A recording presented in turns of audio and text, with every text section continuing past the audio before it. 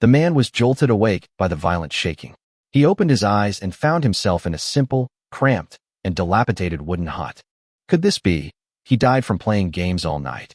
He pinched his thigh. It really hurt. Suddenly, a cold, mechanical voice resounded in the minds of everyone worldwide. Global announcement. Welcome to the Morning Star continent. A diverse array of races, gods, and demons coexist, a land brimming with both opportunities and dangers. Each player receives an initial territory, a small cabin, and one opportunity to awaken their talent. New player protection period, 7 days. Monsters will attack after 7 days. Please awaken your Lord talent as soon as possible to survive. Everyone's a time traveler, vying for supremacy? Lu Qingzhou rubbed his temples. Prompt. Awaken your talent immediately. It's here. His eyes narrowed. Awakening. He silently chanted without hesitation. A soft white light enveloped Lu Qingzhou, and the virtual attribute panel appeared before his eyes. Lord, Lu Qingzhou, talent, awakening. The light flashed, and small words quickly scrolled by. Lord's soul strength detected. Talent extraction in progress. Talent locked. Ultimately, the talent was set as follows. Talent. Farmer. Level.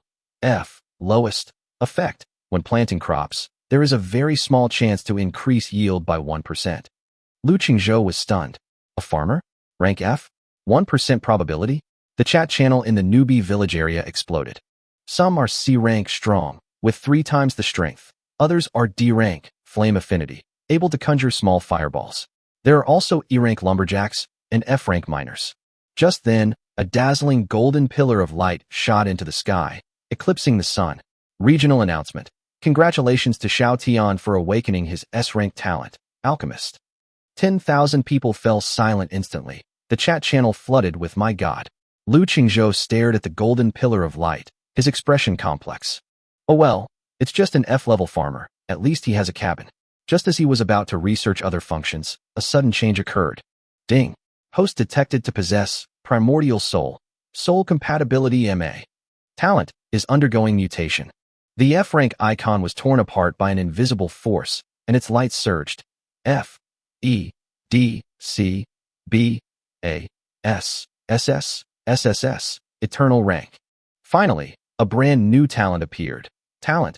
Primordial spiritual field. Unique. Hidden. Level. Eternal. Effect 1. The core land of the territory is transformed into a primordial spirit field, with 100% of seeds undergoing benign mutation. Effect 2. The flow of time within the spirit field varies, greatly shortening the crop growth cycle. Lu Qingzhou's breath caught in his throat, his heart pounded wildly, and a surge of ecstasy swept over him. The primordial spiritual field, he murmured to himself, his eyes filled with awe. 100% benign mutations and an extremely short growth cycle mean that even trash seeds can become miraculous. He opened the attribute panel and saw that his initial territory and resources were very basic. A gift pack icon was flashing in the corner of the panel, and he opened it without hesitation. Ding. Obtained. 10 common wheat seeds, 2 black breads. He smiled and turned his gaze to the land outside the cabin. After activating the primordial spirit field, the land turned a dark golden color and was teeming with life. He planted a single ordinary wheat seed, which instantly turned into green light and disappeared. The tender shoots broke through the soil, grew, and matured at a speed visible to the naked eye. In less than 10 seconds, a cluster of golden wheat ears appeared before our eyes, surrounded by warm light at the top. Ding. Divine mutation successful. Obtained special crop, warm sun wheat ears 10. Lu Qingzhou reached out and carefully plucked the golden ear of wheat. Information immediately appeared before his eyes. Item, warm sun wheat ear. Level, mutant crop. Effect 1. Provides satiety within 10 hours of consumption, enhances immunity to cold, and continuously restores physical strength. Effect 2. Long-term consumption can provide a slight but permanent improvement in physical condition. He looked at the golden wheat ears and a satisfied smile appeared on his lips. Immune to cold, continuously restore physical strength, and also enhance physical fitness. System notification. New player protection period is 7 days. Monsters will attack after 7 days. Lu Qingzhou always felt that 7 days of safety could not be absolutely reliable. He calmed himself down and casually opened the chat channel. At that moment, the newbie village channel, number 10086, was already buzzing with excitement. In this 10,000-person beginner village, the second S-level talent holder was born, the icy beauty Su-ing. Another S-rank. Su-ing. The male lords in the channel were in an uproar. After all, an S-rank beauty meant top-notch strength, someone to be admired. Xiao Tian couldn't help but speak up. Su-ing, hello, I'm Xiao Tian. We're both S-rank, and we'll both bear the responsibility of leading everyone in the future. How about we add each other as friends? His words were polite, yet carried an undeniable air of superiority. The surrounding crowd immediately erupted in cheers. An S-level big shot had taken the initiative to invite them. A perfect couple. After waiting a minute, Su Ying's ID didn't respond. Xiao Tian's expression changed slightly. She preferred peace and quiet. The strong were always lonely. Lu Qingzhou watched this scene from inside the wooden house. He could understand Xiao Tian's desire to consolidate power, but he was met with the arrogant Su Ying, and his efforts were met with indifference. However, all of this was irrelevant to him. In his eyes, S-rank alchemists and frost archers were far inferior to the primordial spirit field. They strengthen a certain point. He controls a whole area, and the future is full of infinite possibilities. Lu Qingzhou shook his head, casually turned off the noisy channel, and continued to study the spirit field. However, the silence was short-lived, as the cold and vast voice of the heavenly Tao resounded once more, sweeping into the minds of every lord. The epic main quest has been launched. The voice was sacred and solemn, causing Lu Qingzhou to look up and his eyes to narrow slightly. Quest name: Save the Morning Star Queen. Background: the queen is cursed by the abyss with the abyssal wither. Requirement: find a way to purify or alleviate the curse. Time limit: 32 days. Rewards: anyone who provides valid clues will receive a Viscount title and abundant resources. Anyone who alleviates the curse will receive a Marquis title and epic items. Complete Purifier, princely title, legendary building blueprints, abundant resources, and the queen's friendship. Punishment: mission failed, queen falls, empire collapses, Dawnstar continent plunges into eternal darkness. The rewards were announced, and it felt like a nuclear bomb had exploded in the minds of lords worldwide. Titles, legendary items, building blueprints, and the queen's friendship. Before they could react, a golden light curtain slowly unfolded in the sky, descending like a miracle, and a stunningly beautiful figure gradually appeared. She was a woman of indescribable beauty, with long silver hair like a waterfall of moonlight. She sat quietly on a magnificent platinum throne, wearing a long silver dress embroidered with noble patterns in gold thread. Next to the queen's image is a striking blood-red countdown: 31 days, 23 hours, and 58 minutes. The black progress bar beneath the image showed the curse's corruption level, which had now reached 5%. After a moment of silence, the chat channel exploded. Is this Her Majesty the Queen? She's a fairy. So beautiful. I would give anything for her. Who did this? I will destroy the Abyss Lord. The topic quickly shifted to two S-level big shots, Xiao Tian and Su Ying. Xiao Tian declared magnanimously, the Queen's safety is a matter of life and death for the continent. I will research the antidote as soon as possible and save the Queen. As the light curtain dissipated, the Queen's stunningly beautiful and delicate image was deeply imprinted in the hearts of billions of men around the world. Lu Qingzhou smiled faintly. Save the Queen? Of course I want to, but right now it's more important to develop myself first. As he pondered, the voice of heaven resounded. The first wave of climate disaster, the curse of winter, will descend in 3 hours. After sunset, the temperature drops sharply to -30°C, and prolonged exposure to cold will result in a continuous loss of life points. The sudden warning jolted the lords from their slumber. -30°C. The wooden huts were drafty. Wouldn't they freeze to death? The chat channel was instantly flooded with panic, and talented individuals such as lumberjacks and miners became highly sought after. I'm an E-rank lumberjack. Efficiency increased by 30%. DM me if you have timber.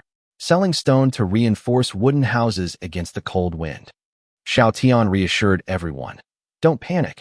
I have already researched the alchemy furnace, and we can use it tonight. Lu Qingzhou looked at the remaining 9 wheat seeds and the warm wheat ears under the sun, and a brilliant money-making plan came to mind. He planted all 9 wheat seeds into the primordial spirit field. Golden light shimmered, and a miracle occurred once again. Rooted, sprouting, and growing wildly, 9 clusters of golden wheat ears appeared before our eyes in just over 10 seconds, with 10 ears in each cluster. Ding! Divine mutation successful. Obtained special crop, warm sun wheat, ears 90. Including the previous cluster, Lu Qingzhou now has a total of 100 warm sun wheat ears. He broke off a grain of wheat and put it in his mouth. A warm current instantly spread throughout his body, sweeping away all his fatigue. What a wonderful thing. He glanced at the sky. It was less than 2 hours until 8 o'clock in the evening. Night fell as expected, and a biting wind, carrying ice and snow, swept across the entire land in an instant. The whole world seemed to be instantly pulled into a giant freezer, and the temperature plummeted. Chat channel 10086, Newbie Village. It's so cold. My health is dropping fast. I can't feel my legs. I'm freezing and losing health. At this moment, a new transaction has occurred in the trading market. Seller, Li Ming. Item, 1 flint and steel. Requirement, 3 iron ore. The news caused a small stir. Holy crap, a flint and steel. Awesome, it can start a fire. 3 iron ores for 1. That's a bit expensive. We're about to die. What's there to be afraid of? Trade. The trade was completed instantly, and the lord who got the flint and steel boasted in the chat. Lighted a fire, much warmer. Do you have enough wood? Once the first person took the plunge, others followed suit. Zhang Wei. Flint and steel, iron ore 4, get yours now. Wang Ergu. Iron ore 5. Even if it's expensive, it'll save our lives. The lucky ones sensed a business opportunity and rushed to do business, demanding prices that were more ruthless than anyone else's. However, in a starting village of 10,000 people, flint and steel were scarce. Most people were still trembling with fear, watching their health bars slowly decrease. Inside the wooden cabin, Lu Qingzhou lay on the bed, feeling the warmth of the sun shining on the wheat ears. The minus 30 degrees Celsius outside seemed to have no effect on him. The timing is about right. He stared at the wailing in the channel, a wicked smile playing on his lips. This was exactly the effect he wanted. He slowly listed 10 warm sun wheat harvests, editing the product information. Seller, Lu Qingzhou, warm sun wheat harvest 1. Requirements, 10 timber, 10 stone, 10 iron ore, inventory, 10. The message appeared, and the channel remained silent for 3 seconds before erupting in anger. Warm sun wheat ears. They dare sell at that price. Everyone opened Lu Qingzhou's profile picture and burst into laughter. F-level farmer? Wang Hao screamed. Lu Qingzhou, do you have any shame? Selfish trash, you should be fired. The crowd was outraged, and hundreds of people demanded that Lu Qingzhou come out and apologize. But Lu Qingzhou ignored them, lying in bed waiting for the first smart person to take the bait. Meanwhile, in another small wooden cabin, Su Ying, an S-rank frost archer, was observing the trading market. Her talent was ice attribute. She was impervious to the cold, but could clearly sense the corrosive effects of ice elements on life. The flint and steel was merely a stopgap measure. The warm wheat ears were the real game changer. The price? In her opinion, it wasn't expensive at all.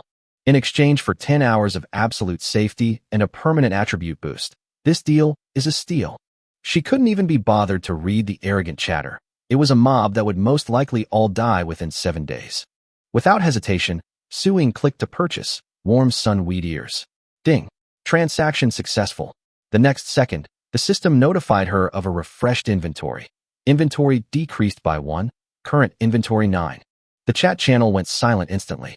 Wang Hao froze on the spot. It's sold? Someone really traded their entire fortune for that ear of wheat? Who is it? Are you crazy? To go bankrupt buying a single wheat stock? What level of cerebral thrombosis would you need to do that?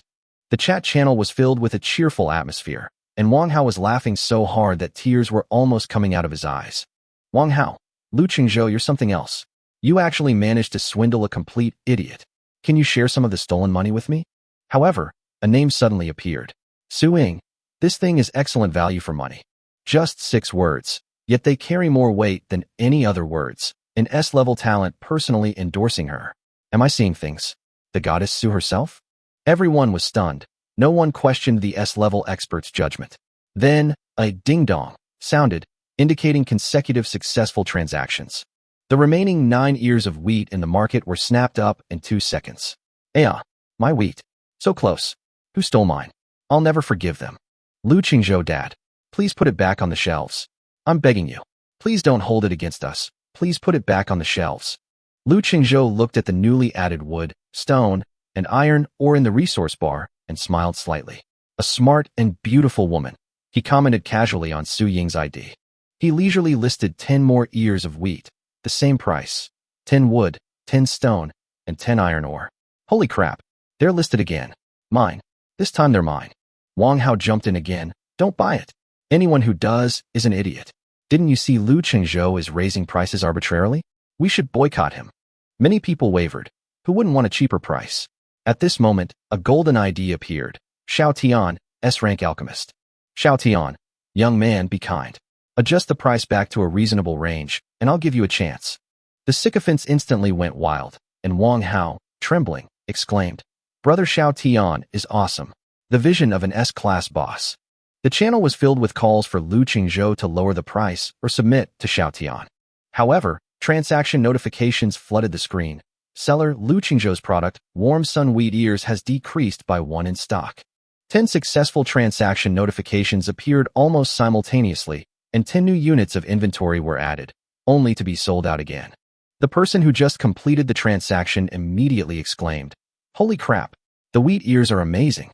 I was freezing and seeing stars, but now I feel warm and cozy. Wang Hao was completely stunned.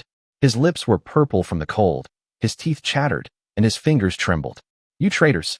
We agreed to boycott together. Nobody paid him any attention. Everyone who missed out frantically refreshed the market, crying out for restocking. Hey, please put some more on sale. Wah, I don't want to die young. A flash of light appeared in the trading market, and 10 more ears of wheat were listed. They're out. Grab them quickly. In less than a second, all 10 ears of wheat were sold out again.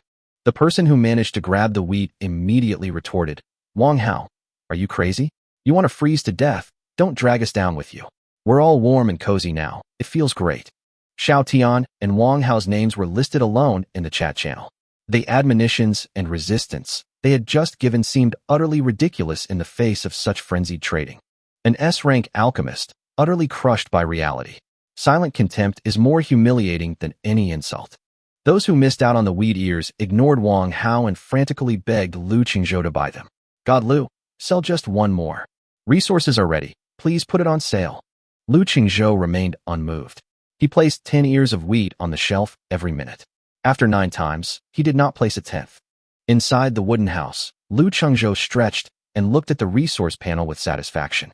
90 ears of wheat were sold, and he kept 10 for himself.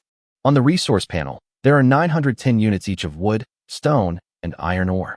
An average lord starts with only 30 resources, and this transaction makes him the richest lord in the entire village. It's time to upgrade the territory. Let's upgrade the cabin first. Lu Qingzhou looked at the mountain of wood and stone and was overjoyed. He opened the territory construction panel. Building, level 1 log cabin. Consume 200 wood and 100 stone to upgrade to level 2 sturdy log cabin. Yes, a white light enveloped the thatched hut, then disappeared a few seconds later. In its place stood a new wooden hut built of thick logs and sturdy stone. The area has doubled, the windows are boarded up, and it feels incredibly safe. Ding! Level 1 cabin successfully upgraded. Durability increased by 200, defense increased by 10, and new windproof and heat-insulating properties added. When viewing the attributes, a golden announcement appears at the top of the channel. Newbie Village announcement number 10086. Congratulations to Lord Lu Qingzhou for becoming the first lord to upgrade a building. Rewards: 1 random resource chest, 200 copper coins, and 100 reputation points. The channel exploded instantly. Holy crap! Upgrading buildings on the first day. Lu Qingzhou, where did he get the resources? The F-level farmer actually surpassed the 2 S-level masters in building speed, shocking everyone with a mixture of envy and jealousy. On the other end, Xiao Tian sat grimly in a dilapidated level 1 wooden hut.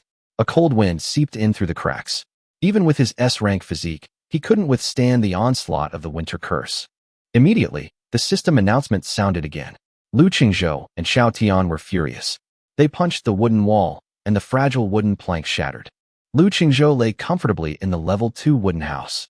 Let me check the rewards first. He opened the system panel, where 2 rewards lay quietly in the temporary storage slot. 200 copper coins, random resource, chest 1, copper coins, should be a universal currency. Their uses shouldn't be underestimated after leaving the starting village. He rubbed his hands together and opened the treasure chest. The white light dissipated, and 2 items appeared in his inventory. 10 common pumpkin seeds, and 100 copper coins. Seeds again. He was taken aback at first, then overjoyed. Seeds, nurtured in the primordial spirit field, could turn the rotten into the miraculous. Not bad, good luck. Lu Qingzhou put away the copper coins, a total of 300. He took a small pumpkin seed and walked out of the warm wooden house. A biting wind howled outside. Lu Qingzhou went directly to the primordial spirit field, which radiated a dark golden light. Come on, let me see what surprises this little pumpkin can bring me. Boom. The pumpkin seed was planted in the soil, and a golden light, even more dazzling than when the wheat was planted, shot into the sky. The entire spiritual field was abuzz with excitement, as endless primordial spiritual energy surged into the seed. Thick vines burst from the soil, growing wildly and intertwining their roots. A dozen seconds later, a pumpkin the size of a basketball appeared at the top of the vines. The pumpkin was an eerie dark red, its surface cracks shimmering like lava. A scorching heat emanated from it. Ding! Divine mutation successful. Obtained special crop. Bursting pumpkin 1. Lu Qingzhou reached out and touched it. It was scalding hot. He immediately checked its attributes. Item: exploding pumpkin. Level: mutant crop. Effect: explodes upon throwing, dealing 100 points of fire damage to enemies within a 5-meter radius. Holy crap, he couldn't help but curse. This was clearly a high explosive grenade. Good stuff.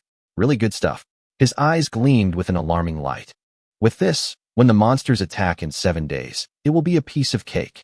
He suppressed his excitement and planted another pumpkin seed. The light shone brightly again, and the vines grew wildly, but the fruit was completely different. This pumpkin, translucent throughout, was like a crystal sculpture with a soft yet resilient blue halo. Ding! Divine mutation successful. Obtained special crop. Crystal pumpkin 1. It feels cold and hard like iron to the touch. Item: crystal pumpkin. Effect: creates a crystal barrier that blocks all ranged attacks for 10 seconds. 1 to attack, 1 to defend, Lu Qingzhou said, a smile barely concealed on his lips. It seemed he could consider exploring outside the cabin tomorrow. He planted the remaining pumpkin seeds one by one into the primordial spirit field. Golden light flashed, and vines broke through the soil, growing wildly. Soon, 7 peculiar pumpkins formed. Ding! Divine mutation successful. Obtained 4 exploding pumpkins. Ding! Divine mutation successful. Obtained 3 crystal pumpkins. The result is the same as before, another 2 kinds of pumpkins. Lu Qingzhou stroked his chin. These 2 types of pumpkins were already above average. Now he had a total of 5 bursting pumpkins and 4 crystal pumpkins. With ample offense and defense, and complete security, the final seed was planted, but another mutation occurred. The dark golden pillar of light soared into the sky, more dazzling than any previous mutation. The entire spirit field trembled violently, as if a terrifying being was about to be born. The jet-black vines ignited with dark red flames, bursting forth like tentacles from hell. Their growth rate increased tenfold, instantly coiling into a dense mass. The top is the size of a pumpkin fist, pitch black as ink, with cracks like magma, radiating a destructive aura. Ding! Triggered a 1/10,000 chance of a second divine mutation. Obtained a rare mutated crop, Hellfire Bursting Pumpkin 1. Lu Qingzhou's breathing quickened as he eagerly checked the attributes. Item: Hellfire Bursting Pumpkin. Level: Rare Mutant Crop. Effect: after being thrown, enemies within a 10-meter radius suffer 250 points of fire damage and are burned for 5 seconds. He gasped in shock. The total damage reached 300 points. With this pumpkin as his trump card, he felt he could practically walk out of the newbie village. Awesome, he thought with elation. The chat channel's discussion about him reached a new climax. Just who is Lu Qingzhou, this big shot? How come an F-level peasant can upgrade buildings right from the start? Could the system be displaying the wrong thing? The wheat effect is incredible. If this is an F-level talent, then other C-level talents are a joke. Even Xiao Tian, an S-rank alchemist, stared at Lu Qingzhou with a gloomy expression, his anger and resentment intertwined. Just trying to earn some resources by speculating on food. Once the newbie protection period is over, farmers without combat power will ultimately be nothing but lambs, while I will be the master. Xiao Tian spoke again in the channel. Don't be blinded by small gains. True strength matters. I will create powerful alchemical golems to conquer the continent. Some people echoed his sentiments, but most chose to remain silent, clearly demonstrating Lu Qingzhou's strength. The next morning, sunlight streamed into the cabin. Lu Qingzhou stretched, and the warmth of the level 2 cabin allowed him to sleep soundly. He ate a grain of warm wheat, feeling the warmth spread through his body, and pushed open the wooden door. The chill was still biting, but it had no effect on him. Their gaze turned to the primeval forest beyond the territory. New players are protected from attacking the Lord during the initial protection period, but there are no restrictions on venturing out to explore. With 5 high-explosive grenades for mobile shields and an ultimate pumpkin in his backpack, Lu Qingzhou confidently stepped into the dark forest. The tall trees blocked out the sun, making the light dim. After walking a few hundred meters, he suddenly stopped and stared at the bushes ahead. 3 pairs of scarlet eyes stared at him. 3 giant black wolves, each a size larger than a wild wolf on Earth, suddenly leaped out. Demonic Wolf, Level 1, HP 80, Attack 15 Skill, Bite. Lu Qingzhou looked at the stats and smiled. Perfect timing. He was just wondering where to experiment with his new toy. He took out a dark red, cracked pumpkin from his backpack. Go, Pumpkin Beast. With a flick of his wrist, he threw the exploding pumpkin at the 3 demonized wolves. Meanwhile, at the other end of the forest, Xiao Tian stood in front of a level 1 wooden cabin. A 2-meter-tall, imposing humanoid alchemical golem, cast in bronze and steel, stood before him. Alchemy Golem. Level 1, HP 200, Attack 20, Defense 15. With it, I am the only person in the newbie village who has a unit. His face was full of arrogance, his confidence returning. Lu Qingzhou thinks he can intimidate me with his cleverness? How naive. Combat strength is the only fundamental thing. He controlled the puppet, venturing into the forest to find the demonized wolves. Soon they encountered 2 demonized wolves hunting for food. Xiao Tian hid behind a large tree and commanded the puppet. Attack. Tear them apart. The puppet, with its heavy steps like a human tank, charged towards the wolf. A battle was about to erupt. The wolf nimbly dodged, its sharp claws flashing. Reduction 3, Reduction 4. The damage wasn't high, but it worried Xiao Tian. Damn it. Attack, he urged anxiously. After paying the price in durability, the puppet seized the opportunity and smashed a wolf to the ground with a single punch. Decreased by 20, the damage indicator appeared. Xiao Tian breathed a sigh of relief, and his smile returned. See? This is the power of an S-rank alchemist. Just as he was about to deal with the remaining wolves, a golden announcement popped up at the top of the channel. Congratulations to Lu Qingzhou for hunting monsters and leveling up to level 2. Becoming the first lord in this village to level up. Rewards: 1 random weapon chest, 500 copper coins, plus 100 reputation. The announcement hit Xiao Tian like a hammer blow to the face. His mind went blank. Lu Qingzhou? He was the first to upgrade a building? And now he's the first to reach level 2. Impossible, absolutely impossible. He forgot the danger, and, in his distraction, 2 wolves pounced and easily tore open the puppet's metal body. In seconds, the puppet was dismantled into parts. A wolf pounced on Xiao Tian. Don't come any closer, he cried, terrified, and ran back to the cabin in a panic. The chat channel exploded. Holy crap! Lu Qingzhou reached level 2. The first level 2 in the whole village. It's Lu Qingzhou again. How are farmers supposed to kill monsters? With hoes. Wang Hao's private message popped up. Brother Xiao Tian, are you alright? He took a deep breath and chuckled. What's the rush? I'm holding back something big. The forest was a scene of utter devastation. 3 enormous, demonized wolves lay sprawled on the ground, twitching slightly. Lu Qingzhou walked forward unhurriedly and directly opened the attribute panel. Lord, Lu Qingzhou.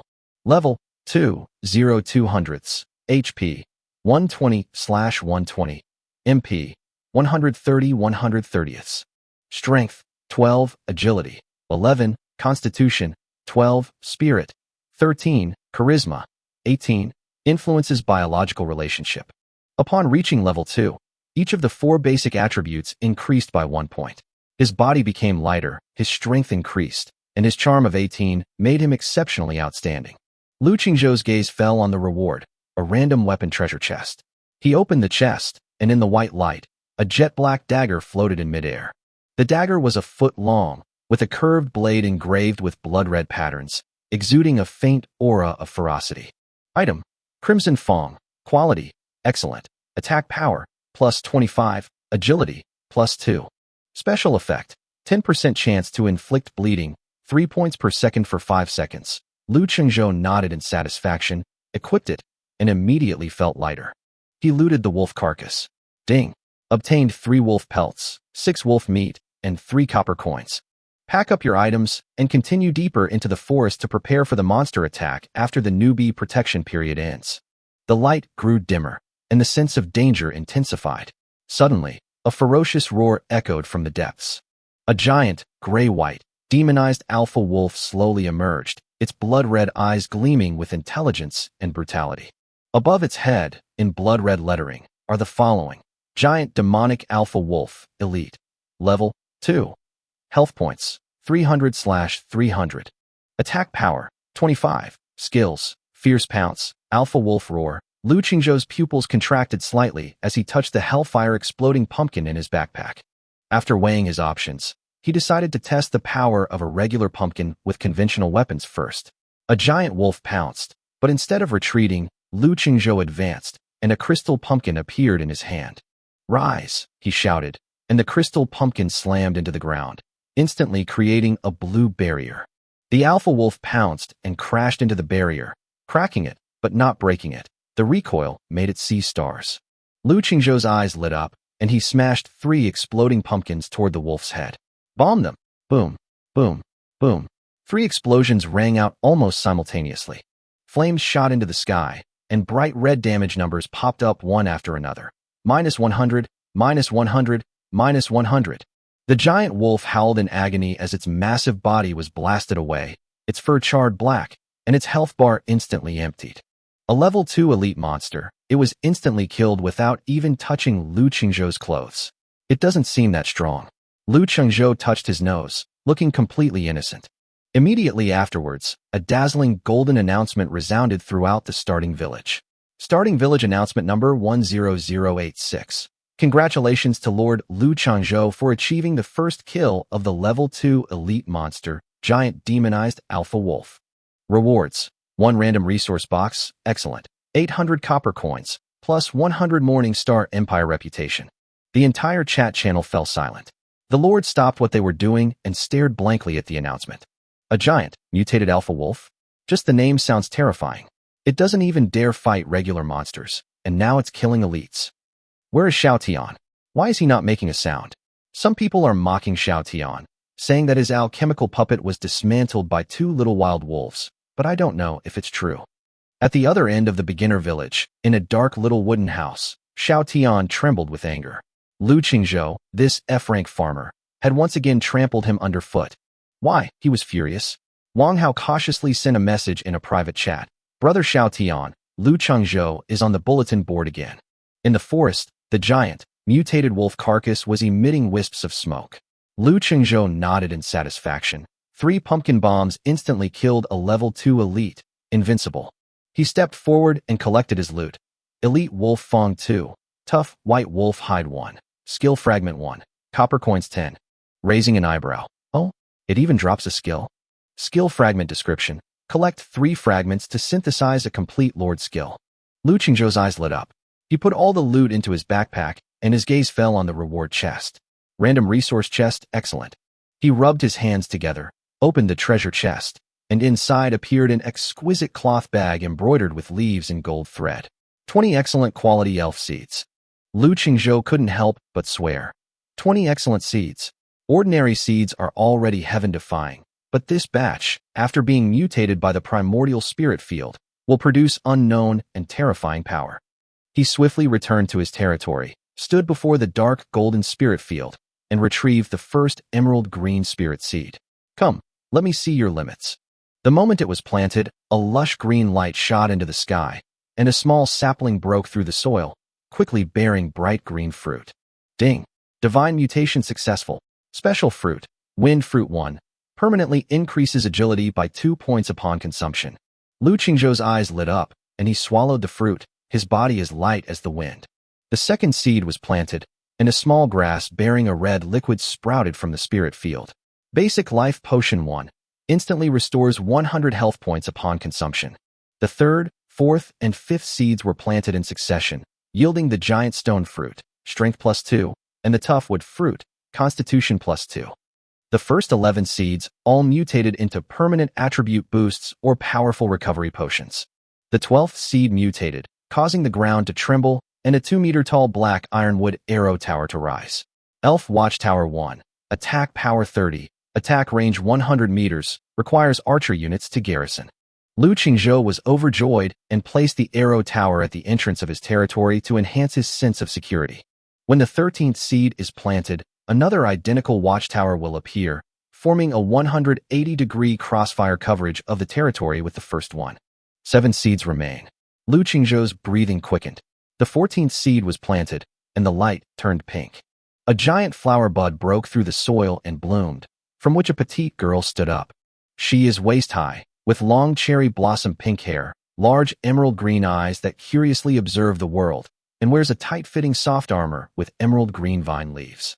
The little girl, carrying an elven shortbow on her back, ran barefoot to Lu Qingzhou, her voice soft and sweet. Master. Ding. Divine mutation successful. Special unit. Pink-haired elf archer 1.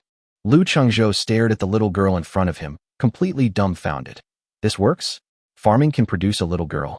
He checked the attributes. Level 1, Loyalty 100, Health 150, Attack 25, Skill, Precision Shot.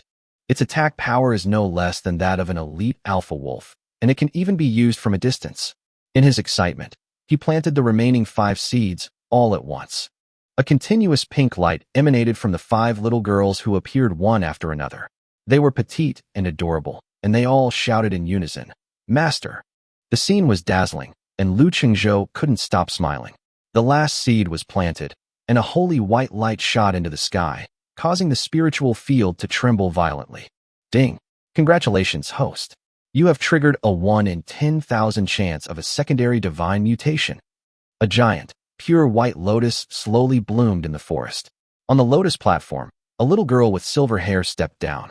Her waist-length silver hair shone like moonlight.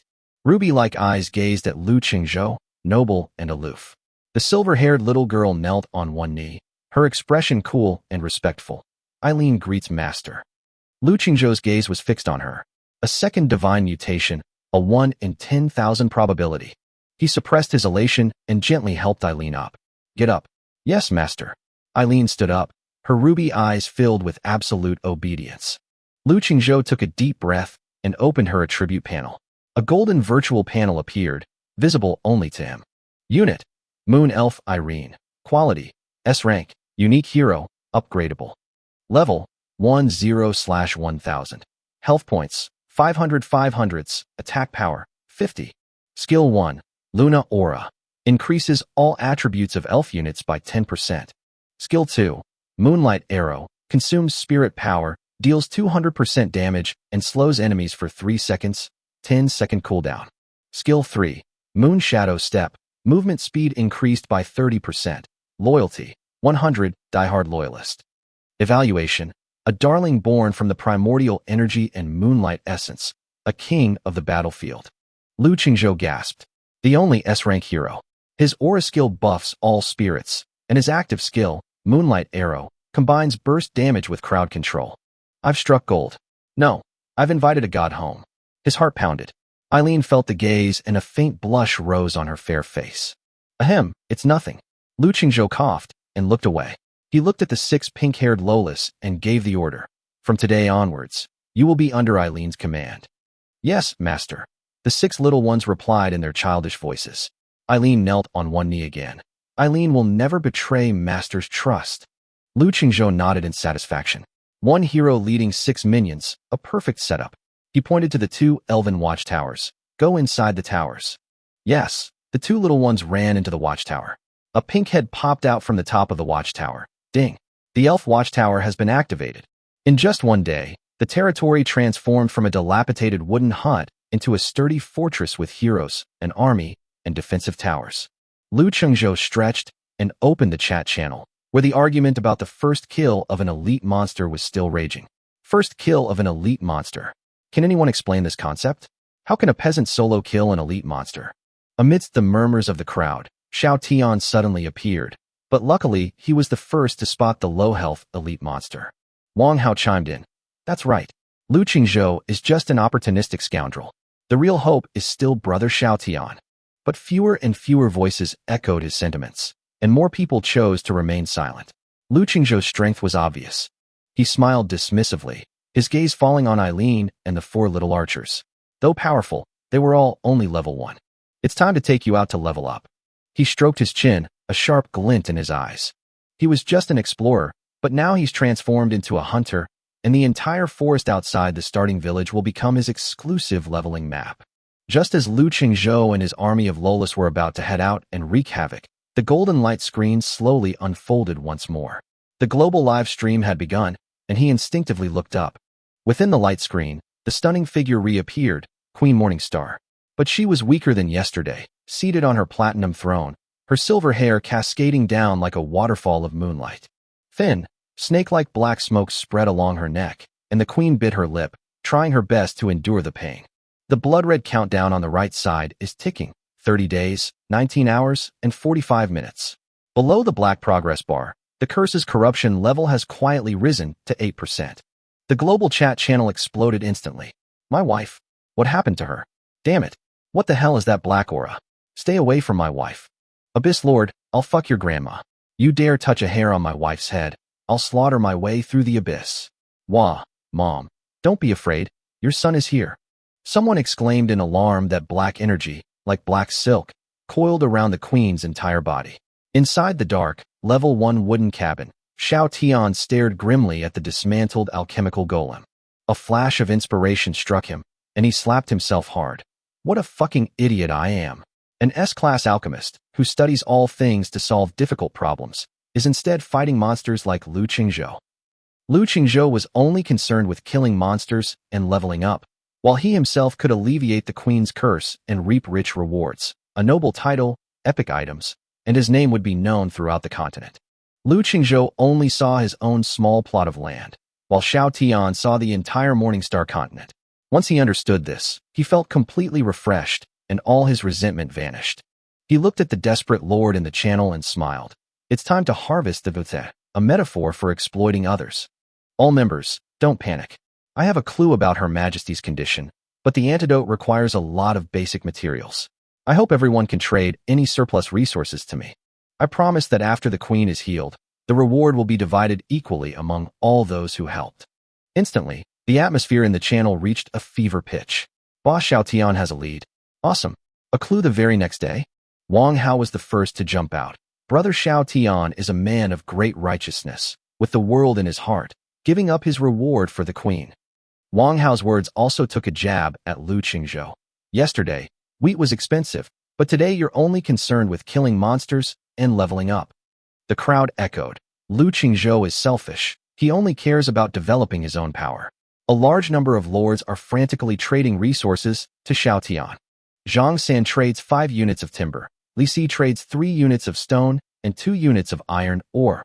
Wang Mozi trades 1 unit of black bread. Trading notifications kept flooding the screen, and resources were accumulating rapidly. Timber 358, stone 267, iron or 199. Looking at the piled-up resources, Xiao Tian sneered inwardly. A bunch of idiots, so easy to fool. Researching an antidote? He had no idea what a curse was. First, he needed to trick his way into acquiring resources to strengthen his power. That was the key. With the warehouse overflowing with materials, he was in high spirits. He waved his hand dismissively. Upgrade the cabin. Ding. Successfully upgraded from a level 1 cabin to a level 2 sturdy cabin. Feeling the warmth of the cabin, I stretched comfortably. Not bad. Let's improve the living environment first. Then, he opened the alchemy interface and invested the remaining resources into golem creation. Alchemy golems. Make them for me. Lu Qingzhou, you just wait. Once the second-tier alchemical golem is created, your death is imminent. Lu Qingzhou looked at the righteous people in the chat channel who had been incited by Xiao Tian, and a playful smile appeared on his lips. What a bunch of adorable little leaks, he said casually. Let's go. Turning around, Lu Qingzhou led his army of Lolas into the dark forest in a grand procession. Silver-haired little girl Eileen, accompanied by 4 pink-haired little girls, followed closely behind, their snow-white little feet landing silently on the withered leaves. Master, there are 5 mutated wolves 300 meters ahead, Eileen's cool voice rang out. Oh, can you handle it? Lu Qingzhou asked with interest. Please give the order, Master, Eileen said decisively. All right, then take them and let me sharpen them for you. Lu Qingzhou waved his hand, exuding an imposing aura. Yes. A sharp glint flashed in Eileen's eyes. A silver halo expanded from Eileen, enveloping the four pink-haired Lolas. Moon Goddess Halo activated. The four little girls, who were originally confused, suddenly became sharp and their eyes were piercing. Without saying a word, Eileen gestured, and four elven shortbows were drawn in unison. For sharp arrows shot out like green lightning. 5 demonic wolves in the distance sensed danger and looked up abruptly, but it was too late. Subtract 28. Subtract 27. Subtract 28. Subtract 27. For arrows struck the eyes of 4 wolves, unleashing a burst of total damage. The 4 level 1 demonic wolves didn't even have time to howl before collapsing to the ground, instantly killed. The remaining wolf stood frozen, bewildered as to why its companion had died so suddenly. A silver arrow, trailing a moonlit tail, shot forth. Moonlight arrow. The arrow pierced the skull of the last wolf in an instant. Reduction of 102. Critical hit. The entire process took less than 3 seconds. The battle was over. Lu Chengzhou stood still, without even raising his hand. The battle was over. Beautiful. He sincerely praised Eileen's cool and aloof demeanor and commandability. A faint blush rose on Eileen's face, and she murmured, her voice cool yet shy. From that moment on, the entire forest became Lu Chengzhou's exclusive hunting ground. Before the lowly legion, the demonized wolves were as fragile as paper. Neither the small monsters nor the wolf pack could withstand the volley of fire. Lu Chengzhou's experience bar skyrocketed. After 4 pink-haired little girls killed several waves of wolves, they all lit up with golden light indicating they were leveling up. Ding! The pink-haired elf archer unit has been upgraded to level 2. Attributes and attack power are significantly improved, making monster killing more efficient. Not bad, not bad, continue. Lu Chengzhou was as satisfied as if he were taking his 5th daughter on a picnic. A deafening roar came from the cave ahead. A giant black bear, over 3 meters tall and with bulging muscles, burst out of the cave. Demonized giant bear, elite. Level 4, HP 550/550. Attack power 35, defense power 30. Skills: War Roar, Earth-Shaking Strike. A level 4 elite monster. Lu Chengzhou's eyes narrowed. Eileen immediately stepped in front of him, her delicate face grave. Master, please step back. It's dangerous. The giant bear locked onto Lu Chengzhou, roared, and charged forward with the momentum of a human tank. Fire arrows. Attack the eyes. Eileen calmly gave the order. 4 pink-haired Lolas fired simultaneously, but their thick fur only dealt single-digit damage. Reduce by 8. Reduce by 9. Enraged, the giant bear stood up and slammed its massive paw down, striking the ground with a devastating blow. Boom! The ground shook, and shockwaves spread outwards. Scatter! Eileen shouted, her figure gliding away like a ghost to avoid the shockwave. A pink-haired little girl was slow to react and was knocked unconscious. The giant bear's paw almost struck her. It was a close call. A streak of silver light flashed, and Eileen appeared before her. Draw the longbow, and the power of moonlight gathers. Moonlight arrow. Boom. The silver arrow struck the giant bear's paw, deflecting its trajectory slightly. Bang! The bear paw grazed the little girl and slammed heavily onto the ground, creating a huge crater. Reduced by 85. A slow debuff appears under the giant bear's feet. A great opportunity. Lu Chengzhou's eyes lit up. He vanished like a ghost, appearing behind the giant bear, his scarlet fangs slicing across the back of its neck. Reduced by 52. Critical hit. The health bar starts to drop rapidly, and the bleeding status is applied. Roar. The giant bear, enraged by its injury, turned and swung its weapon, but Lu Chengzhou had already retreated. The rescued little girl regained consciousness, and, together with her sisters, shot the giant bear in the eyes. Under the combined attack of Eileen and Lu Chengzhou, the giant bear didn't even get a touch on the hem of its clothes before collapsing to the ground with a mournful cry. Ding! Successfully defeated the level 4 elite monster, demonized giant bear. Ding! Level increased to level 3. The giant bear fell to the ground, and its spoils exploded like a small mountain. The chat channel in the newbie village number 10086 is still enthusiastically praising Xiaotian. I've already donated all my possessions to Xiaotian. Let's charge for the queen. Even if we're hungry, we'll still put in the effort. It warms our hearts. I even gave away the last of the black bread. Even the big shots need to eat while doing research.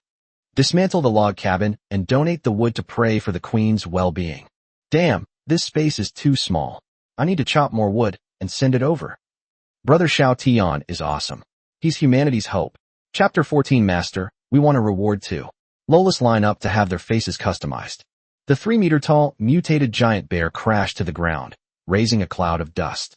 Beside the corpse, the spoils of war were piled up like a small mountain, colorful and glittering. Pink-haired elf Archer upgraded to level 3. Moon elf Irene upgraded to level 2. System notifications kept ringing out, indicating that killing a level 4 elite giant bear would yield a massive amount of experience points. Lu Qingzhou and the Lolas leveled up together. He stretched, feeling the warmth coursing through his body, and walked to the giant bear carcass, his eyes crinkling into slits with laughter. Elite Giant Bear's Soul of Might 1. Bear King's Fur 3. Bear King's Boots Blueprint 1. Skill Book. Heavy Strike 1. Copper Coins 58. A look of surprise flashed in Lu Qingzhou's eyes. First, look at the skill book. Learn Heavy Strike. The next melee attack will deal 150% damage and has a chance to stun. Cooldown, 30 seconds. Without hesitation, I learned, and my arm muscles felt an increased explosive power. Next, let's look at the blueprint. Bear King Boots, excellent quality, made of thick bear hide, 1, iron ore, 20, and copper coins, 50. Attributes after crafting. Defense plus 15, strength plus 2. He immediately put in the materials, his combat boots appeared, and he put them on right away. Finally, let's look at the Elite Giant Bear's Soul of Brute Force. Permanently increases strength by 3 points after use. Lu Qingzhou used it without hesitation, and a violent heat surged through his limbs and bones, strengthening his muscles and bones. Attribute panel updated. Level 3, Strength 20, Agility 14, Constitution 15, Spirit 20, Charisma 19, Equipment, Crimson Fong, Bear King Boots. He clenched his fist, felt the explosive power, and grinned from ear to ear.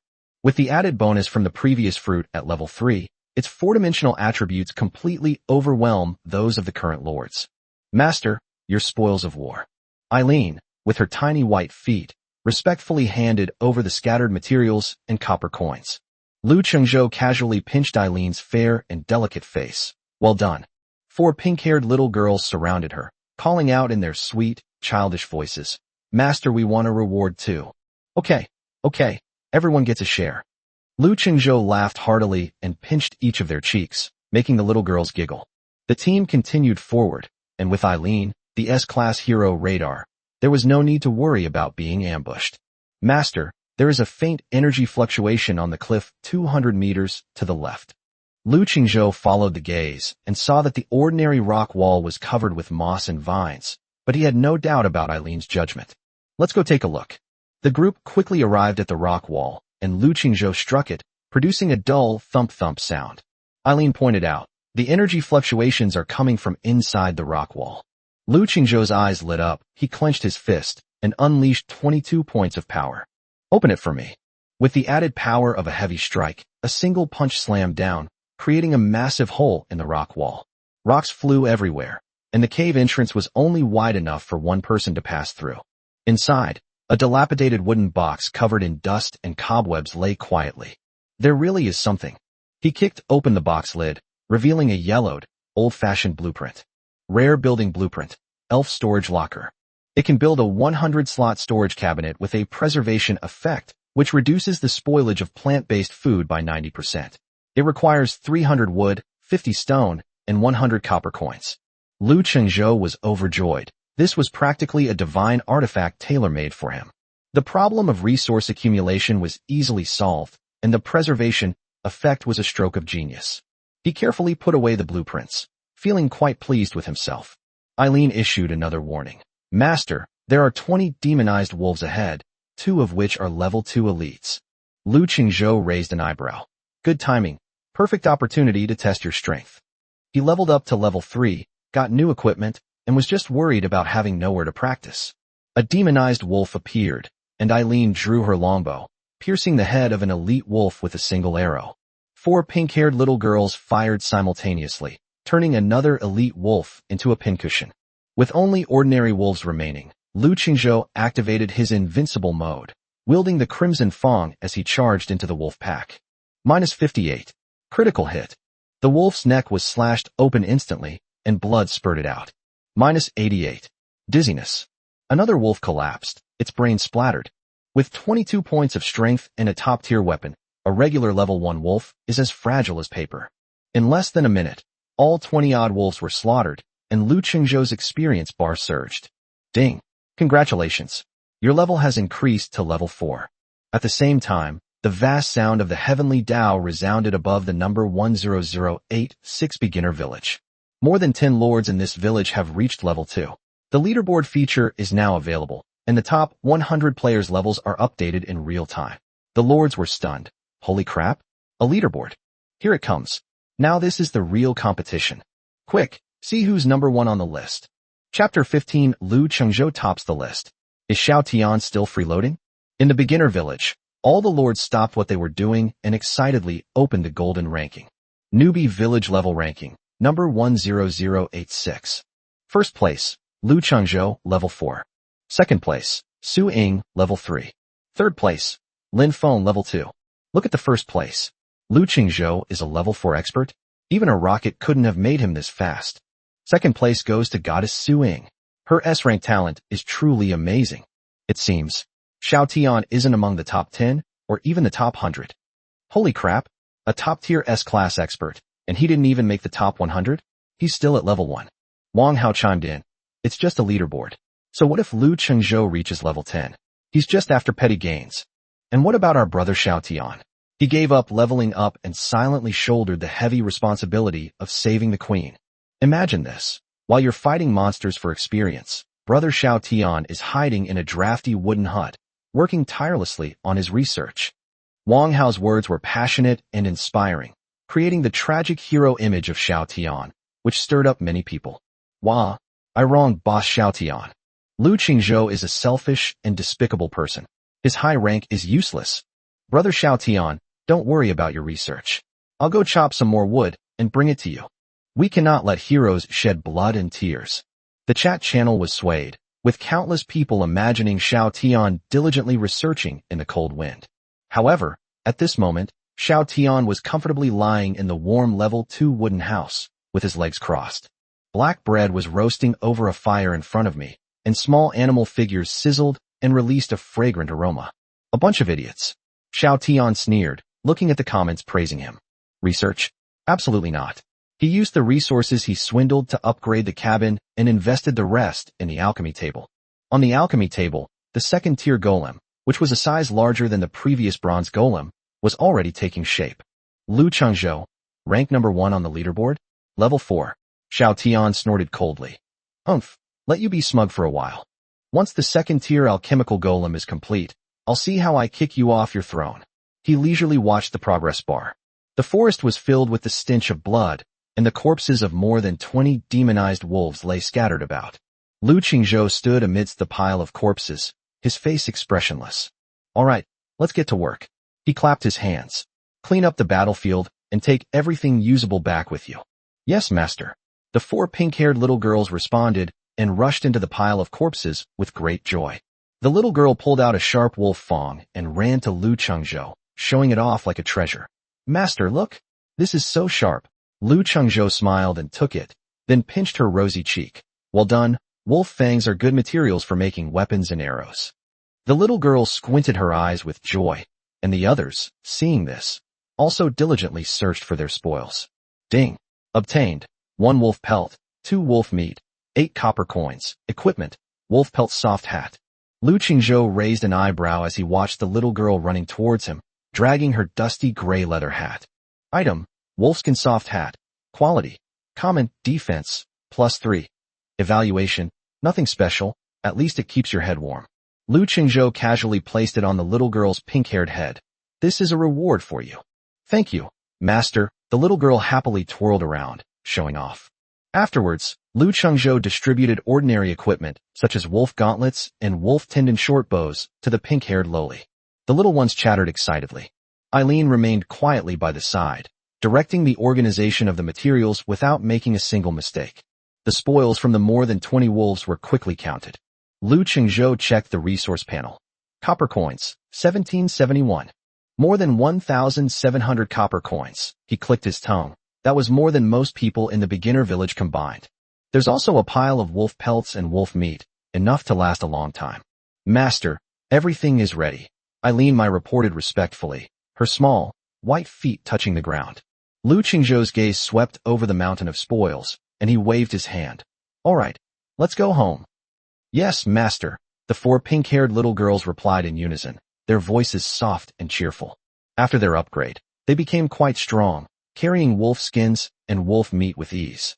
The aloof Eileen silently carried the largest bag and followed closely behind Lu Qingzhou, fulfilling her duty diligently. The group returned to their territory in a grand procession. 2 little girls poked their pink heads out of the arrow tower, waving and cheering, Master is back. The sisters are back. Looking at the vibrant territory, Lu Qingzhou was in high spirits.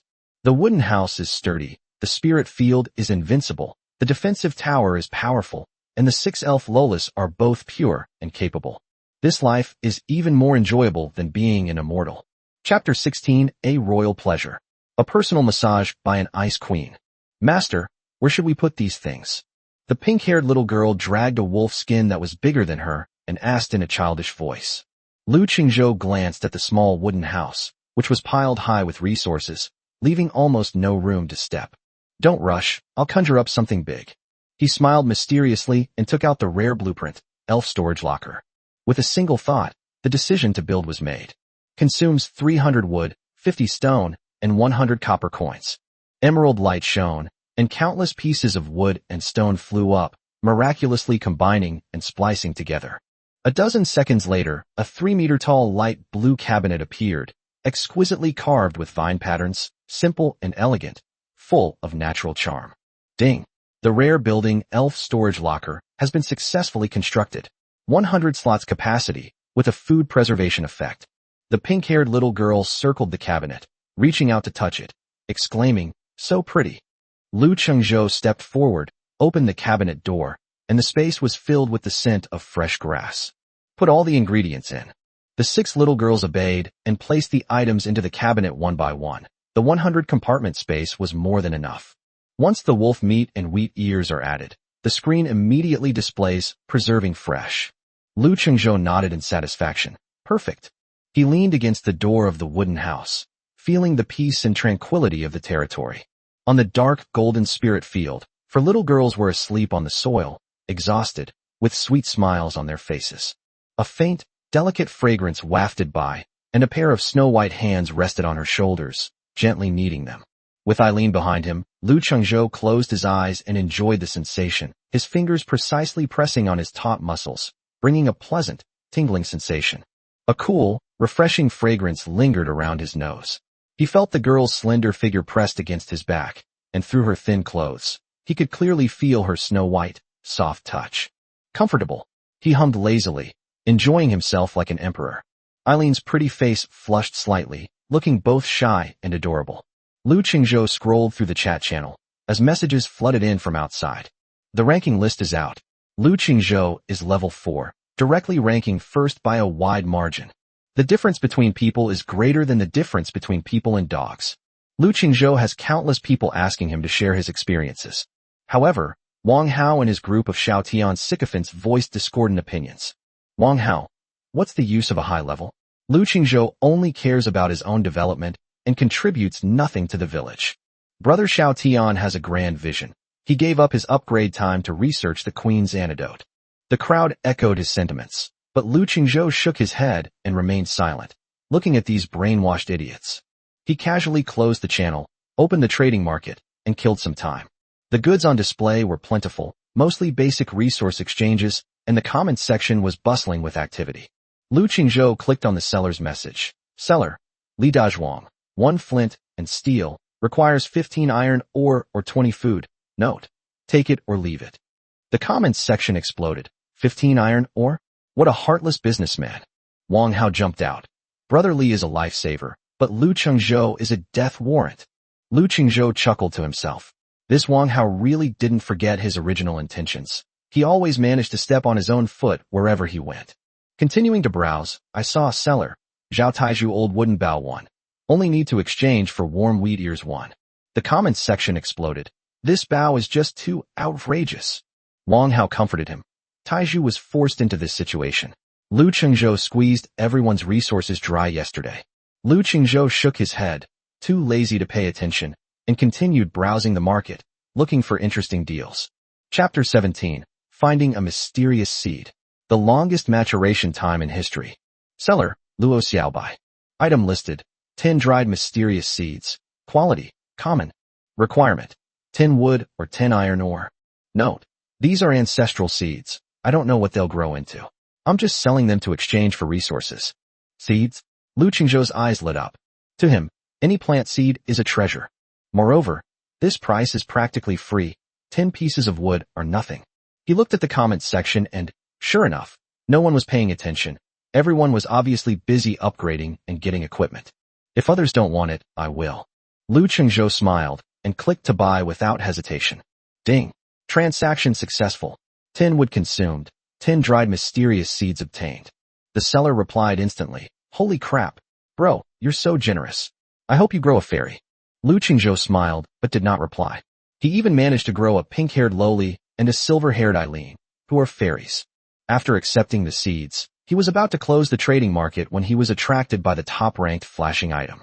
A pale blue glow signifies superior quality. Lu Qingzhou's breath hitched, and his heart raced slightly. Previously, the highest quality was the excellent grade elf seed, which directly produced the lowly Legion and Irene. How far will the seeds of superior quality go after passing through the primordial spirit field? We must take it. He clicked to buy without hesitation. Seller, Suing. Item listed. Seed of the Tree of Life 1. Quality, excellent. Requirement, 50 copper coins. Note, only exchange for copper coins.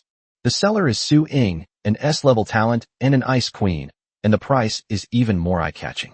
50 copper coins is an astronomical price for most new village lords. Approval flashed in Lu Qingzhou's eyes. Su Ying had clearly recognized the future value of the copper coins. The comments section has long since become a scene of sycophancy. The goddess actually has excellent sperm. I would give any resource for this seed. Su Ying remained resolute, insisting on exchanging only copper coins, thus blocking everyone's path. Lu Qingzhou sneered and clicked buy without hesitation. Ding. Transaction successful. 50 copper coins consumed. 1 seed of the Tree of Life obtained. The fine seeds, emitting a pale blue glow and brimming with life, lay quietly inside the backpack. The trading market instantly displayed sold out, eliciting gasps of surprise from the crowd. Holy crap. It sold out in less than a minute. Buying it for only 50 copper coins. Who's the super rich who made this move? Lu Qingzhou smiled and sent a private message to Su Ying. You're welcome, the items are good. Ignoring the outside disturbances, he looked at Eileen's gently rubbing hands, then glanced at the 4 pink-haired Lolas sleeping in the spirit field. Let's go, Eileen. He pinched her cool, slightly flushed cheeks. Let's go plant something more interesting. Lu Qingzhou led Eileen to the primordial spirit field, which shimmered with a dark golden light. On the edge of the field, 4 pink-haired little girls were sleeping haphazardly, with glistening drool hanging from the corners of their mouths. Lu Qingzhou carefully took out the seed of the Tree of Life that he had bought at a huge cost. Upon holding the seed, a powerful life force surges into the palm, bringing a sense of peace and joy. It is emerald green and crystal clear, with golden light flowing slowly inside, giving it the texture of top-grade jade. Excellent quality, truly excellent quality, Lu Qingzhou exclaimed. Come, witness the miracle. He took a deep breath and solemnly planted the seed in the center of the primordial spirit field. Boom. As the seed was planted, a brilliant green light of life shot into the sky, causing the primordial spiritual field to tremble violently. A powerful life force swept across the entire territory like a tsunami. On the ridge of the field, 4 pink-haired little girls were awakened by the loud noise, rubbing their sleepy eyes. Upon seeing the green pillar of light that stretched across the sky, they were so surprised that their mouths formed an O. Master, what is this? The little girl asked in her childish voice. Lu Qingzhou stared intently at the center of the spirit field. The light faded, and the plants had not yet sprouted. Instead, a system notification sound rang out. Ding. Excellent quality Tree of Life seed detected, undergoing divine mutation. Estimated ripening time, 2 hours. 2 hours?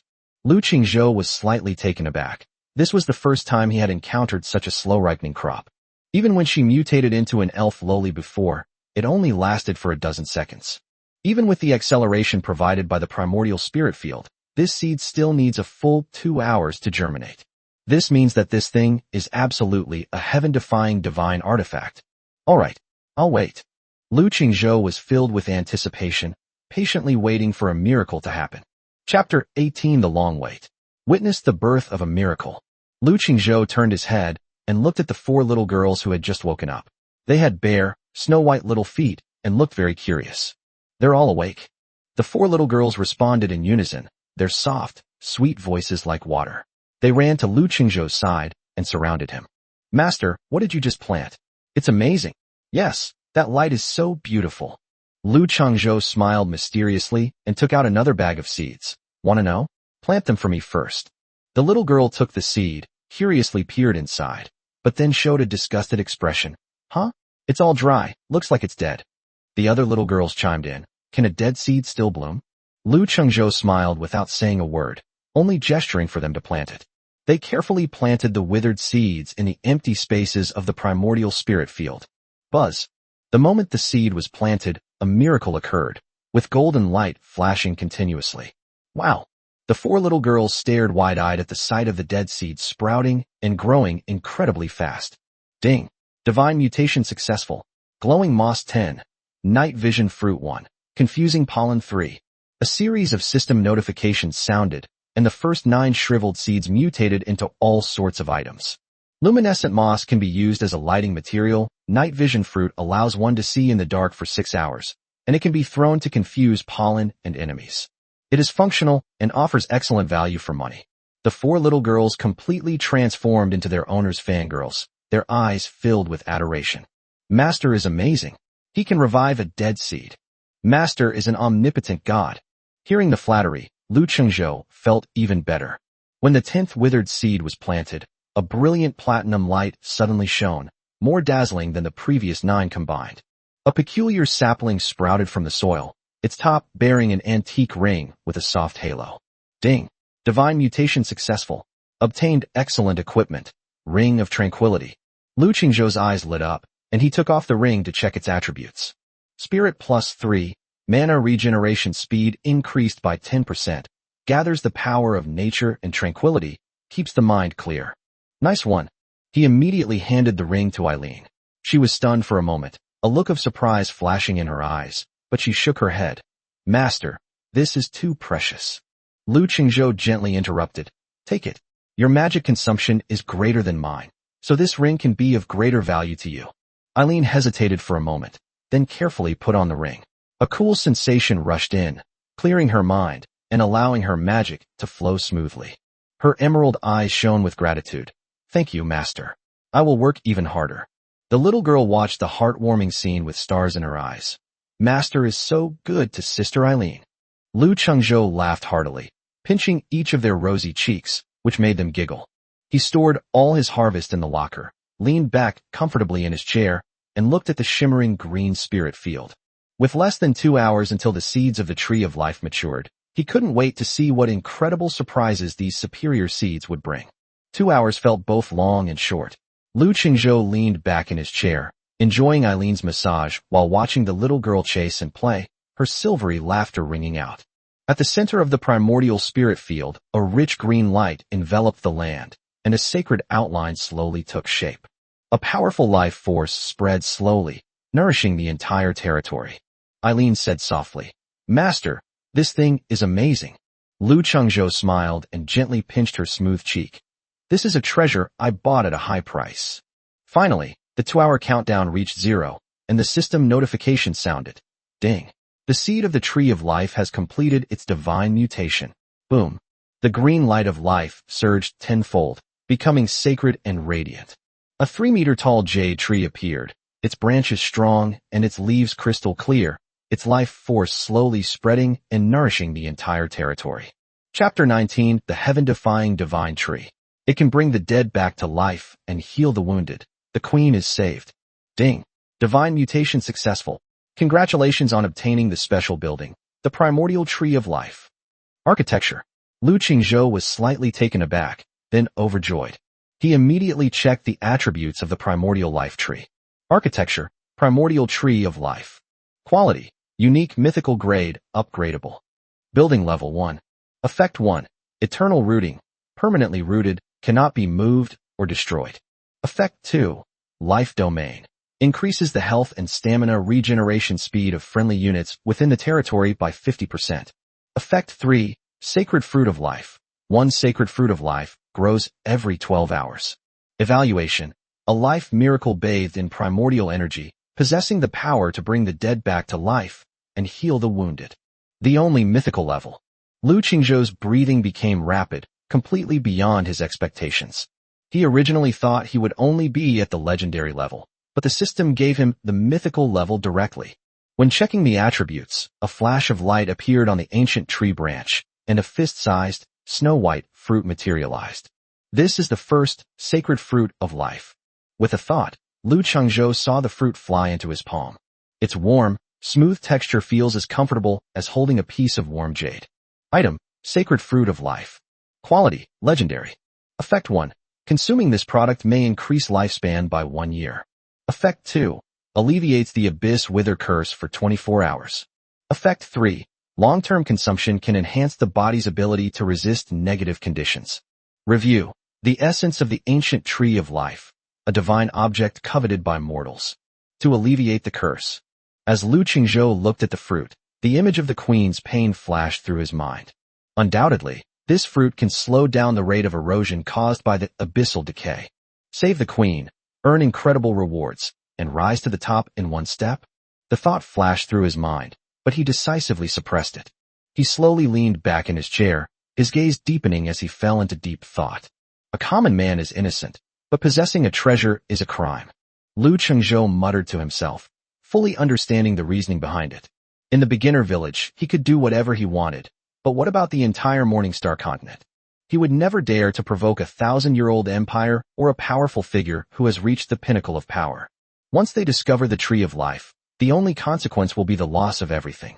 Even ancient trees of life could be stolen, and all the hard-earned development achievements could be lost. Moreover, his gaze fell on the fruit's effect 2. Ease. He chewed gently, noticing that it only provided relief, not a cure. Even if he were to give it up, he could only receive a second-tier marquise, not the ultimate princely title. Risk your biggest risk for an uncertain marquise? A huge loss. No rush, take your time. Lu Qingzhou's eyes were firm. Only when you are strong enough to protect everything should you enter the game. The Queen's Curse still has more than 30 days left, so there is plenty of time.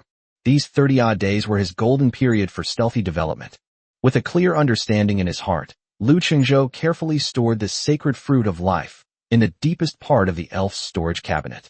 On the other side, in a warm and sturdy level 2 wooden house, Xiao Tian crossed his legs comfortably and stuffed the sizzling, oily roasted meat into his mouth.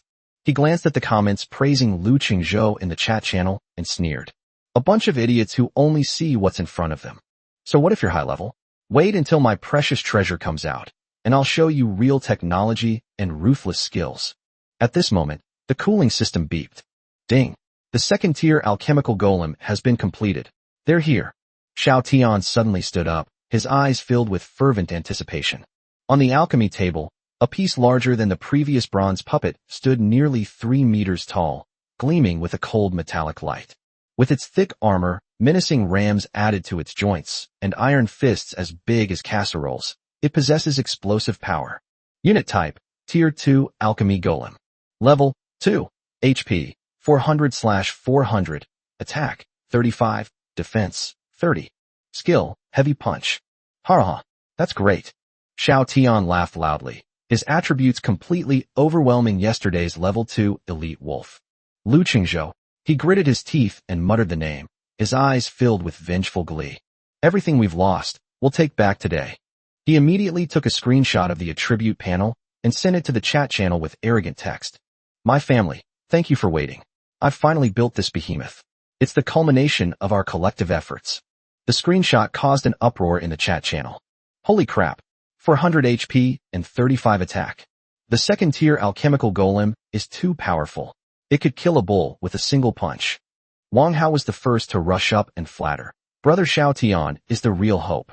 Lu Qingzhou gets proud of himself just because he's associated with elites. But our brother Xiao Tian has already created a weapon of war that can crush elites. That's what vision is all about. Wang Hao has rallied countless brainless fans to frantically praise him. satisfying his vanity to the fullest. Xiao Tian spoke up while the opportunity was building. Enough with the unnecessary words. Thank you for your support. In order to improve my strength as soon as possible and share the Queen's burdens, I have decided to take the second-tier golem to challenge the level 3 elite monster. I'll prioritize distributing any equipment and good loot to the brothers who helped out today. Boom. Upon hearing the news, supporters trembled. Challenging a level 3 elite? Boss Xiao Tian is awesome. You read that right. He cares about us. Long live Boss Xiao Tian. We'll always support you. The chat channel was once again flooded with praise, and the limelight seemed to have returned to him. Chapter 20. We demolished our house to donate money, and he lives in a mansion? Eats barbecue? Cold sweat beaded on Xiao Tian's forehead. Public opinion was spiraling out of control, and he almost forgot about the promises he had made. If not handled properly, my image will collapse again, and I feel a tightness in my chest. At the crucial moment, the familiar ID Wang Hao made a dazzling appearance once again. A bunch of idiots. What do you know? Brother Xiao Tian is playing a grand game. Wang Hao spoke arrogantly, as if he were the only one sober in a world of drunks. Researching for an antidote is no child's play. He works tirelessly for all of humanity. Can you bear to see him work himself to death? Going out to kill monsters and stretch your muscles is called balancing work and rest. Understand, advanced research requires rare materials. How can we fight monsters without leveling up? How can we research antidotes without obtaining the materials? His words carried weight and instantly convinced a group of dim-witted lords. Holy crap, Brother Hao is absolutely right. I have nothing to say. Our research required advanced materials, and we really didn't have enough basic resources. Everyone apologized, saying, Boss, we're so sorry. Wah, Brother Xiao Tian, my Superman. Wang Hao was smug, thinking he had once again succeeded in controlling public opinion. However, a disruptive voice emerged. I just passed by Xiao Tian's house, and his cabin has been upgraded to level 2. The entire chat channel fell into an eerie silence for 10 seconds. The atmosphere was extremely awkward. A level 2 cabin required astronomical amounts of resources. A buzzing sound went through everyone's minds, and a thought popped into their heads. Could it be resources we donated? Someone exclaimed in shock. We starved, demolished our houses, and gave him all our belongings, and he used them to build a mansion. Doubt and skepticism permeated the channel. Even the fervent supporters fell silent. Wang Hao spoke again, his tone furious. Idiots! What vision do you have? Is that all you have in your heads? A level 1 cabin is a pigsty. It leaks air and water. Brother Xiao Tian needs an absolutely quiet and comfortable environment. Otherwise, if the research fails, can you bear the responsibility? Wang Hao's voice trembled slightly, filled with compassion. Upgrading the wooden house is not for myself, but for us, for the Queen, and for all mankind. He endured humiliation and bore the infamy, all for you fools. The channel fell silent.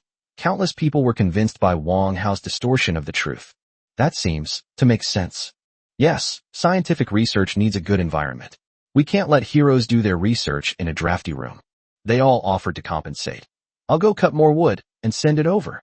I'll go too. I can't let the heroes down. Wang Hao is right. His vision is too narrow. We support Brother Xiao Tian. Wang Hao wiped his sweat with pride, almost causing a car accident. Xiao Tian looked at him and gave him an approving look. Not bad. This dog was worth raising. He cleared his throat and, in a commanding tone, delivered his final declaration over the channel. Those who are innocent will remain innocent. Those who understand me need no explanation, and those who don't understand me need no explanation. I only hope that while we are fighting for the future of humanity, no one will stab us in the back. Everyone, wait for my good news. After saying that, he closed the channel, controlled the second-tier alchemical golem, and strode confidently into the dark forest. The vast majority of people were brainwashed again, and their blood was boiling. A small number of clear-headed people frowned. Something doesn't feel right. We're demolishing houses to donate resources. Is he really doing this for us? Inside the territory, Lu Chengzhou leaned back in his chair, almost bursting out laughing at the farce. A talent, truly a talent. Eileen's cool voice rang out. Master, what are you laughing at? Nothing, just watching a monkey show. Lu Chengzhou casually replied and shut down the chaotic chat channel.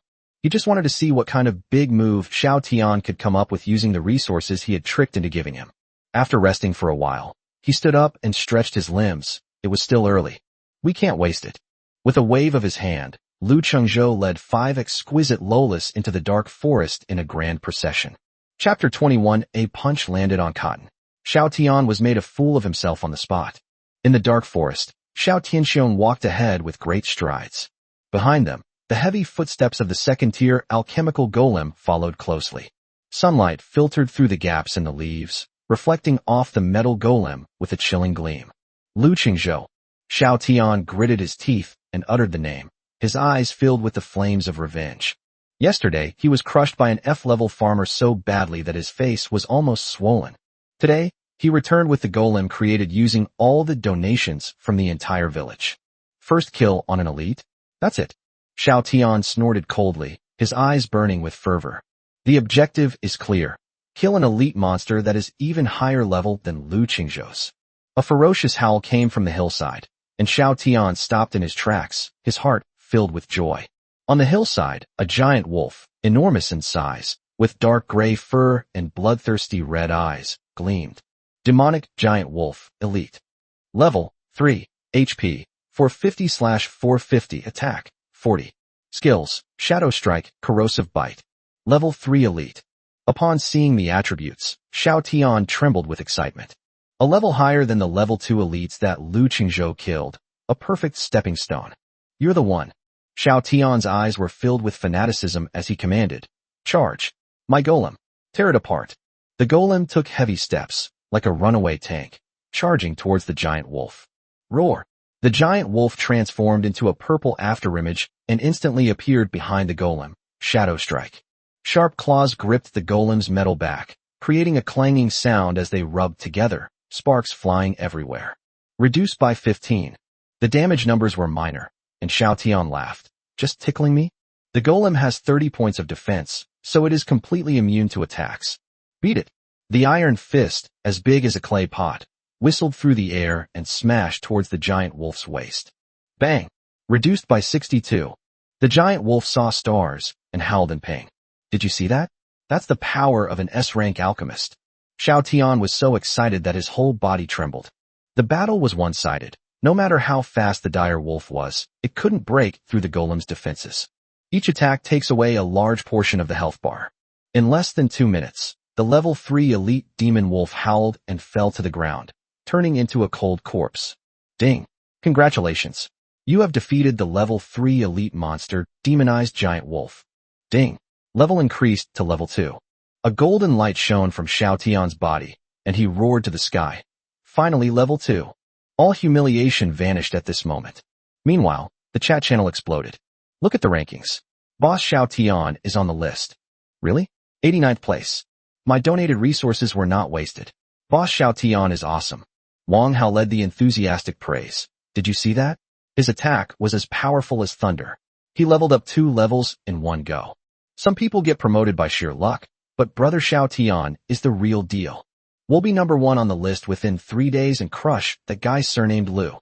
The winds of change have completely reversed, and the doubts have vanished. The number 1 sycophant, Wang Hao, was so excited he was incoherent. Did you all see that? That's real power. Xiao Tian spoke again.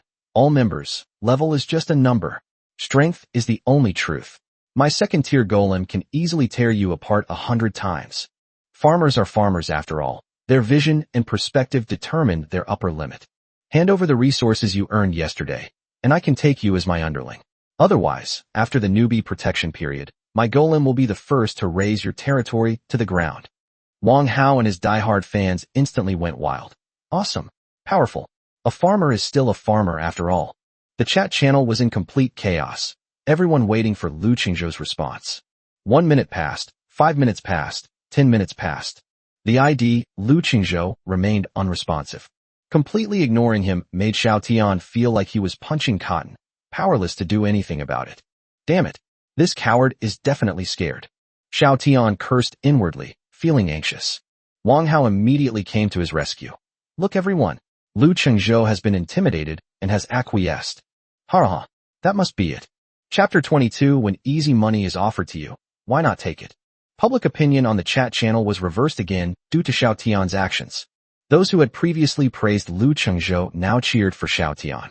Everyone thought Lu Qingzhou was mysterious and unpredictable, while Xiao Tian's strength was obvious. The 3-meter-tall, metallic alchemical golem is incredibly imposing in screenshots. Amidst the fervent praise, Xiao Tian cleverly displayed screenshots of his spoils. A pair of cyan claw blades and blueprints for a Wolf King hide breastplate dazzled everyone. Item, Wolf King's Claw. Quality, excellent. Attack power, plus 22. Attacks inflict a tearing effect. Blueprint, Wolf King breastplate. Quality, excellent. Finished product, defense plus 20, agility plus 1. After the screenshot was posted, the chat channel went completely wild. Holy crap, excellent breastplate blueprints. And they even come with a tearing dagger. Xiao Tian is awesome. Is this the true value of a level 3 elite? I'm in love. Wah, bro. Do you need any more accessories? The kind that shouts 666. Xiao Tian felt his vanity greatly satisfied by the flattery. He could almost see Lu Chengzhou kneeling at his feet begging for mercy, and he felt a secret thrill. Amidst the frenzy, a weak voice rang out. Zhang spoke cautiously and humbly to Xiao Tian. Boss Xiao Tian, I'm donating the remaining 200+ units of timber and iron ore from my home to you for your research today. Your Wolf King Claw, could I exchange it? Please, I really need a weapon. Xiao Tian's expression froze instantly, a hint of disgust flashing in his eyes. Give it to you? Are you kidding me? This is a top-quality weapon. I haven't even warmed it up myself yet. He replied coldly. Are you trying to teach me how to do things? 6 words instantly silenced the chat channel. Zhang hurriedly explained. No, boss, that's not what I meant. You said before that you would give priority to the brothers who supported you. Xiao Tian interrupted with a cold laugh. Brother? Heh, I don't have a brother like you. Xiao Tian. The brothers I speak of are those who understand the big picture and are willing to sacrifice for the collective, not those who only think about their own petty gains. What era are we living in? It's a matter of life and death for all humanity. The best resources must be concentrated in the hands of the most capable people. Zhang was completely dumbfounded and speechless for a long time. Wang Hao jumped in again to cheer for his master. Brother Xiao Tian is right. Do you have no shame? You selfish bastard. You don't deserve to be a brother at all. Fans chimed in. Yes. Donating resources is voluntary. We don't expect anything in return. This selfish bastard should be expelled from the human race. Zhang get out of the 10,086 newbie village. A few clear-headed individuals frowned. That's not right. Xiao Tian broke his promise. We're starving, and he still calls us selfish. I feel like I've been scammed. On the other side of the forest, Lu Qingzhou's team advanced efficiently. Master, 3 demonized wolves are 100 meters to the left front. 200 meters to the right front, a small team of 5 goblin scouts. Eileen's cool voice rang out. First, clear out the scouts. 4 pink-haired Lolas instantly drew their short bows, their movements synchronized, and 4 sharp arrows flew from the strings. The green-skinned goblin in the distance wasn't even visible before it was accurately headshot. Just as the last goblin tried to escape, an arrow pierced its chest, reducing its critical hit chance by 115 and instantly killing it. Lu Chengzhou strolled along as if taking a leisurely walk, picking up the spoils of war with great satisfaction. Great, your teamwork is getting better and better.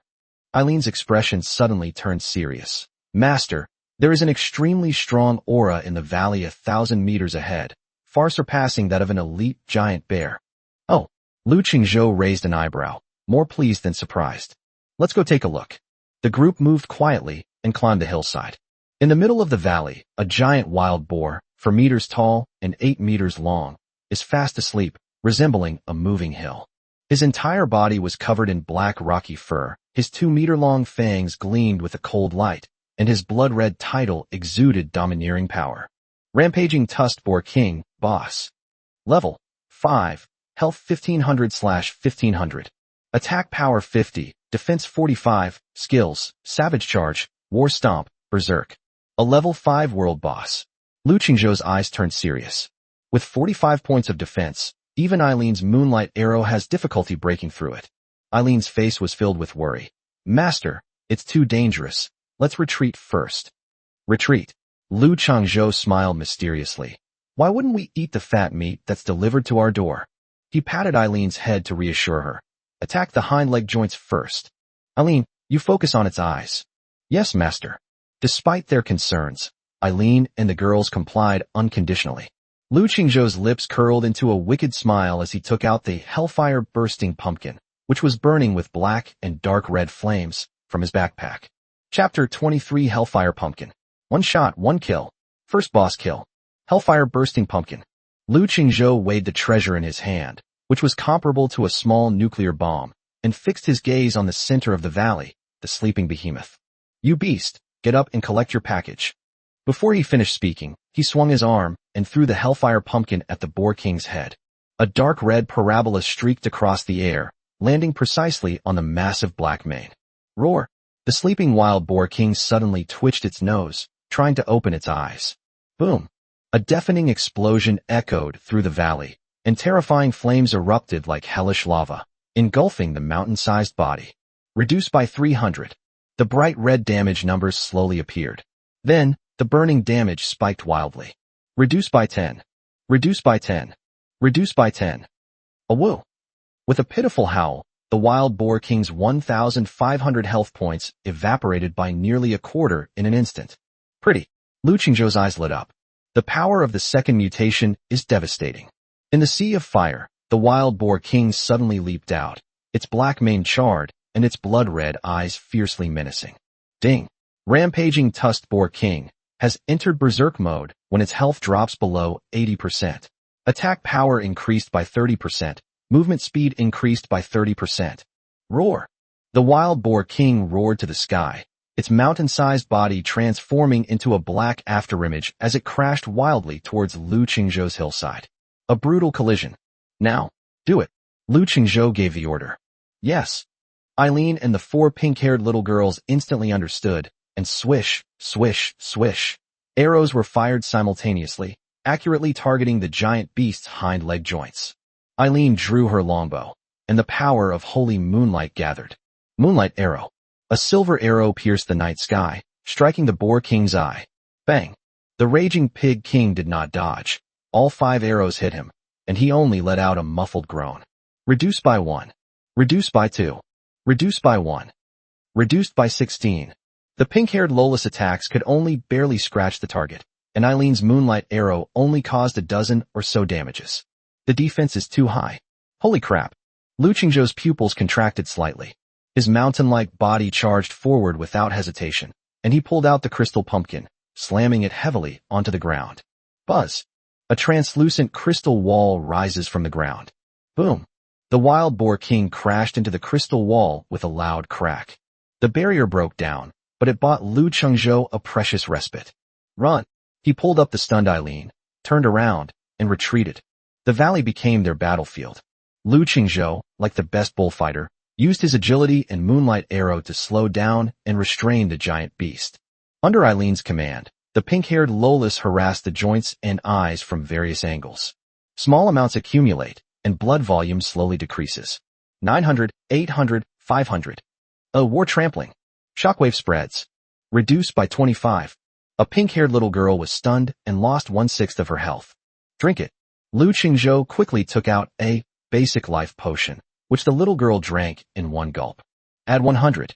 Health is back to full. She immediately joined the battle. 10 minutes, 20 minutes later, the 5 bottles of potion were used up, and the health bar finally reached 0. Eileen, the final blow. Yes, master. Despite her exhaustion, Eileen's gaze remained sharp as an eagle's as she channeled her spiritual energy into her longbow. Moonlight arrow. Buzz. A dazzling silver arrow pierced the head of the wild Boar King. Reduced by 88. Critical hit. The wild Boar King howled and collapsed to the ground with a crash. Ding. Successfully defeated the level 5 world boss, rampaging tusked Boar King. Ding. Level increased to level 5. Ding. Hero Moon Elf Irene has reached level 3. Ding. The pink-haired elf archer unit has reached level 4. Golden light shone forth, and the spoils of war piled up like a small mountain. At the same time, a golden light from the announcement, brighter than ever before, descended from the sky, enveloping the entire 10,086 newbie village. Announcement for all regions of mainland China. Congratulations to Lu Qingzhou, Lord of the Dragon Summer War Zone, for achieving the first kill of the level 5 world boss, rampaging tusked Boar King. His might has shaken all races. Rewards: 1 epic chest, 1,000 copper coins, Plus 10 to all stats. Plus 1,000 Morningstar Empire reputation. Boom. The announcement was like a nuclear bomb, shocking all the lords. Chapter 24 Epic Reward. Continent-wide announcement. Xiao Tian's mental state collapses. Time seemed to stand still. Throughout the entire Morningstar continent, countless lords stopped what they were doing and looked up at the golden announcement that spanned the heavens and the earth. A nationwide announcement? First kill of a level 5 world boss. It was completed on the second day? I'm not seeing things, am I? A level 5 boss. I've never even seen a level 2 elite. Lu Chengzhou? Who? The big boss of Longxiao? That's too powerful. An epic treasure chest. Plus 10 to all stats. I'm so drooling. The Longxiao war zone was in an uproar, while other war zones were shocked. Eagle War Zone. A generous gift of crabs. The Dragon Xia people have achieved the first kill of a level 5 boss? Impossible. There must be a system error. Our Thor is only level 3. Is Lu Qingzhou cheating? Sakura War Zone. What? Lu Qingzhou can actually hunt down a boss. The Sword Saint is still being chased by a level 3 elite. Wow, this man is terrifying. We have to investigate. India War Zone. By Shiva. How did the Longxia people manage to do that? What's so special about a boss? Even the Abyss Lord would have to drink this down. South Korea War Zone. Aish. Why is it a Dragon Xia person? General Jean is the strongest. Check the ancient records. The ancestor of the Liu family was a famous general of the great Han Ming kingdom. The bloodline must be related. In beginner village number 10086, after half a minute of dead silence, the chat channel exploded. Holy crap. A continent-wide announcement. It's boss Lu Qingzhou. First kill of a level 5 boss. I don't even know what the boss looks like. Lu Shun is already level 5. Su Ying, who is ranked second on the leaderboard, is only level 3. The gap is like the difference between heaven and earth. Dad, take me with you. I don't want to work hard anymore. Supporters stood tall, feeling proud. See that? My dad's power. Low-key, but awesome. Hey, where's the guy who was just saying Xiao Tian's awesome? Why don't you come out and show yourself? Xiao Tian, Wang Hao, does your face hurt? Is it swollen? Do you need ice? The news was like a slap in the face, landing hard on Xiao Tian and Wang Hao. In the forest, Xiao Tian stood frozen in place, his face pale and his lips trembling. I just used the resources I tricked into creating a second-tier golem to defeat a level 3 elite and level up to level 2. He thought he had reached his peak, but reality slapped him hard and rubbed him with its soles. Puff. He spat out a mouthful of blood. His mental state collapsed. Lu Chengzhou. He roared to the sky. Why are you always one step ahead of me? Aya. Wang Hao messaged him privately. Brother Xiao Tian, don't worry. Lu Qingzhou just got lucky. He's just picking up the scraps. True strength lies in unit type and technology. Xiao Tian hypnotized himself, and the flames of revenge were ignited in his madness. I will create a third-tier golem. A torrent of steel will crush it. It can create third-tier golems, but requires a massive amount of rare resources. We must find another way. A vicious plan slowly took shape in his mind.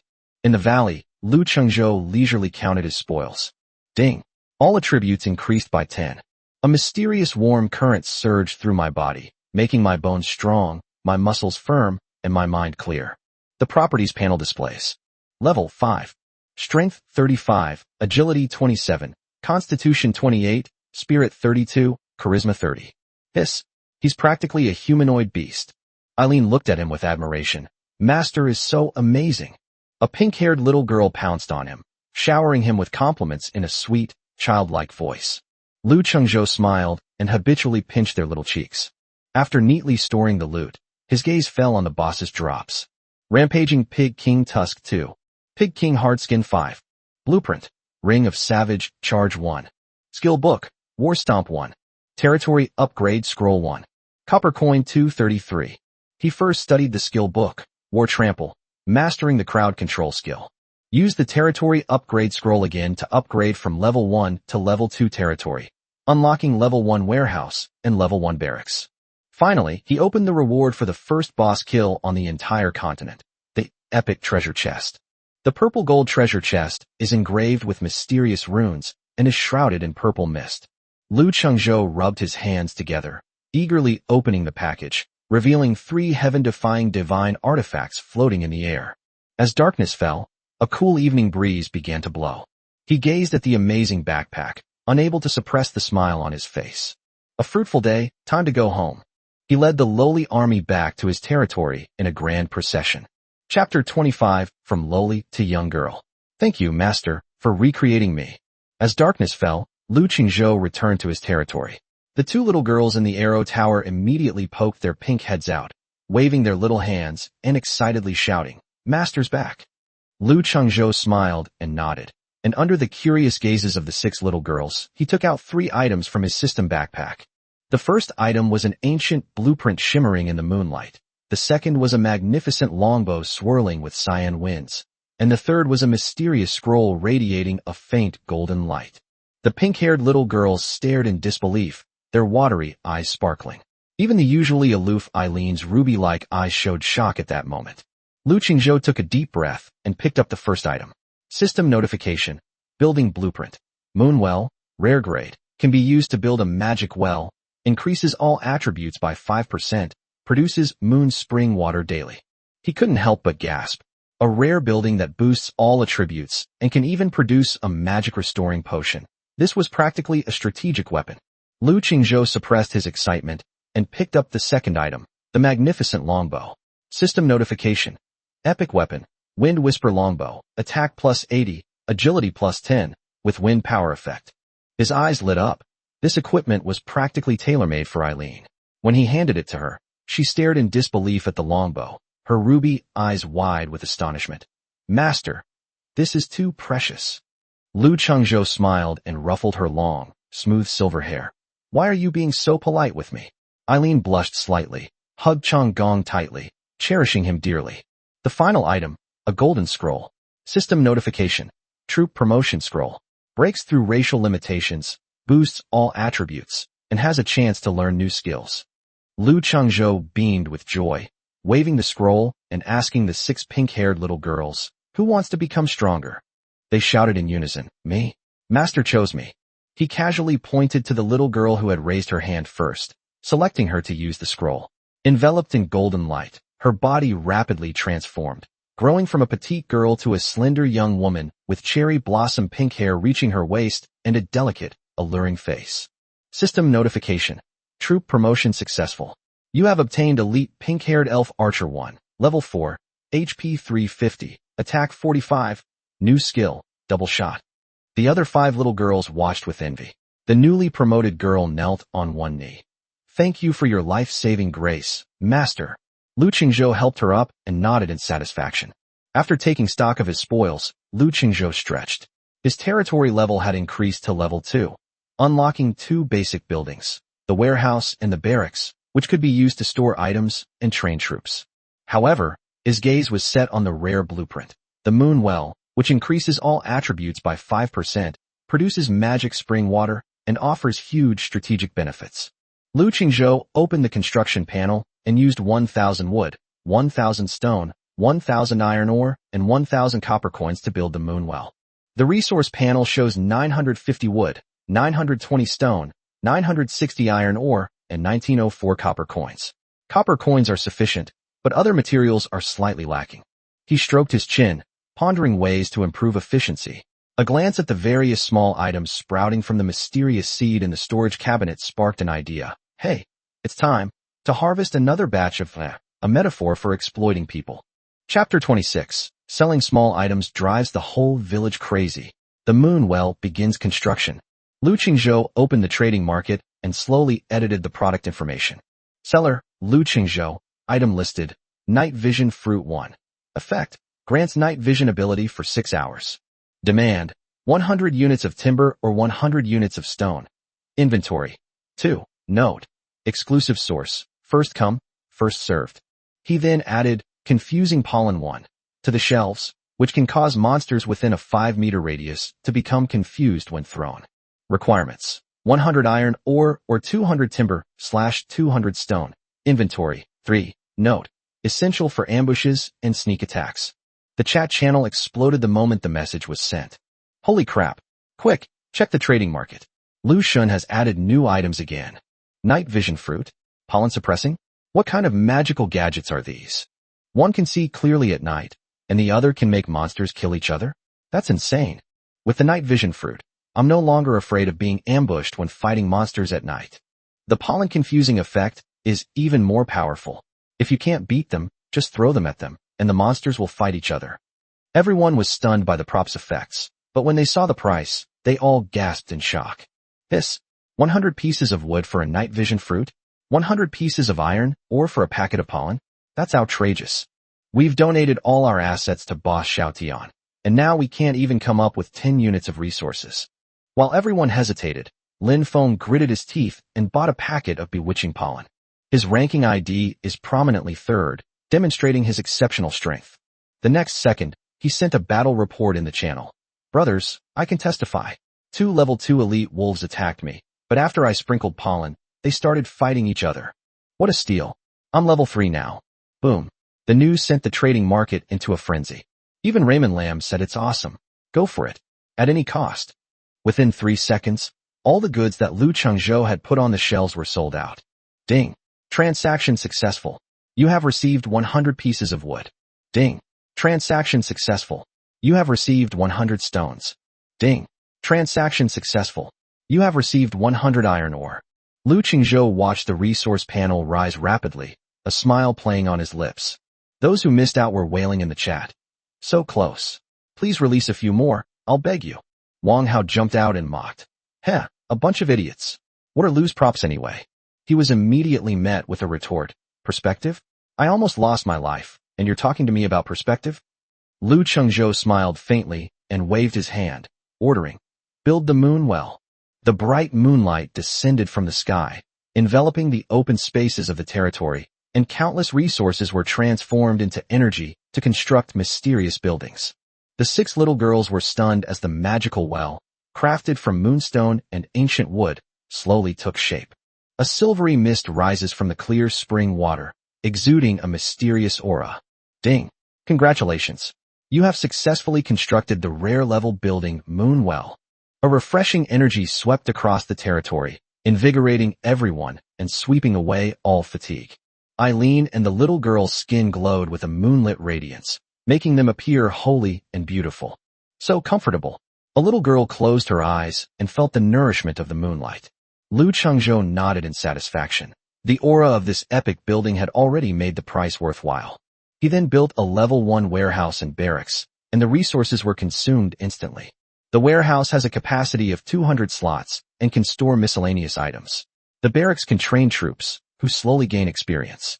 Lu Chengzhou called to the little girl guarding the arrow tower. You two come down and train to level up in the barracks. Okay, thank you, master. The 2 little girls excitedly ran into the barracks, their experience bars slowly increasing. Lu Chengzhou clapped his hands, looking at the territory that was beginning to take shape, and felt very satisfied. As dusk fell, the full moon climbed into the night sky, and the moon well echoed it, casting its cool, clear light. The territory was covered in a silver halo, peaceful and serene, like a paradise on earth. Lu Chengzhou stretched and said, It's getting dark, let's all get ready to sleep. 4 little girls responded in their sweet voices and lined up behind him, heading towards the spirit field. The little girl tugged at her clothes. Master, can we sleep here tonight? Of course you can, but it will get chilly at night, so don't catch a cold. Lu Chengzhou squatted down and rubbed his head. No, we are elves. We have the scent of plants, we won't get sick. The little girls cheered, found their spots, and quickly fell asleep with even breathing. Lu Chengzhou watched them sleep peacefully, and his heart softened a little. He took Eileen back to the Lord's cottage. The morning sunlight shone on the moon well, creating a peaceful and serene scene. 5 pink-haired Lolas and a newly promoted pink-haired girl frolicked around the well, their snow-white little feet gleaming in the moonlight. The sound of silvery laughter echoed, full of youthful energy. Eileen massaged Lu Chengzhou's shoulders with her soft, white hands, exuding a faint fragrance that mingled with the cool scent of the moon well. Master, are you comfortable? Eileen's cool voice rang out. Not bad. Lu Chengzhou responded lazily, enjoying the emperor-like treatment. Buzz. A golden light screen slowly unfolded in the sky, and the global live broadcast started again. Chapter 27. The Queen's Live Broadcast. The Goblin Merchant arrives. The global live stream is starting for the 3rd time. Within the territory, all sounds of laughter and playfulness abruptly ceased. Whether it was the pink-haired Lolas playing in the well or Eileen diligently massaging Lu Chengzhou from behind, They all subconsciously raised their snow-white faces and looked up at the sky. Lu Qingzhou slowly opened his eyes, his gaze calmly fixed on the light screen. Within the light screen, the stunningly beautiful figure that had captivated the hearts of billions of men worldwide reappeared once more. Morningstar Queen. But this time, her condition looked much worse than the previous 2 times. Her once flawless, snow-white face was now completely devoid of color, so fragile it was heartbreaking. What took the world's attention even more was that the evil cursed patterns were no longer content with just binding her ankles. They actually spread upwards along the queen's long, slender legs, which were covered by a holy silver dress. The sacred silver dress and the wickedly alluring black stockings create an extremely strong visual impact. To the right of the queen's image, the blood-red countdown continues relentlessly. 29 days, 17 hours, and 33 minutes.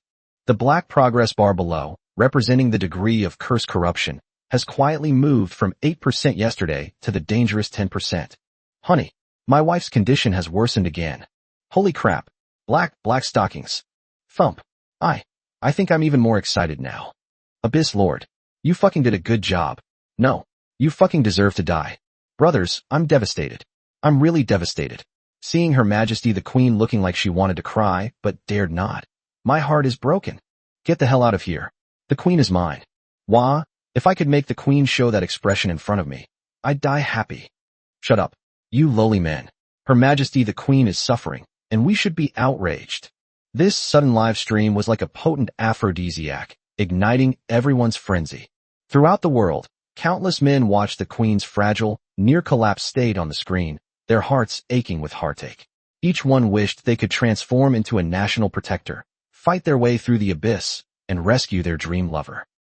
Within the territory, Lu Qingzhou leaned back in his chair, looking at the pitiful appearance of the Queen on the light screen, his eyes showing no emotion whatsoever. Master, Her Majesty the Queen. She looks so pitiful. Behind her, Eileen's cool voice carried a hint of reluctance. Yes, I really want to save her. A pink-haired girl by the well chimed in. Upon hearing this, Lu Qingzhou simply smiled faintly and reached out to pinch Eileen's smooth, delicate, snow-white face. Don't worry, she won't die. Lu Qingzhou glanced at the sacred fruit of life, lying quietly in the storage cabinet, emitting a misty white vapor, his eyes deep. Just then, the cold and vast voice of the heavenly Tao suddenly resounded in the minds of all the lords. Newbie Village announcement number 10086. A fortuitous encounter has arrived. A goblin merchant, carrying a huge bag and moving mysteriously, has spawned at random coordinates somewhere in the forest. The goblin merchant carries rare blueprints, mysterious items, and special building materials from another world, waiting to be discovered by a destined person. Friendly reminder. The goblin merchant is cowardly and will leave this area in 5 hours. Lords, please search for him as soon as possible. Boom. This announcement was like a bombshell, completely igniting the chat channel that was already buzzing with excitement because of the Queen's live stream. Holy crap. A goblin merchant. Rare blueprints. Mysterious items. My chance to make a fortune has arrived. Brothers, forget about the Queen. Let's hurry and find the merchant. Maybe he has a miracle cure to lift the curse. Yes. Find the goblin merchant, marry Her Majesty the Queen, and reach the pinnacle of life. Damn it. I shouldn't have donated all the resources yesterday. What am I going to use to trade with the merchants now? Ha. My E-rank talent, Stalker, is finally going to come in handy. Brothers, the goblin merchant is mine. In an instant, all the lords in the starting village went mad. Countless people scrambled out of their cabins, howling as they plunged into the vast primeval forest. This is a once-in-a-lifetime opportunity. Whoever finds the goblin merchant first will rise to the top in an instant. At the same time, inside a warm and sturdy level 2 cabin, Xiao Tian, who had just woken up, jumped out of bed upon hearing the announcement. His eyes blazed with an unprecedented greed and fanaticism. Rare blueprint. Unique item. Ha. My chance. My chance has come. Xiao Tian was so excited that he trembled all over. He admitted that he was indeed outpaced by that farmer surnamed Lu in terms of leveling up by killing monsters. But so what? This continent is a battleground for lords. There are limits to individual bravery. If only he could get a high-level alchemy blueprint from the goblin merchant. Create even more powerful 3rd-tier alchemical golems, or even 4th-tier and 5th-tier war weapons. At that time, what will Lu Qingzhou be? He could crush someone with a single finger. Thinking of this, Xiao Tian's eyes flashed with madness and calculation. He knew very well that trying to find a randomly spawning NPC within 6 hours by himself was like finding a needle in a haystack. But he has connections. He has the largest and most loyal group of leaks in the entire newbie village. Xiao Tian took a deep breath, switched to his righteous and awe-inspiring demeanor, and opened the chat channel that he had been manipulating. This time, his tone was filled with unprecedented anxiety and solemnity. Xiao Tian, everyone, don't panic. Listen to me. The moment he opened his mouth, he successfully attracted everyone's attention. The appearance of the goblin merchant is definitely not accidental. This must be a revelation from the heavens. The item he possesses is very likely the key to researching the queen's antidote. Hereby, I, Xiao Tian, propose that all my brothers who have previously supported me, and all my comrades who cherish justice and yearn to save the queen, unite. Send a search party of 100 people, centered on my territory, to conduct a thorough search of the entire forest. With our numbers, we are powerful and will surely find the goblin merchant before anyone else. I assure you all, once the goblin merchant is found, all the blueprints and tools will be used first for Her Majesty's antidote research. After the queen is cured, as I said before, I will not take a single penny of the rewards. They will all be divided equally among all the brothers who participated in this operation. I, Xiao Tian, hereby swear that I will keep my word. What an inspiring speech. What a noble and righteous act. In an instant, the already heated group of donors was completely ignited. Holy crap, Boss Xiao Tian is so generous. As expected of our leader, he always thinks of the queen and all of us. I am willing to follow his orders. Count me in. I'd die for the queen. The boss is right. There's strength in numbers. No matter how powerful Lu Qingzhou is, can he find it faster by himself than 100 of us? Yes, we must unite. Wang Hao, the #1 sycophant, immediately jumped out to cheer. Wang Hao, brothers, what are we waiting for? This is the best opportunity for our 10086 village to make a name for itself. It's also the starting point for Brother Xiao Tian to lead us to glory. Everyone, assemble in Brother Xiao Tian's territory immediately. Wang Hao, let that selfish little man who only cares about his own development see what true collective power is. The crowd was instantly outraged. Countless lords who had been deceived by Xiao Tian were once again incited. They abandoned their original exploration plans and surged into Xiao Tian's territory from all directions of the forest like a tidal wave. Soon, a massive search party of 500 lords, known as the Queen's Salvation Army, assembled in front of Xiao Tian's territory. Although they were all dressed in rags and equipped with worn-out gear, their eyes were filled with hope and fervor. Standing in front of his level 2 wooden house, Xiao Tian looked down at the dense crowd below and felt an unprecedented surge of heroic ambition in his heart. He felt like an emperor about to go to war. Family members. He raised his arms and shouted, "For the queen. For glory. Let's go. For the queen. Charge."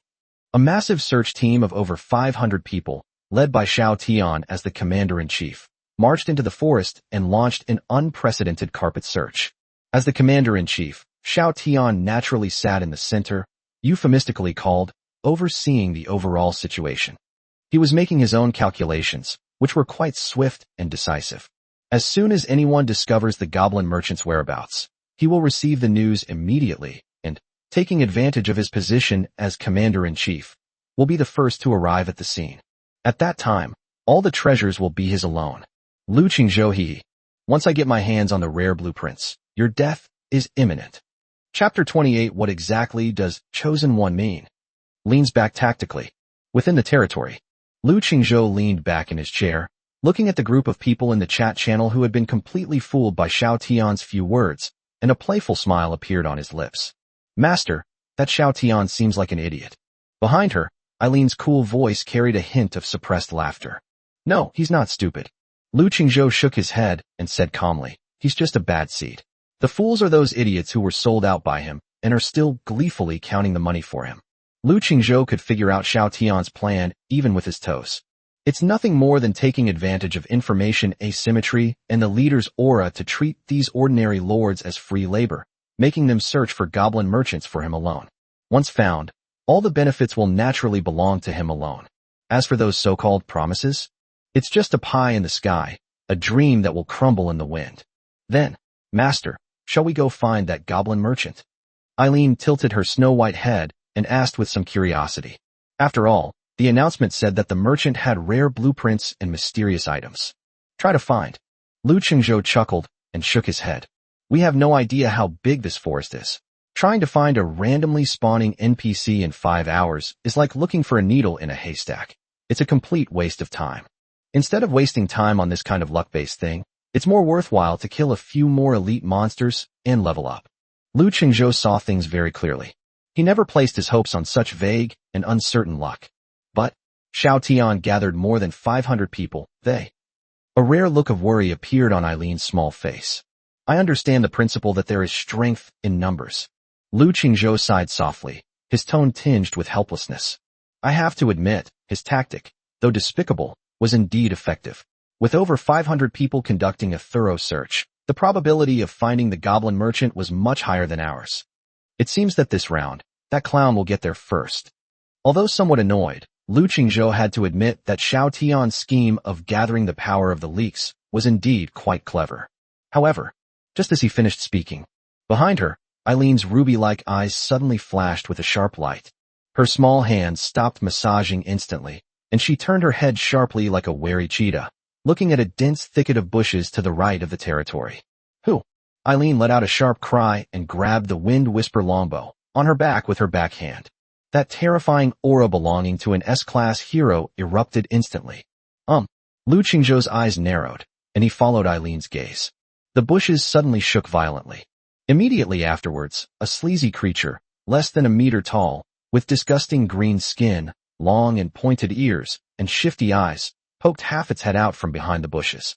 On its back, it also carried a huge, bulging burlap sack that was twice the size of its body. Goblin merchant. At this moment, this cowardly yet greedy fellow was staring intently at the two epic buildings radiating supreme divine power in the center of Lu Qingzhou's territory with a look of fascination. It glanced at the moon well, which shone with the bright moonlight, and then at the primordial life tree, which exuded a powerful life force. Its saliva was practically dripping from its pointed mouth. A miracle. It's a miracle. The goblin merchant muttered to himself in a daze, his eyes filled with boundless greed and shock. It didn't even realize that it had been discovered. Lu Qingzhou was stunned when he saw the guy who had delivered himself to his door. He had already given up and was even prepared to watch Xiao Tian show off. But he never dreamed of this. This extraordinary NPC, which the entire village was frantically searching for, they actually delivered themselves right to my doorstep? You search high and low without finding it, only to have it come to you effortlessly.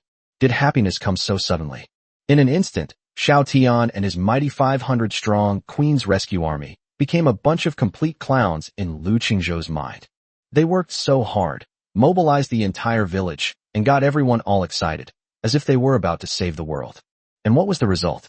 Lu Qingzhou was comfortably lying at home, enjoying a massage from a stunningly beautiful young girl. This incredible adventure had just come to him. What does Chosen One mean? A few seconds later, the goblin merchant finally recovered from his shock. It cautiously emerged from the bushes, and when it saw Lu Qingzhou and Eileen, a hint of wariness flashed in its cloudy little eyes. But then, when its gaze fell on Eileen's aloof and stunningly beautiful snow-white face, and the 6 chattering, equally exquisitely beautiful elf Lolas behind her, its lewd little eyes instantly widened. He, an elf, a living elf. The goblin merchant rubbed his 2 dirty little hands together and let out a smirk. Its undisguised, lustful gaze swept unabashedly over the snow-white, full bodies of Eileen and several pink-haired Lolas. Eileen's pretty face instantly turned cold, and a hint of undisguised disgust flashed in her ruby-like eyes. The 6 pink-haired little girls were terrified by its lewd gaze, and they all hid behind Lu Qingzhou, only peeking out their pink little heads to watch the ugly guy warily. Cough, cough. Lu Qingzhou coughed and stood in front of the Lolas, blocking the goblin merchant's lewd gaze. The goblin merchant then realized its lapse in composure, quickly averting its gaze and giving Lu Qingzhou a fawning smile. Greetings, Your Excellency, the powerful lord. I am a mysterious merchant who travels through countless worlds. My name is Jade. Here I have rare and precious treasures from all over the world. As long as you have enough copper coins, there is nothing you cannot buy. Looking at its lewd and greedy appearance, Lu Qingzhou understood. This guy was probably attracted here by the two god-level buildings in his own territory. Take a look at what good stuff you have.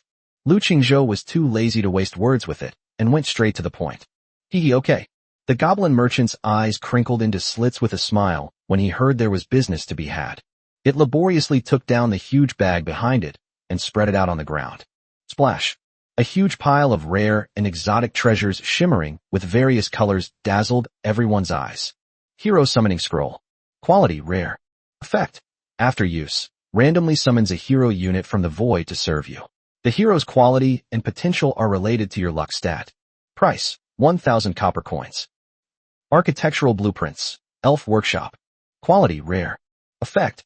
Allows the construction of an elven-specific workshop capable of producing elven-specific weapons and armor. Price, 2,000 copper coins. In addition, there were 3 pieces of high-quality equipment radiating a blue glow on the shelf, as well as some rare forging materials.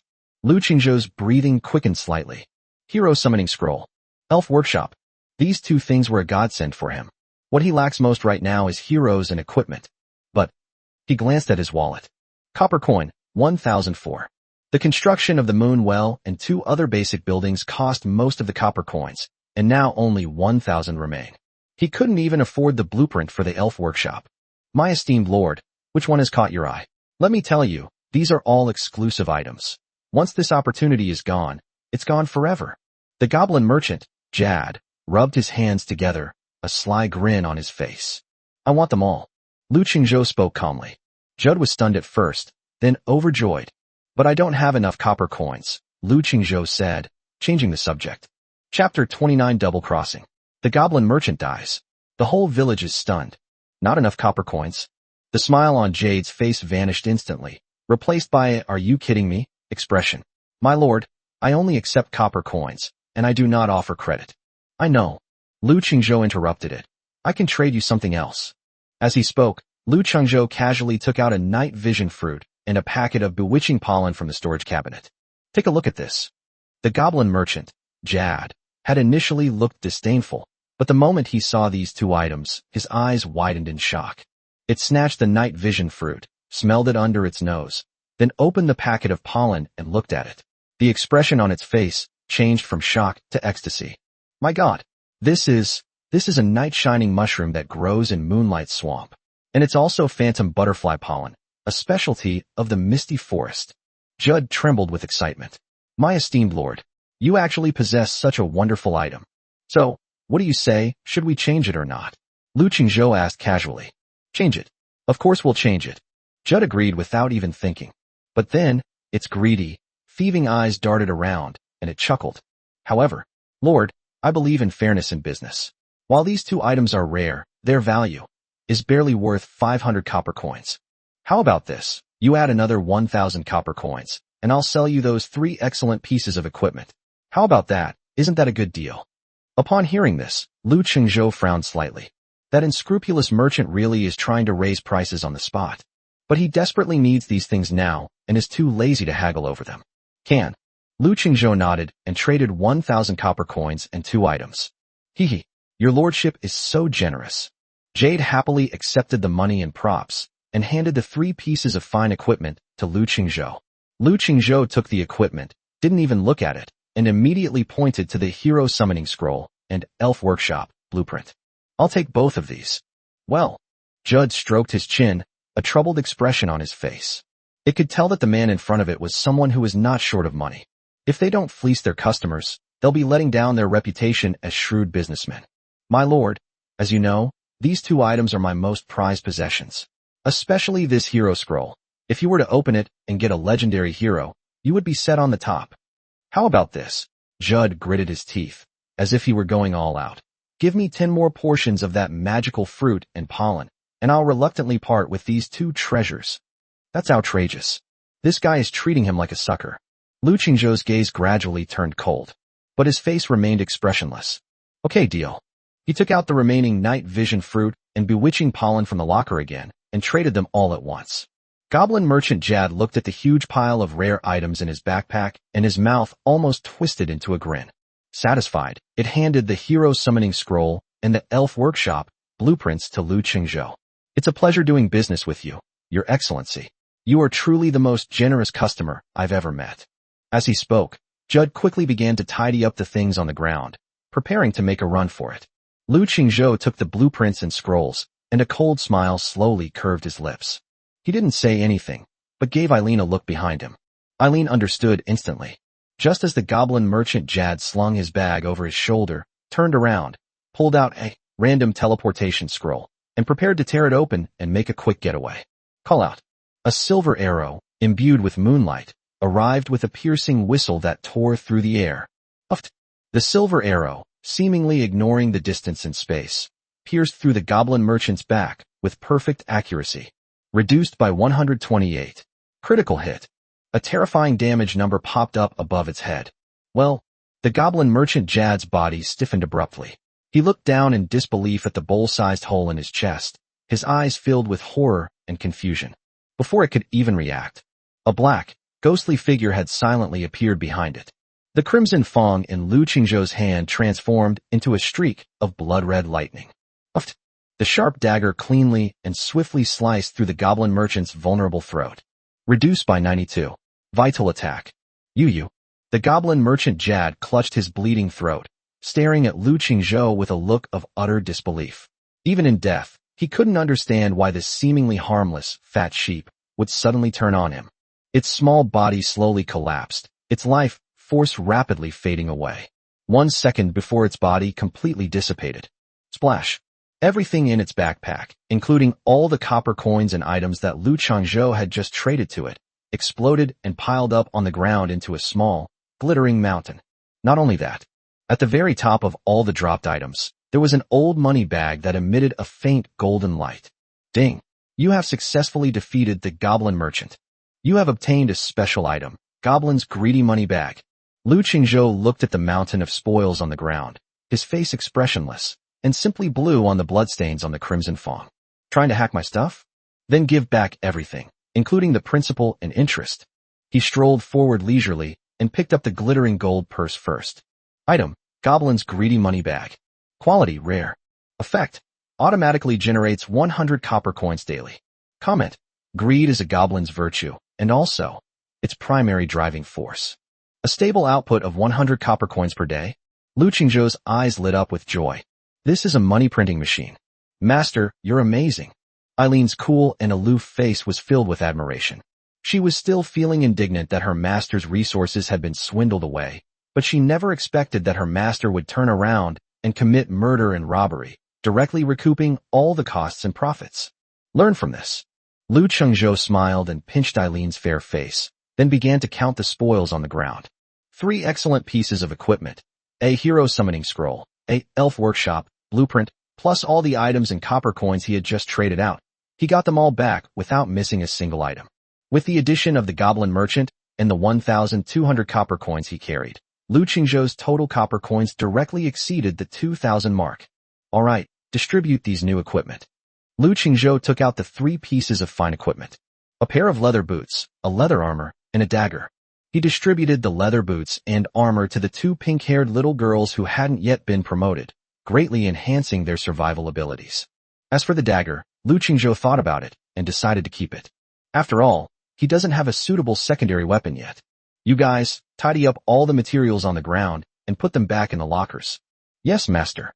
The 6 little ones responded in their sweet, childlike voices and immediately set off with their snow-white, pink little feet, excitedly becoming hard-working little bees. Although they are petite, they are very capable when it comes to work. Just then, the familiar voice of heaven suddenly rang out in the sky above the newbie village. Newbie village announcement number 10086. The adventure event has ended early. The goblin merchant has died unexpectedly. Chapter 30. Rank A hero. Within the territory, Lu Qingzhou's gaze fell on the hero summoning scroll. Although Eileen is strong, there is only one of her. One hero is far from enough for a territory to develop. Come on, let me see how lucky I am. Lu Qingzhou breathed on his palm, and then directly chose to use it. Buzz. A dazzling golden light shot into the sky. A mysterious magic circle slowly appeared in the center of the territory. Amidst the light, a tall and fiery figure slowly emerged. She was a stunningly beautiful girl who was nearly 1.7 meters tall, with long, fiery red hair that reached her waist, a curvaceous figure, and an explosive sense of power. What's most eye-catching are the two fluffy, snow-white cat ears on her head that tremble slightly. She was wearing a black, tight-fitting leather suit that perfectly outlined her fair and voluptuous body. Ding! Congratulations! You have successfully summoned an A-rank hero, cat-eared assassin Yao Yao. Meow? The cat-eared girl Yao Yao stretched, revealing her alluring curves. Her wild eyes curiously surveyed her surroundings before finally settling on Lu Qingzhou.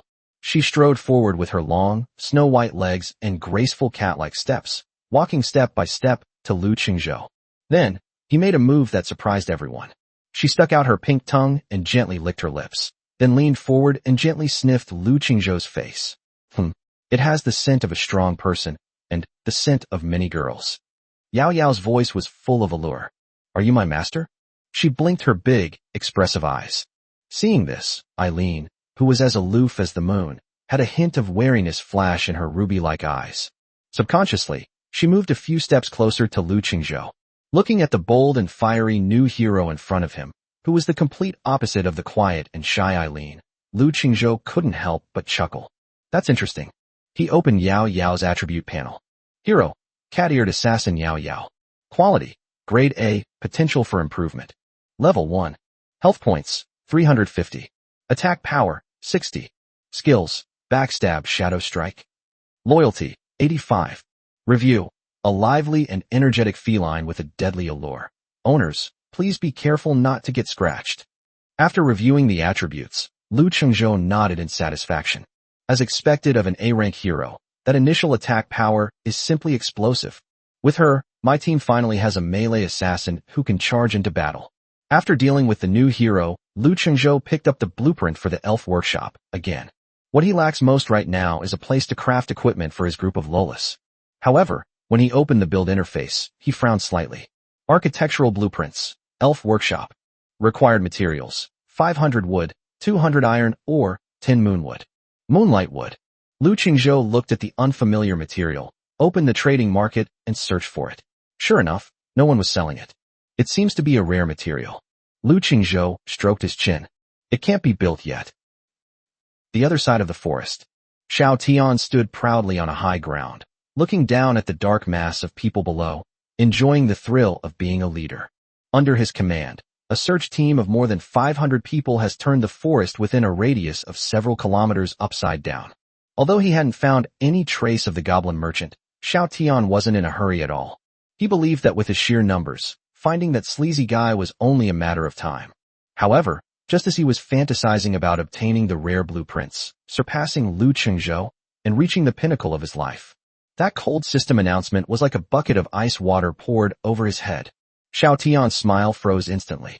He was struck dumb, frozen in place as if by lightning. Is it over? The goblin merchant is dead? What the hell is going on? He hasn't even found him yet. His 500-strong force hasn't even exerted its full strength. How could he be dead? Holy crap. The event's over. The goblin merchant is dead. Who did it? The more than 500 lords below who were still searching diligently were also dumbfounded, standing there like statues, their minds blank. What have we been doing all this time? Are we collecting the body of a dead person? After a brief period of silence, the chat channel erupted into chaos. Holy shit. Who the hell killed the merchant?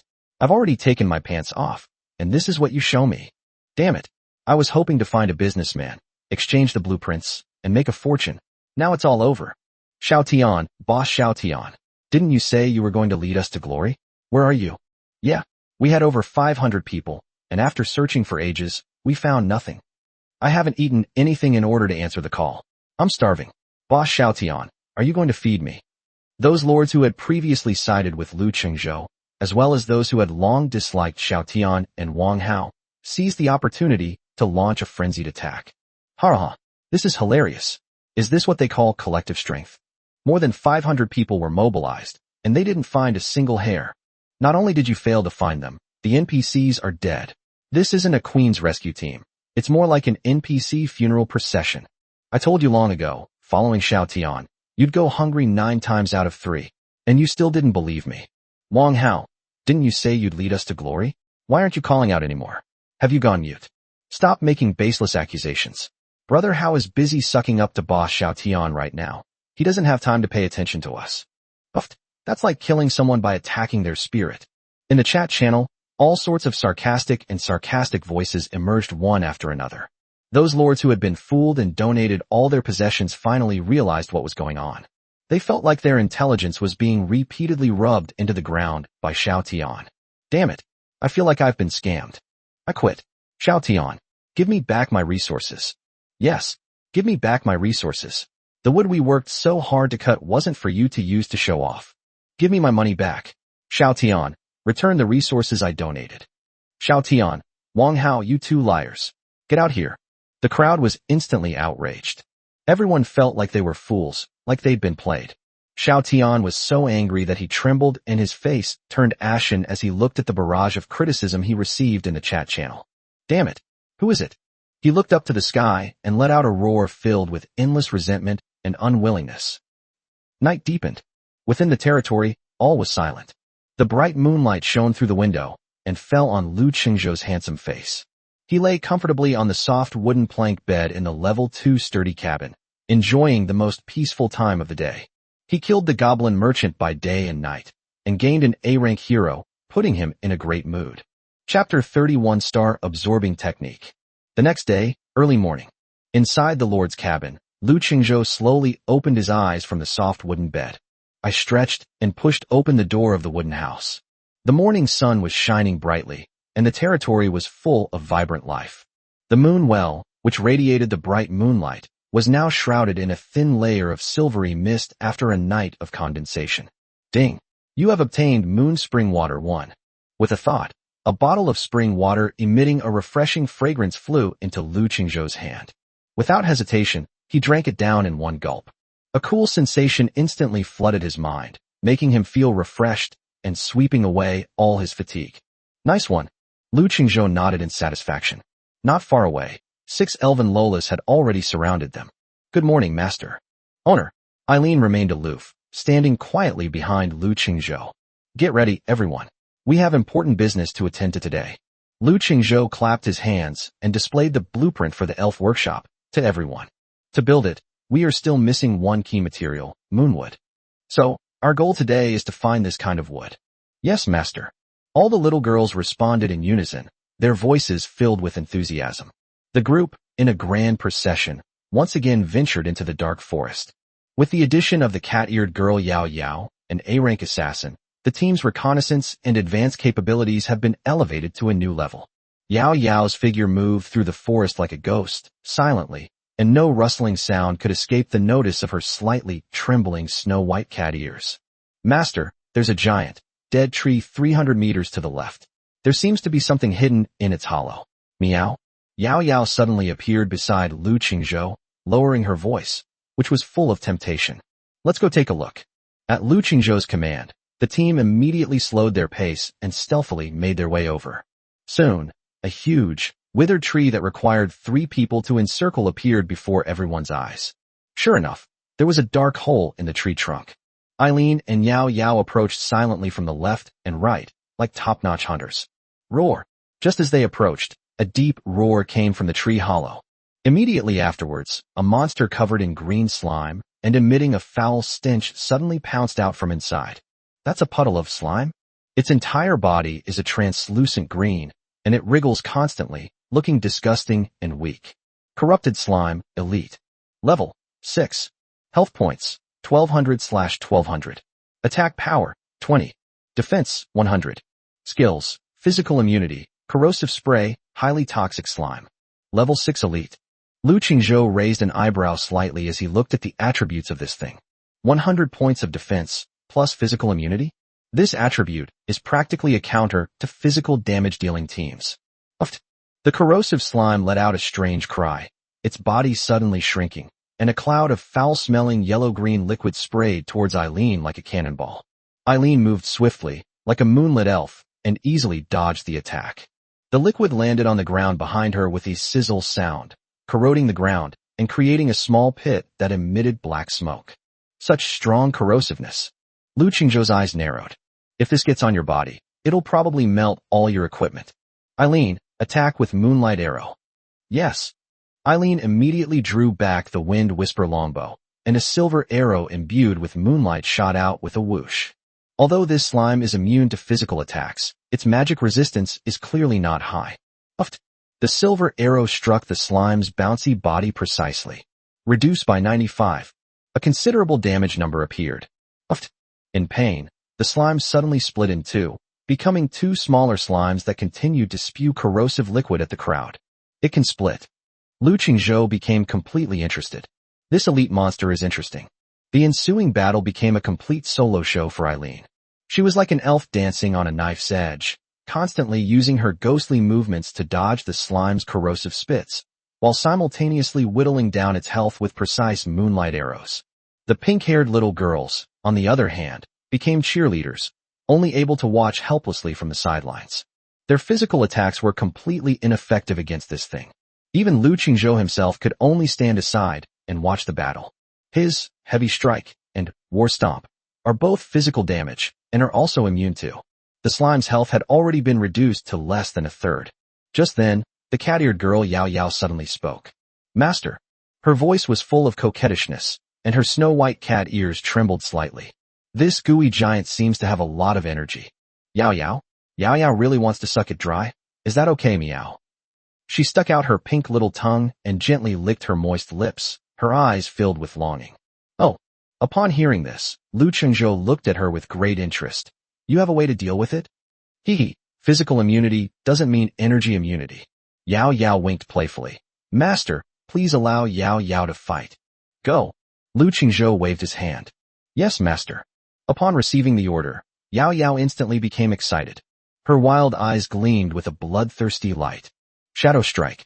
With a sharp cry, Yao Yao's tall and fiery figure instantly transformed into a black afterimage and vanished from the spot. The next second, she had silently appeared behind the slime that was chasing Irene. Backstab. The dagger in Yao Yao's hand had somehow become stained with a strange dark purple light. Uft. The dagger plunged deep into the slime's bouncy body. Reduced damage by 215. Critical hit. Critical hit. An incredibly terrifying damage number slowly appeared above the slime's head. Uft. The slime let out a shrill scream, and its massive body trembled violently. However, that's not all. Hee. Let Yao Yao suck you dry. Yao Yao let out a seductive laugh, and the dagger she had plunged into the slime's body shone with a dark purple light. A visible green aura, brimming with life energy, was continuously drawn out from the dagger and flowed into Yao Yao's fiery, snow-white body. The slime's body shrank at a speed visible to the naked eye. Having absorbed this energy, Yao Yao's already charming and beautiful fair face flushed with satisfaction, and she let out a comfortable moan that stirred the imagination. So comfortable. In less than 5 seconds, this arrogant level 6 elite slime was sucked dry into a puddle of slime by Yao Yao's abnormal star absorption technique, and a golden light of upgrade shone on Yao Yao's body. Ding! Congratulations! You have successfully defeated the level 6 elite monster Corrupted Slime. Ding! Your hero cat-eared assassin Yao Yao has reached level 2. Chapter 32 Yao Yao is imprisoned. Eileen comes to the rescue. Hiccup.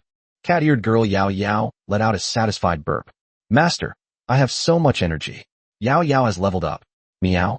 Yao Yao walked gracefully to Lu Qingzhou's side, her cat tail affectionately wrapping around his arm and swaying gently. Lu Qingzhou smiled and pinched her slightly trembling, snow-white cat ears. They felt incredibly good. Well done. He strolled leisurely over to the shriveled slime corpse and began to loot it. Ding. You have obtained 10 slime. Ding. You have obtained skill fragment 1. Ding. You have received 15 copper coins. Ding. You have obtained Moonwood 1. A series of notification sounds rang out. When he saw the last piece of spoils, Lu Qingzhou's eyes lit up instantly. Moonlight wood. He picked it up immediately.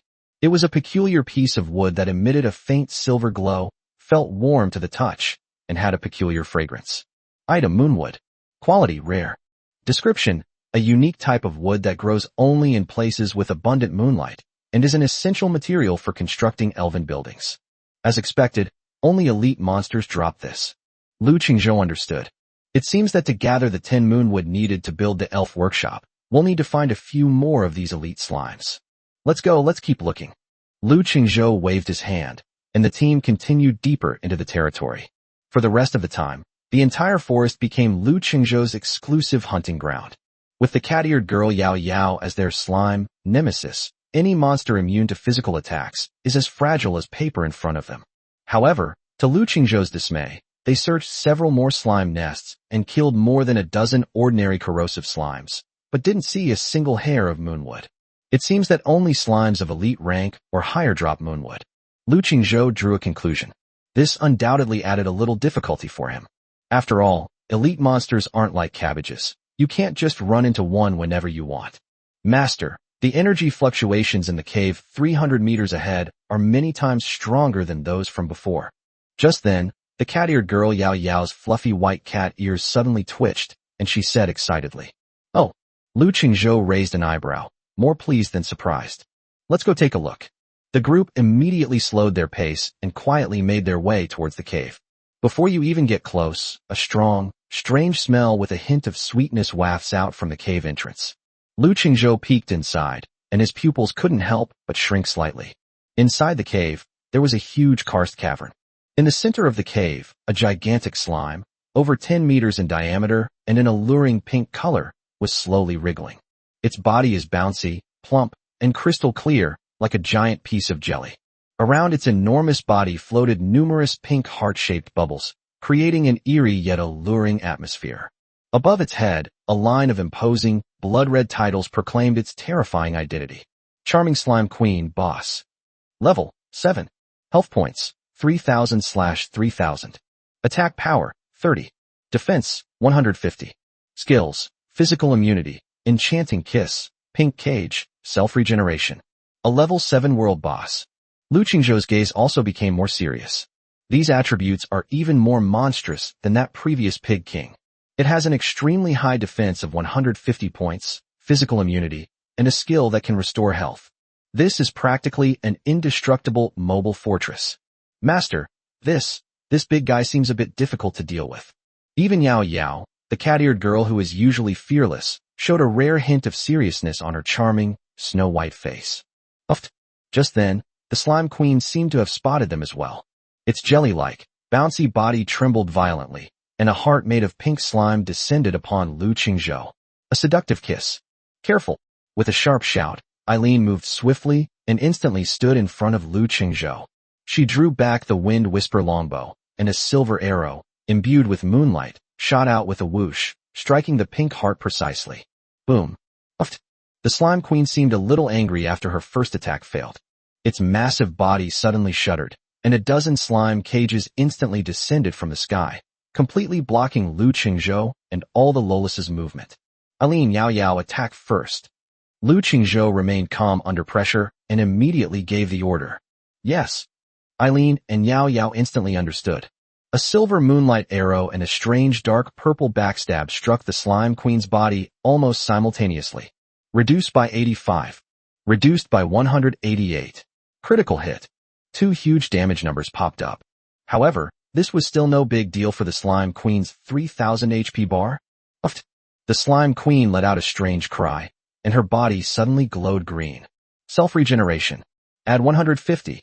A green healing number appeared, and its health, which had just been reduced by half, was instantly restored. Holy crap, this is so blatant. Lu Qingzhou was dumbfounded. How can we fight like this? Master, let me suck it dry. Yao Yao let out a delicate shout and transformed into a black afterimage once again, preparing to use the same trick again. However, the moment she got close, a pink slime cage instantly trapped Yao Yao in place. Eileen, shoot its core. Lu Qingzhou's eyes narrowed, and he immediately discovered the boss's weakness. In the very center of its body, there is a core that is faintly visible, emitting a pink glow. Yes. Eileen drew her longbow and poured all her spiritual power into it. Moonlight arrow. Buzz. An unprecedentedly dazzling silver arrow pierced through the core of the Slime Queen in an instant. Reduced damage by 455. Critical hit. Critical hit. A terrifyingly high damage number appeared above its head. Chapter 33. The Queen got blown up. Everyone gets upgraded. The Slime Queen let out an extremely shrill scream. Her massive body trembled violently, and her healing skill was instantly interrupted. A great opportunity. Without hesitation, Lu Qingzhou took out the last 2 exploding pumpkins from his backpack and smashed them hard. Boom. Boom. Flames shot into the sky. Although the pumpkin deals physical damage, the flames from the explosion have magical effects. Reduce by 100. Reduce by 100. Under the relentless attacks of Lu Qingzhou and Eileen, the two main damage dealers, the once invincible level 7 boss's health bar finally began to drop at a visible rate.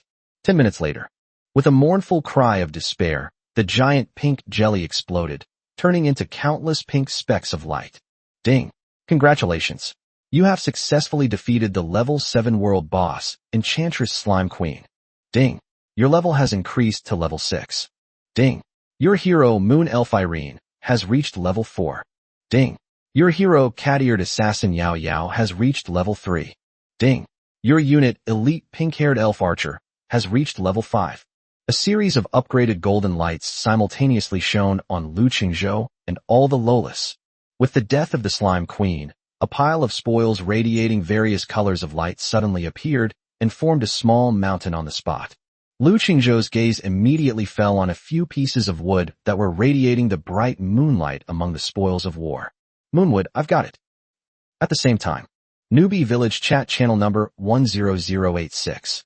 The unexpected death of the goblin merchant has plunged the entire starting village into an eerie atmosphere. Those lords who had been fooled by Xiao Tian felt like fools and were furiously denouncing Xiao Tian and Wang Hao in the channel. Just then, a dazzling golden announcement, once again, exploded above everyone's heads without warning. Newbie Village announcement number 10086. Congratulations to Lord Lu Qingzhou for successfully becoming the first to defeat the level 7 world boss, Enchantress Slime Queen. Rewards: 1 rare treasure chest, 1,500 copper coins, 100 Morningstar Empire reputation. At that moment, the entire chat channel fell completely silent. All the lords who were arguing, cursing, or just watching the drama unfold stared blankly at the announcement that had blinded them. I'm fucking stupid. It's the boss again. Level 7 boss. The Enchantress Slime Queen? That name sounds so lewd. God Lu, are you even human? Wah. Dad. You are my only dad. Xiao Tian. Wang Hao, come out and show yourselves? Didn't you say Lu Shun was a peasant with a narrow mind? He's even killed a level 7 boss now. What about you? Stop criticizing him. Boss Xiao Tian is still figuring out how to turn the resources we donated into his own equipment. He's busy, don't bother him. The spoils, gleaming with various colors, were piled up into a small mountain. Ignoring the overwhelming praise and astonishment in the chat channel, Lu Qingzhou began to happily tally up his gains. As expected of a level 7 boss, it's really rich. He first picked up the few pieces of wood that were radiating the bright moonlight. Ding! You have obtained Moonwood 8. Including the one dropped by the elite monster, he now has a total of 9, and he only needs 1 more to build the elf workshop. Then, he picked up a core that emitted a pink glow and was as bouncy as jelly. Item: Charm Core. Quality: Rare. Effect: can be used as a core material for equipment and potions, adding the charm attribute to them. Review: a core brimming with strange energy. Perhaps it's edible? Nice one. Lu Qingzhou's eyes lit up. This was a rare material, and he was sure he would need it in the future.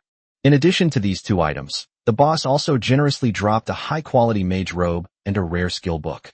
Lu Qingzhou thought for a moment, then put his robe on the trading market, priced at 500 copper coins, specifically to rip off rich suckers.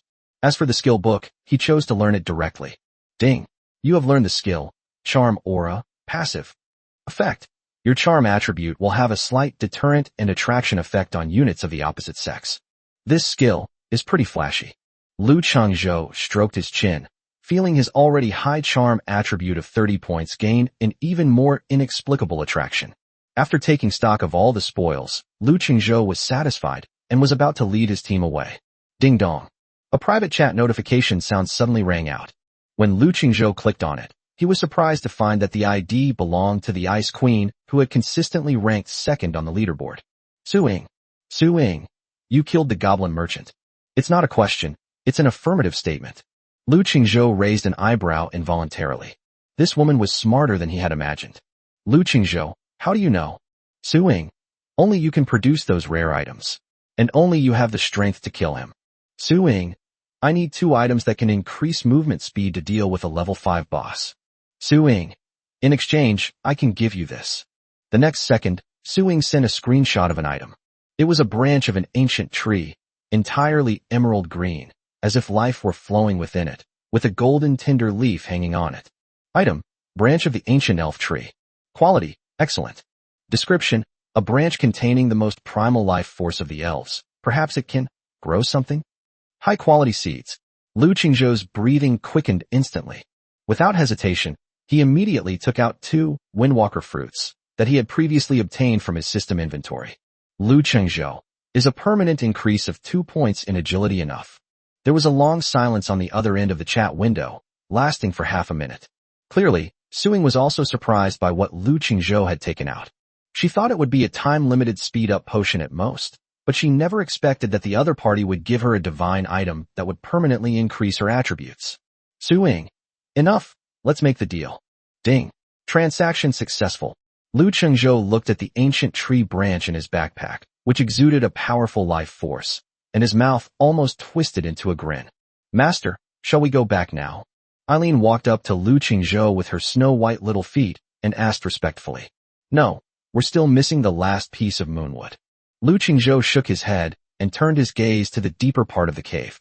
Let's go, let's clear this dungeon completely. Chapter 34. 5 hours. The longest maturation time in history. Deep inside the cave, it was damp and dark, with only some moss on the walls providing a faint glow. Master, there seems to be something delicious in here. The cat-eared girl, Yao Yao, twitched her little nose. Lu Qingzhou nodded, and the group cautiously continued deeper into the area. Soon, a much larger underground space appeared before everyone's eyes. In the center of the space, there was a huge pool of slime, with pink bubbles bubbling up inside.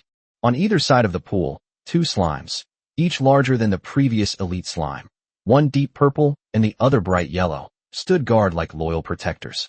Poisonous slime, elite. Level: 6. Health points: 1500. Defense: 120. Skills: physical immunity, poisonous spray, poison aura. Paralyzed slime, elite. Level: 6. Health points: 1500. Defense: 120. Skills: physical immunity, paralyzing electric ball, paralyzing aura. 2 elites again? Lu Qingzhou raised an eyebrow slightly, showing more delight than surprise. Eileen, Yao Yao, 1 for each of you. Yes, master. Battle is imminent. Eileen and Yao Yao instantly understood, and like 2 arrows released from a bow, they shot off towards their targets from the left and right. However, just as Lu Qingzhou was about to step forward to help, a dramatic scene unfolded. The moment the deep purple, highly venomous slime saw Lu Qingzhou, its bouncy body trembled violently, and a pink heart appeared on its head. Its originally violent attacks became soft and weak, as if it were flirting with Lu Qingzhou. Lu Qingzhou was slightly taken aback, then suddenly realized. It's the charm halo. Surprisingly, this skill works on monsters too. Eileen clearly noticed this as well. Seizing the opportunity, she drew back the wind whisper longbow, and a barrage of silver arrows, imbued with moonlight, rained down on the venomous slime like the scythe of death. Meanwhile, on the other side, the cat-eared girl Yao Yao once again put on a show with her star-absorbing technique, tightly binding the paralyzed slime and continuously absorbing its energy. In less than 5 minutes, these 2 level 6 elite monsters, which would have wiped out a 100-person team outside, were reduced to 2 puddles of slime, with a whale under Lu Qingzhou's abnormal, intelligence-reducing aura and the combined attack of the 2 heroes. Ding! You have obtained Moonwood 3. Lu Qingzhou was overjoyed. Now, we've finally gathered all the materials to build the elf workshop. The group returned home in a grand procession, laden with their spoils. Upon returning to his territory, Lu Qingzhou didn't even have time to rest before immediately opening the construction panel. Build the elf workshop. Consume 500 wood, 200 iron ore, and 10 moonwood to build the elf workshop? Yes. Boom. A soft, emerald green light shone beside the moon well. Countless pieces of wood, iron ore, and moonwood radiating a bright moonlight were rapidly spliced and combined in a wondrous way, enveloped in green light. In just a few seconds, the light faded. A unique building, brimming with natural and artistic charm and seemingly formed naturally from ancient trees and vines, appeared before everyone's eyes. Ding! Congratulations! You have successfully constructed the rare building Elf Workshop. Building Elf Workshop. Quality rare. Effect: you can craft weapons, armor, and items exclusive to the Elven race here. Currently available crafting list. Elven shortbow, Elven leather armor, moonlight arrows. Very good. Lu Qingzhou was overjoyed. He immediately opened the crafting list and threw in all the wolf pelts, wolf teeth, and other materials he had accumulated. A flash of light. One by one, pieces of standard equipment emitting a faint green glow were produced like on an assembly line. Lu Qingzhou was very generous and distributed the equipment to the 5 pink-haired little girls under his command who hadn't yet been promoted. Soon, 5 fully armed elf archers, now equipped with new guns and cannons, appeared before Lu Qingzhou. After dealing with the equipment, Lu Qingzhou's gaze fell on the ancient tree branch in his backpack, which exuded a powerful aura of life. The branches of the ancient tree of spirits. He took a deep breath and solemnly planted this excellent seed in the center of the primordial spirit field. Boom! A vibrant green light, even more dazzling than the previous tree of life seed, shot into the sky with a thunderous roar. The entire primordial spirit field trembled violently. Ding! Detected a high-quality branch of the ancient elf tree, undergoing divine mutation. Estimated ripening time, 5 hours. 5 hours. Lu Qingzhou was not in a hurry at all. On the contrary, he was full of anticipation. The longer the wait, the more incredible this thing is. He leaned back comfortably in his chair, looking at the burgeoning and vibrant territory before him, his heart filled with an unprecedented sense of satisfaction. There are godlike buildings, heroes, armies, and logistics workshops. He believed that it wouldn't be long before he could establish a kingdom that truly belonged to him on this perilous continent. For Lu Qingzhou, the 5-hour wait was both a period of anticipation and a rare waste of time. Instead of idling, he opened the chat channel, which was already in complete chaos. As expected, the entire channel was filled with verbal attacks against Xiaotian. Xiaotian, you liar. Give me back my resources. We were starving while helping you find NPCs, and what the hell were you doing? I was so blind. How could I have believed this guy who just made empty promises? I've ruined the house. Wow. Who isn't? I also tore down my house yesterday to donate wood, and I was freezing like a baby last night. I feel like I'm just a complete idiot. Xiaotian Wang Hao. You two liars. Get out here. Give me back my resources. Yes. Give me back my resources. Otherwise, once the newbie protection period is over, I'll be the first one to tear your house down. Faced with the public's outrageous condemnation, Xiaotian and Wang Hao, the two instigators, immediately became cowards and didn't dare to utter a single word. Lu Qingzhou glanced at these people's remarks and simply smiled dismissively. There is always a reason why someone is pitiful. He turned off the channel and turned to look at the 5 pink-haired girls behind him, who had been completely transformed, wielding fine short bows and wearing well-fitting leather armor. Let's go, don't waste time, let's go level up. Yes, master. The 5 girls responded in unison, their voices filled with excitement and fighting spirit. For the next few hours, the entire forest became Lu Qingzhou's exclusive training ground. The pink-haired girl army, now equipped with upgraded weaponry, has seen its combat power skyrocket to a whole new level. Previously, they could barely kill a level 1 wolf by firing a volley. Now, they only need 2 people to fire a volley and easily take down a level 3 elite monster. Efficiency has increased by more than 10-fold. Lu Qingzhou's experience bar was skyrocketing. Ding! Your level has increased to level 7. Ding! Your hero Moon Elf Irene has reached level 5. When Lu Qingzhou returned with his army of Lolas, laden with spoils, the 5-hour wait finally came to an end. Ding! The branch of the ancient elf tree has completed its divine transformation. Chapter 35, the only mythical level building. The sacred elf ancient tree. Boom! The green light of life that shot into the sky suddenly increased more than 100-fold. Holy, brilliant, magnificent. The entire territory was enveloped in a vibrant, verdant ocean of life. The light faded. A peculiar structure, about 5 meters tall, rooted in the primordial spirit field, and composed entirely of moonstone and ancient living wood, appeared before everyone's eyes, as if it were a living thing breathing slowly. It doesn't resemble a building. It's more like a living, divine tree brimming with boundless wisdom and vitality. Ding! Divine mutation successful. Congratulations. You have obtained the only mythical level building, the sacred elf ancient tree. Architecture, ancient elf tree. Quality, unique mythical grade, upgradable. Building level 1. Effect 1. Elven mother nest. This tree is the life source of the elves. You can recruit all types of elven units here. Effect 2. Life feedback. The presence of the ancient tree will significantly increase the growth rate and mutation probability of all plants within the territory. Effect 3. Natural protection. All friendly units within the territory will gain the natural protection effect, increasing all attributes by 10%. Currently available recruitable troop types: Elf Archer, Common; Moon Sentinel, Excellent. The only mythical level. They can even recruit troops? Lu Qingzhou's heart was pounding.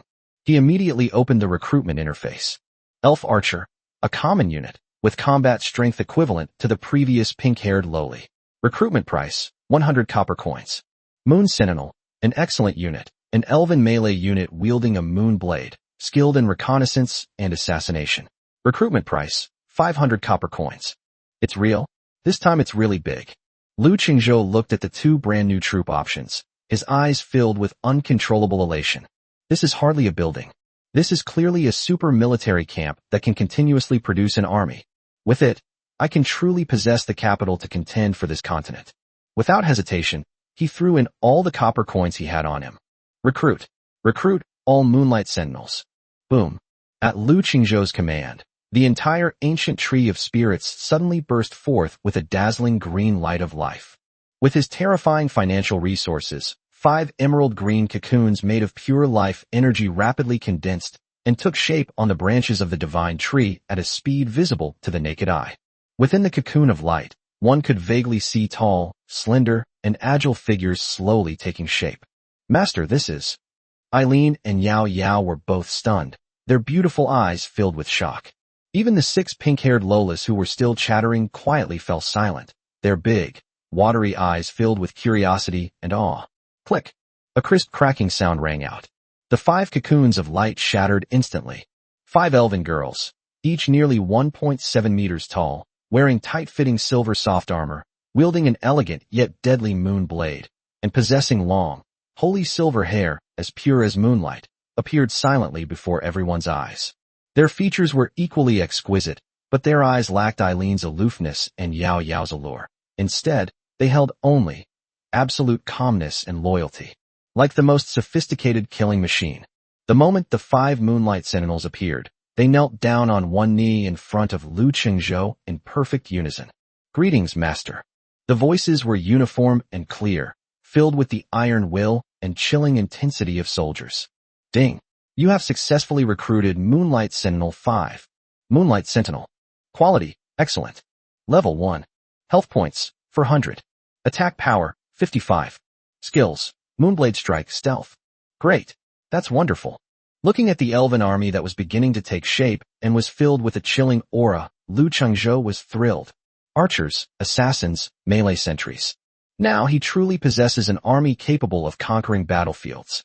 He took a deep breath, his gaze sweeping over all the elven maidens before him who were absolutely loyal to him, and in an unprecedentedly authoritative tone, he said in a deep voice, "From this day forward, you are the starting point for my conquest of this continent. Eileen, your subordinate is here. You are in full command of this Moonlight Sentinel squad." Eileen's delicate body trembled slightly, and a blush of excitement appeared on her cool face. She suddenly knelt on one knee, her voice firm and powerful. "Eileen, I swear to serve my master to the death." Lu Qingzhou nodded in satisfaction. Looking at the 5 dashing, tall, silver-haired elf girls before him, he felt a surge of heroic spirit. These 5 newly recruited Moon Sentinels, despite their extremely high base stats, were only wearing the ordinary silver soft armor provided by the elven ancient tree, and their moonblades were merely standard-issue weapons. Their combat capabilities still have enormous room for improvement. We can't favor one over the other. All the wives have to be dressed in their divine attire. Lu Qingzhou stroked his chin, his gaze falling on the elf workshop in his territory, a place brimming with the atmosphere of nature and art. It's time to give our new employees some perks. He directly opened the workshop's manufacturing list. All the materials dropped from defeating monsters, such as wolf pelts, pig king hides, and slime, came in handy. Soon, Lu Qingzhou found the blueprints for the Moonlight Sentinel's exclusive set. Moonshadow set, fine. Includes Moonshadow leather armor, Moonshadow battle skirt, Moonshadow boots.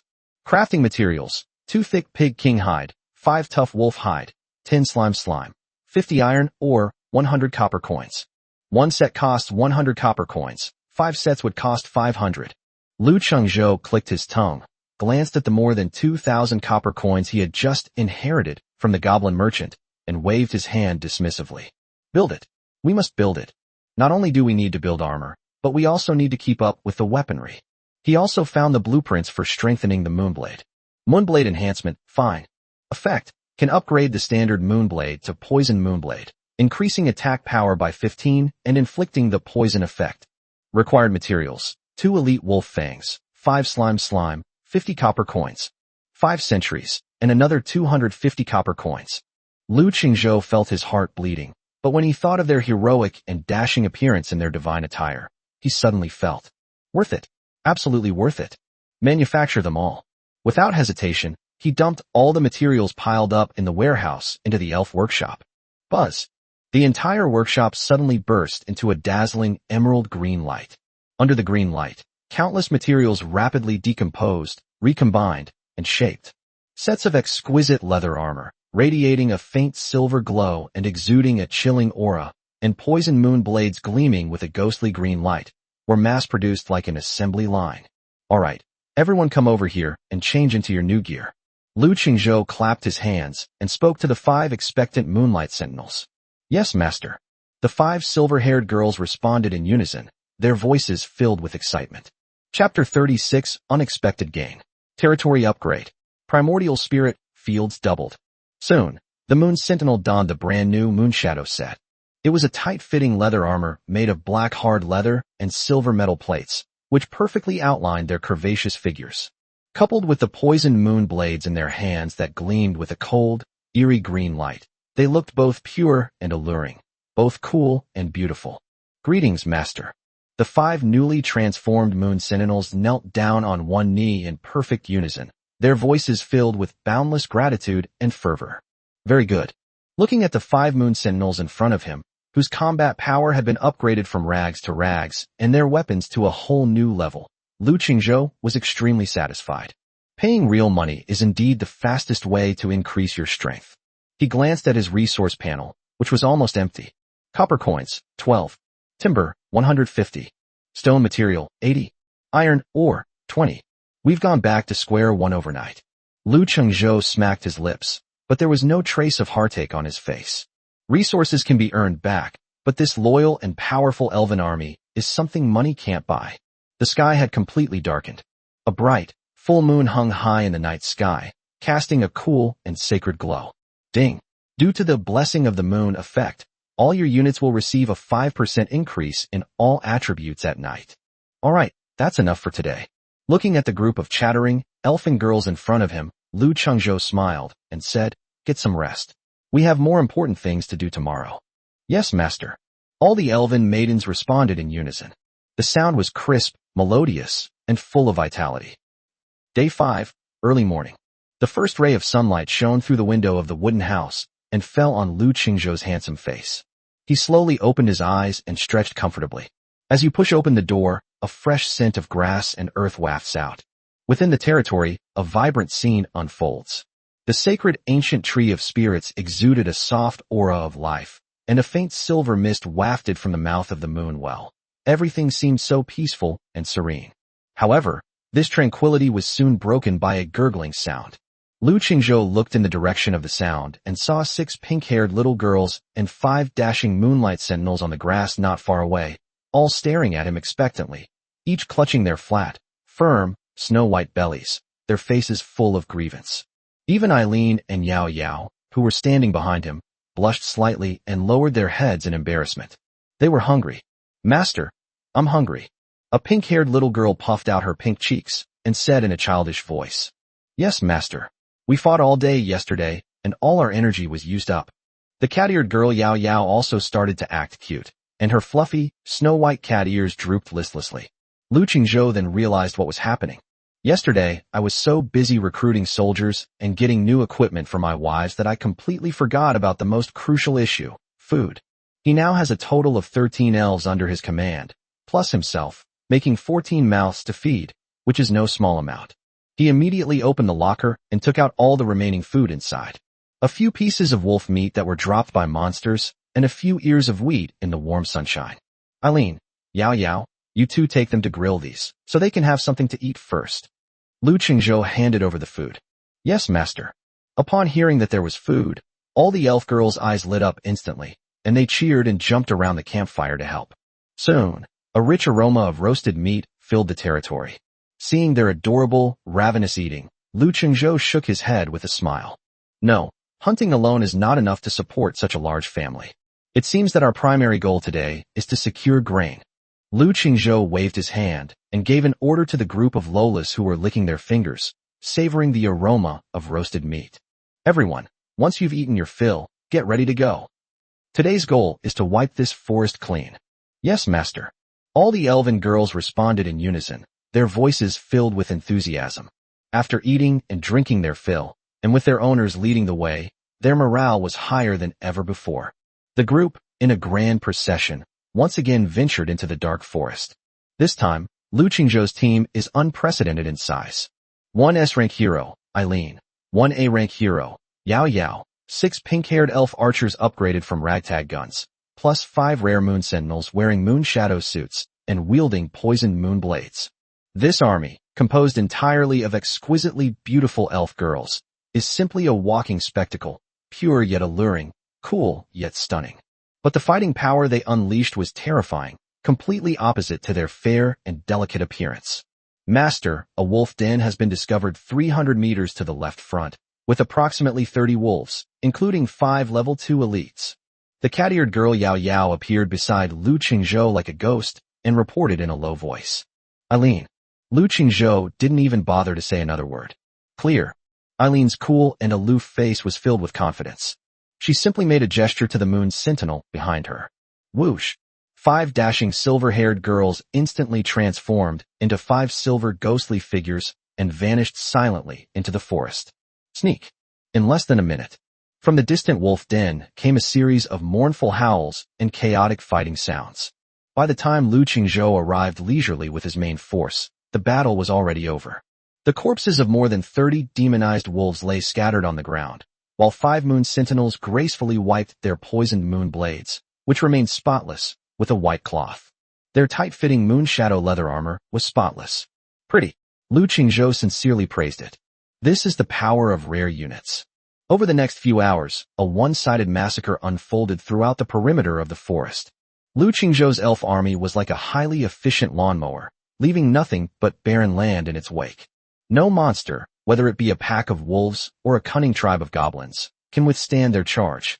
They spent the entire morning conducting a whirlwind sweep around the perimeter of the forest. The harvest was naturally plentiful. Ding! You have obtained 15 wolf hides. Ding! You have obtained 80 wolf meat. Ding! You have received 215 copper coins. Ding! You have obtained 5 common apple seeds. Ding! You have obtained 8 ordinary tomato seeds.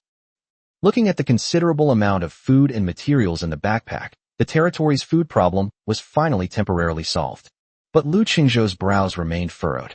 He discovered that as his level and that of his group of elven girls increased, the experience points provided by the low-level monsters on the outskirts of the forest became less and less. In one morning, he led his legion to sweep through the forest within a radius of more than 10 kilometers, but he didn't even level up by half a level. It seems that if we want to continue leveling up quickly, we have to go deeper into the forest. Lu Qingzhou's gaze sharpened as he looked towards the unknown area shrouded in mist deep within the forest. Afternoon. When the team ventured into an unfamiliar area they had never set foot in before. Master, there is a very strange energy fluctuation 300 meters ahead. It belongs to neither a demon nor a beast. Eileen's cool voice suddenly rang in Lu Qingzhou's ears. Oh. Lu Qingzhou raised an eyebrow, immediately showing interest. Let's go take a look. The group immediately slowed their pace and crept over quietly. Soon, a forest clearing covered with strange crystals appeared before everyone's eyes. In the center of the open space, a strange creature, the size of a buffalo, made entirely of translucent crystal and radiating a dazzling light, was leisurely munching on the crystal or on the ground. It looks like a pangolin made of countless crystals, full of strange and gorgeous beauty. Crystal Pangolin, Special. Level 8.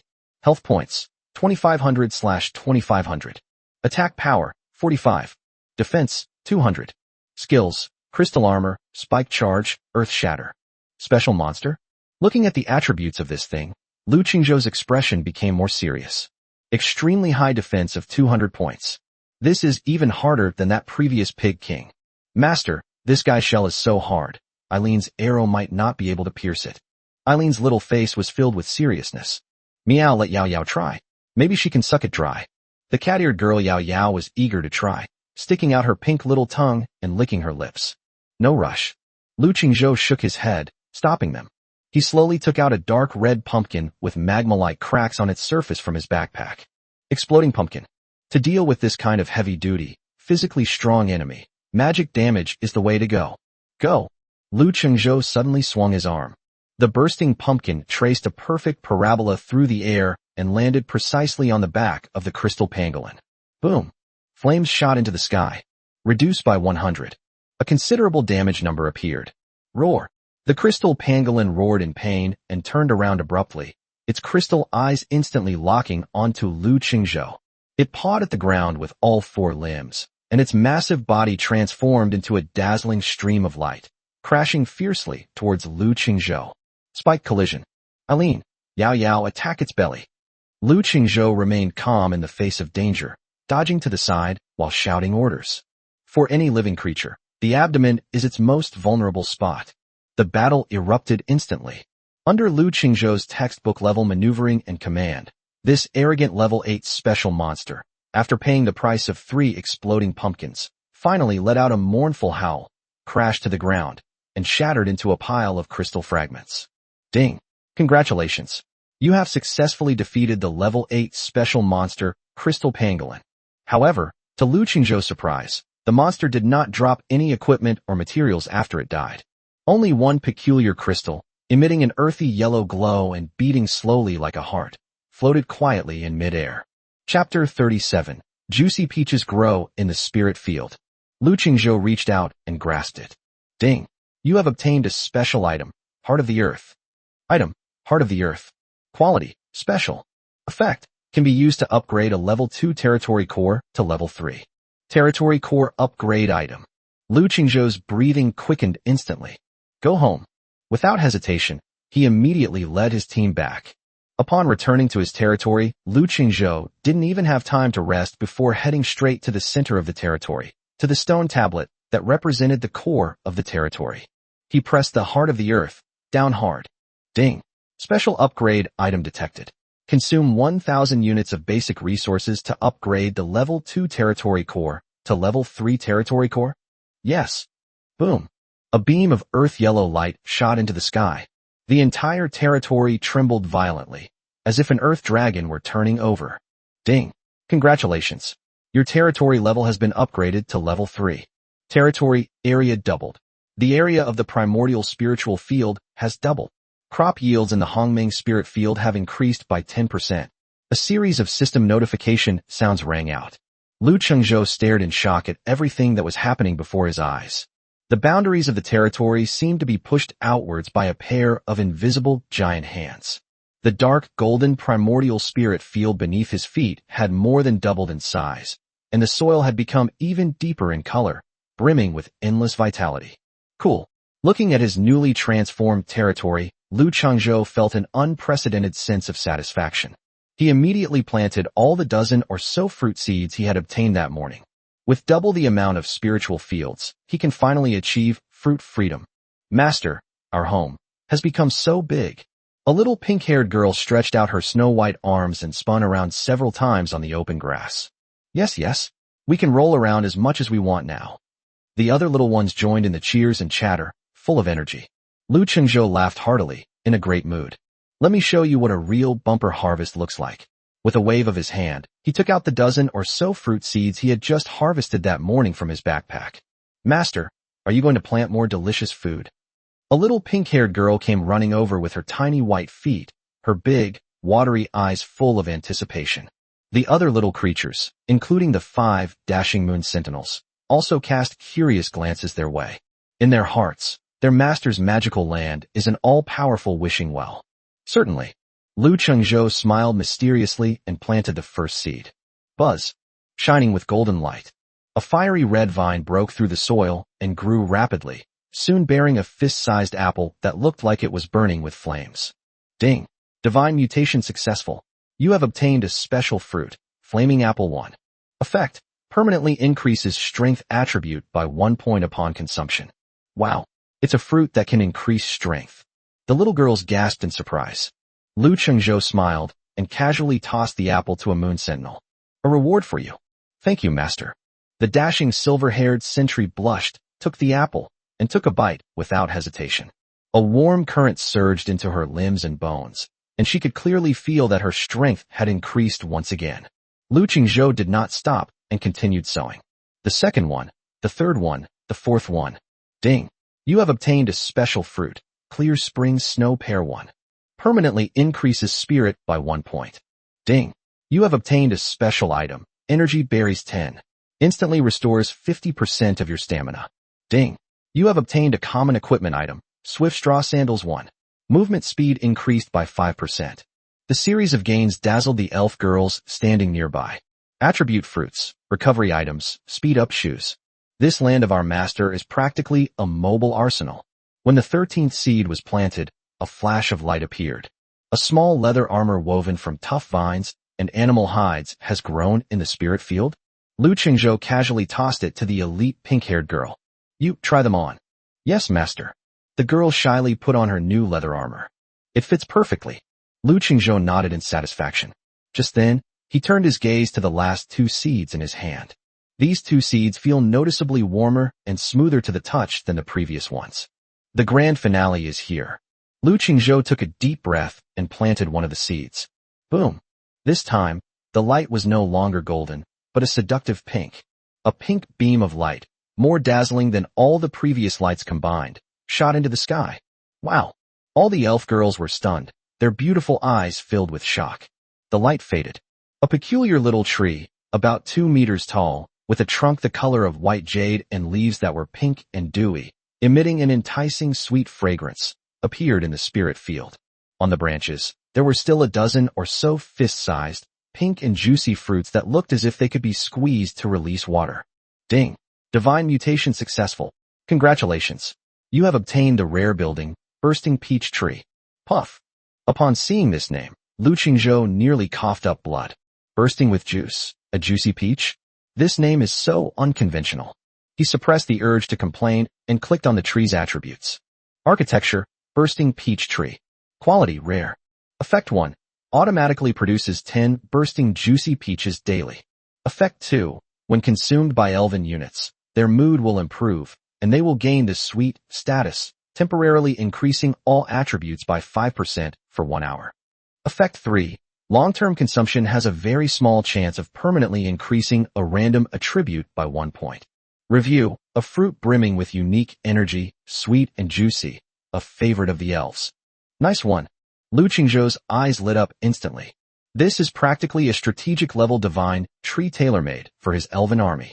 With a thought, a juicy peach flew into his hand. It feels soft to the touch and is slightly warm. A rich, sweet aroma wafts straight into your nose, making your mouth water just from the smell. Gulp.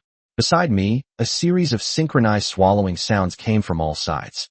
Lu Chengzhou turned his head and saw that the dozen or so elfin girls under his command were staring intently at the peach in his hand, their drool almost dripping down their snow-white chins. That pleading, greedy little cat look is just too cute to be true. Why are you all staring at me? If you want to eat, pick it yourself. Lu Chengzhou chuckled. Yay, thank you, master.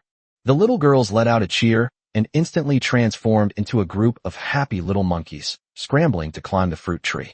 Click. The cat-eared girl Yao Yao couldn't resist and immediately took a big bite after picking one. So delicious. Seeing this, the other elf girls followed her example and began to eat heartily. Chapter 38: Second Divine Mutation. Farming actually unearthed a mineral vein. Looking at the picture of beautiful women playing in front of him, Lu Chengzhou took a deep breath and planted the last seed. Boom. Another dazzling pink light shone. The second, juicy peach tree, has sprung up from the ground. Great. From now on, we'll have an endless supply of peaches to eat every day. The little girls cheered. Looking at the harmonious scene before him, Lu Qingzhou felt a warmth in his heart. 2 peach trees can produce 20 juicy peaches every day. Not only can it completely solve the current food and clothing problem in the territory, but it can also allow the group of elf wives under its command to slowly improve their strength through nutritional supplements. This is a huge profit. But Lu Qingzhou's gaze swept over the 13 beautiful young girls in front of him, then looked at the 2 small fruit trees and stroked his chin. 20 peaches a day is enough for now. But what if I recruit 100 or 1,000 elves later? Will that still be enough? It seems we need to plant more of these fruit trees that can produce fruit continuously. Lu Qingzhou stroked his chin, a thoughtful look flashing in his eyes.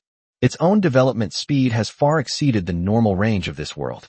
Food will be the first and biggest obstacle limiting his ability to mass-produce troops. I need to go to the trading market again and find some seeds. Having made up his mind, Lu Qingzhou casually opened the trading market. After a few days, there was a noticeable increase in the variety of goods available in the market. Although most of the items are basic resources and ordinary quality equipment, you can occasionally see some strange and unusual gadgets. Lu Qingzhou's goal was clear. He only looked at the seeds. He hadn't been looking around for long when an inconspicuous little stall made him stop. Seller, Tainyo. Item listing, 8 seeds of unknown type. Quality, average. Requirement, 1 unit of wolf meat. Note, damn it, my talent is F-grade seed identification. I thought it was a treasure, but it's completely useless. These are all trash seeds I can't identify. Whoever wants them can take them and trade them for some meat. Oh, you have this kind of talent. Lu Qingzhou raised an eyebrow, immediately becoming interested. He glanced at the icons of the pile of seeds. There were 8 in total, and they were indeed all oddly shaped and unrecognizable. But for Lu Qingzhou, this was a delightful surprise delivered right to his doorstep. Without hesitation, he clicked on the transaction. Ding! Transaction successful. You consumed 1 unit of wolf meat and obtained unidentified seed 8. The seller clearly hadn't expected anyone to actually want this junk and immediately sent a message. Old Wong, the farmer. Holy crap. That's awesome, bro. I hope you grow a gold ingot. Lu Qingzhou smiled, but did not reply. What is a gold ingot? I'm the kind of guy who can even grow a wife. Having found a bargain, Lu Qingzhou was in high spirits and continued his shopping spree in the market. Suddenly, his eyes lit up. Seller, Anya. Item listed, 15 wrinkled seeds. Quality, average. Requirement, 10 stones. Note, nothing I plant here will sprout. Take it if you want it. Seller, Li Xiaodao. Item available now, 3 mysterious seeds of excellent quality. Quality, excellent. Requirement, 100 copper coins. Note, urgently need money to buy equipment. This might be some kind of divine seed, or it might be nothing at all. Gamblers, hurry. What others consider worthless trash is, in Lu Qingzhou's eyes, a real treasure. The 3 high-quality ones, in particular, were a pleasant surprise. Without hesitation, he waved his hand and snapped up every single seed on the market, regardless of quality. Ding. Transaction successful. Ding. Transaction successful. A series of notification sounds rang out. Lu Qingzhou counted them and found that he had a total of 26 seeds. Although most of them were of ordinary quality, they only cost a dozen or so units of resources and 100 copper coins, which was practically free. This move naturally sparked a small discussion in the chat channel. Holy crap, who just snapped up the seed I listed? I was thinking of raising the price. It looks like it's Lu Qingzhou, the big shot. I saw the transaction record. Is Lu Shen harvesting seeds again? What is he going to plant? It feels like his land is a bottomless pit. Hee, what else can a farmer do besides farming? That's all the scope he has. Wang Hao's sarcastic voice came out once again. But this time, nobody paid any attention to him. Everyone was heartbroken by that liar Xiao Tian, and now they don't trust anyone anymore. Everyone is focused on developing their own businesses, and the chat channels have become much quieter. Within the territory, Master, are there any new seeds? Seeing that Lu Qingzhou had bought a bunch of things from the trading market, Aline and Yao Yao curiously came over. Behind them, a dozen or so elven girls, each with their small, white breasts puffed out, watched expectantly, as if anticipating some surprise. Certainly. Lu Qingzhou smiled mysteriously. Come on, everyone, let's get started. At a command, all the elven maidens cheered and immediately transformed into diligent little bees, happily following their master to the vast primordial spirit field. Master, plant this for me. Cat-eared girl Yao Yao was the first to snatch a bag of ordinary seeds, and with her long, snow-white legs, she dashed to the edge of the field. Buzz! Shining with golden light. A peculiar plant sprouted from the soil, and at its tip grew fruits that looked like eyeballs. Ding! Divine mutation successful. You have obtained a special item, Eye of Reconnaissance 10. Effect: a disposable item that, once placed in a location, provides continuous visibility to that area for 30 minutes. Wow, it's an eye? Yao Yao was startled, but then became excited. Master, this is fun. We can monitor the enemy now. Lu Chengzhou smiled and nodded, signaling them to continue. Soon, the 20-odd ordinary seeds were all used up. The harvest was also quite varied. There's the mini fan grass that can slightly alter the weather, the bouncy mushroom that can be used as a trap, and the bouncing bean that can temporarily boost jumping ability. Although they are not some kind of miraculous artifacts, they are unique in function and full of fun. The elf girls were having a great time, chattering and laughing.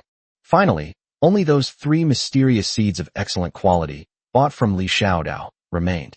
The main event is here. Lu Qingzhou took a deep breath, personally accepted the seed, and solemnly planted it in the center of the spirit field. Boom! Immediately afterwards, the entire primordial spirit field trembled violently, as if something extraordinary was about to be born. Wow! All the elf girls were stunned, their beautiful eyes filled with shock. The tremors gradually subsided. The anticipated scene of plants sprouting from the soil did not occur.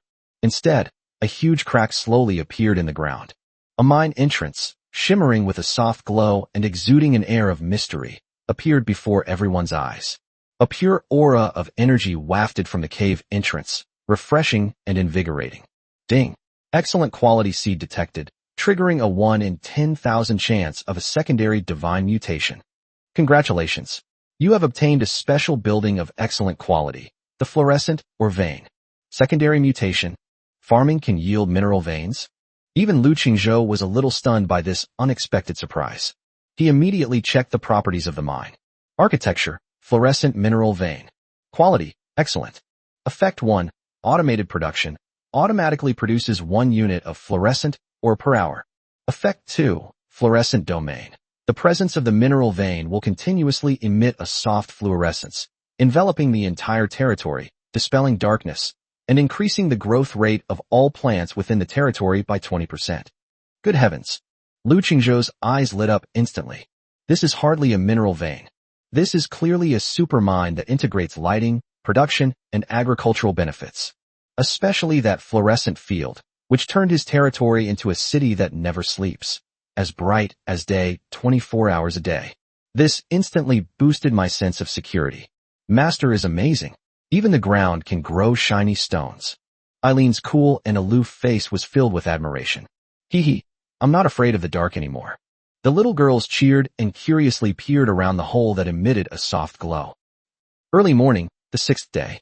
As the first rays of sunlight lazily streamed into the territory, Lu Qingzhou was comfortably reclining on a deck chair in front of the wooden house, enjoying a gentle massage from Eileen and Yao Yao, one on each side. Not far away, in that vast primordial spirit field, a dozen or so elven girls were chattering as they picked freshly ripened, bursting with juice. Uft! A little pink-haired girl couldn't resist. She picked one and took a big bite, the juice bursting out and splashing all over her face. Hee, so embarrassing. You've turned into a big tabby cat. The sisters next to her immediately burst into a series of silvery laughs. The entire territory, bathed in the soft light of the fluorescent or vein, for 24 hours, is a vibrant place, like a paradise on Earth. However, outside the territory, the atmosphere in the chat channel of Newbie Village number 10086 was extremely oppressive. Brothers, it's day 6. The newbie protection period ends tomorrow night. Yes. What will we do when darkness falls and monsters attack? I only have 1 ordinary level unit by my side. You're lucky, damn it. I'm still all alone. Ugh, just thinking about tomorrow night gives me the creeps. When the monsters attack, we'll be completely in the dark, won't we? We'll just be waiting to be eaten by them. Does anyone have any lighting equipment? Torches, oil lamps, anything will do. I'll trade food for them. Change my ass. Who has any spare resources left? Weren't they all swindled away by that liar Xiao Tian yesterday? Damn it, don't even mention it. I'm kicking myself. I dismantled the wooden planks of the house. Now I'm freezing like a baby at night. Who isn't? I'm down to my last pair of underwear now. I can't even afford a torch. The channel was filled with cries of despair. Everyone was overwhelmed by the impending darkness, feeling like they couldn't breathe. Just then, buzz. Above the sky, that familiar golden light curtain once again slowly unfolded without warning. The global live stream is starting for the 4th time. Your Majesty. It's my wife. Mommy. Mommy. Chapter 39 Xiao Tian stages a grand deception of the century. Within the territory, all sounds of laughter and playfulness abruptly ceased. Lu Qingzhou, who was enjoying himself, slowly opened his eyes and calmly looked at the light screen. Within the light screen, the stunningly beautiful figure that had captivated the hearts of billions of men worldwide reappeared once more. Morningstar Queen. Her condition is worse than last time. Her flawless, snow-white face had lost all color. Her beauty was fragile and heartbreaking. And those evil curse patterns were no longer content to just wrap around her neck and legs. They had even spread to the queen's snow-white shoulders and jade arms, which were covered by a holy silver dress. To the right of the queen's image, the blood-red countdown continues relentlessly. 26 days, 15 hours, and 12 minutes. The black progress bar below, representing the degree of curse corruption, has quietly increased from 10% to 20%. Honey, my wife's black stockings have gotten an upgrade again. This is fucking too lewd. Abyss Lord, I command you to increase the intensity. No, I command you to die immediately. Holy crap, who can handle this? Get the hell out of here. My mother is mine. Anyone who dares to desecrate her, I'll fight them to the death. The chat channel exploded instantly. However, before everyone could recover from this love-hate relationship, the cold and vast voice of the heavenly Tao suddenly resounded in the minds of all the lords. Global announcement. Due to the curse of abyssal decay, the laws of the Morningstar continent are being distorted. After the 7-day new player protection period ends, the darkness will last for 24 hours, instead of 12 hours. Eternal night is about to fall. Lords, please prepare yourselves. WH. What? Did I hear that right? 24 hours. It's nighttime all day. What's the difference between this and suicide? I don't want to die. Help. Does anyone have lighting equipment? I'll trade all my possessions for it. Please. How the hell are we supposed to play like this? Fighting monsters for 24 hours in pitch black darkness? That's just plain suicide. Wah. Mom, I want to go home. This world is too dangerous. Despair. An unprecedented despair, like a plague, spread through the hearts of all the lords. Countless people were terrified and at a loss by this sudden bad news, and some even broke down in tears. If the previous 12 hours of darkness had given them a sliver of hope that they could grit their teeth and get through it, then those 24 hours of eternal night completely shattered all their hopes. Within the territory, Lu Chengzhou leaned back in his chair, watching the wailing and howling in the chat channel, his eyes showing no emotion whatsoever. Master, what is eternal night? Is it scary? A pink-haired little girl, who had just finished eating a juicy peach and still had pink juice on her lips, ran over with her snow-white little feet, her big, watery eyes full of curiosity. Yes, why are they all crying? The other little ones also curiously gathered around. It's not scary for you. Lu Chengzhou smiled and pinched their rosy cheeks. He glanced at the entrance to the mine in the center of the territory, which was emitting a soft glow. With this super light that provides 24-hour coverage without any blind spots, the so-called eternal night has no effect on him whatsoever. Just then, Lu Qingzhou's gaze suddenly caught sight of a familiar ID in the chat channel. Xiao Tian.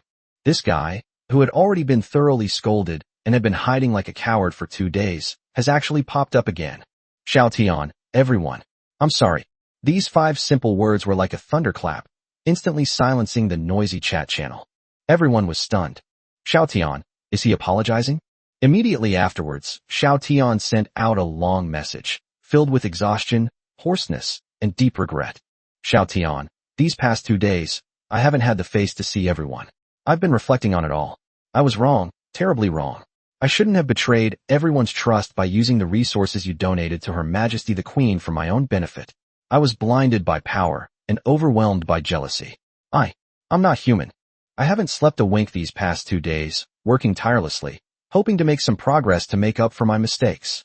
Fortunately, after exhausting all my energy, I finally have a glimmer of hope. Eternal night is an extension of the abyss's curse of decay. Perhaps I have a way to create a luminous magic stone that can dispel the darkness. But, alas, His words were heartfelt, and he was moved to tears. First, he painfully admitted his mistakes and humbled himself. Then he changed the subject and offered a hope that could save everyone. This operation was executed flawlessly. Sure enough, some simple-minded lords who were in despair were instantly moved by his sincere repentance. Xiao? Boss Xiao Tian, you've finally come out. Wah, I knew it. Boss Xiao Tian isn't that kind of person. He was just confused for a moment. To err is human, to forgive divine. Boss Xiao Tian, we're willing to trust you one more time. Wang Hao, the #1 sycophant, rushed forward as if grasping at a lifeline, his voice trembling with sobs as he roared. Wang Hao, I knew it. I knew it. My brother Xiao Tian is definitely not that kind of selfish person. He just made a mistake that everyone would make. Look, he hasn't slept for 2 days and 2 nights because of us. He's our real hero.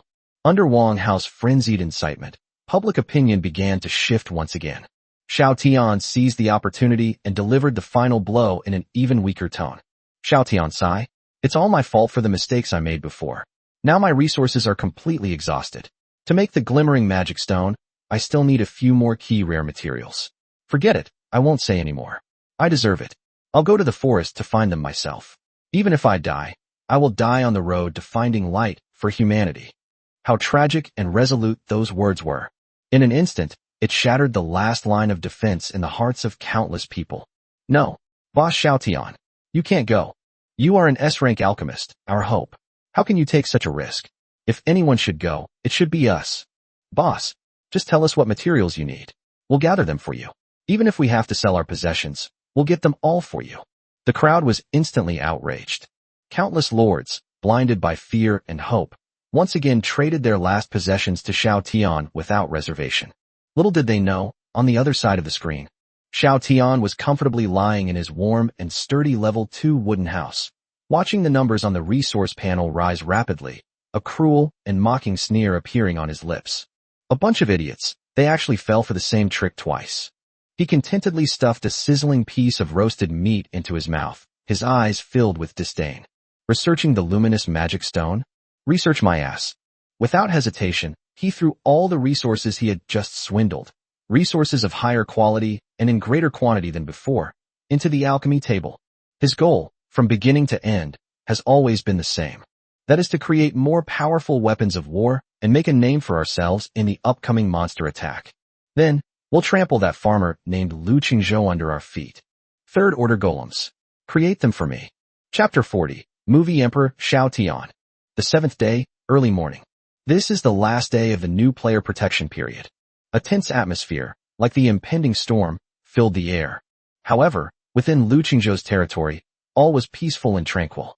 That high-quality fluorescent mineral vein, like a small sun that never goes out, emits a soft glow 24 hours a day, illuminating the entire territory as bright as day and dispelling all gloom and darkness. In the primordial spirit field beside the mine, 2 juicy peach trees are growing vigorously, with pink fruits hanging from the branches, emitting an enticing sweet fragrance.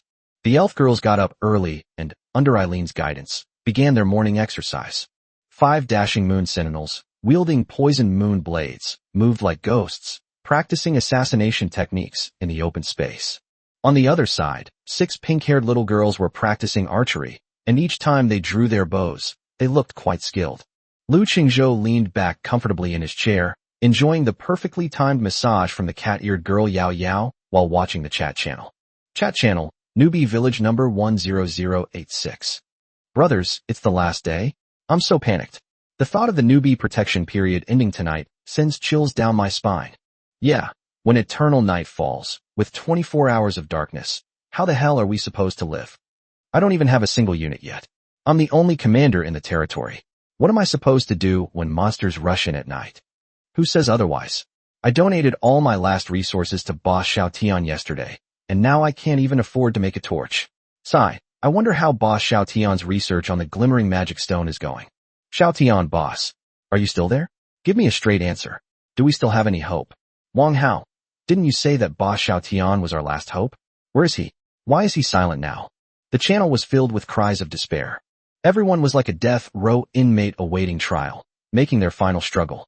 Their only hope rested on Xiao Tian, the S-rank alchemist who had made a promise to them. At the same time, inside the warm and sturdy level 2 wooden cabin. Xiao Tian slowly opened his eyes. His eyeballs were bloodshot, but his eyes were filled with an unprecedented fervor and excitement. He sprang out of bed and rushed to the huge alchemy table in the center of the room. On the alchemy platform, a colossal creature, even larger and more ferocious than the previous second-tier golem, stood silently. It stands over 3 meters tall and is made entirely of black iron that gleams with an eerie light. Its entire body is covered with menacing spikes and ramming horns, exuding a violent aesthetic. Its arms were no longer heavy iron fists, but instead a pair of huge drills that gleamed with a chilling light. At the core of its chest, there was a magic crystal that emitted a faint red light, like a beating heart. Ding! The Tier 3 Alchemy Golem has been completed. Ha! Finally finished. Looking at the masterpiece before him, Xiao Tian was so excited that he trembled all over and couldn't help but laugh out loud. He poured all the massive resources he had swindled yesterday into it, working tirelessly day and night. Finally, at dawn on the 7th day, he won his bet. He created this war machine that is capable of crushing all monsters at this stage. He couldn't wait to open the golem's attribute panel. Unit type, Tier 3 Black Iron Golem. Level 3. Health points, 800/800. Attack power, 60. Defense, 50. Skills, Drill Thrust, War Stomp. Hiss. Upon seeing this almost monstrous attribute, Xiao Tian couldn't help but gasp in astonishment. 800 HP, 60 attack, 50 defense. These stats are even more terrifying than the level 5 Pig King boss that Lu Qingzhou killed for the first time. Lu Qingzhou. Xiao Tian gritted his teeth and muttered the name, his eyes filled with the pleasure of revenge. What do you think you can use to fight me? Today, I'm going to show you what true despair is. Without hesitation, he immediately took a screenshot of the new golem's attribute panel and sent it to the chat channel that had long been overwhelmed by despair. Furthermore, it was accompanied by an extremely arrogant text. Xiao Tian, everyone, family, I'm back. This screenshot was like a bombshell, instantly igniting the entire chat channel. Holy crap! Holy crap! Holy crap! What kind of monster is this? 800 HP, 60 attack, 50 defense. Am I seeing things? A Tier 3 Black Iron Golem. Is this the ultimate move that boss Xiao Tian has been holding back for 2 days? This is too powerful. Awesome. Boss Xiao Tian is awesome. Voice cracks. With this big guy around, what's there to be afraid of when the monsters attack tonight? For a time, praise and flattery were endless. Wang Hao even jumped out to cheer him on. Wang Hao. Hee, I told you long ago, our brother Xiao Tian is the real hope. With this Tier 3 golem, one punch is enough to knock that farmer surnamed Lu back to level 1. Xiao Tian himself, perfectly timed, spoke in a nonchalant tone. Xiao Tian, rank is just a false number. True powerhouses never care about these things. His words were incredibly sophisticated, once again drawing countless compliments. Boss Xiao Tian is right. This is true vision. This is the vision of a real leader. Exactly. That Lu Qingzhou only cares about leveling up. He has no sense of collective honor at all. Unlike our boss Xiao Tian, who has the future of the entire newbie village in his heart. However, just as they were getting into their stride, a discordant sound emerged softly. Why do I feel like Lucian doesn't even take you guys seriously? You're all jumping around here like clowns, while they haven't said a single word to you from beginning to end. Is this what true vision and perspective are all about? Upon hearing this, the entire chat channel fell into a deathly silence. Xiao Tian and Wang Hao's faces instantly turned a deep purplish red. That's right. This is what makes them feel most frustrated and angry. No matter how they provoke, how they shout, or how they belittle, the man named Lu Qingzhou completely ignored them and paid them no attention. They were as if they were just 2 stray dogs barking by the roadside, not worth his time at all. After the initial euphoria subsided, more voices of doubt emerged. The golem is awesome, but it doesn't seem like it has nothing to do with us, right? Wait a minute. Boss Xiao Tian, didn't we donate resources to you so you could research the glimmering magic stone? Why did you create a golem instead?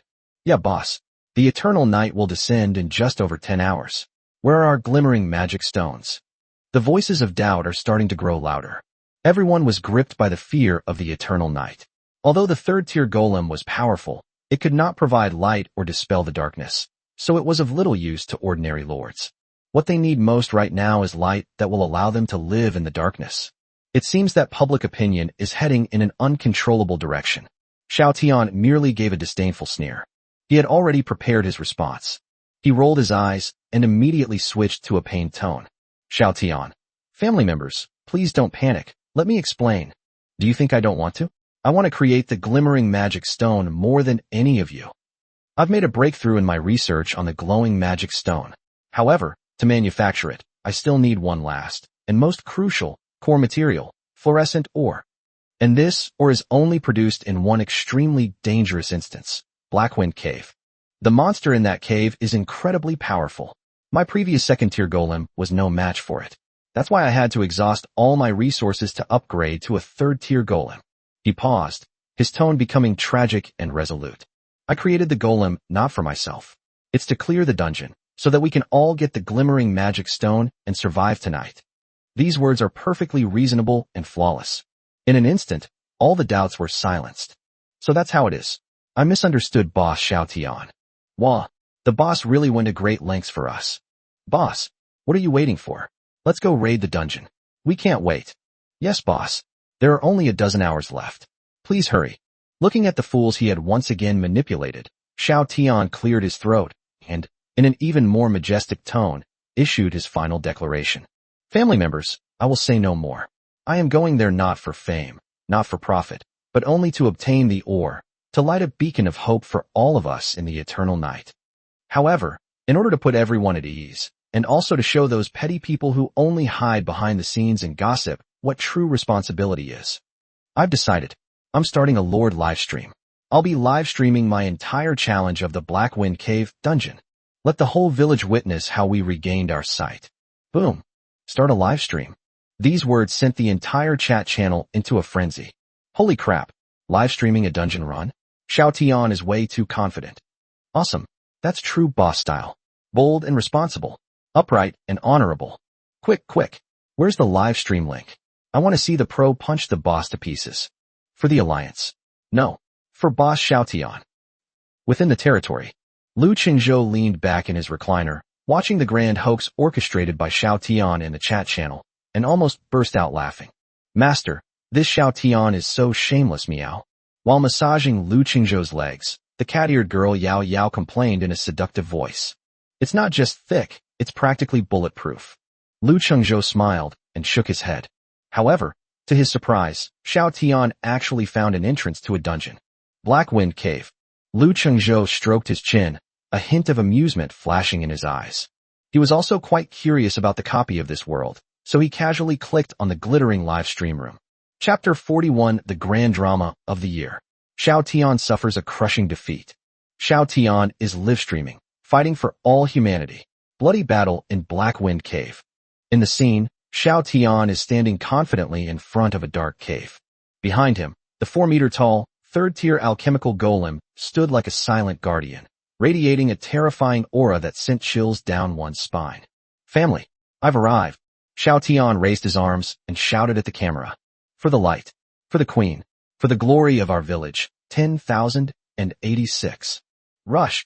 After saying that, he controlled the domineering third-tier golem and, with great pride and arrogance, plunged headfirst into the bottomless, pitch-black cave. Hiss. As soon as we entered the cave, a chilling sound came from deep within. Immediately afterwards, more than a dozen huge cave spiders suddenly sprang out from the rock walls on all sides, spitting green venom at the black iron golem. Holy crap, it's a level 2 elite monster. So many. Oh no, Boss Xiao Tian is going to be surrounded. The live stream chat exploded instantly, with everyone holding their breath for Xiao Tian. However, the next second, something happened that left everyone speechless. Clang, clang, clang. The venom, strong enough to corrode rocks, sprayed onto the armor of the black iron golem without leaving a single mark, only sending up a series of sparks. Reduced by 1. Reduced by 1. Reduced by 1. A series of damage numbers that forcibly deducted health appeared above the golem's head. Ha! Did you see that? This is the defensive power of a third-tier golem. It's practically invincible. Xiao Tian's smug and arrogant voice came from behind the golem. He controlled the golem, and it charged forward with a sudden burst of speed. Boom. The massive drill arms swept across, instantly tearing the cave spiders blocking its path to shreds. Reduced by 155. Reduced by 162. Sold out instantly. The entire battle was a one-sided massacre. The black iron golem, like a humanoid tank, rampaged through the narrow cave. The elite poisonous spiders, who were nightmares in the eyes of ordinary lords, were as fragile as paper in front of it. In less than a minute, more than a dozen elite venomous spiders were slaughtered. Ding! Your level has increased to level 3. Just then, a golden light of upgrades suddenly shone from Xiao Tian's body. The entire live stream room erupted in excitement. Holy crap! Level 3. Boss Xiao Tian has reached level 3. Look at the rankings. 9th place. Boss Xiao Tian has broken into the top 10. Holy crap. Awesome. Absolutely fucking awesome. Is this the power of an S-rank alchemist? I'm in love. Wah. My donated resources weren't wasted. Boss Xiao Tian, you're my god. Wang Hao is like a man possessed, unleashing a frenzied commentary in the chat channel. Wang Hao, did you see that? Did you all see that? This is the power of our brother Xiao Tian. What elite monsters, what demons, in front of my brother's iron torrent. They are all trash. Lu Qingzhou is nothing. He's still using his primitive hoe to hammer monsters bit by bit, while our brother Xiao Tian is already piloting a Gundam. I dare say, brother Xiao Tian will be the first to clear this dungeon. He will become the first man on the entire continent to clear a dungeon. He will lead our 10086 village to glory. This is the difference in perspective. In the live stream, Xiao Tian listened to the pleasant system notifications and felt the power surging within him, his whole being swelling to its limit. He was full of vigor, raising his arms and shouting to the camera, "Family, this is just the beginning. Today, I, Xiao Tian, will be the first to clear this dungeon." Boss is awesome. First dungeon clear. Fame spreads across the continent. For the rest of the time, the entire live stream became Xiao Tian's personal show. The black iron golem swept through everything in its path.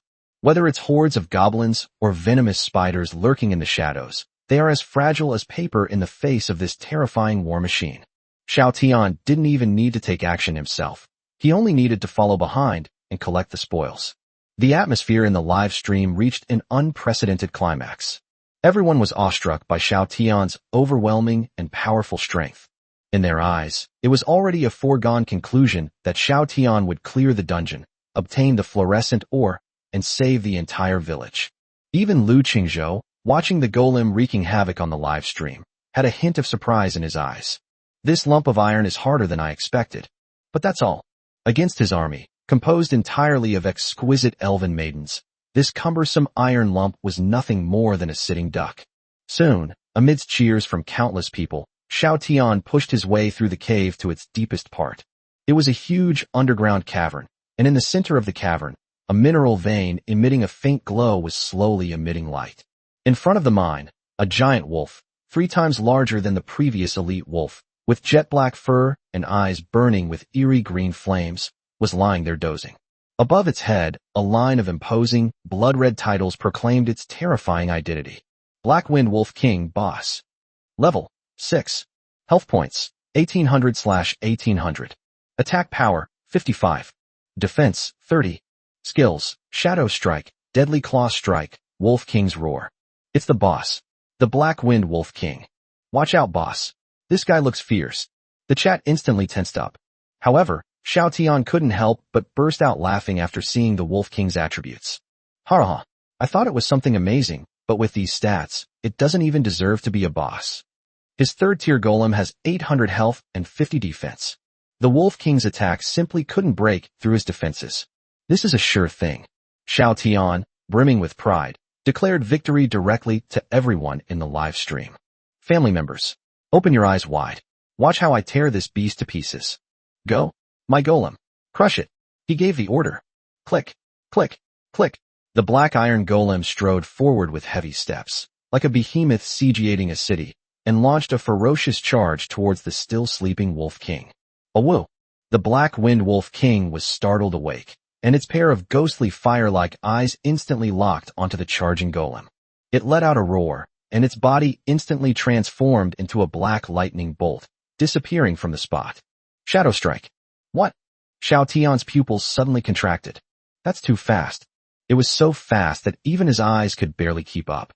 The next second, The Black Wind Wolf King had already appeared behind the black iron golem like a ghost, its sharp claws gleaming with cold light, viciously grabbing at the golem's relatively vulnerable leg joints. Deadly claw strike. Clang. A piercing metallic scraping sound rang out, and sparks flew everywhere. Reduce by 28. Weakness attack. A bright red damage number appeared above the golem's head. What? Your defenses have been breached. Xiao Tian's smile froze instantly. The chat in the live stream paused for a moment. Turn around. Punch it. Xiao Tian was both shocked and furious, and immediately ordered the demon statue to turn around. However, the black iron golem's movements were far too clumsy. By the time it slowly turned around, the Black Wind Wolf King had already transformed into another blur and circled around behind it again. It's the same spot again. The same claw. Reduced by 27. Weakness attack. What followed turned into a farcical two-person comedy. The Black Wind Wolf King was like a top-tier assassin, constantly using its ghostly speed to relentlessly attack the bulky black iron golem. The seemingly majestic and invincible third-tier golem was actually like a simple-minded, honest fool, unable to even touch a single hair of the Wolf King. Its health bar was decreasing at a slow but incredibly steady rate. What's going on? The golem, why can't I hit it? We're doomed. We've been outmaneuvered. That Wolf King is too fast. The viewers in the live stream were also stunned. Impossible. This is absolutely impossible. Xiao Tian panicked completely. He roared frantically, giving orders to the golem. But it was all in vain. Snap. Accompanied by a crisp metallic snapping sound. The black iron golem's right leg joint was torn open by the Black Wind Wolf King, leaving a huge gash. The massive body suddenly tilted to the side and crashed to its knees. Before Xiao Tian could react, the Black Wind Wolf King had already leaped high into the air, its sharp claws plunging fiercely into the only weak point in the golem's chest, the magic crystal core. Bang! A loud bang. The magic crystal core shattered instantly. The last glimmer of light in the black iron golem's eyes faded completely, turning it into a pile of cold scrap metal. No! Xiao Tian let out a shrill scream. Having dealt with the tin can, the Black Wind Wolf King's eyes, burning with ghostly flames, slowly turned to the figure not far away, who was already terrified and slumped on the ground. No, don't come any closer. Xiao Tian was so frightened by the Wolf King's fierce glare that he turned tail and ran away as fast as he could, not even caring about the spoils on the ground. In the live broadcast room, nearly 10,000 viewers just stared blankly at the screen as their savior fled the cave like a stray dog. His terrified, tearful expression was clearly captured by the live broadcast camera. The live stream was a huge hit. The next second, the live stream went black. Xiao Tian, the broadcast has ended. After a dead silence of half a minute, the chat channel exploded completely like a flash flood. Chapter 42. Xiao Tian's defenses completely crumble. He tears off the mask of civility and becomes an enemy of the entire village. Ha ha ha. I'm dying of laughter. Is this what they call the savior? This is the biggest show of the year. Savior? I think he's a stray dog. Did you guys see how he pissed himself in the end? I laughed so hard my pants were soaked. This is just too embarrassing. Is this all an S-rank expert is capable of? What the hell did I just watch? What happened to the promised divine descent? What happened to the first clear of the dungeon? Is this all there is? After a brief moment of shock and ridicule, an even larger and more turbulent emotion swept through the entire chat channel like a tsunami. It's despair. It's anger. Damn it. Xiao Tian. I'll fuck your grandma. Liar. He's a complete liar. What kind of bullshit glimmering magic stone is he? He's just trying to scam our resources from the very beginning. I'm such an idiot. I'm the biggest idiot in the world. I gave him my last piece of black bread yesterday. I thought he was fighting for us. Researching an antidote is a lie. Eliminating evil for the people is a lie. What a load of bull. The glowing magic stone, it's all a complete sham. He just wants to trick us out of our resources so he can make toys for himself. Wah. I dismantled the wood of the house. Now I'm freezing like a baby at night. I feel like such a complete idiot.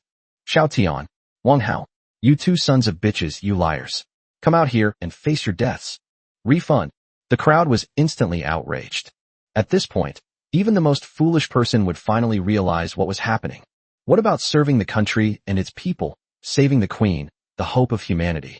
From beginning to end, this was a huge, flawed scam orchestrated by Xiao Tian himself. And they are those stupid pigs who were sold out, and are still gleefully helping others count the money. Xiao Tian, Wang Hao, you two liars. Get out here right now. Give me back my resources. Give me back my hard-earned money. You won't pay me back. Once the newbie protection period is over, I'll be the first one to raise your house to the ground. The immense humiliation and anger caused the entire chat channel to completely spiral out of control. The more fervent the praise was before, the more vicious the curses are now. At the same time, outside the Black Wind Cave, having fled in a disheveled state, Xiao Tian leaned against a large tree, panting heavily, his face ashen. He was so angry that he trembled and his face turned ashen as he looked at the torrent of curses in the chat channel. It's over. Everything is over. His carefully constructed savior image completely collapsed during this farcical live broadcast. He has now become a rat that everyone in the newbie village hates. Lu Qingzhou. Xiao Tian gritted his teeth and muttered the name, blaming all his failures on that farmer. If it weren't for him, why would I be in such a hurry to challenge a boss I can't possibly defeat? It's all his fault. Just then, Wang Hao sent another private message, his tone filled with fear and unease. Wang Hao. Brother Xiao Tian, what do we do now? They're all cursing us. What to do?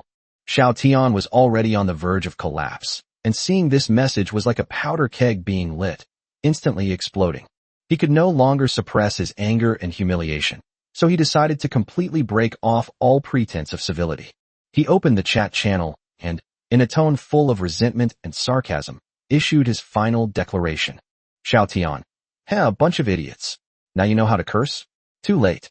You think I'm lying to you? No, I'm giving you an opportunity. An opportunity to invest in the future. It's just a pity that you bunch of fools can't even see that. The worthless resources you donated to me. Do they even deserve to be called resources?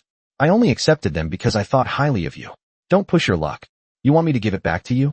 Dream on. If you're so capable, come and get it from me after the newbie protection period is over. I'd like to see what kind of useless trash like you, who don't even have any units, can use to fight my tier 3 golem. A bunch of trash. You dare bark at me like dogs. I'm living in a level 2 mansion, eating roast meat, having a blast. And you guys? You're all shivering in the snow like dogs. Ha ha ha. The monsters are attacking tonight. You're all going to die? Ha ha ha. He vented his resentment and bitterness in the chat channel, exposing his ugliest side to everyone. These outrageous remarks were like adding fuel to the fire, causing the entire chat channel to explode. Everyone was so angry at Xiao Tian's utterly shameless face that they trembled with rage. Holy crap! He dares to insult us. Is this something a human being could say? It's utterly inhuman. Damn it! I must have been blind. How could I have believed such a heartless bastard? Xiao Tian, you just wait. I'll fight you to the death. The entire 10086 newbie village was in complete chaos in the last few hours before the newbie protection period ended. Within the territory, Lu Qingzhou leaned back in his comfortable recliner, watching the annual drama unfolding in the chat channel with great interest. Xiao Tian went from being hailed as humanity's savior to being the enemy of the entire village in just one live stream lasting less than 10 minutes. At this moment, the entire chat channel was filled with angry curses and condemnations of Xiao Tian and Wang Hao, as well as endless despair for the impending eternal night. Master, that Xiao Tian looks like a clown. Cat-eared girl Yao Yao lay on Lu Qingzhou's lap, wiggling her fluffy white cat ears, enjoying her master's caresses while making a seductive complaint. He's not only a clown, he's a fraud. Eileen stood aloof to the side, her ruby-like eyes filled with disdain. Lu Qingzhou smiled, neither confirming nor denying. He actually felt that Xiao Tian was still somewhat useful. At least, he used the resources crowdfunded by the entire village to help him find the location of a dungeon and even personally demonstrated the wrong way to play it. Black Wind Cave, fluorescent, or? Lu Qingzhou stroked his chin, a hint of interest flashing in his eyes. The so-called eternal night had no effect whatsoever on this man, who possessed the fluorescent mineral vein. But he didn't want to explore this instance. Just then, amidst a chorus of desperate wails in the chat channel, someone suddenly spoke up for him. Sigh, we can't count on Xiao Tian anymore. Are we doomed? Lu Qingzhou, God Lu, aren't you the top dog in our village? You can't beat that swindler Xiao Tian. Do you dare to challenge that, Black Wine Cave? Chapter 43, the top-ranked boss, Lu Shun, has finally spoken. That's right, we still have Lu Shun. Lu Shun can even kill a level 5 boss, so a mere beginner dungeon should be a piece of cake, right? Lu Qingzhou boss. Stop watching. Go now. You are our last hope. Don't even think about it. Lu Xun is just a selfish, self-serving farmer. Why would he care about our lives? He's probably hiding in his mansion right now, laughing at us. For a time, countless people were focused on Lu Qingzhou. Some pleaded, some challenged, and some used moral blackmail. In their view, Lu Qingzhou was the last straw they were grasping at. Looking at these people's comments, Lu Qingzhou just smiled faintly. Master, are you going to help them? Behind him, the cool and aloof Eileen massaged his shoulders while asking softly. Help? Lu Qingzhou chuckled. Why should I help a bunch of idiots who have repeatedly insulted me and tried to morally blackmail me? So, are you going to that cave? The cat-eared girl Yao Yao also curiously came over, her snow-white cat ears trembling slightly. Yes, of course I'll go. Lu Qingzhou nodded. However, it's not for them, it's for ourselves. The rewards for clearing a dungeon for the first time are real and substantial. Moreover, he does indeed lack basic resources now. Whether you continue recruiting troops or upgrading buildings, you will need a huge amount of wood, stone, and iron ore. Why should he have to work hard to cut down trees and mine minerals? That's incredibly inefficient. It's a complete waste of time. And aren't these desperate lords, who are starving and hungry, the perfect free labor force? They traded fluorescent minerals, which they had no use for the basic resources they desperately needed that they had left. This deal is a sure thing. The chat channel was still filled with wailing and howling. Just when everyone thought they were really going to die on this last day before the eternal night descended. The top-ranking figure who had remained aloof and ignored their clamor from beginning to end finally spoke up in the chat channel for the first time. Lu Qingzhou, stop howling. You're disturbing my rest. If you want to live, go out and gather resources yourself. I will be back before dark. Just 3 simple sentences. There were no promises, no guarantees, not even a single extra punctuation mark. But it was like a bolt of lightning that ripped through the night sky, instantly illuminating everyone's eyes. I'm not seeing things, am I? It's Godlu. Godlu has finally spoken. They want us to go gather resources? And be back before dark? What does this mean? What else could it mean? Lu Xun is going to clear the dungeon and get the fluorescent ore for us. Wah, I knew it. Godlu is our last hope. He just doesn't talk much, but he cares about us. That's true leadership. What is vision? This is vision. No questions asked, just action. Compared to Xiao Tian, that liar who only knows how to make empty promises, they're worlds apart. Brothers, what are you waiting for? Get to work. Lu Xun is giving us a chance. We can't hold back. Yes, let's go gather resources. Let's make up for everything we were scammed out of before. Wah, we're saved. We're saved. Father, you are my only father. I'll go cut down a tree for you right now. Right. Don't just stand there. Hurry up and go out to gather resources. If you're too late, you might not even get a bowl of soup. In just a few seconds, the chat channel, which had been lifeless and filled with despair, came alive. Countless lords tumbled and scrambled out of their cabins, roaring as they charged into the forest like they'd been injected with adrenaline. Cut down trees. Mining. Collection. Everyone displayed unprecedented enthusiasm and drive. In their eyes, Lu Qingzhou was their savior. They are the only hope to get them through the night. The more resources they collect, the more light they can exchange for at night. Inside a warm and sturdy level 2 cabin, Xiao Tianjing's eyes were bloodshot, like a gambler who had lost all his chips, as he frantically pounded on the dilapidated 3rd-tier golem in front of him. A huge gash had been torn open in the golem's chest. Its core magic crystal was shattered, and its entire body was covered with hideous claw marks, making it look extremely miserable. Useless. All of you are useless. While cursing, Xiao Tian frantically tried to fix it. However, the shattering of the core magic crystal is an irreversible damage.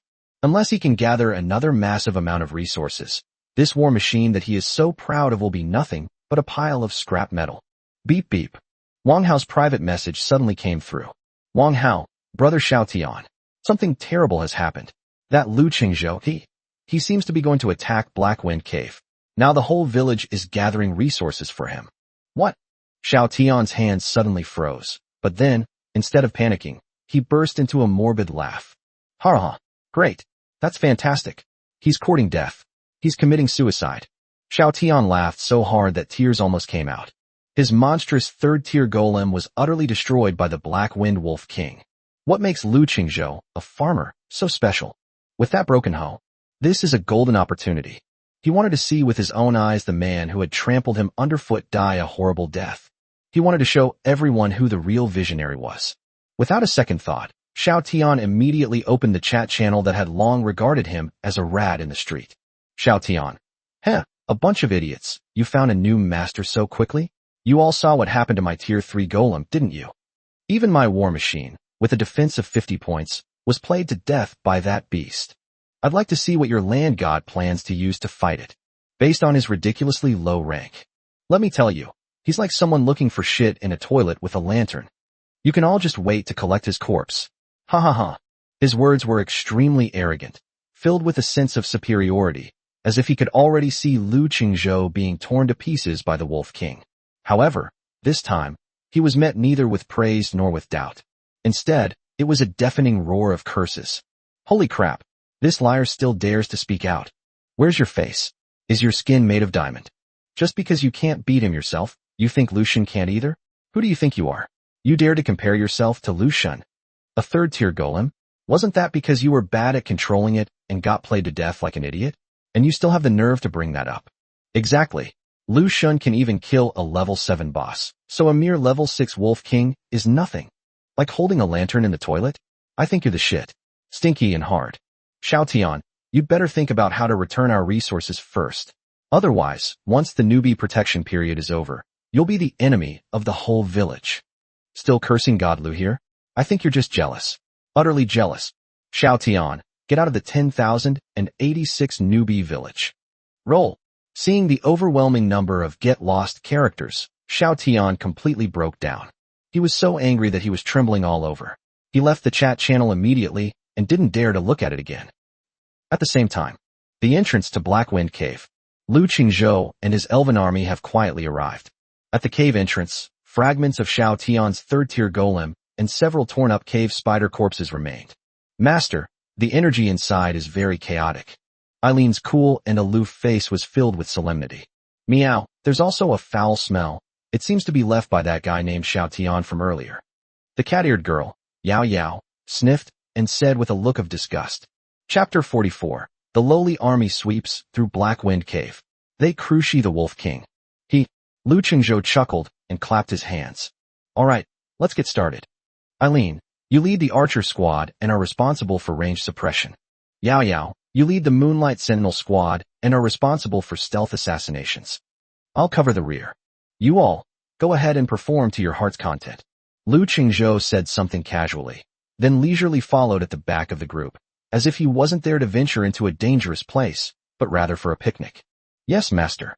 Eileen and Yao Yao responded in unison, their voices filled with boundless fighting spirit and confidence.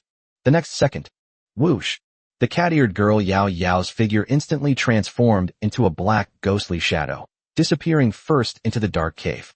Closely following behind were the 5 Moon Sentinels, who were equally skilled in stealth. Meanwhile, Eileen, accompanied by 6 pink-haired little girls, followed leisurely behind, her elven longbow already fully drawn, ready to provide long-range firepower suppression at any time. The entire team had a clear division of labor, advanced and retreated according to plan, and was full of the iron will and solemnity of professional soldiers. Hiss! As soon as they entered the cave, the exact same scene as when Xiao Tian was live streaming appeared. More than a dozen enormous cave spiders suddenly sprang out from the rock walls on all sides. However, before they could even spew out that disgusting venom, uft, uft, uft, in the darkness, 5 silver glints, like the scythe of death, silently slashed across the necks of 5 poisonous spiders. Reduced by 105. Critical hit. Reduced by 112. Critical hit. 5 terrifying damage numbers appeared all at once. The 5 elite venomous spiders didn't even have time to scream before they fell straight off the rock wall and smashed into a pile of mangled flesh. They are Moonlight Sentinels. Their figures moved like ghosts, darting freely through the dark caves, and every move they made inevitably took a life. Whoosh, whoosh, whoosh. Behind them, Eileen and the pink-haired little girls unleashed a rain of arrows. Silver arrows imbued with moonlight, along with rows of ordinary wolf tendon arrows, seemed to have eyes, precisely covering all the remaining poisonous spiders. Reduced by 98. Critical hit. Reduced by 45. Reduced by 48. Another barrage of damage numbers popped up. The remaining poisonous spiders were wiped out in an instant. The entire battle was executed flawlessly and with overwhelming force. The entire battle lasted less than 10 seconds from start to finish. The elite spider swarm that had previously given Xiao Tian's Tier 3 golem a hard time was as vulnerable as a flock of lambs to the slaughter in front of Lu Qingzhou's well-coordinated elven army. Pretty. Lu Qingzhou, who was following at the very back and didn't even bother to lift his hand, sincerely exclaimed in admiration. Hee master, aren't we amazing? A pink-haired little girl, with her snow-white chest puffed out, ran over with a look of wanting praise on her face. Lu Qingzhou smiled and pinched her rosy cheeks. Well done, keep it up. The team continued deeper into the area. What followed was a one-sided massacre. Whether it's hordes of goblins or deadly slimes lurking in the shadows, none of them can cause the slightest disturbance in front of this army composed entirely of exquisite elf girls. Soon, the group arrived at the deepest part of the cave. The Black Wind Wolf King, which had just thoroughly humiliated Xiao Tian, was lying in front of the fluorescent mineral vein, licking its paws listlessly. Whoa!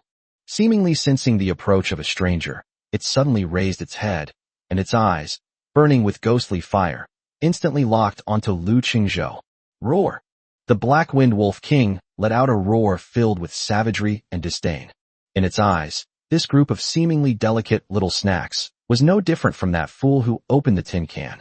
It was too lazy to even get up, so it just lay on the ground with its blood-red mouth wide open, ready to welcome this afternoon tea that had been delivered to its door. However, the next second, a silver arrow, imbued with moonlight, streaked across the night sky like a shooting star, arriving with unparalleled momentum. Moonlight arrow. Uft. The silver arrow struck the Black Wind Wolf King's right eye, which was burning with ghostly flames, with perfect accuracy. Reduced by 188. Critical hit, weakness attack. An incredibly terrifying damage number popped up above its head. Awoo! The Black Wind Wolf King let out an extremely shrill howl, and its massive body suddenly leaped up from the ground. It never dreamed that these seemingly weak little snacks could unleash such terrifying damage. Before it could even recover from the excruciating pain. Swish, swish, swish. 5 silver ghostly figures wielding poison moon blades had silently appeared behind it. 5 poison moon blades, gleaming with a cold, eerie green light, pierced its relatively soft hind leg joints like the fangs of 5 venomous snakes. Reduced by 88. Critical hit, poisoned. Reduced by 92. Critical hit, poisoned. A series of damage numbers popped up again. The Black Wind Wolf King's health bar, which was as high as 1,800 points, was instantly reduced by nearly a third. Roar! Overwhelmed by excruciating pain, the Black Wind Wolf King went completely berserk. It suddenly turned around, opened its blood-red maw, and unleashed a shockwave containing dark energy towards the nearest moon sentinel. However, the dashing silver-haired sentry neither dodged nor avoided the attack. Just as the shockwave was about to hit, a fiery yet agile figure appeared before her like a ghost. It's Yao Yao, the cat-eared girl. Chapter 45. Eileen and Yao Yao were stunned. Hee, you want to bully my sister? You'll have to ask the dagger in my hand first. Yao Yao chuckled, and the dagger in her hand transformed into a dark purple streak of light, fiercely meeting the shockwave head-on. Shadow strike. Boom. The energy collided with the blade's light, producing a deafening roar. Yao Yao's figure was actually blasted backward by this enormous force. But she managed to block the shockwave that was powerful enough to kill any ordinary soldier. A great opportunity. Lu Qingzhou's eyes lit up. Now. He let out a low shout and stomped his foot hard on the ground. War tramples. Boom. A shockwave, visible to the naked eye, spread out instantly from him. Having just unleashed its ultimate attack, the Black Wind Wolf King, still in a stunned state, was unable to dodge in time and was directly hit by the shockwave. A slow-down debuff instantly appeared beneath its feet. Eileen. Clear. Eileen drew back the Wind Whisper longbow, pouring all her spiritual power into it. Another unprecedentedly dazzling silver arrow, carrying an unparalleled momentum, instantly pierced the Black Wind Wolf King's only remaining eye. Reduced by 425. Critical hit, weakness exploit, armor penetration. A terrifying injury that would leave everyone speechless slowly emerged from its head. The Black Wind Wolf King let out a desperate howl, and its massive body crashed to the ground. Ding! Congratulations. You have successfully defeated the level 6 dungeon boss, Black Wind Wolf King. However, the moment the Wolf King's corpse fell, the entire cave began to tremble violently.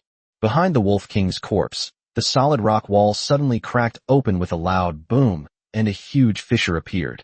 An energy 10 times more terrifying than the Black Wind Wolf King, filled with endless resentment and darkness, swept in from the other end of the crevice like a tidal wave.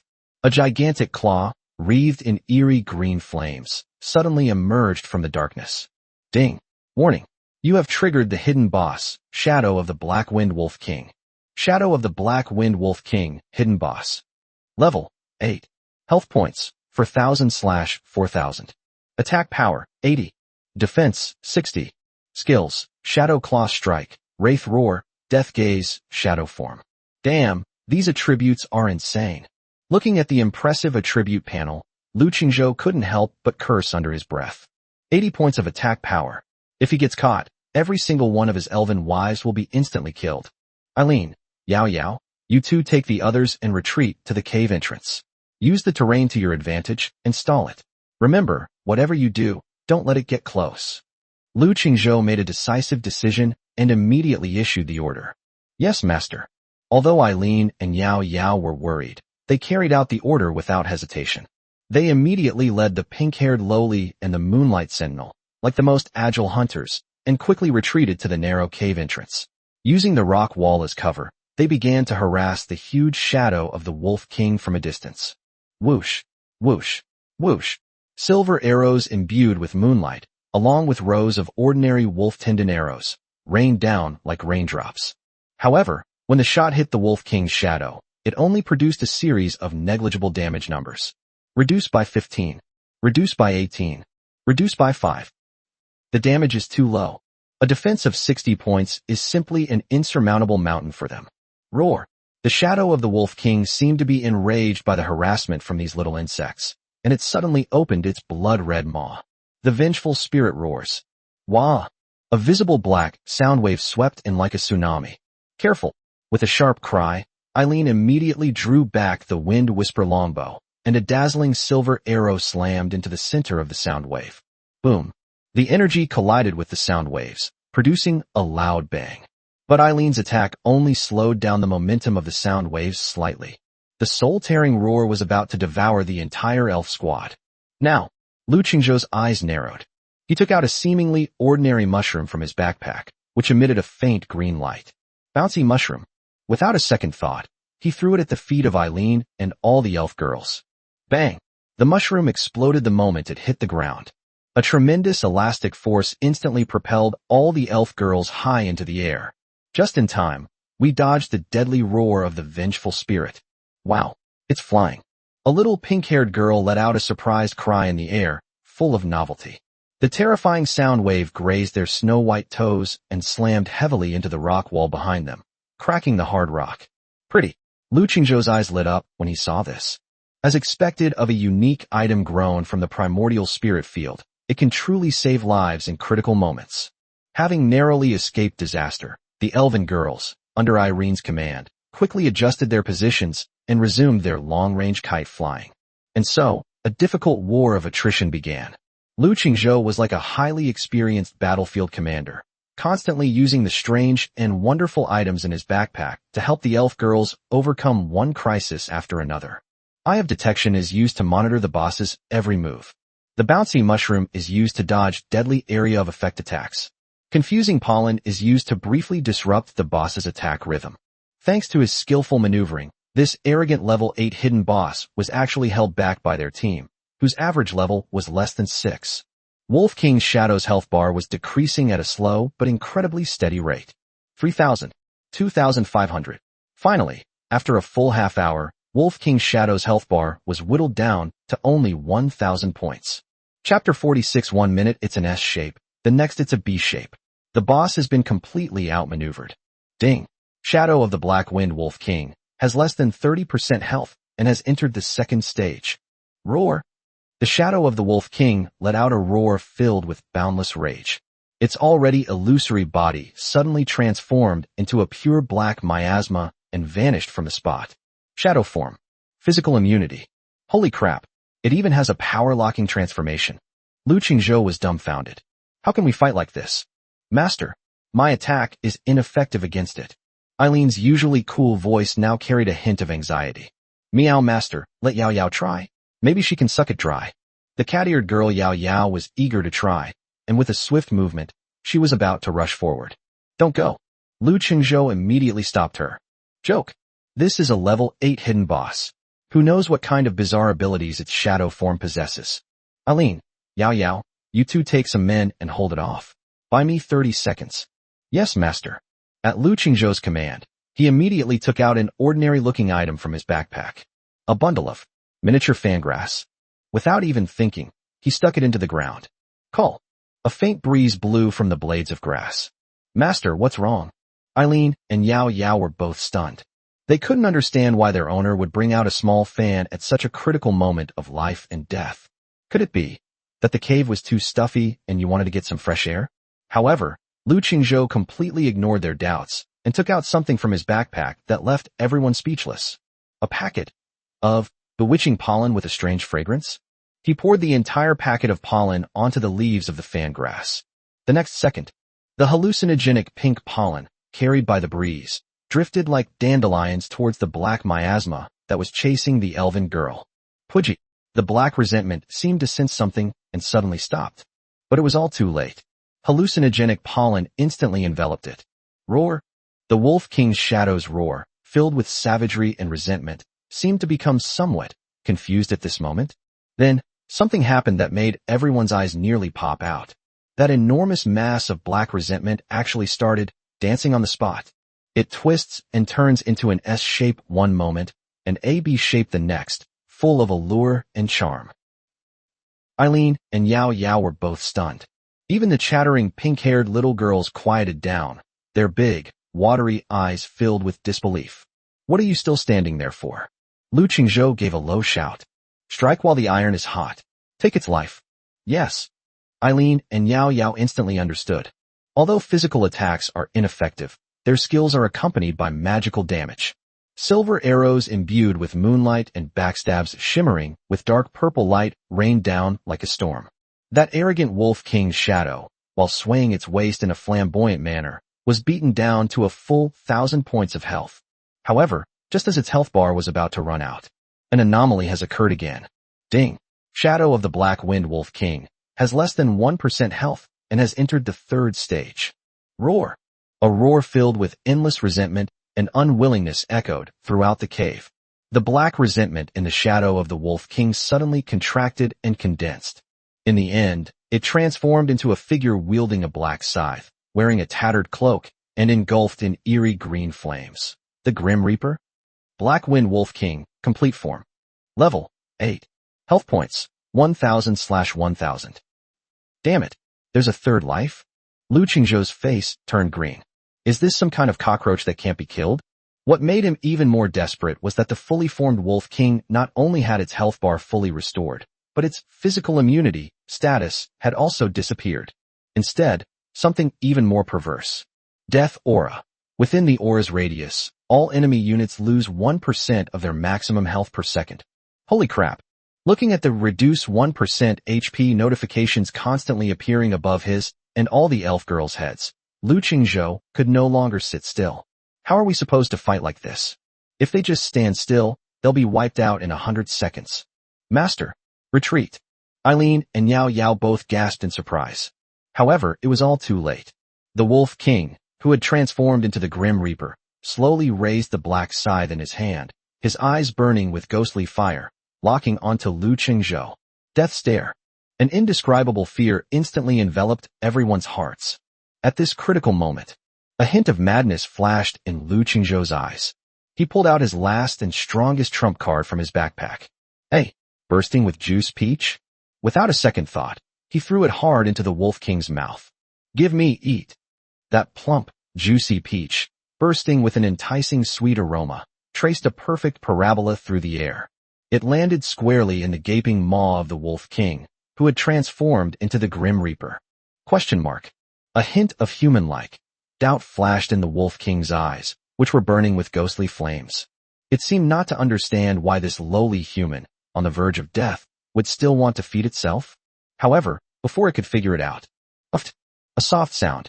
The juicy peach burst open in its mouth. Pink juice instantly filled its mouth. An indescribable, intense sweetness swept over its taste buds like a tsunami. The Wolf King's massive body suddenly stiffened. Its eyes, burning with ghostly flames, were filled with endless shock and ecstasy. Then, something happened that made everyone's eyes nearly pop out. A pink light suddenly shone from the Wolf King's massive body. Ding! The Black-Wind Wolf King has consumed a exploding juicy peach, becoming cheerful and entering a sweet state, temporarily reducing all its attributes by 20% for 1 hour. The entire cave fell into a deathly silence. Eileen and Yao Yao were both stunned. Even the chattering pink-haired little girls quieted down, their big, watery eyes filled with disbelief. Chapter 47. 2 world-class announcements in a row. Rewards galore. Hey Peach. They just destroyed a level 8 hidden boss. This actually works. Don't just stand there. Lu Qingzhou's roar snapped everyone out of their shock. Yes, master. All the elf girls instantly understood. The anger that had been suppressed for so long finally erupted at this moment. Silver arrows imbued with moonlight and backstabs shimmering with dark purple light rained down on the Wolf King, who was still lost in his blissful reverie, as if they were free. Reduced by 255. Critical hit. Reduced by 312. Critical hit. A series of terrifying damage numbers appeared all at once. The arrogant Wolf King didn't even have time to utter a scream before it was beaten into a cloud of black smoke and vanished under the onslaught of the storm. Ding! Congratulations! You have successfully defeated the level 8 hidden boss, Black-Wind Wolf King. However, that's not all. A dazzling golden beam, more radiant than any previous announcement, suddenly descended from the sky, enveloping the entire Morning Star continent. Announcement to all of mainland China. Congratulations to Lord Lu Qingzhou of the Dragon Summer War Zone for successfully clearing the Black Wind Cave dungeon for the first time. A feat of unparalleled achievement. His might shakes all races. Rewards. 1 territory upgrade scroll. 2,000 copper coins. Plus 20 to all attributes. Plus 2,000 Morning Star Empire reputation. Before everyone could recover from the shock of the announcement, another, even more dazzling golden announcement followed immediately, booming out. Announcement to all of mainland China. Congratulations to Lord Lu Qingzhou of the Dragon Summer War Zone for successfully achieving the first kill of the level 8 hidden boss Shadow of the Black Wind Wolf King. His divine might is unparalleled. All races revere him. Rewards. 1 legendary treasure chest. 3,000 copper coins. Special attribute Luck plus 5. Morning Star Empire reputation plus 3,000. Boom.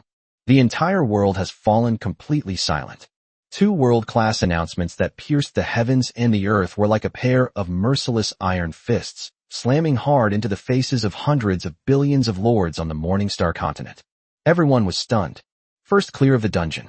First kill of the hidden boss. These are 2 consecutive world-class announcements. It's only been 7 days. What kind of monster is this Longshan man named Lu Qingzhou? Newbie Village number 10086, chat channel. This place has completely transformed into a sea of joy. Holy crap. 2 world announcements. It's our village's big boss, Lu Qingzhou. Dad, you're my only dad. I'll go chop down trees and mine for you right now.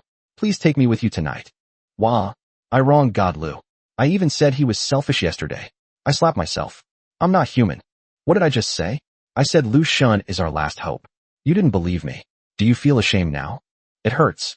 It hurts so much. My face is almost swollen from Lu Shun's slaps. But it feels so good. It feels so good. All members, I hereby announce that, starting today, our new village number 10086 will be officially renamed Lu Shun Village. Who agrees? Who disagrees? I agree. I wholeheartedly agree. In the channel, everyone was completely stunned by this sudden bombshell. Their worldviews shattered. Those lords who were previously cursing Xiao Tian and feeling despair at the arrival of eternal night have now completely forgotten about those trivial matters. In their hearts, there was only endless worship and fanaticism for Lu Qingzhou. See that? That's my dad's power. Low-key but awesome. Xiao Tian, Wang Hao, come out and take a walk.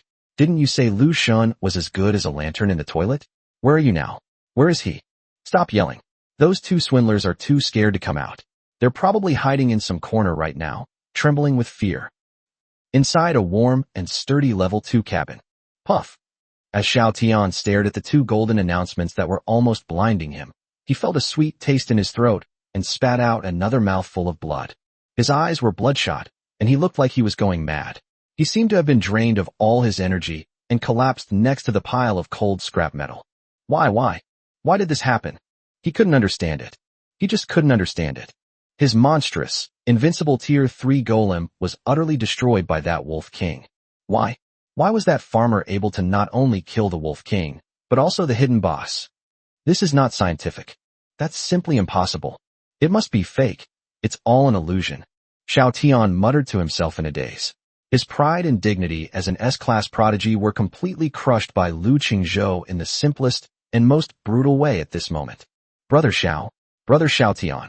Wang Hao's voice, filled with terror and trembling, came from the private chat window. What do we do now? Roll. Xiao Tian let out a hysterical roar.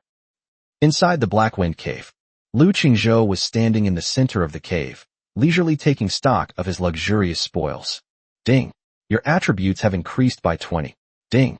Your special attribute, luck, has increased by 5. A warm current, more powerful and pure than ever before, instantly surged through my entire body. Lu Qingzhou was so comfortable that he almost groaned out loud. He could clearly feel that his limbs and bones were being strengthened and transformed by a mysterious force. He opened his attribute panel, looked at the ridiculously high numbers, and almost grinned from ear to ear. Lord, Lu Qingzhou. Level, 8. Strength, 58.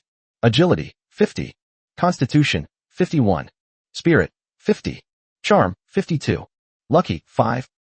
Immediately, Lu Qingzhou turned his gaze to the Wolf King's corpse, where the spoils of war were piled up like a small mountain.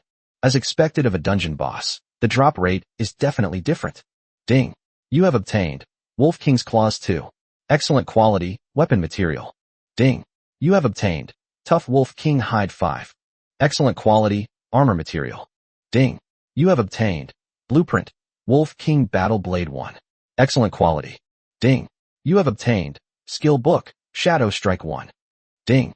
You have received 888 copper coins. Ding.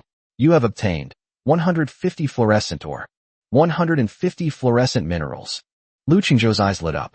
Without hesitation, he immediately learned the book, Shadow Strike. Skill, Shadow Strike. Active transform into a shadow, instantly appearing behind any target within 10 meters. The next attack will always be a critical hit. Cooldown, 5 minutes. Movement and burst damage. That's an amazing skill. Lu Qingzhou was overjoyed. Then, he looked at the loot dropped by the hidden boss. As the first hidden boss to be killed in the entire server, its generosity exceeded Lu Qingzhou's imagination. Ding. You have obtained Wolf King's Resentment Crystal 1. Rare quality, special material. Ding. You have obtained Blueprint, Wraith Armor 1. Rare quality. Ding. You have obtained Dungeon Reset Scroll 1. Blackwind Cave Dungeon only. Ding. You have received 1,350 copper coins. Ding. You have obtained 300 fluorescent minerals. 300 fluorescent minerals. Lu Qingzhou grinned as he looked at the large pile of faintly glowing ores in his backpack. Now we can really harvest a bunch of Wutsai, a metaphor for exploited investors. Chapter 48 Legendary Treasure Chest. An S-rank healer was obtained. Finally, his gaze fell on the most prestigious reward. The first kill of the hidden boss on the entire continent rewards you with a legendary treasure chest. It was a magnificent treasure chest made entirely of dark gold metal, with countless sacred runes engraved on its surface, radiating a hazy golden light. Cull. Lu Qingzhou took a deep breath, suppressing his inner excitement. He didn't rush to open the treasure chest, but instead took out the Territory Upgrade Scroll first. Territory Upgrade Scroll. After use, it can directly upgrade a level 3 territory to a level 4 territory. Use. Ding. Congratulations.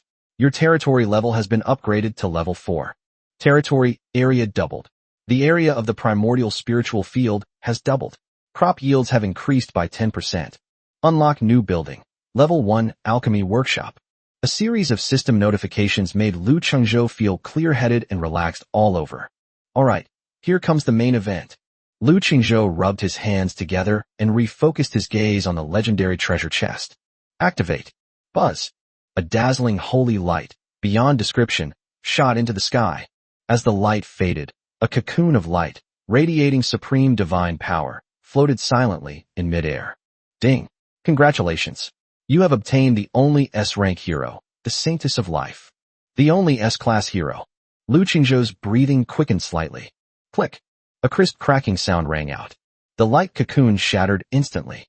A stunningly beautiful girl, about 1.65 meters tall, wearing a pristine white dress and with long, dazzling golden hair reaching her waist, slowly opened her eyes. Her features were exquisitely beautiful, as if they were the most perfect masterpiece of the gods, and her skin was even more lustrous and white than the finest mutton fat jade. A pair of clear, emerald-like eyes gazed silently at Lu Qingzhou, their depths filled with an innate sanctity and compassion. She is like a lotus flower blooming in the kingdom of God, pure, noble, and inviolable. The holy maiden of life descended from the light, step by step, and came before Lu Qingzhou. Lifting her skirt, she gracefully performed a ladylike curtsy, and softly said in a voice as gentle as a spring breeze, "Greetings, my master. I am Lia, the saintess of the goddess of life. From this day forward, I will serve you." Unit: Life Saintess Lia. Quality: S tier, unique hero, upgradable. Level 1. Skills: Holy Light Healing, Life Restoration, Divine Protection. Evaluation: the representative of the goddess of life on earth, possessing the supreme power to bring the dead back to life and heal the wounded. S-Class Nanny. Lu Qingzhou was overjoyed when he saw these incredible attributes. With her, his elven army was essentially given an extra mobile fountain. Alright, everyone, stop standing there.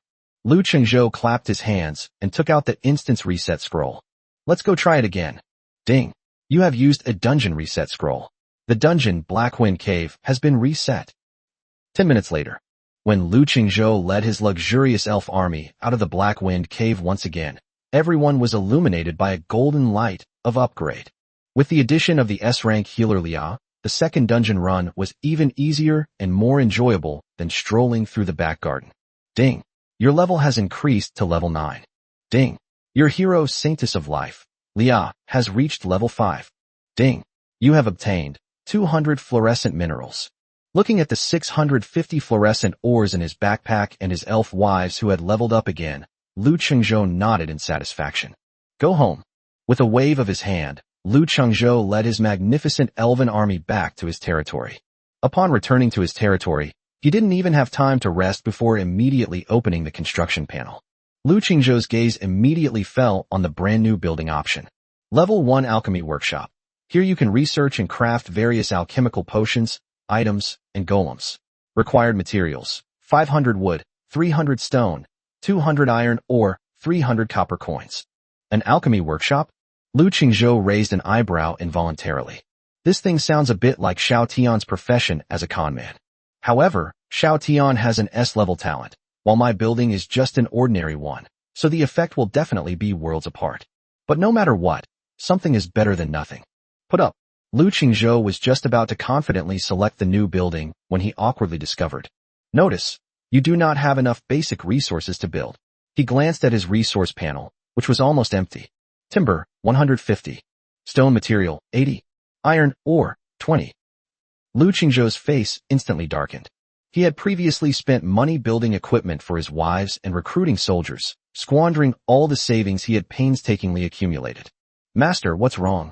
A pink-haired little girl, who had just finished eating a juicy peach and still had pink juice on her lips, ran over with her snow-white little feet, her big, watery eyes full of curiosity. It's nothing, we're just out of food at home. Lu Qingzhou sighed. His face bearing the expression of poverty makes me melancholy. However, he also has fluorescent minerals. Hey, it's time to harvest another batch of vite, a metaphor for exploited investors. Lu Qingzhou's lips curled into a wicked smile. He casually clicked on the chat channel that had long been overwhelmed by despair. Sure enough, the entire channel was filled with fear of the eternal night and an endless desire for lighting equipment. Brothers, there are only a few hours left. I'm panicking. Does anyone have a torch? I'll give you everything I own. Change it, my ass. I don't even have enough wood to make a torch. Wah, are we really going to die in this eternal night? Looking at these people's comments, Lu Qingzhou slowly opened the trading market. Then, they started editing the product information. Seller, Lu Qingzhou. Item available now, fluorescent or 1. Effect, provides stable lighting for an extended period, dispelling darkness. Requirements, 30 wood, 30 stone, or 30 iron, or choose 1. Inventory, 100. Note, this is the only store of its kind. Buy it or not, it's up to you. This price is almost the same as the warm sun wheat ear that made him a fortune back then, both costing 30 units of resources. Chapter 49. Harvesting 5 waves of Gutsa, a metaphor for exploiting investors, to welcome the eternal night. The moment fluorescent minerals appeared on the market, the entire chat channel instantly erupted in excitement. Holy crap. Quick, check the trading market. It's fluorescent ore. It's the fluorescent ore that Lu Shun brought out from the dungeon. It can provide lighting for a long time. This is the magical artifact we've been dreaming of. 30 units of resources per 1. I'll buy it. Grab it. We must get it at all costs. It's our life. In less than half a minute, the 100 fluorescent minerals that Lu Qingzhou put up were sold out in no time. Ding. Transaction successful. You have received 30 pieces of wood. Ding. Transaction successful. You have received 30 stones. Ding. Transaction successful. You have acquired 30 iron ore. Those who failed to get one were wailing and lamenting in the chat channel. So close. Why am I so slow? Lu Qingzhou dad, please put more on the shelves. I beg you. We can't live without you. Faced with these cries of anguish, Lu Qingzhou simply smiled faintly. He leisurely put another 100 yuan on the shelf. As it turned out, this time it was even faster, selling out in less than 10 seconds. After 5 rounds of back and forth cuts, Lu Qingzhou's resource panel had undergone a dramatic change. Timber, 5,150. Stone material, 5,080. Iron ore, 5020. More than 5,000 units of basic resources. Lu Qingzhou smacked his lips, his face full of satisfaction. All right, we can get started now. Build an alchemy workshop. Boom. A mysterious purple light shone down next to the elf workshop. Soon, a peculiar building made of black iron and crystal, full of technological and magical beauty, appeared before everyone's eyes. Lu Qingzhou walked in curiously and saw a huge alchemy table in the center of the workshop, covered with all kinds of bottles, jars, and strange instruments. He opened the manufacturing list and glanced at it. Currently available crafting list. Basic health potions, basic mana potions, common alchemical golems. Just as he expected, this level 1 alchemy workshop can only produce the most basic alchemical products. Neither the potion's effects nor the puppet's combat power could compare to the divine items he cultivated from the primordial spirit field, nor his incredibly powerful elven army. It's better than nothing. We might need it someday. Lu Qingzhou shrugged and casually used the remaining resources to upgrade the warehouse and barracks by 1 level, bringing them to level 4, just like the territory. After finishing the land development, Lu Qingzhou leaned back comfortably in his deck chair, watching the group of elven girls playing and frolicking in the distance, feeling extremely pleased with himself. The newly arrived saintess of life, Lia, has clearly already become one of the group. Her pure and gentle temperament made her a confidant and older sister to all the fairy girls. Even the usually aloof Eileen would show a rare hint of affection when facing her. Only the cat-eared girl Yao Yao seemed to be full of hostility towards this new, innocent girl. Hey, you hypocrite. Aren't you tired of pretending to be a saint all the time? Yao Yao strode up to Leah with her long, snow-white legs, put her hands on her hips, and said provocatively. Upon hearing this, Leah simply smiled slightly, her clear, emerald-green eyes, like the gentlest spring water, quietly watching her. Sister Yao Yao, there's a strong killing intent about you. Leah's voice was full of compassion. This is bad for your health. It will make your heart cold too. As she spoke, she stretched out a small, snow-white hand and gently placed it on Yao Yao's lower abdomen. Buzz! A gentle holy light emanated from Leah's palm and slowly flowed into Yao Yao's body. What are you doing? Yao Yao's body stiffened abruptly. Just as she was about to resist, she felt an unprecedented warmth and comfort that instantly spread throughout her body. She felt the resentment that had accumulated within her from years of fighting slowly dissipate under the purification of this holy light. I felt more relaxed and peaceful than ever before. A rare hint of confusion and dependence flickered in Yao Yao's wild eyes. She felt that she might be starting to like this pretentious guy. Dusk arrived as scheduled on the 7th day. This is the last sunset of the new player protection period. The crimson afterglow cast an ominous hue over the entire land. The air was thick with a sense of oppressive tension and impending doom. Newbie Village Announcement Number 10086. Remaining time for Newbie Protection Period, 1 hour. This chilling system notification sounded like a death knell, tolling in the hearts of every lord. 1 hour. Only 1 hour left. I'm so panicked. My hands and feet are freezing cold. Wah, I don't want to die. I haven't even held a girl's hand yet. Someone, please save me. I'm willing to give anything. The chat channel was filled with lamentations, completely overwhelmed by feelings of despair. Countless people huddled in their drafty level 1 cabins, clutching their only torch, trembling and making their final prayers. However, this was in stark contrast to the apocalyptic scene outside. Within Lu Qingzhou's territory, however, there was peace and tranquility, even a touch of extravagance. In the center of the territory, the high-quality fluorescent mineral vein emits a soft glow 24 hours a day, illuminating the entire territory as bright as day and dispelling all gloom and darkness. In the primordial spirit field beside the mine, 2 juicy peach trees are growing vigorously, with pink fruits hanging from the branches, emitting an enticing sweet fragrance. In the center of the territory, a huge bonfire was burning brightly. Above the campfire, an unidentified, plump wild animal was roasting, sizzling and dripping with oil, golden and crispy, emitting a rich, mouth-watering aroma. Lu Qingzhou leaned back comfortably in the recliner. Eileen, with her cool and aloof demeanor, was gently massaging his shoulders with her small hands. Before him, a dozen or so beautiful young girls were playing and frolicking around the campfire, chattering away.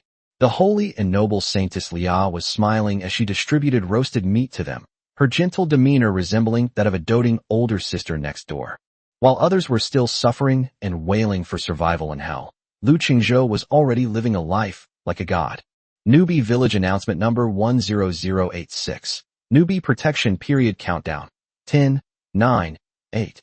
The chilling countdown began precisely on time. 3, 2, 1. The new player protection period has officially ended. Eternal night has fallen. Chapter 50. Eternal night descends. While others wail, God Lu throws a silver party at home. Boom. The last glimmer of blood-red light on the horizon was instantly swallowed by endless darkness. Extreme darkness swept across the entire land like a tidal wave. It's so dark you can't see your hand in front of your face. A woo. Hiss. Deep in the forest, countless pairs of scarlet, eerie green, and deathly white eyes suddenly opened. Roars filled with savagery and hunger rose and fell. Monsters are coming. The chat channel was instantly overwhelmed by endless panic and despair. Ah! Help! I can't see anything. It's here. It's really here. I see a monster. What do I do? Something's there.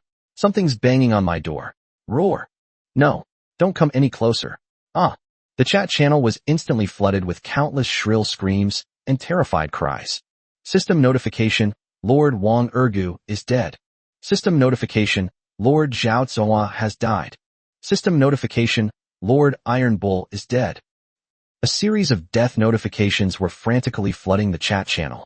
Lu Qingzhou slowly stood up from the recliner and clapped his hands. All right, stop playing, everyone. Dinner's ready. At his command, all the elf girls cheered, immediately put down their games, and surrounded him. But before we eat, Lu Qingzhou's gaze slowly turned to the forest outside the territory, shrouded in endless darkness. We need to clean up the trash first. Roar! As if in response to his words. At the edge of the dark forest, pairs of eyes, gleaming with a scarlet light, lit up like will-o'-the-wisps. The first wave of monsters has arrived. Eileen. Lu Qingzhou didn't even bother to say another word. Clear. Eileen's cool and aloof face was filled with confidence. She simply made a gesture towards the elven legion behind her. Put. Whoosh. Whoosh. Whoosh. On either side of the territory, the 2 elven watchtowers, which had long been thirsty for food, suddenly erupted with deadly roars. 2 massive crossbow bolts, as thick as bowls, ripped through the night sky like 2 black lightning bolts and slammed into the monster horde. Boom. Boom. Reduced by 355. Reduced by 362. 2 terrifying damage numbers appeared, and the dozen or so shadow goblins at the forefront were instantly blasted into a pile of minced meat. Immediately following, a rain of arrows from 4 pink-haired little girls arrived. The arrows rained down, as if they had eyes, precisely covering all the remaining monsters. Amidst a chorus of wails, dozens more monsters fell to the ground. Kill! With a sharp cry, the cat-eared girl Yao Yao transformed into a black, ghostly figure, her tall, fiery, snow-white body instantly rushing out. Behind her were the 5 moon sentinels, who were equally skilled in assassination. Their figures moved like ghosts across the dark battlefield, and every move they made inevitably took a life. This was a one-sided massacre. The holy and noble Saintess Lia stood quietly at the very back of the procession. With a wave of his staff, beams of soft holy light descended, dispelling all the negative status effects on the elven girls, and keeping their health bars at their healthiest state at all times. The entire battle was fluid and graceful, full of violent aesthetics. Just then, a lord named Zhao Si, who had miraculously survived and happened to live near Lu Qingzhou's territory, sent a message filled with endless shock in the chat channel, trembling. Holy crap, brothers. I think I saw a miracle. Not far from my house, there's a place. It's as bright as day. Inside, it seems like a group of fairies are dancing. The chat channel exploded because of a comment from that lucky neighbor. A silver party? Holy crap. Really? We're being chased and bitten by monsters here, and Lu Shun is throwing a silver party at home. Wah! How can the difference between people be so vast? Dad, let me in for a sip of soup. I don't want to die. Fairies dancing? Dude, are you hallucinating? That's a monster attack. The lucky neighbor, hiding in the dilapidated wooden house that was being rammed by the monster, looked at the bright, cheerful paradise in the distance, and then looked at the doubts in his chat box. He was so anxious that he almost cried. It's true. I'm not lying to you. The Lu family is really celebrating like it's New Year's. They're even eating barbecue. Upon hearing this, the entire chat channel fell into an even more eerie silence. Roasted meat? We're practically dying here, and you're having a barbecue party over there. Is there no justice left in this world? Is there no law left? Within the territory, Lu Qingzhou was completely unaware of the turmoil and changes happening in the outside world. The second and third waves of monsters arrived one after another. This time, the level and number of monsters have both increased significantly. Level 3 Enchanted Goblin, Level 4 Cave Spider. There was even a Level 6 Troll Warlord boss. Roar! The Troll Overseer roared, brandishing his spiked club, and led his massive goblin army in a frenzied charge toward Lu Qingzhou's territory. However, what awaited them was 2 already activated elf watchtowers, and a relentless barrage of arrows from 6 pink-haired little girls. As for that arrogant Level 6 boss, before it could even charge into its territory, a silver arrow imbued with moonlight and a ghostly figure shimmering with dark purple light blocked all its escape routes from the left and right. The battle was over in less than half a minute. Just then, a golden system announcement slowly appeared above everyone's heads. The Eternal Night Points leaderboard is now open. Defeating monsters will earn you points. After the Eternal Night ends, generous rewards will be distributed based on your point ranking. Current scoring rules. Level 1 monster equals 1 point. Level 2 monster equals 3 points. Level 2 elite monster equals 8 points. Newbie Village Points leaderboard number 10086. First place, Lu Qingzhou, 1888 points. Second place, Su Ying, 105 points. Third place, Lin Feng, 89 points. Looking at that terrifying score, which was like that of a god or demon, far ahead of the competition and with a huge lead, the entire chat channel once again fell into a deathly silence. Everyone was stunned by this number. Over 1,800 points. What does this mean? The second-ranked goddess, Su Ying, possesses an S-level talent that is 1 in 10,000, yet her current score has only just surpassed 100. For ordinary lords like them, having a score of 10 or so is considered a master. The difference is beyond description, beyond the difference between heaven and earth. This is the difference between humans and gods. Chapter 51 Sweeping through the entire village. Xiao Tian breaks through his defenses and angrily curses the simp. Within the territory, the fifth and final wave of monsters has arrived. This time, the level and number of monsters have both seen a qualitative leap. Level 5 Shadow Wolf, Level 6 Venomous Spider. Even more surprisingly, 2 Level 7 Crypt Lords, Elite, appeared. Roar! The 2 giant spiders, each the size of a small mountain, roared and brandished their scythe-like forelimbs, leading a massive, Dark army of demons like a black tide in a final assault on Lu Qingzhou's territory. Good timing. Leah, Lu Qingzhou shouted in a low voice. Yes, master. Standing at the very back of the group, the holy maiden of life, Leah, who hadn't made a move until now, finally took action. She slowly raised the staff in her hand, and a holy light flashed in her clear, emerald green eyes. Divine protection. Buzz. A golden halo, visible to the naked eye, spread out from her center in an instant, enveloping all the elven girls. Everyone was covered by a golden shield that looked like an eggshell. Kill. Lu Qingzhou gave the order. The battle erupted instantly. This time, the elf girls stopped defending and instead launched a charge. With the shield of an S-class healer, they are simply a group of invincible war machines. Cat-eared girl Yao Yao and 5 dashing moonlight sentinels, like 6 streaks of silver-black lightning, were the first to charge into the monster horde. The poison moon blades and daggers in their hands have transformed into the most deadly sides of death, and every swing will inevitably take away a life. Those 2 arrogant level 7 elite dungeon lords didn't even have time to unleash their skills before Eileen's 2 precise moonlight arrows blew their heads off. The battle was over in less than 3 minutes. Ding! Congratulations! You have successfully repelled the invasion of all monsters. Current points, 2,455. Lu Qingzhou glanced at his terrifyingly high score, which was far ahead of his opponents, and frowned slightly. That's all the points. He was somewhat dissatisfied. The system announcement clearly states that after the eternal night ends, generous rewards will be distributed based on the ranking of points. Although he is now in first place by a wide margin, who would complain about having too many rewards? Master, it seems that all the monsters around our territory have been killed off. With her aloof demeanor, Eileen walked up to Lu Qingzhou on her small, snow-white feet and respectfully reported. They've all been killed. Lu Qingzhou stroked his chin. A bold idea instantly took shape in his mind. Now that I've finished defeating all the monsters in my own territory, if I help others defeat them, will that also count towards my points?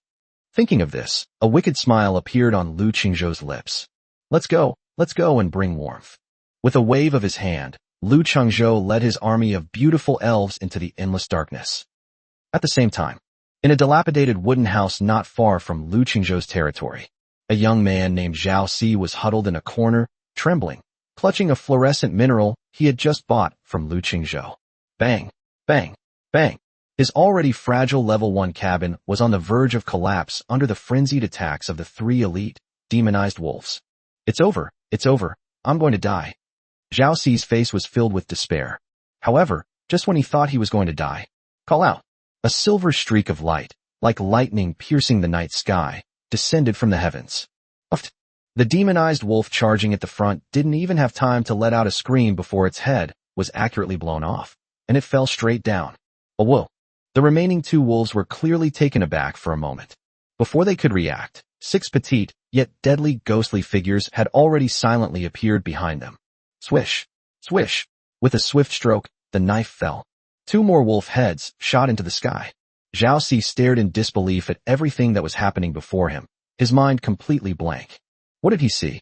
A group of hot-bodied, scantily clad fairies who looked like they stepped out of a video game descended from the sky and swiftly wiped out his nightmare.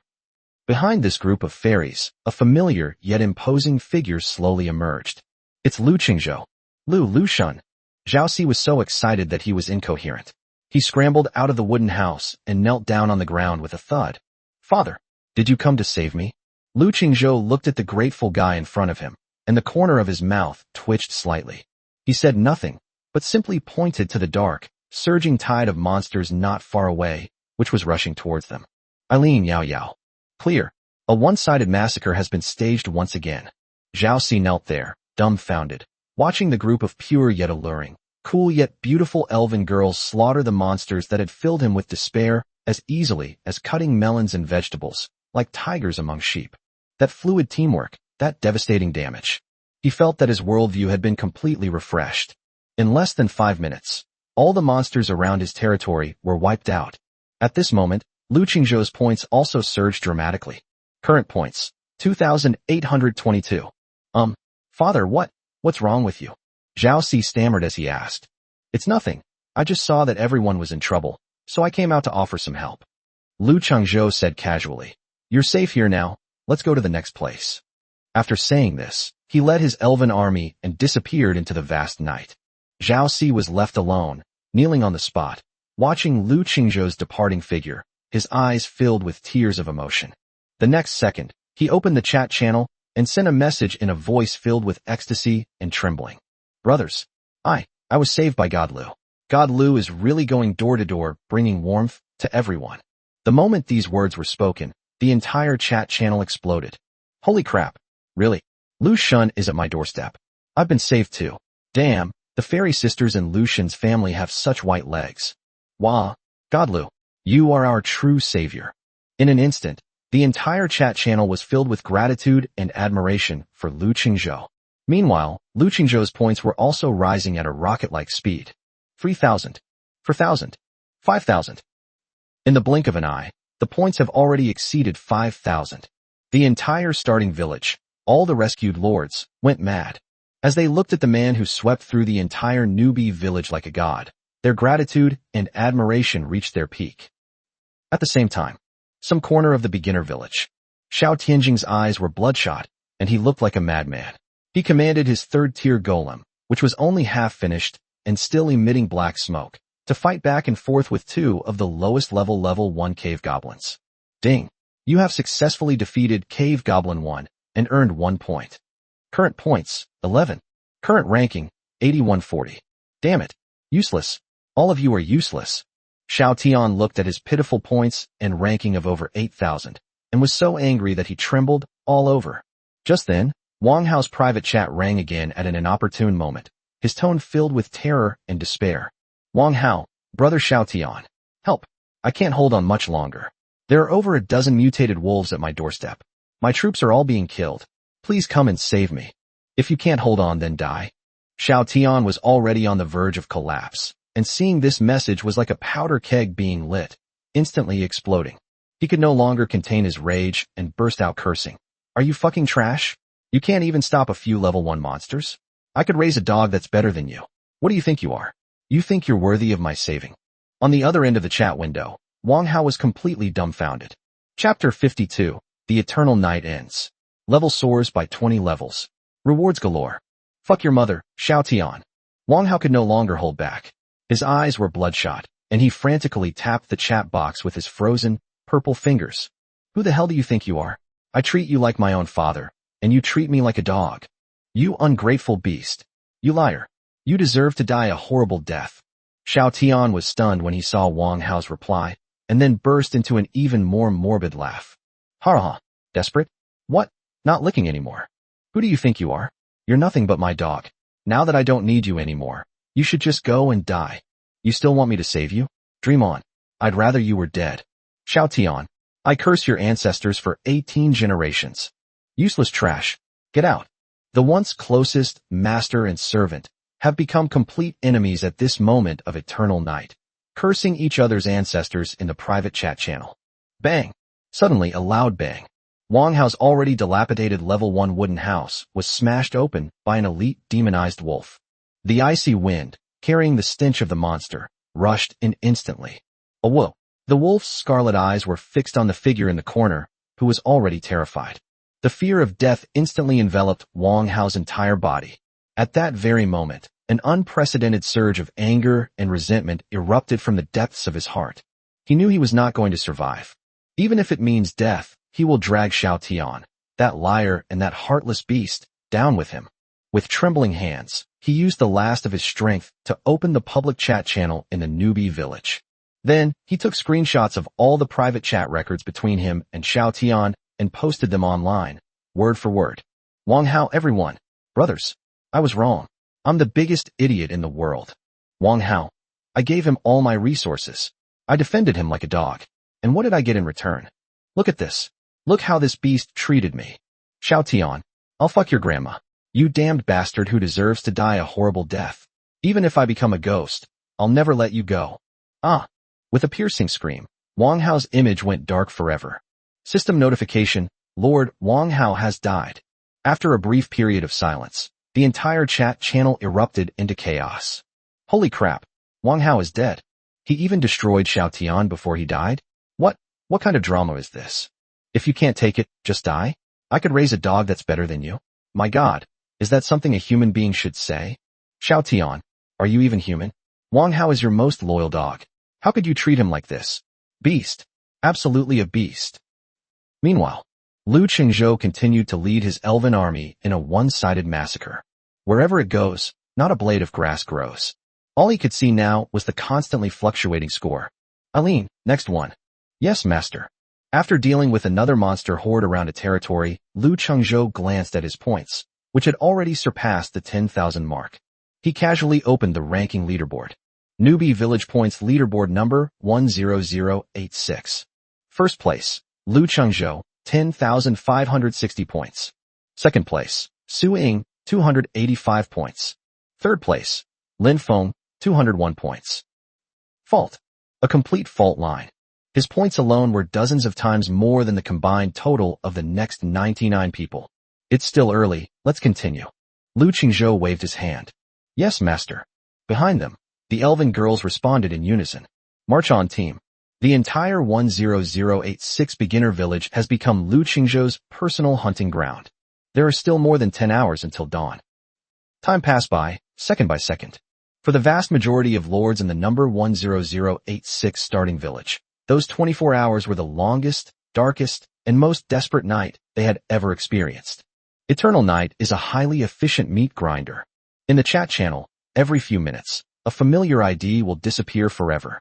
Those piercing screams and desperate wails constantly agitated the already fragile nerves of the survivors. However, in this endless darkness and despair, there is a place that is always as bright as day. There is a team that always seems to descend from the heavens like divine warriors, invincible in every way. Father, it's God Lu. God Lu has come to save us. Wah, Dad, you've finally come. Whenever Lu Qingzhou's Elven Legion wipes out monsters near a certain territory, it always causes a thunderous roar of cheers and worship. In the eyes of these survivors, that man, and the group of pure yet alluring, incredibly powerful elf girls around him, were gods walking among humans. They are the only hope to keep them alive. Finally, after countless lords had died out, a faint glimmer of dawn appeared on the horizon. Global announcement. The 24-hour eternal night has officially ended. The final trial in the starting village is complete. Congratulations to all surviving lords. As the first rays of dawn pierced the darkness and shone upon the earth, countless surviving lords scrambled out of their dilapidated huts, knelt on the ground, and wailed loudly. They survived. They survived. Just as everyone was overjoyed and weeping, celebrating their survival, a golden system announcement slowly appeared. Final ranking of points in Newbie Village number 10086. First place, Lu Qingzhou, 49,700 points. Second place, Su Ying, 855 points. Third place, Lin Feng, 621 points. Everyone was stunned by the terrifyingly high number. 49,700 points. Is this a score even a human could achieve? Before they could even recover from their shock, a barrage of dazzling system notifications flooded Lu Qingzhou's ears like a waterfall. Ding. The trial of Eternal Night has ended. Rewards are being calculated. Ding. Your level has increased to 20. Ding. Your hero, Moon Elf Irene, has reached level 15. Ding. Your hero, Cat-eared Assassin Yao Yao, has reached level 14. Ding. Your hero, Saintess of Life, Lia, has reached level 13. Ding. Your unit, Elite Pink-haired Elf Archer, has reached level 15. Ding. Your Moonlight Sentinel unit has reached level 14. Ding. You have obtained 10 excellent treasure chests, 3 rare treasure chests, and 1 epic treasure chest. Ding. You have obtained a large amount of basic resources, rare materials, equipment blueprints. A series of notification sounds made Lu Qingzhou's heart surge with excitement. An unparalleled bumper harvest. All the hard work last night was worth it. Just then, a heavenly voice, more vast and majestic than any previous announcement, suddenly resounded throughout the entire Morning Star continent. Announcement to the entire mainland. Chapter 53. A crazy windfall of 50,000 copper coins. Announcement to all of mainland China. The Eternal Night Cataclysm has ended. The overall leaderboard for points across the entire continent is now open. The top 10,000 lords will receive generous rewards bestowed by heaven. At this moment, all the billions of lords across the entire Morning Star continent held their breath, staring intently at the slowly unfolding golden list. Overall ranking of Eternal Night points across the continent. First place, Lu Chengzhou, Longxia Battle Zone, 49,700 points. Second place, George Rockefeller, Eagle War Zone, 1828 points. Third place, Edward Norton, Europa Zone, 1755 points. Fourth place, Seiwa Jinji, Sakura Battlefield, 1690 points. Boom. The entire world has fallen completely silent. Everyone was stunned by that terrifying number that led the pack by a wide margin, leaving them speechless and their worldviews shattered. Global announcement. Rewards for the Eternal Night trial have been settled and are being distributed. Points redemption is now open. 1 point equals 1 copper coin. Almost the instant the announcement was made, a notification sound that made Lu Qingzhou's heart race exploded in his ears. Ding! Your 49,700 points have been successfully exchanged for 49,700 copper coins. Hiss! Even Lu Qingzhou couldn't help but gasp when he saw the terrifying, glittering 5-figure sum in his wallet. Nearly 50,000 copper coins. However, this is just an appetizer. The real highlight is yet to come. Ding! Congratulations on winning the top spot on the global leaderboard. You have obtained S-Rank Hero Summoning Scroll 1. You have received plus 40 to all attributes. You have gained 5,000 Morningstar Empire reputation. Boom! A warm current, more powerful and pure than ever before, instantly surged through my entire body. Lu Qingzhou could clearly feel that his limbs and bones were being strengthened and transformed by a mysterious and mighty force. Their bones became stronger than steel. The muscles are bursting with explosive power. Even my brain has become clearer than ever before. He opened his attribute panel, and the data was simply unbelievably impressive. Lord, Lu Qingzhou. Level, 20. Strength, 128. Agility, 100.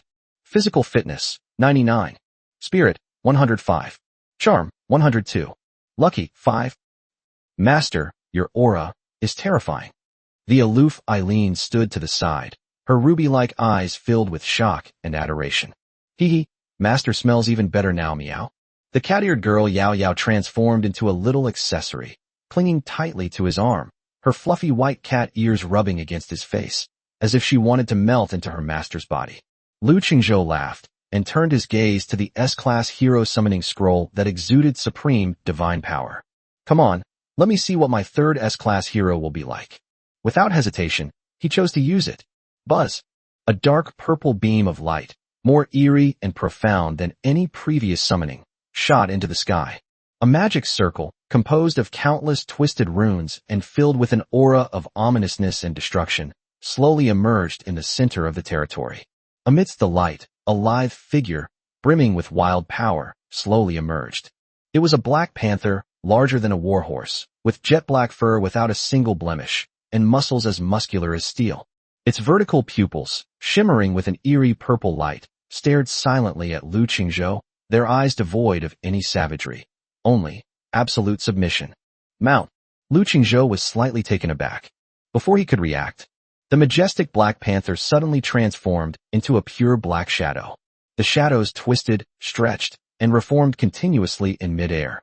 In the end, she transformed into a stunningly beautiful mature woman who was over 1.7 meters tall, with an extremely hot figure, and exuded a mature and alluring charm. She had long, flowing black hair that reached her waist like a waterfall, and a pair of phoenix eyes that shimmered with an eerie purple light, with slightly upturned corners, exuding a deadly allure. Chapter 54. A Bountiful Harvest. An epic treasure chest unveils divine revelation. Shadow Queen Hekina greets her master. Hekina, a mature woman in black stockings, lifted her skirt and gracefully knelt on one knee in front of Lu Qingzhou. Her magnetic voice was so captivating that it could melt anyone's bones. Ding! You have successfully summoned the S-Rank hero, Shadow Queen Hekina. Hero, Shadow Queen Hekina. Quality, S-Tier, Unique Hero, Upgradable. Level 1. Form, Humanoid/Black Panther form, can be freely switched. Skills, Shadow Bolt, Curse of Agony, Black Panther Charge. Loyalty, 100 diehard. Evaluation, a queen who walks in the shadows. She can be your sharpest blade or your most docile steed. Beside her, the aloof Eileen looked at the vixen who had suddenly appeared, dressed even more provocatively than Yao Yao. and a barely perceptible hint of wariness flashed in her ruby-like eyes. The cat-eared girl Yao Yao was absolutely furious. She jumped down from Lu Qingzhou's arms and hissed at the Black Panther that Hekina had transformed into, a sound full of hostility. As a fellow feline, she could clearly feel the terrifying suppressive force emanating from the depths of the other's bloodline. All right, stop fooling around. Lu Qingzhou chuckled and shook his head. From now on, we're all family. Inside the territory, Lu Qingzhou leaned back comfortably in a recliner, grinning from ear to ear as he looked at the huge pile of glittering treasure chests in his system backpack. This trial in the eternal night was an absolute steal. He first spent some time sorting through all the terrifying spoils he had obtained from this training. Needless to say, there were massive amounts of basic resources. Just the timber, stone, and iron ore alone yielded tens of thousands of units of each. In addition, there are various rare resources. For example, magic crystal, 1000, moonlight wood, 200, low-level magic core, 500, star iron, 300, etc. It's practically getting rich overnight. After storing all the resources in the warehouse, Lu Qingzhou, like a wealthy landlord, comfortably leaned back in his recliner. In front of him were piles of treasure chests filled with spoils of war. There are 10 rare treasure chests, 3 fine treasure chests, and 1 top-tier epic treasure chest. If it were fully open, wouldn't it take off immediately? Master, what are you laughing at? Meow. The cat-eared girl, Yao Yao, lay on his lap, her fluffy, snow-white cat ears gently rubbing against his cheek. It's nothing. All right, let's get to work. Lu Qingzhou clapped his hands and opened all 10 rare treasure chests and 3 fine treasure chests at once. Ding. You have obtained 10 ordinary potato seeds. Ding. You have obtained 5 common chili seeds. Ding. You have obtained 50 magic crystals. Ding. You have obtained true promotion scroll 1. Ding. You have obtained excellent quality equipment, ranger boots. Ding. You have obtained. A series of system notifications sounded, and a whole bunch of items popped up, all sorts of things. What surprised Lu Qingzhou the most was that these treasure chests contained a total of 55 different varieties of crop seeds. Now, his newly upgraded and expanded primordial spirit field finally has a place to be used. He casually tossed the troop promotion scroll to another pink-haired little girl in the team who hadn't had a chance to be promoted yet, letting her experience the joy of going from a little girl to a young lady. As for the pair of agility-enhancing ranger boots, they were directly given to the cat-eared girl Yao Yao. Thank you, Master Yao Yao loves you the most. When the cat-eared girl Yao Yao received the new shoes, she jumped up excitedly and rushed into Lu Qingzhou's arms, giving him a big kiss on the cheek. After finishing these appetizers, Lu Qingzhou's gaze finally fell on the epic treasure chest that was radiating a hazy purple light. Come on, let me see what surprises you have in store for me. He rubbed his hands together, filled with anticipation, and then chose to start. Buzz. A dazzling purple light shot into the sky. As the light faded, an architectural blueprint, radiating the bright moonlight and exuding an air of mystery and antiquity, floated silently in midair. Ding. Congratulations. You have obtained the unique building blueprint, the Moon Goddess Altar. Unique architectural blueprints. Lu Qingzhou's eyes lit up instantly. He immediately checked the properties of the blueprint. Blueprint, Moon Goddess Altar. Quality, epic, unique. Effect, allows the construction of an altar dedicated to the Moon Goddess. Effect 1, Lunar Grace. All hero units within the territory automatically gain 10 experience points per hour. Effect 2, Moon Goddess Baptism. Can consume special materials to baptize hero units, with a certain probability of enabling them to learn new skills or upgrade existing skills. Required materials, 2,000 wood, 2,000 stone, 100 magic crystals, 2,000 copper coins. Holy crap, this stuff is amazing. Upon seeing this attribute description, Lu Qingzhou couldn't help but swear. This is no altar at all. This is clearly a super altar that allows heroes to automatically level up and reset skill points to upgrade skills. We must build it. Build it right now. Looking at his resource reserves of over 5,000, Lu Qingzhou waved his hand confidently. However, before construction could begin, he had something even more important to do. That is farming. He was eager to see what surprises the 55 newly acquired seeds would bring him after being transformed by the primordial spirit field. At a command, all the elven maidens cheered and immediately transformed into diligent little bees, happily following their master to the vast primordial spirit field. Chapter 55 Epic Architecture. The Altar of the Moon Goddess. Lu Qingzhou first took out an ordinary seed and planted it. Amidst the shimmering golden light, a sapling sprouted from the soil and bore a golden fruit. Ding! Divine mutation successful. You have obtained a special fruit, the fruit of Wisdom 10. Effect. After consumption, it increases the training speed of troops in the barracks by 50% for 24 hours. Good stuff, perfect for those 2 kids in the barracks. Lu Qingzhou nodded in satisfaction. Then, he took out a bean-sized seed. Master, I'll do this. Cat-eared girl Yao Yao volunteered, and, following Lu Qingzhou's example, carefully buried the seeds. Buzz. A vibrant green vine sprouted, bearing a bouncing bean. Ding! Divine mutation successful. You have obtained a special item, 3 bouncy beans. Effect. After consumption, jumping ability is greatly enhanced, but one will become unable to stop. Bouncy beans. That sounds like fun. Yao Yao curiously picked one and threw it into her mouth without thinking. The next second, meow. Yao Yao felt a strange force surge up from the soles of her feet, and she jumped more than 3 meters high in a flash. Wow, it's so tall.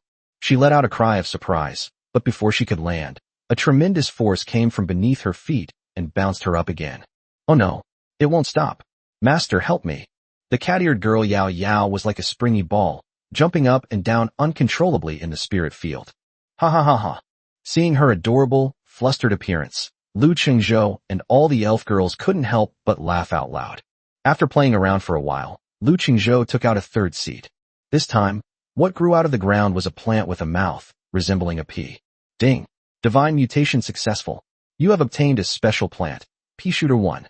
Effect. When planted within territory, it will automatically attack enemies that enter its range, dealing minor damage.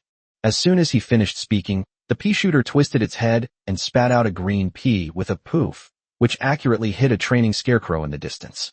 Goodness, even Plants vs. Zombies has appeared. Lu Qingzhou was both amused and exasperated, so he casually planted it at the entrance of his territory as a mascot. Next, he grew a dye flower that could temporarily turn hair rainbow-colored, a cleaning bubble fruit that could be used as soap, and even a poop potato that would make you fart nonstop after eating it. All sorts of strange and wonderful things kept appearing, keeping the elf girls entertained and filling the entire territory with laughter. Finally, Lu Qingzhou took out the 2 most important seeds. A flash of light. Ding! Divine mutation successful. You have obtained the rare building blueprint, Moonlight Tower. Blueprint, Moonlight Tower. Quality, rare. Description, an elegant tower constructed of moonstone and ancient elven wood. It is the favorite dwelling of the elves. It can accommodate 10 elven units and slowly restores their stamina and spirit. Ding! Divine mutation successful. You have obtained the rare building blueprint, Catgirl Paradise. Blueprint, Nakapura. Quality, rare. Description, a peculiar building filled with elements beloved by felines, including a giant scratching post, a ball of yarn, and a soft cat tree. It can accommodate 2 feline hero units and will keep them happy. Ha! Now we even have a house. Lu Qingzhou looked at the 2 final drawings and his mouth was practically crooked with a grin. His group of elven wives are still sleeping in the spirit field. Although they don't mind, Lu Qingzhou still feels a little sorry for them. Now that we have the Moonlight Tower, we can finally give them a warm home. As for that Nakapura, Lu Qingzhou glanced at Yao Yao, who was lying on his lap with her fluffy white cat ears swaying, and Hekina, the elegant and alluring woman in black stockings standing to the side, exuding a wild and seductive aura. His smile deepened. Now, even the 2 big cats have a place to live. Master, do we have a new home now? A rare blush of excitement appeared on Eileen's usually cool and aloof face. Certainly. Lu Qingzhou smiled and pinched Eileen's fair cheek. Not only do you have a new home, but you also have new toys. He showed the blueprints for Nakapura to Yao Yao and Hekina. Wow, it's a scratching post and a ball of yarn. Meow. The cat-eared girl Yao Yao's eyes lit up instantly, and she was so excited that her tail behind her almost wagged like a propeller. Even the usually aloof and elegant Hekina, clad in black stockings, had a fleeting, almost imperceptible, longing in her bewitching purple eyes when she saw the enormous cat tree. All right, everyone, stop standing there. Today, let's build on a massive scale in our territory. Lu Qingzhou waved his hand, brimming with heroic spirit. Resources are plentiful. Let's get started. Lu Qingzhou's gaze immediately fell on that epic blueprint. Blueprint, Moon Goddess Altar. Put up. Construct the moon goddess altar, using 2,000 wood, 2,000 stone, 100 magic crystals, and 2,000 copper coins. Yes. Boom. As soon as he finished speaking, a beam of moonlight, brighter and more sacred than the moon well, suddenly descended from the sky, enveloping the largest open space in the center of the territory. Countless pieces of wood, stone, and magic crystals slowly melted away in the holy moonlight, transforming into the purest energy to begin constructing a magnificent building filled with mystery and ancient charm. Wow, what beautiful light! It feels warm and cozy inside. All the elf girls were stunned, their beautiful eyes filled with shock. Even the pink-haired little girls who were engrossed in training in the barracks peeked out with their pink heads, looking out with curiosity. On the ground, a circular altar, made of pure white moonstone and an unknown silver metal, covering an area of over 100 square meters and filled with an aura of holiness and majesty, was slowly taking shape. In the center of the altar stands a 5-meter-tall statue of an elven goddess holding a scepter of the moon goddess, so lifelike that it seems as if it might come to life at any moment. Ding! Congratulations! You have successfully constructed the unique, epic building Moon Goddess Altar. Chapter 56 Moonlight Tower. Catgirl Paradise. The moment the Moon Goddess Altar was completed, a cool yet sacred energy, centered on it, swept across the entire territory. All hero units, including Irene, Yao Yao, Lia, and Hekina, were simultaneously illuminated by a soft, upgraded aura. Ding! Due to the blessing of the Moon Goddess effect, all your hero units will automatically gain 10 experience points per hour. It feels so good. Eileen closed her eyes, basking in the moonlight, and a rare hint of ecstasy appeared on her cool little face. Hee, I feel so energetic. The cat-eared girl Yao Yao jumped up and down excitedly, her two breathtakingly white breasts swaying up and down, dazzling the eyes of onlookers. Well done. Lu Qingzhou nodded in satisfaction. As expected of an epic building, the passive AFK upgrade effect alone is worth the price. Alright, stop standing there, continue. Without pausing, Lu Qingzhou opened the construction panel again and turned his gaze to the 2 dormitory building blueprints he had just acquired. Cover the elves first. He chose the blueprint for the Moonlight Tower first. Construct the Moonlight Tower, using 500 wood, 300 stone, and 5 moonwood. Yes. Another soft, emerald green light shone forth. Soon, an elegant tower, 10 meters tall and made entirely of moonstone and ancient elven wood, appeared next to the moon goddess altar. The tower's windows are adorned with twinkling lights, creating a dreamlike and natural ambience. Wow, our new home. So beautiful. The dozen or so pink-haired and silver-haired elf girls cheered when they saw the tower that was tailor-made for them, and they excitedly rushed inside with their snow-white little feet. Even the usually aloof Eileen had her ruby-like eyes filled with joy at this moment. She walked up to Lu Qingzhou and solemnly knelt on one knee. Thank you, master. Get up, we're all family. Lu Qingzhou smiled and helped her up, then casually pinched her smooth, delicate, snow-white face. After settling the elves' accommodation, Lu Qingzhou's gaze finally fell on the last, and most unconventional, blueprint. Blueprint, Nakapura Paradise. He turned his head and glanced at Yao Yao, who was lying on his lap, waving her fluffy white cat ears expectantly, and Hekina, the elegant woman in black stockings who stood to the side, seemingly calm on the surface, but whose black leopard tail was already swaying slightly behind her. His smile deepened. All right, it's your turn. Put up. Consume 800 wood, 200 stone, and 100 iron ore to build Catgirl Paradise?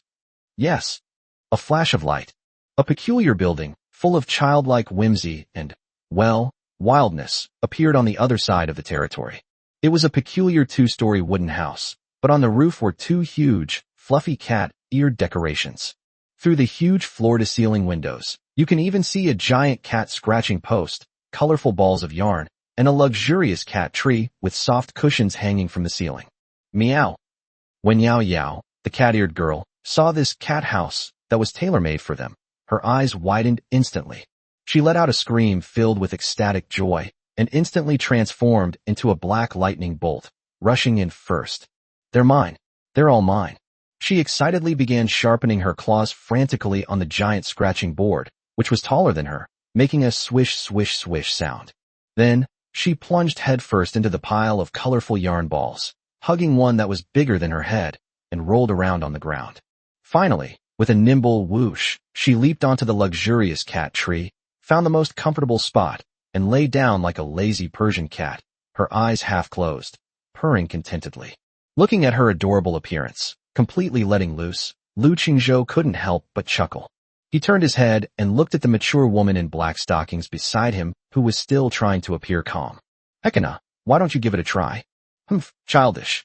The Shadow Queen Hekina scoffed and turned her head away, but her eerie purple eyes couldn't help but steal a glance at the huge cat tree. The restless black leopard tail behind it was wagging more and more enthusiastically. All right, stop pretending. If you want to play, then go ahead and play. Lu Qingzhou chuckled and patted her pert buttocks. You. Hekina's delicate body trembled violently, and a captivating blush instantly spread across her charming face. She glared fiercely at Lu Qingzhou, but in the end she couldn't hold back. With a flick of her body, she transformed into a majestic black giant leopard and darted into the catgirl paradise. However, instead of playing wildly like Yao Yao, she walked gracefully to the top of the cat tree, found the best spot, and lazily lay down, looking down at the silly little sister struggling with a ball of yarn below with a queen-like posture. Looking at the harmonious yet sensual scene before him, Lu Qingzhou nodded in satisfaction. Day 9, early morning.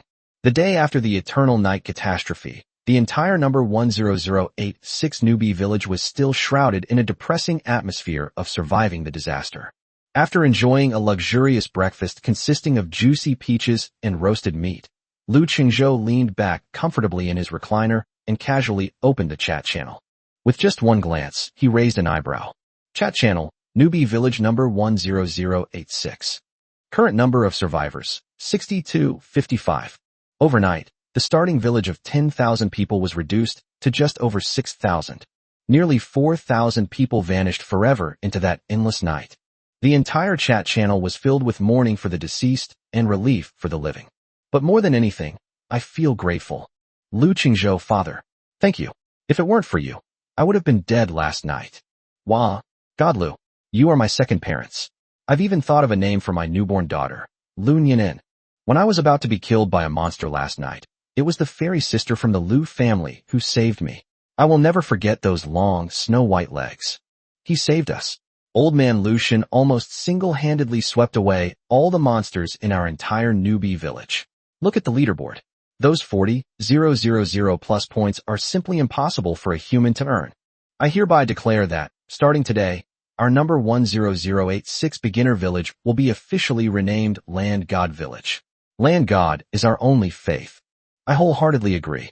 Without God Lu, there would be no us. Long live the God of Land.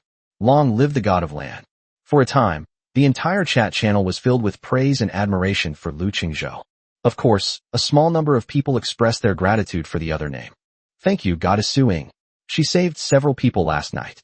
Although she wasn't as amazing as God Lu, she did her best. Yes, Goddess Suing is beautiful and kind-hearted, unlike that swindler surnamed Xiao, who is simply a beast. Damn it, don't even mention that bastard. Just thinking about him makes my teeth itch with hatred. Some corner of the beginner village. Inside a dilapidated level 2 wooden house. Xiao Tian's eyes were lifeless, like a stray dog whose spine had been removed, slumped down next to the pile of cold scrap metal. Chapter 57. People from the capital have arrived? Xiao Tian silently scrolled through the chat channel, where messages venerated Lu Qingzhou as a god while devaluing him to nothing. His eyes were filled with numbness and despair. We lost. They suffered a crushing defeat. He has now become a rat that everyone in the newbie village hates, a complete clown. He didn't even have the courage to go out. Just when Xiao Tian was utterly despondent and felt that he had completely lost all hope in life, a system announcement filled with authority and solemnity exploded in everyone's minds like a thunderclap. Newbie village announcement number 10086. In search of hope to save Her Majesty the Queen, the Morningstar Empire has dispatched special envoys to all starting villages to find the 1 in a million S-rank talent possessor. The special envoy delegation will prioritize meeting with all lords who have awakened S-rank talents. Those selected will receive intensive training and massive resource allocation from the capital. Boom. This sudden announcement caused an uproar in the entire chat channel. Holy crap, people from the capital have arrived? A special envoy delegation, dedicated to finding S-class talents, and to give them special training? This is like trying to reach the top in one fell swoop. Our village seems to only have two S-rank characters, right? One is Goddess Su Ying, and the other is a liar? Oh no, does that mean that bastard Xiao Tian is going to get back up again? Damn it, why should I? Xiao Tian, you liar. Did you see that? You think someone like you deserves to be called that? Su Ying Goddess. Your chance has come. Go now. Wait, what about Lu Shen? What should we do with Lu Shen? He's not an S-rank. That's right. The announcement only said that S-rank was being summoned, but Lu Shen's talent isn't S-rank, is it? Damn it. Isn't this blind? Why ignore the strongest option and insist on looking at those crappy letters? That's not fair. This is fucking unfair. Lu Qingzhou, God Lu, come out and say something. Is your talent really S-level? I'm so anxious. Are we really going to let a scoundrel like Xiao Tian ride roughshod over us? Inside the wooden house, Xiao Tian, who had been completely despondent, suddenly felt a glimmer of hope burst forth in his dull eyes the moment he heard the announcement. He stared intently at the words on the notice, like a drowning man grasping at the last straw. S-rank talent. Summon S-rank talents first. S-rank. I am an S-rank alchemist. Xiao Tian muttered to himself absent-mindedly, his chapped lips trembling. The next second, Xiao Tian suddenly leaped up from the ground, looking like a madman. Ha! My chance. My chance has come. There's always a way out. There's always a way out. Right.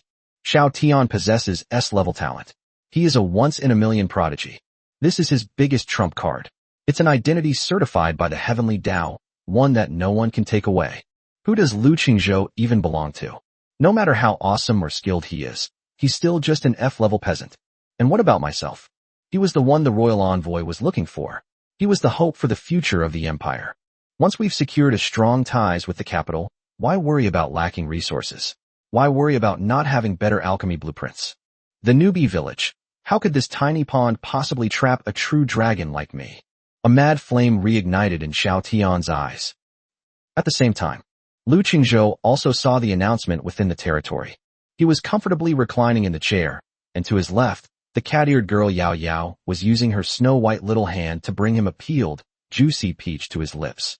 On the right, the mature woman in black stockings, Hekina, was gently massaging his legs with her long, snow-white legs encased in black stockings. Behind them, Eileen and Lia were massaging their shoulders, one on each side. This emperor-like life is simply blissful, like being in paradise. A special envoy from the capital? Their target is an S-rank talent. Lu Qingzhou ate the peach that Yao Yao fed him in one bite, a playful smile playing on his lips. His first thought was of Xiao Tian and Su Ying. It seems that the native forces of this world are finally about to make contact with these outsiders. Master, will they come looking for you? While massaging her shoulders, Eileen asked softly in her cool voice. Looking for me? Lu Qingzhou chuckled. I'm just an F-level farmer. They wouldn't even look at me. He has absolute confidence in his eternal level hidden talent. As long as he doesn't say anything, no one will know. Just then, a command full of authority suddenly rang out in the chat channel, as if it carried some kind of undeniable magic. By order of Her Majesty the Queen, summon Xiao Tian and Su Ying, S-rank talents from Novice Village number 10086, to the central square of the village for an audience immediately. No delays are permitted. The moment this order was issued, the entire newbie village erupted in excitement. Countless surviving lords, like cats drawn by the scent of blood, dropped what they were doing and rushed toward the square in the center of the village. Watching a spectacle is human nature. What's more, this is a big shot from the capital, the central square of the beginner village. At this moment, the place was already surrounded by lords who wanted to watch the spectacle. In the center of the square stood 5 knights dressed in identical silver armor, with the royal crest of the Morning Star Empire embroidered on their chests. The leader was a man around 30 years old, handsome, but with eyes filled with undisguised arrogance and contempt.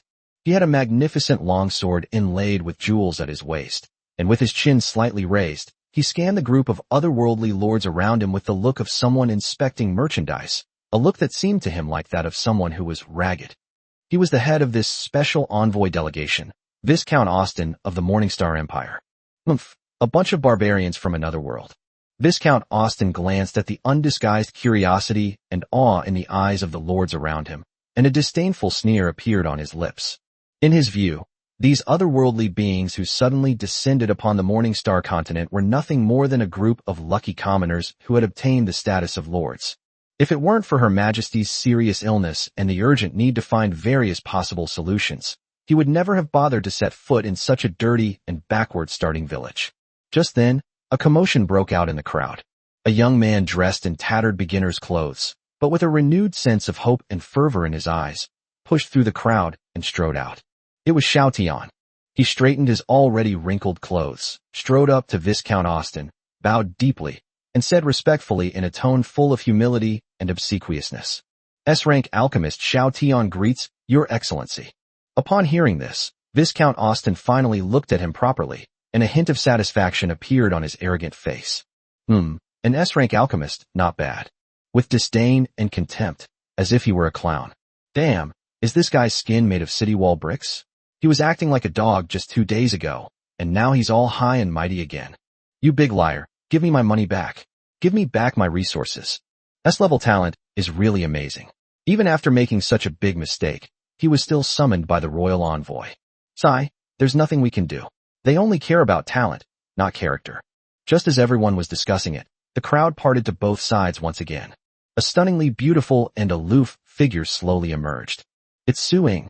She still maintained her aloof demeanor, wearing a well-fitting leather armor that perfectly accentuated her exquisite, snow-white figure. Especially her long, straight, and slender white legs, which shone with an ivory-like luster in the sunlight, instantly attracted the attention of all the men present. Even the usually arrogant Viscount Austen's eyes flashed with a barely perceptible look of amazement and greed the moment he saw Su Ying. S-rank frost archer, Su Ying. Su Ying simply said it in a calm tone, without being as obsequious as Xiao Tian, nor showing the slightest fear. Miss Su Ying is indeed a chosen one of heaven. Not only is her talent exceptional, but her beauty is also breathtaking. Viscount Austen's attitude was noticeably warmer than when he treated Xiao Tianshi, and he even managed to force a smile that he thought was quite gentlemanly. Just as the special envoy delegation was having a friendly meeting with the 2 S-class prodigies, someone in the crowd suddenly shouted something. Your Excellency, are you mistaken? The most powerful person in our village isn't those 2. It's God Lu. That's right. God Lu is our true #1 leader. He single-handedly swept through the entire Eternal Night Cataclysm, and he saved our lives. Yes, sir. Lu Shen can even kill a level 8 hidden boss. He's stronger than those 2 S-rank bosses combined. The crowd was instantly outraged. All the lords who had been saved by Lu Chengzhou could no longer contain themselves and raised their arms in celebration, spontaneously speaking out for him. Chapter 58. This black silk armor. It's practically cheating. Lu Shen. Upon hearing this, Viscount Austen frowned slightly, a hint of displeasure flashing in his eyes. One of the knights beside him immediately stepped forward and reported in a low voice, "My lord, I have checked. This guy named Lu Chengzhou is indeed the #1 on the leaderboard in this newbie village, and his points are also frighteningly high. However, his talent is only F-level farmer." A Class F farmer? Viscount Austen was taken aback at first, then burst out laughing as if he had heard the biggest joke in the world. His contemptuous and disdainful gaze swept over all the lords present who had spoken up for Lu Chengzhou. He shook his head, his tone full of disdain and sarcasm. A bunch of ignorant barbarians. Talent is the foundation of everything. It is the sole criterion that determines the potential of a lord. So what if an F-level farmer gains a little advantage in the early game through some lucky tricks? In the end, he was just a lowly peasant who couldn't be brought to the table. Compared to our esteemed S-class prodigy, he's not even worthy of carrying his shoes. Viscount Austen's words were firm and unequivocal, filled with an unquestionable arrogance. It's as if F-level talent is the original sin. Meanwhile, Xiao Tian, whose face had just turned ashen from the flattery, turned bright red upon hearing these words. He felt completely refreshed, and all the humiliation he had suffered vanished in that instant. He glanced at those in the crowd who were speaking out for Lu Chengzhou, and sneered inwardly. Did you see that? That's the difference in talent. This is the difference between classes. No matter how powerful Lu Chengzhou is, in the eyes of the big shots in the capital, he is still trash. Even if I, Xiao Tian, am down on my luck, I am still the proud son of heaven in their eyes. The other lords in the square fell silent as they watched this absurd scene unfold. They couldn't understand it. Why? Why is a hero who saved everyone being so belittled because of his lack of talent? But a con man who deceived everyone was able to gain the favor of the royal envoy because of his high talent? Does this world really only judge people by their talent? Your Excellency is wise. Just as everyone fell into silence and confusion, Xiao Tian seized this once-in-a-lifetime opportunity without hesitation. He stepped forward and, in a fawning tone, embellished the story to Viscount Austin. My lord, you are absolutely right. That Lu Qingzhou is a selfish, opportunistic scoundrel. He took advantage of his good luck and got lucky in the early stages. So he completely disregards us ordinary lords and has no regard for the glory of the empire. Unlike me, from the moment I awakened my talent, I vowed to share Her Majesty the Queen's burdens. I've been working tirelessly these past 2 days, day and night, hoping to find an antidote to alleviate Her Majesty's curse.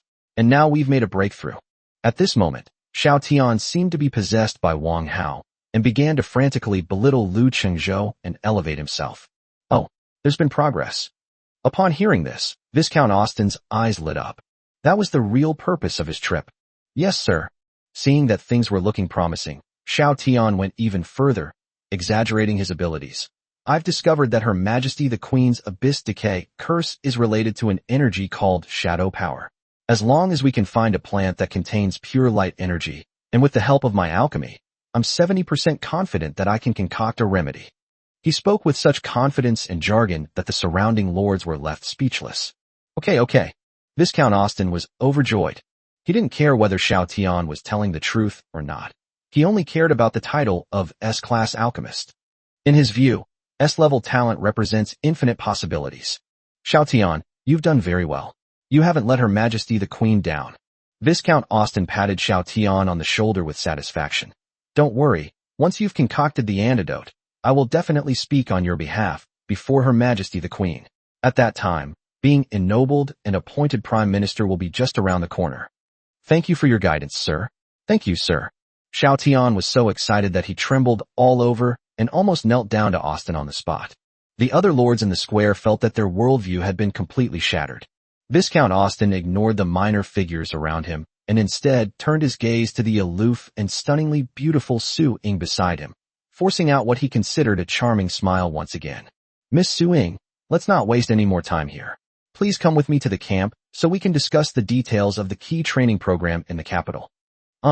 Su Ying simply responded with a faint sound, her cold eyes never once glancing at Xiao Tian, who was jumping around. And so, amidst the complex and disdainful gazes of countless people, the triumphant Xiao Tian and the aloof and proud Su Ying followed the special envoy delegation and left the square. All that was left were ordinary lords who were dumbfounded and whose worldviews were shattered. At the same time, while the entire starting village was buzzing with discussion about the arrival of the royal envoy, the instigator of all this, Lu Qingzhou, is comfortably lying in his brightly lit territory, enjoying the treatment of an emperor. Master, that liar named Xiao Tian seems to be up to his old tricks again. As the cat-eared girl Yao Yao fed Lu Qingzhou a peeled, juicy peach, she wiggled her fluffy, snow-white cat ears and said gloatingly. She had just watched the farce that happened in the square through the chat channel. He's just a clown, let him be. Lu Qingzhou ate the peach that Yao Yao fed him in one bite, his face showing no emotion whatsoever. He no longer has any interest in even glancing at Xiao Tian. The difference between the two people is no longer on the same level. He casually opened his attribute panel, and looking at the impressive numbers, he felt great. After the Eternal Night trial, his level skyrocketed, and he is now a level 20 veteran. Meanwhile, his elven wives had all leveled up to around level 15, making them incredibly powerful. It's time to upgrade your equipment. Lu Qingzhou's gaze swept over the group of beautiful, elfin girls in front of him. Although they were wearing excellent outfits produced by the elf workshop, in Lu Qingzhou's eyes, they were still a bit not good enough. With a wave of his hand, he took out the rare blueprint that had dropped from the hidden boss and was exuding an ominous aura from the storage cabinet. Blueprint, Wraith Armor. Master, this is... A hint of curiosity flashed in Eileen's ruby-like eyes. New clothes made for you. Lu Qingzhou smiled mysteriously, opened the crafting interface of the elf workshop, and put the blueprint in.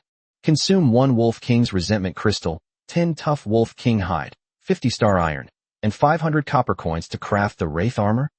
Yes. Boom. The entire elf workshop suddenly burst forth with a dazzling, ethereal purple light. An energy filled with resentment and darkness surged wildly within the workshop. In just a few seconds, the light faded, A strange set of armor, full of eerie and alluring beauty, appeared before everyone's eyes. It was a tight-fitting suit of armor made of unknown black metal and dark purple leather. Ding! You have successfully crafted a rare quality piece of equipment, the Wraith Battle Armor. Wraith Armor. Quality rare. Defense, plus 80. Agility, plus 10. Strength, plus 5. Special effect, Swiftness of the Wraith. Movement speed increased by 15%. Hiss! Even Lu Qingzhou couldn't help but gasp when he saw the attributes and appearance of this battle armor. This attribute is ridiculously strong. Wow, Master, this dress is so beautiful. The cat-eared girl Yao Yao was the first to pounce, her wild eyes sparkling with tiny stars. Even the usually aloof Eileen and the pure and noble Lia blushed slightly when they saw the battle armor, which was full of eerie and alluring charm. Do you like it? Lu Qingzhou asked with a smile. Like? Yao Yao nodded vigorously without even thinking. Then, it's yours as a reward. Lu Qingzhou waved his hand and tossed the newly made rare battle armor to her. Chapter 59 Dungeon Run Twice in a Row. Day 10, Early Morning. Lu Qingzhou got up early in the morning feeling refreshed. As soon as he opened the door, he saw his elven wives already lined up neatly at the entrance, waiting for him. On the left is a squad of archers led by Eileen, 6 pink-haired girls chattering away, full of youthful energy. On the right is an assassin squad led by the cat-eared girl Yao Yao, 5 dashing moon sentinels, plus Yao Yao herself, dressed in black stockings and exuding a seductive charm, make for a truly beautiful sight. As for the newly arrived S-rank healer Lia and the black-stocking mature woman Hekina, who can be used as a mount, they were on his left and right, like bodyguards, closely following behind him. Good morning, Master. Upon seeing Lu Qingzhou emerge, all the elven girls bowed in unison, their voices clear and melodious. Have you all had breakfast? Lu Qingzhou yawned and asked casually. I've eaten. I had 2 peaches today. My stomach is full. A little pink-haired girl answered with a proud look on her face. Okay, let's get ready and get started. Lu Qingzhou clapped his hands. System notification, the dungeon, Black Wind Cave, has refreshed. Remaining challenge attempts for today, 1. That's right, his goal today is to continue to dominate the only dungeon in this newbie village. Let's go, let's set off. At a command, the group marched into the dark forest once again. Having learned from the previous experience, this time it was a piece of cake.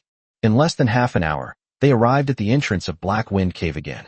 Same as usual, Yao Yao will lead the stealth attack, Eileen will lead the suppression, and Leah will focus on healing. Lu Qingzhou followed at the back of the group, looking like a leader inspecting work. Yes, Master. The battle erupted instantly. With experience, this time the push was even smoother and more fluid. The assassin squad consisting of cat-eared girl Yao Yao and 5 sentinels is practically a group of death gods walking in the shadows. Their figures moved like ghosts, silently traversing the dark caves. Every move they made inevitably took the lives of a group of monsters. Meanwhile, the archer squad led by Eileen was the most stable artillery platform. As the rain of arrows fell, the elite monsters didn't even have a chance to get close before being shot into pincushions. As for Lu Qingzhou himself, he was so relaxed that he was almost asleep. All he had to do was follow behind, collect the loot, and occasionally feed his few mana-starved elf wives a sip of moon spring water, and the battle would be over. In less than 10 minutes, they reached the deepest part of the cave again. The newly spawned Black Wind Wolf King hadn't even had a chance to show off before Eileen blinded it with a moonlight arrow. Then, Yao Yao led 5 sentries to charge in and took it down with a flurry of blows. Ding!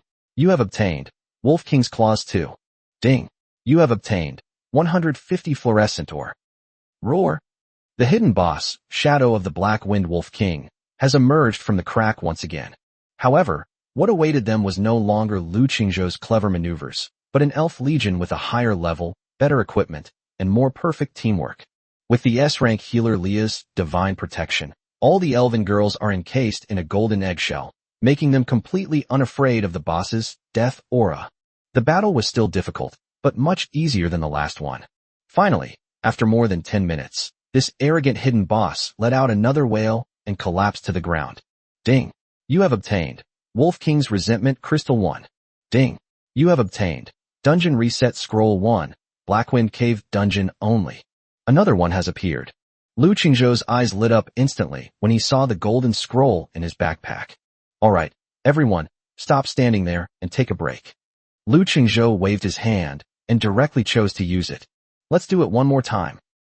At the same time, the other end of the beginner village. In a level 2 territory built of ice crystals and white stones, filled with a cold and aloof atmosphere. Su Ying was holding an ice crystal longbow that exuded a chilling aura, practicing her archery skills by constantly aiming at a target in the distance.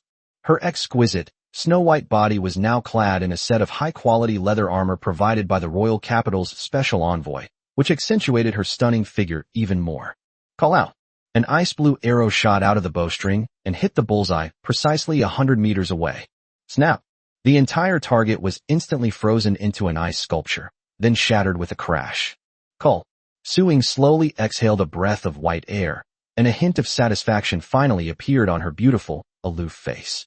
S-rank talent, indeed powerful. Her cold eyes glanced subconsciously at the ranking leaderboard. That man's name remains high above.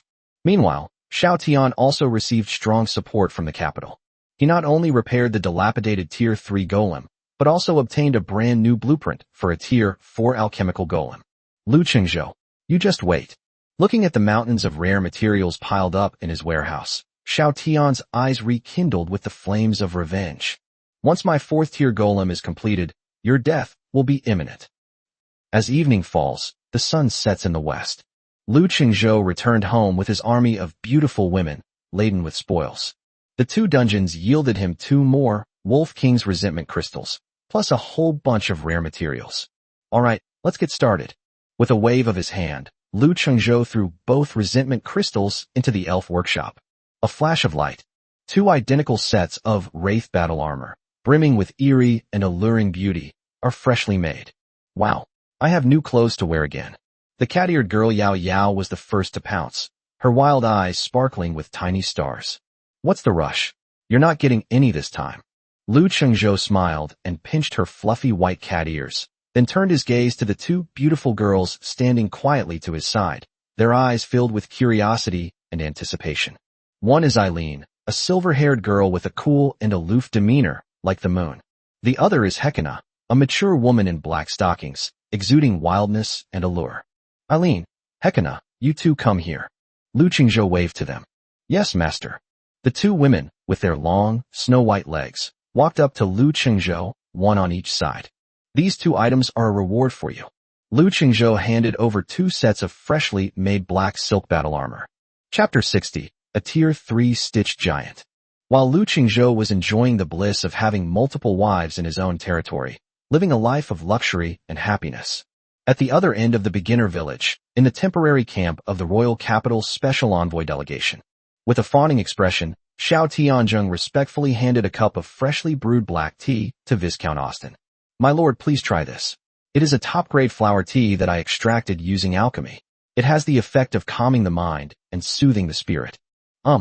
Viscount Austin took the teacup, took a sip, but his face was still full of impatience and irritation. Xiao Tian, how's the research going with that potion you mentioned before that could alleviate Her Majesty's curse? This. Xiao Tian's heart tightened, but on the surface he remained calm and put on a troubled expression. Your Excellency, the research has made groundbreaking progress. However, alas, I am incompetent and we are now stuck at a critical bottleneck. A bottleneck? Austin frowned. Yes, sir. Xiao Tian's eyes darted around, and he immediately began his long-awaited performance. I've discovered that ordinary plants of light are simply not enough to neutralize the abyssal power within Her Majesty the Queen. We must use a more domineering and purer form of life energy. And this energy can only be extracted from the flesh and blood of those powerful demonic creatures. Unfortunately, this extraction technique belongs to a forbidden spell called flesh and blood alchemy, which has long been lost. As Xiao Tian spoke, he carefully observed Viscount Austin's expression. Flesh and blood alchemy. Upon hearing this, a barely perceptible glint flashed in Viscount Austin's eyes. Of course he knew about this forbidden technique. It was a black magic strictly prohibited by the Empire, and anyone who studied it privately would be executed. But the thought of Her Majesty the Queen's illness and the lavish reward that would elevate him to the highest ranks of society made Viscount Austin waver. Are you sure that with this forbidden technique, you can develop an antidote? I am 90% confident. Xiao Tian patted his chest and solemnly guaranteed. Anyway, Let's make the boasts first and get the benefits first. Viscount Austen pondered for a moment, and finally, with a determined effort, took out an ancient book emanating an ominous black aura from his storage ring. Take this book. Remember, this matter is a secret known only to heaven, earth, you, and me. If even a whisper of it leaks out, your subordinate understands. Even if I die, I will never implicate you, sir. Xiao Tian took the forbidden book and was so excited that he trembled all over. He almost knelt down to Austen on the spot. Ha! I did it. I did it. Back in his cabin, Xiao Tian looked at the flesh and blood alchemy in his hand and couldn't help but burst into laughter. Researching an antidote? Research my ass. All he wants now is to become stronger at all costs. He rushed out of the wooden house and looked at the endless wilderness outside, piled with the corpses of all kinds of monsters. His eyes blazed with unprecedented greed and fanaticism. The eternal night catastrophe was the end of the world for others, but for Xiao Tian, the corpses scattered everywhere were an inexhaustible treasure mountain. Lu Qingzhou, you just wait. Soon, I'll show you what true despair really is. Without hesitation, Xiao Tian immediately opened the forbidden technique book. Boom. A black aura filled with blood and resentment instantly enveloped him. Countless corpses, as if summoned by some force, began to slowly crawl and converge toward his territory. Come all of you. Become a part of my power. Xiao Tian appeared to be insane. He stood amidst the mountains of corpses and seas of blood, arms outstretched, enjoying this forbidden power. He opened the alchemy interface and frantically threw the stinking corpses of monsters into the alchemy table like garbage. Ding! You have successfully created a Ghoul 3 using flesh and blood alchemy. Ding! You have successfully crafted Abomination 1. Ding! You have successfully crafted. A series of system notification sounds rang out. One after another, grotesque undead creatures, pieced together from countless severed limbs, crawled out of the alchemy table. However, this is just an appetizer. Xiao Tian's gaze fell upon the two largest corpses. Those were 2 level 7 elite, crypt lords, that Lu Qingzhou's Elven Legion had casually dealt with during the Eternal Night Cataclysm. You're the ones. A hint of madness flashed in Xiao Tian's eyes as he poured all his attention into it. Boom! 2 beams of blood-red light shot into the sky and exploded violently in the alchemy platform. 2 terrifying monsters, each over 5 meters tall, stitched together from countless corpses and flesh, their bodies oozing foul-smelling pus, each wielding a massive iron hook in one hand and a blood-stained bone-chopping blade in the other, slowly rose from the bloody light. Ding! You have successfully crafted a Tier 3 Stitched Giant 2. Tier 3 Stitched Giant. Level 3. Health points, 1200/1200. Attack power, 75. Defense, 40. Skills, Meat Hook, Plague, Aura, Devour. Ha! Great. That's fantastic. Looking at these 2 behemoths whose attributes were even more terrifying than his previous 3rd-tier golem, Xiao Tian was so excited that he laughed loudly. He felt like he was back in action. Chapter 61 The Royal Knights are on the move. Is Xiao Tian up to his old tricks again? Within the territory, Lu Qingzhou enjoyed the close care of his wives and lived a very fulfilling life. Meanwhile, in the public chat channel of the 10086 newbie village, Xiao Tian's Return of the King caused an uproar. Countless lords who had previously cursed Xiao Tian as a fraud now put on a fawning face, praising his 2 terrifying behemoths made of corpses stitched together. Of course, there are also many people who still adhere to their bottom line. Lord Li Wei is one of them. A bunch of spineless cowards. Looking at the traitors in the chat channel, Li Wei couldn't help but spit on the ground. He would never forget that just a few days ago, he was tricked by that swindler Xiao Tian into demolishing his house, freezing like a grandson in the eternal night, and almost being bitten to death by a monster. It's God Lu. It was Lu Qingzhou who descended from the sky and saved his life with his powerful and beautiful elf army. Li Wei has always kept this kindness in his heart. In his view, Lu Shun was the only true god in this newbie village and the savior of everyone. As for Xiao Tian, he's nothing but a clown, a despicable and shameless liar. However, at that moment, someone in the chat channel suddenly sent a message with a screenshot, their tone filled with utter shock. Holy crap, brothers, stop arguing. Look at the forest to the west. Xiao Tian is leading his undead army, clearing out the area. The screenshot is a bit blurry, but you can still clearly see that the 2 stitched giants, each over 5 meters tall, are like two unstoppable heavy tanks, rampaging through the forest. Countless monsters that are nightmares in the eyes of ordinary lords are as fragile as paper in front of their huge iron hooks and bone-chopping blades. Roar! Before a level 4 elite, demonized giant bear could even unleash its skill, it was grabbed by one of the stitched giant monsters with its meat hook, dragged directly in front of it, and the other monster wielded its cleaver with a swift stroke. A massive bear head, soaring skyward. Sold out instantly. This is fucking insane. Li Wei stared at the screenshot, completely stunned. He had encountered this kind of elite giant bear before. His only level 2 unit couldn't even withstand a single slap from the bear and was smashed into a pile of minced meat. But now, this terrifying monster is powerless to fight back against Xiao Tian's stitched-together behemoth. The chat channel instantly erupted in chaos. Holy crap, one-shot the elite bear. Just how powerful is this stitched-together troll? This is terrifying. It's a one-sided massacre. With these two behemoths around, all the monsters in the entire newbie village combined wouldn't be enough for them to kill, right? Damn. I admit I'm jealous. Xiao Tian is awesome. For the first time, Li Wei's heart wavered slightly. He admitted that Xiao Tian was an absolute scumbag and a liar. But those two big guys under his command are really strong. Just as Li Wei was feeling conflicted, another message, like a bombshell, completely shattered the defense line in his heart, called loyalty. Brothers. Breaking news. Viscount Austin of the Royal Capital Special Envoy Delegation said it in front of everyone in the central square. Talent is the foundation of everything. No matter how good Lu Qingzhou is at fighting, he's still just an F-rank peasant, not worth mentioning. The future hope of the empire still lies with S-rank prodigies like Boss Xiao Tian. After this message was sent, the entire chat channel fell into an eerie silence for a moment. Li Wei was struck dumb, frozen in place as if by lightning. Lu Shun, is he an F-level farmer? This thought, like a demonic chant, echoed wildly in his mind. Yes. How could he forget that Lu Shun's talent is only that of a lowly farmer? Xiao Tian, however, is an S-class alchemist, 1 in 10,000. Li Wei's mind was in complete turmoil.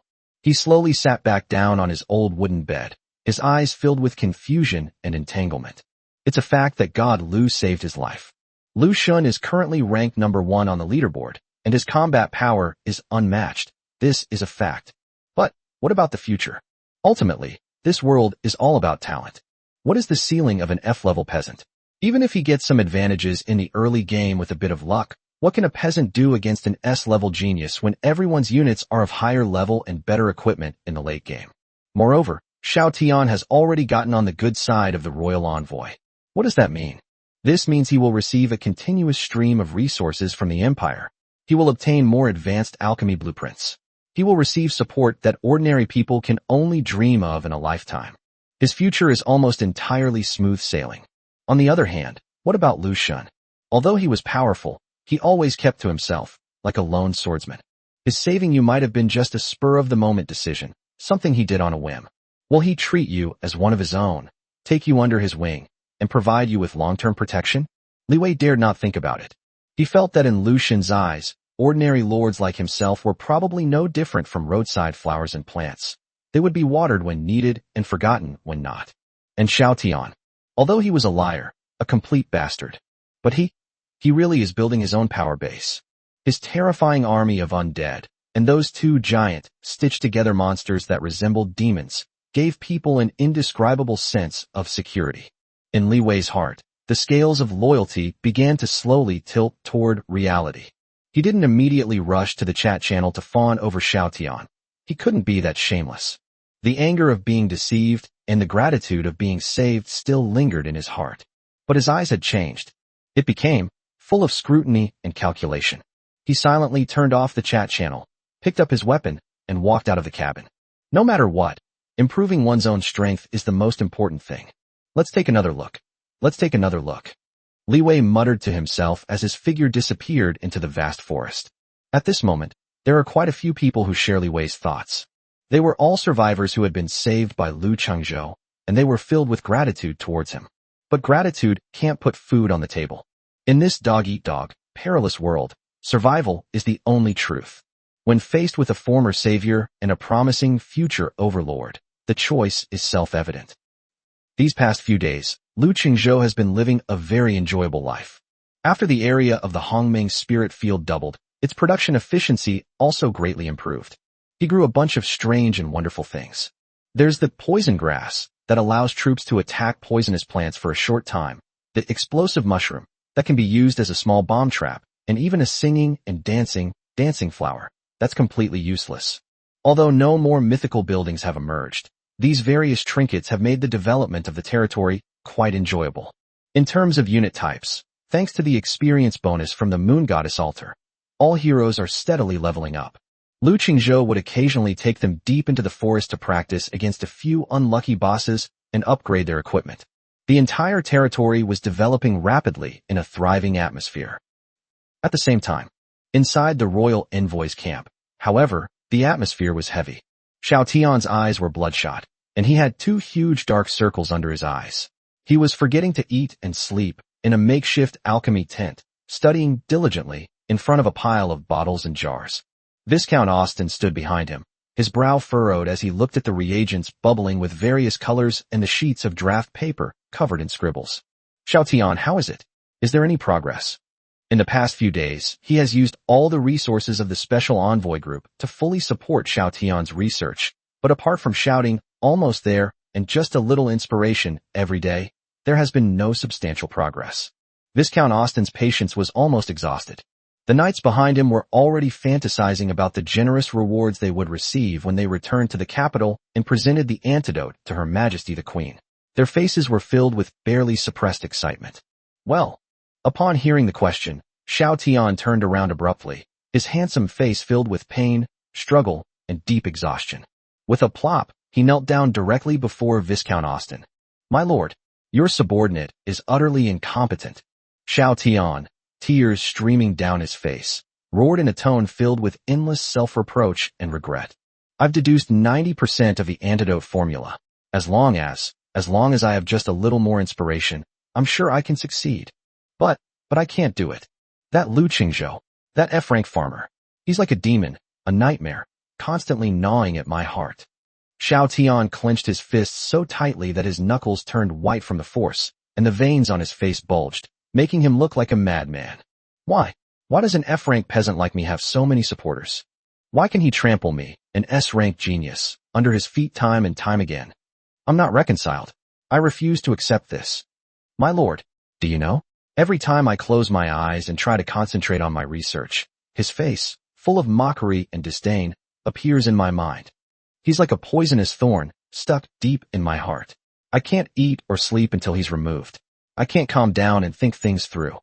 My lord, I beg you, as long as I can kill him with my own hands and vent this anger, I promise, I will definitely develop an antidote immediately. Xiao Tian's words were sincere and moving, so much so that they brought tears to the eyes of all who heard them. He shifted all the blame for his inability to develop an antidote onto Lu Qingzhou, portraying himself as a genius whose Tao heart was damaged by a villain. Viscount Austin frowned even more deeply as he looked at Xiao Tian kneeling on the ground, tears streaming down his face. He certainly didn't care about the personal feud between Xiao Tian and Lu Qingzhou. He only cared about the antidote. In his view, Xiao Tian's S-level talent was the Empire's only hope. Anyone or anything that affects his research must be eliminated. How could a mere F-level farmer cause you so much trouble? A flicker of undisguised contempt and disgust flashed in Viscount Austin's eyes. In his view, Lu Qingzhou, that kind of lowly peasant, didn't even deserve his attention. My lord, you are unaware of the truth. Xiao Tian quickly added fuel to the fire, saying that Lu Qingzhou is cunning and has a formidable elven army under his command. More importantly, he enjoys immense prestige in this beginner village. A single call to arms can garner countless followers. I'm afraid I'm no match for him. And if something unexpected happens, it could delay the crucial task of researching an antidote for Her Majesty the Queen. His words were reasonable and justified, both praising the enemy and implying his own determination to serve the public good. Sure enough, Viscount Austin was completely impatient. What he hates most is this kind of backstabbing and infighting in the countryside. All right, shut up. Viscount Austin coldly interrupted him. Your task is to focus on researching the antidote and not get distracted by these trivial matters. Upon hearing this, Xiao Tian was overjoyed, knowing that his plan had succeeded.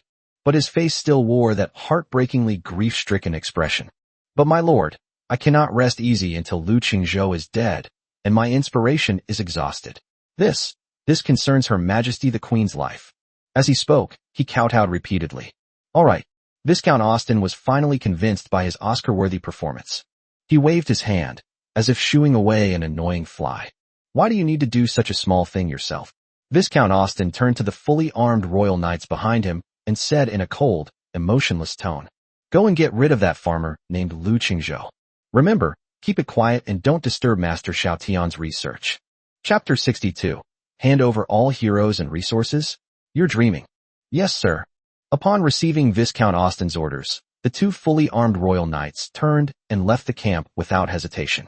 They rode magnificent war horses, wore the finest armor uniformly issued by the Empire, carried sharp long swords at their waists, and their faces were filled with the same arrogance and disdain as Austen. He's just an F-level farmer. Why do we have to make the whole trip ourselves? It's making a mountain out of a molehill. One of the slightly younger knights, while riding his horse, curled his lip in disdain. Don't be careless, Carl. Another slightly older knight said in a deep voice. The information says that he has an elven army under his command, and they are quite powerful. An elven force? The young knight named Carl was taken aback at first, then scoffed as if he had heard a joke. So what? A bunch of lowly aliens. Before the charge of our royal knights, they are nothing but lambs to the slaughter. I'm a little curious how an F-rank farmer managed to get an elven army. Maybe he tricked them with his looks? Hee hee. I've heard that all the elven women are incredibly beautiful. A lewd smile, the kind that any man would understand, appeared on Carl's face. The older knight remained silent, but a glint of greed flashed in his eyes. In their view, this mission was nothing more than a relaxing and enjoyable outing. Deal with this clueless country bumpkin, and incidentally, receive his spoils. Soon, following the map, they arrived at the outskirts of Lu Qingzhou's territory. However, when they saw the bright, vibrant territory before them, their smiles froze. Where is this? Carl rubbed his eyes, looking utterly incredulous. Ahead, a magnificent altar made of moonstone and an unknown metal emanated a sacred aura. Beside the altar, an elegant tower naturally formed from ancient trees and vines, and a peculiar workshop brimming with natural and artistic charm stand quietly. In the center of the territory, there is a magical well that emits a bright moonlight, and a verdant divine tree that seems to breathe slowly as if it were alive, echoing each other from afar. The entire territory was shrouded in a soft glow, like the legendary abode of a god. This is the territory of that F-level farmer. The older knight was dumbfounded. He felt his worldview had been severely shaken. Before they could even recover from their shock, a group of stunningly beautiful young women emerged from the moonlight tower, laughing and joking. Leading the group was a cat-eared girl wearing black over-the-knee stockings, exuding a wild and alluring aura. Behind her were several silver-haired girls, also wearing black stockings, but with completely different auras. Hiss! The two royal knights gasped in unison, their eyes nearly popping out of their sockets. My God! Is this heaven? Carl was practically drooling. I see. I understand now. The older knight gave a knowing look. This farmer must have gotten incredibly lucky, finding an elven ruin and using these women to make his fortune. Just a gigolo who lives off a woman. Jealousy allowed them to instantly find a reasonable explanation for Lu Qingzhou's success. The two men exchanged a glance, dismounted, and, with their arrogant expressions returning, swaggered over. At this moment, Lu Qingzhou was comfortably leaning back in his recliner, enjoying the gentle massage from the holy maiden of life, Leah. He didn't even bother to lift his eyelids, as if he hadn't seen the two uninvited guests at all. You are that farmer named Lu Qingzhou. Carl walked up to Lu Qingzhou and asked in a condescending tone. However, Lu Qingzhou kept his eyes closed, ignoring him completely. Carl's face flushed red instantly at being so ignored by a peasant. How dare you? You dare not bow to the knights of the special envoy delegation. He shouted sharply, his hand already on the hilt of the sword at his waist. All right, Carl, let's get down to business. The older knight stopped him, then cleared his throat and pronounced in an unquestionable tone. By order of Viscount Austen, Lu Qingzhou, as an F-level farmer, you are unworthy of your position. You have misled people, seriously affected Master Xiaotian's research, and hindered the Empire's great cause of saving Her Majesty the Queen. Now, I'll give you two choices. First, immediately disband your territory, hand over all your heroes, troops, and resources to the special envoy, and then exile yourself, leaving the 10086 beginner village forever. 2. A cruel glint of murderous intent flashed in the older knight's eyes. We'll personally wipe you and your filthy territory off the map. I advise you to think carefully before you answer. Otherwise, kill without mercy. These threatening and arrogant words echoed in the tranquil territory. All the elven girls who were playing and frolicking around stopped what they were doing, and their cold eyes all fell on the two uninvited guests. The air seemed to freeze at that moment. However, Lu Qingzhou, the person involved, remained completely unmoved. He slowly opened his eyes. In those deep eyes, there was no anger, no fear, only a trace of lazy boredom. It was as if, in his eyes, these two arrogant royal knights were no different from two buzzing flies. He wasn't even bothered to stand up. He simply shifted to a more comfortable position, yawned, and spoke casually. Are you done talking? The arrogance on the faces of the two royal knights froze instantly. They considered countless possibilities. The farmer might beg for mercy in fear, might retort angrily, or might threaten with bluster but inward weakness. But they never dreamed that the other party would be so, completely ignoring them. It was as if they weren't royal knights representing the majesty of the empire, but rather two beggars begging on the roadside. Chapter 63, Level 25 Royal Knights. In my house, they're just two dogs. You're asking for it. The young knight Carl was completely enraged. With a clang, he drew his long sword from his waist, pointed it at Lu Qingzhou, and his face was filled with ferocious killing intent. How dare a lowly peasant speak to us like that? I'll show you right now what the difference between classes really means. Carl, Royal Knight. Level, 25. Health points, 3,500.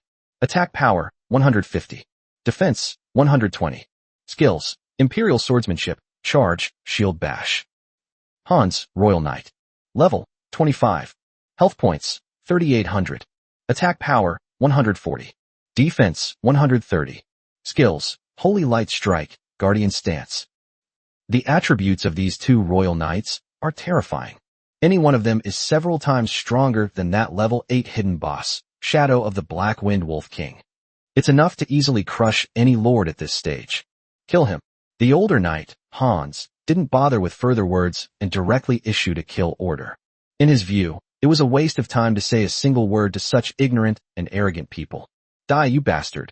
Carl grinned maliciously, his body gleaming with a charging white light. Like an enraged bull, he charged fiercely at the figure on the recliner, who was too lazy to even move. He could almost see the tragic scene of the ignorant farmer, along with the recliner behind him, being pierced through the heart by his sword in the next second. However, Lu Qingzhou remained leaning there, even lazily shifting to a more comfortable position. He simply snapped his fingers. Smack. The crisp sound was like the command to turn on a switch. Buzz. In an instant, several dazzling halos of different colors erupted from Lu Qingzhou's center. A beam of bright moonlight rose from the moonwell. Ding. Due to the blessing of the moon effect, all your units have their attributes increased by 5%. A magnificent green light of life burst forth from the sacred elf ancient tree. Ding. Due to the nature's protection effect, all your units have their attributes increased by 10%. A holy light shone down from the moon goddess altar. Ding. Due to the blessing of the moon goddess effect, all your hero units have a chance to gain the power of the moon goddess buff during battle. An invisible silver halo shone from Eileen's body. Ding. Due to the moon goddess aura effect, all elf units have their attributes increased by 10%. In an instant, for divine halos overlapped. All the elven girls shone with dazzling light, and their attributes surged wildly at a visible speed. Originally only around level 15, their auras instantly surged to a terrifying level comparable to a level 25 powerhouse. What? Carl, who was charging forward, suddenly narrowed his eyes, his face filled with horror.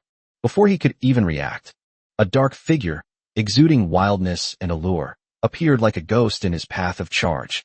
It's Hekina, the mature woman in black stockings. Hee, little brother, are you in such a hurry to be reincarnated?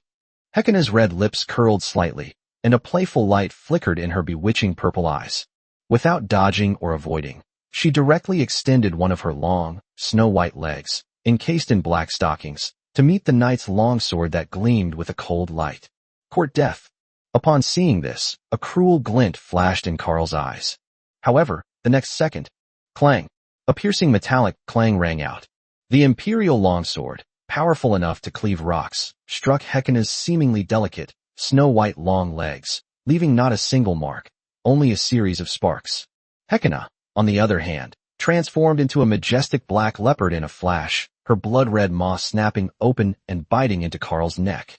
Snap. Reduced damage by 2850. Critical hit. Critical hit. An incredibly terrifying damage number appeared above Karl's head. His health bar, which was a whopping 3,500 points, was instantly reduced by more than half. Well, the sneer on Karl's face froze instantly, replaced by endless terror and disbelief. Before he could even scream, 5 silver ghostly figures wielding poison moon blades had silently appeared behind him. With a swift stroke, the knife fell. Uft, uft, uft, reduced by 550. A reduction of 582. A series of damage numbers instantly overwhelmed him. This arrogant royal knight didn't even have time to utter a last word before he turned into a cold corpse and collapsed to the ground. Karl. On the other side, Hans, who was about to unleash a holy light strike, was terrified when he saw this scene. Killed in seconds. A level 25 royal knight was instantly killed by a group of Pokemon that looked to be only level 10 or 25. He never dreamed it would turn out like this. Without the slightest hesitation, Hans turned and tried to run. However, a silver arrow imbued with moonlight arrived late and struck him precisely in the knee. Uft. Reduced by 890. Critical hit. Slowed down. Hans's body stiffened abruptly, and his speed instantly became slower than a tortoise. No, don't kill me. Hans panicked completely. He looked at the 6 pink-haired girls with longbows approaching step by step, and the black-stocking mature woman who had turned back into human form and was walking towards him step by step. He was so frightened that his legs went weak and he knelt down on the ground. Don't kill me. I'm a royal knight. I'm a man of Viscount Austin. You can't kill me. Spare me. I'll give you anything if you spare my life. Tears streamed down his face. All traces of his previous arrogance had vanished, replaced by the fawning lapdog. However, he was greeted by a lazy yet cold voice. It's so noisy. Lu Qingzhou had stood up at some point. He walked slowly to Hans, looking down at the tearful man with no emotion in his eyes. What he hates most is trouble. Letting these two go would undoubtedly cause a huge problem. So, get rid of it. Lu Qingzhou uttered 3 words calmly. Yes, master. The cat-eared girl Yao Yao appeared behind Hans like a ghost. She stuck out her pink little tongue, licked the dagger in her hand, and revealed a sweet smile on her face. No. Hans let out a desperate roar. Uft. With a swift movement, the knife fell. The world is now peaceful. Ding.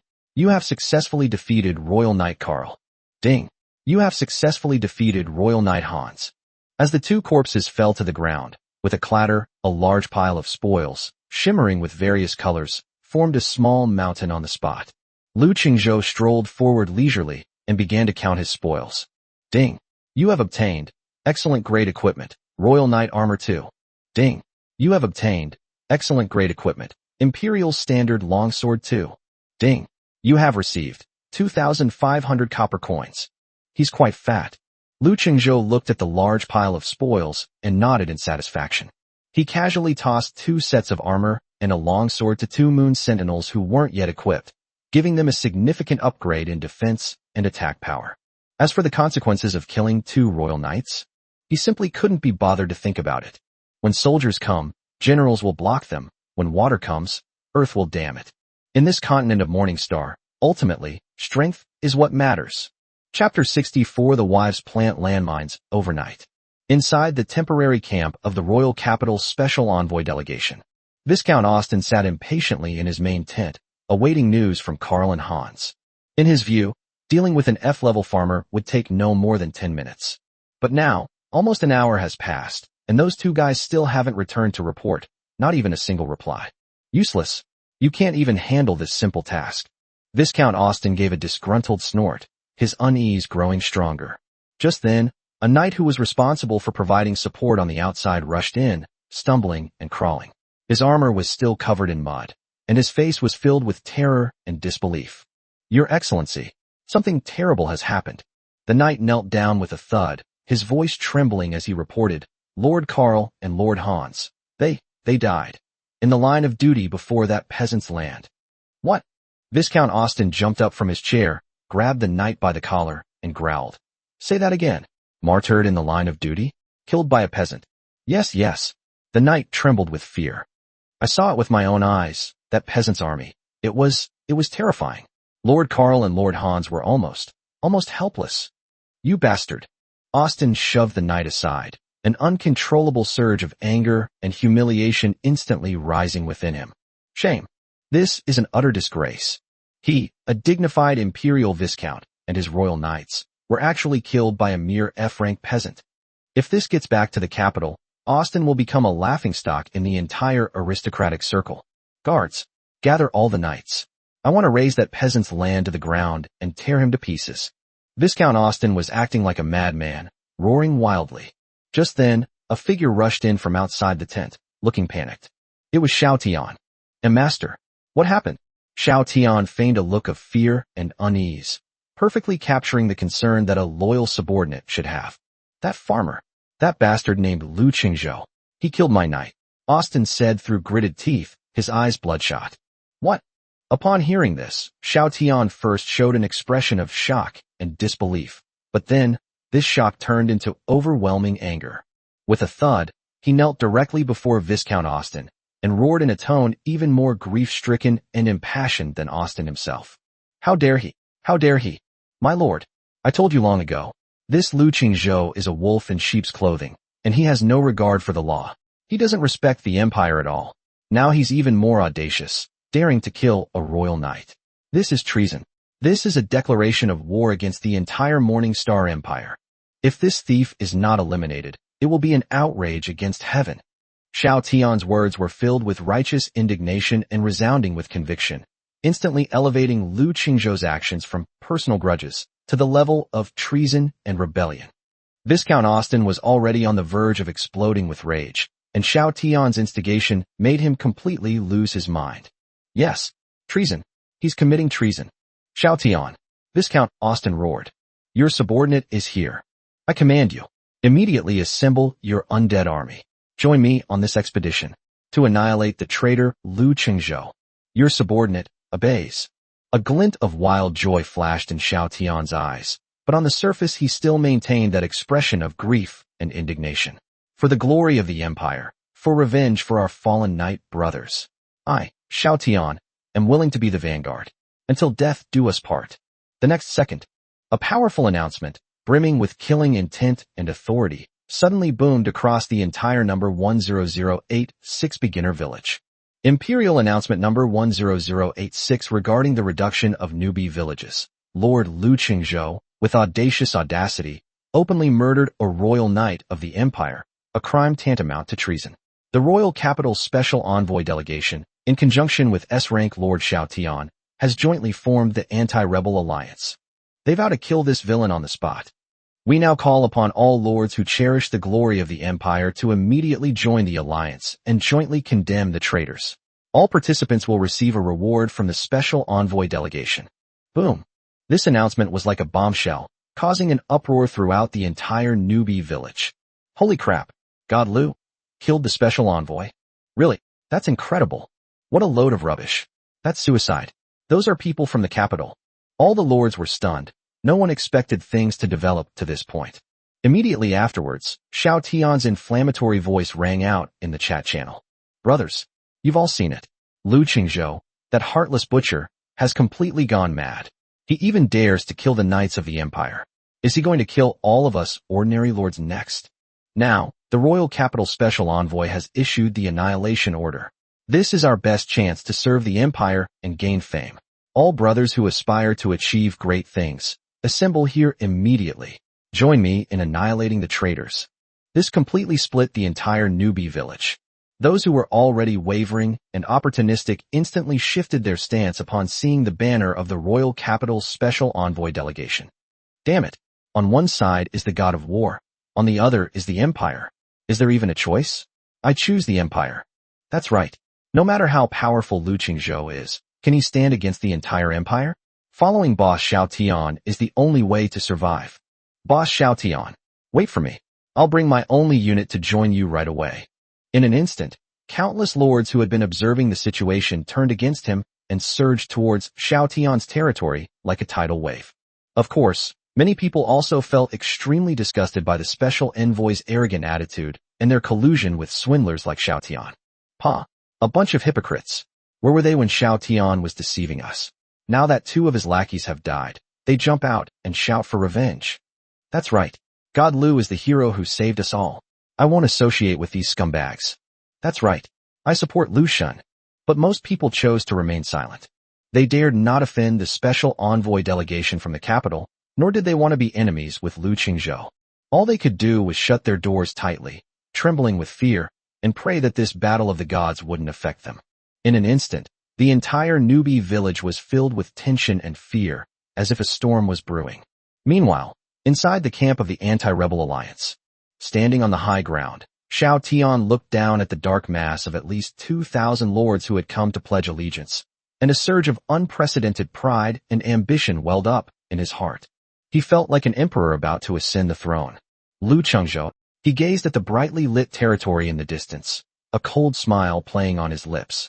Let's see how you turn the tables this time. The night was deep. While the entire newbie village was still immersed in condemnation of Xiao Tian and the special envoy delegation and confusion about the future, Lu Qingzhou's territory was peaceful. He was reclining in a decked chair, resting with his eyes closed, enjoying the attentive care of his wives. Suddenly, a private message popped up with a ding. It's Suing. Suing, 2 of Austin's knights are dead. He's furious and has joined forces with Xiao Tian. They're gathering their troops and will attack you first thing tomorrow morning. Be careful. The message was concise and to the point, consistent with her usual style. That's pretty efficient. Lu Qingzhou slowly opened his eyes, his gaze showing no surprise whatsoever. He had long anticipated that killing those 2 royal knights would definitely bring trouble upon him. Lu Qingzhou, understood, thank you. He casually replied, and then stood up from the recliner. Master, what's wrong? Eileen and Yao Yao, who were standing beside him, both looked at him with concern. It's nothing. We have guests coming, so we need to prepare some gifts in advance. Lu Qingzhou walked to the elf storage locker and opened it. Inside, a dazzling array of strange and unusual trap-like plants, grown in the Hongming spirit field over the past few days, were on display. Potato mines, buried underground. They explode violently when stepped on by enemy units. Exploding pepper. When thrown, it explodes like a grenade, causing small area fire damage. Thorn vines, planted on the ground. They will automatically entangle any approaching enemies, making it impossible for them to move. Like an arms dealer, Lu Qingzhou brought out all these weapons of mass destruction and piled them up on the ground into a small mountain. Eileen, you take the Moonlight Sentinel squad and bury all these potato mines along the outer perimeter of the territory. Yao Yao, you take the Archer squad and set up these thorny vines in the forest on both sides to make an encirclement. Yes, master. All the elven girls responded in unison, their beautiful eyes sparkling with excitement. Illuminated by the bright, daylight-like light of the fluorescent or vein, the entire elven army sprang into action. One by one, pure yet alluring elven girls were diligently working on the outskirts of the territory. Looking at the meticulously laid death trap, Lu Qingzhou nodded in satisfaction. An army of over 2,000 people. I hope you'll enjoy the surprise I've prepared for you tomorrow. Chapter 65. Everyone was drooling. The next day, early morning, just as dawn was breaking, a series of muffled and chaotic footsteps, like rolling thunder, came from the edge of the forest, shattering the tranquility of the entire newbie village. Within Lu Qingzhou's territory, all the elf girls who were doing their morning exercises stopped at almost the same time, and their sharp eyes all turned to look outside the territory. On the horizon, a dark mass of countless figures surged toward them like a tidal wave. Leading the pack were 2 terrifying monsters, each over 5 meters tall, made of countless pieces of rotting flesh stitched together, each wielding a giant iron hook in one hand and a massive bone-chopping blade in the other. On their shoulders, 2 figures stood proudly. On the left is Xiao Tian, who has a smug look on his face. On the right is Viscount Austin, whose expression is arrogant and whose eyes are filled with murderous intent. Behind them was an army of at least 2,000 lords, armed with all sorts of crude weapons, their faces filled with fanaticism, greed, and fear. The enemy is at the city gates. Owner. A rare look of seriousness appeared on Eileen's usually cool and aloof face as she immediately stepped in front of Lu Qingzhou. Meow, it smells awful, and there are so many people. The cat-eared girl Yao Yao also put away her usual playful manner. Her fluffy white cat ears stood up alertly, and her cat tail behind her was taut and straight. Lia, Hekina, and all the elf girls immediately went into battle mode, protecting Lu Qingzhou in layers upon layers of protection. However, Lu Qingzhou, the person involved, remained completely unmoved. He even leisurely leaned back in his recliner, took a juicy peach from the Saintess of Life, Lia, and slowly took a bite. "'Tis quite a big show." He made a nonchalant comment, as if the terrifying army before him, capable of flattening the entire newbie village, was no different from a group of elementary school students on a field trip. Soon, the mighty anti-rebel army stopped 100 meters away from Lu Qingzhou's territory. More than 2,000 lords, looking at the territory before them that was as bright as day, filled with a sacred and natural aura, like a paradise on earth, couldn't help but gasp in astonishment. Especially when they saw a dozen or so beautiful elven girls with stunning figures standing in that territory. All the men's eyes almost popped out of their sockets. Holy crap, this is Lu Xin's territory? My god, this is simply a paradise on earth. And those women, I feel like I'm falling in love. A series of barely suppressed gasps and commotions arose from the crowd. Jealousy instantly filled their hearts. A bunch of ignorant fools who've never seen the world. Hearing the whispers behind him, Xiao Tian snorted disdainfully. He stood on the shoulders of the stitched giant, looking down at the territory he had always dreamed of, and at the man surrounded by countless beautiful women. The resentment and jealousy in his eyes were almost tangible. On what grounds? Why does this F-rank farmer have all of this? Lu Qingzhou, Xiao Tian could no longer suppress his jealousy. Pointing at the man who was still leisurely eating fruit, he roared wildly in a triumphant tone. "You lowly peasant. You traitorous national villain. You're about to die, and you still have the nerve to eat, drink, and have fun here? Open your dog eyes and look. What's behind me? It's the will of the empire. It's the wrath of the people. You murdered a royal knight, a heinous crime. Today, we, the Anti-Rebel Alliance, will act on behalf of heaven to eradicate this cancerous growth from you." Viscount Austin stepped forward at just the right moment, drew his ornate long sword from his waist, pointed it at Lu Qingzhou, and declared in a tone full of authority. "In the name of the Viscount of the Morning Star Empire, I declare that Lord Lu Qingzhou has committed treason, a crime beyond redemption. Now, I'm giving you one last chance. Kneel down and surrender immediately. Hand over all your troops and resources. I might mercifully grant you a complete corpse." The two of them sang in unison, exuding a sense of superiority, as if they had already controlled Lu Qingzhou's life and death.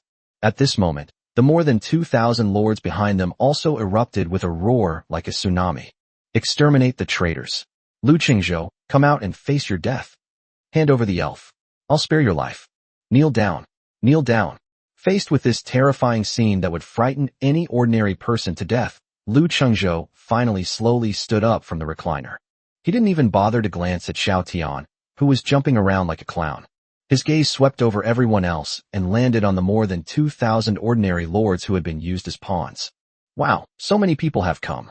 Xiao Tian, are these all victims who were swindled out of their entire fortune by you? What? You brought them here today to beg for food." A simple sentence, yet it was like an invisible slap in the face, striking everyone hard. The fervor on the faces of the more than 2,000 lords instantly froze, replaced by embarrassment and annoyance. "You." Xiao Tian's face instantly turned as black as the bottom of a pot. However, Lu Qingzhou didn't give him a chance to speak at all. His gaze shifted and fell on Viscount Austin, who was holding a long sword and had an arrogant expression. An imperial viscount. Lu Qingzhou looked him up and down and sneered. Instead of doing the important task of saving the queen, he ran off to collude with a notorious swindler and turned against the hero who saved the entire newbie village.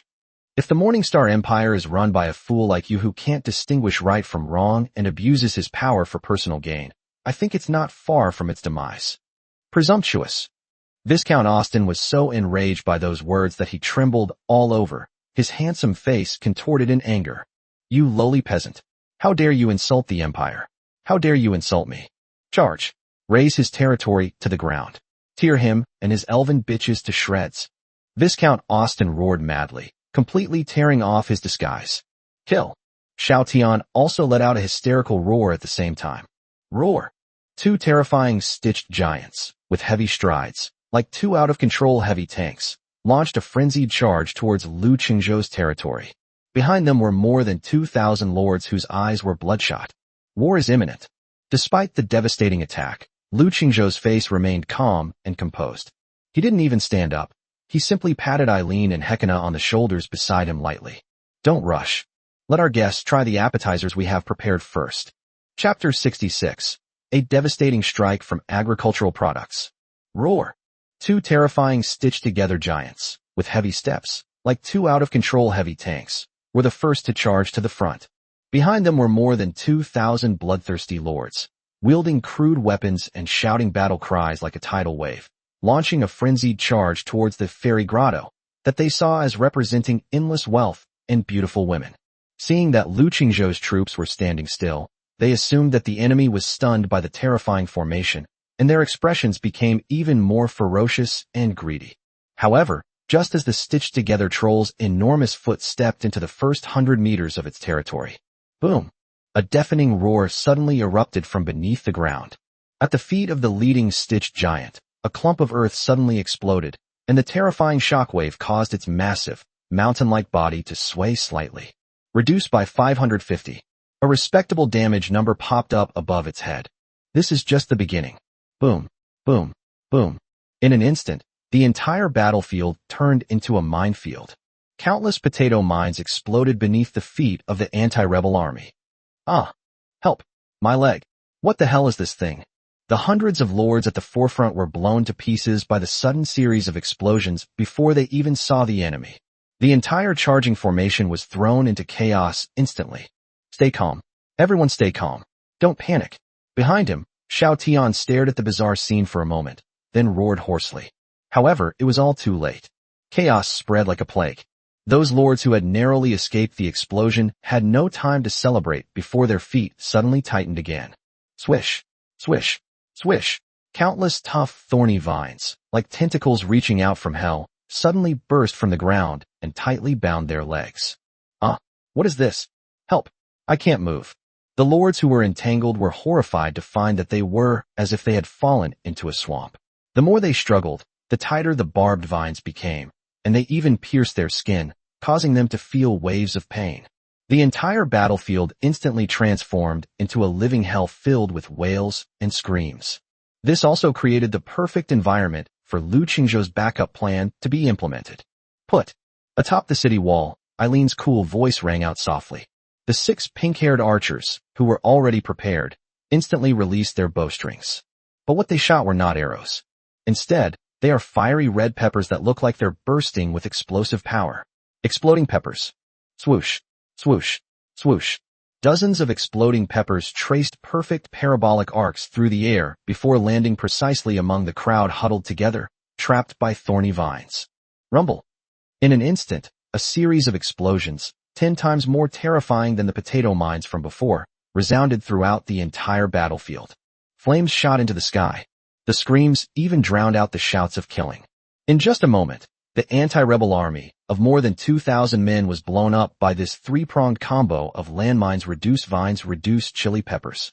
The remaining 1,000 or so people were all terrified, standing there dumbfounded, staring at the carnage before them.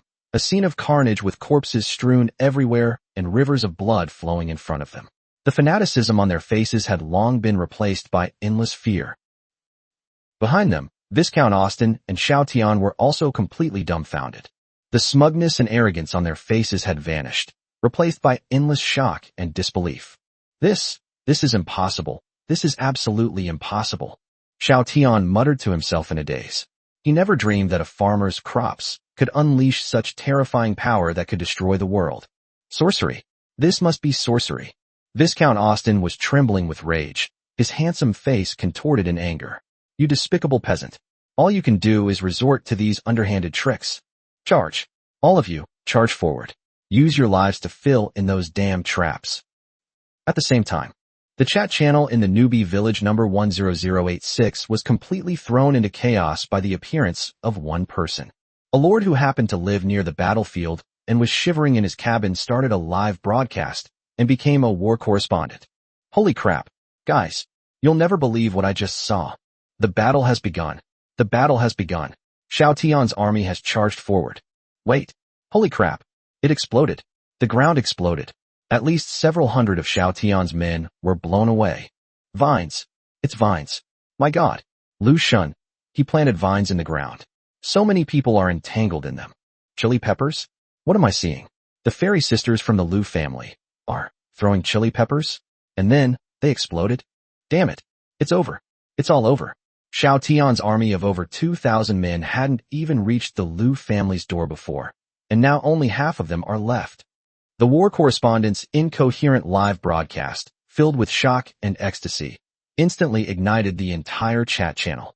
Those lords who had firmly supported Lu Chengzhou from the beginning, and the neutral bystanders, were completely in an uproar at this moment. Ha! Really? Half of them were wiped out right at the start. I knew it. God, Lu is awesome. Voice cracks. That's hilarious. Who just said Lu Shun was bound to lose? What about your face? Doesn't it hurt? Let those fence-sitters see who the real power players are. Well done. God Lu. Forever a god. Charge. All of you charge. Anyone who dares to retreat will be killed without mercy. Standing on the shoulder of the stitched giant, Xiao Tian roared like a madman, pointing at the deadly minefield ahead, forcing the lords behind him who were already terrified. Viscount Austin's face was extremely grim.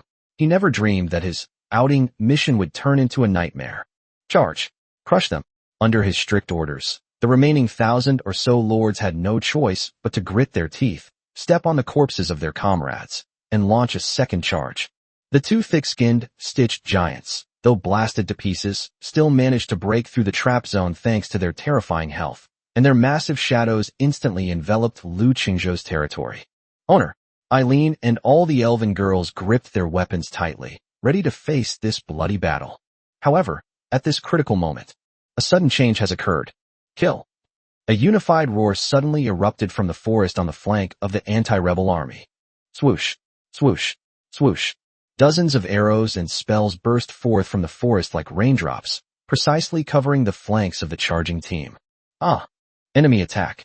Enemy attack! Caught completely off guard, the anti-rebel army was instantly stunned by this sudden attack, and hundreds more fell to the ground. Immediately afterwards, more than 20 figures rushed out of the forest. Although they were few in number, each of them had a determined look in their eyes, was well equipped, and exuded an aura of fearlessness. Leading the group was none other than Li Wei, the lord whom Lu Chengzhou had once saved. After a struggle with his conscience, he decided to follow his most basic sense of justice. Chapter 67. Beautiful, cool, and a fighter. Brothers, for Lu Shun, let's fight these bastards to the death. Li Wei roared, and was the first to raise his shield and ram into the enemy's already chaotic formation. For Lu Shun, the 20-odd lords behind him also let out a deafening roar. They were all survivors who had been saved by Lu Chengzhou. They were all victims who were deceived by Xiao Tian and lost everything.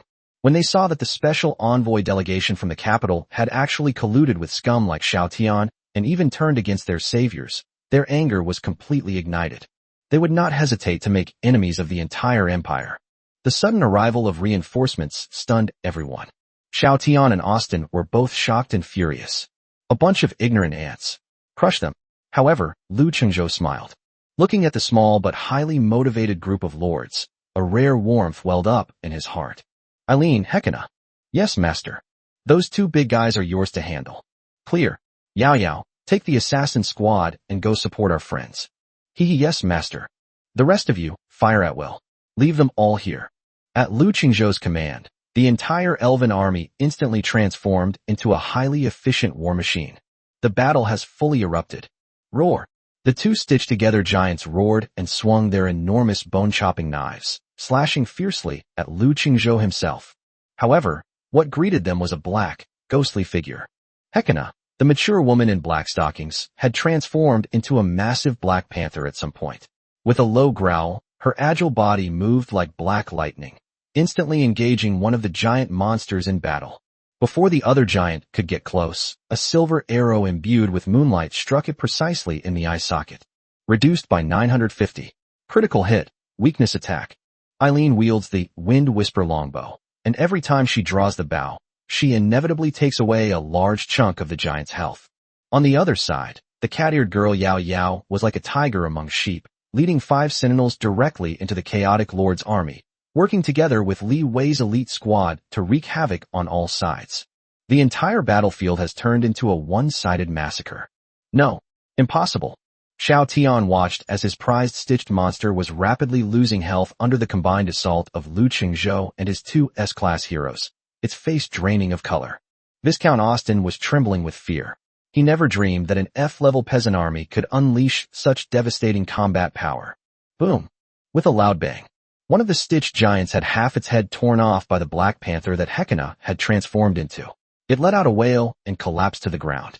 Immediately afterwards, the other one was also hit in the core by Eileen's moonlight arrow, turning into a pile of rotting flesh.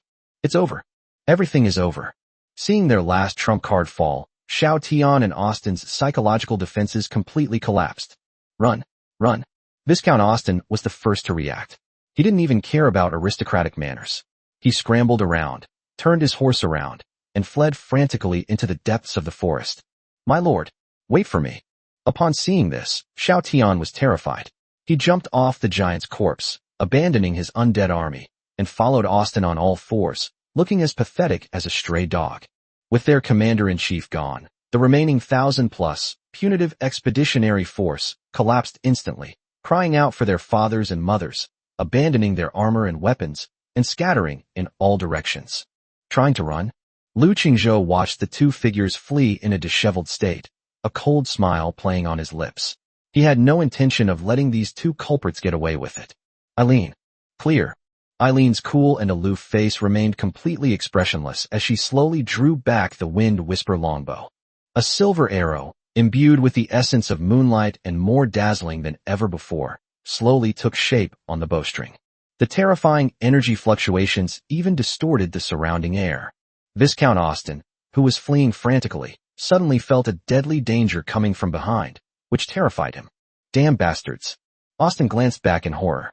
When he saw the terrifying arrow that could kill him instantly, he no longer cared about his noble demeanor. He frantically pulled out a precious magic scroll from his pocket and crushed it without thinking. Speed scroll. Buzz. A cyan halo instantly enveloped the warhorse beneath him. The already magnificent warhorse, as if injected with chicken blood, had blue flames igniting on its 4 hooves. Its speed increased several times over in that instant, turning into a blur as it galloped wildly into the depths of the forest. Call out. Eileen's moonlight arrow was released from the bow at that moment. However, in the end, we were still a step too late. The silver arrow grazed the horse's tail and slammed heavily into the ground behind it, leaving a terrifying, bottomless crater. My lord, wait for me. Take me with you. When Xiao Tian saw this scene, he was so frightened that he wet himself. As his only lifeline was about to disappear from sight, his survival instinct unleashed unprecedented potential. He actually pounced on the horse's leg like a hungry dog, grabbing it tightly in an extremely ungraceful manner. He was dragged along by the warhorse like a tattered sack, plowing a long furrow in the ground, until Austin finally dragged him onto the horse's back while cursing. Soon, the 2 figures disappeared completely into the vast forest. Humph, they run pretty fast. Lu Qingzhou looked in the direction they disappeared and snorted disdainfully. You can run away from the monk, but you can't run away from the temple. He made a note of the debts owed to those 2 guys. He turned his gaze back to the battlefield before him, a place strewn with corpses yet filled with the joy of victory. The battle is over. The entire battlefield was a scene of devastation, with corpses strewn everywhere. Li Wei and his 20-odd brothers, covered in blood, trembled with excitement as they looked at the miraculous victory before them. They won. Following Lu Shun, they actually won a war that seemed impossible to win. Lu Shun. Li Wei walked up to Lu Qingzhou and knelt down on one knee with a thud. We are willing to follow God Lu to the death. We would gladly die 1,000 deaths. I swear to follow God Lu to the death. I would gladly die 1,000 deaths. The 20-odd surviving lords behind him also knelt down on one knee in unison, their voices deafening. Chapter 68 War Correspondent. I laughed so hard my pants were wet. Looking at Li Wei and the others kneeling on one knee, swearing allegiance, Lu Qingzhou simply nodded. Get up. He didn't say much, but his calm gaze gave Li Wei and the others great encouragement. Thank you, God Lu. Li Wei and the 20-odd surviving lords behind him were filled with the joy of surviving a disaster and the hope for the future. God Lu has accepted them. All right, stop standing there. Lu Qingzhou pointed to the battlefield strewn with corpses, like an experienced old landlord. Go clean up all the spoils. Keep 30% for yourself, and hand over the rest. Yes, God Lu. Li Wei and the others responded in unison, their faces flushed with excitement. 30%. This is the spoils of war from a force of over 2,000 men. That 30% alone is enough to upgrade each of them's weapons and increase their strength by a huge margin. God Lu, truly a paragon of benevolence and righteousness. At the same time, the chat channel in the newbie village number 10086 was already in complete chaos. Ever since that, war correspondent watched helplessly as Xiao Tian's army approached the city, and everyone thought Lu Qingzhou was doomed. He was so frightened that he temporarily hid in a cabin and stopped broadcasting. All the surviving lords could only imagine the ferocity of the battle through the constantly updating death notifications. It's over. It's over. With such a huge commotion, Lucian definitely can't handle it. Alas, what a pity. Even a great hero could not withstand the iron hooves of the Empire. That bastard Xiao Tian. Once he becomes the village chief, we're definitely not going to have a good life. Just when everyone thought the situation was settled and Lu Qingzhou had been defeated and killed, the war correspondent's profile picture suddenly lit up again. War correspondent Xiao Qiang. Excited, excited, excited. War correspondent Xiao Qiang. I survived. Brothers, we won. Holy crap, bro. Tell me, what happened? Won? Who won? I was so worried. What happened in the end? War correspondent Xiao Qiang. It's Lu Shun. Lu Shun won. War correspondent Xiao Qiang.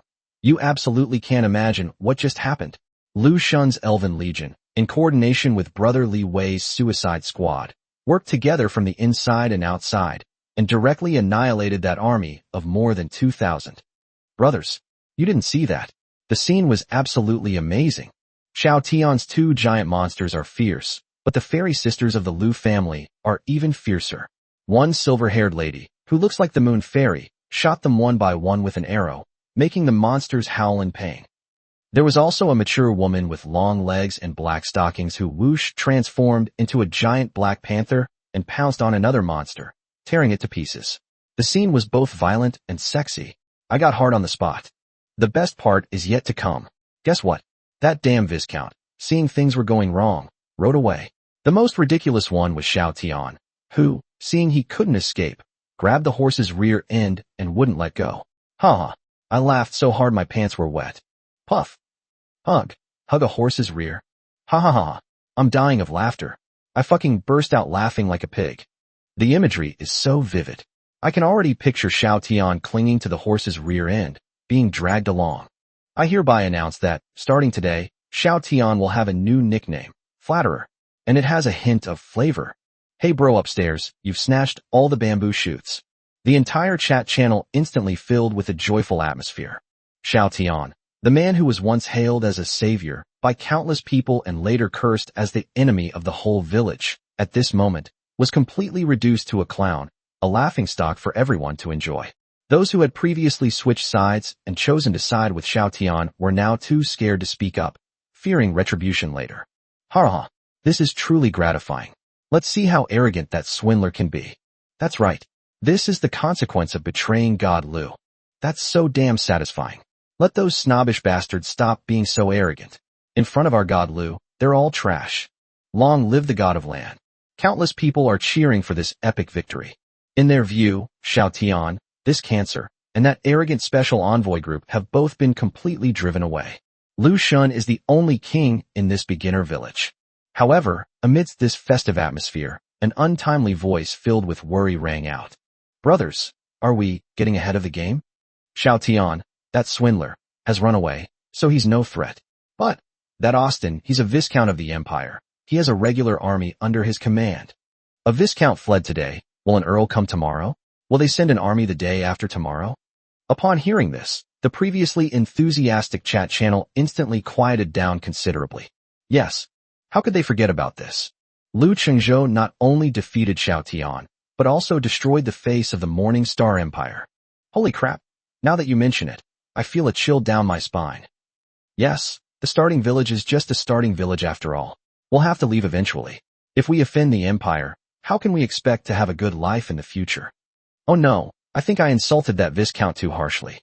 Will he hold a grudge? Lu Shen, wasn't he a little too impulsive this time? In an instant, the joy of surviving the disaster was replaced by worry about the future. In their view, although Lu Qingzhou was powerful, he was ultimately just a person. The empire, however, is a colossal entity with boundless territory and a terrifying war machine. How can an individual stand against a nation? What's there to be afraid of? Just as everyone was filled with worry, Li Wei's words, full of determination and fervor, appeared in the chat channel. You bunch of spineless cowards. Have you forgotten who saved your lives in the eternal night? Have you forgotten who drove away that liar Xiao Tian? Without Lu Shun, we would have been dead long ago. You're all terrified because we've only offended a minor imperial noble. I'm telling you, I, Li Wei, am making this clear today. Even if the King of Heaven himself comes, I'll fight Lu Shun to the very end. If anyone dares to say another word that is detrimental to Lu Shun, don't blame me for my ruthless blade. Li Wei's words were resounding and full of iron will and loyalty. In an instant, the pessimistic mood that had just begun to rise was ruthlessly suppressed. Well said. Brother Li is awesome. That's right. What's there to be afraid of? At worst, we'll die? We'll follow God Lu and fuck him. Exactly. So what if they're imperial nobles? If they mess with God Lu, they'll still run away with their tails between their legs. Chapter 69 Global Live Broadcast. The queen was tormented until she was panting heavily. Deep in the forest, two figures were scrambling and crawling, fleeing in a disheveled and desperate manner. Viscount Austin had lost all semblance of imperial nobility. He lay sprawled on his horse, his face ashen, his ornate armor covered in mud and grass clippings, looking like a neighbor caught in the act of adultery. Useless. All of you are useless. Austin spurred his warhorse, which was nearly foaming at the mouth, while furiously cursing the guy hanging on its rump like a tattered sack behind him. Xiao Tian, you good-for-nothing bastard. Is this what you call foolproof? If this gets back to the capital, where will I put my face? You, this piece of trash, have completely disgraced the entire Austin family. Austin grew angrier the more he thought about it. He felt like he had the worst luck in the world to have believed Xiao Tian's nonsense.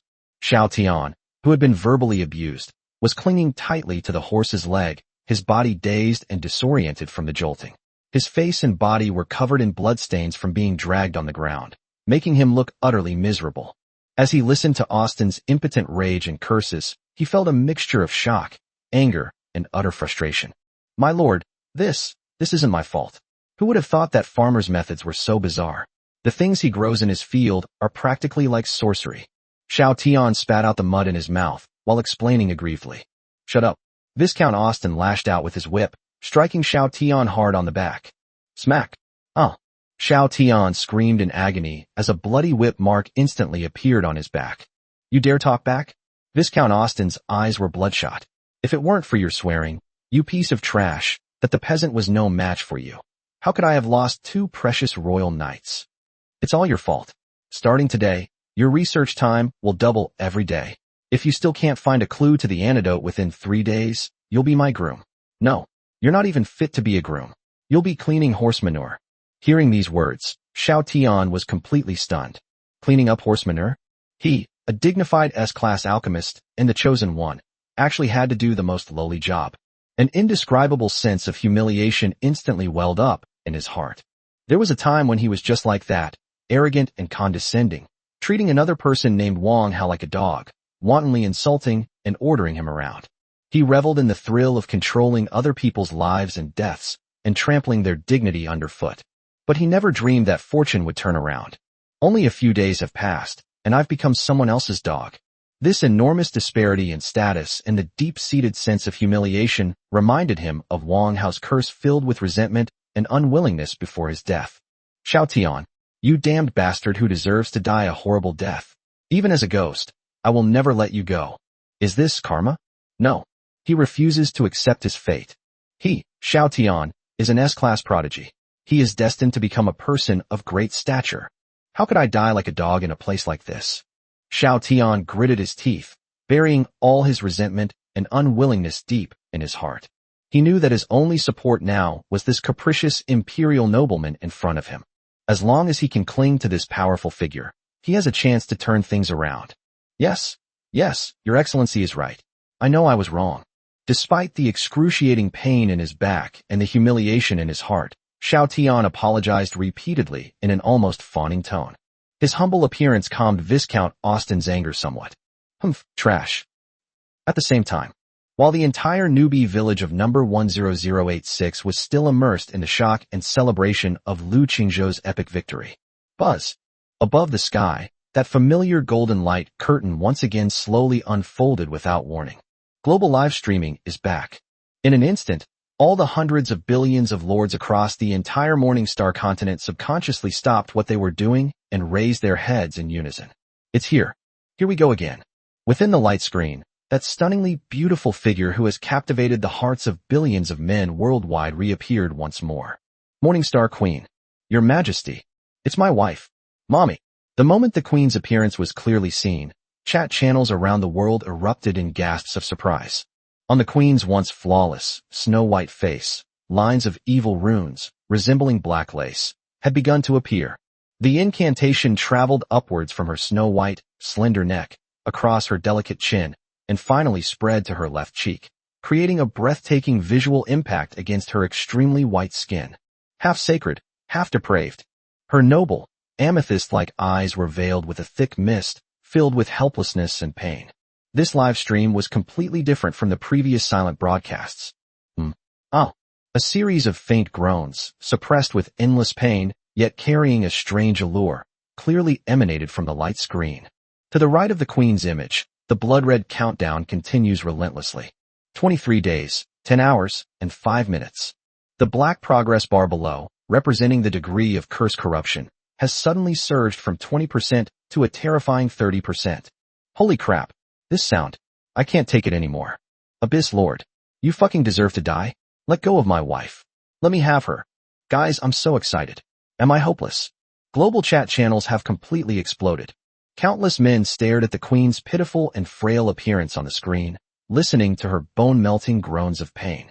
They were all anxious and wanted to immediately transform into a national protector and smash through the abyss.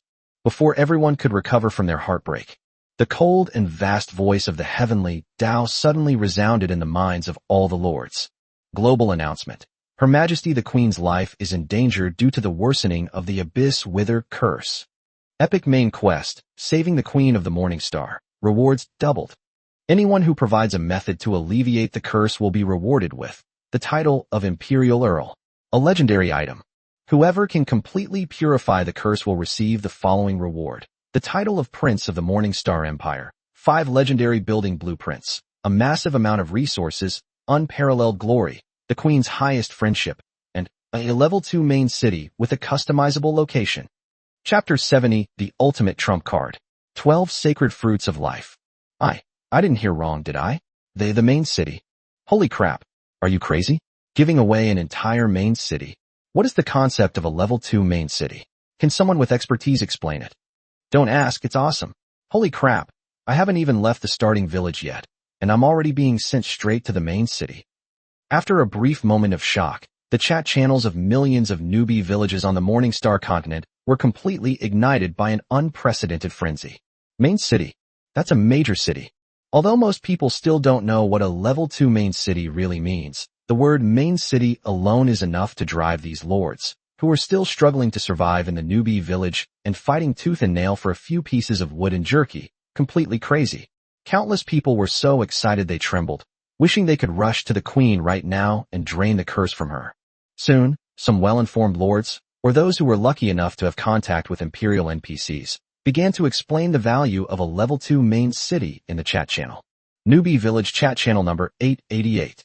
Brothers, I just asked an Imperial merchant who was passing through my territory. He said, in the Morningstar Empire, let alone a level 2 main city, even the lowest level 5 main city is a symbol of regional dominance. Holy crap, really? It's not just true. A knight I know who fled from the capital said that even hereditary Grand Dukes aren't guaranteed to own their own main city. Only princes who have rendered unparalleled service to the empire, or those who are deeply trusted by Her Majesty the Queen, are qualified to be granted a city. This is terrifying. This reward. It's like my ancestors' graves are emitting auspicious smoke. It's like I'm taking off. If the previous rewards only made ordinary lords envious, the emergence of this level 2 main city is the ultimate temptation that would drive any country's top power, or even those ancient noble families with a 1,000-year-old heritage, crazy. Beginner Village number 10086. In a secluded cave deep in the forest, Viscount Austin and Xiao Tian also saw the global live broadcast. Upon seeing the reward of a level 2 main city, Viscount Austin's already arrogant eyes instantly blazed with unprecedented greed and fervor. Main city? What does that mean? This means that the Austin family will have the opportunity to leap from a third-rate noble family to a top-tier wealthy family that wields significant military power and controls the economic lifeline of a region. Austin suddenly turned his head and stared intently at Xiao Tian, who was still trembling beside him, with the eyes of a hungry wolf. All hope rests on this S-rank alchemist. Xiao Tian. Viscount Austin let out a low growl, his voice hoarse. Sir. Xiao Tian was startled by his murderous look and instinctively took a step back. Asterisk smack. Asterisk. Another crisp popping sound. Viscount Austin pulled out his riding whip again and lashed it hard at Xiao Tian. Ah! Xiao Tian screamed in pain as he was whipped so hard he rolled several times on the ground. Useless trash. Did you hear me?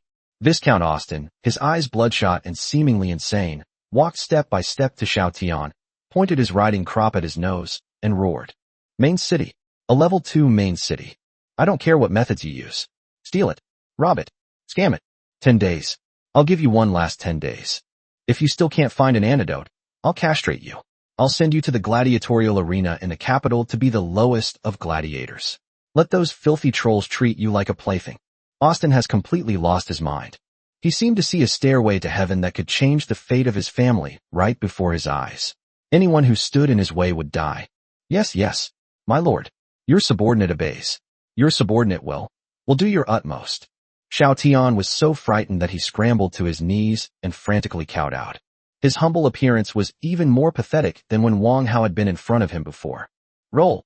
Viscount Austin kicked him away and paced restlessly back and forth in the cave, his mind filled with endless fantasies about the magnificent main city of the future. Xiao Tian, who had been kicked into the corner, lay on the cold ground, his whole body aching, but a mocking sneer quietly appeared on his face. Researching an antidote? Study your mother's head. Xiao Tian roared madly in his heart. Austin, you stupid dog. Did you really think I'd listen to you? And Lu Qingzhou too. All of this is because of you. If it weren't for you, how could I have ended up in this state? Just you wait. You all just wait. Xiao Tian gritted his teeth, burying all his anger and resentment deep in his heart.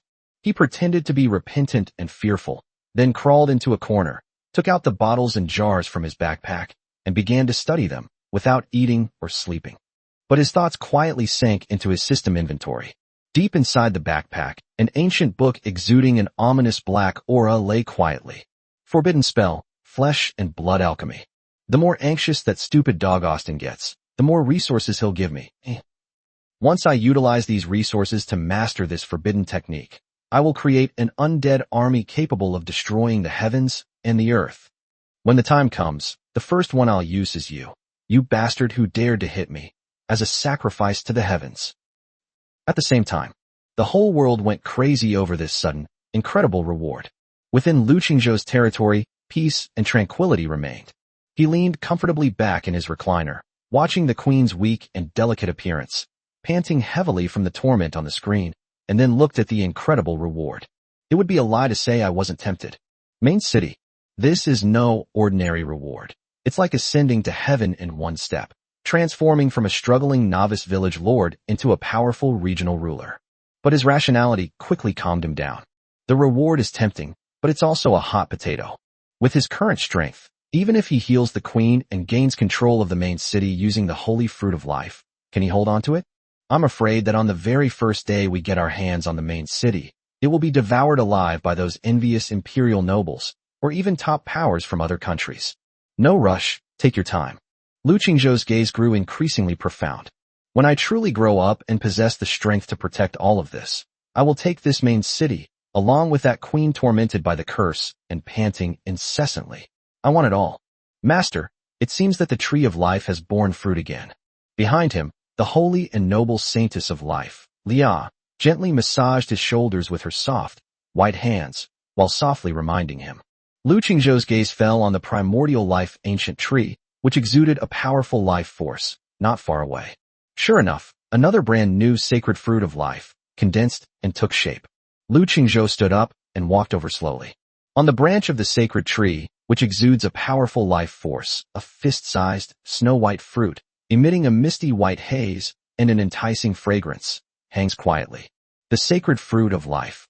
With a thought, Lu Qingzhou noticed the fruit automatically fall from his hand and float lightly into his palm. Without the slightest hesitation, he turned around and walked to the elf storage locker, which was filled with a natural and artistic atmosphere, and opened it. He carefully placed this incomparably precious fruit of life into the deepest part of the storage cabinet. Beside that new fruit, 11 other identical sacred fruits were neatly arranged, emitting wisps of white mist and brimming with the breath of life. This is his biggest trump card. It is also his capital for future negotiations with the entire empire and even the entire continent. Chapter 71 Hunting is nowhere near as fast as harvesting leeks. 155 new seeds acquired. After doing all this, Lu Qingzhou opened the attribute panel of the Tree of Life and glanced at the upgrade requirements. The Primordial Tree of Life, the only mythical level tree. Building level 1. Requirements for upgrading to level 2. 1. 50,000 timber, 50,000 stone, 50,000 iron ore. 2. 5,000 magic crystals. 3. Fountain of Life 100. 4. Breath of Nature 100. 5. Fragment of the World Tree 10. Good heavens! Seeing this series of astronomical resource demands, even Lu Qingzhou couldn't help but click his tongue. The mere 150,000 basic resources and 5,000 magic crystals are enough to deter any lord. Not to mention the 3 rare materials that he had never even heard of before. Fountain of Life, a legendary spring containing the laws of life, existing only in the sacred lands of the Elves. Breath of Nature, formed from the life force of all living things. It can only be born in the places with the most abundant life force in the world. Fragments of the World Tree, fragments scattered after the World Tree shattered during the ancient War of the Gods, containing a trace of the power of creation. It seems that upgrading mythical buildings is a long and arduous task. Lu Qingzhou shook his head. Just then, a commotion arose outside the territory. It was Li Wei and his 20-odd brothers, struggling to drag large and small bags of spoils of war, piling them up at the entrance of the territory. Lu Shun. Upon seeing Lu Qingzhou, Li Wei immediately bowed respectfully. This is all the spoils we seized while cleaning up the battlefield. It's all here. Lu Qingzhou nodded, walked to the mountain of spoils, and glanced at them, immediately understanding their contents. This force of over 2,000 people has revealed quite a lot. The basic resources alone amounted to tens of thousands of units, and the copper coins alone numbered in the tens of thousands. Various types of equipment, both ordinary and of good quality, were piled up into a small mountain. You did a good job this time. Looking at the expectant faces of Li Wei and the others, Lu Qingzhou said calmly, "It's 30%, so it's 30%. With a casual wave of his hand, he cleared away 1/3 of the mountain of spoils. "These are what you deserve."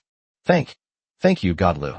Li Wei and the 20-odd surviving lords behind him were so excited by the pile of resources and equipment in front of them that they trembled and became incoherent. "All right, everyone go back now." Lu Qingzhou waved his hand, as if dismissing a few day laborers who had finished their work for him. He dislikes cultivating any kind of power dynamics, and even more so, he dislikes forming close bonds with a group of men. Given enough resources, he alone could raise a devastating army of elves. Yes. Although Li Wei and the others were somewhat disappointed, they didn't dare to say anything. They quickly thanked him profusely and left with their spoils. After seeing Li Wei and the others off, Lu Qingzhou's gaze fell on another mythical building in the territory. Sacred Elf Ancient Tree, Unique Mythical Rank. Building Level 1. Currently available recruitable troop types. Elf Archer, Common. Moon Sentinel, Excellent. Still only these 2 troop types. Lu Qingzhou frowned slightly. Although he had nearly 60,000 copper coins, he could only recruit these 2 types of soldiers. The Elven Archer's combat power is starting to fall behind, and while the Moon Sentinels are strong, they are ultimately just melee units, making their unit composition too limited. It seems we still need to find a way to upgrade the ancient tree and unlock higher level units. He immediately opened the upgrade interface. Sacred Elf Ancient Tree, Unique Mythical Rank. Requirements for upgrading to level 2. 1. 50,000 timber, 50,000 stone, 50,000 iron ore. 2. Moonwood 5,000, Star Iron 5,000, Magic Crystal 5,000. 3. Elf Tears 100, formed from the tears of the purest elven maiden, shed in a state of extreme joy, containing pure life and magic. It seems like if we try hard enough, there might still be a chance. Lu Qingzhou stroked his chin. Although it's still a massive amount of resources, at least he's seen all the materials needed except 4 Tears of the Elf. Given enough time, it's not impossible for him to gather all these things. Master, what's wrong? Are you out of money, Meow? The cat-eared girl, Yao Yao, lay on his lap, wiggling her fluffy, snow-white cat ears, and looking at him curiously with her beautiful eyes. Yes, even the landlords have run out of grain. Lu Qingzhou sighed. Meow, shall we go rob again? Oh no, go hunting? Hunting is nowhere as fast as harvesting leeks. Lu Qingzhou smiled mysteriously. He glanced at the mountain of tattered equipment he had looted from the more than 2,000 warriors of the anti-rebel alliance in his territory, and a brilliant idea instantly formed in his mind.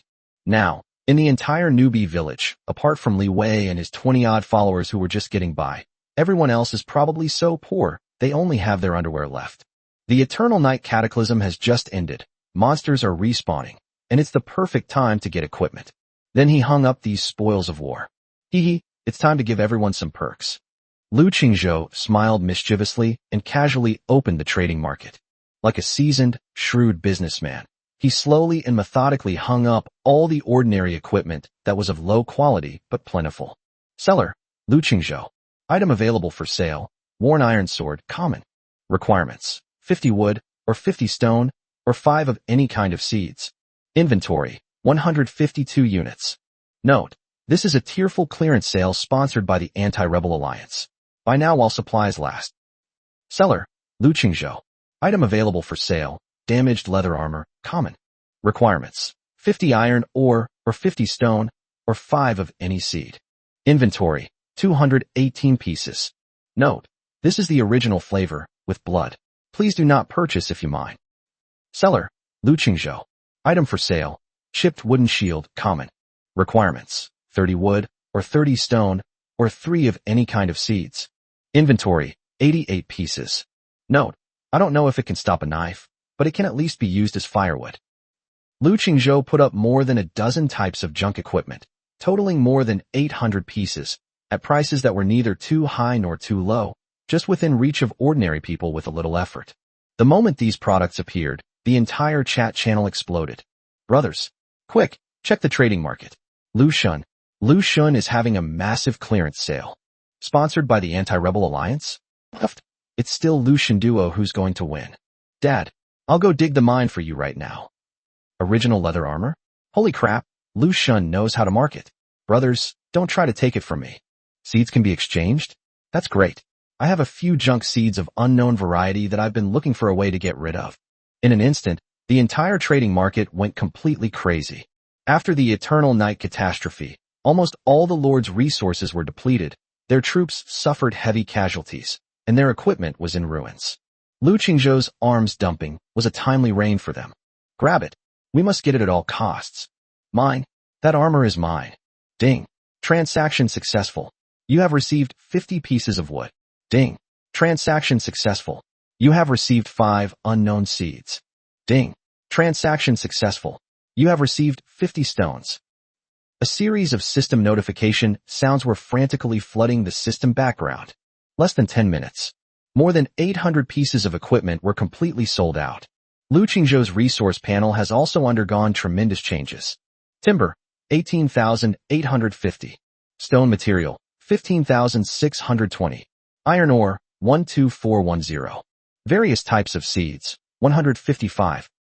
Those lords who failed to secure the equipment were wailing and lamenting in the chat channel. Just a little bit more. My superhuman arm was still too slow. Lu Qingzhou, Dad, please put some more on the shelves. Lu Qingzhou looked at the wails of these people and just smiled faintly. Chives must be harvested slowly. You can't cut them all off at once. He shut down the trading market, looked at the abundant resources again and the vast spiritual fields waiting to be cultivated, and felt an unprecedented sense of satisfaction. All right, wives, stop sitting around. Let's get to work. Let's plant. Chapter 72, A Variety of Harvests. Yay, let's farm. Let's farm. There's something new to play with. The elf girl's eyes lit up instantly at the mention of farming. In their hearts, their master's magical land is an all-powerful wishing well. Every time they plant seeds, it's like opening a blind box, full of unknown surprises. Master, what fun plants are we going to grow this time? The cat-eared girl Yao Yao was the first to pounce, her fluffy, snow-white cat ears trembling excitedly. What's the rush? Lu Chengzhou smiled and pinched her soft cat ears, then turned his gaze to the vast and boundless Hongmeng spirit field. After 3 upgrades, the area of the spirit field has increased several times over. At a glance, the dark golden soil is full of endless vitality. He took out all the seeds and divided them into 3 piles according to their quality. 90 seeds of ordinary quality, 23 seeds of excellent quality, and 2 of the most precious seeds of superior quality. Today, let's plant all of these. Lu Qingzhou waved his hand. However, before planting, his gaze swept over the group of beautiful, voluptuous elf wives before him with a wicked grin. It seems that many of you don't know how to farm, do you? Upon hearing this, the 5 dashing moon sentinels who had just joined the team a few days ago blushed instantly. They are natural-born warriors, only knowing how to kill, and have never done this kind of farm work. It's all right. Today, I, your master, will personally teach you step by step. As Lu Qingzhou spoke, he picked up a very ordinary seed and walked up to the tallest moonlight sentinel. Come on, what's your name? Replying to, Master, my name is Yuqi. The moonlight sentinel answered somewhat nervously. July 7th, right? Don't be nervous, relax. Lu Qingzhou's voice was full of magnetism. Look closely. Farming is actually very simple. He explained while demonstrating himself. Well done. Lu Qingzhou smiled. Next, soon, all 90 ordinary quality seeds were used up. The harvest was also quite varied. Ding. Divine mutation successful. You have obtained a special plant, Thorn Launcher 3. Effect, a one-time consumable item that fires a cluster of thorns to entangle the target. Wow, this is fun. We can use it to tie up bad guys later. A little pink-haired girl excitedly held up a plant that looked like a trumpet flower and ran up to Lu Qingzhou to present it as a treasure. Ding. Divine mutation successful. You have obtained a special item, Sunflower Headgear 1. Effect, wearing this will make you look like a sunflower. A hapless moonshine sentinel grew an enormous sunflower headgear. Wearing it on his head, with only his eyes showing, his comical appearance made all the sisters laugh until they bent over. Ding. Divine mutation successful. You have obtained a special material, 10 magic crystals. Master, I've grown shiny stones. A rare hint of surprise appeared on Eileen's usually cool and aloof face. Well done. Lu Chengzhou smiled and pinched her rosy cheeks, then put all the magic crystals and props into the storage cabinet. 90 seeds, though they didn't produce any miraculous artifacts, produced a variety of quirky gadgets. More importantly, nearly 20 of the seeds mutated into 2 rare materials, magic crystal and moonlight wood. Although each plant produces a small amount, when added together, it caused Lu Qingzhou's reserves of magic crystals and moonwood to surge by more than 100 yuan in an instant. Great job, a great start. Lu Qingzhou nodded in satisfaction and turned his gaze to the 23 seeds of excellent quality. All right, that's the appetizers. Time for the main course. With the foundation laid by ordinary seeds, the girls worked even harder. Buzz, buzz, buzz. This time, the light was significantly more dazzling than before. One after another, dazzling green lights shone brightly. Ding. Divine mutation successful. You have obtained 50 units of high-quality star iron. Ding. Divine mutation successful. You have obtained a special fruit, Power Tomato 3. Permanently increases strength by 1 point. Ding. Divine mutation successful. You have obtained a high-quality piece of equipment, Moonshadow Gauntlets. Wow. A new item dropped. Eileen held up a delicate gauntlet made of moonstone and mithril with delight, her ruby-like eyes sparkling. What surprised Lu Qingzhou even more was that 4 of these 23 high-quality seeds mutated into crystal flowers, which could stably produce magic crystals. Each crystal flower produces 2 magic crystals every day. The only pity is that even after 23 consecutive draws, I still didn't trigger the second divine mutation. It seems that this thing is really hard to come by. Lu Qingzhou smacked his lips, not disappointed at all. He turned his gaze to the last and most crucial 2 high-quality seeds in his hand. All right, everyone move aside. The moment to witness a miracle has arrived. Lu Qingzhou took a deep breath, personally accepted the seed, and solemnly planted it in the center of the spirit field. Boom! 2 golden beams of light, more dazzling than ever before, shot into the sky. The entire primordial spirit field trembled violently. Wow! The master has grown another treasure. All the elf girls were stunned, their beautiful eyes filled with shock and admiration. Chapter 73. A joyful journey to 15 new sisters. Buzz. The light gradually faded. Within the first beam of light, there were no earth-shattering buildings or fruits, only 2 ancient fragments emitting a faint halo, quietly floating in midair. Ding! Divine mutation successful. You have obtained a special item, Lord Skill Fragment 3. Skill Fragments. Lu Qingzhou raised an eyebrow and suddenly remembered. He had previously obtained one when he killed a level 2 elite demonic giant wolf. Skill Fragment. Collect 3 fragments of the same type to synthesize a complete Lord skill. Exactly 3 we've matched. Lu Qingzhou didn't hesitate. A thought crossed his mind. The 3 fragments instantly transformed into 3 streams of light, merging into a dazzling sphere of light in front of him. Ding! Congratulations! You have successfully synthesized the Lord skill, Commander's Aura, Beginner. Skill, Commander's Aura, Passive. Effect. As a competent Lord, your presence inspires all troop types. All friendly units gain a 5% increase in attack speed. An attack speed aura? Not bad, not bad. Lu Qingzhou nodded in satisfaction. Although the bonus is not high, the more units there are, the greater the benefit from this passive aura that affects everyone. After finishing his skill, Lu Qingzhou's gaze fell on the second golden beam of light. Amidst the light, the illusory silhouette of a peculiar building, filled with pastoral and windmill elements, was slowly taking shape. Ding! Divine mutation successful. You have obtained the rare building blueprint, windmill. Blueprint, windmill. Quality rare. Effect. A magical mill that uses wind power to automatically grind grains. It can automatically produce 30 servings of soft and fragrant bread daily. Soft and fragrant bread. Eating it can quickly restore physical strength and provide a feeling of fullness for 12 hours. Required materials. 1,000 wood, 500 stone, 200 iron ore. 30 loaves of bread every day. Lu Qingzhou's eyes lit up instantly. He was worried that the food sources in his territory were too limited. Relying solely on 2 peach trees and wolf meat, although he wouldn't starve, he always felt that the nutrition was not very balanced. That's great. We've got everything done in one go. Even the staple food is included. He immediately took stock of the current grain reserves. 2 juicy peach trees can provide 20 peaches per day. Adding these 30 loaves of bread, that's 50 units of food a day. And his current subordinates. S-rank hero, Moon Elf Irene. S-rank hero, Life Saintess Leah. S-tier hero, Shadow Queen Hekina. Tier A hero, Cat-eared Assassin Yao Yao. Excellent unit, Elite Pink-haired Elf Archer 2. Standard unit, Pink-haired Elf Archer 4. Excellent unit, Moonlight Sentinel 5. Including himself, there are only 16 mouths in total. Even if you eat as much as you want, you can only consume a maximum of 30 units of food per day. The food problem has been completely solved. Lu Qingzhou felt much more at ease. Sufficient food is the foundation for any large-scale troop buildup. And now, he can finally expand his elven harem. No, I mean his elven army. Master, is there something new to eat again? A pink-haired little girl wearing revealing black stockings and battle armor asked with a look of anticipation. Of course, there are not only new foods, but also new sisters. Lu Qingzhou opened the blueprints for the windmill and immediately selected to build it. Boom! A soft light, filled with the aroma of wheat, shone beside the altar of the moon goddess. A few seconds later, a huge windmill full of pastoral charm rose up in front of everyone. The huge windmill blades turned slowly in the breeze, and a faint aroma of wheat seemed to fill the air. Ding! Congratulations!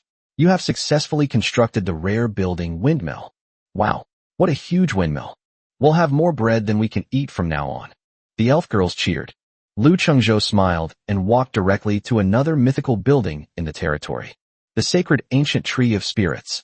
He now has a large and wealthy family, holding a huge sum of nearly 60,000 copper coins, and is very confident. 10 archers, please.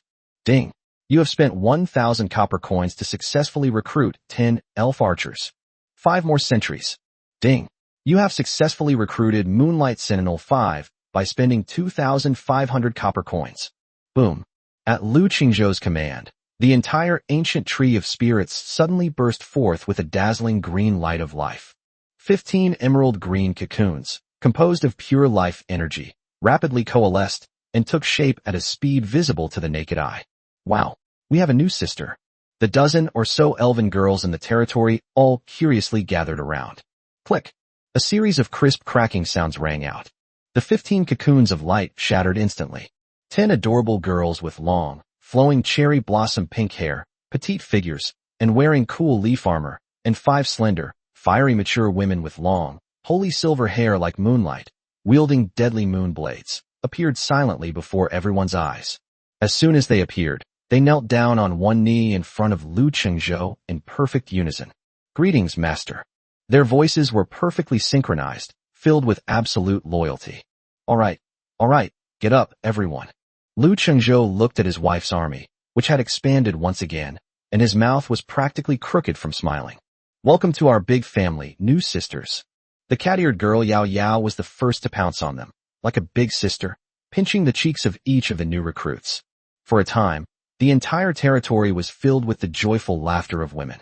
All right, stop playing around. Lu Chengzhou clapped his hands, drawing everyone's attention. The new sisters aren't dressed yet. Come on, Master will take you to change into some new clothes. At his command, Lu Chengzhou led his massive army of 30 wives to the elf workshop. He immediately opened the crafting list and poured thousands of copper coins and some unused resources into it. Give me 10 sets of elven leather armor and 10 elven shortbows. 5 more moonshadow sets and 5 poison moon blades. A flash of light. One by one, standard equipment emitting a faint green and silver glow was produced like an assembly line. Come here, line up, and change one by one. Like an arms dealer, Lu Chengzhou distributed these newly manufactured equipment one by one. Wow, thank you, master. My master is so kind. The newly arrived elf girls were all so excited that their pretty faces turned bright red. Chapter 74 Shadow Queen. Not bad, not bad. You're all more energetic now. Lu Chengzhou looked around with satisfaction. After arming his army, he turned his attention to the buildings in his territory. The warehouses and barracks also need an upgrade. He has plenty of resources now. Do you wish to upgrade the level 3 warehouse to level 4 warehouse by consuming 1,000 wood and 800 stone? Yes.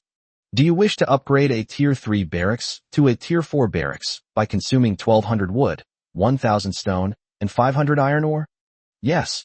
2 upgraded white lights lit up in succession.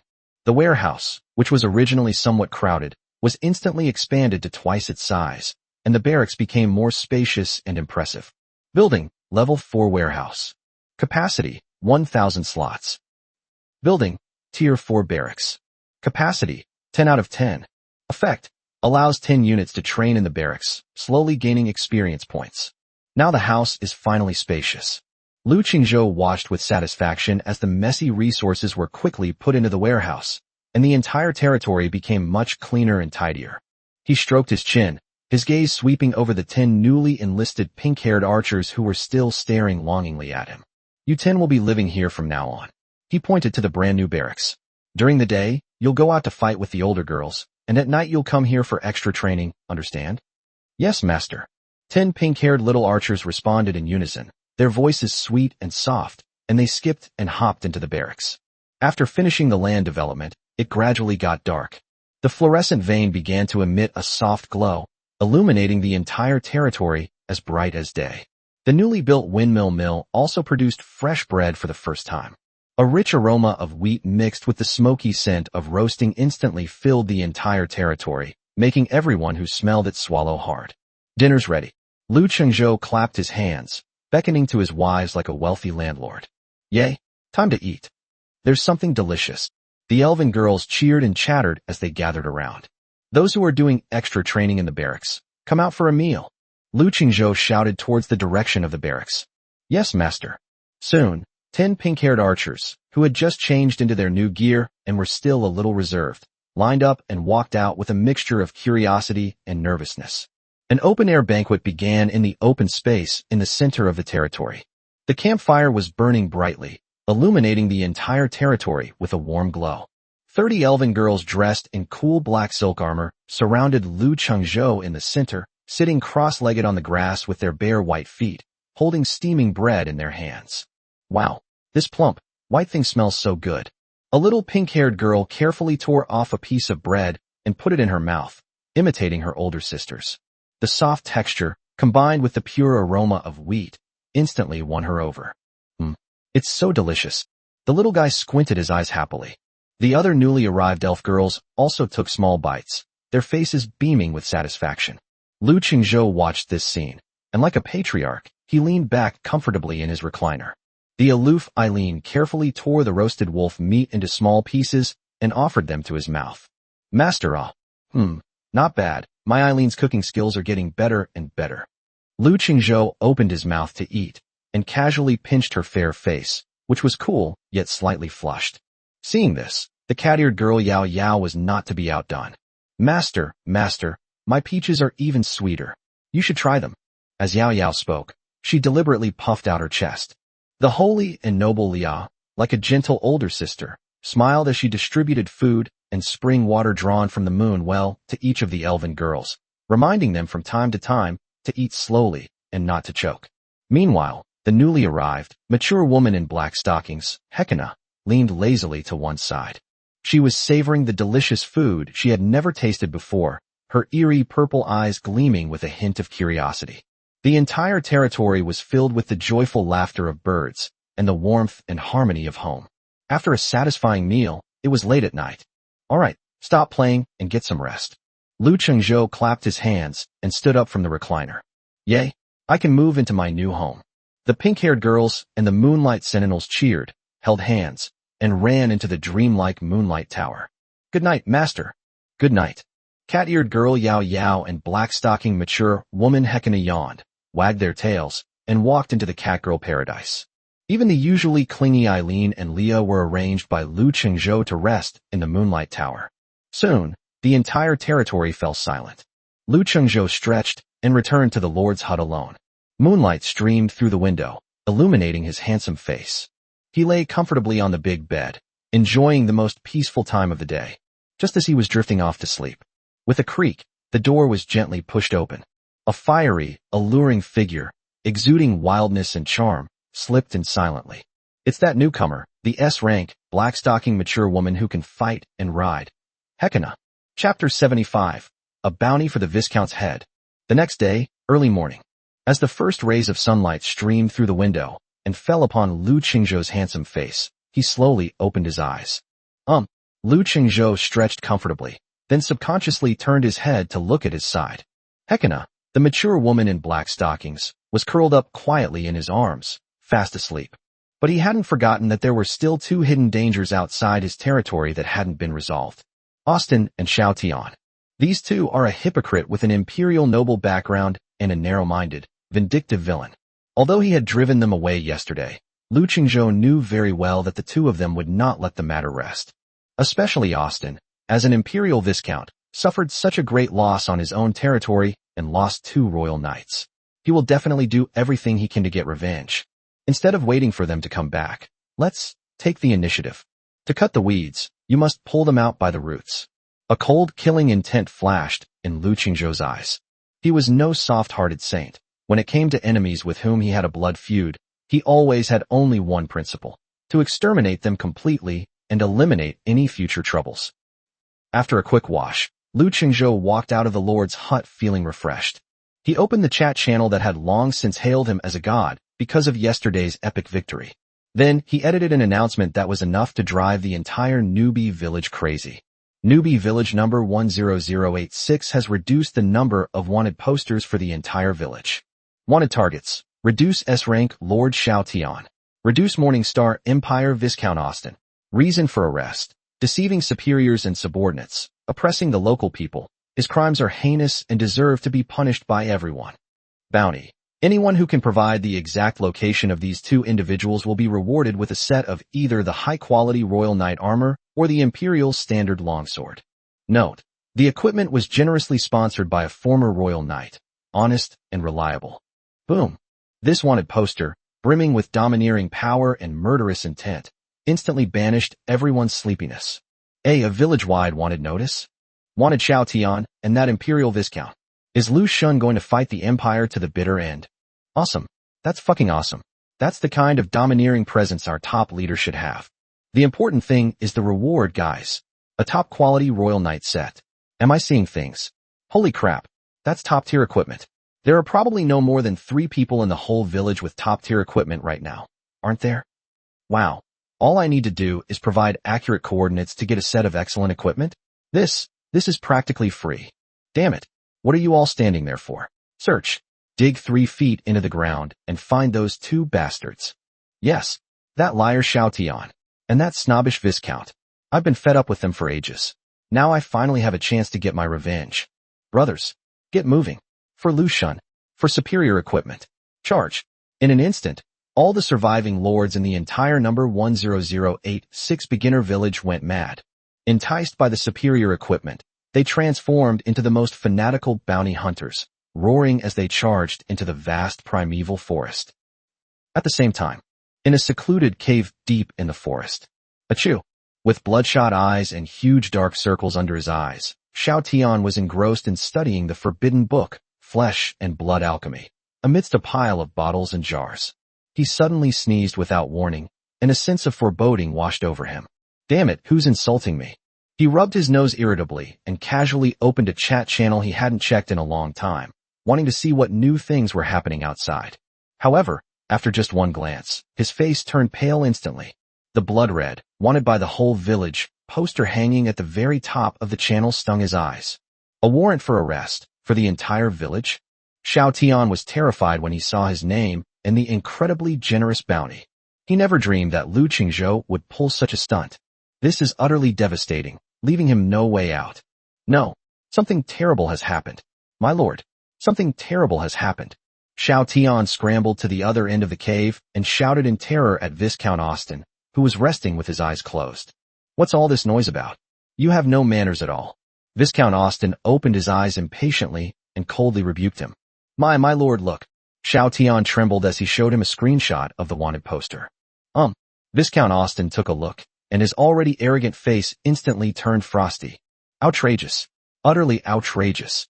With a clang, he drew his long sword from his waist and cleaved a deep crack in the stone wall beside him. A lowly peasant dares to issue a warrant for my arrest. A warrant for the arrest of an imperial noble? He's courting death. He's declaring war on the entire empire.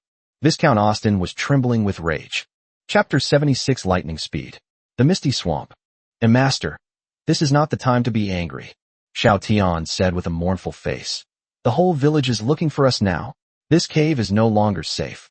Upon hearing this, Viscount Austin's anger instantly froze, replaced by a deep sense of apprehension and fear.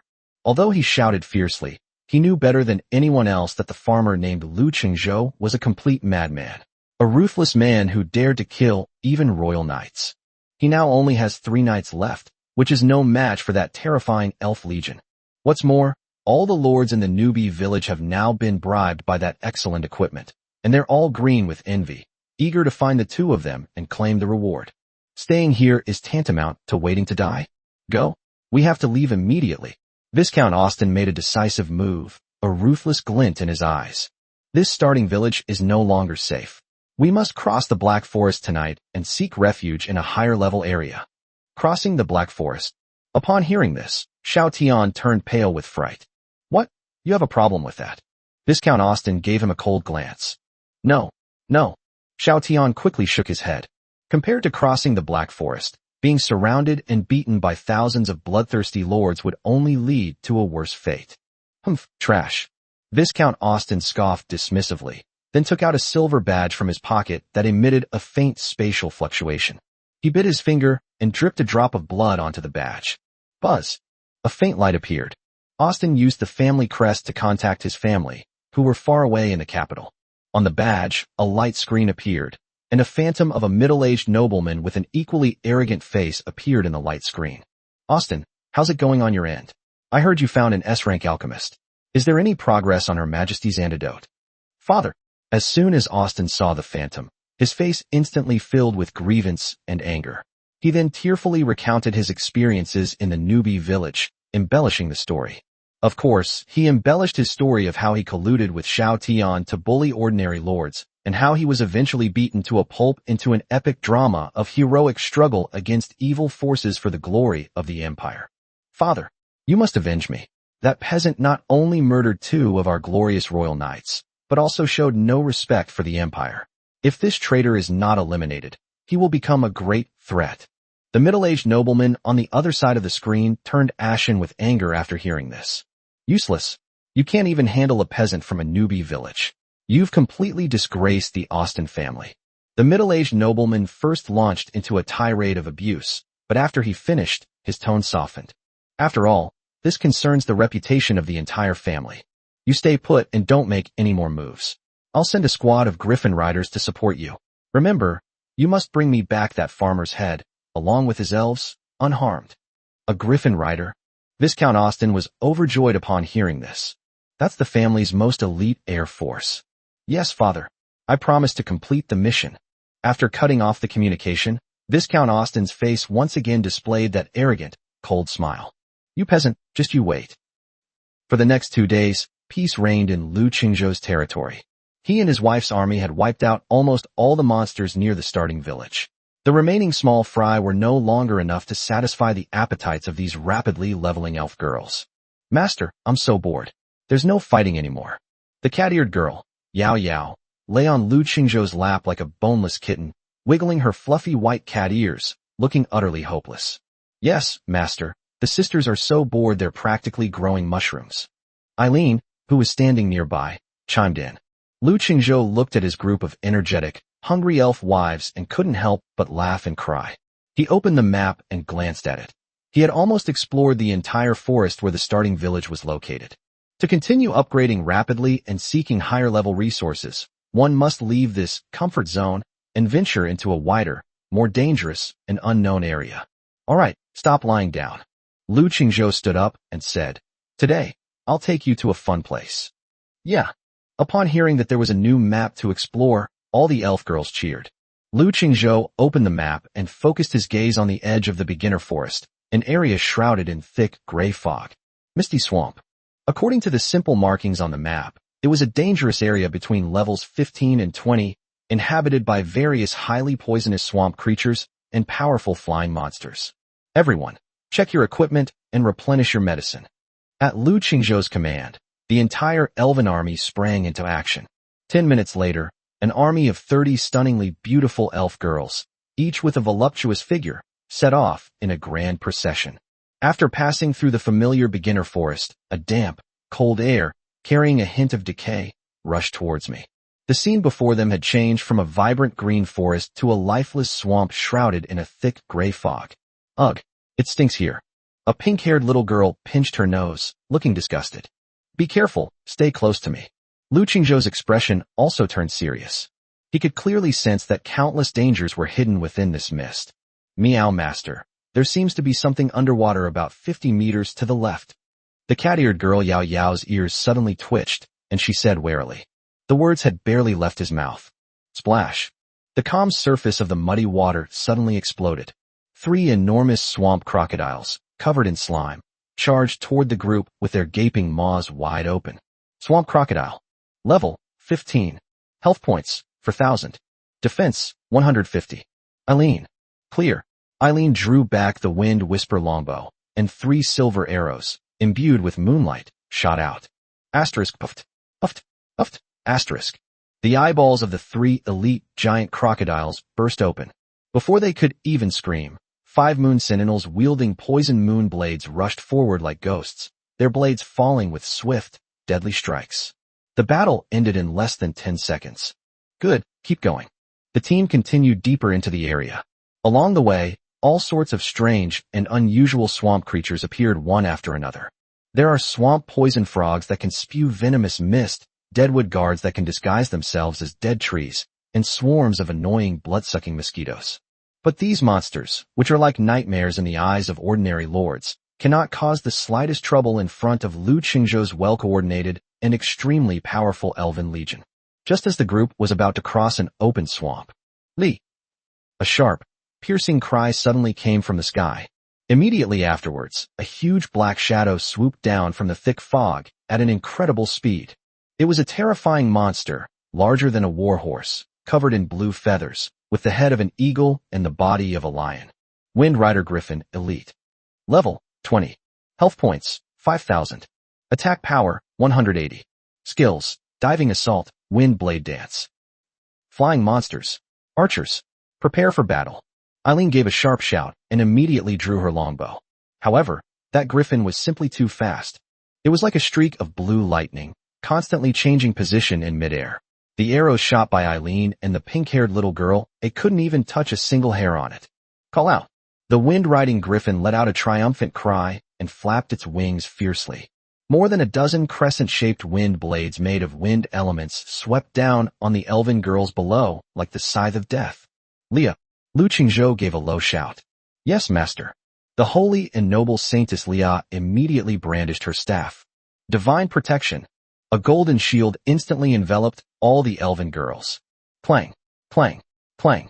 The wind blade struck the shield, producing a piercing sound and sending up a series of golden ripples.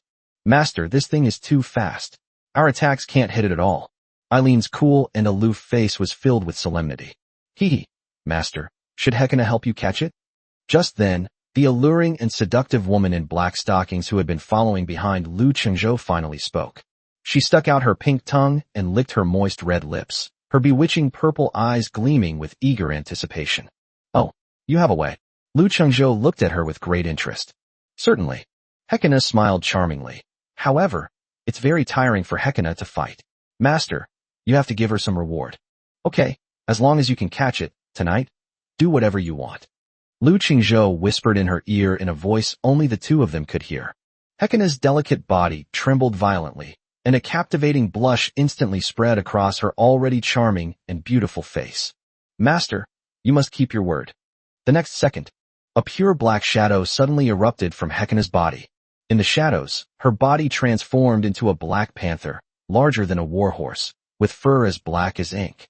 Its vertical pupils, gleaming with an eerie purple light, stared silently at the griffin in the sky, and a low, threatening growl escaped its throat. Come on up, my master. Hekina's magnetic, mature voice rang directly in Lu Qingzhou's mind. Let Hekina show you what real speed and passion are all about. Lu Qingzhou laughed heartily and, without hesitation, flipped over and mounted her. Hold on tight. Hekina let out a low growl and suddenly exerted force with all four limbs. Whoosh! The black lightning instantly tore through the gray mist. That lightning speed made Lu Qingzhou's heart race. That's too fast. That was awesome.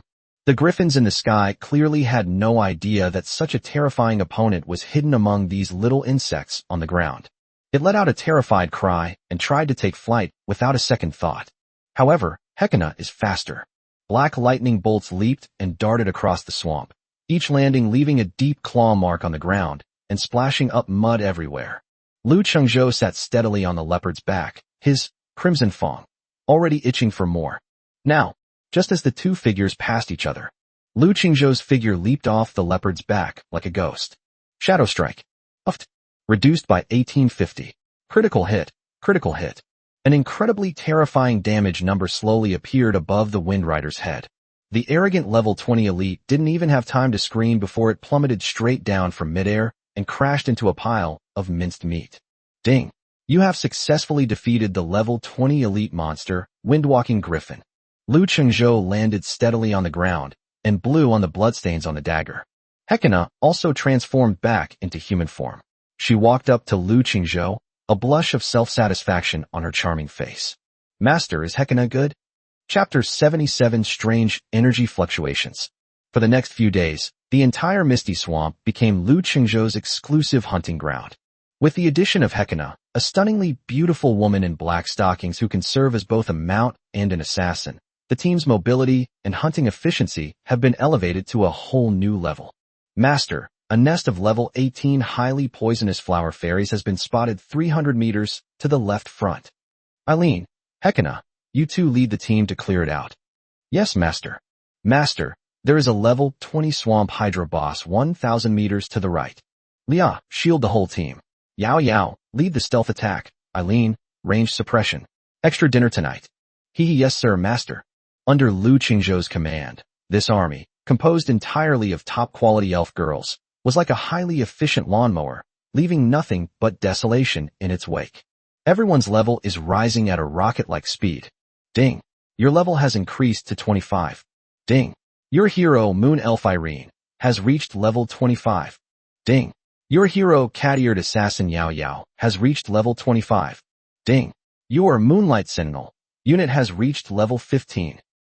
A series of golden lights, representing upgrades, continuously illuminated the ranks. Over the course of a few days, all units have been upgraded to level 15. Meanwhile, Lu Qingzhou and his 4 S-class and A-class hero wives levels skyrocketed to level 25. Of course, the higher the level, the more experience is needed to level up. Later on, even when hunting elite monsters, the experience bar increases at a snail's pace. However, the frenzied raids over the past few days have once again filled Lu Qingzhou's warehouse to the brim. Various rare materials and equipment blueprints were piled up into a small mountain. That afternoon, just as Lu Qingzhou was taking his wives to another place to continue leveling up, Eileen's cool voice suddenly rang in his ears. Master, there is a very strange energy fluctuation in the depths of the swamp 1,000 meters ahead. Oh, Lu Qingzhou raised an eyebrow, immediately showing interest. Let's go take a look. The group immediately slowed their pace and quietly made their way into the depths of the swamp. After passing through an area filled with poisonous fog, a clearing covered with countless thick vines came into view. In the center of the open space, an ancient altar made of unknown black rock stood silently. The surface of the altar was covered with moss and traces of time, and was engraved with some mysterious runes that were difficult to understand, exuding a desolate and ancient aura. Why is there an altar here? The cat-eared girl, Yao Yao, curiously stepped forward and stretched out her snow-white little hand to touch the cold altar. The instant she touched the altar, buzz! Suddenly, the entire altar burst forth with a beam of eerie light that shot into the sky. A giant, over 3 meters tall and made of countless vines and swamp mud, slowly rose from behind the altar. Altar Guardian, Boss. Level, 25. Health points, 10,000/10,000. Attack power, 180. Defense, 200. Skills, Entangling Vines, Earth Smash, Swamp Domain. Roar. The Altar Guardian let out a deep roar, and its 2 huge arms made of vines, like 2 giant pythons, lashed out fiercely at Yao Yao, who was closest to it. Careful! Lu Qingzhou let out a low shout, his figure blurred, and he instantly appeared in front of Yao Yao, pulling her fiery, snow-white body into his arms. At the same time, he delivered a war stomp with his backhand. Boom! A shockwave spread out, forcefully pushing back the 2 vines that had been pulled out. Hee. Thank you, master. Far from being scared, Yao Yao, who had been rescued, snuggled against Lu Qingzhou like a kitten, her face full of happiness. Lia, put up the shield. Hekina, Irene, attack first. Yao Yao, you take the sentinels and harass from the flank. Lu Qingzhou remained calm under pressure and immediately issued instructions. The battle erupted instantly. This level 25 boss is several times stronger than any of the monsters we've encountered before, both in terms of health and defense. But they were still no match for Lu Qingzhou's luxurious legion, which had skyrocketed in level, was well equipped, and even had an S-class healer.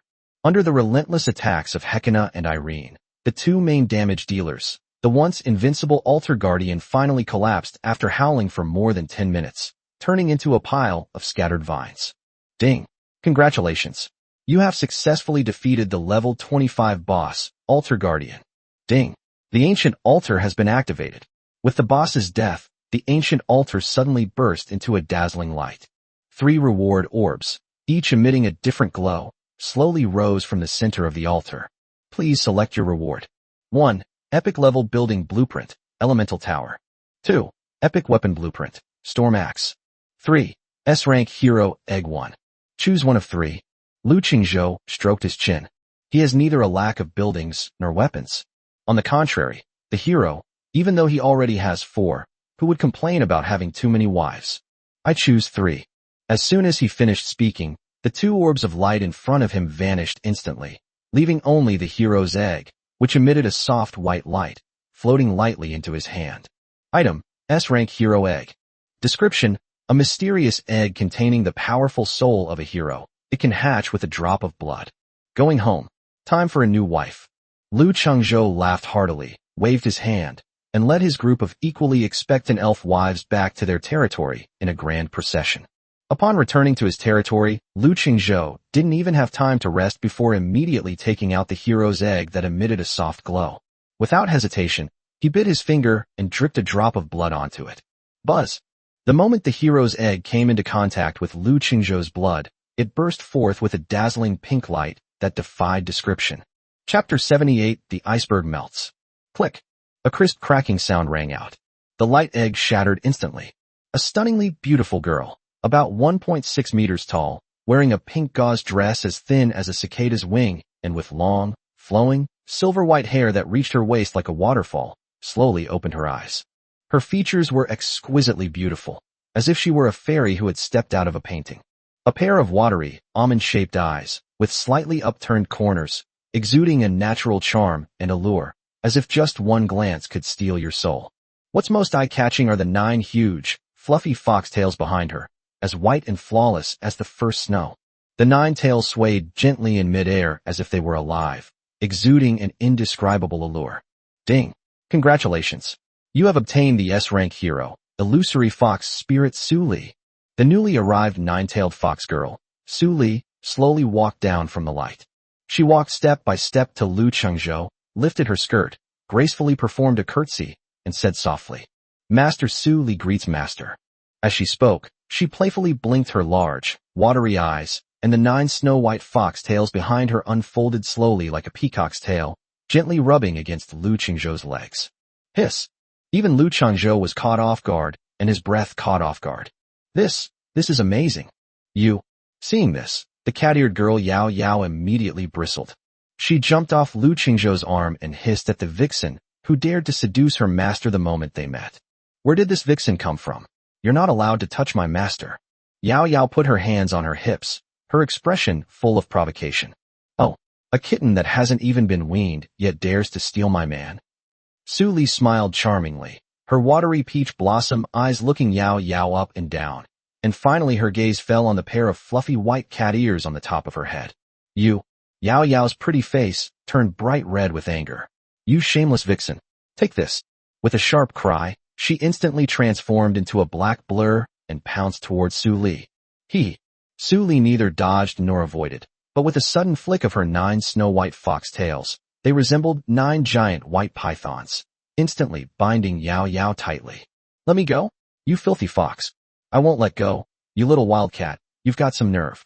In an instant, the entire territory was thrown into chaos. An A-rank assassin and an S-rank mage started fighting right in front of everyone. In the end, it was the eldest sister, Eileen, who couldn't stand it anymore. Stop it, all of you. She let out a delicate shout, drew back the wind whisper longbow, and a silver arrow, imbued with moonlight, flew past Su Li's cheek and slammed heavily into the ground behind her. The terrifying energy fluctuations instantly silenced the 2 beast-eared girls who were still playfully fighting.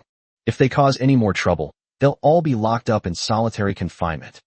Eileen's cool and aloof face was filled with an undeniable air of authority. Su Li and Yao Yao exchanged a glance, snorted coldly in unison, and then reluctantly parted ways. Looking at the territory that had finally quieted down, Lu Qingzhou nodded in satisfaction. All right, it's getting late. Everyone should get some rest.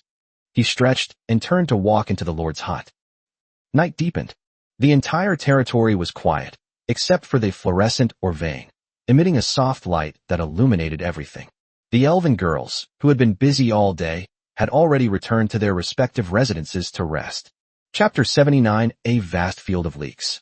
The next day, that is, the 15th day since arriving on the Lord's continent, Lu Qingzhou got out of bed feeling refreshed and full of boundless energy. A cold system notification suddenly rang in his mind. Ding! Congratulations! You have obtained a special material, Tear of the Elf One. Lu Qingzhou's outstretched hand suddenly froze, and he was completely stunned. Elf's tears? What the heck? He subconsciously opened his system inventory, and there, a teardrop, radiating a soft holy light and as clear as a diamond, was quietly floating. Lu Qingzhou immediately checked its attributes. Item: Elf's Tear. Quality: Epic. Effect: one of the core materials for upgrading the sacred elf ancient tree. The moment Lu Qingzhou finished reading this description, he couldn't help but hold his breath for a second. Before he could think any further, just then, the cold and vast voice of the heavenly Tao suddenly resounded in the minds of all the lords. Global announcement. Detection has been conducted in most areas. The lords' development has already reached a considerable scale. To facilitate the flow of resources and development between starting villages, the regional trading market and auction house are now officially open. Lords from 100 nearby starting villages will be connected to the same trading network, allowing for free trading and auctions. May all lords prosper. Boom. This announcement was like a bombshell, instantly causing all the surviving lords to erupt in excitement. Holy crap! A regional auction house. 100 newbie villages are interconnected? Did I hear that right? How many people is that? At least hundreds of thousands, right? I'm rich. I'm rich. This old, broken iron sword of mine might just sell to that newbie in the next village for a good price. In an instant, countless novel products flooded into the trading market like a tidal wave. Seller, Zhang Daden, newbie village number 10082. Item available now. Bloodstained Orc Battle Axe, excellent. Requirement, 80 copper coins. Seller, Zhao Ritian. Item available now. Excellent unit. Reduces null warriors by 1. Request, food. Food. Seller, Wang Sikong. Item for sale, used spider silk underwear. Looking at these diverse, even somewhat garish, goods, Lu Qingzhou couldn't help but reveal a simple, unpretentious smile, like that of a wealthy landowner. Hee hee, it's time to open the eyes of these country bumpkins who've never seen the world. A market of hundreds of thousands of people. This is going to be interesting. Looking at the dazzling array of constantly refreshing trading interfaces, Lu Qingzhou couldn't suppress the smile on his face. What does he lack most right now? It's not copper coins, it's not equipment, it's a massive amount of basic resources. Upgrading either the Sacred Elf Ancient Tree or the Primordial Life Ancient Tree requires astronomical amounts of wood, stone, and iron ore. Relying solely on himself and his wives to cut down trees and mine? That would take forever. I was harvesting chives in a newbie village before, but it was too slow. Now, there are 100 newbie villages and hundreds of thousands of eager lords. This vast field of chives seems to stretch as far as the eye can see. Chapter 80. A field of leeks for hundreds of thousands of people, stretching as far as the eye can see. Nothing. I just suddenly thought of something happy. Lu Qingzhou chuckled and slowly opened the trading market. The interface refreshed instantly, and a dazzling array of products flooded in like a tide. Holy crap. Guys, look. The big shot from Village 10082 next door is selling a high-quality orc battle axe. Only 80 copper coins. I want one. 80 copper coins? Why doesn't he just rob me? I don't even have 10 copper coins in all my possessions. Holy crap. They're selling units? Elite grade null warriors? But he wants 100 units of food. Who has any extra food on hand right now? Oof. Brothers, come check out that Wang Sikong guy. He's actually selling used spider silk underwear. What kind of heavyweight is this? In the chat channel, countless lords who were seeing the world for the first time exclaimed in astonishment, like country bumpkins entering the city. Lu Qingzhou looked at the wide variety of goods and just smiled dismissively. In his eyes, these things were no different from garbage. It's time to deal with the backlog of inventory in the warehouse. Lu Qingzhou's gaze fell on the level 4 warehouse. Inside, besides mountains of resources and materials, there was also a large pile of strange and unusual local specialties grown from the Hongming spirit field, which were temporarily useless. And the various heavy armor and weapons for warriors and tanks that have dropped from monsters and dungeons in the past few days. These things were simply a burden to his army, which consisted entirely of agile elf wives. Let's start with some appetizers. Seller, Lu Qingzhou, newbie village number 10086. Item available now. Giant crocodile heavy armor, fine. Requirements. 2,000 wood, 2,000 stone, or 2,000 iron, or choose one. Note, 99% perfect, a rare find. Seller, Lu Qingzhou, newbie village number 10086. Item available now. Barbarian battle axe, excellent. Requirement. 500 wood or 500 stone. Note, essential for logging, raiding, and plundering. Seller, Lu Qingzhou, newbie village number 10086. Item available now. Eye of the Scout 1. Effect. Once placed in a location, it can provide continuous visibility to that area for 30 minutes. Requirements. 100 wood, 100 stone, or 100 iron ore. Inventory, 10. Note, Word placement is an art. Those who know, know. Seller, Lu Qingzhou, Newbie Village number 10086. Item available now. Sunflower Headgear 1. Effect. Wearing this will make you look like a sunflower. Requirements. 88 wood, 88 stone, or 88 iron ore. Note. For village residents only. Wear this, and you'll be the coolest kid in the village. Limited edition fashion. First come, first served. Seller, Lu Qingzhou, Newbie Village number 10086. Item available now. Poo-poo Potato 5. Effect. After consumption, you will become a walking biological weapon for the next hour. Requirement. 30 wood or 30 stone. Note. The ultimate tool for pranking friends and ambushing enemies. You'll know once you try it. Lu Qingzhou put up dozens of pieces of decent quality equipment and more than a dozen odd items that he couldn't use. The moment these products appeared, the entire regional trading channel exploded. Holy crap. Guys, check the trading market. A big shot named Lu Qingzhou is selling high-quality heavy armor. Lu Qingzhou? That name sounds familiar. That sounds familiar. Bro, are you offline? It's that announcement from the other day that went viral across the entire continent. The guy who got the first kill on a level 5 boss and the first clear of a dungeon. His name is Lu Qingzhou. Holy crap. It's that legendary, godlike figure. He's actually in this area. Newbie Village number 10086? Oh my god. A pro player is right next to me. In an instant, the hundreds of thousands of lords in the nearby starting villages went completely mad. Countless wealthy men who had just made a small fortune during the Eternal Night Cataclysm and were worried about where to spend it all turned red with envy when they saw the prestigious name Lu Qingzhou. The name Lu Qingzhou was nothing short of a myth to them. It was a legend. Now, this living legend is right beside them. And he's even selling things. Go check it out. The big shots selling these must be selling amazing artifacts. Buy. We must buy it at all costs. This is the best opportunity to make connections with a big shot. Award? Isn't that just a ward from a game? Holy crap. That's amazing. Sunflower headgear? Exclusively for Shinyu? Holy crap. Isn't this tailor-made for me? Puff potato? It makes you fart? It's useless, but it's something a big shot is selling. I have to buy it. Just consider it as absorbing some of his divine energy. In their view, this was no longer about buying equipment. This is an intimate encounter with a legendary figure that transcends time and space. In less than a minute, all the equipment and props that Lu Qingzhou had hung up were completely taken away. Ding. Transaction successful. You have received 100 pieces of wood. Ding. Transaction successful. You have received 100 stones. Ding. Transaction successful. You have received 50 iron ore.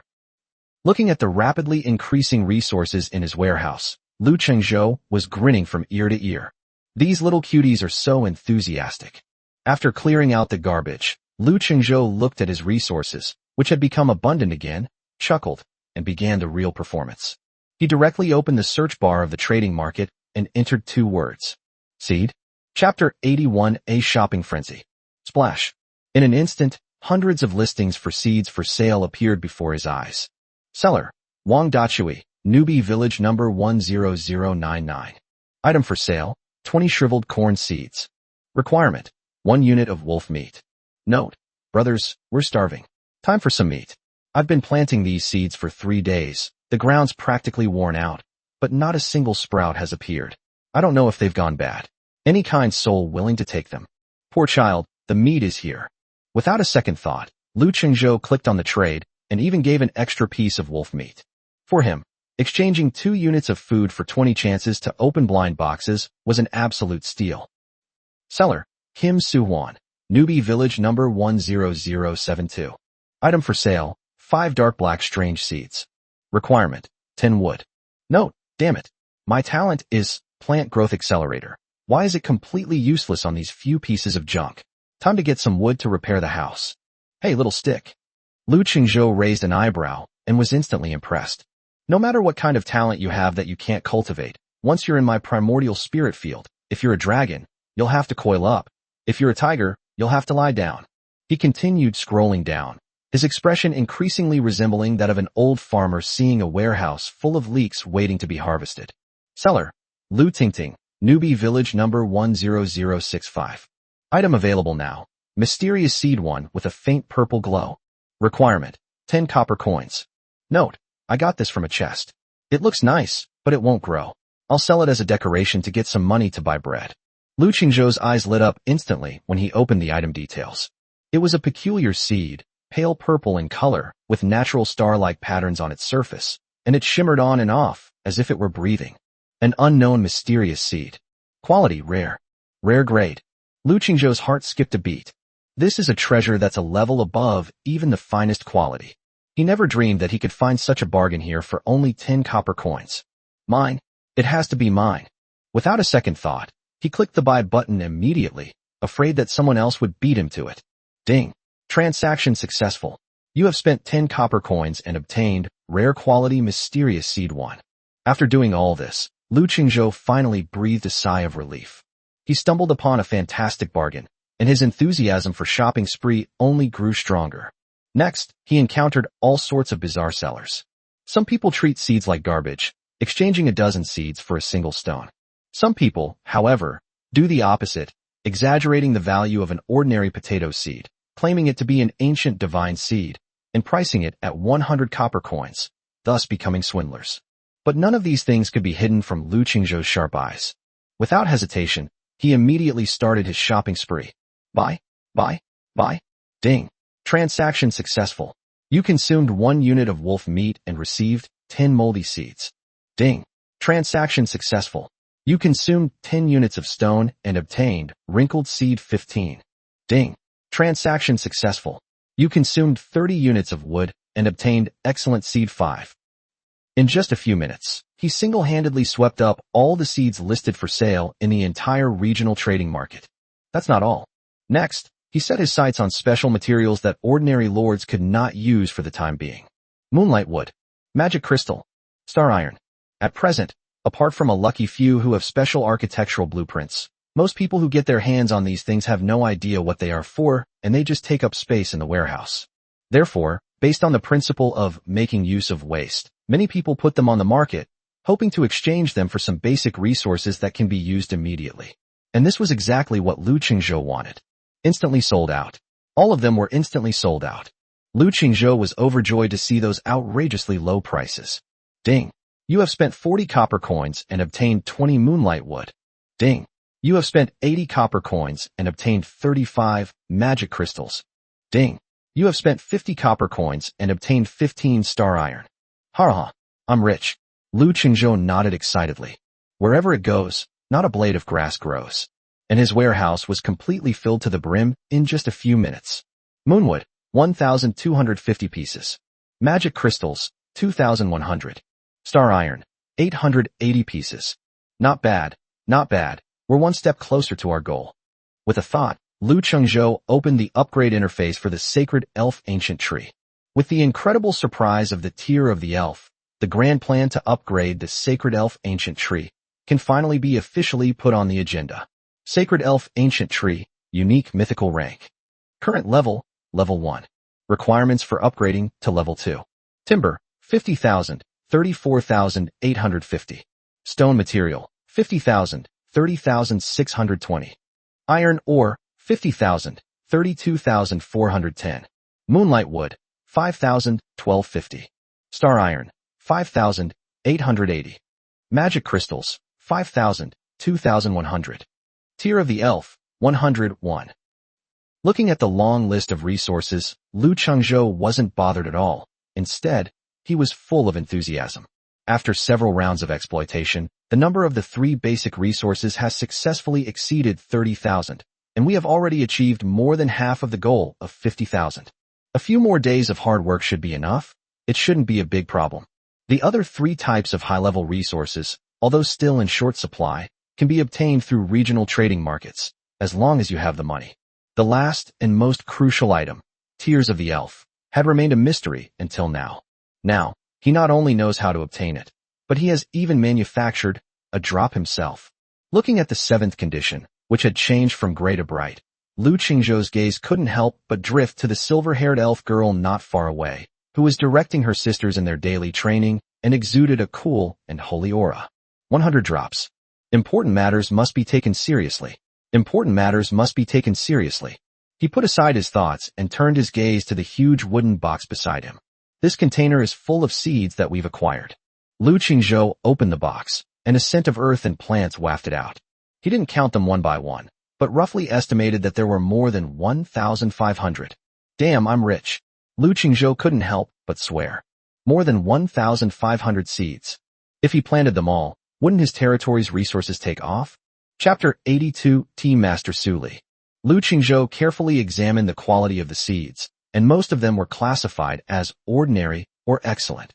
There are 9 pieces of excellent quality. To his greatest surprise, he actually found 2 seeds of rare quality this time. All eyes are on me. I have something to announce. Lu Qingzhou cleared his throat, stood in front of the wooden house, and shouted in a strong voice. Is dinner ready? From the Catgirl Paradise came Yao Yao's sleepy voice. It was obvious that she had just woken up and probably thought it was mealtime. What food? All you know is how to eat. Lu Qingzhou chuckled irritably and said, Get to work. We have a big project today. Master, what are your orders? Do you want to fight? The first to arrive was Hekina, the sophisticated woman in black stockings, who was as cool as ever. After spending the previous few nights together, her way of addressing her master became more intimate and natural. No, today we're going to focus on production, Lu Qingzhou said with a smile. Soon, all the elf wives had gathered and were chattering around Lu Qingzhou. The cat-eared girl, Yao Yao, with her sharp eyes, counted the heads and asked curiously, Master, where's Sister Eileen? I can't see her. Upon hearing this, Lu Qingzhou revealed a wicked smile. Her? She was exhausted last night. Let her get some more sleep. Upon hearing this, those with experience present, such as the mature and sophisticated Hekina in black stockings, instantly understood and revealed ambiguous smiles. The group of pink-haired little girls and moonlight sentinels, who had never experienced sex before, looked completely bewildered, not understanding what their master was talking about. Among the crowd, the newly arrived 9-tailed fox, Su Li, narrowed her watery peach blossom eyes slightly. She pouted her pink lips, feeling incredibly angry. You flat-chested elf. Yesterday she acted like an ice queen, forbidding me and Yao Yao from competing for her affections. But what happened? You secretly launched a night raid on me. What a hypocrite. Su Li's beautiful eyes darted around, and a bold plan quietly began to form in her mind. Lu Qingzhou had no idea what mischief this little fox was plotting. He pointed to the large wooden box next to him, filled with seeds, and declared boldly, Today let's plant all of these. Yay, time to farm. Master, this seed looks very strange. This feels prickly to the touch. The elf girls cheered and hurriedly distributed the seeds. Then, one by one, barefoot, they carefully dug holes in the spirit field and buried the seeds inside. In an instant, the entire territory was filled with the cheerful laughter of birds and the exclamations of surprise from people who had grown all sorts of strange and wonderful things. Only the newly arrived 9-tailed fox, Su Li, stood pitifully by the field, holding a seed in her hand, at a loss. Her big, watery eyes blinked rapidly, and her voice was so sweet it could melt your heart. Master, Su Li doesn't know how to farm. Su Li is so clumsy. Uffed. The cat-eared girl Yao Yao burst out laughing and curled her lip in disdain. You sly fox, you're putting on an act again. Lu Qingzhou was also amused. This little vixen is a master of tea ceremony. Won't. He stepped forward, circled the little vixen once, and his smile deepened. Then what should we do? Lu Qingzhou pretended not to understand, deliberately teasing her. How about you, master? Teach me step by step. Su Li's voice was so sweet, it was almost cloying. Chapter 83, A Crazy Bumper Harvest. Resources soar. Food prices double. Buzz. Under Lu Qingzhou's guidance. Shining with golden light. A golden fruit sprouts from the soil. Wow, it's grown. Su Li let out a joyful cheer, like a little girl who had received a new toy, and excitedly picked the fruit. Master, look, what is this? Lu Qingzhou was both amused and exasperated by her sudden switch to an innocent demeanor. This little devil is wasting her talent if she doesn't become an actress. Lu Qingzhou looked down at the golden fruit in his hand. Ding! Divine mutation successful. You have obtained a special item, Lucky Fruit 1. Item, Lucky Fruit. Quality, unknown. Effect, a one-time consumable item. After consumption, your next random action will be blessed by Lady Luck. Evaluation, ding. Your cheat has been credited. Lucky Fruit. Lu Qingzhou raised an eyebrow, immediately becoming interested. This thing sounds a bit mystical. The harvest from just over 1,000 ordinary seeds was nothing short of terrifying. In addition to producing massive amounts of basic resources and various foods, they also harvested hundreds of different types of attribute fruits. Power tomato, agility banana, constitution potato, mental grape.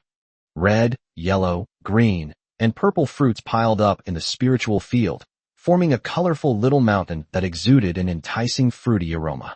Unfortunately, Lu Qingzhou had already eaten 10 of these attribute fruits, so there was no point in eating more. The numbers on his attribute panel didn't even bother to change. But his elven wives are still far from being his equals. Come on, everyone get a share, distribute according to need. He waved his hand dismissively, like a boss handing out year-end bonuses.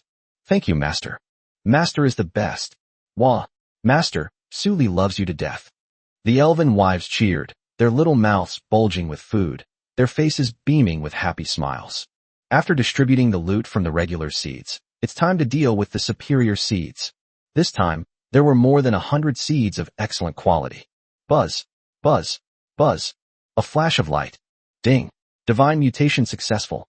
You have obtained excellent building blueprints. Thorn Watchtower 5. Blueprint, Thorn Watchtower.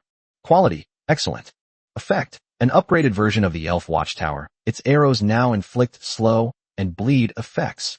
Required materials, 500 wood, 300 stone, 100 iron ore, 10 thorn vines.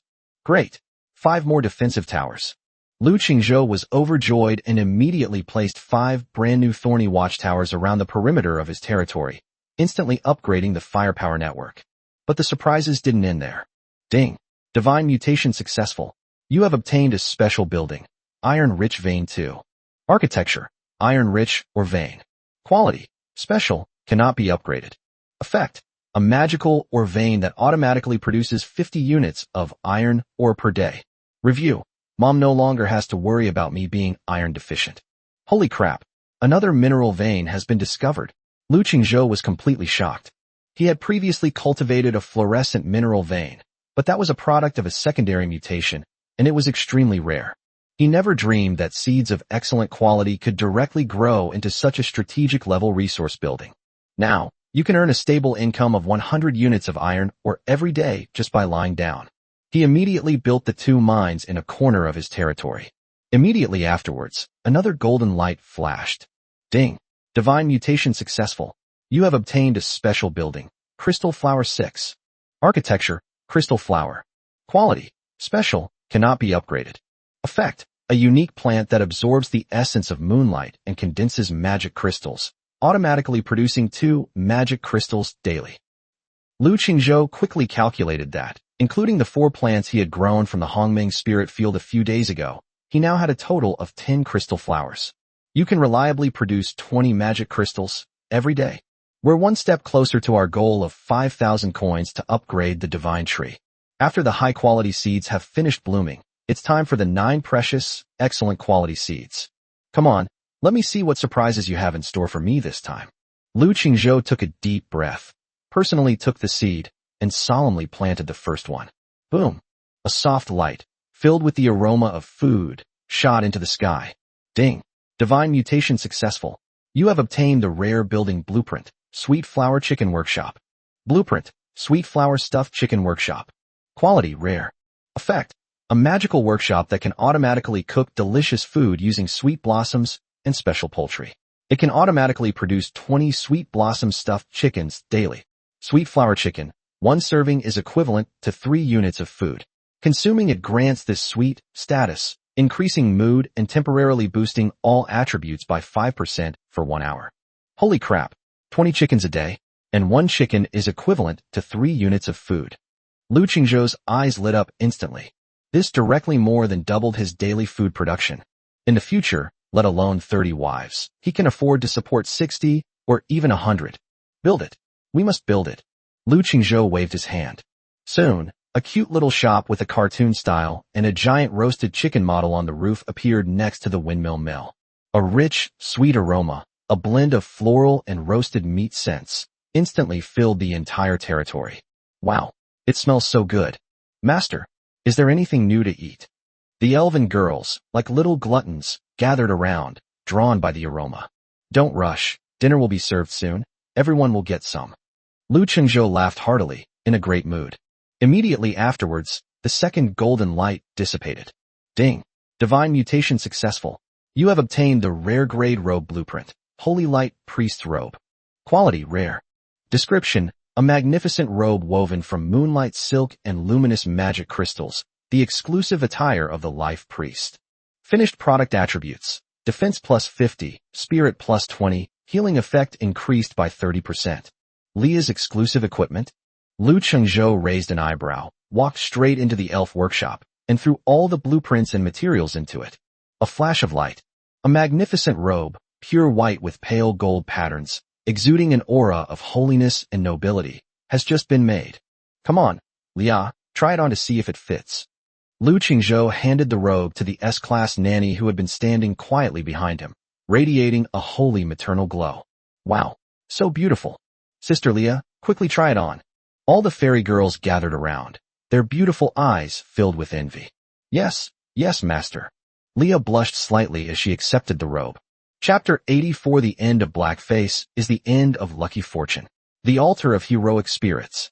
Leah shyly changed into her new robes. So beautiful, my Leah looks good in anything. Lu Qingzhou sincerely praised it. Next, the third, the fourth, the fifth. Ding. You have obtained a rare building blueprint. Large moonlight tower. Can accommodate 50 elf units. Ding. Divine mutation successful. You have obtained the rare grade equipment. The Crimson Cloak. Ding. Divine mutation successful. You have obtained a rare grade equipment. Shadow leather armor. Lu Qingzhou immediately put on the two pieces of equipment. One was a dashing cape as red as blood, and the other was a black, tight-fitting leather armor exuding a murderous aura. Paired with his perfect physique and handsome face, he was simply stunningly handsome. This caused the elf wives nearby to gasp in surprise once again. The sixth seed gave him another huge surprise. Ding. Divine mutation successful. You have obtained the rare building blueprint. Moonflower Lumberyard. Blueprint. Moonflower Lumberyard. Quality rare. Effect: a magical logging camp that can automatically harvest wood using moonlight energy.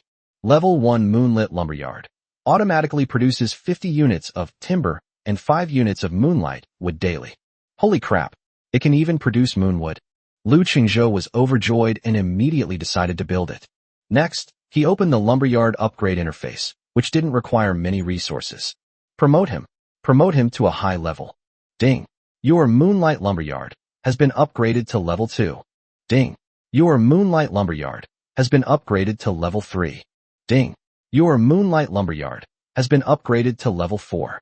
A series of upgrade lights lit up, and the small logging camp instantly transformed into a large factory covering hundreds of square meters, filled with a technological and magical atmosphere. Level 4 Moonlit Lumberyard automatically produces 300 units of timber and 30 units of moonlight wood daily. Note: further upgrades require a level 5 territory core. Haha, from now on, we'll never have to worry about running out of wood again. Looking at the magnificent logging camp that rose from the ground, Lu Chengzhou felt a surge of pride. In the end, only 3 high-quality seeds remained. Ding. Divine mutation successful. You have obtained a rare, one-time use item. Abyssal Gravity Ball 1. Abyssal Gravity Ball. Upon being thrown, it creates a miniature gravity field in the target area that lasts for 5 seconds, forcibly pulling all enemies within a 15-meter radius to the center and dealing continuous shadow damage. Wow, isn't that Oriana's ultimate move? Mobile Black Hole. A god-tier skill for clearing mobs. Lu Qingzhou's eyes lit up, and he happily put it away. He then planted the 8th one. Click. A dazzling blue-white flash of lightning streaked across the sky, filling the air with a burnt smell. A short spear made of pure lightning power hovered silently in midair, its tip crackling with electricity, brimming with destructive power. Ding. Divine mutation successful. You have obtained a rare, one-time use item. Thor's Wrath 1. Thor's Wrath. After being thrown, it transforms into a bolt of lightning, dealing 3,000 points of lightning damage to a single target and inflicting a paralyzing effect for 3 seconds. This is great. It's specifically designed to take down bosses. One shot, one kill. The damage is high enough. Lu Qingzhou nodded in satisfaction. Finally, the 9th seed. This time, a deep, steady, earthy yellow light shone forth. As the light faded, a palm-sized wooden totem, carved with ancient patterns, appeared in the spot. Ding. Divine mutation successfully reduced. You have obtained a rare, one-time use item. Earth Guardian Totem 1.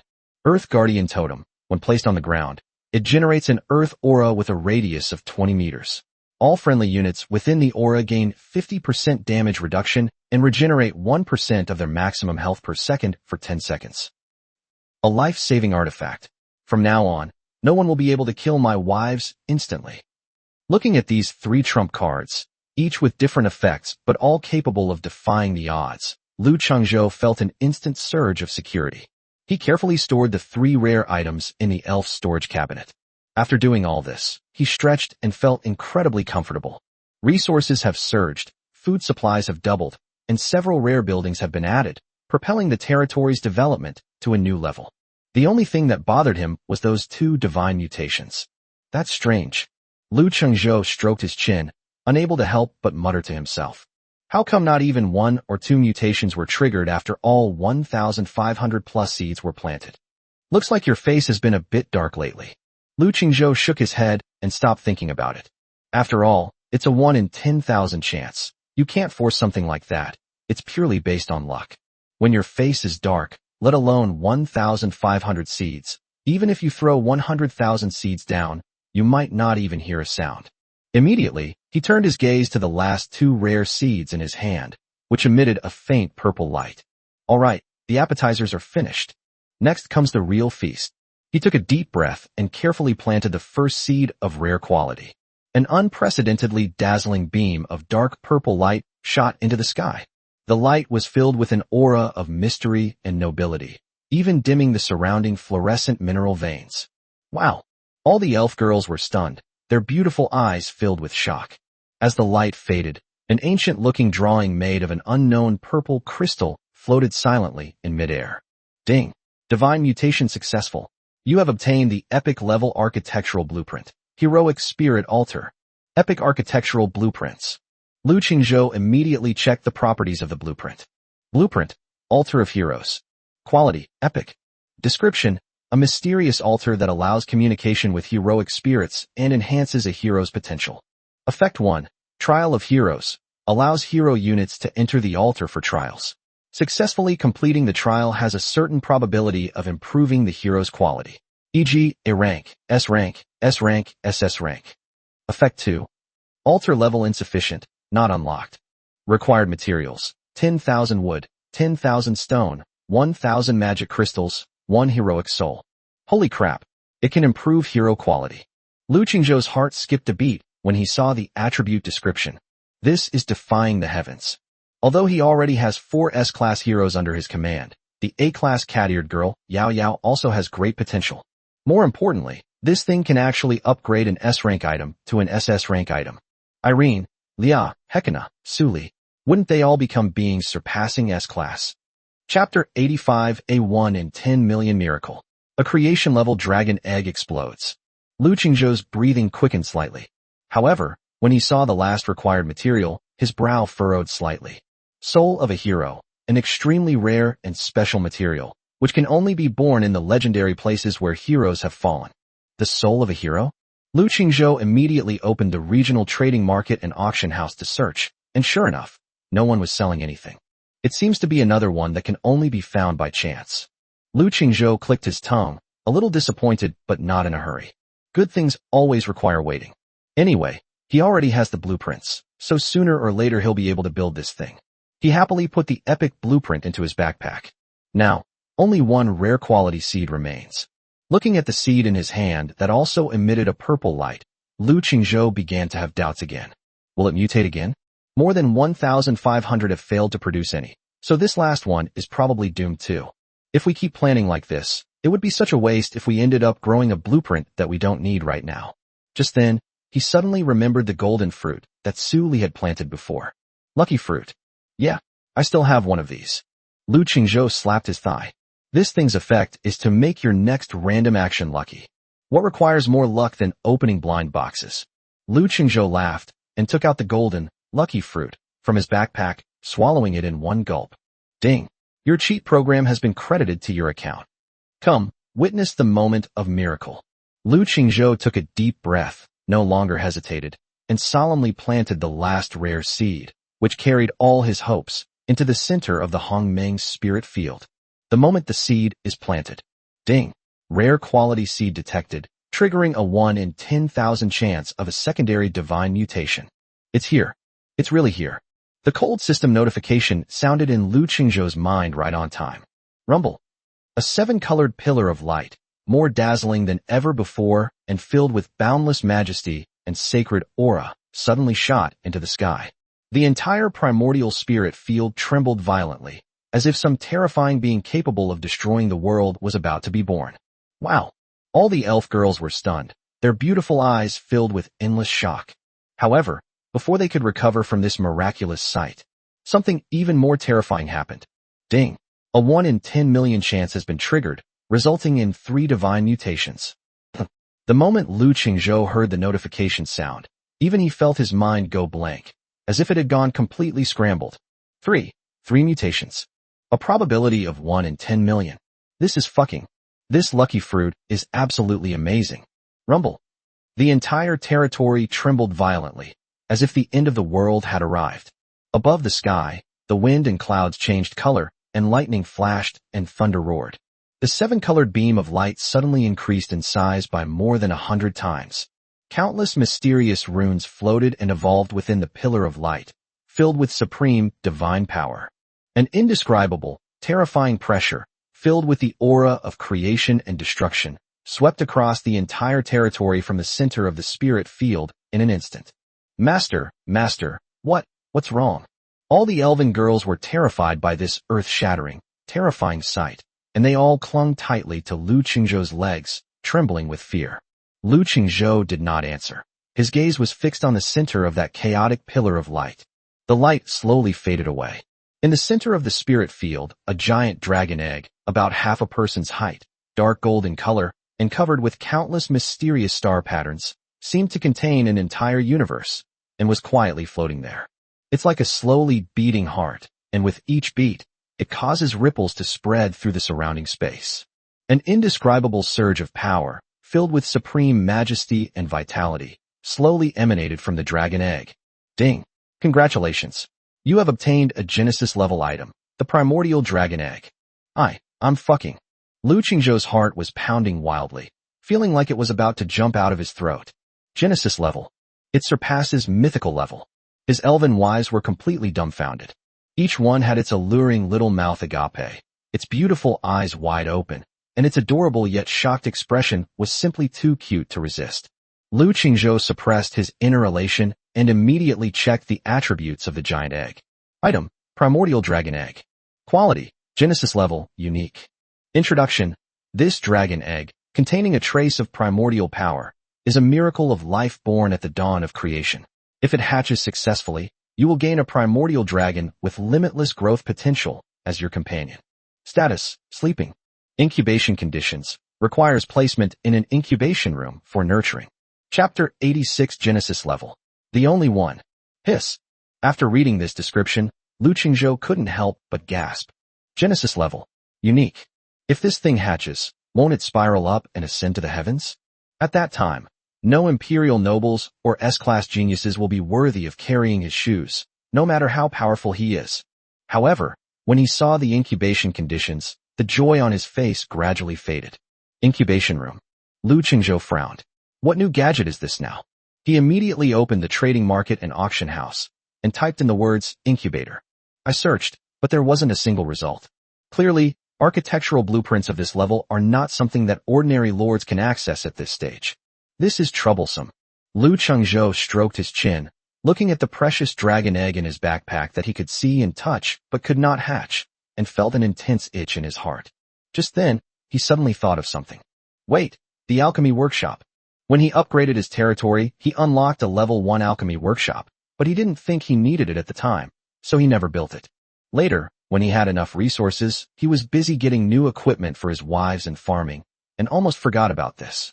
Alchemy, which is said to be able to study all things and turn the rotten into the miraculous, might contain research on incubation chambers? We have to try. Without hesitation, Lu Qingzhou immediately opened the construction panel. Construct a level 1 alchemy workshop, consuming 500 wood, 300 stone, 200 iron ore, and 300 copper coins. Yes. A flash of light, and a peculiar building, brimming with the beauty of technology and magic, rose from the ground. Lu Qingzhou strode inside and immediately opened the research list. Currently available research items: basic health potions, basic mana potions, glimmering magic stones, common alchemy golems. As expected, just as he thought, a level 1 workshop can only research the most basic things. Then promote him. Lu Qingzhou is now wealthy and powerful, and has plenty of confidence. Ding. Your alchemy workshop has been upgraded to level 2. Ding. Your alchemy workshop has been upgraded to level 3. Ding. Your alchemy workshop has been upgraded to level 4. A series of upgrade lights shone, and the small workshop instantly transformed into a large factory covering hundreds of square meters, filled with a mysterious aura. Lu Qingzhou opened the research list again. Still nothing. Just when he was about to give up, he suddenly noticed that at the very bottom of the research list, there was a row of grayed out, locked options. Level 5 Alchemy Workshop unlocks. Intermediate Alchemy Potions. Tier 4 Alchemy Golems, Hatchery. Found it. Without a second thought, Lu Qingzhou clicked the upgrade button. However, the next second, a cold system notification poured cold water on him. Notice, your territory level is insufficient to upgrade.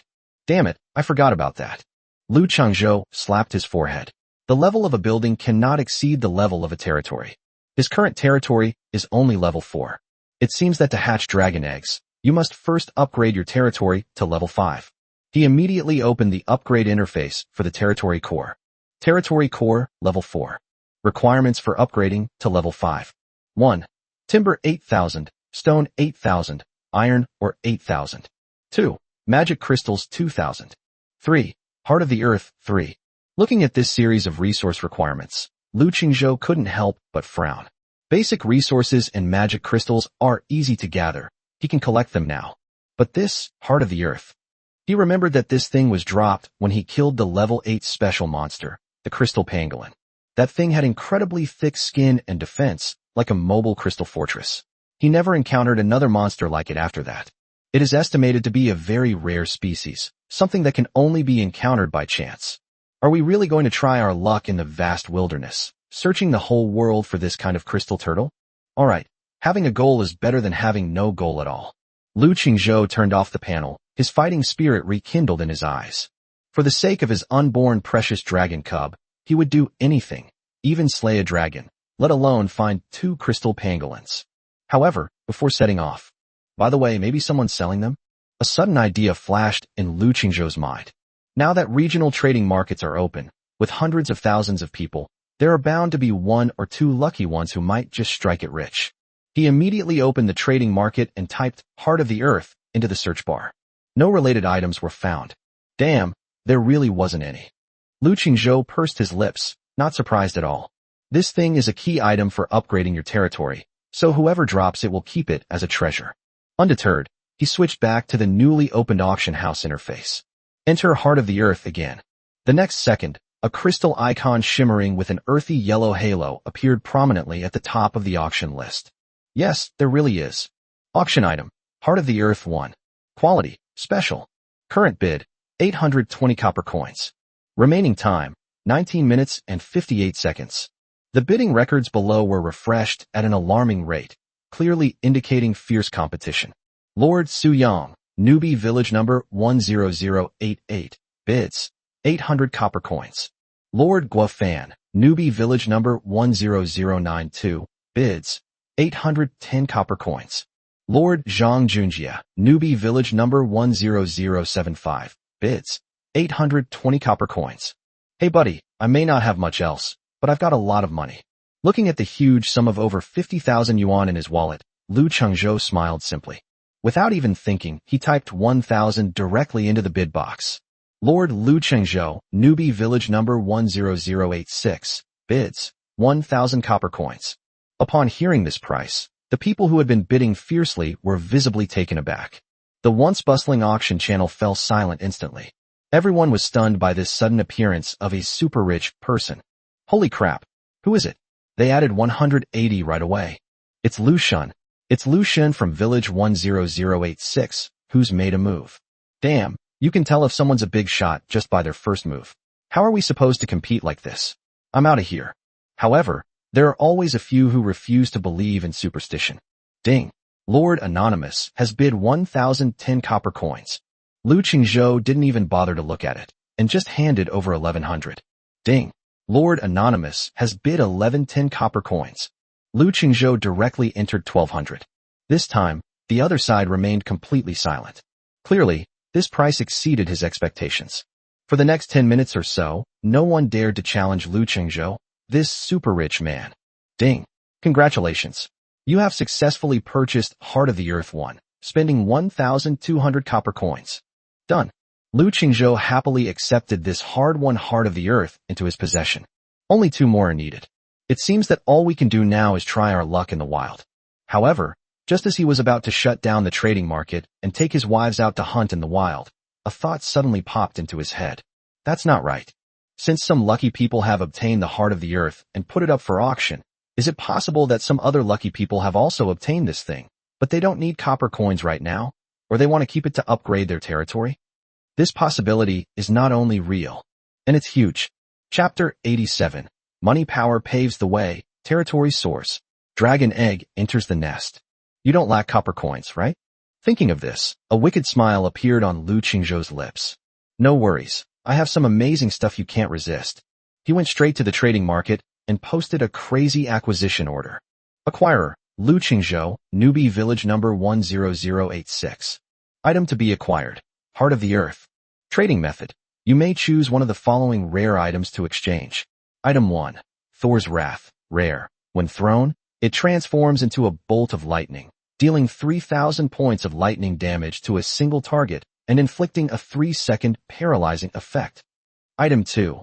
Abyss Gravity Ball. Rare. Upon throwing, creates a miniature gravity field that lasts for 5 seconds, forcibly pulling all enemies within a 15-meter radius to the center and dealing continuous shadow damage. Item 3. Earth Guardian Totem. Rare. Upon placement, generates an earth aura with a radius of 20 meters. All friendly units within the aura gain 50% damage reduction and regenerate 1% of their maximum health per second for 10 seconds. Note: only 2 available. First come, first served, no exceptions. Once the acquisition order was issued, the entire regional chat channel exploded with activity after a brief period of silence. What the hell did I just see? Lu Shun is back to frying fish again. Damn it. Why didn't I get the Heart of the Earth? If I had it, I'd trade 8 for it. A lightning spear with 3,000 points of single target damage, a mobile black hole, and a totem that reduces damage and heals the entire group. This is a rare item. This is practically a divine artifact. The most outrageous thing is using all these artifacts in exchange for just one material called Heart of the Earth. What is Heart of the Earth? Is it really that valuable? I'm so jealous. I'm so jealous. Why wasn't I the one who unleashed the Heart of the Earth? I can't handle this overwhelming wealth. In an instant, everyone was stunned by Lu Qingzhou's outrageously extravagant spending. Just as everyone was discussing and speculating, a familiar ID suddenly appeared in the chat channel. It was Xiao Chong, the war correspondent, who had been saved by Lu Qingzhou before and is now his #1 fan. Everyone who hasn't seen this yet, come and see. My dad's buying up Earth Hearts. The rewards he's giving are outrageous.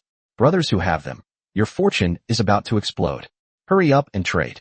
Xiao Chong's shout brought the atmosphere of the entire regional channel to its peak. Really, a generous reward will surely attract brave men. Less than half a minute later, Lu Qingzhou received a private message. Player, by Weiwei, Newbie Village number 10086 Lu. Lu God, hello. I have a Heart of the Earth here, which I got lucky from opening a chest. Can I exchange it for Thunder God's Wrath? Lu Qingzhou chuckled when he saw the ID. Isn't this from our village? Lu Qingzhou, of course, let's make a deal. Ding. Transaction successful. The second one is here. One more to go? Just as Lu Qingzhou put the Heart of the Earth into his backpack, a second private message arrived. Player, Hu Haifeng, Newbie Village number 10071, Land God. Land God, I have one too. I originally planned to keep it to upgrade my territory, but you gave me way too much. I'll exchange it for the Earth Guardian Totem. Make a deal. Ding. Transaction successful. That's it. Lu Qingzhou looked at the 3 Earth Hearts lying quietly in his backpack, radiating an earthy yellow glow, and his mouth almost twisted into a grin. What is the power of money? That's what you call money power. In less than 5 minutes, and with just over 1,000 copper coins and a few useless items, I gathered all the core materials to upgrade my territory. This efficiency is 100 times faster than him farming in the jungle himself. Next comes the moment for the territory to ascend. Lu Chengzhou walked directly to the center of the territory, to the stone tablet that represented the core of the territory. He pressed the 3 hearts of the earth firmly onto them. Ding! Special upgrade item detected. Consume resources to upgrade level 4 territory core to level 5 territory core? Yes. Rumble. The entire territory trembled violently, as if an earth dragon were turning over. Ding! Congratulations. Your territory level has been upgraded to level 5. Territory area doubled. The area of the primordial spiritual field has doubled. Crop yields in the Hongming spirit field have increased by 10%. The maximum level for all buildings has been increased to level 5. A series of system notification sounds, like the most beautiful symphony. The boundaries of the territory seem to be pushed outwards by an invisible hand, expanding wildly once again. The dark golden primordial spirit field has more than doubled in size. Chapter 88. Continuous upgrades to the incubation room. Cool. Looking at his newly transformed territory, Lu Chengzhou felt an unprecedented sense of satisfaction. Master, our home, has gotten bigger again. A pink-haired little girl wearing revealing black stockings and armor spread her snow-white arms and spun around several times on the open grass. Yes, we can roll around as much as we want now. The other little ones joined in the cheers and chatter, full of energy. Lu Chengzhou laughed heartily, in a great mood. Without stopping, he rushed into the alchemy workshop, which was filled with the beauty of technology and magic. Upgrade. Ding. Your alchemy workshop has been upgraded to level 5. A dazzling purple light flashed, and the internal structure of the entire alchemy workshop underwent a dramatic transformation, becoming more precise and complex. Lu Chengzhou eagerly opened the construction list, and sure enough, at the bottom of the list, a brand new building option had changed from gray to highlighted. Architectural drawings, incubator. Required materials, 1,000 wood, 1,000 stone, 100 magic crystals. Make. A flash of light appeared, and a circular building filled with a mysterious aura and emitting a soft, warm light from within appeared next to the alchemy workshop. Lu Chengzhou strode inside and saw in the center of the incubation room an incubation platform made of an unknown warm jade, with complex energy patterns engraved on it. He took a deep breath and carefully took out the primordial dragon egg, which exuded a chaotic aura, from his backpack. He solemnly and gently placed the dragon egg, which carried all his hopes, on the incubation platform. Buzz! The entire incubation room suddenly trembled, and the energy patterns on the incubation platform lit up instantly, with streams of pure energy continuously flowing into the dragon eggs. Ding! The primordial dragon egg has been placed in the incubation room. Estimated incubation time, 18 days. 18 days. Lu Chengzhou was slightly taken aback.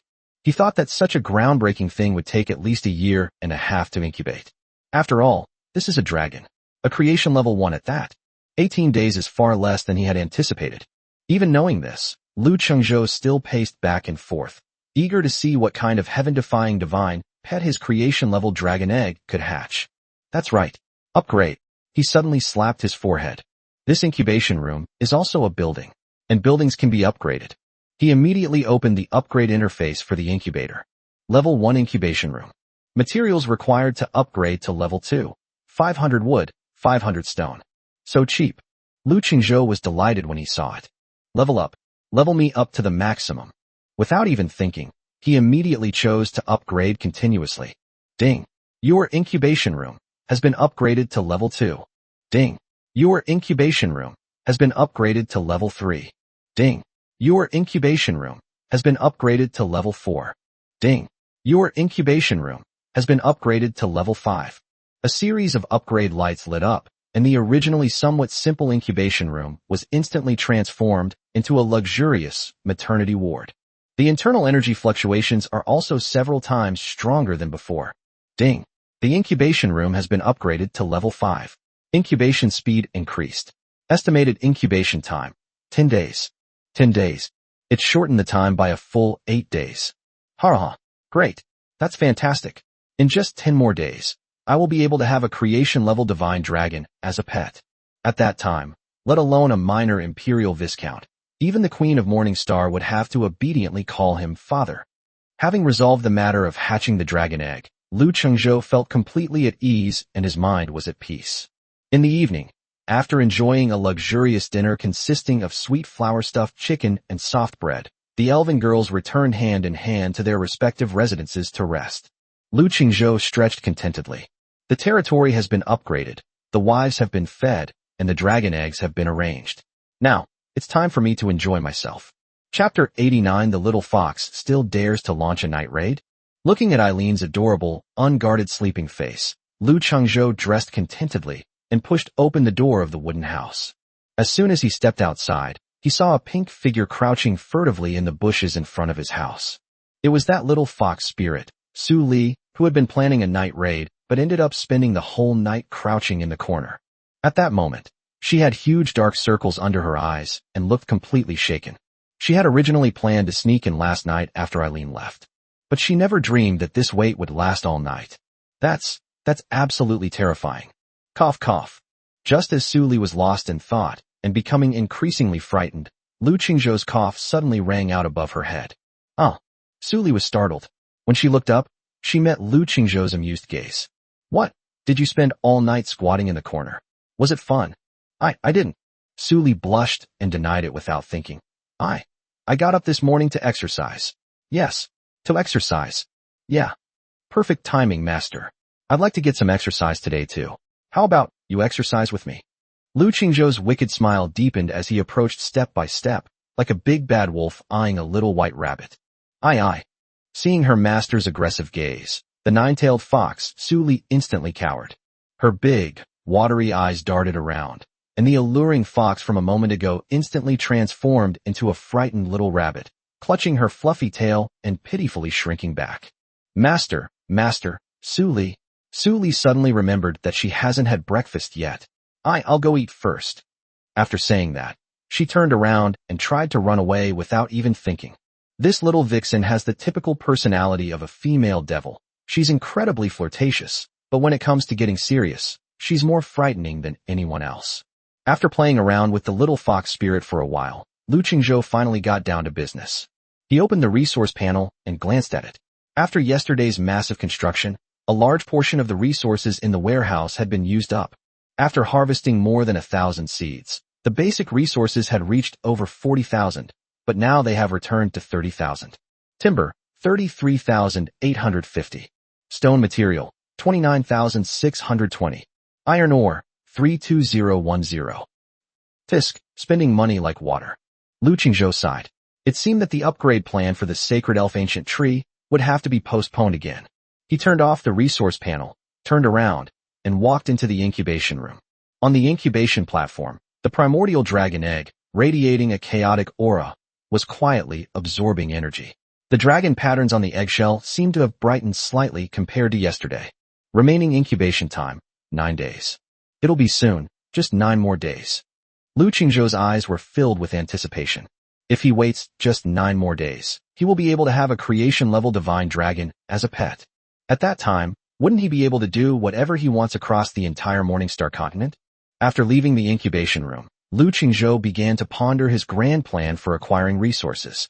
In order to make the market more standardized and to ensure that he can receive a continuous supply of seeds in the future, he decided to take the initiative. He directly opened the trading market and posted a long-term acquisition order. Acquirer, Lu Chengzhou, Newbie Village number 10086. Items for purchase, various types of seeds. Common quality seeds, 2 copper coins / 10 seeds. Excellent quality seed, 2 copper coins / seed. High quality seeds, 20 copper coins / seed. Rare and higher quality seeds. Price negotiable, satisfaction guaranteed. Note, valid long-term, discounts available for bulk orders. Take as much as you need. However, the acquisition order was sent out but disappeared without a trace, and no one came to make a deal within half an hour. Lu Chengzhou wasn't in a hurry. He knew that yesterday's shopping spree had cleared out all the stock in the market. However, he believed that with the combined efforts of these 100 newbie villages and hundreds of thousands of lords, new seeds would sprout up continuously in just a few days. At that time, he can simply lie comfortably at home and wait to harvest the vegetables. This is the kind of life a landlord should have. Chapter 80. An epic building. The altar of heroes descends. The day passed quickly. Lu Qingzhou was living a very enjoyable life. During the day, I take a group of my elf wives out to explore high-level maps, level up, and collect materials. In the evening, he returned to his territory and enjoyed the meticulous and attentive service of his wives. This emperor-like life is simply blissful, like being in paradise. The only problem is that the materials needed to upgrade the sacred elf ancient tree are really hard to come by. Let's see how the harvest is today. Lu Qingzhou rubbed his hands together and opened the market's transaction records. Ding! Transaction successful. You have spent 2 copper coins and obtained 1 excellent seed. Ding! Transaction successful. You spent 10 copper coins and received 50 common seeds. Ding! Transaction successful. You have spent 20 copper coins and obtained 1 excellent seed. Lu Qingzhou looked at the long list of transaction records, and his mouth almost twisted into a grin. He did a rough count and found that he had received more than 50 seeds in total today. Although most of them were just ordinary, worthless items, the sheer quantity made up for it. To his even greater surprise, there was actually a high-quality one mixed in. Great. Another bumper harvest today. Lu Qingzhou laughed and took out this unexpected surprise, along with all the seeds he had acquired that day. All right, wives, get back to work. Let's get to work. Let's plant. With a wave of his hand, he summoned Yao Yao, who was still struggling with a ball of yarn in the catgirl paradise, and Hekina and Su Li, who were meditating in the moonlight tower. Soon, all the seeds of ordinary and excellent quality were used up.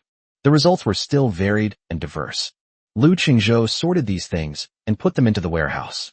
Then he turned his attention to the last and most important seed in his hand, a seed of excellent quality.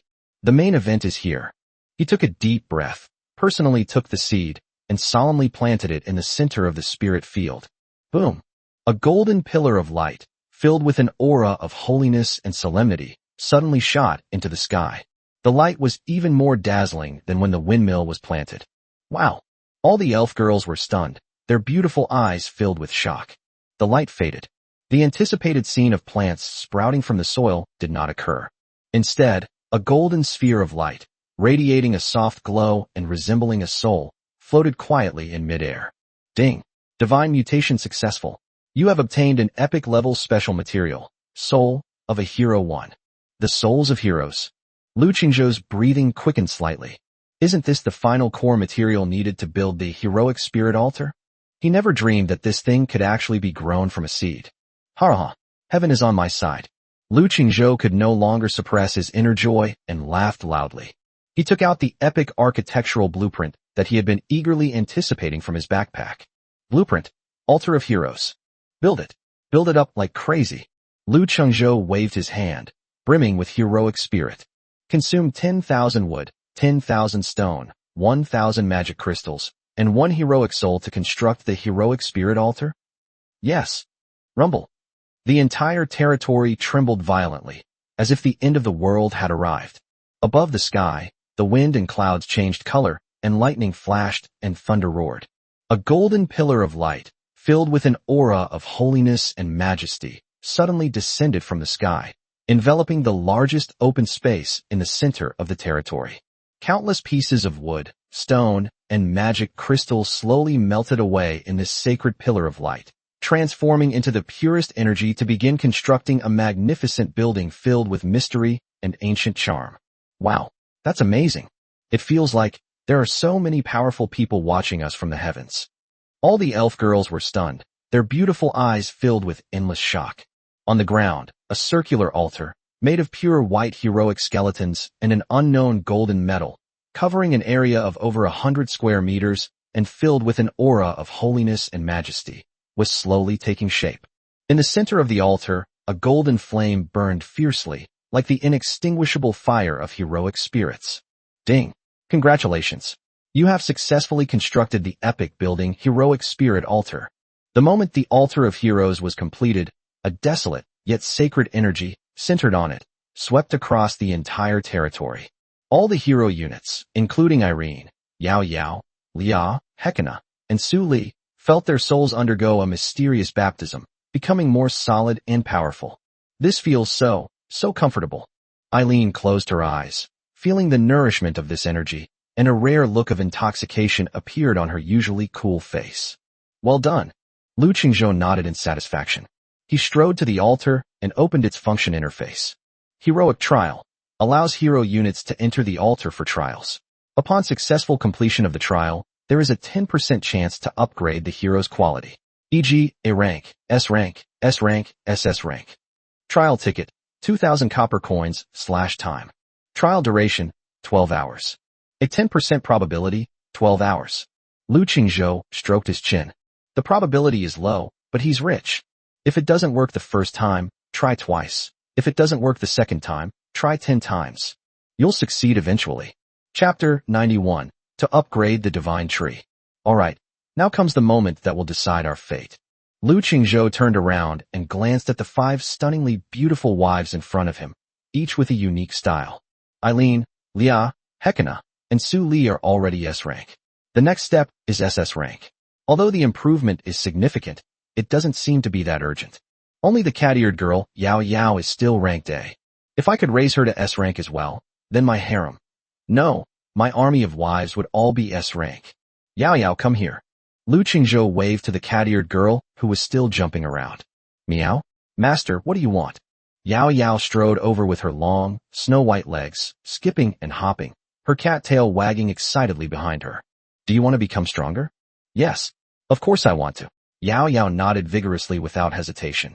Yao Yao wants to become as powerful as Sister Eileen, so that she can better protect her master. Okay, then today, I'll give you this opportunity. Lu Qingzhou pointed to the mysterious altar of heroes and said in a deep voice, go in and accept the trial. As long as you succeed, you will become stronger. Really? Yao Yao's eyes lit up instantly. Thank you, master. Yao Yao loves you the most. After saying that, she skipped and hopped into the altar of heroes without looking back. Buzz. A dazzling light flashed, and Yao Yao's figure disappeared into the altar. Above the altar, a 12-hour countdown appeared. Alright, now it's up to our Yao Yao's luck. Lu Qingzhou watched the slowly ticking countdown, his heart filled with anticipation. Even if he fails this time, it doesn't matter. Anyway, he has a huge sum of more than 50,000 copper coins in his hands. He can afford to spend it even if it's 20 times, let alone 10. Early the next morning, Lu Qingzhou habitually opened the chat channel, wanting to see if there were any new developments regarding the bounty he had posted a few days ago. 10,086 newbie village chat channel. Brothers, wake up, get up and search. For Lucian's superb armor, charge. Damn it. I searched all day yesterday, turning over every inch of land within a 5-kilometer radius of my house, and I couldn't find a single hair. Where did those 2 bastards hide? Who says otherwise? I suspect they might have already fled overnight and left this forest. I heard from a master with a talent for tracking that the trail those 2 bastards left led all the way west. West? Isn't that Wailing Canyon? It's full of level 30 monsters. Are they crazy? Going to that kind of place to die? Hey, I think they've been forced into this desperate situation by us. Let's go, brothers. Let's team up and ambush them at the entrance of the canyon. I don't believe they can stay hidden forever. In an instant, all the surviving lords in the entire newbie village area became like they had been injected with chicken blood, transforming into the most frenzied bounty hunters. They formed small groups of 3 or 5, creating search teams that chased after Xiao Tian and Austin all over the world. At the same time, deep within the Howling Canyon, in a hidden cave, huff, huff, Viscount Austin tumbled off his horse in a sorry state. His magnificent armor was tattered and covered in dirt and an unknown green liquid, and a deep, bone-revealing claw mark marred his handsome face. Behind him, the 2 remaining royal knights were also covered in blood, one of whom had his arm torn off by a level 30 Valley Griffin, a truly gruesome sight.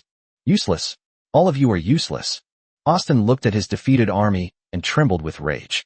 He never dreamed that he, a dignified imperial viscount, would be driven to such a desperate situation by a group of peasants.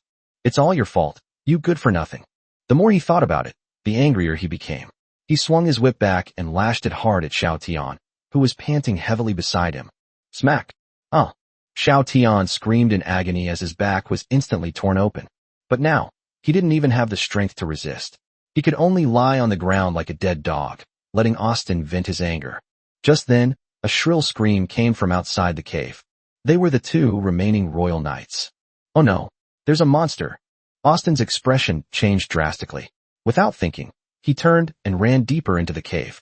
Upon seeing this, Xiao Tian was terrified and followed behind, scrambling to catch up. The two hadn't run far when they heard a sickening, crunching sound behind them, as if bones were being chewed up. Austin's knights were completely wiped out. It's over, it's over. Austin collapsed to the ground, his eyes filled with despair. Without the knight's protection, he simply couldn't survive in this godforsaken place overrun by level 30 monsters on his own. However, just as Austin was in despair, Xiao Tian, standing beside him, suddenly unleashed a morbid madness in his bloodshot eyes. Chance. His chance has come. Taking advantage of Austin's distraction, he quietly slipped out of the cave. Outside the cave, the bodies of the 3 royal knights who had just died tragically were still steaming. He. Xiao Tian looked at the 3 corpses dressed in fine armor and let out a chilling laugh. A glint of madness and greed flashed in his eyes. He dragged the 3 corpses and hid in a more secluded corner. He carefully took out the forbidden book that exuded an ominous black aura from his bosom. The alchemy of flesh and blood. Austin, Lu Qingzhou, you just wait. Soon, I'll show you what true despair really is. Xiao Tian acted as if he had gone mad, and he directly opened the forbidden book. Chapter 92, Second Mutation. An S-rank hero emerges. Boom. A black aura filled with blood and resentment instantly enveloped him. The 3 knights' corpses, as if summoned by some force, began to slowly melt, wriggle, and piece together. Come on, become my strongest baby. Xiao Tian opened his arms, enjoying this forbidden power. Ding. You have successfully created an abomination stitch giant, using flesh alchemy. With a terrifying roar that was not human, a monstrous creature over 6 meters tall, made up of the remains of 3 knights and countless pieces of flesh, holding a huge iron hook in one hand and a blood-stained bone-cleaving blade in the other, slowly rose from the bloody light. It even bears the tattered insignia of the royal knights. Abomination Stitch Giant, boss level. Level, 25. Health points, 15,000. Attack power, 250. Defense, 180. Skills, Meat Hook, Plague Aura, Devour, Corpse Explosion. Ha! Great. That's fantastic. Looking at this enormous creature with its monstrous attributes, Xiao Tian burst into laughter in excitement. He quickly concealed the troll's attributes, then dragged the terrifying baby back to Viscount Austin. My sir, look. Xiao Tian pointed to the giant monster behind him and said with a boastful look, I just had a sudden inspiration and used the corpses of those monsters to create an even more powerful bodyguard for you. Oh. Austin looked at the enormous creature radiating a terrifying aura before him, a hint of surprise flashing in his eyes. Although he looked down on these undead creatures made of rotting flesh, he had to admit that their combat power was indeed much stronger than that of his dead knights. He didn't think much of it, nor did he realize that it was made from the corpses of his knights. He simply waved his hand impatiently. Well done, consider this your redemption. Austin's only hope now is the reinforcements sent by his family. He glanced at the countdown on the family crest. Estimated arrival time, 6 days. You peasant. I'll let you live a few more days. Within the territory, time passed second by second. Lu Qingzhou leaned back leisurely in his recliner, his gaze occasionally drifting towards the heroic spirit altar, which exuded an aura of holiness and solemnity. Above the altar, a countdown timer, emitting a faint glow, was slowly ticking. Remaining trial time, 3 seconds. 2 seconds. 1 second. Buzz. With a soft sound, the light from the altar slowly faded, and a fiery yet agile figure walked out dejectedly. It was Yao Yao, the cat-eared girl who was lively and energetic before she went in. At this moment, her battle armor was covered in dust, and her fluffy white cat ears drooped listlessly. Her charming and beautiful white face was filled with disappointment. Meow, master, Yao Yao failed. Yao Yao walked up to Lu Qingzhou with her long, snow-white legs, lowered her head with a pitiful expression, like a kitten that had done something wrong and was waiting for its owner to punish it. It failed. Upon hearing this, Lu Qingzhou showed no displeasure whatsoever. Instead, he laughed heartily, pulled the little wildcat into his arms, and gave her pert, snow-white bottom a hard slap. It's no big deal. I thought the sky was falling. But Yao Yao is so stupid. She wasted master's 2,000 copper coins. Yao Yao's voice was trembling with tears. In her eyes, this was an absolute sin. 2,000 copper coins is nothing. Lu Qingzhou said nonchalantly.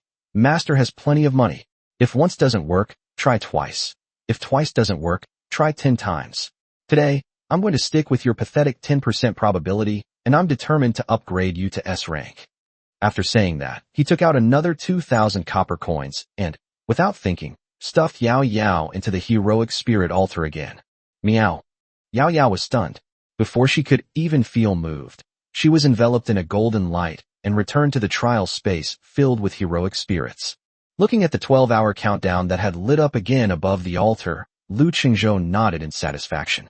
Money power is that simple and unpretentious. Just then, a series of system notification sounds suddenly rang in his ears. Ding. Transaction successful. You consumed 10 units of wood and obtained 15 unknown seeds.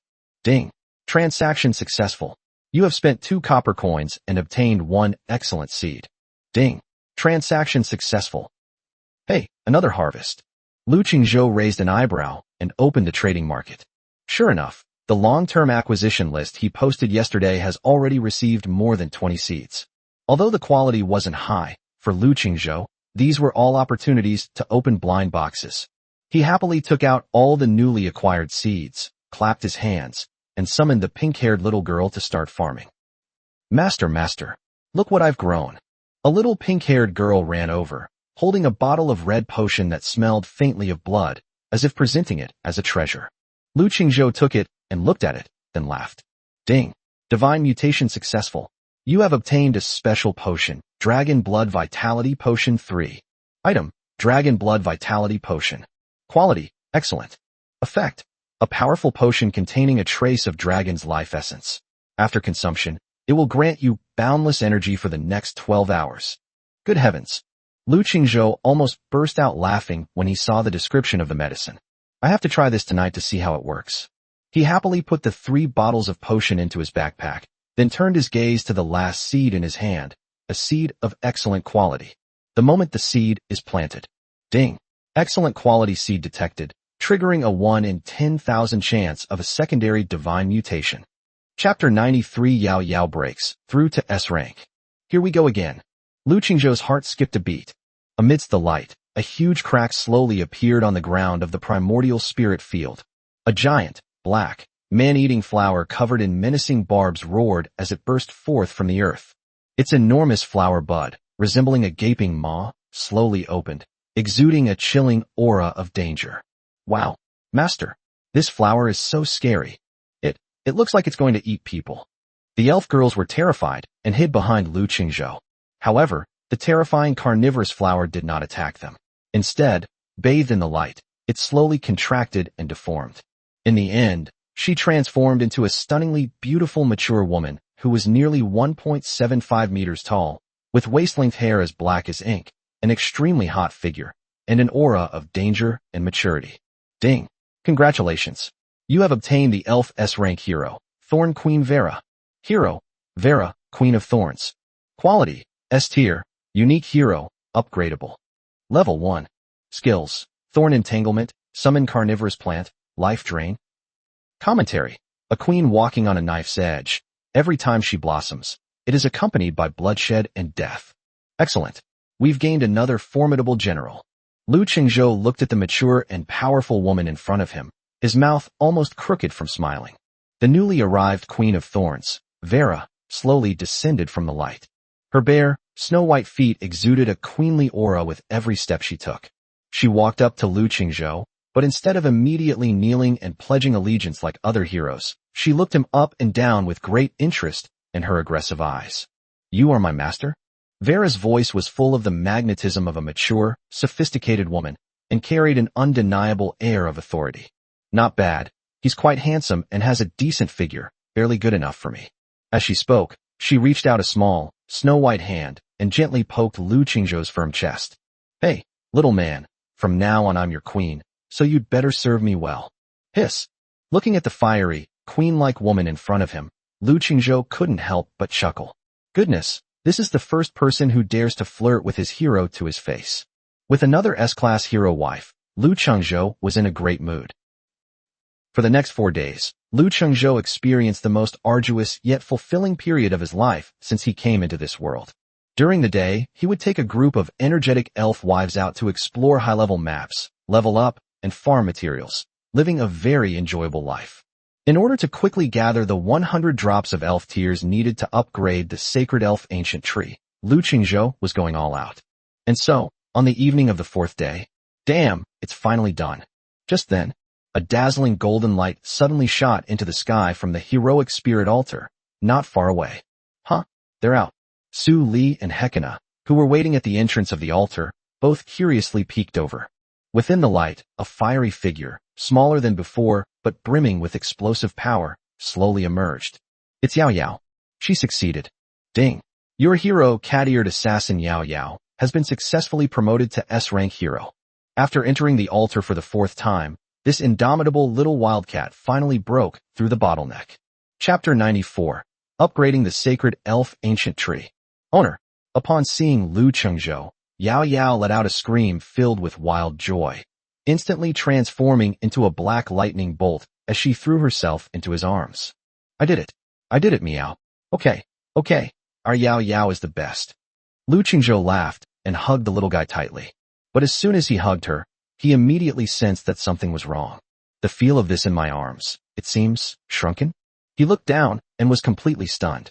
The girl in his arms had shrunk from 1.7 meters to about 1.5 meters, about the same height as those pink-haired little girls who hadn't fully developed yet.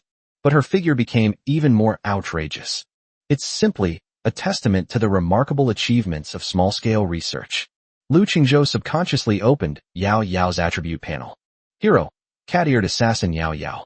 Quality, S-grade, upgradable. Level, 15. Health points, 4,500. Attack power, 300. Skills, backstab, shadow strike, cat's grace, new.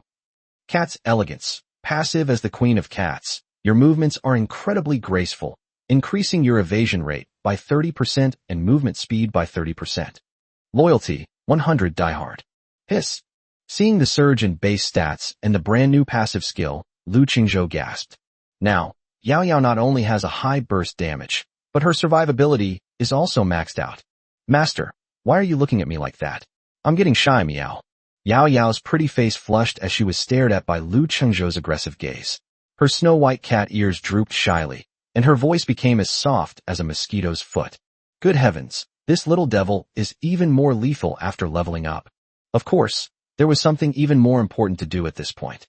Lu Qingzhou opened the resource panel and glanced at the results of his frantic harvesting of a metaphor for exploiting others, over the past few days. By selling those bizarre items and equipment that sprouted from the seeds, he not only made up for all the resources he had previously consumed, but also made a fortune. Timber, 50,850. Stone material, 51,620. Iron ore, 52410. Moonlight wood, 5,250. Star iron, 5,880. Magic crystal, 5,100. Tear of the elf, 100. All done. Looking at the list of resources that had all met the requirements, Lu Qingzhou could no longer suppress his elation. He stood before that mythical building, brimming with boundless wisdom and vitality, and without hesitation, poured all his resources into it. Ding. Detected that all required materials for the upgrade have been collected. Do you wish to consume all materials to upgrade the Sacred Elf Ancient Tree to level 2? Yes. Rumble. The entire territory trembled violently. The 5-meter-tall sacred tree suddenly burst forth with a vibrant green light of life, even more dazzling than the sun.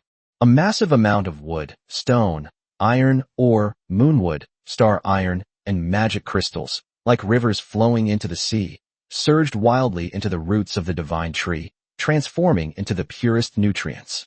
Finally, the 100 crystal-clear tears of the elves transformed into 100 streams of light and merged into the tree trunk. The branches of the divine tree grew rapidly at a speed visible to the naked eye. The trunk, which was originally only 5 meters tall, grew to more than 20 meters in the blink of an eye, becoming more vigorous and powerful. Its canopy is so dense that it blocks out the sun, shrouding most of the territory in its vibrant shadow. Ding! Congratulations! Your only mythical level building, the Sacred Elf Ancient Tree, has been successfully upgraded to level 2. Effect 1. Elven Mother Nest. Unlocks the excellent quality unit, Elven Mage. Unlocks the rare quality unit, Treant Guardian. Effect 2. Life feedback. The presence of the ancient tree will significantly increase the growth rate and mutation probability of all plants within the territory. Effect enhancement. Effect 3. Natural sanctuary. All friendly units within the territory will gain the natural sanctuary effect, increasing all attributes by 15%. Effect enhanced. Haha. Great. That's fantastic. Looking at the newly renovated towering tree in front of him, Lu Qingzhou was filled with excitement. He immediately opened the recruitment interface. Sure enough, below the elf archers and moon sentinels, 2 new unit options appeared, emitting blue and purple light. Elven mage, excellent, an elven spellcaster wielding arcane and natural powers, possessing powerful ranged magical damage output. Recruitment price, 1,000 copper coins. Treant Guardian, rare, a melee guardian unit formed from the branches of an ancient tree, possessing powerful defense and vitality, making it the most reliable bulwark on the battlefield. Recruitment price, 2,000 copper coins. Mages and tanks. Now we have all the unit types. Lu Qingzhou looked at the 2 brand new troop options, his eyes filled with uncontrollable elation. With a ranged AoE mage, his monster clearing efficiency will be boosted to another level. The rare quality Treant Guardian fills the gap in his team's current lack of a frontline tank. He glanced at the huge sum of over 50,000 yuan still in his wallet, waved his hand confidently, and exuded an air of self-assurance. Give me 10 beautiful female mages first. Ding. You have successfully recruited 10 elf mage by spending 10,000 copper coins. 5 more Treant guards. Ding. You have successfully recruited Tree Guardian 5 by spending 10,000 copper coins. 20,000 copper coins were spent without batting an eye. Chapter 95. The Morning Star Queen is back at work. The continental rankings have arrived. Boom. With Lu Qingzhou's command, the ancient spirit tree, which had grown into a towering giant, suddenly burst forth with a dazzling green light of life. 15 emerald green cocoons, composed of pure life energy, rapidly coalesced on the thick branch. Click, click. A series of crisp cracking sounds rang out. 10 stunningly beautiful girls, each about 1.65 meters tall, wearing blue magic robes with extremely high slits, with long, waist-length, sea blue hair, and curvaceous figures, appeared silently before everyone's eyes. They held a magic wand made of crystal in their hands, and their eyes, as clear as sapphires, were full of wisdom and mystery. Immediately afterwards, the other 5 enormous cocoons of light shattered. 5 giants, each over 4 meters tall and made of unknown ancient trees and resilient vines, emerged from the light with heavy steps. They were brimming with explosive power, like moving hills. Greetings, Master. The moment the 15 new recruits appeared, they knelt down on one knee in front of Lu Qingzhou in perfect unison. Even the 5 tree-man guards, as large as small mountains, knelt on one knee, filled with awe and loyalty to their creator. All right, get up, everyone. Lu Qingzhou walked up to the 10 newly arrived beautiful female mages and looked at them one by one. Goodness, they all have long legs and snow-white skin. Excellent, excellent. From now on, the defense of our territory will depend on you. Lu Qingzhou patted the thigh of a Treant guard next to him, which was thicker than his waist, making a dull, thump sound. With a thought, he immediately issued new instructions to these 5 large creatures. From now on, you will be responsible for moving all the resources produced by the logging camps and mines into the warehouse, understand? Yes, Master. The 5 tree-man guards responded in gruff voices, then began their heavy work as porters without complaint. Seeing that the logistics problems of the territory had been resolved, Lu Qingzhou nodded in satisfaction. On a whim, he opened the upgrade interface of the ancient elf tree again, wanting to see what was needed to upgrade to level 3. With just one glance, the smile on his face froze. Sacred Elf Ancient Tree, Unique Mythical Rank. Requirements for upgrading to level 3. 1. Timber 500,000, Stone 500,000, Iron or 500,000. 2. Moonwood 50,000, Star Iron 50,000, Magic Crystal 50,000. 3. 1,000 Elf Tears. 4. The Heart of the World, Tree 1. Holy shit. Looking at this series of astronomical resource requirements, Lu Qingzhou's face turned green. The basic resources increased tenfold, becoming 500,000. Rare resources have skyrocketed to 50,000. Even more outrageous, the requirement for Tear of the Elf has increased to 1,000 drops. How long are Eileen and Vera going to cry like this? Forget it, don't even think about it in the short term. Lu Qingzhou shook his head and closed the interface. You have to eat one bite at a time and walk one step at a time. Taking too big a step can easily lead to trouble. He turned around and turned his gaze to another epic building in the territory. Altar of Heroes. Yao Yao has successfully advanced to S rank, so the altar can't be left idle. Lu Qingzhou stroked his chin and called over Eileen, who had just woken up and was still wearing a light nightgown. Wife, it's time for you to go in for further studies and strive to break through to SS rank as soon as possible. Lu Qingzhou smiled and pinched Eileen's still sleepy, fair face. SS rank. Eileen's delicate body trembled slightly, and her ruby-like eyes were filled with disbelief. Yes. Lu Qingzhou nodded and opened the trial interface of the altar. S-rank hero trial. Trial ticket, 3,000 copper coins / time. Success rate, 5%. This, 3,000 per attempt, and only a 5% success rate. Seeing this price and probability, even Lu Qingzhou couldn't help but click his tongue. This is far worse than Yao Yao's trial to advance from A to S level. But he has plenty of money. Go ahead, I believe in you, you'll definitely succeed. Lu Qingzhou immediately initiated the exclusive trial for S-class heroes, kissed Eileen on her smooth forehead, and sent her into the altar. The next day, it was also the 20th day since all the lords arrived on the Morningstar continent. Buzz.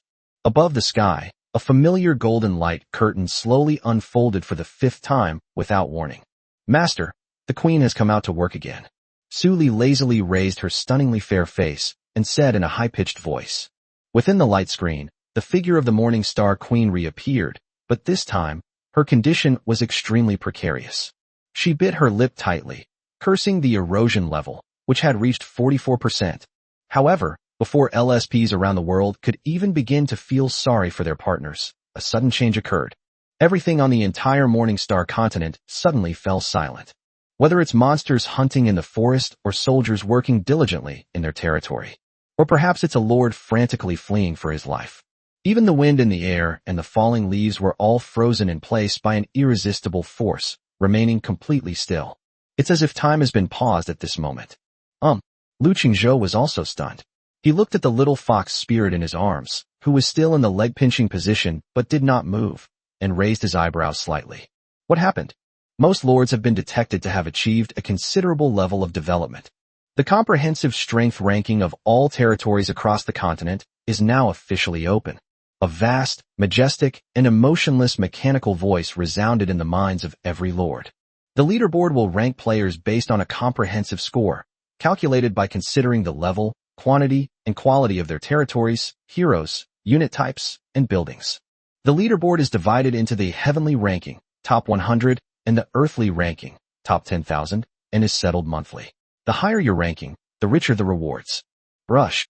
From the heavens above, a massive, golden list descended. The list appeared out of nowhere, dazzling with golden light, almost covering the entire sky. This moment, throughout the entire Morningstar continent, hundreds of billions of human lords were all staring intently. Regardless of whether they are from South Africa, the United States, Japan, or Europe, everyone held their breath, staring intently at the golden list in the sky. They all wanted to know where they would rank on the entire continent's leaderboard. And who was the number 1 ranked person? Chapter 96. Reaching number 1 on the list. Sorry, we're up 2 digits ahead of second place. On the golden list, lines of text slowly appeared. Leaderboard rewards are awarded every 30 days, with rewards increasing each time. First phase rewards. Rank 1 on the heavenly ranking.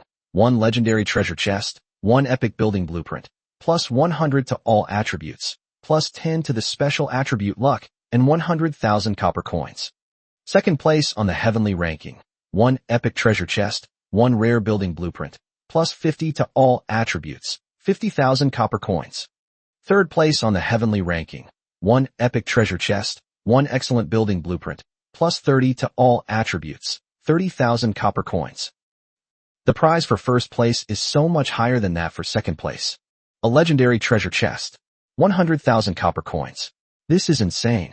Countless lords breathed heavily, their eyes fixed on the first place reward, their eyes practically red with rage. Immediately afterwards, the rules for calculating points appeared on the leaderboard. Territory points calculation rules. Territory Core. Level 1 equals 100 points. Level 2 equals 500 points. Level 3 equals 2,000 points. Level 4 equals 10,000 points. Level 5 equals 50,000 points. Buildings. Common equals 10 points / level.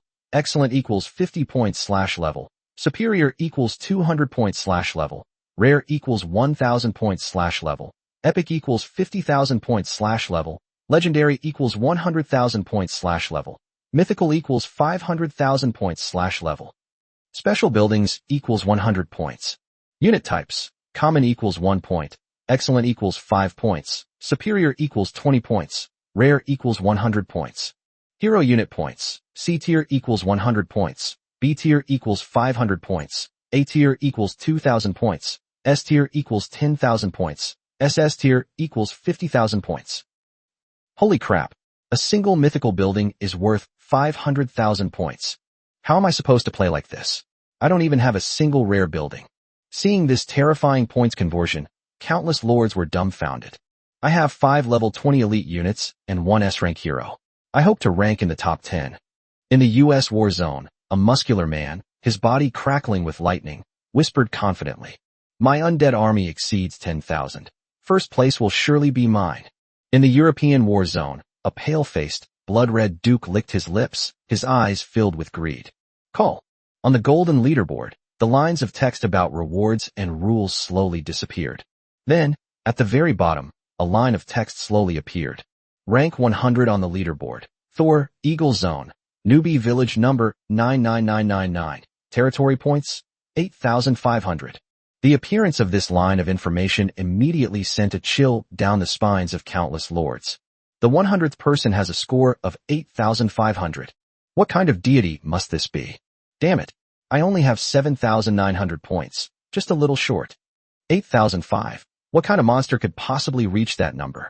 Countless lords who were still complacent about ranking high on the land leaderboard felt a deep sense of despair upon seeing this number. The rankings are being updated rapidly from bottom to top. 99th place. Edward Norton, Europa Zone, starting village 23333, territory points 8621. 98th place. Kiowa Jinji, Sakura War Zone, beginner village number 138777, territory points 8650. Rank 91. Xiaotian, Dragon Summer War Zone, beginner village number 10086, territory points 9155. Holy crap. It's that liar Xiaotian. He actually made it onto the heavenly ranking. Impossible. How can that bastard be ranked so high? The chat channel in newbie village number 10086 exploded instantly. Everyone was stunned. Damn it. We're doomed. Once he gets his reward, won't he come back to settle scores with us? An overwhelming sense of panic surged in the hearts of countless people. Howling Canyon, a huge cave filled with the stench of blood and decay. Looking at the golden list in the sky and his high-profile ranking of 91st, Xiaotian revealed a sick and manic smile. Ha ha ha, did you see that? This is the power that an S-class talent should have. Behind him stood at least 1,000 undead creatures, stitched together from the corpses of various monsters. At the very front of the army, a monster over 6 meters tall, wielding a massive iron hook in one hand and a giant bone-chopping blade in the other, stood silently. On the giant's shoulder, a person wearing tattered silver armor, with a face that bore a 7/10 resemblance to Viscount Austin, but with empty, lifeless eyes and an ominous black aura emanating from his body, remained motionless, like a marionette. S-class hero, Fallen Knight Austin. It turned out that just a few days ago, Viscount Austin, seeing that Xiaotian's research had made no progress, finally realized that he had been deceived and, during a routine beating, completely enraged Xiaotian. Xiaotian, unable to bear it any longer, released the abomination behemoth that he had secretly created from the knight's corpse. Without the protection of the royal knights, the Viscount was no match for this boss-level monster and was severely injured in just a few moves.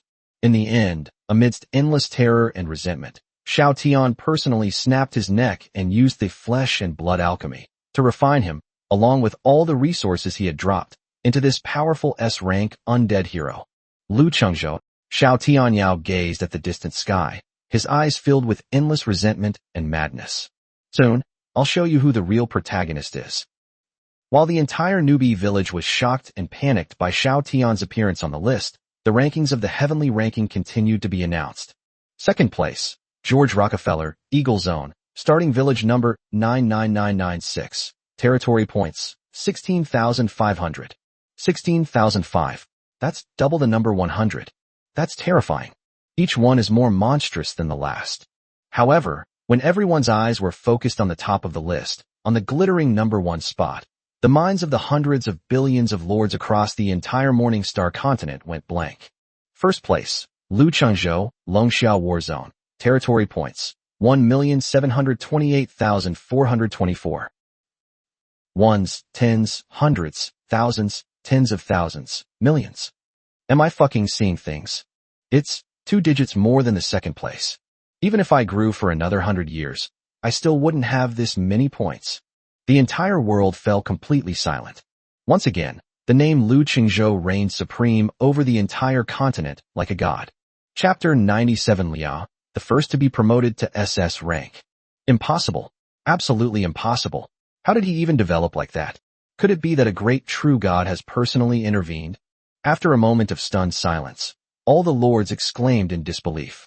Even the top experts couldn't believe it, and some were even driven to madness. How many territory points do they have? Most of them cost just over 10,000. And what about the other side? More than 1.7 million. What kind of gap is this? The difference between heaven and earth isn't that far. We all came to the Morningstar continent in the same way, and our starting points were not too different. Even with all their efforts, they only have a little over 10,000 territory points. But this is only a fraction of what the other party is paying. It's just a small fraction. Lu Chengzhou, in the U.S. war zone, in a city of holy light floating in the clouds, a female angel with pure white wings hovers in the air, frowning and whispering. Lu Chengzhou, what's his background? In the war zone of Europe, in a cemetery of gods and demons built of piled bones, an old man with a face as withered as a dried corpse holds a blood-red scimitar, and the scarlet light in his eyes is chilling. How did he do that? How did he accumulate such a terrifying number of points in just 20 days? Could it be that he already has a mythical building? Within the territory, Lu Chengzhou looked at the impressive list and nodded in satisfaction. First place. Lu Chengzhou looked at the list and a smile appeared on his face. At the same time, I was extremely excited. The appearance of this territory's gold list is truly an unexpected delight. This will significantly strengthen the power of his territory once again. After all, the reward for first place is too generous. Call. Above the sky, the heavenly rankings slowly faded away, replaced by an even larger and more comprehensive earthly ranking. The land ranking lists 10,000 lords' names in dense rows. Rank 10,000. ATU, Newbie Village number 10053. Territory points, 850. Holy crap. I made the list. I made the Earth list. Haraha. 9,800th. Although I'm at the bottom of the list, I'm still 1 in a million strong. Brothers, the rewards for the rankings are pretty generous. The top 10,000 will receive resources and copper coins every month. In an instant, countless ordinary lords who had no chance of being on the heavenly ranking erupted in waves of ecstatic cheers. However, all this commotion had nothing to do with Lu Chengzhou. He didn't even bother to glance at the Earth ranking. He just lazily yawned and directly chose to claim the exclusive reward for being number 1 on the heaven ranking. Ding! Congratulations on winning the top spot on the heavenly ranking. You have obtained Legendary Treasure Chest 1. You have obtained Epic Building Blueprint 1. You have received plus 100 to all attributes. You have received Special Attribute Luck plus 10. You have received 100,000 copper coins. Boom! A powerful, pure warm current instantly surged through my entire body. Lu Chengzhou was so comfortable that he almost let out a soft moan. He felt his body undergo another transformative strengthening. What excited him even more was the 100,000 copper coins. It's time to mention the strength of my wives too. He now has a huge sum of money in his hands and is full of confidence. I used to think that 3,000 copper coins for an S-rank trial was a bit expensive, but now it seems like it's practically free. Yao Yao Lia, Hekana, Suli Vera. Lu Chengzhou stroked his chin and called out names one by one. Today I'll show you what it means to be a player with real money. He walked directly to the altar and waved his hand. Give me 5 S-rank trials. Ding. You have successfully unlocked 5 S-rank hero trials by consuming 15,000 copper coins. Please select the heroes to participate in the trial. Yao Yao Lia, Hekana, Suli Vera. Buzz. 5 dazzling lights flashed, and 5 S-class wives, each with a distinct style but equally stunning beauty, instantly transformed into 5 streams of light and were absorbed into the heroic spirit altar. Above the altar, 5 countdowns, each lasting 12 hours, appeared side by side. Alright, now it's up to you to see who has the better luck. Lu Qingzhou watched the slowly ticking countdown, his heart filled with anticipation. With Ellie included, all 6 wives are undergoing trials at the same time. If even one of them manages to become an SS rank, that would be a huge win. The day passed quickly. When the sun shone into the territory again the next day, Lu Qingzhou was comfortably reclining in a decked chair, basking in the sun, while several pink-haired little girls chattered and played around him. Bite! A crisp notification sound startled him awake from his dozing. He opened his eyes and looked at the altar of heroes not far away. Eileen's countdown has already reached 0. They're out.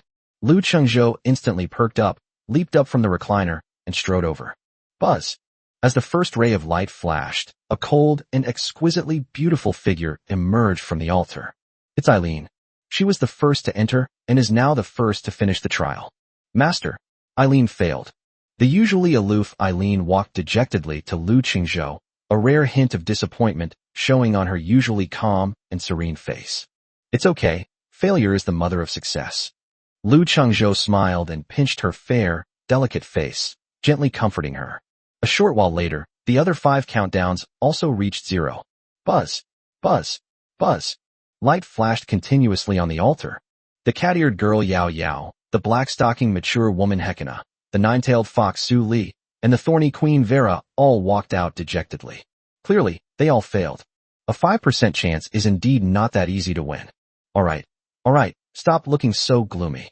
Looking at his 5 stunningly beautiful wives, each with a distinct style, all of whom looked like wilted eggplants, Lu Qingzhou was both amused and exasperated. No big deal, I've got plenty of money. If it doesn't work today, we'll do it tomorrow, and if it doesn't work tomorrow, we'll do it the day after. Sooner or later, I'll upgrade you all to SS rank. Just when everyone thought the entire army had been wiped out, the last ray of light, the most sacred ray of light, suddenly shot up from the altar. Lu Qingzhou's eyes lit up instantly. This commotion, something's not right. Within the light, a figure more holy and noble than ever before slowly emerged. It's Lia. Ding. Congratulations. Your hero saintess of life, Lia, has successfully been promoted to SS rank hero. Holy crap. It worked? Lu Qingzhou's breathing quickened slightly. He never dreamed that the first one to succeed would be this unassuming, saintly wet nurse who usually just quietly nursed people. Chapter 98 SS rank, Holy Lia. Buzz. The holy pillar of light that shot into the sky suddenly increased more than tenfold at this moment. Brilliant, sacred, and magnificent. The entire territory was enveloped in a warm and majestic golden ocean. All the elven girls bathed in this light felt as if their souls had been given a mysterious baptism. Even the pink-haired little girls who were still buried in training in the barracks poked their pink heads out, looking at the miraculous scene outside with curiosity. Wow, what a warm light. It's Sister Lia? Sister Lia did it. Within the light, a figure more holy and noble than ever before slowly emerged. Lia. At this moment, she is no longer the gentle and lovely girl next door. She floated silently in mid-air, her long, golden hair moving without wind, each strand seemingly flowing with divine radiance. Her already exquisitely beautiful, snow-white face now possessed an even more inviolable sense of holiness and compassion. Especially those clear, emerald-like eyes. Just one glance is enough to inspire awe and make one want to kneel down and worship them. Holy, noble, inviolable. Even her already breathtakingly full, white breasts seemed to be blessed by divine light. Is this still Sister Lia? The cat-eared girl Yao Yao looked at the transformed, holy young girl before her wild eyes filled with disbelief. Even the usually aloof and elegant Hekina in black stockings, and Vera, the thorn queen covered in thorns, showed a rare hint of genuine awe in their eyes the moment they saw Lia. The light slowly faded away. Lia's bare feet were white and delicate, descending step by step from mid-air, as if treading on invisible stairs. She approached Lu Qingzhou, lifted her skirt, and gracefully performed a more perfect ladylike bow than ever before, speaking softly in a voice filled with sacredness and gentleness. Master Lia succeeded. Okay. Looking at the transformed, even more holy and beautiful S-class nanny in front of him, Lu Qingzhou could no longer suppress his joy and burst into laughter. He immediately opened Leah's attribute panel. He wanted to see just how overpowered this first SS-level hero in the entire server really was. Hero, Life Saintess Leah. Quality, SS tier, unique hero, upgradable. Level, 15. Health points, 5,000/5,000. Magic power, 8,000/8,000.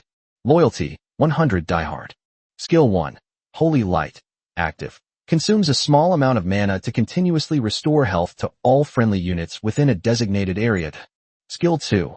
Life Revival. Active. Consumes a large amount of mana to revive a corpse that has been dead for no more than 1 minute, restoring 50% of its health. Cooldown, 24 hours. Skill 3. Divine Protection. Active. Grants all friendly units within a designated area a shield that absorbs a significant amount of damage. Skill 4. Heavenly Gospel. Ultimate skill. Consumes all mana to summon the Heavenly Gospel, granting all friendly units within the designated area invincible status for 5 seconds. Cooldown, 2 hours. Hiss. After seeing Leah's new attributes and skills, Lu Qingzhou couldn't help but gasp. That's incredible. That's ridiculously strong. Every single skill is incredibly overpowered. Lu Qingzhou closed the attribute panel, his excitement still lingering. He raised his head again and looked at Leah in front of him. She stood there quietly, the golden sunlight shining on her, as if gilding her with a divine glow. Holy, noble, and inviolable. Chapter 99. This place is not safe to stay. The next day, as the first rays of dawn shone into the territory, Lu Qingzhou walked out of the cabin feeling refreshed. He first wandered over to the incubation room and took a look. On the incubation platform, the dragon patterns on the shell of the primordial dragon egg, which exuded a chaotic aura, seemed to brighten a little more. Remaining incubation time, 4 days and 2 hours. It'll be soon, very soon. Lu Qingzhou's eyes were filled with anticipation. As he emerged from the incubation room, he clapped his hands, waking up all his wives who were still sleeping in. Wake up, everyone. Get up and get to work. Today's mission is clear. Take those 10 new elven mages and 5 hardworking Treant guards out to level up. With only the meager experience gained in the barracks, it would take forever to catch up with the main force. Master, where shall we go to play today? A blue-haired, long-legged elven mage asked with an expectant look on his face. We've already farmed all the experience points in the neighborhood, so today, I'm taking you guys to a new place to have some fun. Lu Qingzhou laughed and opened the map, locking his target on a dangerous and unknown area. Target, Howling Canyon. Howling Canyon, deep within. In a dark and damp cave, Xiao Tian recalled yesterday's list, his teeth grinding with hatred. More than 1.7 million. More than 1.7 million. He muttered the number absent-mindedly, his expression worse than if he had eaten shit. He painstakingly managed to curry favor with the Imperial envoy through trickery and deception, and then used forbidden techniques to create a powerful undead hero and a stitch giant. He finally managed to accumulate over 9,000 points and barely squeeze into the top 100 of the heavenly ranking. He thought he had already turned the tide and made a triumphant return. But now it seems that my achievements are a joke compared to Lu Qingzhou's miraculous points. No, impossible. Xiao Tian shook his head frantically, trying to convince himself that it must be a problem with the heavenly Dao system, a display bug.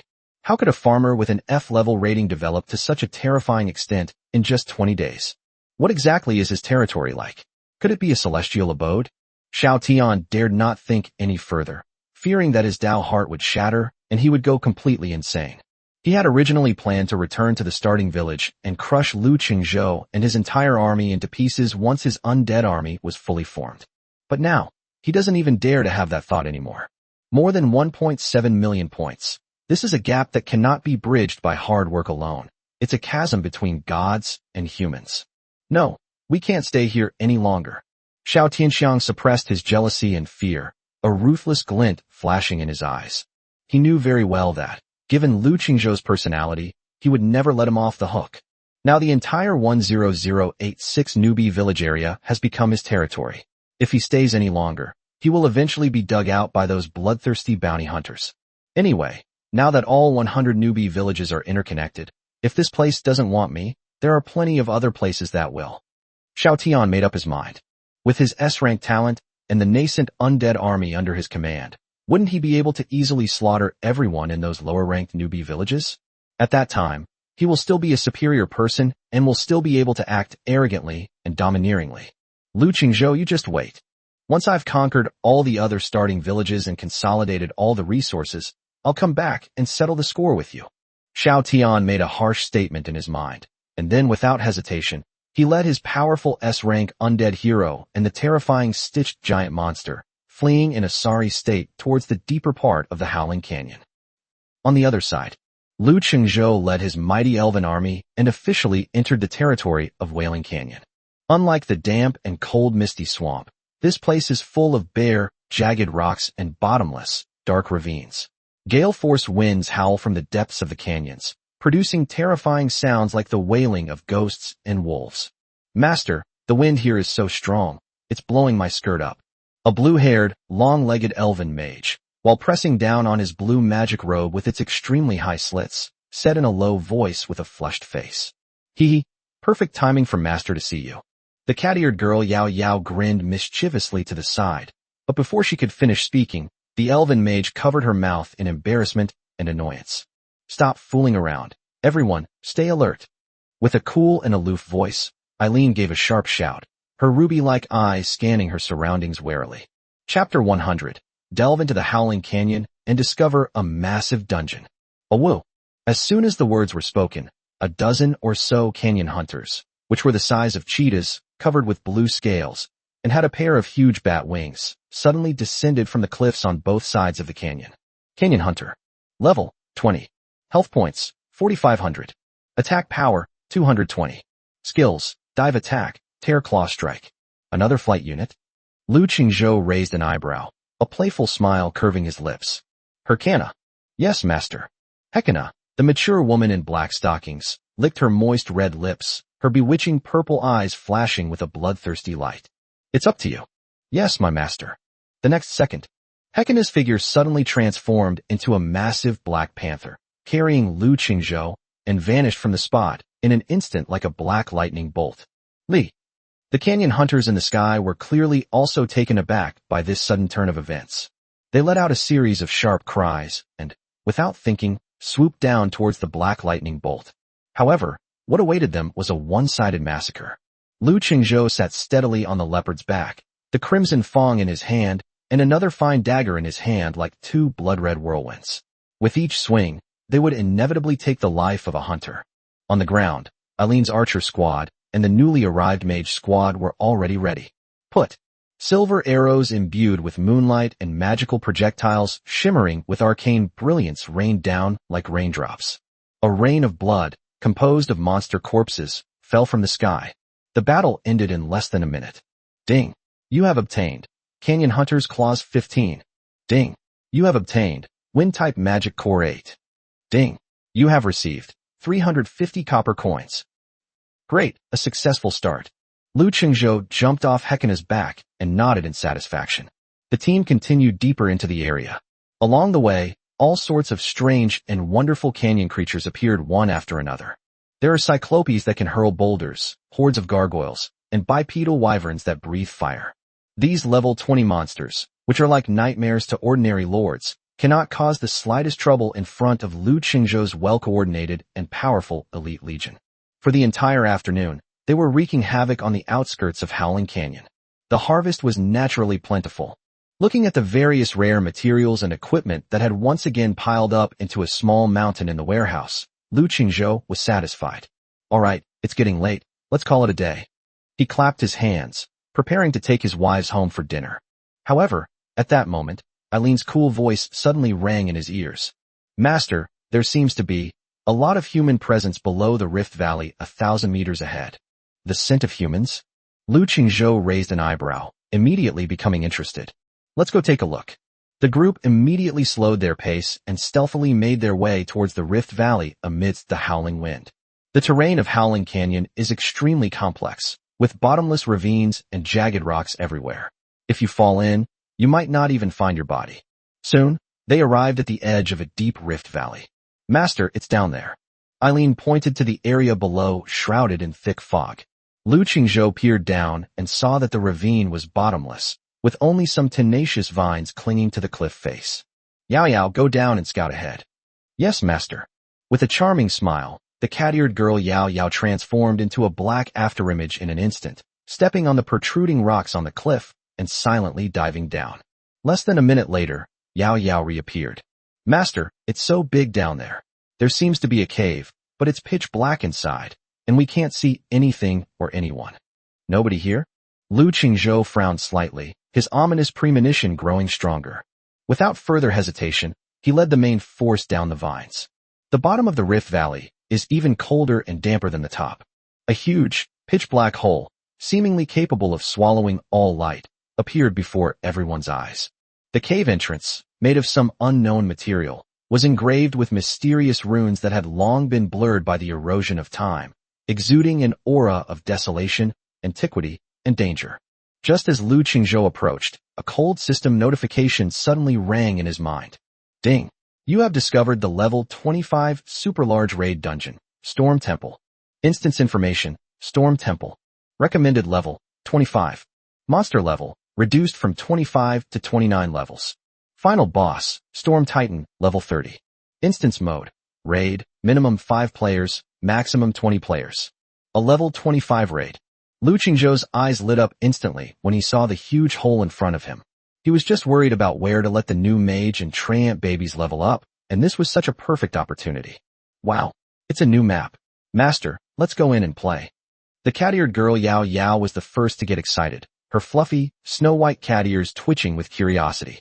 Master, the atmosphere inside is dangerous, The aloof Eileen was somewhat worried and instinctively wanted to dissuade him. What's there to be afraid of? Lu Qingzhou laughed heartily, then pulled his seemingly cold, but actually warm-hearted wife into his arms and kissed her delicate, snow-white face. With your husband here, I'll hold up the sky for you even if it falls down. All hands, prepare. Target, Storm Temple. Push through them. Yes, master. The moment you step into the Temple of Storms, a violent hurricane, mixed with icy wind blades, rushes towards you. The interior of the entire temple was a huge circular space, with eerie blue soul flames burning on the surrounding walls, illuminating the entire space in a strange way. In the very center of the temple, a massive tornado made of pure wind element was slowly rotating, radiating a terrifying pressure that made one's heart tremble. Hiss! Before everyone could even see their surroundings clearly, a series of chilling hissing sounds rang out from all directions. A dozen or so harpies, each over 3 meters tall, with the upper bodies of beautiful women and the lower bodies of vultures, and wings on their backs, swooped down from the dome of the temple. They held sharp claws made of wind elements in their hands, and their scarlet eyes were filled with savagery and hunger. Harpy. Level, 25. Health points, 6,000. Attack power, 220. Skills, Sonic Whisper, Dive Attack. Finally, a worthy opponent has arrived. Looking at the attributes of these monsters, Lu Qingzhou was not surprised, but rather pleased.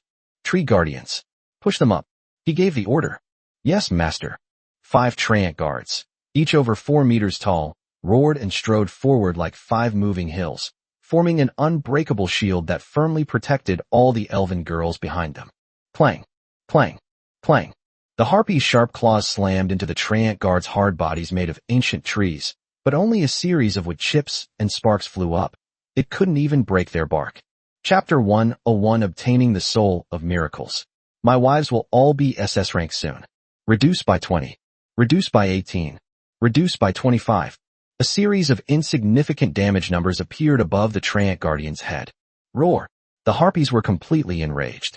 They opened their mouths wide, and visible sound waves spread out like ripples. However, before their sonic attack could hit, divine protection, the holy and noble Saintess Liao, wielding her staff, a golden shield instantly enveloped all the treant guards. The sound waves struck the shield, only creating ripples of gold, without causing any damage. Mage Squad. Blast them down. Lu Qingzhou's voice rang out again. The 10 blue-haired, long-legged elf mages, who were already prepared, instantly raised their crystal staffs. Arcane missiles. Frost arrow. Wind blade.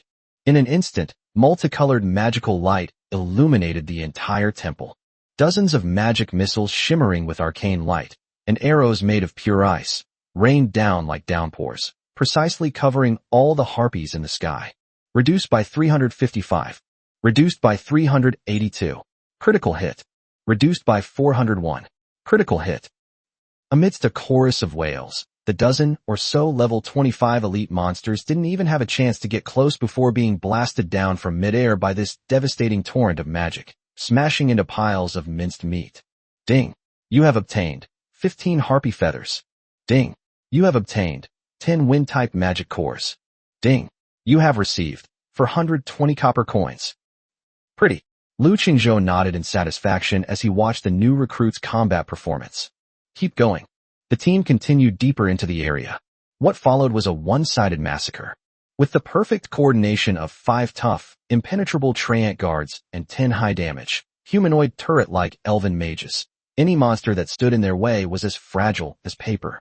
Soon, after paying a heavy price of several blue potions, the group pushed their way through and arrived at the first boss of the temple. It was a massive vortex made up of countless wind elements, blocking the way ahead. In front of the vortex, a storm giant, over 5 meters tall, made entirely of hard rock, and wielding a massive stone hammer, stood silently like a guardian deity. Storm Guardian, Boss Number 1. Level, 28.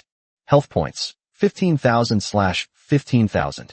Attack power, 280. Defense, 250. Skills, Earthshaker, Whirlwind Hammer, Rock Shield. Master, this thing looks really hard.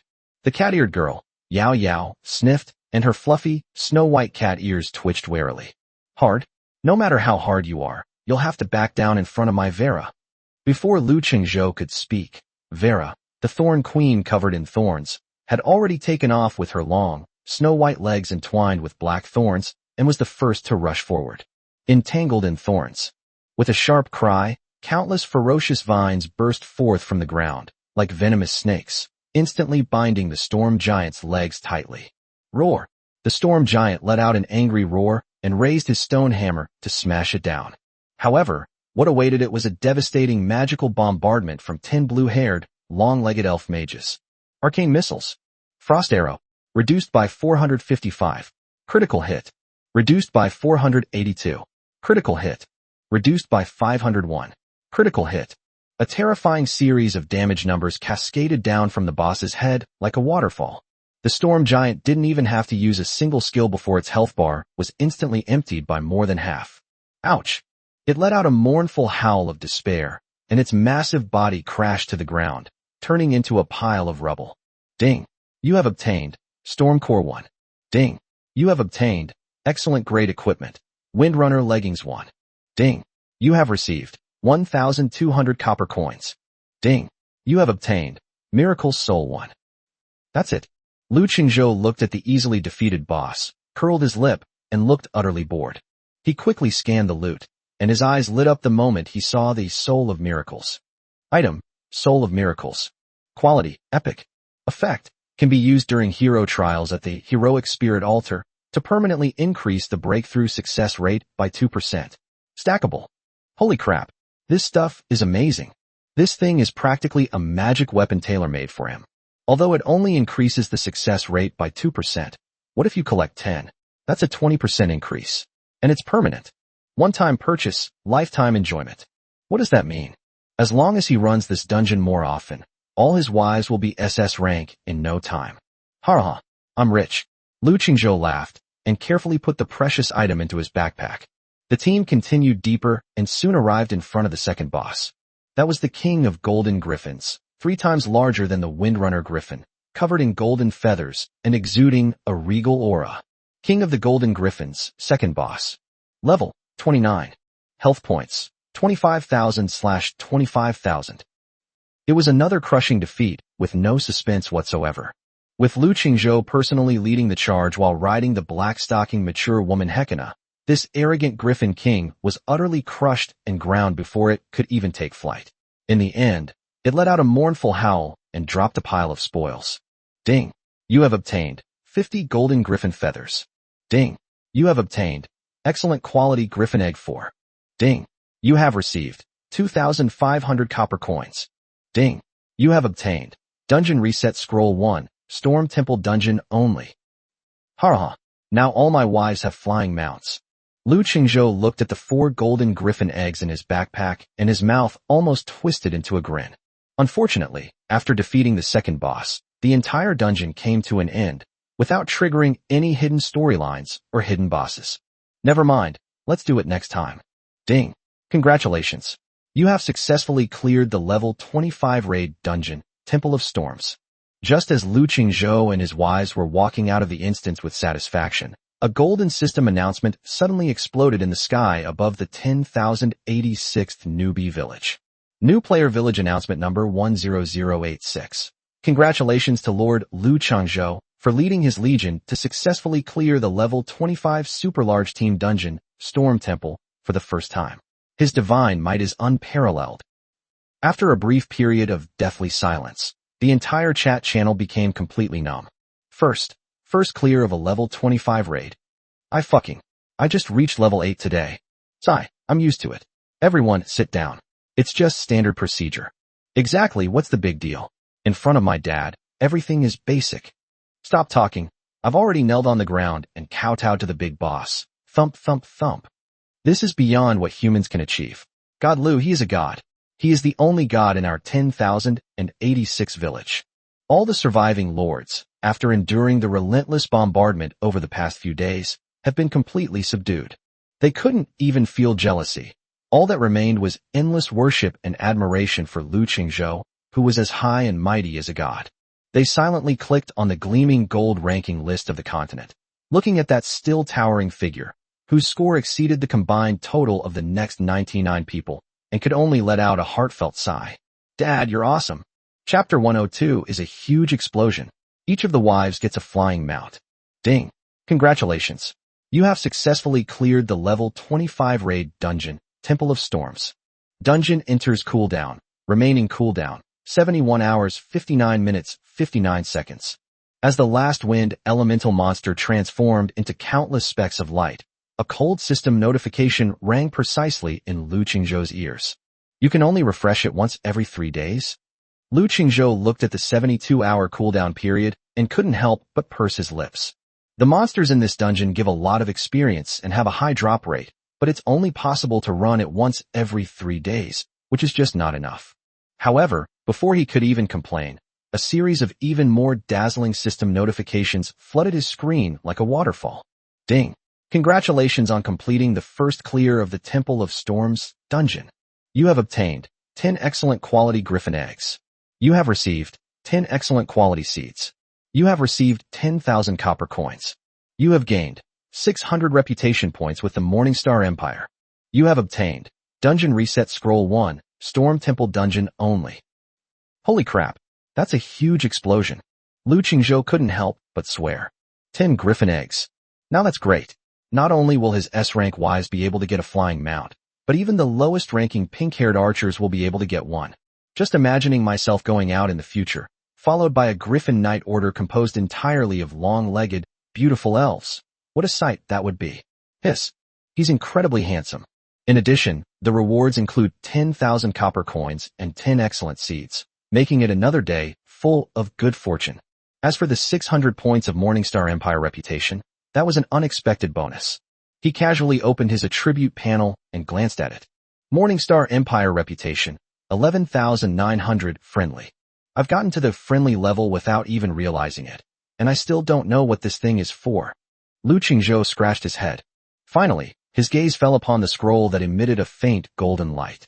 Dungeon Reset Scroll immediately resets the cooldown of the Temple of Storms dungeon upon use. Hee, good stuff. Lu Qingzhou looked at the scroll, his smile widening.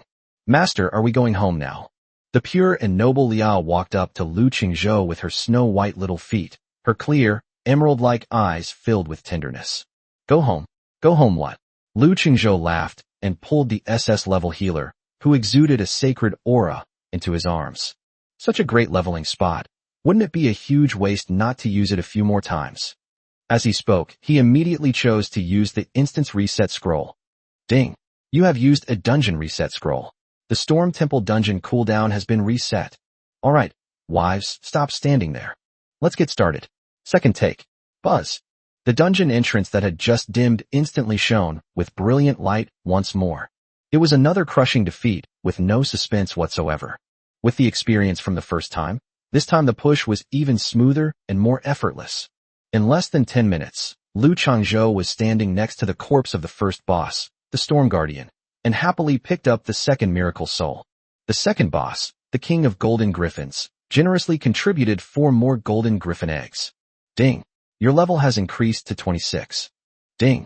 Your hero Moon Elf Irene has reached level 26. Ding! Your hero Cat-eared Assassin Yao Yao has reached level 26. Ding! Your Elf Mage unit has reached level 18. A series of upgrade notification sounds made Lu Changzhou feel clear-headed and relaxed all over.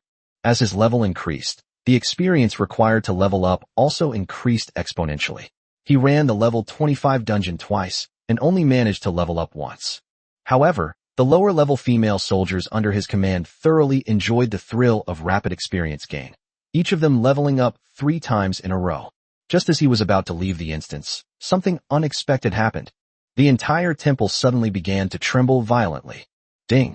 Warning! You have triggered the hidden boss, Storm Titan. In the center of the temple, the enormous tornado composed of pure wind elements suddenly contracted and condensed. In the end, it transformed into a titan giant over 20 meters tall, composed of thunder and storms. Storm Titan, Hidden Boss. Level, 30. Health points, 60,000/60,000. Attack power, 450. Defense, 300. Skills, Titan's Grip, Thunderstorm, Judgment Lightning. Damn, these attributes are insane. Looking at the ridiculously luxurious attribute panel, Lu Changzhou couldn't help but curse under his breath. Lia, everyone, shields up. He made a decisive decision and immediately issued the order. Yes, master. The holy and noble SS rank healer, Lia, immediately brandished her staff. Divine protection. Golden shields instantly enveloped all the elven girls. Roar. The Storm Titan seemed to be enraged by these little bugs who dared to challenge its majesty. It suddenly raised its thunderous hand, which was larger than a house, and slammed it down on the group. Titan's Grip. Spread.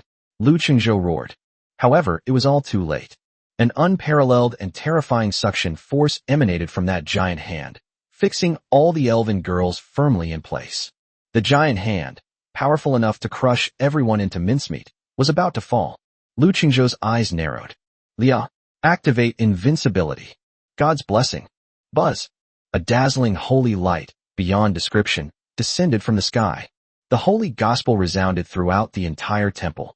A nearly tangible golden light shone from all the elven girls. 5 seconds. Invincible. Rumble. The giant thunderous hand crashed down, causing the entire temple to tremble violently. However, the elven maidens enveloped in holy light were completely unharmed. Wives, go all out on it. Yes, master. A series of silver arrows, imbued with moonlight. Arcane fireballs the size of wash basins. One deadly backstab after another, flashing with a dark purple light. As if it were free, it poured down on the Storm Titan. Reduced by 855. Critical hit. Reduced by 912. Critical hit. Reduced by 1024. Critical hit. Critical hit.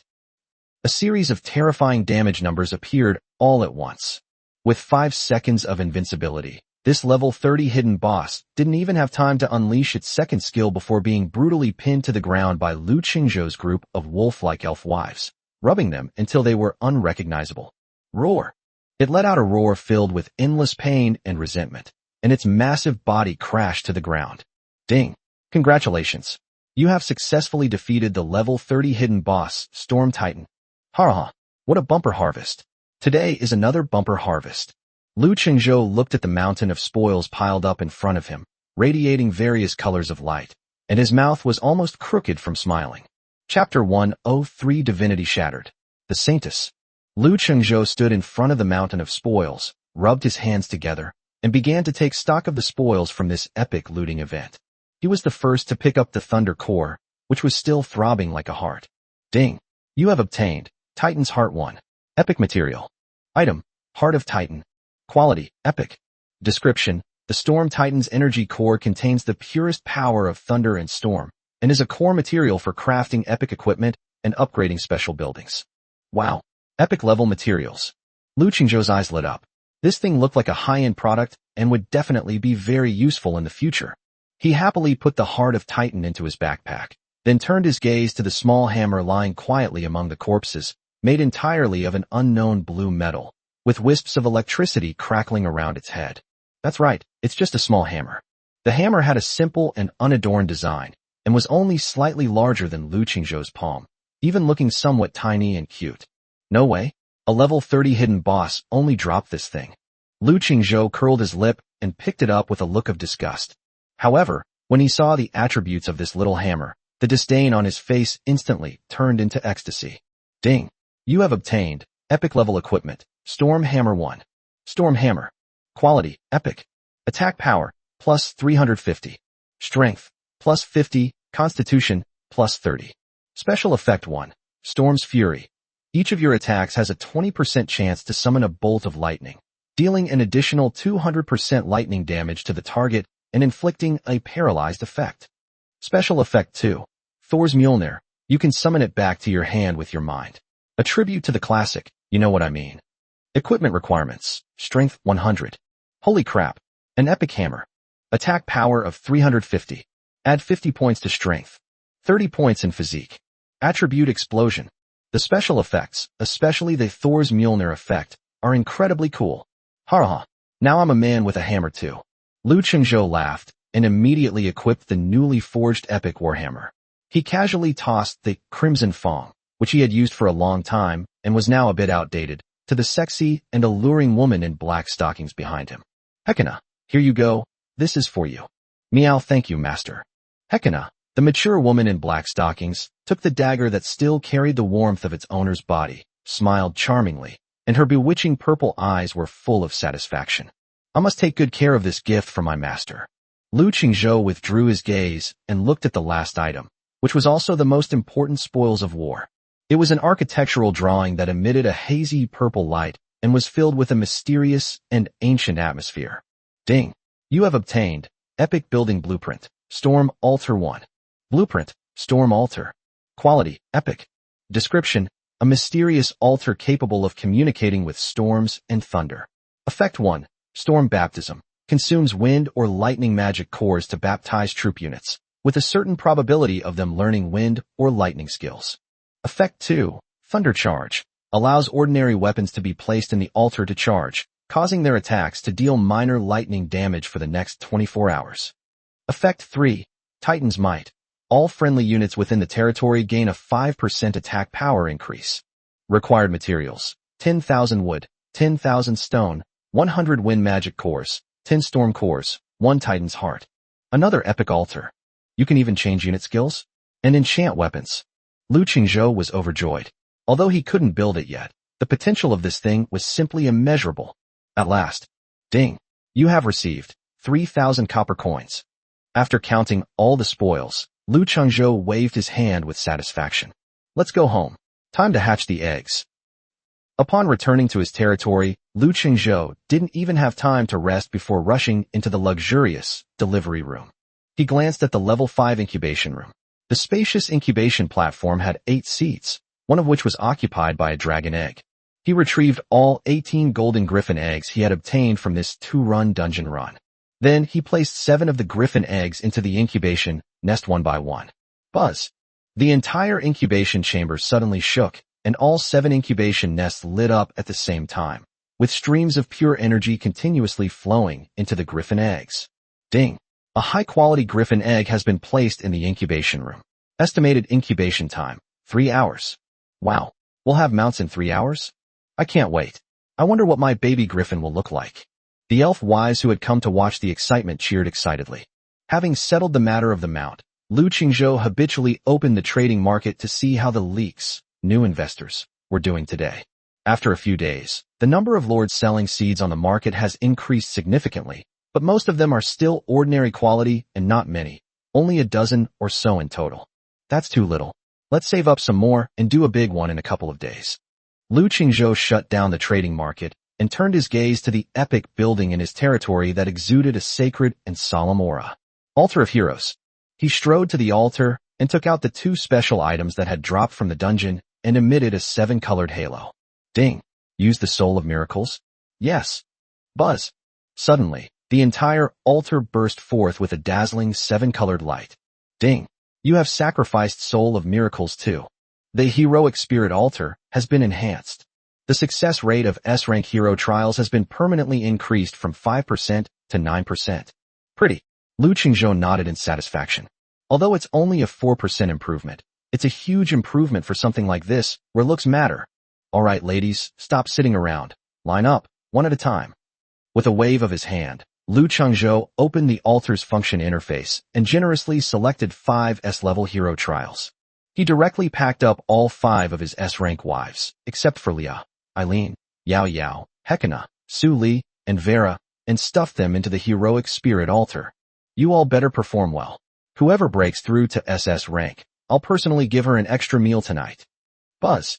5 dazzling lights flashed, and the 5 stunningly beautiful S-rank wives instantly transformed into 5 streams of light, being absorbed into the heroic spirit altar. Above the altar, 5 countdowns, each lasting 12 hours, appeared side by side. Lu Qingzhou watched the slowly ticking countdown, his heart filled with anticipation. Having settled the important matter of his wives' further education, the entire territory instantly became much quieter. Only the holy and noble SS rank healer, Lia, remained standing quietly behind him, her clear, emerald-like eyes, like the gentlest spring water, watching him silently. Master, is there anything you need Lia to do? Do what? Lu Qingzhou grinned, revealing a smile brimming with fatherly love. He took out 10 high-quality seeds from his backpack, which were also first clear reward seeds. Of course, it's farm work. In the vast and boundless primordial spirit field, Lu Qingzhou, like an experienced old farmer, personally demonstrated the techniques. The pure and noble Lia, like a curious child, followed behind him, imitating his actions. She imitated Lu Qingzhou's previous actions, carefully bending down and using her small, jade-like hands to dig holes in the ground. Chapter 104 Second Mutation. Mythical Building, Dragon Nest Hatchery. After an unknown amount of time, Lu Qingzhou stood up from the field, feeling refreshed and comfortable all over. He continued planting. Buzz. Shining with golden light. Ding. Divine mutation successful. You have obtained 100 units of high-grade material, star iron. Ding. Divine mutation successful.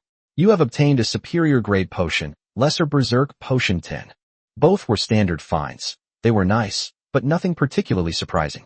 Lu Qingzhou continued planting the 3rd seed, just as it entered the soil. Ding.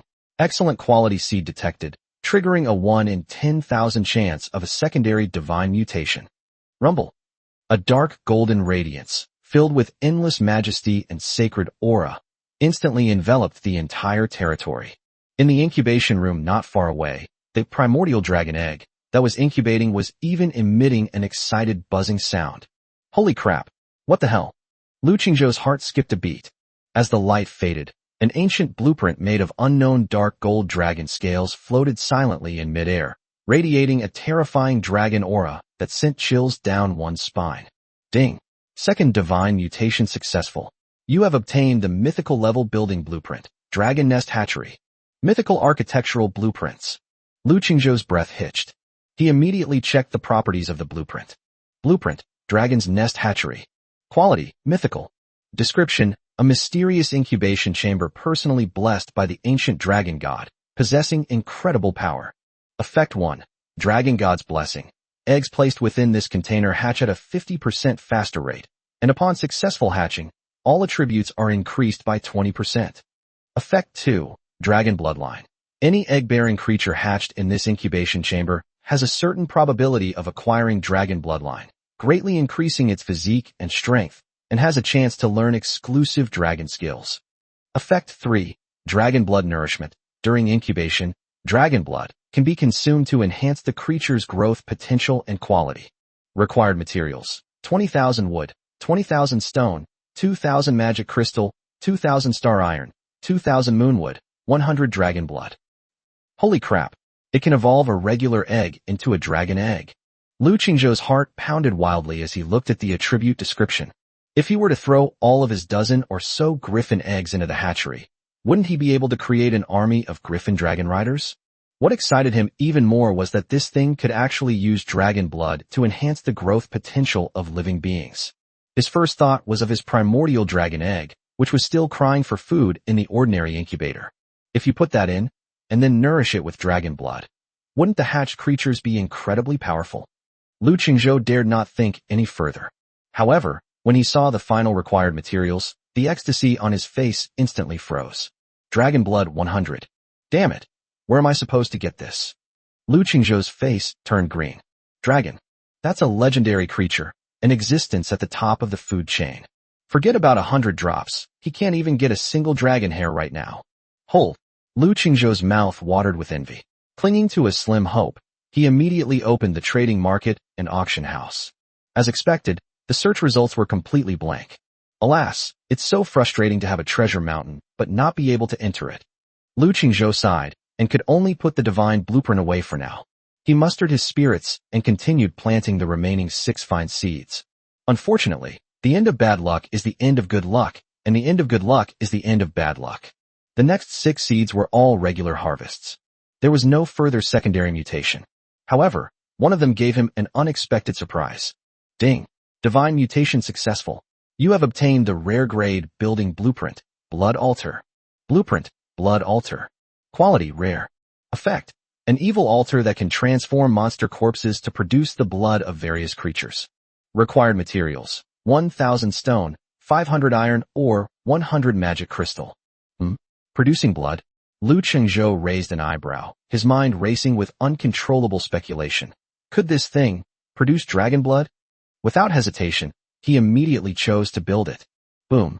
A dark red light, filled with a bloody and evil aura, lit up in a corner of the territory.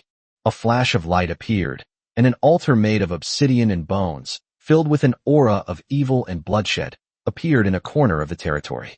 Lu Qingzhou strode over and directly opened the altar's production list. Level 1 blood altar. Can produce low-level beast blood, wolf blood, snake blood, bear blood. Lu Qingzhou took a deep breath and began a frenzied upgrade. Ding. Your blood altar has been upgraded to level 2. Ding. Your blood altar has been upgraded to level 3. A series of upgrade lights shone, and the small altar instantly transformed into a magnificent building covering hundreds of square meters, filled with an evil aura. Lu Qingzhou opened the production list again. Level 5 blood altar. Can produce high-grade beast blood, griffin blood, chimera blood. Level 6 blood altar. Insufficient territory level, not unlocked. When Lu Qingzhou saw the last locked option, his heart skipped a beat. There's hope. Without even thinking, he clicked the upgrade button. Notice, your territory level is insufficient to upgrade. Damn it, I'm stuck at the level again. Lu Qingzhou opened the upgrade interface of the territory core while cursing. Chapter 105. Eileen and Su Li are promoted to SS rank at the same time. Territory core, level 5. Requirements for upgrading to level 6. 1. Timber 15,000, stone 15,000, iron or 15,000. 2. Moonwood 2,000, star iron 2,000, magic crystal 2,000. 3. Heart of the Earth 6. Looking at this series of resource requirements, Lu Qingzhou couldn't help but frown. Basic and advanced resources are easy to obtain. He can gather them all now. But where are we going to get 6 of these Heart of the Earth? Lu Qingzhou stroked his chin. Never mind. Let's just throw money at it. He reopened the trading market and posted buy orders using a bunch of unused items he had grown earlier, along with a few pieces of high-quality equipment. With the help of money, in less than half an hour, the 4 Earth Hearts radiating an earthy yellow glow were successfully acquired. Only 2 more to go. Seeing that he was one step closer to upgrading his territory, Lu Qingzhou was in high spirits. The next morning, the 5 countdowns above the altar of heroes finally reached 0 simultaneously. They're out. Lu Qingzhou immediately perked up and quickly walked over. Buzz. Light flashed continuously on the altar.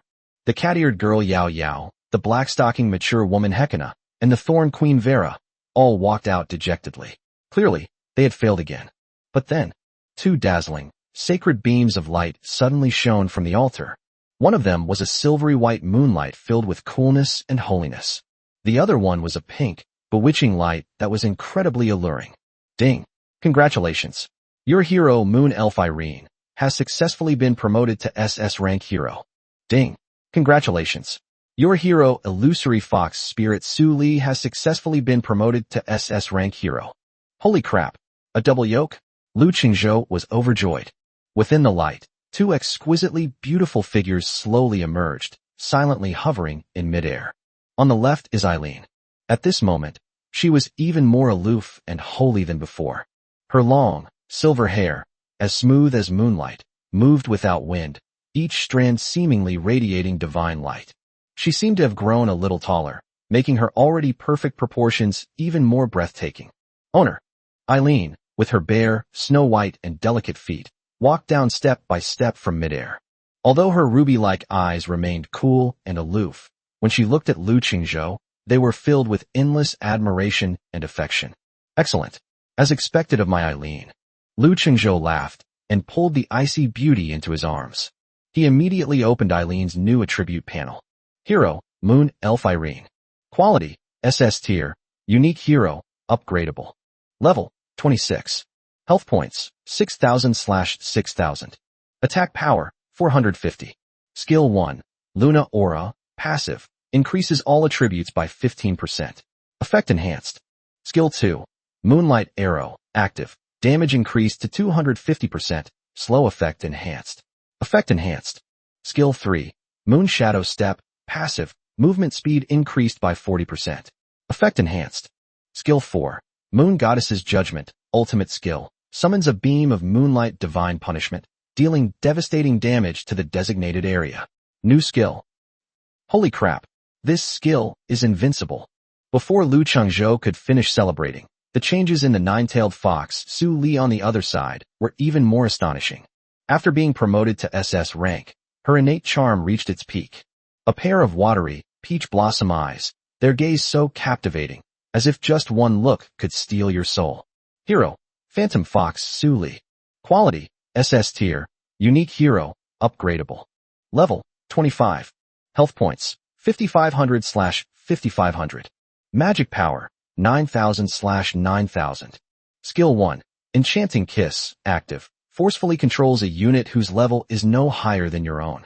Duration is related to the difference in mental strength between the two parties. Effect enhanced. Skill 2, Illusion Domain, active, creates an illusion that confuses all enemies within its range. Effect enhanced. Skill 3, Nine-Tailed Sky Rush, active, all nine tails unleash their power, destroying the heavens and the earth. Effect enhanced. Skill 4, Obsession with Desire, ultimate skill, designate a target and trap them in an endless illusion of desire, from which they cannot escape, at your mercy. New skill. Master. With alluring cat-like steps, Su Li walked up to Lu Qingzhou. Are you satisfied with Su Li's current appearance? Satisfied. Extremely satisfied.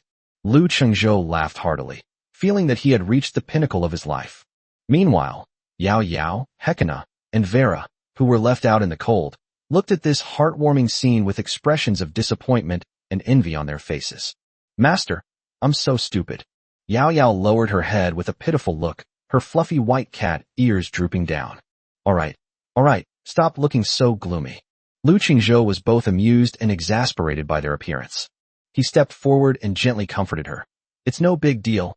Your husband has plenty of money. Spend as much as you want. One day you'll break through to SS level. With comfort and kisses from their master, the three girls' disappointment vanished, and they were instantly filled with energy again. Yes, master. We'll definitely succeed next time. Lu Qingzhou laughed and threw out another 9,000 copper coins. Ding! You have successfully unlocked 3 S-rank hero trials by consuming 9,000 copper coins. With a flash of light, the three women were once again sent to the heroic spirit altar for further study. Chapter 106, Embracing an Iceberg on the left and a demon fox on the right. Just as Lu Qingzhou was about to embrace 2 women, the trading market's notification sound suddenly rang out. Ding! A new transaction has been completed. Lu Qingzhou raised an eyebrow, opened the package, and couldn't contain his joy. The acquisition he posted earlier has actually been completed by someone else. I finally got the last 2 Heart of the Earth that I was missing. Ha! Heaven is on my side. Lu Qingzhou laughed loudly. He had prepared for a long war of resistance, but he did not expect happiness to come so suddenly. It seems there are quite a few lucky people in this area. Considering the scarcity and importance of the strategic resource, the Heart of the Earth, he rolled his eyes and decided to go all out, posting an even more outrageous acquisition offer. Acquirer, Lu Qingzhou, Newbie Village number 10086. Item to be acquired. Heart of the Earth. Trading method. Choose one rare item. Or choose one high-quality equipment. Note, unlimited purchase. We'll take as many as you have. The moment the acquisition order was sent out, the entire regional channel erupted in chaos once again. Countless people lamented their loss, wishing they could exchange their talents for treasure hunting and work for Lu Xun all over the world. But Lu Qingzhou was too lazy to care about any of that. Now let's get down to business. He walked directly to the center of the territory, to the stone tablet that represented the core of the territory. Upgrade. Level 6 territory. Ding. Detected that all required materials have been collected. Do you wish to consume all materials to upgrade the level 5 territory core to level 6 territory core? Yes. Rumble. The entire territory trembled violently once again. Ding. Congratulations. Your territory level has been upgraded to level 6. The maximum level for all buildings has been increased to level 6. Good. Without stopping, Lu Qingzhou rushed to the blood altar, which was filled with an evil aura. Promote me. Ding. Your blood altar has been upgraded to level 6. A beam of blood-red light shot into the sky, and the entire altar seemed to come alive. The strange blood-red runes engraved on it slowly writhed like blood vessels, filled with an ominous aura. Lu Qingzhou eagerly opened the production list.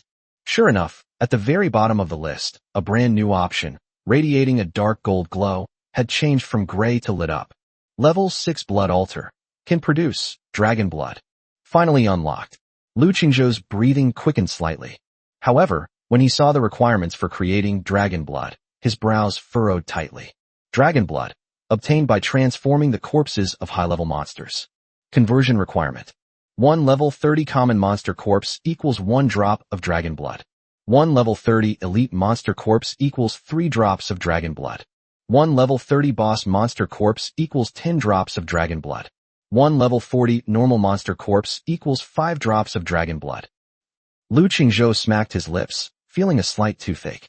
It seems that I'll have to grind through some high-level monsters again to hatch his precious dragon egg. Time is tight, and the task is heavy. He must now race against time to hatch his unborn baby dragon as soon as possible. All personnel assemble. Destination, Howling Canyon. Clear all the level 30 monsters for me. At a single command, the entire elite legion, composed entirely of top-tier elf girls, once again set off in a grand and imposing manner. Howling Canyon, where the wind howls. Lu Qingzhou led his formidable all-female army into this dangerous area once again. This time, his team's lineup is simply phenomenal. 3 SS rank heroes. The holy and noble life saintess, Lia, possesses astonishing healing abilities. The aloof and stunningly beautiful moon goddess, Irene, pierced through the heart with a single arrow. The bewitching and captivating 9-tailed celestial fox, Su Li. Behind them were 10 blue-haired elf mages, also dressed in revealing, slit robes, and 5 towering Treant guards. As for the lower-ranking pink-haired archers and moonlight sentries, Lu Qingzhou left them at home to guard the house and give them extra training in the barracks. Eileen, Su Li, you two just advanced at SS rank. Today we'll see what you do. Yes, master. Eileen's pretty face flushed slightly, but her ruby-like eyes were filled with confidence and fighting spirit. Hee master, just you wait, and see how Su Li turns all the monsters here into your obedient babies today. The little fox spirit Su Li's eyes were alluring, and her 9 fluffy tails swayed excitedly behind her. Roar! No sooner had the words been spoken than a deafening roar came from the depths of the canyon. A dozen or so, level 30 rock trolls, each the size of a small mountain and covered in hard rock armor, charged out of the rift with heavy steps. They wielded enormous stone pillars, and with each step they took, the ground trembled violently. Good timing. Lu Qingzhou's eyes lit up. Eileen. Clear. Eileen's beautiful, aloof, snow-white face remained completely calm as she slowly drew back the wind whisper longbow. Buzz. A dazzling silver moonlight slowly took shape on the bowstring. The terrifying energy fluctuations even distorted the surrounding air. Moon Goddess Judgment. Call out. A silver beam of light, seemingly capable of purifying all evil in the world, shot out from the bow. The beam of light was incredibly fast, seemingly ignoring the distance and space. It instantly traversed hundreds of meters and accurately struck the elite rock troll charging at the forefront. Reduced by 1800. True damage. A terrifying, blood-red damage number, without any defense reduction, slowly emerged from the top of the troll's head. Roar! The terrifying level 30 elite monster didn't even have time to utter a scream before its massive, mountain-like body exploded into countless pieces of rubble. Sold out instantly. Chapter 107 The Strength of My SS Rank Wife. Hee Sister Eileen is so amazing. But, watch me instead. The little fox spirit Suli chuckled, not to be outdone. Her watery, peach blossom eyes narrowed slightly, and a pink energy full of ultimate allure spread out like ripples. Illusion Realm. Buzz. The remaining dozen or so ordinary rock trolls suddenly stiffened, and their eyes, which were already filled with a violent aura, instantly became chaotic. Roar. The next second. What happened next made everyone's jaws nearly pop out. The dozen or so rock trolls seemed to have gone mad, suddenly turning around and swinging their stone pillars down at their companions. Bang, bang, bang. For a moment, the entire canyon echoed with the roars of the trolls killing each other and the loud crashes of the stone pillars colliding. In less than a minute, more than a dozen level 30 monsters were wiped out by Su Li's abnormal group control, killing each other in one fell swoop. Master, is Su Li powerful? Su Li ran up to Lu Chengzhou as if she wanted to take credit, rubbing her 9 fluffy tails against him. Amazing. My darling wife is the best. Lu Chengzhou laughed heartily, pulled the little vixen into his arms, and gave her a hard kiss on her stunningly fair face. With these 2 SS-class superweapons, the battles to come will be a piece of cake. The entire Howling Canyon has been completely transformed into Lu Chengzhou's personal slaughterhouse. Push through the enemy lines. Baron. Every single monster above level 30 was slaughtered by this ferocious army. Ding. You have obtained 1 corpse of a level 30 elite rock troll. Ding. You have obtained 12 level 30 rock troll corpses. Ding. You have obtained 5 level 30 thunder lizard corpses. Ding. You have obtained. That night, Lu Chengzhou returned home laden with a mountain of monster corpses. He didn't even have time to rest before rushing into the blood altar, which was filled with an evil aura. Transform me. Boom. Blood splattered into the sky. He threw the corpses of level 30 monsters, each exuding a terrifying aura, into the altar like trash. Ding. You have consumed 1 level 30 common monster corpse and successfully converted it into 1 dragon blood. Ding. You have consumed 1 level 30 elite monster corpse and successfully converted it into 3 dragon blood. A series of system notification sounds, like the most beautiful music. After the last corpse was transformed, Lu Chengzhou looked at the 38 drops of dragon blood in his system backpack, which emitted a dark golden halo, and frowned slightly. Only 38 drops. That's a bit slow. He worked hard all day and only managed to gather a third of the required amount. To collect 100 drops, wouldn't I have to grind for another 2 days? No, we have to find a way to get a lot of high-level monster corpses. Lu Chengzhou stroked his chin, lost in thought. But after thinking it over and over, he sadly realized that there seemed to be no other way but to rely on himself. The lords in this area are generally around level 10. They probably haven't even seen a level 30 monster, let alone killed one. Expecting them to provide corpses is simply a pipe dream. Forget it, I don't want to think about it anymore. I'll just focus on my liver. Lu Chengzhou shook his head, his fighting spirit rekindled in his eyes. However, before starting the next round of intense work, I need to digest today's spoils first. Lu Chengzhou took out all the equipment and materials he had obtained from sweeping through Howling Canyon today and piled them up on the ground into a small mountain.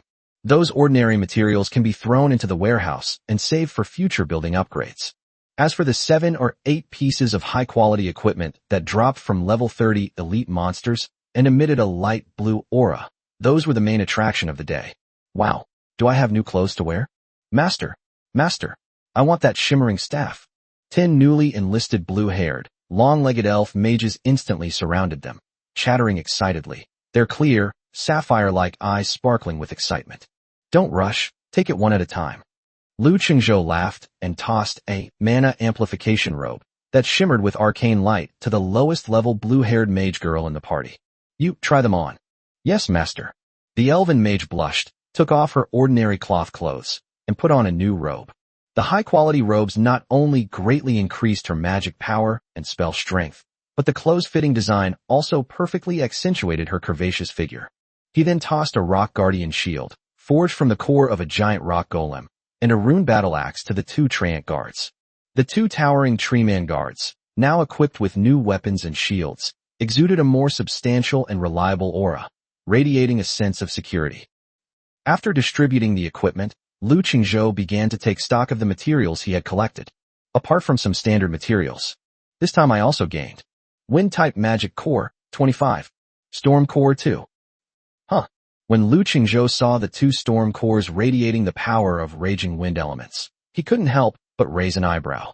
He had previously thought that this item only dropped from the first boss in the level 25 dungeon, Storm Temple. Surprisingly, these level 30 elite monsters in the wild actually have a chance to drop them. It seems that Wailing Canyon is truly a blessed place. He immediately opened his backpack to examine the epic building blueprint that had been dropped from the Storm Titan, which he hadn't had time to study yet. Blueprint, Storm Altar. Quality, Epic.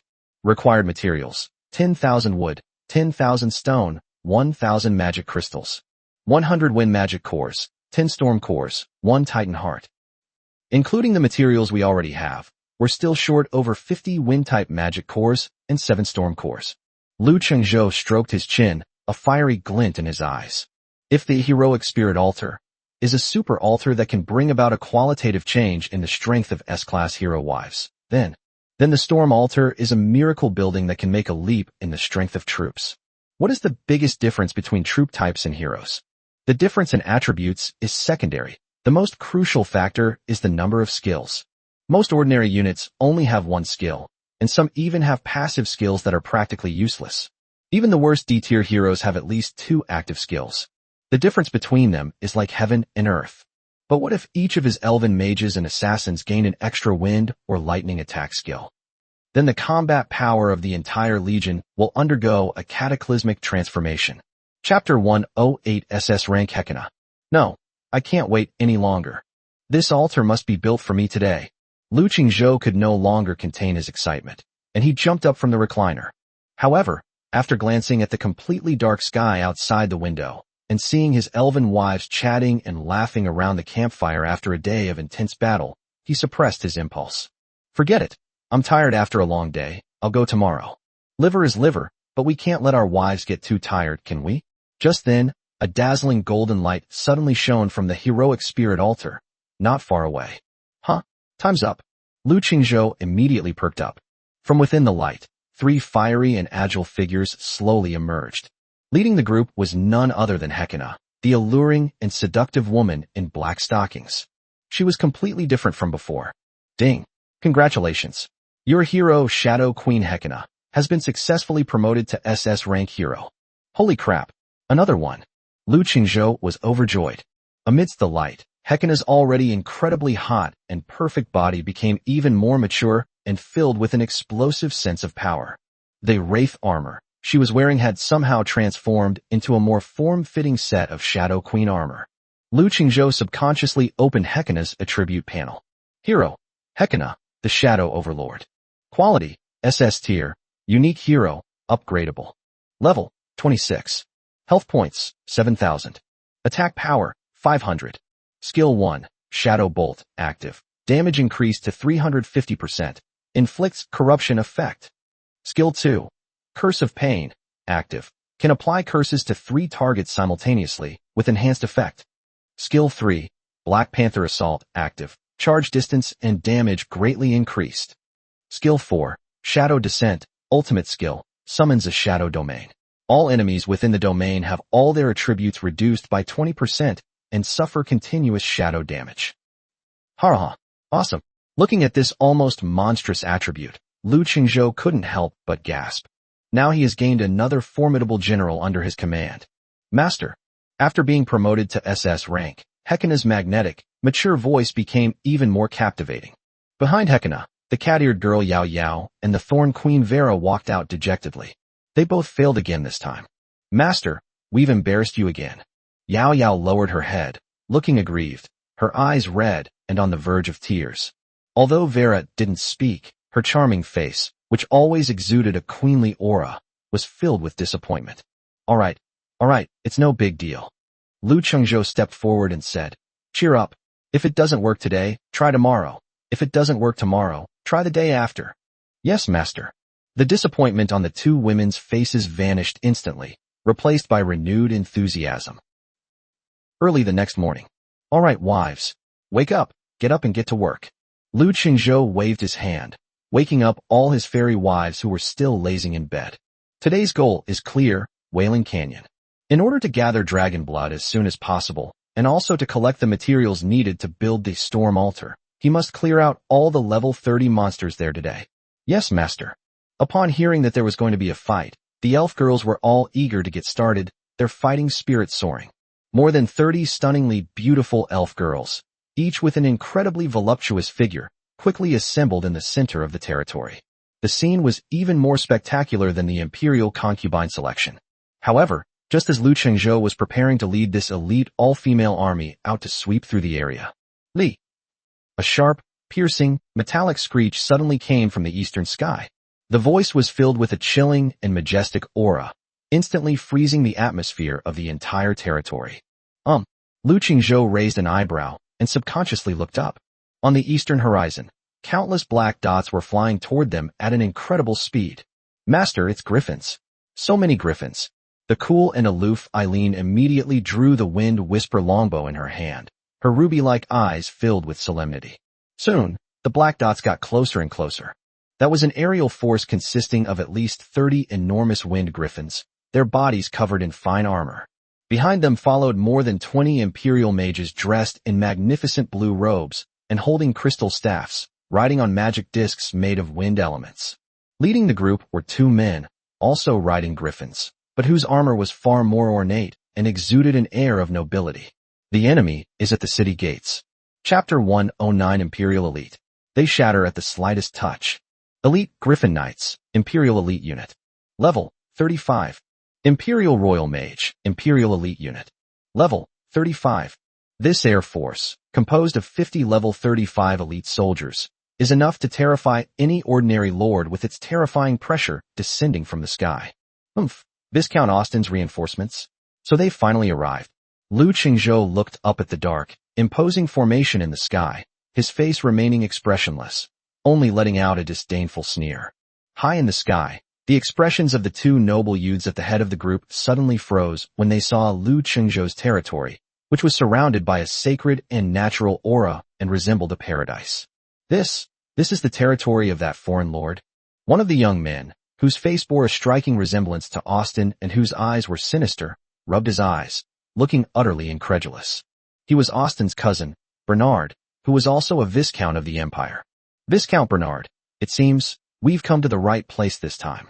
Another handsome young man, whose eyes were filled with greed, licked his lips and spoke in a low, hoarse voice. His name was Clyde, and he had the blood of the Morningstar Empire's royal family flowing through his veins. He was the illegitimate son of a prince and the eldest daughter of the Austin family. They came seeking revenge and fighting for the honor of their families. But when they saw the primordial life ancient tree that seemed to breathe slowly like a living thing, and the sacred elf ancient tree that covered the sky, their pitiful family honor was instantly devoured by endless greed.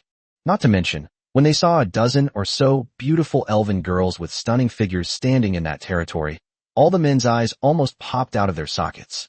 Not only do we want to steal his sacred tree, but we also want to steal his woman. Clyde's eyes burned with a fierce lust. You are that lowly commoner named Lu Qingzhou. Bernard suppressed his surging greed, rode his griffin forward, and questioned him arrogantly in a condescending tone. Spit it out. Presumptuous. The knights behind Bernard were furious. Is this the man who murdered my cousin, Viscount Austin?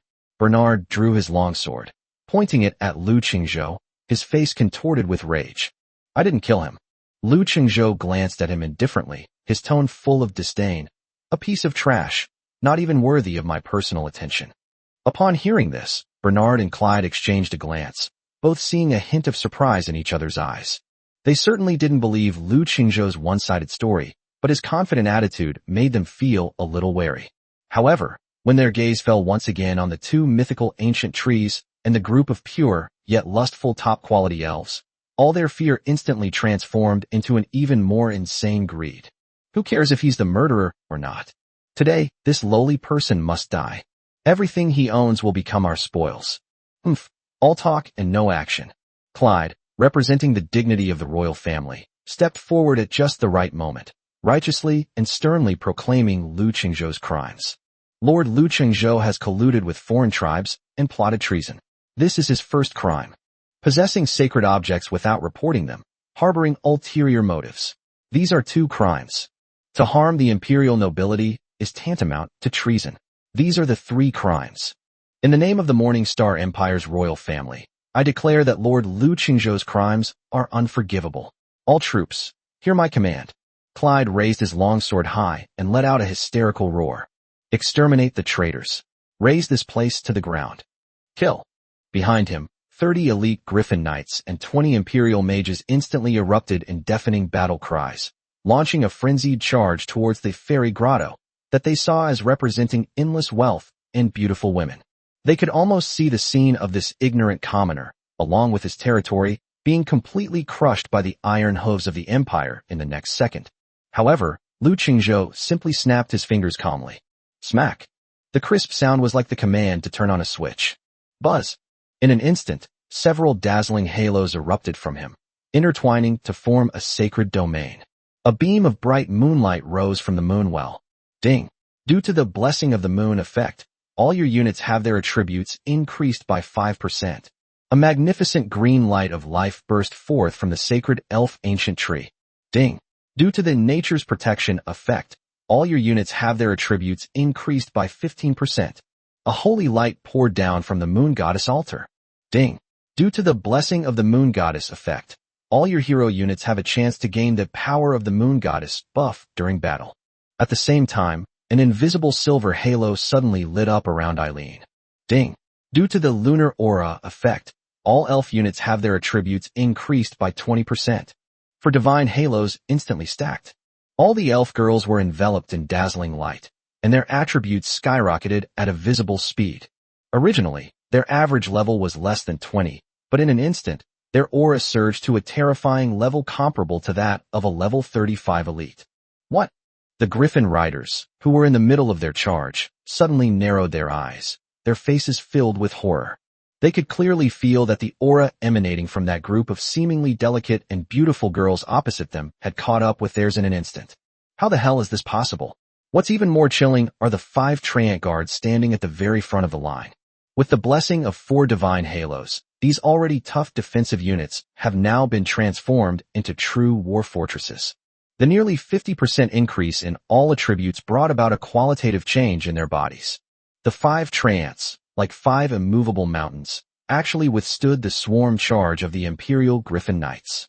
Their tree arms, thicker than buckets, were now gleaming with a faint golden light, harder than steel. Lee. Several Griffin riders swooped down, but their lances couldn't even pierce the bark of the Treant guards. Instead, their hands went numb from the impact. Roar. The Treant guard let out a deep, thunderous roar, and its massive, fan-like hands suddenly shot out, grabbing the wing of the griffin that was swooping down. Snap! A series of teeth-grinding, tearing sounds rang out. Those majestic griffins were torn in half alive, like little chicks. Blood splattered, feathers flew everywhere. The knight on the back screamed in terror and fell from midair. Before he even hit the ground, he was trampled down by the Trent's millstone-like giant foot. Uft! The flesh and blood had turned to mush, a truly horrifying sight. All of this happened so fast that the Imperial army behind them didn't even have time to react. Chapter 110 SS Rank, Cat-Eared Girl Yao Yao. SS Rank, Thorn Queen Vera. Put. Within the territory, Eileen's cool voice rang out softly. The blue-haired mage and pink-haired archer, who were already prepared, moved in response. In an instant, multicolored magical light and a rain of arrows poured down on the Griffin Knights in the sky, as if they were free. Boom, boom, boom. The entire sky was filled with deafening explosions. Ah! Watch out. There's an ambush. The 7 or 8 Griffin riders at the forefront didn't even see the enemy before they were blasted down from midair by this devastating magical torrent, and were smashed into a pile of minced meat along with their birds. Hold your ground. Mage Squad. Activate your shields. Behind him, Clyde stared at the bizarre scene for a moment, then roared at the top of his lungs. 20 Imperial mages immediately brandished their staffs, and a massive pale blue magical shield instantly unfolded, enveloping the entire army. However, just when they thought they had the situation under control. Now, Lu Qingzhou's voice rang out again. Hekina. Suli. Yes, my master. 2 stunningly beautiful figures, capable of driving any man mad, darted out like ghosts, one on the left and one on the right, directly charging into the chaotic formation of the Imperial mages. What? Clyde and Bernard's expressions changed drastically. They never dreamed that the other side would dare to take the initiative. Court death. Bernard roared, drew his longsword, and charged first at Hekina, the mature woman with an extremely hot figure wearing black stockings. Your opponent is me. However, what awaited him was a silver moonlight that was faster and more eerie than him. The SS-rank moon goddess, Irene, had appeared before him at some point, her wind whisper longbow already drawn to its fullest extent. Get out of my way. Without a second thought, Bernard swung his sword at the enemy. However, Eileen's figure flickered like a ghost, easily dodging his attack, and at the same time releasing the bowstring. Call out. A silver arrow, imbued with moonlight, grazed Bernard's cheek, leaving a deep, bone-revealing bloodstain on his handsome face. Reduced by 850. Ah! Bernard screamed and retreated, clutching his face. He stared in disbelief at the aloof and stunningly beautiful silver-haired girl before him, whose level was clearly more than 10 levels lower than his, yet who could easily overpower him. His heart was filled with shock. It's actually an SS-class hero? On the other hand, Clyde's situation was even more miserable than his. Just as he was about to go and support the mage group, he was tightly entangled by that stunningly beautiful fox demon with 9 fluffy, snow-white tails behind her. Hey bro, don't be in such a hurry. With her voice that could melt bones, Su Li's 9 large, furry tails, like 9 giant white pythons, blocked all of Clyde's escape routes from all directions. Get out of my way, you vixen. Clyde was both shocked and furious. He brandished his staff and unleashed a barrage of fireballs and ice arrows. However, Su Li's figure moved like a ghost, darting freely through the flames and frost, without even a speck of dust on her gossamer thin pink dress. That guy is so fierce. She dodged while giving him a flirtatious look. Her innocent yet alluring appearance ignited a fire in Clyde's heart, causing his attacks to become increasingly chaotic and disorganized. Damn it! Damn it! 2 arrogant Imperial prodigies were actually outmaneuvered by an SS-rank hero of a lower level than themselves. Enough! Bernard and Clyde exchanged a glance, both seeing endless humiliation and anger in each other's eyes. They held nothing back and unleashed their trump cards. In the name of the Austin family, power of blood, unleash! Bernard roared, and his silver armor burst open, revealing his bulging muscles. His body swelled at a visible speed, and strange, blood-red patterns appeared on his skin. His aura surged several times over at that moment. Royal secret technique. Wrath of the fiery dragon. Clyde also roared at the same time, and the crystal staff in his hand shattered violently, turning into a sky full of fire. A ferocious fire dragon, made of pure flames, roared up from behind him, engulfing his entire body. Die, you lowly alien race. Today, I'll show you what true noble power is. Bernard and Clyde erupted in hysterical roars, their ferocious aura sweeping across the entire battlefield.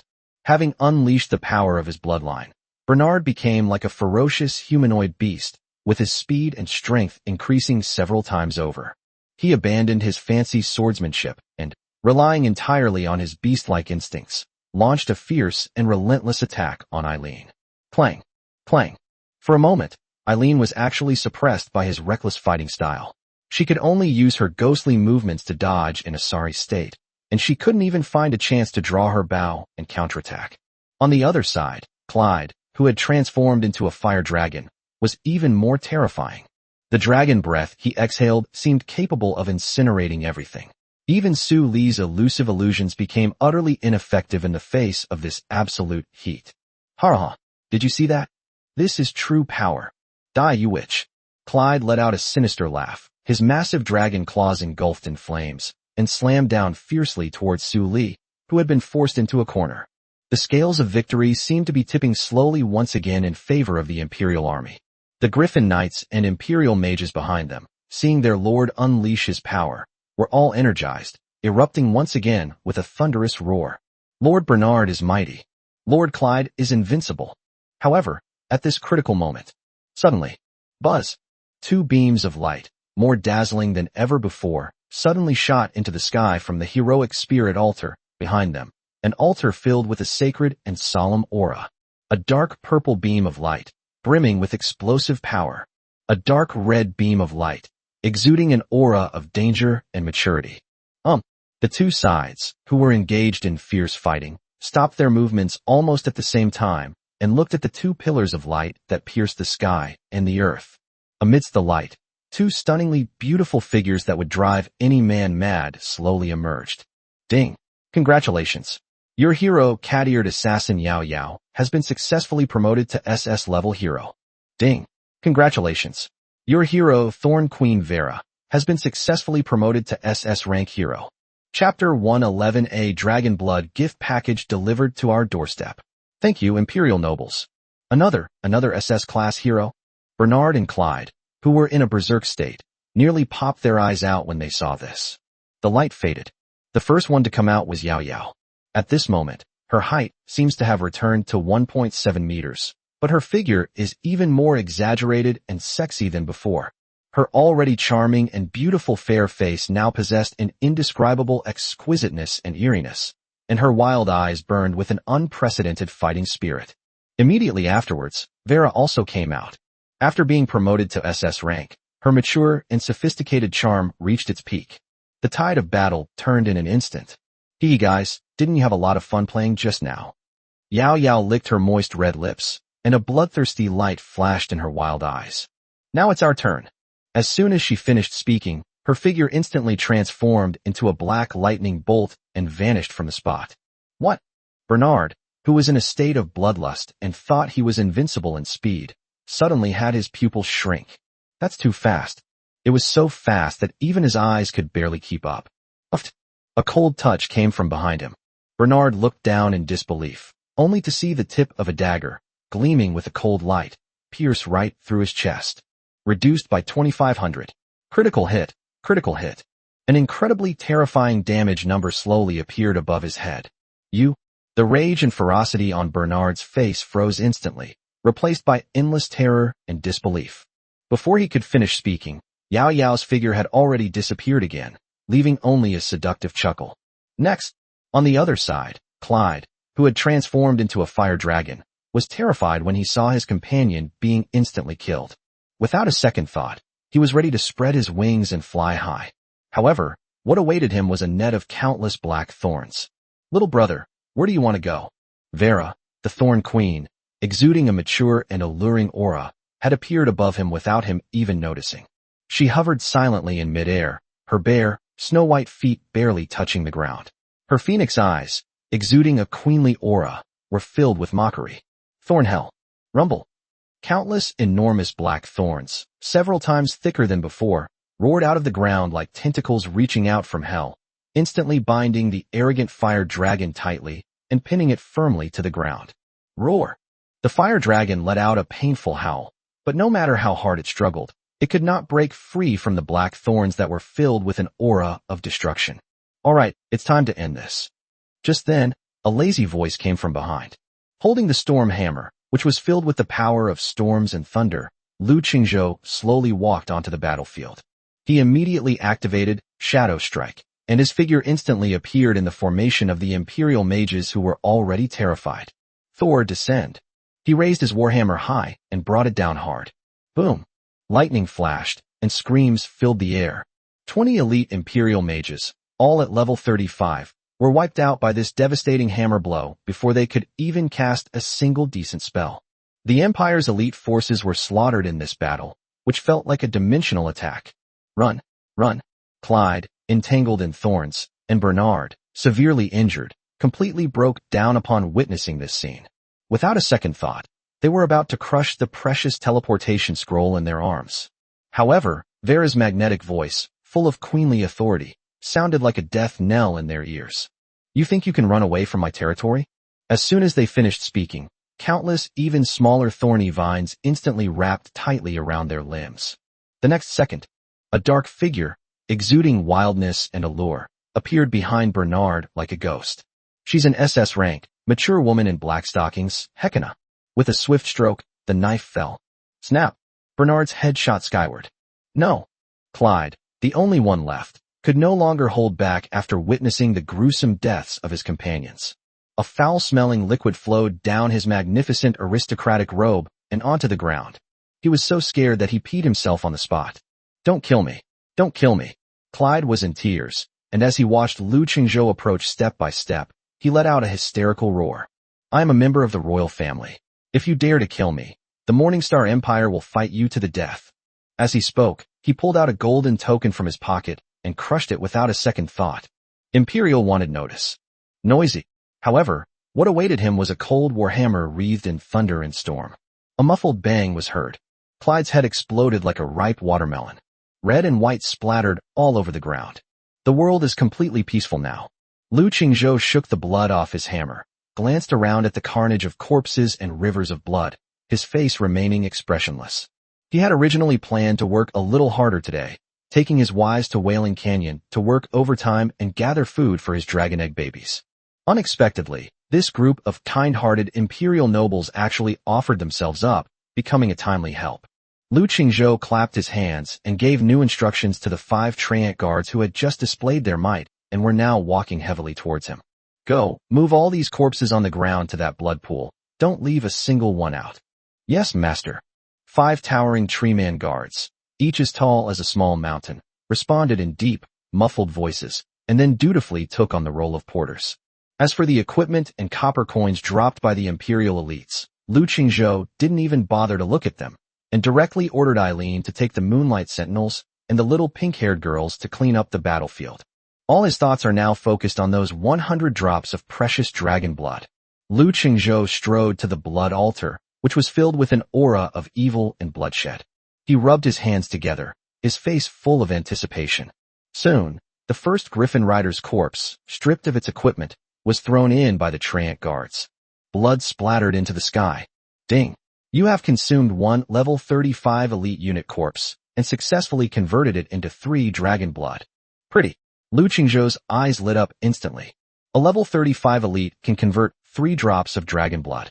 Wouldn't those 50 elite imperial soldiers directly provide him with 150 drops? We've struck it rich. Ding. You have consumed 1 level 35 elite unit corpse and successfully converted it into 3 dragon blood. Ding. You have consumed 1 level 35 elite unit corpse and successfully converted it into 3 dragon blood. A series of system notification sounds bombarded Lu Qingzhou's ears. The corpses of 50 elite imperial soldiers were consumed in the blink of an eye, contributing a full 150 drops of precious dragon blood to him. But this is just an appetizer. Throw those 2 guys in there too. Lu Qingzhou pointed to the 2 dead noble corpses on the ground, their eyes wide open, a cold smile flashing in his eyes. Chapter 112 Mythical Delivery Room. The dragon baby must win at the starting line. Yes, master. The Treant guard responded in a gruff voice and threw Bernard and Clyde's corpses into the blood pool as well. Boom. A beam of blood-red light, more dazzling than ever before, shot into the sky. Ding. You have consumed 1 level 40 boss corpse and successfully converted it into 50 dragon blood. Ding. You have consumed 1 level 40 boss corpse and successfully converted it into 50 dragon blood. After the last corpse was transformed, Lu Qingzhou looked at the 250 drops of dragon blood in his system backpack, which emitted a dark golden halo, and his mouth almost twisted into a grin. Adding the 32 drops he had painstakingly saved up before, his current dragon blood reserves have reached an astonishing 282 drops. Ha! That's enough. More than enough. Without hesitation, he took out the mythical architectural blueprint that he had been eagerly awaiting from his backpack. Blueprint, Dragon's Nest Hatchery. Give it your all. Construct a dragon nest hatchery, using 20,000 wood, 20,000 stone, 2,000 magic crystals, and 100 dragon blood? Yes. Rumble. Above the sky, the wind and clouds changed color, and lightning flashed and thunder roared. A dark golden beam of light, filled with boundless majesty and the might of an ancient dragon, suddenly descended from the sky, enveloping the largest open space in the center of the territory.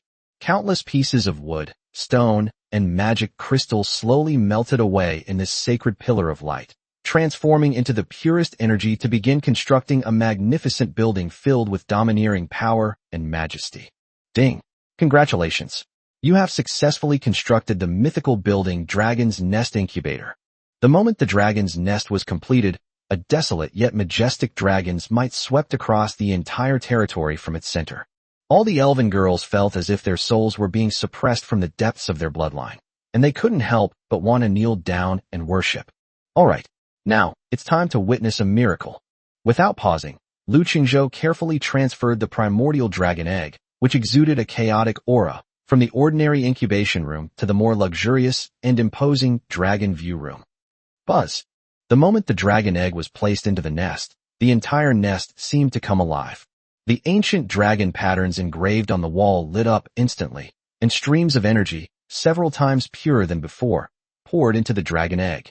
Immediately afterwards, Lu Qingzhou poured all the remaining 182 drops of dragon blood from his backpack onto the dragon egg. Ding! Your primordial dragon egg has absorbed 1 unit of dragon blood, increasing its growth potential by 0.1%. Ding! Your primordial dragon egg has absorbed 1 unit of dragon blood, increasing its growth potential by 0.1%. A series of system notification sounds, like heavenly music. After absorbing a massive amount of dragon blood, the dragon patterns on the dark golden dragon egg became brighter and clearer at a speed visible to the naked eye. An indescribable surge of power, filled with supreme majesty and vitality, slowly emanated from the dragon egg. After the last drop of dragon blood was absorbed, Lu Qingzhou looked at the potential value, which had increased to 18.2%, and frowned slightly. Only an increase of 18.2%? That's far too little. More than 180 drops of dragon blood. This was something he had worked incredibly hard to obtain, having wiped out an elite force of the Empire. As a result, not even 1/5 of the potential was fully utilized. Damn, it seems this creation-level dragon egg has an enormous appetite. Lu Qingzhou sighed, regretting that there weren't enough Imperial Knights present. The good news is that the incubation time for dragon eggs has been greatly reduced. Remaining incubation time, 17 hours and 22 minutes. Lu Qingzhou was slightly taken aback, then suddenly realized. Dragon blood nourishment not only enhances potential, but also accelerates the hatching process. In addition, the level 1 dragon nest hatchery has a very large interior space, with a total of 3 huge hatching nests made of dragon bones. We can't waste this. Lu Qingzhou took out 2 golden griffin eggs from his backpack and put them in one by one. Buzz. The 2 hatcheries lit up simultaneously, and streams of energy, imbued with the aura of dragon blood, flowed continuously into the griffin eggs. Ding! A high-quality griffin egg, too, has been placed in the dragon's nest incubator. Estimated incubation time, 2 hours. Not bad, not bad. We'll have flying mounts in 2 hours. Having settled the matter of the mounts, Lu Qingzhou finally had time to properly admire his 2 stunningly beautiful wives who had just been promoted to SS level. His gaze immediately fell on Yao Yao, the cat-eared girl who was lying on the cat tree, licking her paws like a lazy Persian cat. After being promoted to SS level, her height returned to 1.7 meters, but her figure became even more exaggerated and sexy than before. Lu Qingzhou opened Yao Yao's attribute panel. Hero, Shadow Cat Girl Yao Yao. Quality, SS tier, Unique Hero, Upgradable. Level, 26. Health points, 6,500. Attack power, 480. Loyalty, 100 diehard. Skill 1, Fatal Backstab, active. Greatly increases damage and adds armor penetration and bleeding effects. Skill 2, Shadow Step, active. Allows you to blink 3 times consecutively and resets your basic attack. Skill 3, Feline Elegance, passive. Evasion rate and movement speed increased to 40%. Skill 4, Cat God Domain, ultimate skill, summons a cat god domain. Yao Yao within the domain will enter an absolute invisibility state, and her next attack will be a guaranteed critical hit, inflicting the fear effect. Hiss. Lu Qingzhou stared at Yao Yao's incredible attribute panel and couldn't help but gasp again. This isn't just an assassin. He's a peerless killing god unleashed. His gaze shifted and landed on the stunningly beautiful older woman who was gracefully pruning flowers not far away. The Queen of Thorns, Vera. After being promoted to SS rank, her mature and sophisticated charm was pushed to its extreme. Her skin shone with an ivory-like luster in the sunlight, as if you could squeeze water out of it with a gentle pinch. Chapter 113, Riding the Fiercest Bird. Hero, Vera, Queen of Thorns and Roses. Quality, SS tier, Unique Hero, Upgradable. Level, 26. Health points, 6,000. Magic power, 9,500. Loyalty, 100 diehard. Skill 1. Death Coil, active. Now can entangle up to 5 targets simultaneously and apply the life drain effect. Skill 2. Summon, Thornflower Sea, active. Summons a Thornflower Sea in a designated area, dealing continuous damage and slowing all enemies within the area. Skill 3. Life Drain, passive. Vera's attacks and skills drain life force from nearby enemies, continuously restoring a small amount of health to herself and nearby allies. This effect is even better against enemies that are bleeding or poisoned. Skill 4. Thorn Kingdom, ultimate skill, summons a vast thorny domain. All enemies within the domain will continuously suffer high piercing damage. Their movement speed will be greatly reduced, and they will be unable to use movement skills. Vera will gain increased health regeneration and damage while within the domain. Cooldown, 2 hours. That's right, they have all achieved a qualitative leap. Looking at his 2 stunningly beautiful wives who had undergone a complete transformation, Lu Qingzhou felt a surge of passion in his heart. Tonight, I absolutely have to give it a thorough check. After dealing with his wives' affairs, Lu Qingzhou slowly began to take stock of today's spoils. The equipment dropped by those 50 elite Imperial soldiers was all level 35 excellent quality sets. Perfect, I'll keep it to exchange for the heart of the earth with those bumpkins later.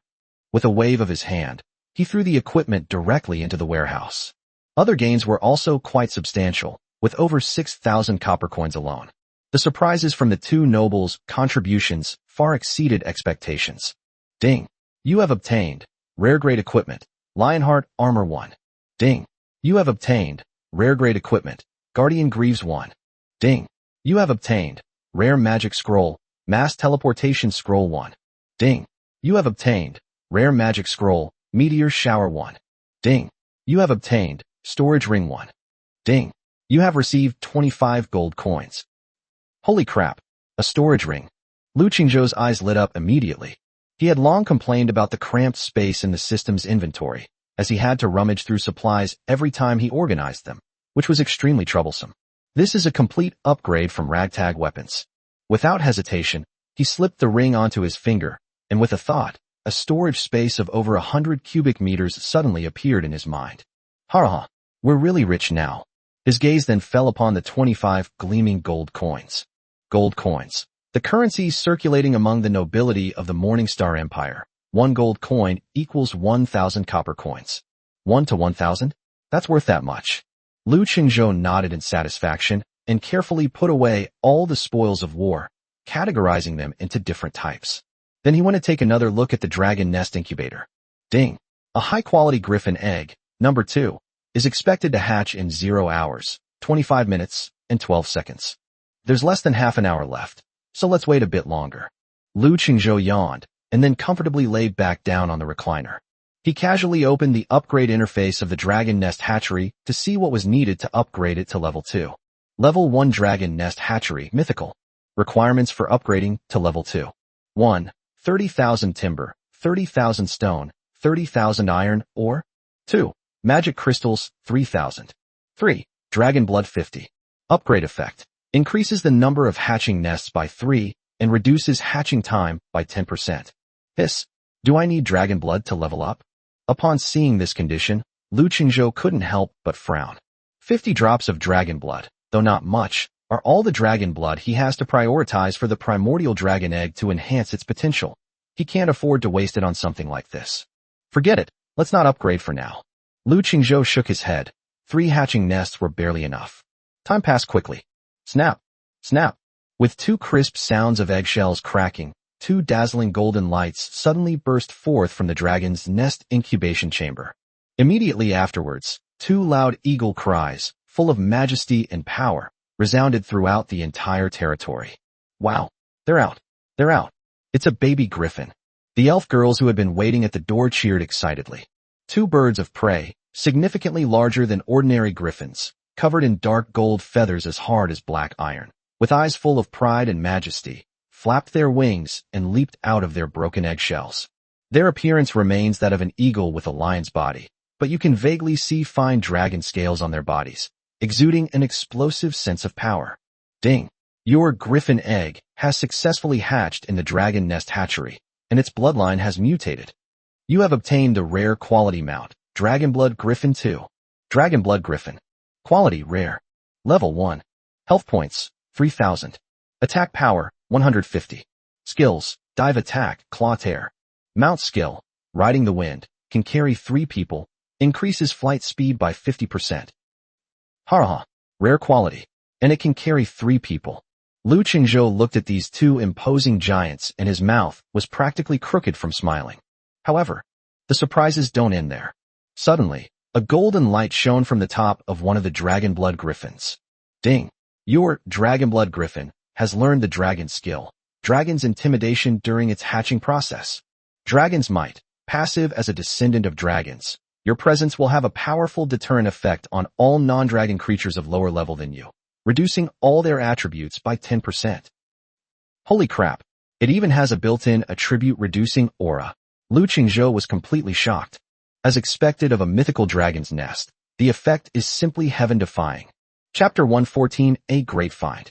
A sparkling crystal lizard. Alright, stop crowding around. Let's get ready to go. Lu Qingzhou clapped his hands, calling the excited elf girls back to reality.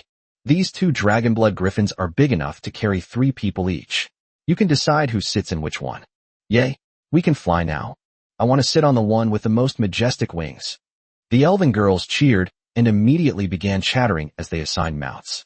Soon, Eileen, Leah, and Su Li, the 3 SS-level main force members, along with 3 other high-level elven mages, were the first to board the 2 majestic Dragonblood Griffins. As for the remaining wives, Lu Qingzhou glanced at the 5 Treant guards who had reached level 18 and were also eager to try, as well as a dozen archers and sentries of slightly lower level, and pondered for a moment. You will all stay here and guard the territory today.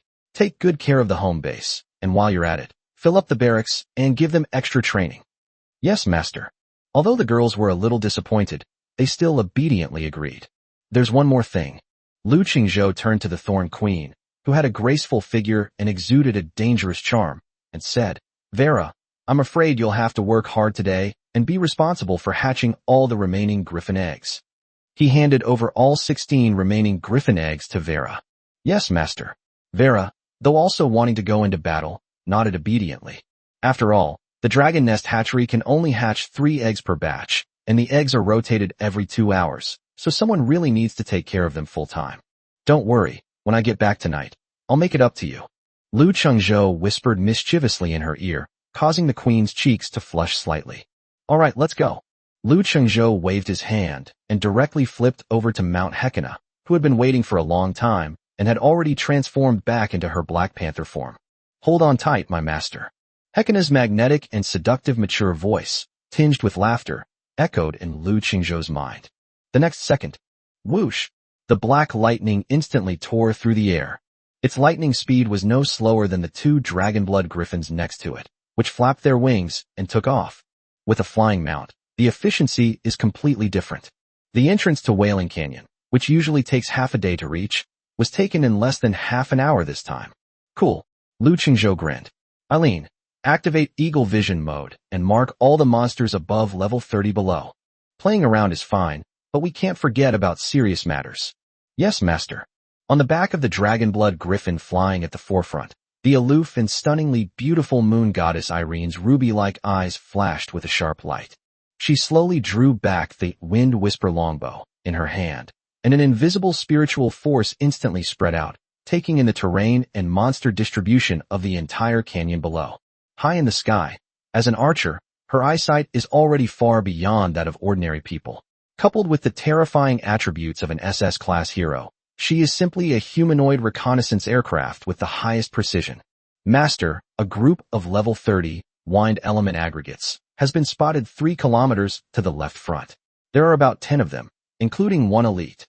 Let's do it. Lu Qingzhou waved his hand.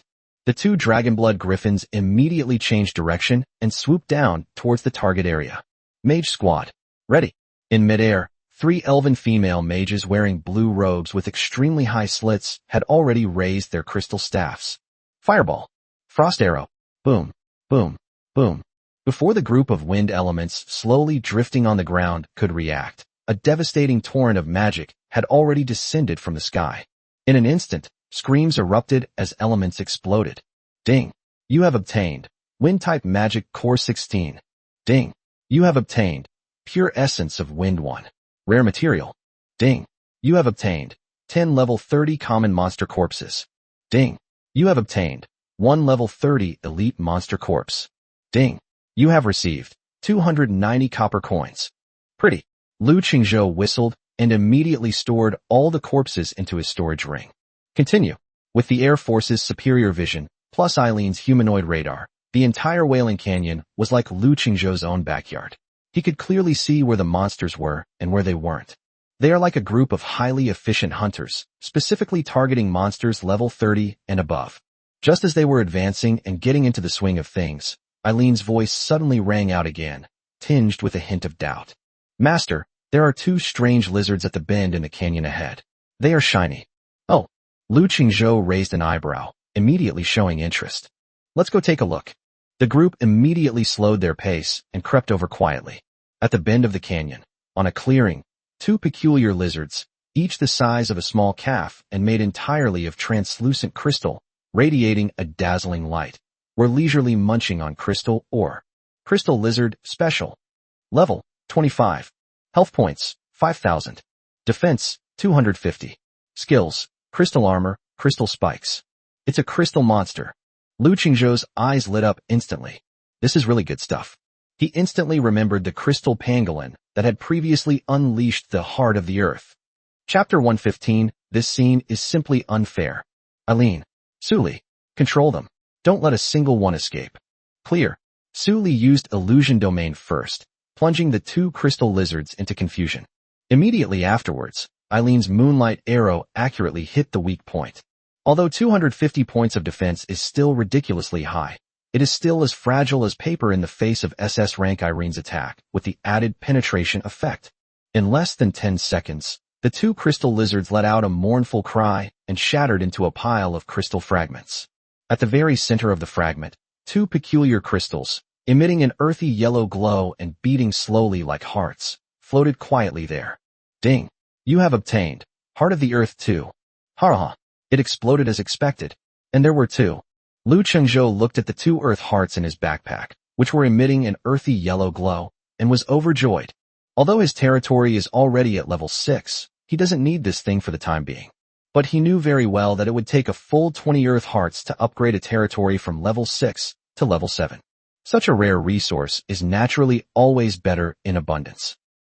As evening approached, the sun began to set. Lu Qingzhou returned home laden with his luxurious army of women. Wind Core, 152 out of 100. Storm Core, 13 out of 10. Everything's done. We can go home and build the storm altar now. Lu Qingzhou looked at the far exceeding amount of materials in his backpack and felt satisfied. In addition, the corpses of various level 30 monsters hunted today filled the entire storage ring, including 1 level 30 boss. These corpses can probably yield at least 80 drops of dragon blood. Thinking of his hungry dragon egg babies, Lu Qingzhou was eager to return home. When he returned to his territory with his vast army of women, laden with corpses and spoils, it was already completely dark. However, what awaited them was no longer the peaceful and tranquil territory they had once known. Li. Wow. We're flying. It's so high. Hee, wait for me, sister. Above the territory, a dozen majestic, dark gold dragon blood griffins were carrying pink-haired little girls dressed in revealing black silk armor, circling and chasing each other excitedly. The silvery laughter, mixed with the excited cries of griffins, created a vibrant scene under the bright, daylight-like light of the fluorescent or vein. Especially those little girls, each with their bare, snow-white and pink little feet, sitting on the broad backs of griffins, their 2 slender little legs swaying back and forth, are simply too cute to be true. Master, you're back. Look, we can ride a big bird. Upon seeing Lu Qingzhou, the little girls excitedly spurred their new mounts down towards him as if they were on steroids, each vying to claim credit. Vera, they've all hatched. Lu Qingzhou smiled as he dodged a little girl who almost bumped into him and looked at the Thorn Queen, who was leaning elegantly against the entrance of the dragon's nest, exuding a mature and alluring aura, not far away. Yes, master. Vera licked her moist red lips, her phoenix eyes, brimming with queenly authority, filled with laughter.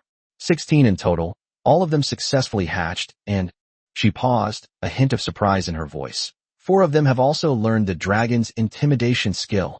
Oh, 4. Lu Qingzhou raised an eyebrow upon hearing this. The probability is much higher than he expected. It seems that this mythical dragon's nest truly lives up to its reputation. Well done. Lu Qingzhou laughed heartily. All right, everyone come down. Stop going crazy in the sky. Lu Qingzhou clapped his hands, calling down the little girls who were still chasing each other in the sky. He took stock of the wives and soldiers in the team who had not yet been assigned mounts. Eileen, Su Li, Leah, the 3 mage girls, plus Hekina, whom I ride, make a total of 9 people who have been settled. The remaining 16 Dragonblood Griffins are just enough to go around to the remaining heroes and troops. Even the 5 Tree-Man guards, each over 4 meters tall, were assigned by Lu Qingzhou to 2 of the most robust Dragonblood Griffins, specifically responsible for transporting supplies and the wounded. Looking at the impressive all-female army that was taking shape, integrating land and air forces, Lu Qingzhou nodded in satisfaction. However, he soon discovered a new problem. Gurgle. An untimely chorus of rumbling stomachs emanated from the bellies of the Dragonblood Griffins that had just finished their flight training. These large creatures, each with its proud eagle eyes, looked at Lu Qingzhou pitifully, as if to say, "Master, we're hungry." Lu Qingzhou then realized what was happening. Broken. With so many more mouths to feed, the previous food production is simply not enough. He quickly glanced at the territory's current daily food production. 2. Juicy peach trees provide 20 peaches daily. A level 1 windmill mill can provide 30 loaves of bread per day. Level 1 sweet flour chicken workshop can provide 20 chickens per day, which is equivalent to 60 units of food. Total, 20 plus 30 plus 60 is equal to 110 units of food. He currently commands over 30 men, including heroes and soldiers, plus these 18 hungry Dragonblood Griffins. You need to consume at least 200 units of food a day. They were so focused on expanding the army that they forgot about logistics. Lu Qingzhou slapped his forehead and quickly opened the construction panel. Level 1 windmill. Materials required to upgrade to level 2. 2,000 wood, 1,000 stone. Upgrade effect. Bread production increased to 60 servings/day. Level 1 sweet flour chicken workshop. Materials required to upgrade to level 2. 1,500 wood, 800 stone, 300 iron ore. Upgrade effect. Sweet flour chicken production increased to 40 chickens/day, 120 food units. Promote. He must be promoted. Lu Qingzhou is now very wealthy and powerful, so he doesn't care about these resources at all. 2 beams of light flashed as the upgrade progressed. Ding. Your windmill has been upgraded to level 2. Ding. Your sweet flour chicken workshop has been upgraded to level 2. He didn't reach the top level in one go, but only reached level 2. Food is something you only need enough to eat. If you produce too much, it will be a waste if you can't finish it and it sits for too long. We'll talk about it when the population grows larger and there's not enough food. With the food problem solved, Lu Qingzhou finally had time to deal with today's biggest haul, the mountain of level 30 monster corpses. He charged straight into the evil-filled blood altar and threw all the monster corpses piled up in his storage ring into it. Transform me. Boom. Ding. You have consumed 1 level 30 common monster corpse and successfully converted it into 1 dragon blood. Ding. You have consumed 1 level 30 elite monster corpse and successfully converted it into 3 dragon blood. Ding. You have consumed 1 level 30 boss monster corpse and successfully converted it into 10 dragon blood. After the last corpse was transformed, Lu Qingzhou looked at the 91 newly added drops of dragon blood, emitting a dark golden halo in his system backpack, and a satisfied smile appeared on his face. Let's go. Let's feed the baby dragon. Chapter 116 Storm Altar. Construction. Lu Qingzhou arrived at the dragon nest hatchery again, full of excitement. Without hesitation, he poured all 91 drops of freshly produced dragon blood into the primordial dragon egg, which was still quietly absorbing energy. Buzz. The entire dragon's nest trembled violently, and the dragon patterns on the hatching platform instantly burst forth with dazzling light. The quietly floating primordial dragon egg, like a gluttonous beast that had been starving for billions of years, began to frantically devour the surging dragon blood. The dragon pattern on the eggshell became brighter and clearer at a speed visible to the naked eye. Ding. You have consumed 1 dragon blood, increasing the potential value of the primordial dragon egg by 0.1%. Ding. You have consumed 1 dragon blood, increasing the potential value of the primordial dragon egg by 0.1%. Ding. The potential value of the Hongming Dragon Egg has increased to 27.3%. It's still a bit slow. Lu Qingzhou couldn't help but sigh. It seems that maximizing this potential value is not something that can be done overnight. He glanced at the incubation time again. Remaining incubation time, 4 hours and 58 minutes. Huh? Less than 5 hours left. Dragon blood nourishment can not only enhance potential, but also accelerate the hatching process. But a new problem has arisen. 5 hours later, the dragon egg will hatch. But this potential value is less than half. What to do?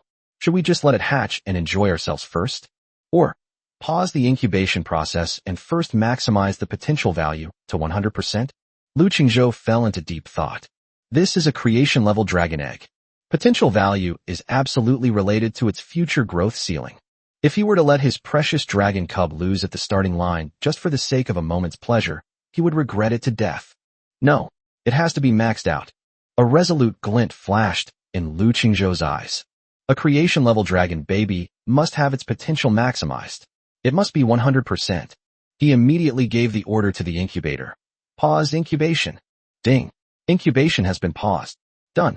Lu Qingzhou breathed a sigh of relief, looking at the now quiet dragon egg, his eyes filled with enthusiasm. Isn't it just dragon blood? Liver. I'll work my liver until the world goes dark. Oh right, there's still one big thing we haven't built yet. After leaving the dragon nest hatchery, Lu Qingzhou suddenly remembered that when he fought the hidden boss Storm Titan, he had obtained an epic-level building blueprint. Blueprint, Storm Altar. This thing is a super altar that can reset the skills of troops and enchant weapons. He glanced at the materials needed for construction. Required materials, 10,000 wood, 10,000 stone, 1,000 magic crystals. Wind core 100, 152 100ths. Storm core 10, 13 tenths. Titan heart 1 first. Resources are more than enough. Lu Qingzhou waved his hand confidently. Construct. Storm altar. Rumble. The entire territory trembled violently once again. A blue-purple beam of light, filled with the aura of storm and thunder, suddenly descended from the sky, enveloping an open space next to the altar of heroes. Countless pieces of wood, stone, and magic crystal slowly melted away in this violent pillar of light, transforming into the purest energy. 100 wind elemental magic cores and 10 storm cores, as if drawn by some force, transformed into streaks of cyan and blue light and merged into the pillar of light. Finally, the epic core containing the power of the Titans transformed into a bolt of lightning and shot into the center of the pillar of light. The light faded. A circular altar, crafted from an unknown blue metal and black storm rock, and imbued with an aura of rage and destruction, rose from the ground. In the center of the altar, a ball of energy composed of pure storm and thunder power is slowly rotating, emitting a crackling sound of electric arcs. Ding! Congratulations! You have successfully constructed the epic building Storm Altar. Building, Storm Altar. Quality, Epic. Level 1. Effect 1, Storm Baptism. Consumes wind or lightning magic cores to baptize troop units, with a 20% chance to grant them wind or lightning skills. Each baptism consumes 5 of the corresponding magic cores. Effect 2, Thunder Charge. The weapon can be placed in an altar to charge, causing its attacks to deal minor lightning damage for the next 24 hours. Effect 3, Titan's Might. All friendly units within the territory gain a 5% attack power increase. Haraha. Another attack-boosting aura has been added. Looking at the powerful altar, Lu Qingzhou was overjoyed. Especially the Storm Baptism effect, it's practically tailor-made for him. Although his group of elven mages were all beautiful and incredibly powerful, their biggest weakness was that they had too few skills. Now, with this altar, this problem will be easily solved. Come on, line up, one by one. Come and reset your points. Lu Qingzhou summoned all 10 blue-haired, long-legged female mages over. He directly opened the altar's baptism interface and threw in 50 of the remaining 52 wind element magic cores from his backpack in one go. 10 baptisms. Give me a thorough baptism. Buzz. Buzz. Buzz. One after another, beams of light, imbued with the aura of a storm, rose from the altar, enveloping the 10 blue-haired female mages. The light faded. Ding. Your unit, Elf Mage, has learned a new skill during the storm. Windblade. Ding. Your unit, Elf Mage, has learned a new skill during the storm. Wind Entanglement. Ding. Your unit, Elf Mage, has learned a new skill during the storm, Swift Step. Ding. Your unit, Elf Mage, has learned a new skill during the storm, Wind Blade. Ding. Your unit, Elf Mage, has learned a new skill during the storm, Wind Shield. Holy crap. This is incredible luck. Lu Qingzhou looked at the 5 female mages who had successfully mastered the new skills, and his mouth was practically crooked from smiling.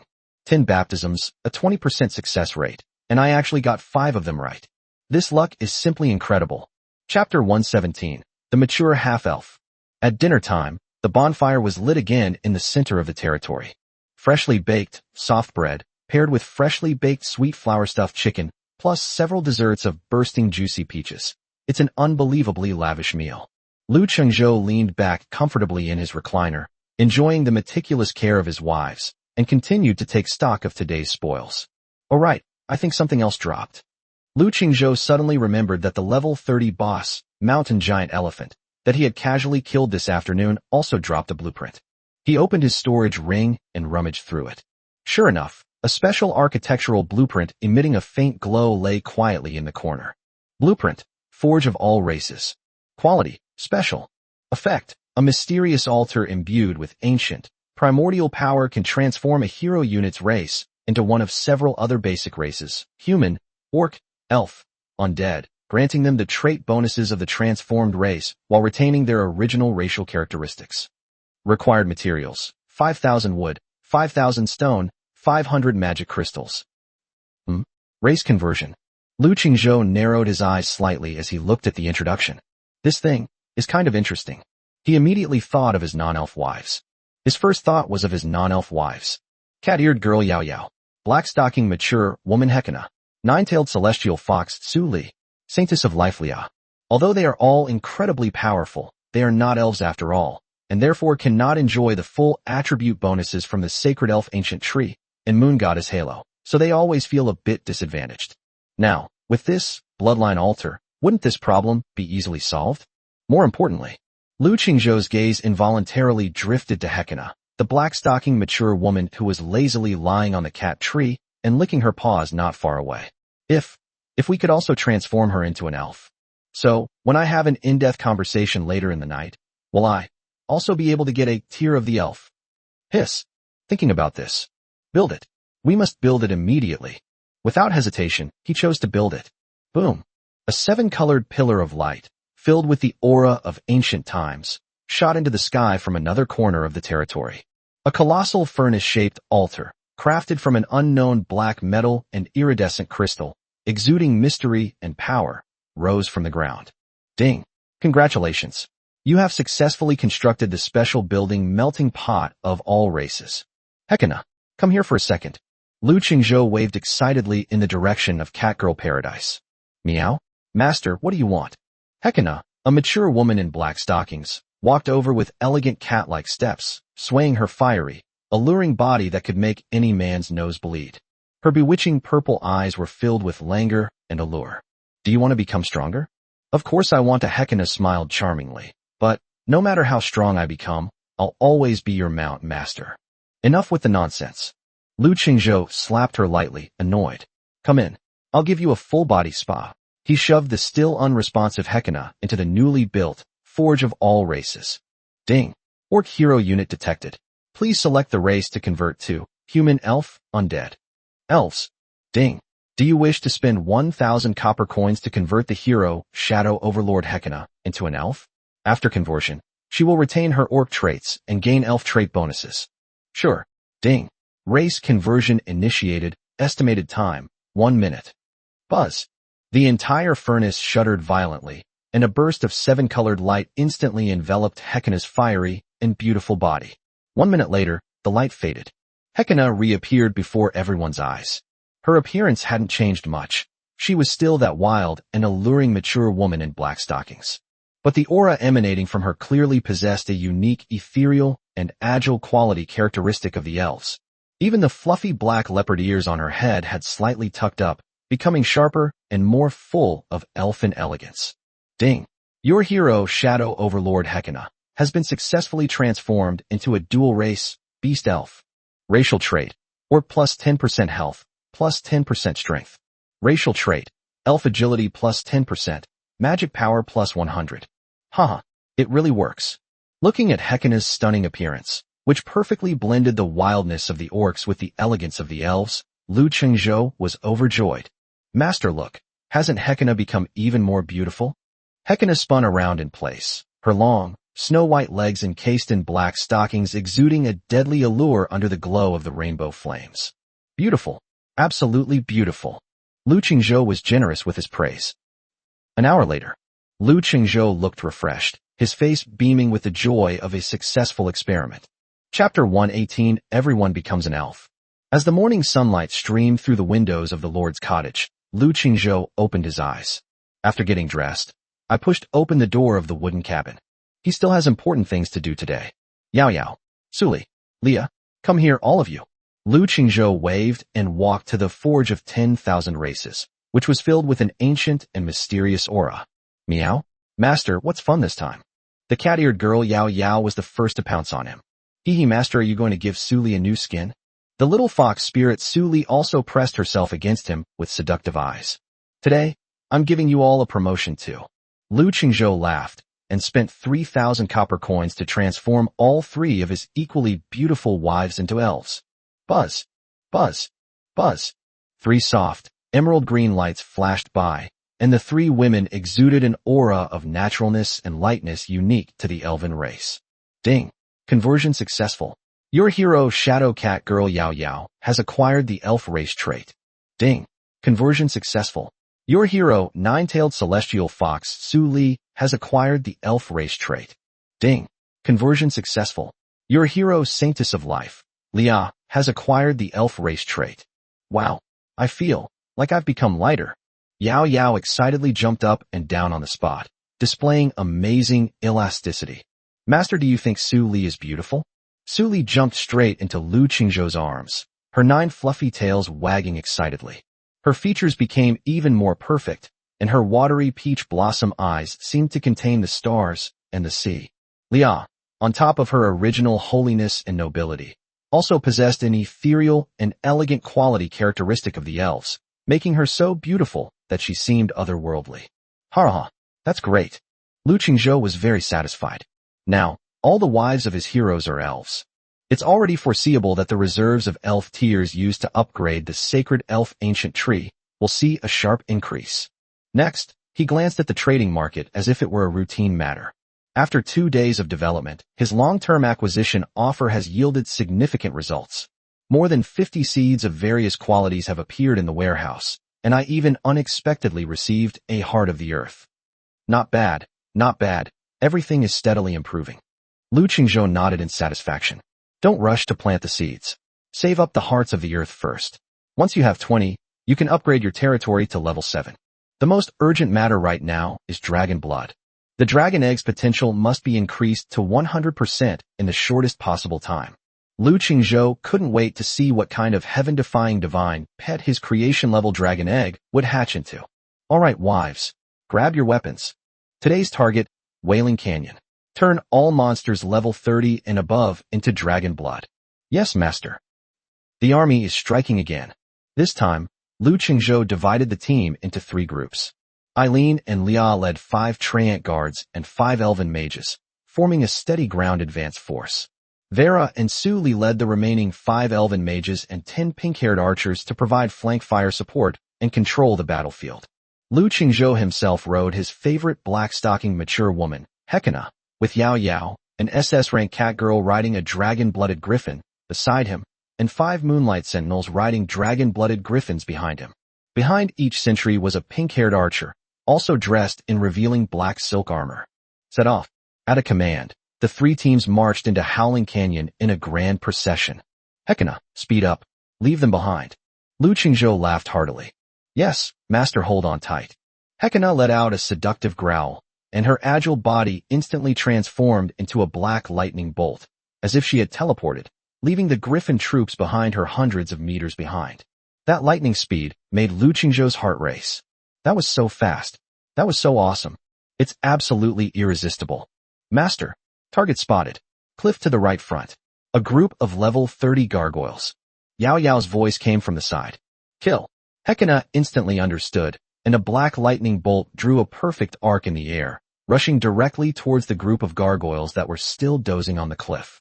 Closely following behind were Yao Yao and the 5 Moonlight Sentinels, who were also moving at lightning speed.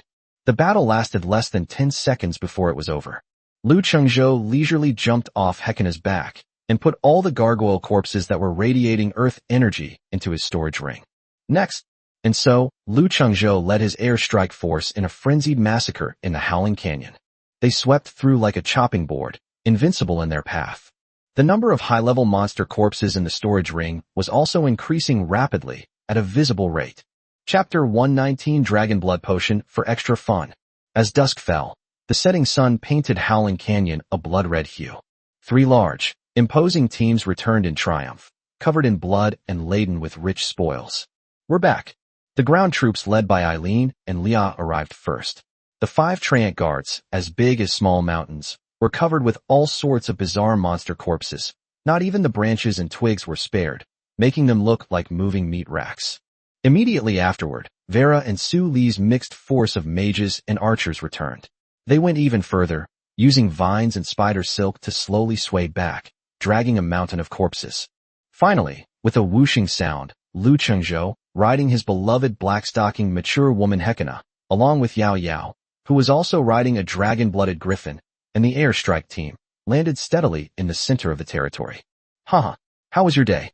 Lu Chengzhou jumped off Hekina's back and looked at the mountain of raw materials in front of him, his mouth almost crooked with a grin. Reporting to Master, the cool and aloof Eileen stepped forward and respectfully reported. Our team has hunted a total of 55 level 30 common monsters and 15 level 30 elite monsters. Hee Master, we have even more over here. Before Vera could speak, the little fox spirit Su Li rushed forward and jumped into Lu Chengzhou's arms, rubbing her 9 fluffy tails against him. We killed 55 ordinary monsters, 15 elite monsters, and a silly level 30 boss. Well done. Lu Chengzhou laughed and picked up the smug little vixen around the waist. Let's go, wives. Let's get to work.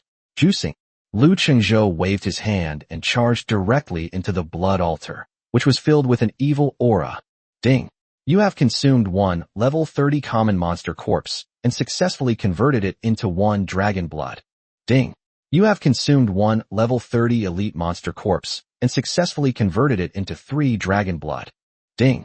You have consumed 1 level 30 boss monster corpse and successfully converted it into 10 dragon blood. After the last corpse was transformed, a total of 210 drops of dragon blood were harvested. Without stopping, Lu Chengzhou rushed into the dragon nest hatching chamber, which was filled with mythical atmosphere. He walked to the incubation platform, put the primordial dragon egg back into the dragon nest, and then poured all 210 drops of freshly hatched dragon blood into it. Buzz! The dragon egg burst forth with dazzling light once more, and the dragon patterns on its shell became even clearer and more mysterious. Ding! Your primordial dragon egg has absorbed 210 dragon blood, increasing its potential by 21%. Current potential, 48.3%. Not bad, almost halfway done. Looking at the steadily increasing potential value, Lu Chengzhou was filled with enthusiasm. Just then, the 9-tailed fox, Su Li, suddenly came running over, holding a sheepskin scroll that emitted a faint medicinal fragrance. Master! Master! Look! This is what we got from defeating that big, dumb boss. Lu Chengzhou took a look and his eyes lit up instantly. Formula: Dragon's Blood Vitality Potion. Quality: excellent. Effect: can be used to concoct a powerful potion containing the life essence of a dragon. After consumption, it will grant abundant energy for the next 12 hours, making you vigorous and energetic all night. Required materials: 5x advanced beast blood, 3x magic crystals. Holy crap! The recipe for this stuff has been leaked. Lu Chengzhou's heart skipped a beat. He immediately rushed into the alchemy workshop and, without thinking, chose to learn it. Ding! You have successfully mastered the crafting method for Dragon Blood Energy Potion. Ha! Great! That's fantastic. Lu Chengzhou looked at the not-so-complicated material requirements, and his mouth almost twisted into a grin. High-grade beast blood? There's plenty in the blood altar. Magic crystals? They're piled up like mountains in the warehouse. Now we'll have a steady stream of kidney tonic to drink. Without hesitation, he immediately began the refining process. A flash of light, and soon, 10 bottles of red potions, exuding a faint bloody smell and brimming with explosive energy, were freshly produced. Hee hee. Lu Qingzhou looked at the 10 bottles of dragon blood energy potions, and a wicked smile that only men would understand curled up at the corner of his mouth. The next day, as the first rays of dawn shone into the territory, Lu Qingzhou walked out of the cabin feeling refreshed. He glanced at his system inventory. Ding! Congratulations! You have obtained a special material, tier of the Elf 28. Haha, the effect is outstanding. Lu Qingzhou was overjoyed when he saw the astonishing output. Vera is a real gem. He stretched contentedly, then habitually opened the trading market to see if he had any new acquisitions from his posted buy orders. Ding! Transaction successful. You have obtained Heart of the Earth 1. Received another one. We're one step closer to upgrading our territory to level 7. As for the seeds, the harvest is even more encouraging. Today alone, I received more than 70 seeds. Most of them were still ordinary goods, but among them was a rare quality one. This is the third seed of rare quality that he has encountered so far. I'm having a lucky day. Lu Qingzhou laughed and took out all the seeds. All right, wives, wake up. Let's get to work. Let's plant. Chapter 120, A Great Harvest. Communication Ring. Epic Level Divine Wall.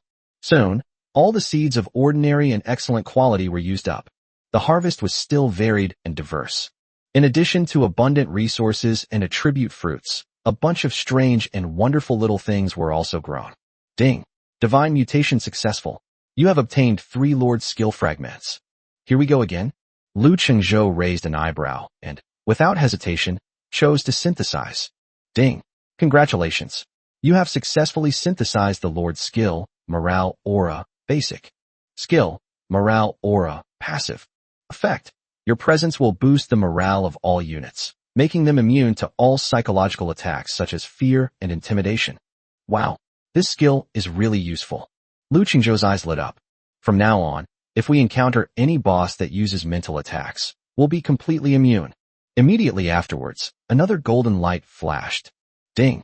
Divine mutation successful. You have obtained the rare building blueprint, Mushroom Pizza Bakery. Drawing, Mushroom Pizza Bakery. Quality, rare.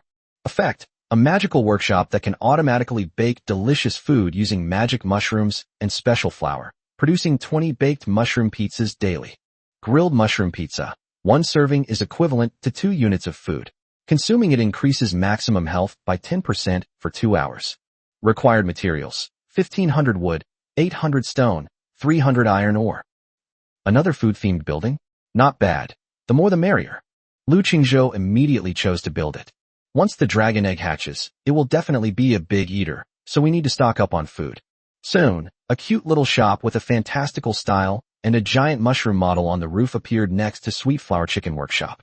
A rich, unique aroma, a blend of cheese and mushrooms, instantly filled the entire territory. Wow, it smells so good. Master, is there anything new to eat? The elven girls, like little gluttons, flocked over, drawn by the aroma, their mouths practically watering. Everyone gets a share, extra for dinner tonight. Lu Qingzhou smiled and reassured him. After the high-quality seeds have finished blooming, it's time for those 3 precious, excellent quality seeds. The first one went down, and it shone with golden light. Ding! Divine mutation successful. You have obtained the rare grade Mage Set Blueprint. Arcane Wisdom Set 1. Arcane Intellect Set, rare. Includes Arcane Intellect Robe, Arcane Intellect Boots, Arcane Intellect Bracers. Finished item attributes. Defense plus 60, Spirit plus 30, Spell critical hit rate plus 10%. Haha, the female mages have upgraded their weapons. Lu Qingzhou was overjoyed and rushed into the elf workshop, throwing all the blueprints and materials into it. A flash of light. 10 brand new, magnificent robe sets, radiating a faint blue arcane glow and exuding an aura of mystery and wisdom, are freshly made. Come on, sisters of the mage squad, come and change into your new clothes. Wow, thank you, master. This dress is so beautiful. 10 blue-haired, long-legged elven mages immediately cheered excitedly, chattering as they surrounded him, and without any hesitation, began changing their equipment right in front of their master. For a time, the entire elf workshop was filled with the vibrant colors of spring. The second excellent seed did not disappoint either. Ding! Divine mutation successful. You have obtained a rare item. Communication ring 4. Item, communication ring. Quality, rare. Effect, after wearing, you can have a long-distance voice call with someone who also owns the same ring. Comment, technology changes lives. The ancients were right. Wow, they've even brought out walkie-talkies. Lu Qingzhou examined the 4 ancient rings that emitted magical fluctuations, his eyes shining. These were practically tailor-made command artifacts. From now on, when we split up and go out to hunt in the wild, we'll never have to worry about losing contact again. He immediately began distributing the orders. I'll keep one for myself. Eileen and Liao will be in charge of the ground forces. You two will be in a group and each take one. Su Li and Vera will be responsible for flank support. You two will be in a group and each take one. Hekina. Lu Chengzhou glanced at the mature woman in black stockings who was lying on his lap, shaking her fluffy white cat ears with an expectant look on her face. You're with me every day? You don't need to. Meow. Hekina let out a pitiful whimper. Lu Qingzhou ignored her and handed the last ring to the pink-haired girl who was the first to be promoted to elite and the captain of the Arrow Tower squad, who stayed at home. What's your name again? Reporting to Master. My name is Pink One. The pink-haired girl, dressed in revealing black silk armor, answered excitedly, her full, snow-white breasts puffed out. Okay, Pinky, you take this ring. If we're both out and there's any emergency at home, use this to contact us, understand? Yes, Master. Pink blushed with excitement as she carefully put the ring on her finger. After dealing with the communication ring, all that was left was that one rare seed that had been found in the trading market. Alright, here comes the main event. Lu Qingzhou took a deep breath, his face full of anticipation. These are rare quality seeds. They previously dropped an incredible item called the Heroic Spirit Altar. I wonder what surprise this last one will bring him. He personally took the seed and solemnly planted it in the center of the spiritual field. Boom! A beam of emerald green light, brimming with life and a protective aura, suddenly shot into the sky. The light was even more magnificent than when the Heroic Spirit Altar was planted before. Wow! All the elf girls were stunned, their beautiful eyes filled with shock. As the light faded, an ancient-looking drawing woven from unknown vines and rose petals floated silently in midair. Ding! Divine mutation successful. You have obtained the Epic Architectural Blueprint. Thorn Rose Wall. Epic Architectural Blueprints. And for a wall. Lu Qingzhou immediately checked the properties of the blueprint. Drawings. Thorn Rose Wall. Quality. Epic. Effect. Consumes resources to construct a magical wall around your territory, imbued with life and protective power. Level 1 wall attributes. Durability 50,000. Defense 200. Comes with Thorn Aura. Deals continuous damage to enemy units near the wall. Comes with Rose Fragrance. Slightly increases the growth rate of plants within the territory. Materials required for upgrade. Materials required to cover the entire territory. 30,000 wood, 30,000 stone, 1,000 magic crystals. Holy crap. This stuff is amazing. Lu Qingzhou's heart skipped a beat when he saw the attribute description. He had long felt uneasy about his territory being undefended, lacking even a proper wall. Now that this epic wall has been erected, my sense of security has been instantly boosted. Moreover, this wall even comes with its own attack, aura, and agricultural bonus. It's practically a super wall that combines offense and defense. Chapter 121, an epic hot spring. Build it. We must build it. Construct the Thorn Rose Wall, using 30,000 wood, 30,000 stone, and 1,000 magic crystals. Yes. Rumble. At the boundary of the territory, countless huge thorny vines, full of life, roared and burst forth from the ground like living creatures. They grew, intertwined, and entangled at a speed visible to the naked eye, and in the blink of an eye, a green barrier 10 meters high and covered with ferocious barbs formed on the outer edge of the territory. Immediately afterwards, countless delicate, yet dangerously alluring, dark red roses quietly bloomed on the thorny vines. Ding! Congratulations! You have successfully constructed the epic building Thorn Rose Wall. Wow, what a beautiful wall! It feels so safe. The elven girls gazed at the wall, which was brimming with life and protective power, their beautiful eyes sparkling with wonder. Lu Qingzhou nodded in satisfaction. This wasn't the end of it. Promote him. Promote him to a high level. He's now incredibly wealthy and doesn't need the money at all. Ding! Your Thorn Rose Wall has been upgraded to level 2. Ding! Your Thorn Rose Wall has been upgraded to level 3. Ding! Your Thorn Rose Wall has been upgraded to level 6. A series of upgrade lights illuminated. The wall, which was already 10 meters high, instantly rose to more than 20 meters, becoming thicker and more menacing. On the wall, the dark red roses bloomed even more alluringly, and even faintly emitted a heart-palpitating energy fluctuation. Level 6 Thorn Rose Wall.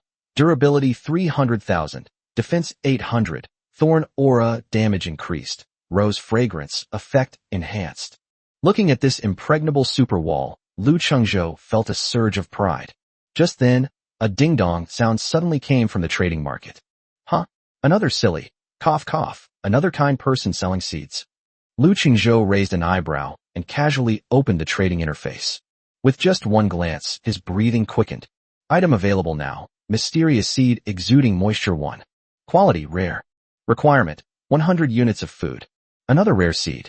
Without a second thought, Lu Chengzhou clicked on the trade button. Ding. Transaction successful. You consumed 100 units of food and obtained rare quality mysterious seed 1.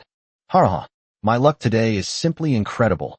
Lu Chengzhou could no longer suppress his joy and rushed to the Hongming spirit field with the rare seed he had just obtained. Boom.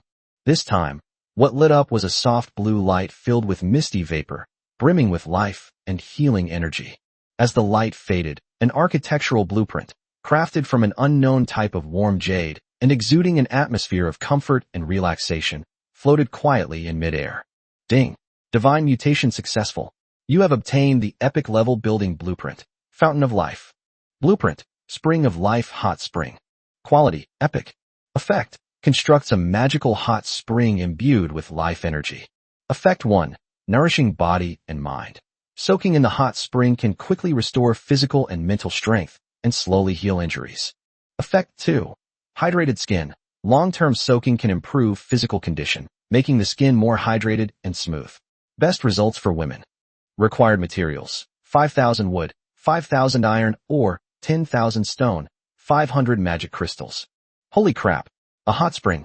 Lu Chengzhou's eyes widened instantly when he saw the attribute description. This thing, it's practically a harem tailor-made for him. No, I mean, an employee welfare center. We must build it. Boom. A soft blue light, brimming with life and healing energy, illuminated another corner of the territory. Soon, an open-air hot spring, covering an area of over 100 square meters, made of natural warm jade and unknown luminous crystals, surrounded by misty water vapor and exotic flowers and plants, appeared before everyone's eyes. The hot spring water was crystal clear, steaming hot, and exuding a refreshing fragrance. Ding! Congratulations! You have successfully constructed the epic building Fountain of Life Hot Spring. Wow, what a beautiful pool. Is it hot water inside? I really want to go in and soak. The elf girls curiously gathered around, their beautiful eyes sparkling. Chapter 122 Dragon Blood Potion. More than 4 hours later, a series of system notification sounds, like the most beautiful symphony, flooded the screen. When the last tier was collected, Lu Chengzhou looked at the 66 new tiers he had collected in his backpack, and his mouth was practically splitting with a grin. Including his previous stockpile, his total number of tiers of the elf has once again surpassed the 100 mark. Ha! We're rich. This efficiency is simply unbelievable. Lu Chengzhou laughed heartily. However, after the extreme excitement comes a deeper level of overexertion. A strong sense of fatigue washed over me like a tidal wave. My eyelids are getting heavier and heavier. I really can't take it anymore. Lu Chengzhou staggered back to the Lord's hut, collapsed onto the large bed, and immediately fell into a deep sleep. That sleep was so deep that the world seemed to be in darkness, and the sun and moon were obscured. All the energy depletion and mental tension were completely released and compensated for at this moment. It wasn't until noon the next day, when the scorching sunlight streamed through the cracks in the window, that Lu Chengzhou was awakened by a series of urgent knocks on the door. Master, are you awake? Eileen's familiar voice came from outside the door, her clear tone carrying a hint of barely concealed anxiety. What's up? Lu Chengzhou opened his eyes groggily, feeling as if all the bones in his body were about to fall apart. Master, look outside. Her Majesty the Queen has appeared again. Eileen's voice became even more urgent. Lu Chengzhou was now fully awake. His sleepiness instantly vanished. He rubbed his eyes and looked out the window. Sure enough, the The familiar golden light curtain in the sky unfolded once again. Within the light screen, the Morning Star Queen's condition was already extremely precarious. The evil black runes had almost completely covered her snow-white face, leaving only her noble amethyst eyes still emitting a faint light. She bit her lip tightly, her suppressed moans coming in short, intermittent bursts, filled with helplessness and pain. The level of the curse's corruption below has skyrocketed to a terrifying 55%. Tisk, looks like time is running out. Lu Qingzhou touched his chin, his eyes becoming deep. It's time to prepare for the next step.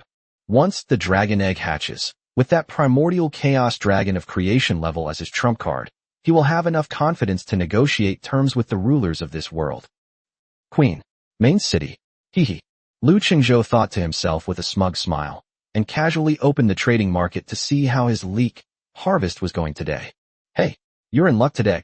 With just one glance, he raised an eyebrow. The transaction history showed a whopping 15 successful acquisitions of high-quality seeds. Ha, I'm rich. Lu Qingzhou took out all the newly acquired seeds. He strolled over to the vast primordial spirit field and began to plant the seedlings one by one, carefully and cautiously. Buzz, buzz, buzz. The light flashed repeatedly, revealing some rare materials and a few decent pieces of equipment. Just when Lu Qingzhou was feeling his luck was SOSO and was about to lose patience, the 13th seed finally gave him a huge surprise. Ding! Excellent quality seed detected, triggering a 1 in 10,000 chance of a secondary divine mutation. Here we go again. The familiar system notification sound made Lu Qingzhou's heart skip a beat. Rumble. A dark golden beam of light, brimming with a wild and untamed aura, suddenly shot into the sky. The light was filled with boundless majesty and a primal sense of power, even causing Hekina, the black-stocking mature woman who was resting with her eyes closed not far away, to suddenly open her eerie purple eyes. Wow! The little girls in the territory who hadn't gone to sleep were also stunned, their beautiful eyes filled with endless shock. As the light faded, an architectural blueprint, crafted from the skeleton of an unknown behemoth and shimmering golden fur, filled with a primal and powerful aesthetic, floated silently in midair. Ding! Congratulations! You have obtained the mythical level architectural blueprint, Altar of all beasts. Mythical level architectural blueprints. And from the summoning beast race. Lu Qingzhou's breathing quickened slightly. While elven wives are appealing, it might be nice to change things up occasionally and try the taste of beast-eared girls. He immediately checked the properties of the blueprint. Chapter 123 Mythical Beast Altar. Blueprint. Altar of all beasts. Quality. Mythical, unique. Effect 1. Beast soul summoning. This altar is the source of all beasts. You can recruit all types of beast units here. Effect 2. Wild roar. The presence of the altar will ignite the wild instincts of all orc units within the territory, increasing all their attributes by 15%. Effect 3. Insufficient altar level, not unlocked. Currently available recruitable troop types. Cat-eared assassin, common. Foxgirl mage, excellent. Upgrade requirements. Other materials omitted. 30 drops of pure blood. Holy crap. This stuff is amazing. Lu Qingzhou's heart pounded wildly as he looked at the attribute description. Although he currently has the most elf wives under his command, his 2 beastman wives, the cat-eared girl Yao Yao and the black-stocking mature woman Hekina, are equally powerful in combat. If a few more Kemonomi girls appeared, especially that upgrade requirement. Pure blood. The pure blood of a beast girl contains the most primal life force. Hiss. Lu Qingzhou looked at the introduction, then glanced in the direction of Catgirl Paradise, a wicked smile creeping onto his lips. This material is a bit unusual. However, for the future of the territory, for the greater cause of the race. Build it. We must build it. Lu Qingzhou waved his hand and directly chose to build. Construct the altar of 10,000 beasts, using 50,000 wood, 50,000 stone, and 5,000 magic crystals. Yes. Rumble. The entire territory trembled violently once again. A dark golden beam of light, filled with a wild and untamed aura, suddenly descended from the sky, enveloping the last open space in the center of the territory. Countless pieces of wood, stone, and magic crystal slowly melted away in this domineering pillar of light, transforming into the purest energy to begin constructing a magnificent building full of primal and powerful beauty. Soon, the light faded. A circular altar, constructed from massive animal bones and unidentified golden fur, covering hundreds of square meters and exuding an aura of savagery and power, rose from the ground. In the center of the altar, a dark golden flame burned fiercely, like a wild fire that would never be extinguished. Ding! Congratulations! You have successfully constructed the mythical building, Altar of 10,000 Beasts. The moment the Altar of 10,000 Beasts was completed, a desolate yet wild energy, centered on it, swept across the entire territory in an instant. Yao Yao and Hekina, who were playing in the Catgirl Paradise, suddenly had their auras surge. Meow. This feels so good. I feel so full of energy. Yao Yao jumped up and down excitedly. A hint of surprise flashed in Hekina's eerie purple eyes. Lu Chengzhou nodded in satisfaction and directly opened the recruitment interface of the altar. Cat-eared assassin, normal a lively and agile catgirl assassin, skilled in stealth and reconnaissance. Recruitment price, 100 copper coins. Foxgirl mage, excellent a charming and alluring fox race spellcaster proficient in illusion and elemental magic. Recruitment price, 500 copper coins. Hee. Perfect, let's gather all the upgrade materials first. Lu Qingzhou looked at the cute cat-eared girl avatar, and a malicious smile appeared on his lips. He simply waved his hand dismissively. Give me 5 cat-eared girls first. Ding. You have successfully recruited cat-eared assassin 5 by spending 500 copper coins. Boom. The flames in the center of the altar of 10,000 beasts suddenly surged. 5 dark golden lights, brimming with a wild aura, flashed by. 5 adorable girls, each about 1.5 meters tall, with fluffy cat ears and tails, petite yet possessing explosive curves, appeared before the crowd. They wore only a few simple animal skins, and their big, watery eyes were full of innocence and curiosity, like 5 little wildcats who had just arrived in the world. Meow greetings, master.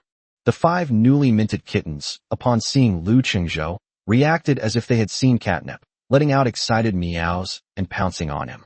They were like 5 clingy kittens, hanging on Lu Qingzhou, rubbing against him with their furry ears and tails, making satisfied purring sounds, full of dependence and affection for their master. All right, don't rush. Lu Qingzhou was both amused and exasperated by this sudden enthusiasm. He stroked each of their fluffy heads like he was petting a cat. Chapter 124 Territory Upgrade. All in one go. Hee all done. All right, don't be shy. Lu Qingzhou clapped his hands. From now on, we're all on the same side. Hurry up and go report to Yao Yao so she can show you around and get you a new set of clothes. Yes, master. The 5 catgirls obediently responded, took off with their snow-white little legs, and ran towards the Catgirl Paradise. After sending away the first batch of meritorious officials, Lu Changzhou returned to the altar of 10,000 beasts, without stopping. 5 more cat-eared girls, please. Ding. You have successfully recruited cat-eared assassin 5 by spending 500 copper coins. 10 more little foxes, please. Ding. You have successfully recruited 10 foxgirl mage by spending 5,000 copper coins. Boom. The flames at the center of the altar surged once more. 15 dark golden lights, brimming with a wild aura, flashed by. 5 petite cat-eared girls and 10 tall foxwoman mages with fluffy tails swaying behind them appeared before everyone. As soon as they appeared, they all rushed towards Lu Qingzhou. Meow greetings, master.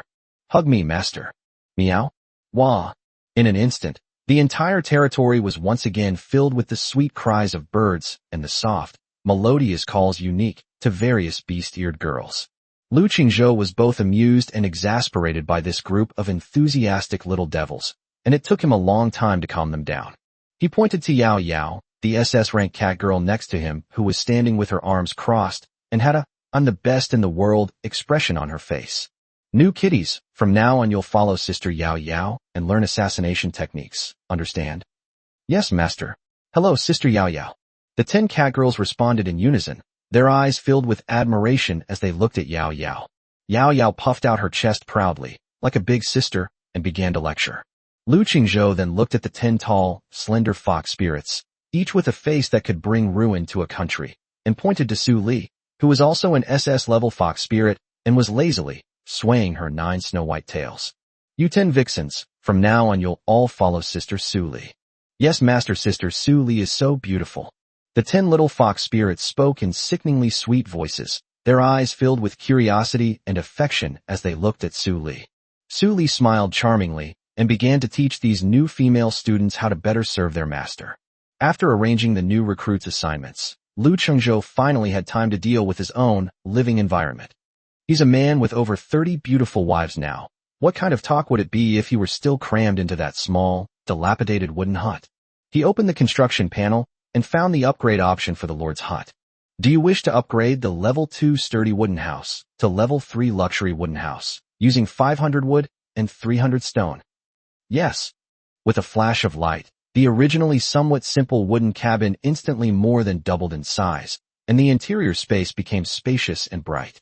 Even the small wooden bed was transformed into a comfortable large bed that could accommodate 3 or 4 people. Not bad, not bad. This is getting interesting. Lu Chengzhou nodded in satisfaction, but that wasn't enough. We must get it right the first time. Ding. Your luxury cabin has been upgraded to level 4. Ding. Your luxury cabin has been upgraded to level 5. Ding. Your Lord's Manor has been upgraded to level 6. Notification. The current territory level cap has been reached. A series of upgrade lights exploded like fireworks. When the light faded, the once unremarkable little wooden house had completely disappeared. Instead, a luxurious 2-story wooden villa covering several hundred square meters was erected. The villa's exterior is full of the natural and artistic atmosphere of the elven race, with various precious woods and vines cleverly combined, making it look both luxurious and elegant.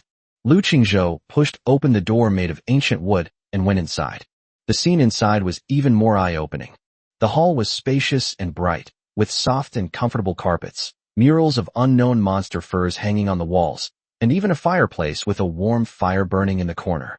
The furniture is complete in every way, and all of it is made of the finest materials, exuding an understated sense of luxury. Lu Chengzhou strode up to the second floor and pushed open the door to the master bedroom. The next second, he couldn't help but pause for a moment. In the very center of the bedroom stood an enormous round bed.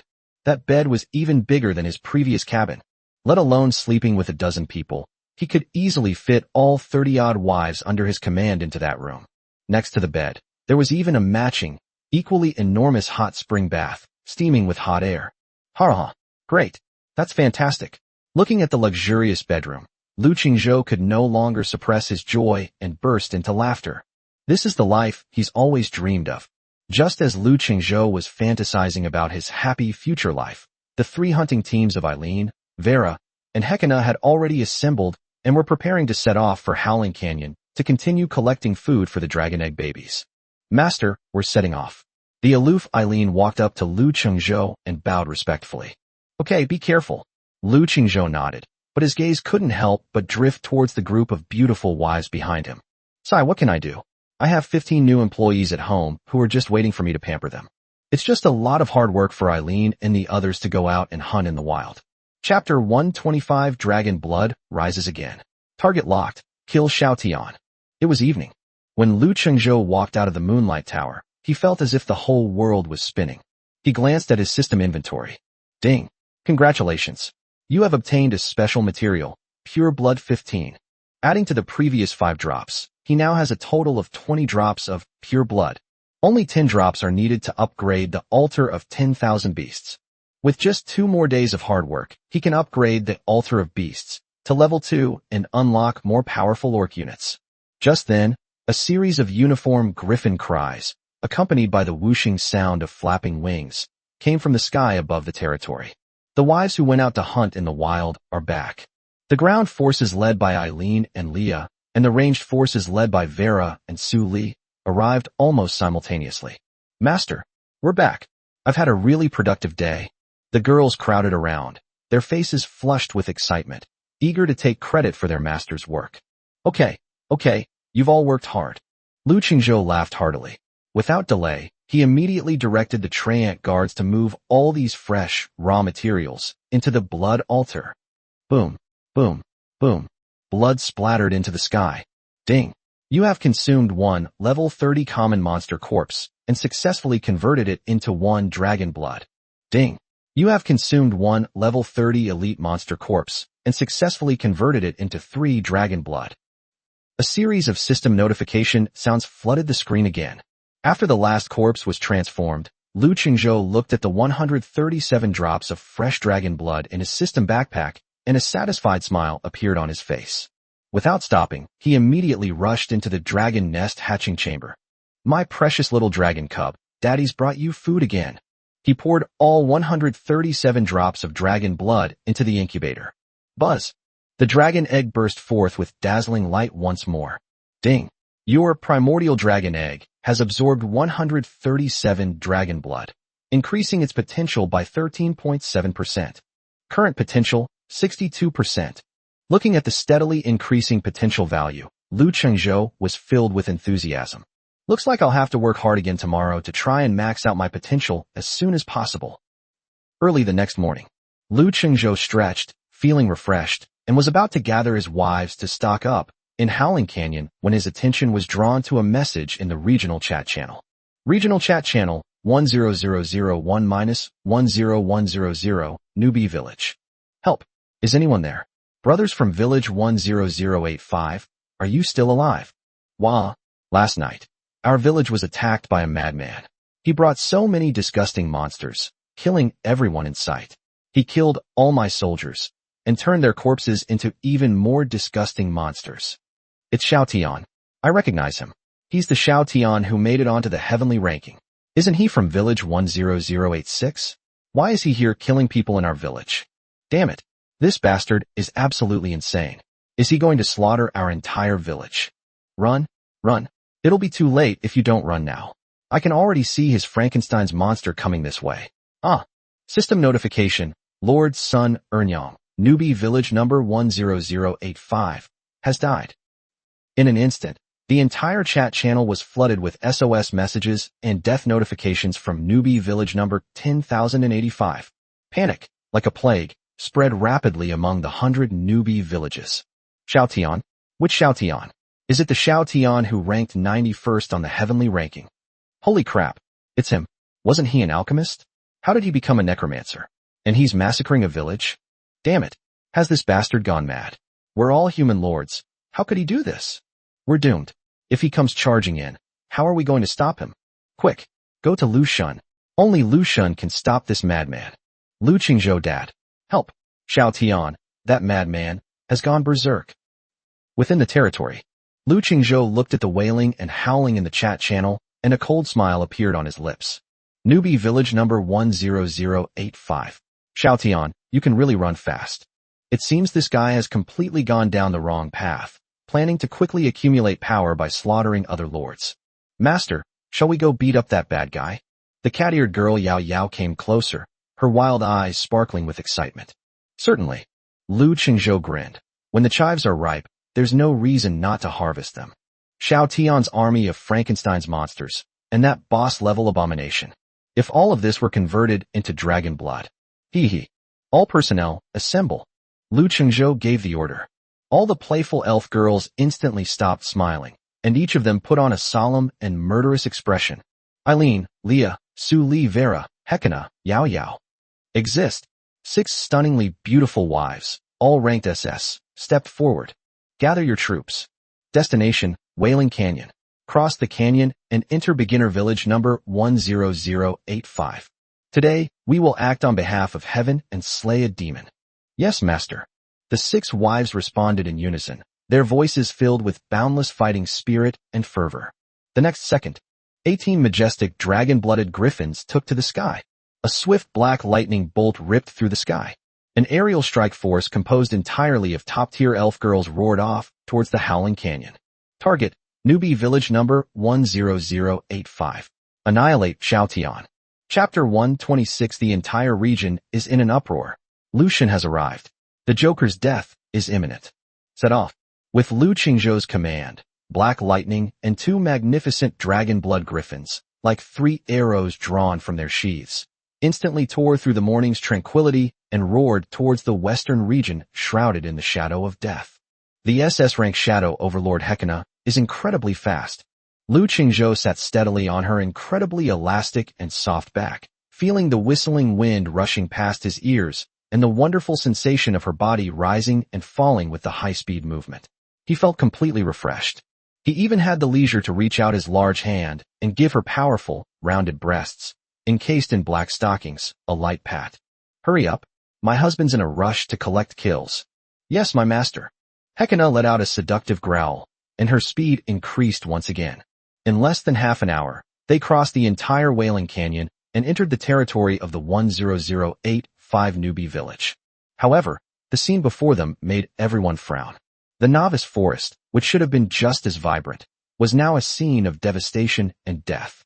Everywhere were the ruins of destroyed wooden houses, scorched earth, and the rotting, stinking corpses of soldiers scattered on the ground. The air was filled with a nauseating stench of blood and the putrid smell unique to undead creatures. Meow, there are so many dead people here. On the griffin's back, the petite and delectable SS-rank cat girl Yao Yao twitched her snow-white nose, and a rare hint of disgust appeared in her wild eyes. Oomph, it's that bastard Xiao Tian's doing again. A cold, killing intent flashed in Lu Qingzhou's eyes. This kind of heartless beast must not be allowed to live. Eileen. Exist. Find him for me. Yes, master. The aloof Eileen immediately understood. Her SS-grade ruby-like eyes narrowed slightly, and her sharp gaze swept across the ravaged land below like that of a hawk. Soon, she pointed to the northwest of the forest. Master, over there, there's an energy fluctuation. It's very chaotic. It must be a battle. Hekina, full speed ahead. Yes, sir. Black lightning tore through the air once more. At the same time, in the northwest corner of the 10085 beginner village, there is a messy open space. A desperate battle is underway. Lord Wang Lei and his two remaining allies stood back to back, desperately trying to fend off the surging tide of undead creatures. Ghouls, abominations, skeletons. A densely packed army of undead surrounded the three of them, exuding a suffocating aura of death. At the very front of the undead army stood a giant, over 6-meter-tall abomination, wielding a massive iron hook in one hand and a bone-chopping blade in the other, exuding a terrifying and despair-inducing aura like a demon god. On the giant's shoulder, Xiao Tian was grinning maniacally, enjoying the praised dying struggle. Ha! Run! Why aren't you running anymore? A bunch of ants. How dare you defy me? Xiao Tian was acting like a madman. He pointed at the three people who were already in dire straits and were being overwhelmed by the army of the undead, and let out a demonic roar. Tear them apart. Turn their flesh and blood into my most powerful weapons. Yes, master. On the giant's shoulder, the fallen knight Austin, clad in tattered silver armor and with vacant, lifeless eyes, mechanically waved his hand like a puppet. The undead army's offensive instantly became even more ferocious. It's over. Wang Lei watched as his already crumbling defenses crumbled instantly under the onslaught of the abomination giant, his face filled with utter despair. His two allies were pounced on by several ghouls and fell to the ground, letting out shrill screams. Ha! Die! All of you die! Looking at the bloody scene before him, Xiao Tian felt no pity whatsoever. Instead, he trembled with excitement. He could almost see himself stepping over the corpses of countless lords, ultimately reigning supreme over the world. However, just as he was laughing wildly, thinking victory was in his grasp, whoosh! A black lightning bolt descended from the sky like a ghost. Immediately afterwards, two equally majestic dragon-blood griffins, like two fighter jets, hovered in mid-air. The sudden turn of events left everyone stunned. Xiao Tian's smile froze instantly.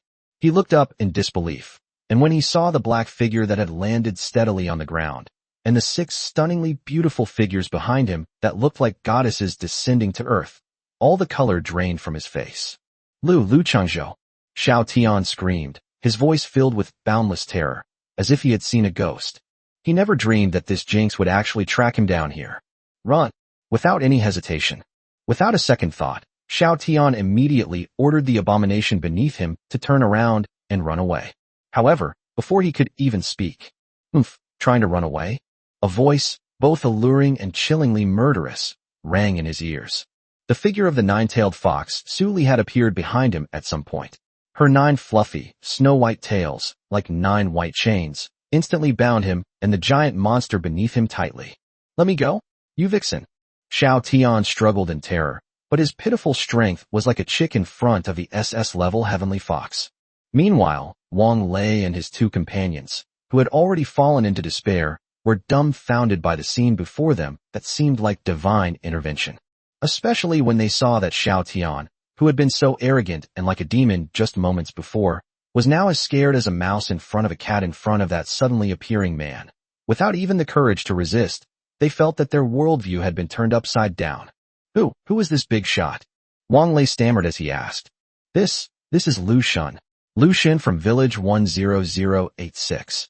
One of his well-informed allies immediately recognized Lu Qingzhou's identity and trembled with excitement.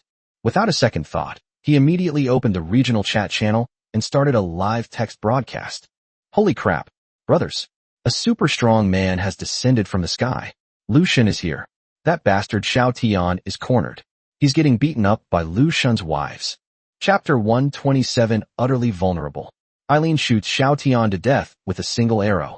On the battlefield, Lu Qingzhou didn't even bother to glance at Xiao Tian, who was bound like a dumpling by Su Li and was still struggling frantically. His gaze fell upon the foul-smelling army of thousands of undead creatures.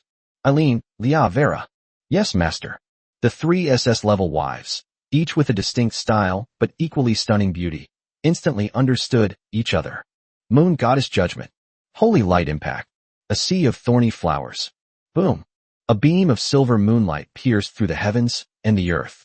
A golden shockwave filled with divine purifying power. A sea of death flowers made up of countless black thorns. Three devastating area of effect skills slammed into the densely packed army of undead almost simultaneously. In an instant, screams erupted. Vast swathes of undead creatures fell and dissolved like harvested wheat. Xiao Tian watched as a third of his painstakingly built undead army evaporated instantly under this devastating attack, and he was so heartbroken that he almost spat out a mouthful of blood on the spot. No, my babies. However, this is just the beginning. Kill. Cat-eared girl Yao Yao and black-stocking mature woman Hekina, like two deadly ghosts, charged directly into the remaining undead formation. With a swift stroke, the knife fell. Those abominations and ghouls that are nightmares in the eyes of ordinary lords are as fragile as paper in front of them. No, don't. As Xiao Tian watched his last remaining possessions being slaughtered at a visible speed, his mental defenses completely collapsed. Taking advantage of Su Li's momentary lapse in attention, he suddenly bit the tip of his tongue, using a self-harming method to forcibly break free from the foxtail's restraints. Then, without thinking, he turned around and tried to escape into the depths of the canyon. However, what awaited him was a cold, silver arrow imbued with the essence of moonlight. Call out. Uft. Reduced damage by 5,500. Critical hit. Penetration. An incredibly terrifying damage number appeared above Xiao Tian's head. He didn't even have time to scream before he was blown apart by this earth-shattering arrow. Ding. You have successfully killed the S-rank Lord Xiao Tian.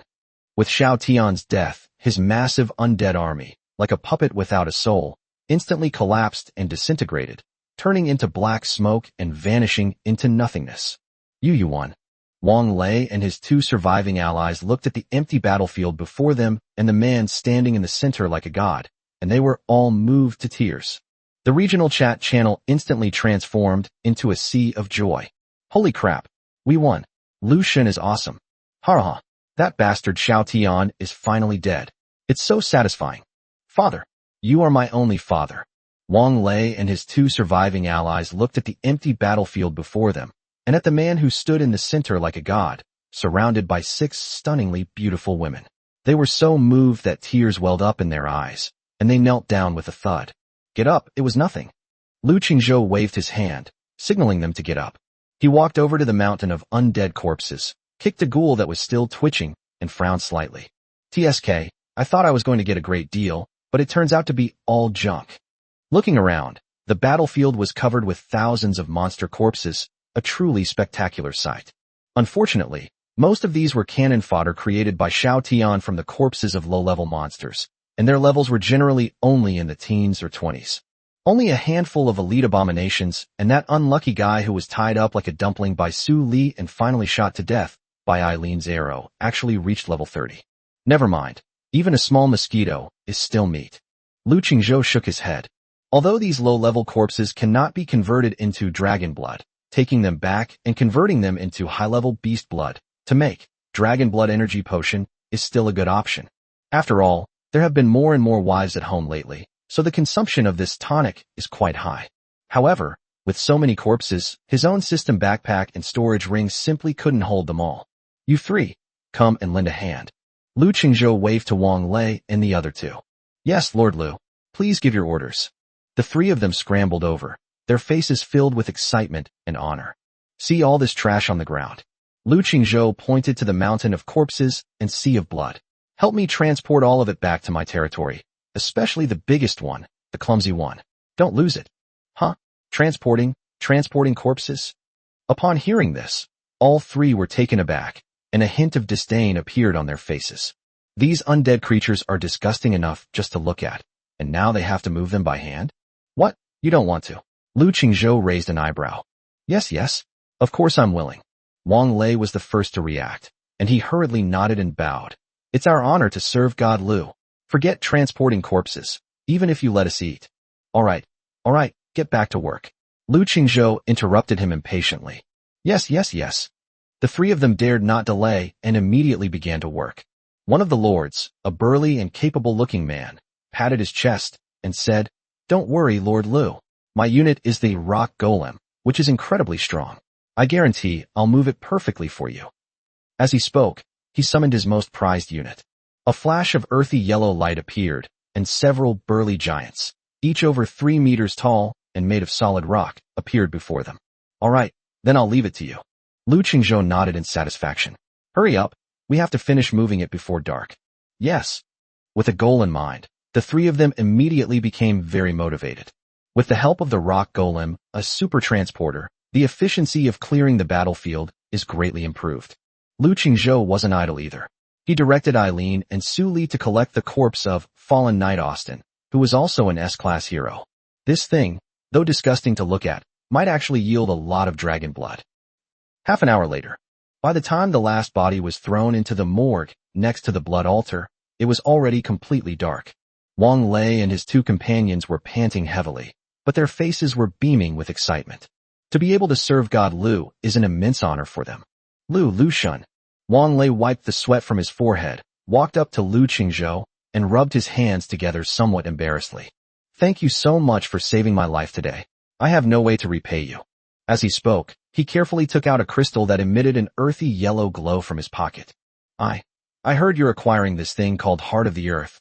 I was lucky enough to get one before, but I haven't been willing to use it. Today, I'm giving it to you as a token of my appreciation. Oh, Lu Qingzhou was somewhat surprised.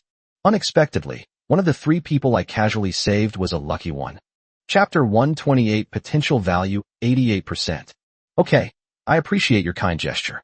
Lu Qingzhou didn't stand on ceremony and directly accepted the Heart of the Earth. Then, he casually pulled out 3 pieces of high-quality equipment from the warehouse, which still carried Xiao Tian's body temperature. Consider these few pieces of equipment as a reward for your hard work. He tossed these 3 pieces of excellent equipment, which would have been fiercely contested by ordinary lords, to Wang Lei and his 2 companions. This is... The 3 of them were stunned when they saw the equipment in their hands that was emitting a pale blue halo. They were so excited that they trembled and became incoherent. Excellent, superior grade equipment. 3 items. Lu Shun, this is too valuable. We can't accept it.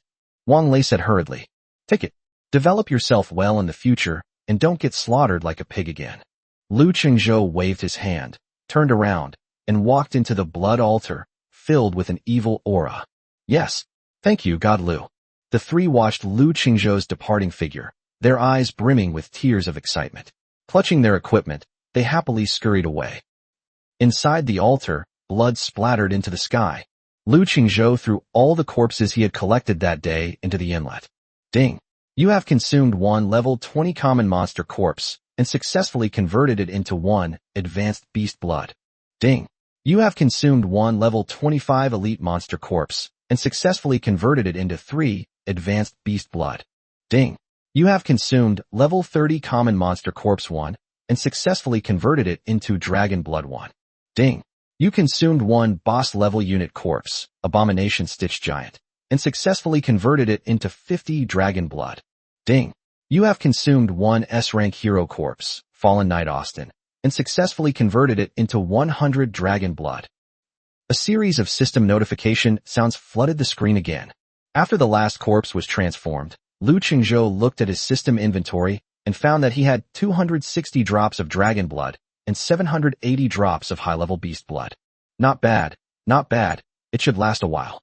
He first went to the dragon nest hatching chamber and poured all the dragon blood into it. Ding! Your primordial dragon egg has absorbed 260 dragon blood, increasing its potential value by 26%. Current potential, 62% plus 26% equals 88%. It'll be soon. If we sweep through Wailing Canyon again tomorrow, we can max out the baby dragon's potential. Next, Lu Chengzhou rushed into the alchemy workshop without stopping. A flash of light. Soon, dozens of bottles of red potion, exuding a faint bloody smell and brimming with explosive energy, were freshly produced. Looking at these real men's happiness drinks, Lu Chengzhou was in a great mood. With these supplies, he felt he could fight another 300 rounds. Night fell. This time, Lu Chengzhou turned his attention to the cat-eared girl Yao Yao, who was full of unexpected cuteness, and the little fox spirit Su Li. Hee. He let out a villainous laugh and waved to the two of them. Hey, master, what are you going to do now? The next morning, as the first rays of sunlight streamed through the floor-to-ceiling windows of the luxurious villa, he stretched with a refreshed feeling, as if he were brimming with inexhaustible energy. Looking at the rapidly increasing reserves of Tears of the Elf in my system inventory, I felt incredibly satisfied. At this rate, 1,000 drops is just around the corner. Lu Chengzhou thought to himself with satisfaction, then casually picked up the spring of moon water that the holy nanny Leah had prepared earlier from the low table next to him and drank it down in one gulp. The cool sensation instantly flooded his mind, making him feel refreshed and invigorated. All right, wives, get up and get to work. Lu Chengzhou clapped his hands and shouted in a strong voice. Soon, the Moonlight Tower and Catgirl Paradise were filled with the sweet, melodious voices of birds. One by one, the stunningly beautiful wives, with their curvaceous figures and dressed in revealing black stockings and armor, emerged, yawning and rubbing their sleepy eyes. Good morning, master. Master, are we going to fight bad guys again today? Dinner's ready. Dinner's ready. Today's sweet flour stuffed chicken is mine. Looking at the group of vibrant and energetic young women in front of him, Lu Chengzhou laughed heartily and waved his hand. That's right. Today's target is still Wailing Canyon. Turn all the elite monsters and bosses above level 30 into dragon blood. Yes, master. The army is striking again. They still split into 3 groups. Lu Chengzhou continued riding his favorite black-stocking mature woman, Hekina, and was the first to rush into the territory. Hekina, speed up. Try to max out the dragon egg's potential before nightfall. Lu Chengzhou patted his lower body and laughed heartily. Yes, master. Hold on tight. Hekina let out a seductive growl, and her lithe body instantly transformed into a black lightning bolt, disappearing from the canyon entrance as if by teleportation. Yao Yao and the others followed closely behind on their dragon-blooded griffins, letting out excited cries. Deep within the howling canyon, a fierce wind howls. Master, a level 30 elite, Earth Lurker, has been spotted below the cliff to the left. Kill.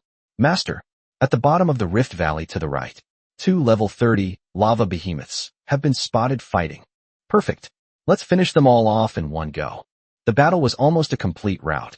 SS rank Hekina is simply a killing machine.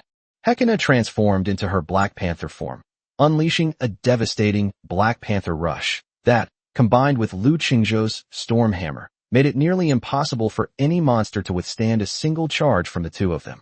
Just as Lu Chengzhou was getting into the swing of things, the ancient-looking communication ring on his waist suddenly lit up.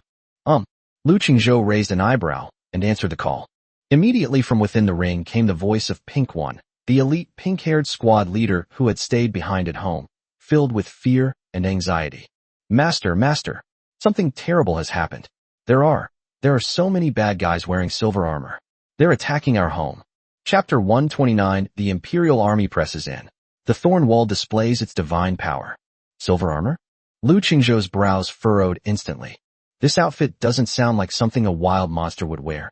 It sounds more like the regular army of the Empire? Don't panic. Can the city walls hold? Lu Chengzhou asked immediately, his voice carrying a reassuring quality. Upon hearing its owner's voice, Pinkie Pie calmed down considerably, but her voice still trembled with tears. We can hold on. That wall is so hard. They've been attacking for ages and haven't broken it. But there are so many of them. And there are huge flying things too. Wah, master, please come back. Got it. Hold the line. I'll be right back. A cold, killing intent flashed in Lu Qingzhou's eyes. He immediately used the other two communication rings to give orders to Eileen and Vera, who were still clearing out monsters on the outskirts of the canyon. Eileen, Vera, everyone, go home immediately. Enemy invasion. Yes, master. From the communication ring, two women responded simultaneously, their voices cool, yet brimming with fighting spirit. After hanging up the call, Lu Qingzhou didn't hesitate at all and directly patted Hekina's incredibly elastic and rounded breasts beneath him. Hekina, full speed, home. At the same time, beginner village number 10086, outside Lu Qingzhou's territory. A fierce battle of offense and defense is unfolding. Boom, boom. The deafening explosions continued unabated. Outside the territory, the epic wall, over 20 meters high and composed of countless ferocious thorns, vines, and alluring roses, is enduring a storm of attacks. Outside the wall, a dark mass of at least 200 enemies had gathered. They were not ordinary lords, but rather a uniformed force of imperial regulars. Leading the group was a middle-aged man riding a tall warhorse, wearing heavy silver armor, and with a dignified face. The emblem on his chest was a roaring lion, signifying his noble status. The Earl of the Morning Star Empire, the current head of the Austen family, and the biological father of Viscount Austen. Earl Austen, Imperial Noble. Level, 50. Health points, 18,000. Attack power, 850. Class, Imperial Grand Knight. Skills, Charge Slash, Lionheart Roar, Earth Shatter. Behind him stood over 200 Imperial Knights and Imperial Mages, all between levels 30 and 35. They were well-equipped and highly trained, their eyes filled with the arrogance and indifference of Imperial soldiers. At the very back of the procession stood several elderly men dressed in magnificent blue robes and holding crystal staffs. The magical energy emanating from them far surpassed that of ordinary Imperial mages. They were clearly several level 40 Imperial arcane mages. This is almost the entire strength of the Austen family. Earl Austen stared grimly at the eerie wall before him, a wall brimming with the energy of nature and life, yet seemingly impenetrable, his heart filled with boundless rage and murderous intent. Just a few days ago, he received a distress signal from his son, Viscount Austen. The signal was intermittent, only managing to transmit a few key messages: farmer, elf, betrayal, save me. Then, the family crest that represented the life of his son faded completely. Earl Austen understood instantly. His own son, along with the elite members of his family who had gone to provide support, all perished in this obscure beginner village. The murderer is none other than the audacious F-rank peasant lord, Lu Qingzhou, a mere lowly commoner from another world. How dare he kill my son? How dare he murder a nobleman of the empire? Earl Austen was so angry that he trembled. He immediately gathered all the power of his family, and even used several arcane masters who had served him for many years. He headed straight for the 10086 newbie village with murderous intent. He wants revenge. He wanted to wipe that foolish peasant, along with his filthy territory, off the map completely. However, when he finally arrived at his destination, he was completely blocked by this strange wall. My lord, this wall is too strange. Our attacks are having absolutely no effect. A captain of knights rode up to Earl Austen, his armor still covered in sharp thorns, and he looked sullen. And this wall retaliates. If you get too close, you'll get entangled in those thorns and continuously lose health. Several brothers have already been injured. Upon hearing this, Earl Austen's face darkened even further. He certainly noticed the strangeness of the wall. The thorny vines seemed to have a life of their own. Any attack that landed on them would be quickly absorbed and neutralized. The flamboyant roses blooming on the wall exude a strange fragrance that, if smelled for too long, can even make people dizzy and mentally disoriented. An epic-level defensive structure? The Earl of Austen, being well informed, immediately guessed the origin of the wall, and his greed instantly overwhelmed his anger. What merit does a mere F-rank farmer possess to have such a divine object? That lowly commoner must have gotten incredibly lucky and picked it up from some ruins. Once we breach this wall, everything inside will be ours. Thinking of this, an unprecedented greed and fanaticism blazed in Earl Austen's eyes. Arcanist, use a forbidden spell. Melt it. My lord, please reconsider. Forbidden spells consume too much energy and take too long to prepare. What if? No what ifs. Bomb it. Upon hearing this, the Arcanists exchanged glances, but still raised their crystal staffs. Meanwhile, within the territory, the dozen or so pink-haired archers and moonlight sentinels who stayed behind at home were also as anxious as ants on a hot pan. Sister Pinky, what should we do? There are so many bad people outside. A young girl with pink hair, who had just joined the army, hid behind the city wall, peeking out half her head. Looking at the dark mass of soldiers outside, she was so frightened that her face turned pale and her voice was trembling with tears. Pinky, the elite pink-haired girl who was left at home as the squad leader, also had a tense expression, but she still tried to remain calm and reassured him. Don't be afraid. Master said this wall is very sturdy. They can't break it. Everyone, get to the arrow tower. Fire freely. Hold them off. Wait for our master to return. Yes. At Pinkie Pie's command, all the elf girls immediately sprang into action. Swoosh, swoosh, swoosh. On both sides of the territory, the 7 towering, thorn watchtowers instantly unleashed deadly roars. Thorn arrows, each imbued with slowing and bleeding effects, rained down like the Grim Reaper's scythe upon the dense crowd below. Uft, uft. Reduced by 450. Critical hit. Reduced by 482. Bleeding. Although the attack power of a single watchtower is not very high, their sheer number makes up for it. Under the concentrated fire of the 7 watchtowers, even the Imperial Knights, who were already tough and resilient, fell down in droves, as if they were made of paper. Damn it! Use a spell shield to hold them off. Earl Austin was so angry he roared. Several Imperial mages quickly stepped forward and erected a pale blue magical shield. However, their shields have a limited range and cannot cover everyone at all. The soldiers on the outer perimeter continued to suffer losses under the precise attacks from the watchtowers. The situation reached a stalemate. However, everyone knew that this stalemate wouldn't last long. Although the city walls were sturdy, they couldn't withstand the enemy's superior numbers and the arcane sorcerers who were chanting forbidden spells. Once the forbidden spell is cast, this epic wall will likely be destroyed. Pink and the remaining elf girls were all so anxious they were about to cry, and could only pray in their hearts that their master would return soon. Just then, whoosh, a black lightning bolt, like a ghost, tore through the sky at an incredible speed from the horizon and hurtled toward the battlefield. Above that black lightning bolt, a familiar and imposing figure stood proudly. It's Master. Master is back. On the city walls, all the elven girls cheered with delight. Chapter 130 Potential at its peak. The baby dragon is about to be born. Outside the city walls, Earl Austin, who was directing the attack, saw the figure appear in the sky above the battlefield as if by teleportation, and his pupils suddenly contracted. Before he could even react, Lu Qingzhou had already jumped off Hecana's back like a divine soldier, descending from the sky and directly into the territory. He didn't even glance at the small fry attacking the wall. After landing, he immediately rushed towards the mythical dragon nest hatchery. He took out the primordial dragon egg, which exuded a chaotic aura, directly from his storage ring and placed it in the incubation nest. Immediately afterwards, he rushed to the blood altar, which was filled with an evil aura. With a wave of his hand, he frantically threw the hundreds of high-level monster corpses from his storage ring into the altar. Transform me. Dragon blood. Boom. Ding.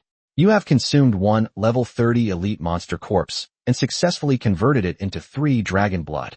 Ding. You have consumed 1 level 35 boss monster corpse and successfully converted it into 15 dragon blood. A series of system notification sounds, like heavenly music. In less than 10 seconds, hundreds of high-level monster corpses were completely converted. Ding. You have obtained 155 drops of dragon blood. Ha, that's more than enough. Lu Qingzhou rushed back to the dragon nest incubation room. They poured 120 drops of freshly made dragon blood into the incubator all at once. Buzz. The dragon egg instantly burst forth with dazzling light. Ding. Your primordial dragon egg has absorbed 120 dragon blood, increasing its potential by 12%. Current potential, 88% plus 12% equals 100%. Ding. Potential value has reached 100%. Incubation begins. Estimated incubation time, 10 minutes. It's done. Looking at the potential value that had finally reached 100% perfection and the rapidly beating 10-minute countdown, Lu Qingzhou's heart pounded wildly. A primordial dragon of Genesis. It's finally about to be born. Just then, rumble. An even more violent explosion came from outside, and the entire territory seemed to shake. Master, something terrible has happened. Those villains outside seem to be using some powerful magic. The wall can't hold up much longer. Pinky's anxious voice came again. Lu Qingzhou's face darkened, and he strode out of the incubation room. On the outskirts of the territory, several imperial arcane mages dressed in magnificent blue robes were raising their staffs and chanting obscure incantations. Arcane bursts, brimming with destructive power, rained down on the Thorn Rose wall like a meteor shower. Each explosion caused the sturdy wall to tremble violently, and even fine cracks appeared on the wall. Level 6 Thorn Rose Wall. Durability 115000/300,000. The durability has dropped by almost 2/3. At this rate, this epic wall will be breached in just a few minutes at most. Damn, they're actually pretty good. Lu Qingzhou's eyes narrowed. It seems that relying solely on the city walls and watchtowers for passive defense is not enough to hold out. I'm not waiting any longer. A ruthless glint flashed in his eyes. Hekina, prepare to attack. Yes, master. The black-stocking mature woman, Hekina, instantly understood, and a fierce fighting spirit ignited in her bewitching purple eyes, which were filled with wild charm. Just as Lu Qingzhou was preparing to lead his wives to take the initiative and teach those ignorant fools outside a lesson. Whoosh! Whoosh! Two equally fast streaks of light, like two fighter jets, roared in from the direction of Wailing Canyon and landed steadily in the territory. The ground forces led by Eileen, Leah, and Yao Yao, and the ranged forces led by Vera and Su Li, have finally returned. Master, we're back. What happened? Eileen, Vera, Su Li, Leah, and Yao Yao, 5 stunningly beautiful wives who were all SS rank, instantly turned cold upon seeing the massive, dark army outside their territory. Perfect timing. Lu Qingzhou felt relieved to see the reinforcements arrive. With a wave of his hand, he pointed directly at the arcane sorcerers outside, who were still frantically casting spells. Eileen, Su Li, take care of those old bastards first. Yes, master. The aloof Eileen and the alluring Su Li instantly understood each other. 2 devastating attacks were launched almost simultaneously. One of them was a silver pillar of light that condensed the divine punishment of the moon. One of them was a pink energy cannon formed by 9 fluffy, snow-white foxtails. Oh no, an ambush! The arcane sorcerers who were concentrating on casting spells instantly sensed a deadly crisis. Without a second thought, they were about to activate the magic shield. However, it was all too late. Boom! Boom! 2 deafening explosions occurred almost simultaneously. Those level 40 arcane mages, who were considered experts even in the Empire, didn't even have time to scream before they were blasted into a cloud of blood mist by these 2 earth-shattering attacks. What? Earl Austin, who was riding on his horse and waiting to see a good show, almost popped his eyes out when he saw this scene. He never dreamed that such a terrifying master was hidden in this farmer's territory. Before he could even recover from the shock. Kill! The gates to Lu Qingzhou's territory burst open. A group of elven girls, each with a voluptuous figure, but with eyes filled with icy killing intent, surged out of the territory like a tidal wave. Leading the group were 5 stunningly beautiful wives with vastly different styles, yet all possessing terrifying SS-level strength. Counterattack. Here we go. Chapter 131 100% Ultimate Potential. The primordial dragon is born. Kill them all. Lu Qingzhou's icy voice, like the pronouncement of death, echoed across the battlefield. Yes, master. More than 30 beautiful and voluptuous elf girls, like tigers descending from the mountain, instantly charged into the Imperial Army's formation, which had already been shattered by various traps and long-range firepower. Uft, uft, uft. With a swift stroke, the knife fell. Those level 35 Imperial knights, who were like nightmares in the eyes of ordinary lords, were as vulnerable as a flock of lambs to the slaughter in front of these elven girls, whose levels were not high, but whose attributes were abnormal and whose teamwork was perfect. The cat-eared girl Yao Yao and 5 moonlight sentinels, all dressed in revealing black silk armor, moved freely across the chaotic battlefield like ghosts. With each swing of their poisoned moon blades and daggers, a knight's life was destined to be taken. Eileen's archer squad and Vera's mage squad were like 2 mobile artillery platforms. A rain of arrows and multicolored magical light, like the scythe of death, mercilessly reaped the lives of the enemy. The holy and noble Liao floated in midair, waving her staff, and golden divine protection rained down on each of her sisters as if it were free. As for Lu Qingzhou himself, he mounted his favorite black-stocking mature woman, Hekina, and like a black lightning bolt, charged straight at Earl Austen, who was still standing there in a daze on his horse. To catch the thief, first catch the king. Protect the Earl. Upon seeing this, the knights guarding Earl Austen roared and charged forward, attempting to form a shield wall to block the black lightning. However, what awaited them was a cold war hammer wreathed in thunder and storm. Get the hell out of my way. Lu Qingzhou roared and swung the storm hammer in his hand forward. Boom! Lightning flashed. The 7 or 8 knights at the very front, along with their horses, were blasted away by this earth-shattering hammer blow. What? Lord Austen was terrified by the terrifying sight before him, which resembled the descent of a demon. He never dreamed that an F-rank farmer could unleash such terrifying power. Run! Without any hesitation. Without a second thought, Earl Austen was about to turn his horse around. However, Hekina was faster than him. The black lightning instantly covered a distance of tens of meters and appeared in front of him. Lu Qingzhou leaped off the leopard's back, and with the force of a thunderbolt, he smashed the storm hammer down on Earl Austen's head. No! Earl Austen let out a desperate roar. At this critical moment, boom! A golden beam of light, filled with endless majesty and sacred aura, suddenly descended from the sky, like a spear of divine punishment, and slammed heavily between Lu Qingzhou and Earl Austen. The terrifying energy shockwave instantly sent the two of them flying. Lu Qingzhou performed a graceful somersault in midair, landing steadily on Hekina's back. He frowned and looked in the direction where the pillar of light had descended. A majestic figure, clad in magnificent golden armor, with pure white wings on his back and wielding a great sword engulfed in holy flames, slowly emerged from the light. Holy Knight Galio, under the prince's command. Level 60. Class Paladin. Behind him, at least 500 royal griffin knights, also riding griffins and clad in silver armor, formed a dense, cloud-like formation that blotted out the entire sky. The prince's reinforcements. Lord Austen, who had been in despair, was overjoyed at the sight. He scrambled to the Holy Light Knight, who looked like a god descending to earth, and knelt down with a thud. Lord Galio, you've finally arrived. Quickly, kill that peasant. He killed my son. He tried to kill me too. The Holy Knight Galio ignored the tearful, useless count at his feet. His majestic golden eyes slowly fell on Lu Qingzhou, and his voice, like a resounding bell, was full of an unquestionable sense of judgment. Out-of-world person, you've crossed the line. Immediately lay down your weapons, kneel and surrender, and come with me back to the capital to face trial, or else. Kill without mercy.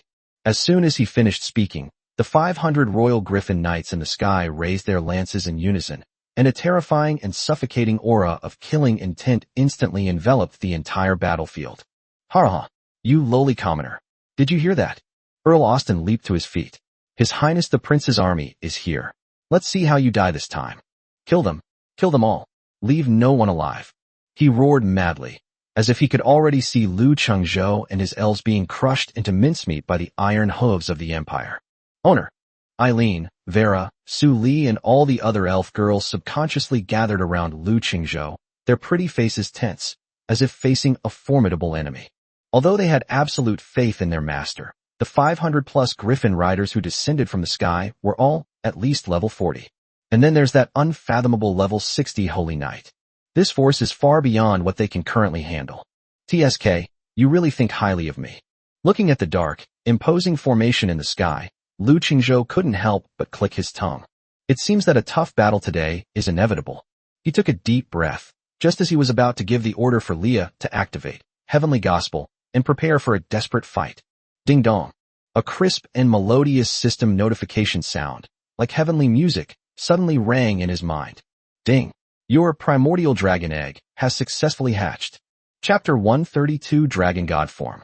Instantly kills a level 60 paladin. The entire village is stunned. They've hatched. Lu Qingzhou's heart skipped a beat. He subconsciously looked towards the center of the territory, at the dragon nest hatchery, filled with mythical aura. The once quiet incubation room was now trembling violently. Streams of 7-colored light, filled with supreme majesty and the aura of primordial chaos, surged forth from it like a tide, soaring straight into the sky. Click, click. The crisp sound of the eggshell cracking, like the most beautiful musical note, clearly reached everyone's ears. What is that? In the sky, the holy light knight Galio, who had been arrogant, changed his expression instantly when he felt the terrifying pressure emanating from the depths of his bloodline. For the first time, a hint of fear appeared in his majestic golden eyes. Even his griffin mount seemed to sense something terrifying, letting out an uneasy neigh and unable to control itself, wanting to turn around and run away. Boom! Accompanied by a deafening roar. The dome of the entire dragon's nest hatchery exploded with a deafening roar. A petite and exquisite figure, with a dark purple body that seemed to be formed from the purest primordial purple energy, slowly flew out from the swirling dust. That was a dragon. It was only the size of a palm, covered with fine purple dragon scales, and had a pair of large, pure eyes like obsidian, curiously observing this unfamiliar world. It fluttered its pair of small, delicate, purple dragon wings, like butterfly wings, hovering in midair, tilting its little head, looking. It's actually kind of cute. What the hell? Lu Qingzhou was completely dumbfounded when he saw the mini dragon in front of him that looked like a small lizard. This is the creation-level divine dragon he painstakingly farmed, spent countless hours gathering dragon blood, and spent real money to look forward to for 10 days. This is ridiculous. Ha ha ha. Upon seeing this, Earl Austen, who had been somewhat surprised and uncertain, suddenly burst into a thunderous burst of laughter. I thought it was something amazing. It's just a newborn lizard baby. Is this your trump card? That's hilarious. Are you trying to be a joke? He laughed so hard that tears almost came out, as if he had seen the funniest joke of his life. In the sky, the holy knight Galio also breathed a sigh of relief, his face regaining its majestic expression, though a hint of barely perceptible apprehension still lingered deep in his eyes. Humph, just making a fuss over nothing. He snorted coldly and raised the holy flame greatsword high in his hand. All troops, listen to my command. Give me. However, he hadn't finished speaking. Eek! The tiny purple creature hovering in midair seemed to be annoyed by the noisy group. It let out a soft murmur that was both childlike and strangely majestic. Buzz! A purple ripple, indescribable in its power and imbued with the aura of primordial chaos, swept across the entire battlefield from its center. Ding! Primordial Dragon, Cub, activates skill, Primordial Domain. All enemy units within the area have all attributes reduced by 50%. In an instant. Whether it was the more than 500 majestic royal griffin knights in the sky, the arrogant holy light knight Galio on the ground, or even Earl Austen who was just laughing wildly, a faint purple aura suddenly appeared on all enemy units. They felt an irresistible, terrifying pressure instantly envelop their entire bodies. It felt as if his strength, speed, defense, everything had been forcibly halved. What? Galio's dignified expression shattered instantly, replaced by boundless horror. He felt that the power of holy light within his body was suppressed to the point that he could not even exert half of what he usually could. What kind of monster is this? However, this is just the beginning. Roar! Accompanied by a deafening dragon roar filled with boundless majesty. A terrifying phantom of a giant dragon, over 100 meters long and composed of pure primordial purple energy, suddenly appeared behind the little purple creature. The colossal dragon phantom blotted out the sky, its terrifying dragon might even distorting the entire space. Ding! Primordial Chaos Dragon, Cub, activates skill, Ancestral Dragon Illusion. Summon an ancient dragon soul with 50% of the original's attributes to aid in battle. The phantom's attributes are comparable to a level 50 boss. Immediately afterwards, that tiny purple creature transformed into a streak of purple light and instantly rushed in front of Lu Qingzhou. Then, to everyone's astonishment, it merged directly into Lu Qingzhou's right arm. Ding! The primordial dragon has activated its skill, Dragon Soul Fusion. Buzz! A dazzling purple light suddenly erupted between the man and the dragon. Lu Qingzhou felt an indescribable torrent of supreme majesty and power surge into his limbs and bones in an instant. His body began to undergo earth-shattering changes in an incredible way.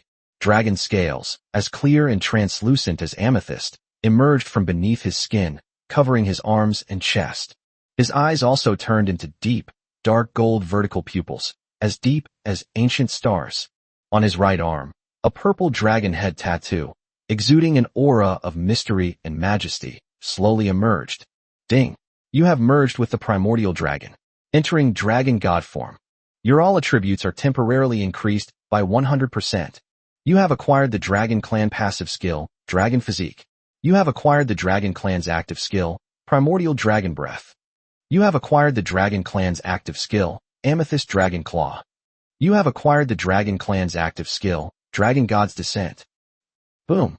An aura more terrifying than ever before erupted from Lu Qingzhou's body. A layer of fine purple dragon scales appeared on the surface of his body. Behind it, a pair of ferocious dragon wings, full of power, suddenly unfolded. He looked like an unparalleled war god who had emerged from the primordial chaos. This power. Lu Qingzhou was completely stunned as he felt the terrifying power within his body that seemed capable of destroying the world. Is this the power of a primordial dragon? No. Impossible. The Earl of Austin, facing the terrifying scene before him, which resembled the descent of gods and demons, was so frightened that he turned to run without a second thought. However, Lu Qingzhou only gave him a cold glance. Trying to run, he slowly raised his right hand, aiming it at the fleeing figure in a disheveled state. Dragon's Breath. Boom. A purple beam of light, filled with destructive power, like the scythe of death, instantly traversed a distance of hundreds of meters. No. Before Earl Austin could even let out a scream, he was blasted into dust by the earth-shattering Dragon Breath. Ding. You have successfully defeated the level 50 boss, Earl Austin. Sold out instantly. A dignified level 50 Imperial Earl couldn't even withstand a single move. You're next. Lu Qingzhou slowly raised his head, his eyes burning with purple dragon flames falling on the holy light knight in the sky who was already terrified. Heretical, heretic. You are the devil. Galio was terrified when he saw the demon-like man on the ground. Without a second thought, he was ready to spread his wings and fly high. However, Lu Qingzhou simply snorted dismissively. The dragon wings on his back suddenly flapped. Whoosh! In an instant, he transformed into a streak of purple light, appearing directly in front of Galio, as if by teleportation. Die! There are no fancy moves at all. It was just a simple punch. Bang! A loud bang. The holy light shield on Galio, the holy knight, which was strong enough to withstand thousands of troops, shattered as easily as if it were made of paper. Immediately afterwards, his magnificent golden armor, along with his proud paladin body, shattered under that punch, transformed into countless golden specks of light. Ding! You have successfully defeated the level 60 boss, Holy Knight Galio. Another instant sellout. The top knight under the command of a prince at level 60 didn't even have a chance to fight back. The entire battlefield fell into a deathly silence. In the sky, the more than 500 royal griffin knights looked at the man on the ground who was floating in midair like a demon god. They were all so frightened that they trembled all over and did not dare to breathe. At the same time, outside of beginner village number 10086, countless lords who rushed to the scene to support Lu Shan were completely stunned by the mythical sight before them as soon as they arrived at the edge of the battlefield. Holy crap! What is that? A lord pointed at the demon-like figure in the sky and stammered a question.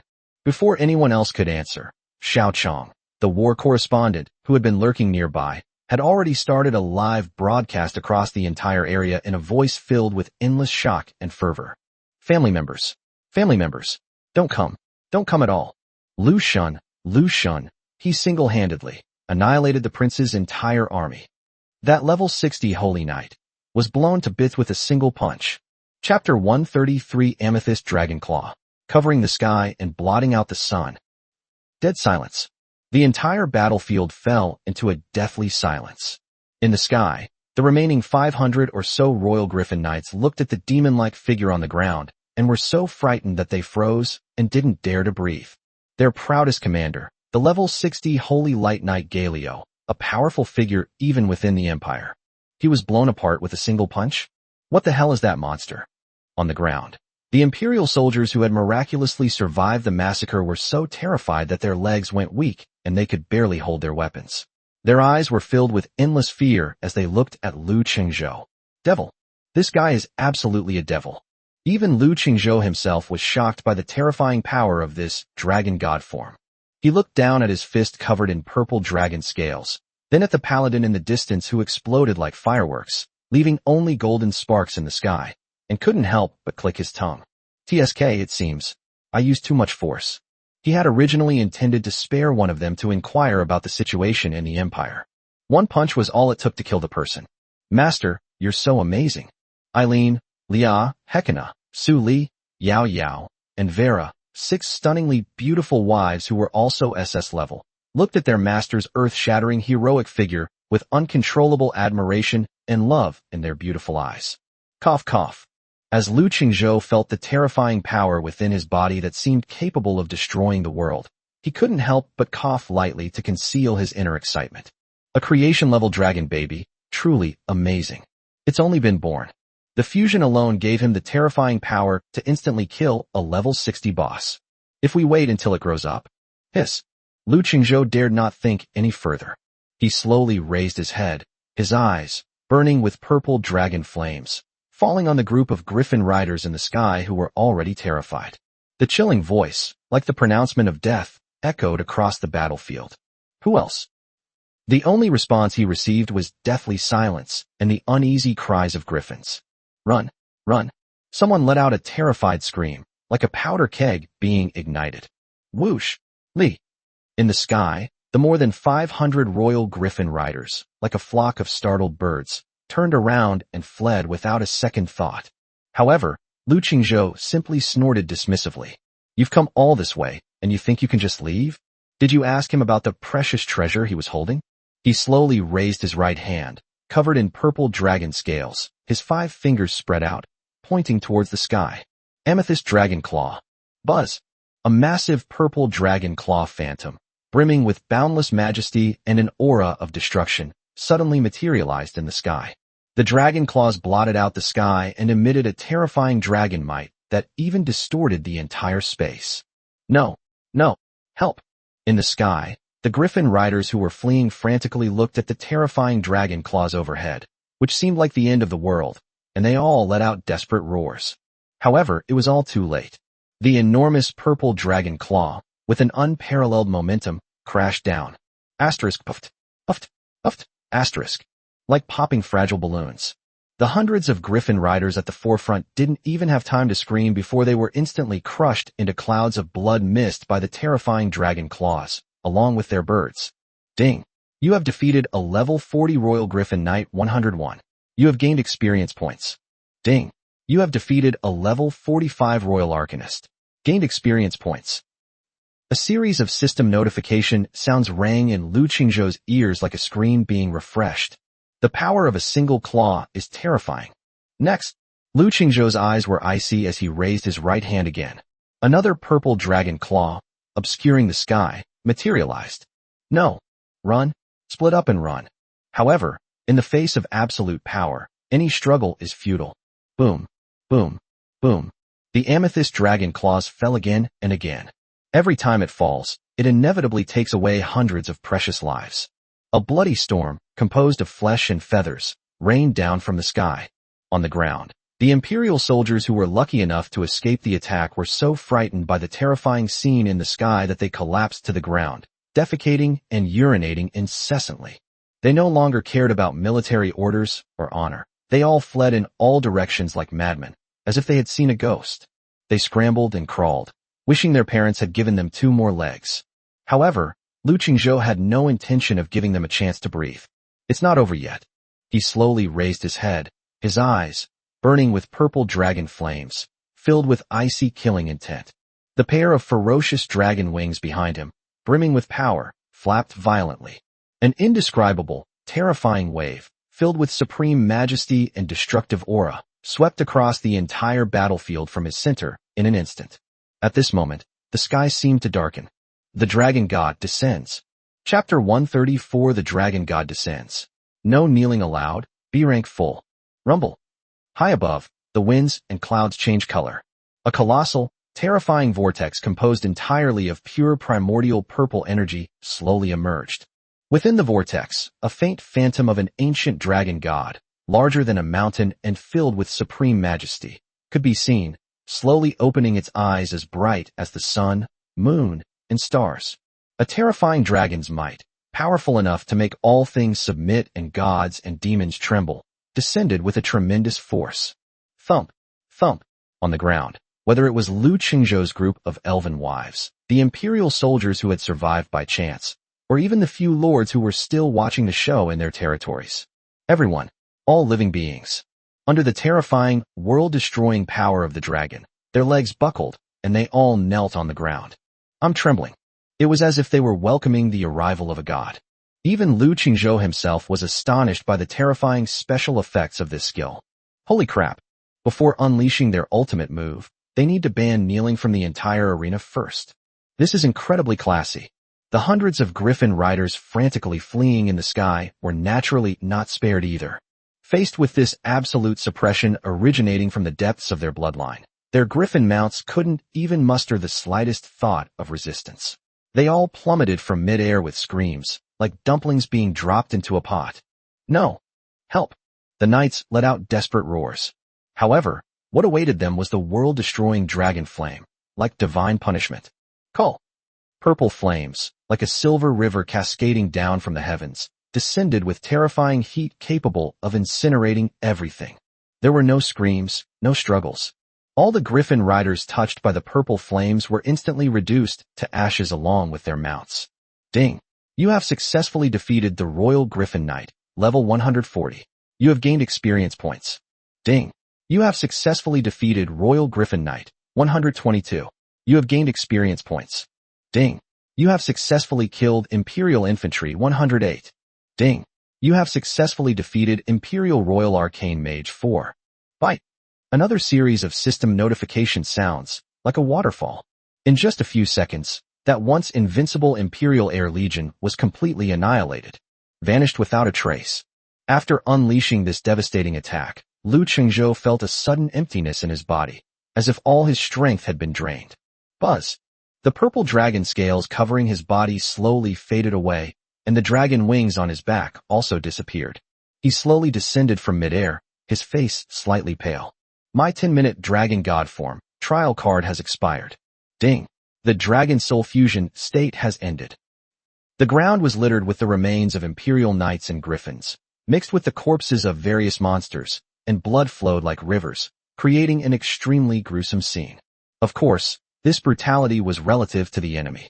On Lu Qingzhou's side, apart from consuming some arrows and magic potions, and a few pink-haired little girls suffering minor injuries, there were almost zero casualties.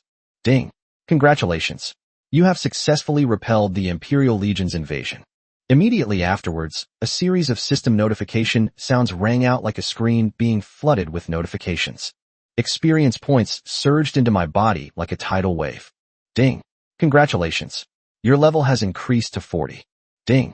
Your hero Moon Goddess Irene has reached level 35. Ding! Your hero Saintess of Life, Leah, has reached level 35. Ding! Your hero Shadow Overlord Hekina has reached level 35. Ding! Your hero Nine-Tailed Celestial Fox Su Li has reached level 35. Ding! Your hero Vera, Queen of Thorns and Roses, has reached level 35. Ding! Your hero Shadow Cat Girl Yao Yao has reached level 35. Ding! Your unit Elite Pink-Haired Elf Archer has reached level 30. Ding! Your Moonlight Sentinel unit has reached level 30. Ding! Your Elf Mage unit has reached level 30. Ding! Your Tree Guardian unit has reached level 30. Ding! Your Mount Dragonblood Griffin has reached level 20. The continuously upgrading golden light shone wildly on Lu Qingzhou and all his wives, soldiers, and even mounts, as if it were free. This amount of experience is simply enormous. A level 60 paladin boss. A level 50-year-old boss. In addition, there are more than 500 elite imperial troops at levels 35 to 40. This generous experience package propelled their entire team to new heights, like a rocket launch. Every single unit that participated in the battle followed Lu Qingzhou and soared all the way to level 30.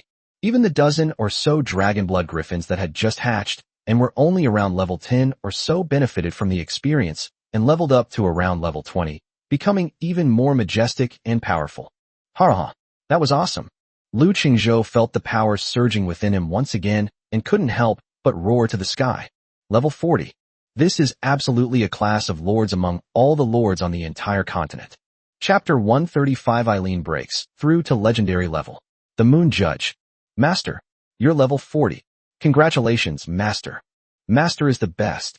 The wives also gathered around, their pretty faces flushed with excitement. Eek. However, amidst this jubilant atmosphere, a soft, childlike moan suddenly rang out. The creature that had just displayed its might has now reverted to a tiny purple doll the size of a palm, and is now affectionately rubbing its fluffy little head against Lu Qingzhou's trouser leg. Its large, obsidian-like eyes were filled with longing for its owner. Oh, you leveled up too? Lu Qingzhou smiled and picked it up. Ding! Your pet, primordial dragon, cub, has leveled up to level 3. Puff! Upon seeing this notification, Lu Qingzhou nearly coughed up blood. Everyone is level 30. So, you a creation-level divine dragon, only leveled up by 2 levels. Are you kidding me? Wah! Seemingly sensing its owner's dislike, the little purple creature let out an even more aggrieved cry, clinging to Lu Qingzhou's fingers with its 2 tiny paws and rubbing its little head against his palm, acting cute and charming. Alright, I know you're a big eater. Lu Qingzhou was both amused and exasperated. It seems that raising this little guy will be a long and arduous task. With a thought, he opened the detailed attribute panel of the Hongmeng dragon baby. Pet, primordial dragon, cub. Quality, Genesis level, unique. Level 3. Gender, female. Status, infancy, next stage, adulthood unlocked at level 50. Loyalty, 100 diehard. Health points. Attack power. Defense strength. Skill 1, primordial domain, passive. All enemy units within the domain have their all attributes reduced by 50%. Skill 2, primordial dragon breath, active. Unleashes a dragon breath imbued with primordial power, dealing devastating damage to all enemies in front. Power increases with level. Skill 3, ancestral dragon phantom, active. Summons an ancient dragon soul with 5% of the original's attributes to aid in battle. The phantom's attributes are comparable to an level 80 boss. Skill 4, dragon soul fusion, active. Allows the user to fuse with their master or other designated unit, significantly increasing all attributes of the fused unit and granting them exclusive dragon-related skills. Skill 5, insufficient level, not unlocked. Skill 6, insufficient level, not unlocked. Review, a life miracle from the primordial chaos, possessing limitless growth potential. Friendly reminder, it eats a lot, incredibly much, exceptionally much. Lu Qingzhou's eyes lit up instantly when he saw the description of Skill 4. Other designated units. So, this little guy can not only merge with me, but also with my hero wives. Lu Qingzhou's heart skipped a beat. Little thing, you've really given me a wonderful surprise. He looked at the little one in his arms who was still whimpering and acting cute, and his eyes were filled with uncontrollable joy. With this skill, wouldn't all 6 of his SS rank wives be able to take turns transforming into dragon knights? Hiss. Little thing, you're something else. I'm glad I raised you. Lu Qingzhou pinched the baby dragon's bouncy little face, and his mood instantly improved. It's okay if the leveling up is slow. Anyway, this skill is really awesome. Come here, Eileen, come here. Lu Qingzhou suppressed his excitement and waved to his wife, who had just reached level 30 and whose temperament had become even more aloof and beautiful. Yes, master. What are your orders? Eileen strode up to Lu Qingzhou, her long, snow-white legs encased in black stockings. Hee, I've got something good for you. Lu Qingzhou smiled mysteriously and handed over the baby dragon in his arms. Let's try fusing with the little guy and see just how amazing the legendary moon goddess really is. Integration. Eileen was slightly taken aback, but still nodded obediently. She stretched out her snow-white little hand and carefully took the tiny purple creature that was still curiously looking at her. Eek! The baby dragon seemed to like Eileen's cool and pure aura, and took the initiative to reach out its little paw and gently touch her smooth and delicate snow-white face. Let's begin. Lu Qingzhou took 2 steps back, his eyes filled with anticipation. Yes, master. Eileen took a deep breath and closed her ruby-like eyes. The next second, buzz.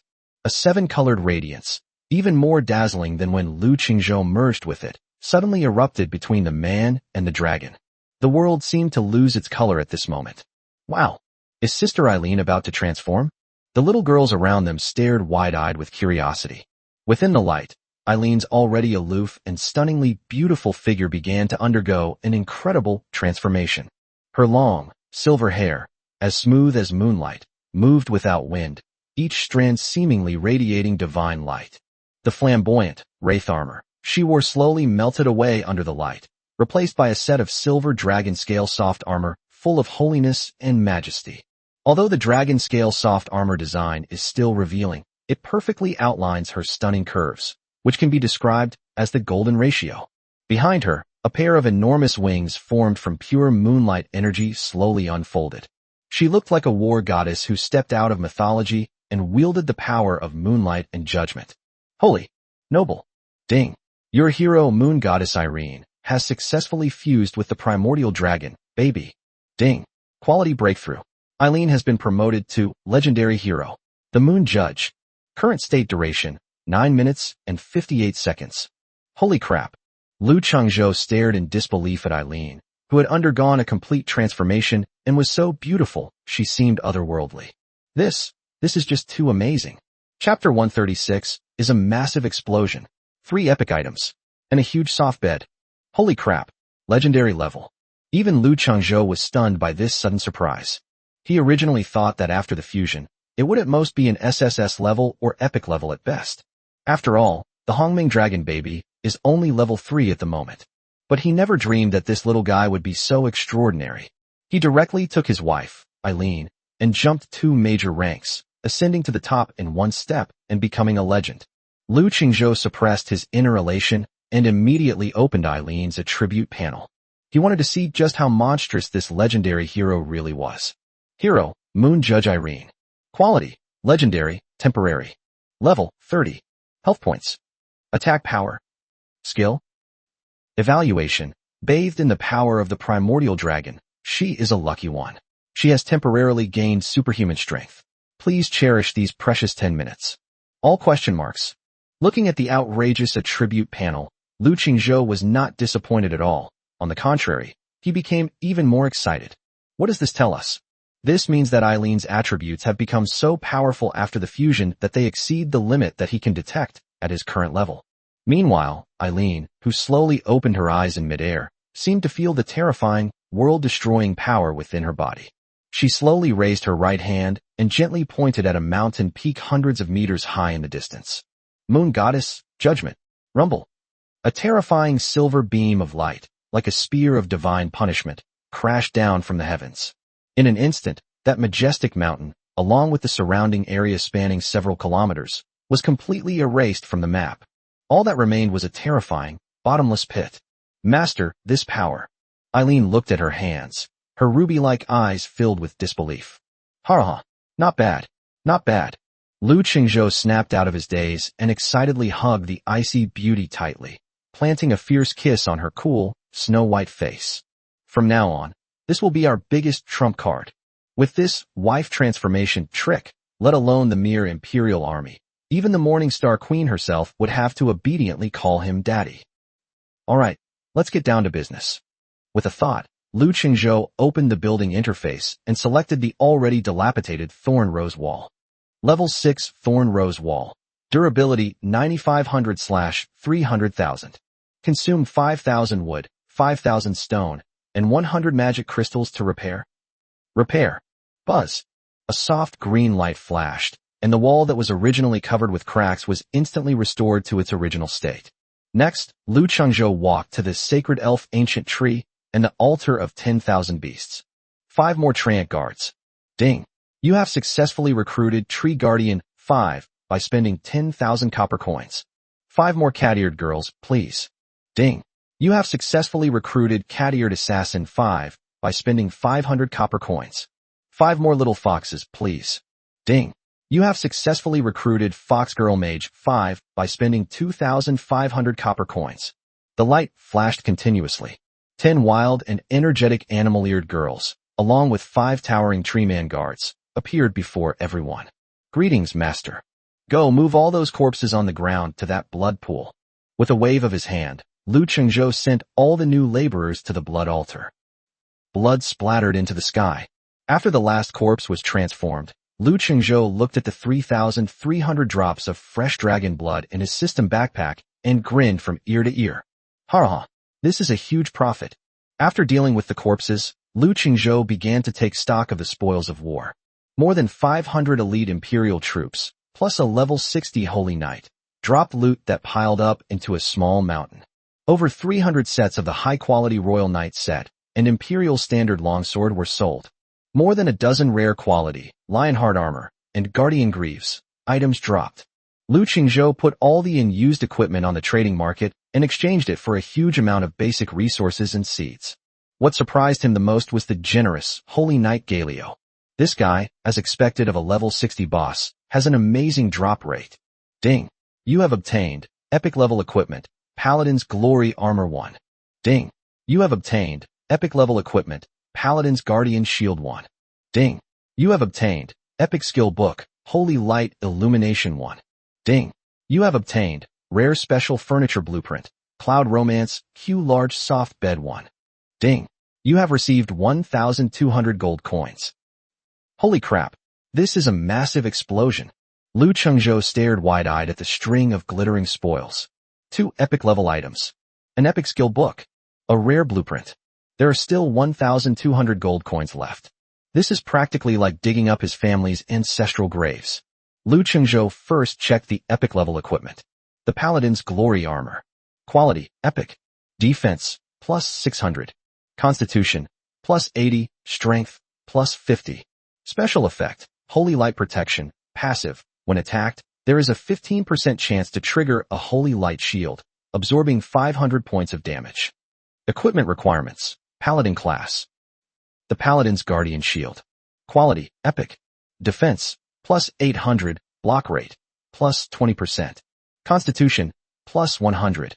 Special effect, Divine Barrier, active. Consumes a large amount of holy light to create a divine barrier in front of you, capable of withstanding one fatal attack.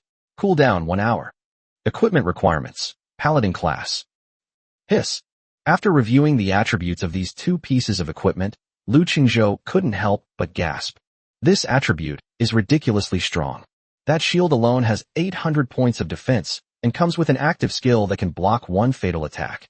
If this were equipped on a tank hero, it would be an unkillable human fortress.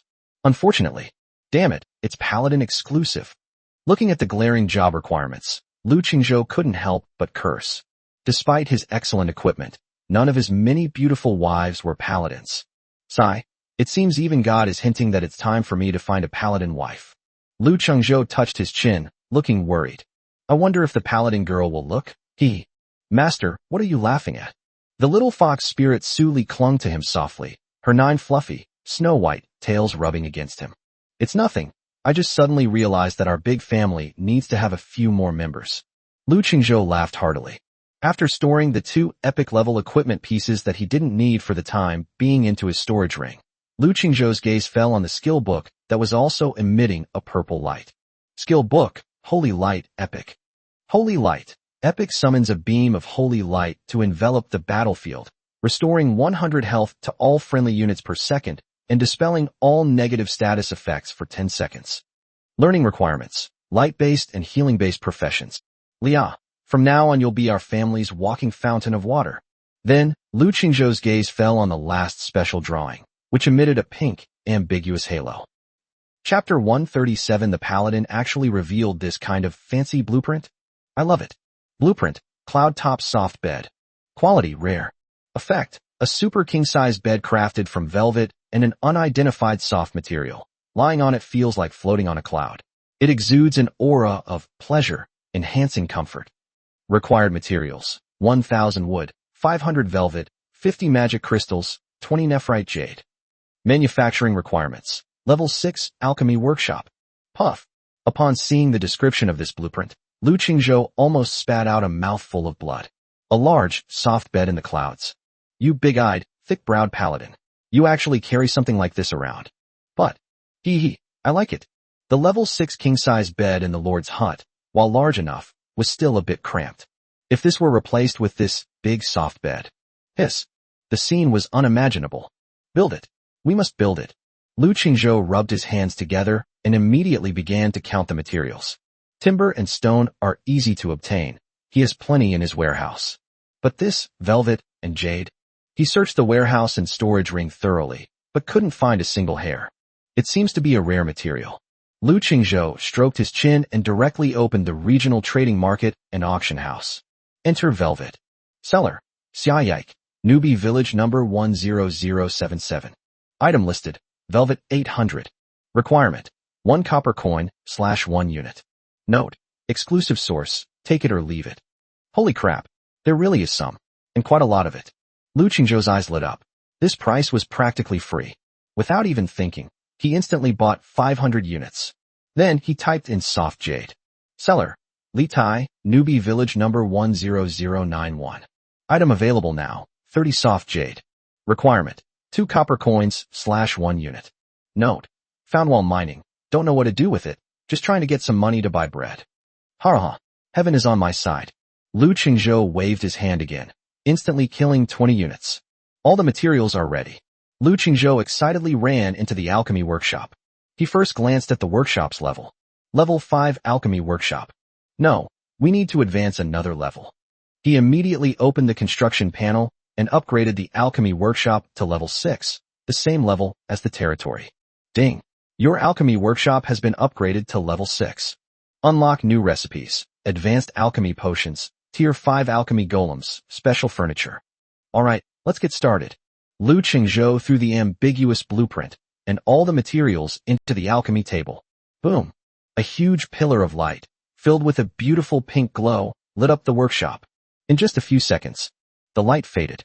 A huge, round bed, covered with a thick velvet mattress and decorated with smooth jade around the edges, exuding an aura of ultimate comfort and luxury, appeared before everyone's eyes. That mattress was visibly bouncy and full, as if you could sink into it with the slightest touch. Ding. Congratulations. You have successfully crafted a rare and special piece of furniture, the cloud-top soft bed. Lu Qingzhou couldn't wait any longer and pounced on it like a hungry tiger. Bang! He instantly sank into the soft, bouncy mattress, feeling so comfortable that he almost groaned out loud. Awesome. That's fucking awesome. Just as Lu Qingzhou was fantasizing about his future blissful sex life, a voice full of surprise suddenly came from the workshop entrance. Master, look, I found something amazing. Then, Yao Yao, the cat-eared girl, ran over excitedly. Her eyes, filled with a wild and alluring charm, were sparkling with tiny stars, and she held up an antique ring that emitted a faint spatial fluctuation. A storage ring. Lu Qingzhou raised an eyebrow and got out of bed. Yes. Yao Yao handed over the ring as if to show off. The sisters found this when they were cleaning up the battlefield. I tried to open it, but I couldn't, so I brought it to you, master. Well done. Lu Qingzhou smiled and pinched Yao Yao's fluffy white cat ears before accepting the ring. Earl Austin's storage ring, unclaimed. With a thought, he easily erased the remaining spiritual imprint on it and then probed inside. The next second, his eyes widened instantly. Holy crap. This space, it's huge. The space inside the ring is over 1,000 cubic meters. It's more than 10 times larger than the one he revealed before. It's practically a mobile warehouse. The warehouse was filled with all sorts of good stuff. Chapter 138 Global Announcement. The newbie village is gone? Goodness, this old guy's pretty fat. Lu Qingzhou suppressed his inner elation, took a deep breath, and began to carefully count the spoils in his spatial ring. Various resources were piled up like mountains, shimmering with an alluring light. Besides the mountains of basic resources such as wood and stone, and dozens of boxes of advanced resources such as magic crystals and arcane cores that emitted elemental fluctuations, the first thing that caught his eye was an egg lying quietly in the corner, emitting a 7-colored halo. The egg was only the size of a fist, its entire body shimmering with a dreamlike luster. The shell was covered with mysterious runes that flickered rhythmically, like a living thing, as if it were breathing in a deep sleep. Unknown special pet egg. Quality? Description: an egg of unknown origin, seemingly containing some ancient and mysterious power. A pet egg. Lu Qingzhou raised an eyebrow. His fatigue instantly vanished, and he immediately became interested. Without hesitation, he carefully removed the warm egg and strode to the mythical dragon nest hatchery. He gently placed the mysterious egg on one of the empty hatching nests. Buzz. The ancient runes around the hatchery were instantly activated, shining with a dazzling light. Streams of pure dragon energy, like golden streams, flowed continuously into the 7-colored egg. The runes on the eggshell seemed to be infused with life, and their circulation speed increased significantly. Ding! An unknown special pet egg has been placed in the dragon nest hatchery. This pet egg has been detected to contain a special bloodline, and a dragon bloodline conversion is underway. Conversion successful. Quality improved. Estimated incubation time. Seeing this series of question marks, Lu Qingzhou was not disappointed at all. Instead, he stroked his chin and became even more excited. Even a mythical dragon's nest can't determine its quality and incubation time? That's interesting. The unknown represents infinite possibilities. This thing is absolutely an incredible, god-tier pet. We've really struck gold this time. Having dealt with the pet egg, Lu Qingzhou turned his attention back to his storage ring. Besides the pet egg, the ring also contained a pile of copper coins and gleaming gold coins, as well as at least a dozen magic scrolls. Ding! You have received 96,000 copper coins. Ding! You have received 1,300 gold coins. Ding! You have obtained rare magic scroll 10. Ha! I've struck it rich again. Finally, Lu Qingzhou's gaze fell on an ancient blueprint emanating spatial fluctuations in the corner of the ring. Blueprint, small teleportation array. Quality rare. Effect, constructs a magic circle capable of short-range teleportation. Required materials, 500 wood, 500 stone, 100 magic crystals, 5 space magic stones, 20 mithril. It's actually a teleportation array blueprint. Lu Qingzhou's eyes lit up instantly. This thing is a strategic level artifact. With this, both exploring new territory and defending it will become incredibly convenient. It will save you a lot of time. However, when he saw the 2 rare materials behind them, his brows furrowed slightly. Space magic stone? Mithril? He had never even heard of either of these materials before, and naturally, there wasn't a single one in the warehouse. He subconsciously opened the trading market and auction house search, and sure enough, it was also blank. Damn it, another material shortage. Lu Qingzhou couldn't help but curse. Having god-tier blueprints, but being unable to build it, is a feeling even worse than constipation. However, just as he was about to give up and wait for another opportunity to collect them slowly, suddenly, as if he had thought of something, he abruptly focused his mind once again into the storage ring he had just acquired. He remembered seeing some glittering stones and silver ingots in a corner just now. Could it be? Lu Qingzhou quickly began searching carefully. Soon, 5 strange magic stones, radiating faint spatial fluctuations and sparkling like stars, and 20 rare metal ingots, emitting a soft silver glow, appeared before his eyes. Space magic stone 5. Mithril 20. Holy crap, it really exists. Lu Qingzhou was stunned when he saw these 2 rare materials that perfectly met the requirements of the teleportation array. Happiness, did it really come so suddenly? This Earl of Austin, he's practically a thoughtful money bringer. Not only did they send me the blueprints, but now they've even prepared the rare materials needed to build the teleportation array in advance. This service is absolutely impeccable. Lu Qingzhou chuckled and took out the blueprint for the small teleportation array, which was filled with spatial fluctuations, along with all the materials. Wow, Master, what are these? So many sparkly stones. A little pink-haired lowly pointed at the 5 space magic stones that emitted faint spatial fluctuations, her big, watery eyes filled with curiosity. This is great. It will allow us to go wherever we want from now on. Lu Qingzhou smiled mysteriously, waved his hand, and directly selected to build. Construct a small teleportation array, consuming 500 wood, 500 stone, 100 magic crystals, 5 space magic stones, and 20 mithril. Yes. Rumble. A muffled, deafening roar suddenly resounded throughout the world, as if space itself had been torn apart. This time, the light was no longer a single color, but a silvery white color full of mystery and spatial atmosphere, with countless tiny crystal dust particles jumping and swirling in the halo. A thick silver beam of light suddenly descended from the sky, enveloping the last open space in the center of the territory. Countless pieces of wood, stone, magic crystals, space magic stones, and mithril ingots slowly melted and reformed within this pillar of light filled with spatial power. Just a few dozen seconds later, the deafening roar and blinding silver light receded like the tide. With the dust settled, a building brimming with futuristic aesthetics and mysterious beauty stands prominently there. It was a circular platform about 10 meters in diameter, mainly composed of an unknown silver metal with a cold, gleaming luster.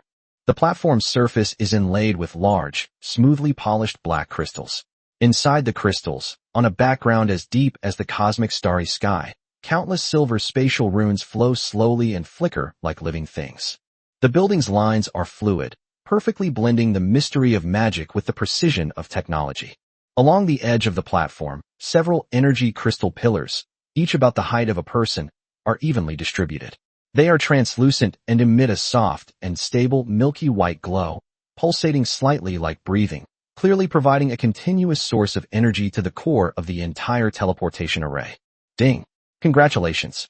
You have successfully constructed the rare building mini teleportation array. Building, small teleportation array. Quality, rare.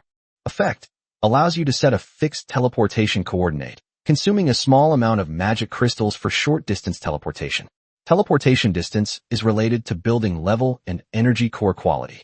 Current status, inactive, please set teleport coordinates. Looking at the futuristic teleportation array before him, Lu Chengzhou felt a surge of pride. With this thing, whether it's farming dragon blood in Wailing Canyon or going to even farther places, the efficiency will be greatly improved. However, at that very moment, a sudden and unexpected change has occurred. Buzz! An indescribable power descended from the heavens, stirring up storms in the depths of the sky, with clouds churning like boiling water. A heavenly voice, more vast and majestic than ever before, resounded clearly in the depths of every lord's soul, defying all obstacles. Global announcement. Lord Lu Qingzhou of the Dragon Summer War Zone has been detected. He has completed the construction of the teleportation array. This action has fulfilled the hidden conditions, prematurely ending the beginner phase.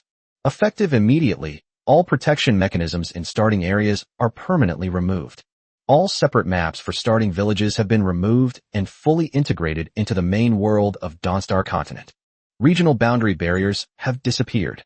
All lords across the continent have officially achieved interconnected territories. A new era has dawned.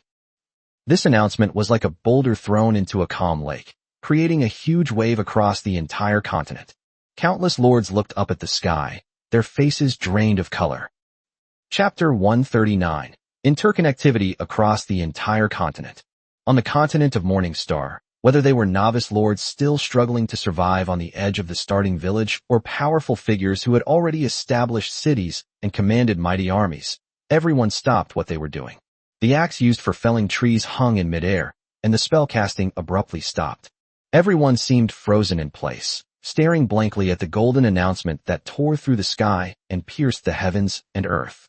A thunderclap seemed to explode in their minds, leaving only a blank and bewildered void. The starting village is gone. The entire continent is now completely interconnected.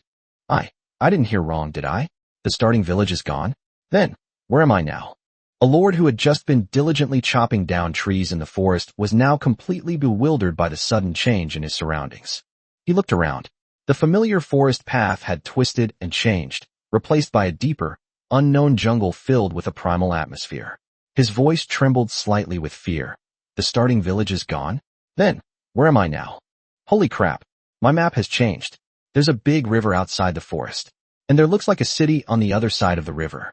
The city walls are so high, and there are so many soldiers in armor on them. Another lord exclaimed in surprise. Damn it, it's even more outrageous here. I just stepped outside and saw a dragon bigger than a mountain flying across the sky. Its dragon might almost made me wet myself.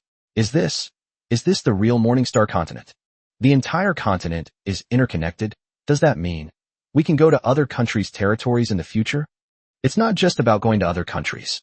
Didn't you see the regional barriers have disappeared?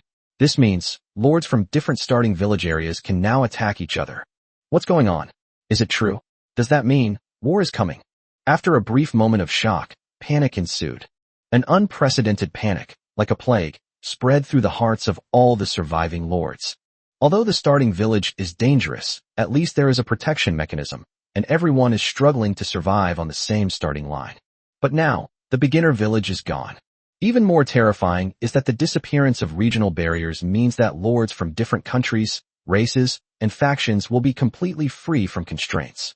It is foreseeable that a bloody war that will affect the entire continent is about to begin. It's over. It's really all over. I've only just reached level 5. I don't even have a decent unit. If I run into those level 10 or 20 powerhouses, I'll be one shot. Wah. Mom, I want to go home. This world is too dangerous. It's even scarier than northern Myanmar. Wait, look at the announcement. It's Lu Xun again. It's that Lu Xun from village 10,086 again. Countless lords, who were wailing in despair, turned their gazes to that familiar name on the announcement. It's him again? What kind of monster is he? The newbie village is gone because he was the first to build a teleportation array. Holy crap, this guy is amazing. He practically single-handedly dragged us all into Battle Royale mode. Boss, please help us out. You can't just think about your own enjoyment and ignore our lives. Please, give us a way out. In an instant, the entire chat channel was once again flooded with a mix of complex emotions towards Lu Qingzhou. Within the territory, the morning light filters through the branches and leaves of the ancient tree, casting dappled golden rays. Lu Qingzhou leaned lazily against the throne of the aerial roots of the ancient tree of life, watching the wailing and howling in the world chat channel, a calm smile appearing on his lips. A new era? Perfect timing. It's time to go out and see the world. Far from being worried, he was filled with anticipation. The small pond in the beginner village could no longer contain this true dragon. Even the highest level area, the level 30 Wailing Canyon, offered him no further improvement, and he couldn't even muster the energy to level up. Interconnected across the entire continent, during a time of war, Lu Qingzhou glanced at the terrifyingly long resource list on his lord panel, then looked at the group of beautiful wives in his territory, all with explosive combat power and dressed in revealing black stockings and armor. Come on, let the storm rage on. However, before the storm arrives, he needs to solidify his foundation. Thinking of this, he sat up straight and brought up the building management interface. We're still a bit short on resources. Looking at the long list of upgrade requirements behind those mythical buildings, Lu Qingzhou couldn't help but click his tongue. Whether it's the sacred elf ancient tree, entwined with starlight, or the primordial life ancient tree that breathes in primordial energy, the upgrade requirements are astronomical figures, often reaching hundreds of thousands or even millions of resources. Especially the sacred elf tree, the next upgrade will require not only a massive amount of wood and ore, but also 1,000 drops of incredibly precious elf tears. Alright, there's still one big guy that hasn't been upgraded yet. He suddenly remembered another mythical building located in the southeast corner of the territory, the altar of 10,000 beasts, which was engraved with the totems of 10,000 beasts. This place is a treasure trove for recruiting Kemonomami, animal-eared, female wives. He immediately opened the upgrade interface for the altar. Altar of all beasts, unique mythical level. Current level, level 1. Requirements for upgrading to level 2. Timber, 50,000, 148,320. Stone material, 50,000, 176,492. Iron ore, 50,000, 183,921. Moonlight wood, 5,000, 48,800. Star iron, 5,000, 32890. Magic crystals, 5,000, 79011. Pure blood, 3020.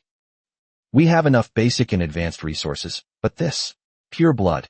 Lu Qingzhou looked at the last required material, then glanced at the 20 drops of pure blood in his backpack and frowned slightly. 10 drops short. It looks like we'll have to add a few more people to our big family. Without hesitation, he walked directly to the altar of 10,000 beasts and opened the recruitment interface. Cat-eared assassin, normal 100 copper coins / each. Fox girl mage, excellent 500 copper coins / each. 5 kitten girls, please. Ding. You have successfully recruited cat-eared assassin 5 by spending 500 copper coins. 5 more little foxes, please. Ding. You have successfully recruited fox girl mage 5 by spending 2,500 copper coins. Boom. Boom. The flames in the center of the altar suddenly surged. 10 dark golden lights, brimming with a wild aura, flashed by. 5 petite cat-eared girls and 5 tall foxwoman mages with fluffy tails swaying behind them appeared before everyone. As soon as they appeared, they rushed towards Lu Qingzhou in unison, like swallows returning to their nest. Meow, greetings, master. Hug me, master. Master smells so good. In an instant, the entire territory was once again filled with the sweet cries of birds and the soft, melodious calls unique to various beast-eared girls. Alright, stop fooling around. Lu Qingzhou finally managed to climb out of this group of enthusiastic little devils and waved his hand.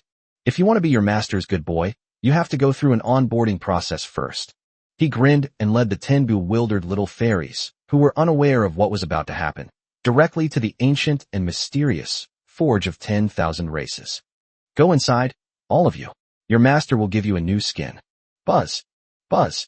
10 soft, emerald green lights flashed by, and the aura emanating from the 10 little creatures gained a touch of the naturalness and lightness unique to the elven race. Ding. Conversion successful. Your unit Cat-eared Assassin 5 has acquired the elf race trait. Ding. Conversion successful. Your unit Fox Mage 5 has acquired the elf race trait. Alright, the onboarding procedures are complete. Next is the pre-job training. Lu Qingzhou looked at the 10 mixed-race beast-eared girls in front of him, and his smile deepened. Chapter 140 The Altar of 10,000 Beasts, Level 2. Unlocking the Sheep Nurse. Early the next morning, as the first rays of morning light streamed through the window into the bedroom, Lu Qingzhou climbed out of the soft, bouncy bed, feeling refreshed. Ding! Congratulations! You have obtained a special material, tier of the Elf 89. Holy crap! 89 drops. Lu Qingzhou's eyes widened instantly. His gaze changed as he looked at the large, soft bed beneath him, which exuded an air of ambiguity. This is hardly a bed. Ha! The wicked imperial nobles. How corrupt they are. Carrying the 10 drops of freshly obtained, pure blood, Lu Qingzhou excitedly rushed out of the Lord's manor and immediately arrived at the altar of 10,000 beasts, which was filled with a wild and untamed atmosphere. Consume 50,000 wood, 50,000 stone, 50,000 iron ore, and 30 pure blood to upgrade the altar of 10,000 beasts to level 2. Yes. Rumble. The entire altar trembled violently, and an aura even wilder and more primal than before surged into the sky. Ding. Congratulations. Your only mythical level building, Altar of Beasts, has been successfully upgraded to level 2. Effect 1. Beast Soul Summoning. Unlocks the excellent quality unit, Leopard Warrior. Unlocks the rare quality unit, Sheep Healer. Effect 2. Wild Roar. Increases all attributes by 20%.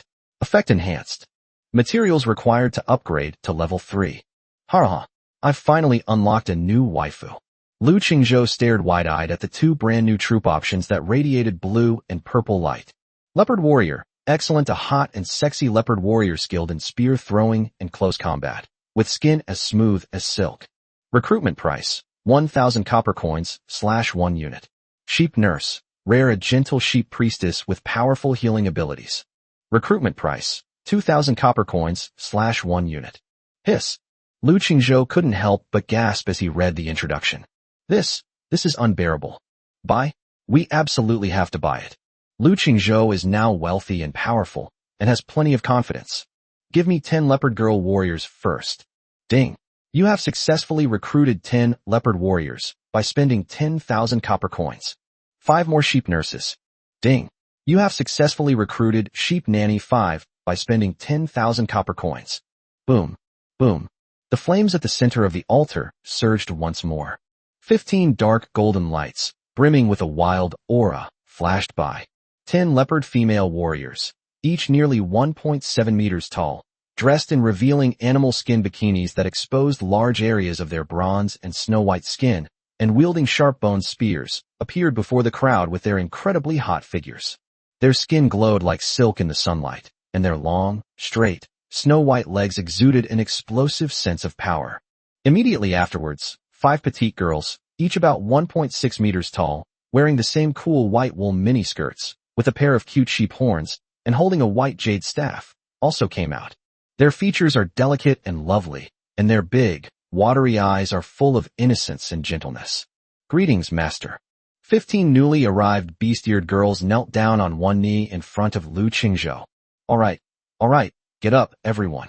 Looking at the beast-eared girl army that had expanded once again, Lu Qingzhou didn't hesitate. He took these 15 newly minted little darlings to the Forge of 10,000 Races, again, and transformed them all into dual race, Beast Elf. After completing the new recruits' onboarding procedures, Lu Qingzhou glanced at his still abundant resources. Food is of paramount importance. Production must be increased further. Upgrade all food buildings by 1 level. Chapter 141 Departure, level 40 Scorching Hell. Ding. You have used 2,500 wood and 1,200 stone to upgrade your level 2 windmill to level 3 windmill. Produces 90 loaves of bread daily. Ding. You have consumed 2,000 wood, 1,000 stone, and 500 iron ore to upgrade your level 2 Sweet Flour Chicken Workshop to level 3 Sweet Flour Chicken Workshop. Produces 60 chickens per day, equivalent to 180 units of food. Ding. You have consumed 2,000 wood, 1,000 stone, and 300 iron ore to upgrade your level 1 Mushroom Pizza Bakery to level 2 Mushroom Pizza Bakery. Produces 40 pizzas per day, equivalent to 80 units of food. A series of upgrade lights flashed. Lu Qingzhou calculated that the total daily output is now 90 plus 180 plus 80 is equal to 350 units of food. Well, it's barely enough. He now has nearly 50 wives and soldiers under his command, plus 18 dragon blood griffins, so the daily expenses are considerable. We need to build another barracks, otherwise the new little ones won't have anywhere to train. With a wave of his hand, Lu Qingzhou directly purchased another military camp in his territory. Construct a level 1 barracks using 1,200 wood, 1,000 stone, and 500 iron ore? Yes. A flash of light, and the third barracks rose from the ground. Level up. Level me up to the maximum. Ding. Your barracks has been upgraded to level 2. Ding. Your barracks has been upgraded to level 3. Ding. Your barracks has been upgraded to level 6. Notification. The current territory level cap has been reached. Another brand new Tier 6 barracks has appeared. Lu Qingzhou nodded in satisfaction. This barracks was naturally prepared for the beast-eared girls. He stuffed all 10 leopard female warriors, who had just undergone racial transformation and were still wearing revealing animal skin bikinis, and 5 sheep nurses, who were also wearing white wool skirts, into the box. Everyone, get some extra practice. Yes, master. The 15 new animal-eared girls all blushed and responded in unison. After dealing with the internal affairs of his territory, Lu Qingzhou glanced out the window at the vast world full of unknowns and dangers, and a fierce fighting spirit ignited in his eyes. It's time to go see more of the world. He desperately needs a massive amount of dragon blood and various rare materials. The level 30 monsters in Wailing Canyon are no longer enough to satisfy his appetite. He immediately opened the map and focused his gaze on the other side of Wailing Canyon, that area shrouded in thick fog, a level 40 monster zone. Eileen, Lia, you two stay behind and guard the territory. Yes, master. The cool and aloof Eileen and the pure and holy Lia responded in unison. With these 2 SS-level heroes in charge, plus the max-level Thorn Wall and 7 sentry towers, the territory's safety is impregnable. Herkana, Yao Yao, Su Li Vera exist for stunningly beautiful wives, all SS rank, but with completely different styles, appeared before him in an instant. Bring your troops and follow me. Today's goal, to traverse Wailing Canyon and explore further areas. Set off. Lu Qingzhou waved his hand and directly flipped over to Mount Hekina, who had been waiting for a long time and had already transformed back into her Black Panther form. Hold on tight, my master. Hekina's magnetic and seductive mature voice, tinged with laughter, echoed in Lu Qingzhou's mind. The next second, whoosh, the black lightning instantly tore through the air. That lightning speed was even faster than a sports car. Li. In the sky, 2 majestic dragon-blooded griffins flapped their wings at the same time, carrying Yao Yao, Su Li, Vera, and their elite troops, following closely behind. A luxurious team composed entirely of top-tier SS-level wives roared into the depths of the Howling Canyon. Deep within the Howling Canyon, the terrain is extremely complex, filled with bottomless, dark ravines and jagged, knife-like rocks. But in front of Hekina's SS-class vehicle, which can be described as an off-road god vehicle, it is as flat as walking on flat ground. Black lightning bolts leaped and darted among the jagged rocks, their lightning speed thrilling even Lu Qingzhou. Ha! Awesome. This SS-class mount is just different. He couldn't resist reaching out and giving that powerful leopard waist a hard pat. The feel was amazing. Soon, the scene before us changed from a cold and damp canyon to a scorched black land shrouded in dark red smoke and filled with the smell of sulfur. The air itself became scorching hot. Ding! You have entered the level 40 area, Scorching Hills. Wow. Master, it's so hot here. On the griffin's back, the petite and adorable SS rank catgirl Yao Yao stuck out her pink tongue and fanned herself with her snow-white hands. The alluring black silk armor she wore, now steaming from the heat, clung tightly to her snow-white, full body, outlining a breathtakingly perfect curve. Meow Yao Yao's paws are almost scalded. My fur is about to be burnt. Hee hee, little Yao Yao, are you feeling too weak? On another griffin, the little fox spirit Su Li had seductive eyes, and her 9 fluffy white tails swayed slowly behind her like a peacock spreading its tail. She didn't feel hot at all. Instead, she looked like she was enjoying herself. Unlike my older sister, whose calm mind brings coolness. Oh, master. She suddenly picked up that voice that could melt anyone's bones and gave Lu Qingzhou a flirtatious wink. Umph. You vixen. The cat-eared girl Yao Yao instantly bristled and started arguing with Su Li from a distance. All right, you two little sluts, stop arguing. Vera, a sexy and mature woman with thorns all over her body, leaned lazily against the back of the griffin. Her phoenix eyes, full of queenly demeanor, were full of mockery. The important matter comes first. Hekina, what do you think of this area? Lu Qingzhou ignored the 2 little vixens vying for his attention and instead patted the mature woman in black stockings beneath him. Hekina stopped and transformed back into human form. Her long, snow-white legs, encased in black stockings, made a soft, sizzling sound as soon as they touched the scorched earth. Her eerie purple eyes scanned her surroundings warily, and she twitched her delicate little nose. Master, the fire elemental aura here is very strong, and there's a sulfurous smell in the air. Chapter 142, So Cute. Yao Yao and Su Li fight over who can hold the dragon cubs. Roar. Hekina had barely finished speaking. The ground not far away suddenly cracked open. 3 bull-sized, engulfed in raging flames, and with eyes flashing with bloodthirsty red light, level 40 flame wolf, elite, roared as they emerged from the ground. They opened their gaping maws, and 3 dark red fireballs, each the size of a wash basin, hurtled towards Lu Qingzhou like cannonballs. Well done. Here comes the appetizer. Lu Qingzhou didn't even bother to move, remaining steadily seated on Hekina's back like an old man inspecting work. Wives, who wants to go first? I'll go. Meow. The cat-eared girl Yao Yao was already incredibly thirsty. She let out a seductive cheer, and her petite yet fiery white body instantly transformed into a black lightning bolt, leaping off the back of the dragon blood griffin. Hee hee, little Yao Yao, don't be in such a hurry. If you scratch your little hands, your master will be heartbroken. The little fox spirit Su Li chuckled, her watery peach blossom eyes narrowing slightly. Watch out for your sister. Desire and depravity. Buzz. A pink energy, brimming with irresistible allure, instantly enveloped the 3 elite demon wolves. Whoa. The 3 elite demon wolves, which should have been incredibly ferocious, suddenly stiffened, and their eyes, which were already filled with a violent aura, instantly became chaotic.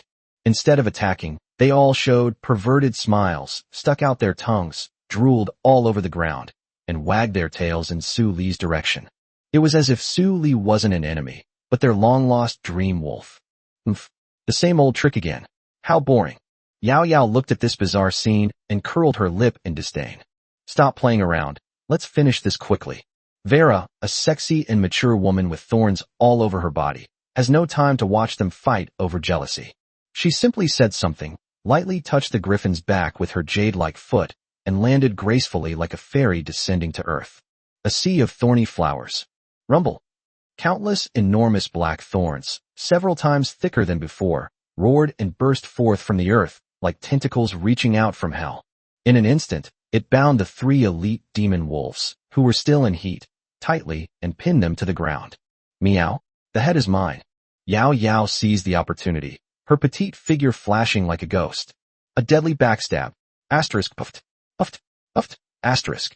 3 streaks of blood-red light shot into the sky almost simultaneously. Reduced by 8500. Critical hit. Reduced by 8820. Critical hit. Reduced by 9010. Critical hit.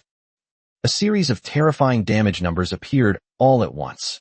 Those 3 level 40 elite demon wolves, who were like nightmares to ordinary lords, didn't even have time to let out a scream before they were controlled to death by the smooth coordination of their 3 SS-level wives. Ding. You have obtained 3 level 40 elite monster corpses. Ding. You have obtained Flame Magic Core 3. Ding. You have received 120 copper coins. Pretty. Lu Qingzhou jumped off Hekina's back and nodded in satisfaction. Yao Yao, collect the body. Yes, master. Yao Yao, as if seeking credit, put all 3 still steaming corpses into her storage ring. Now, the baby dragon will have new food to eat. Lu Chengzhou smiled and began to carefully inspect the battlefield. He walked to the crack in the ground where the 3 demonic wolves had emerged and saw something shimmering with a dark red light beneath the scorched soil. Huh? What's this? He squatted down and dug around with his hands. Soon, a fist-sized, dark red crystal, still radiating a slight heat, appeared in his hand. Ding! You have obtained Molten Core 1, rare material. Item, Molten Core. Quality, rare. Description, a specialty of Scorching Hills, containing pure fire element. It is a core material for crafting high-level fire-based equipment and upgrading the alchemy workshop. Nice one. Lu Qingzhou's eyes lit up. This was a rare material for upgrading buildings. He searched the area again and soon found a yellow crystal with a pungent odor in another rock crevice. Ding! You have obtained Sulfur Crystal or 3, fine material. Item, Sulfur Crystal or. Quality, excellent. Description, high-purity sulfur crystals, essential for crafting advanced alchemical potions and upgrading the storm altered. Ha! I'm rich. Hunting can't compare to winning the lottery. Lu Qingzhou was overjoyed as he looked at the 2 brand-new high-grade materials. This new level 40 map is a treasure trove. Owner, just as Lu Qingzhou was fantasizing about upgrading both altars to the maximum level, Hekinah's magnetic, mature voice suddenly rang in his mind, carrying a hint of solemnity. There's an incredibly powerful aura emanating from the crater 3 kilometers ahead, many times stronger than those small fry we just encountered. Oh, Lu Qingzhou raised an eyebrow, more pleased than surprised. Boss. Ha! Great. My precious dragon cub, your deluxe buffet is here. Lu Qingzhou grinned, looked down at the little one who was perched on his shoulder, curiously observing this unfamiliar world. It was his precious darling, the creation level, primordial chaos dragon, cub. This little guy, ever since he hatched yesterday, has clung to Lu Qingzhou like a precious accessory, refusing to let go no matter who holds him. He's incredibly clingy. It's only level 3 right now. Although it has the title of Genesis level, it looks like a small purple lizard the size of a palm, with a pair of big, pure obsidian eyes that blink and are incredibly cute. Lu Qingzhou named it Little Purple. Eek! Seemingly sensing its owner's gaze, the baby dragon affectionately stuck out its pink little tongue and licked Lu Qingzhou's cheek, then lay back down and lazily yawned. Master, this little thing is so cute.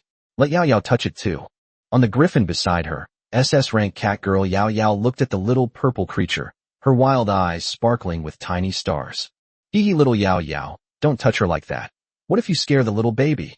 On another griffin, the 9-tailed fox Su Li, her eyes alluring, her 9 fluffy, snow-white tails swaying gently behind her, said, Little darling, come here to your sister. My tails are so soft and fragrant. Umph, you sly fox. All you do is seduce your master. Now you're even going after his pets. Little wildcat, what do you know? This is called universal love. Seeing that the 2 little devils were about to start arguing again from dozens of meters away, Lu Qingzhou interrupted them impatiently. All right, stop arguing, stay alert. Hekinah, is that the volcano ahead? Yes, master. Hekinah's speed gradually decreased. That powerful aura is right below the crater. Chapter 143 Dragon Treasure makes a move, having the stats of a level 45 Titan. Lu Qingzhou nodded, and the group silently landed on a high ground near the crater, looking down from above. What they found beneath the massive crater was not the scalding lava they had imagined, but a colossal underground cavity. Inside the hollow, hundreds upon hundreds of small creatures with dog-like heads were gathered in densely packed formations. They were wielding crude pickaxes, clanging and clattering, mining a dark red crystal and a yellow crystal from the rock face. These are the heart of molten fire, and sulfur crystal ore that Lu Qingzhou previously discovered in the level 40 elite demon wolf's lair. Holy crap! We've struck a mine. Lu Qingzhou's eyes lit up instantly. Kobold miner. Level 35. Health points 3,000. In the center of the mine, a dozen or so kobold shamans, elite, were noticeably larger and wielding fire staffs, watching over the miners. We're rich. We're rich. Lu Qingzhou looked at the mountain of ore, and his mouth was practically watering. If he could seize them all, wouldn't he have all the upgrade materials for his alchemy workshop and storm altar in one go? However, before he could give the order to fire, roar! A deafening roar suddenly came from the deepest part of the mine, The entire volcano seemed to tremble violently at that moment. It's the mountain god who's angry. Quickly offer the sacrifices. The dozen or so kobold shamans were terrified and hurriedly directed the miners to push the dozen or so newly captured, trembling flame moles into a bottomless chasm. Immediately afterwards, rumble. Lava is gushing out from the Rift Valley. A terrifying giant, 3 times larger than the abomination-stitched giant, and composed entirely of molten lava and obsidian, resembling a moving volcano, slowly crawled out from the ground. Lava Titan, boss. Level 45. Health points 120,000/120,000. Attack power 650. Defense 500. Skills: Lava Eruption, Earth Stomp, Obsidian Armor. Master, this thing looks really tough. Vera's thorns probably won't be able to entangle it. Even Vera, a sexy and mature woman with a prickly aura, showed a rare hint of seriousness in her phoenix eyes, which were usually full of queenly authority. Hee, what's there to be afraid of if it's tough? The tougher it is, the more fun it is to fight. The little fox spirit Su Li was eager to try. Roar! The lava titan had no time to listen to their flirting. It swallowed the dozen or so flame groundhogs whole, and as if it wasn't full, its eyes, burning with fierce flames, slowly turned toward the high ground where Lu Qingzhou was. Clearly, it has discovered these uninvited guests. Oh no, we've been discovered. Yao Yao instantly bristled. What are you afraid of? He's just a simpleton, right? Today, I'll show you what a true dimensional reduction attack looks like. Little Purple, apply a debuff to it. Eek! The baby dragon, Xiao Zi, perched on Lu Qingzhou's shoulder, seemed to sense its master's fighting spirit, letting out a soft moan that was both childlike and strangely majestic.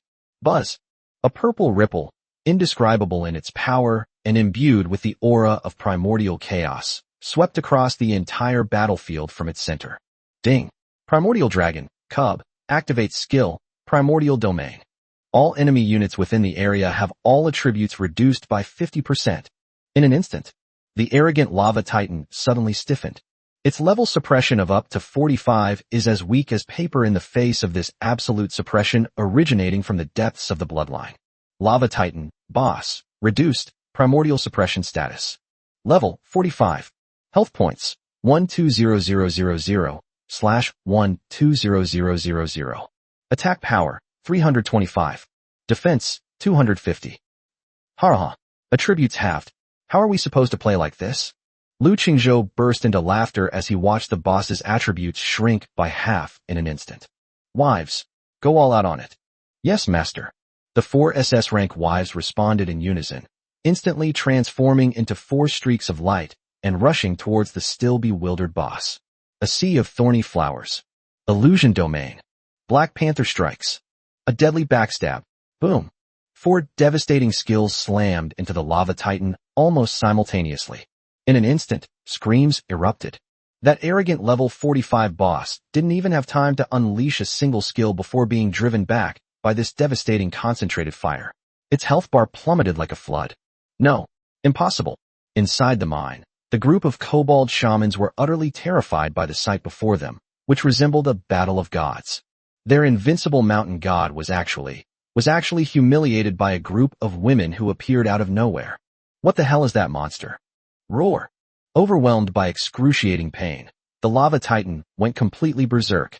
It suddenly raised its giant rock hand, which was larger than a house, and was about to unleash Earth Stomp. However, how could Lu Qingzhou possibly give it that chance? Little Purple, it's our turn. Eek! Lu Qingzhou's figure instantly merged with that tiny purple creature. Boom! An aura even more terrifying than the boss suddenly erupted. A layer of fine purple dragon scales reappeared on Lu Qingzhou's body. Dragon God form. Descend. With a sudden flap of his dragon wings, he transformed into a streak of purple light, appearing directly above the lava titan as if by teleportation. Die. He raised the storm hammer, crackling with lightning and storm, high in his hand, aiming it at the lava titan's only weakness, its core in its chest. It slammed down hard.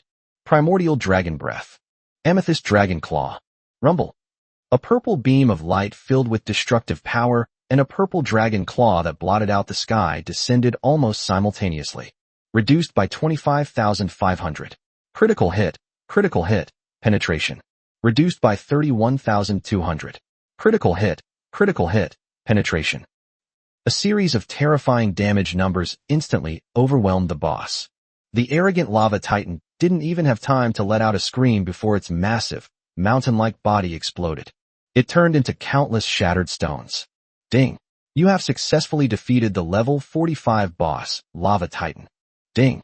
Your level has increased to 41. Ding! Your pet, Primordial Dragon, Cub, has gained 5% in level progress. Chapter 144 unveils an incredible scroll. The entire mine is taken away. The entire mine was plunged into a deathly silence.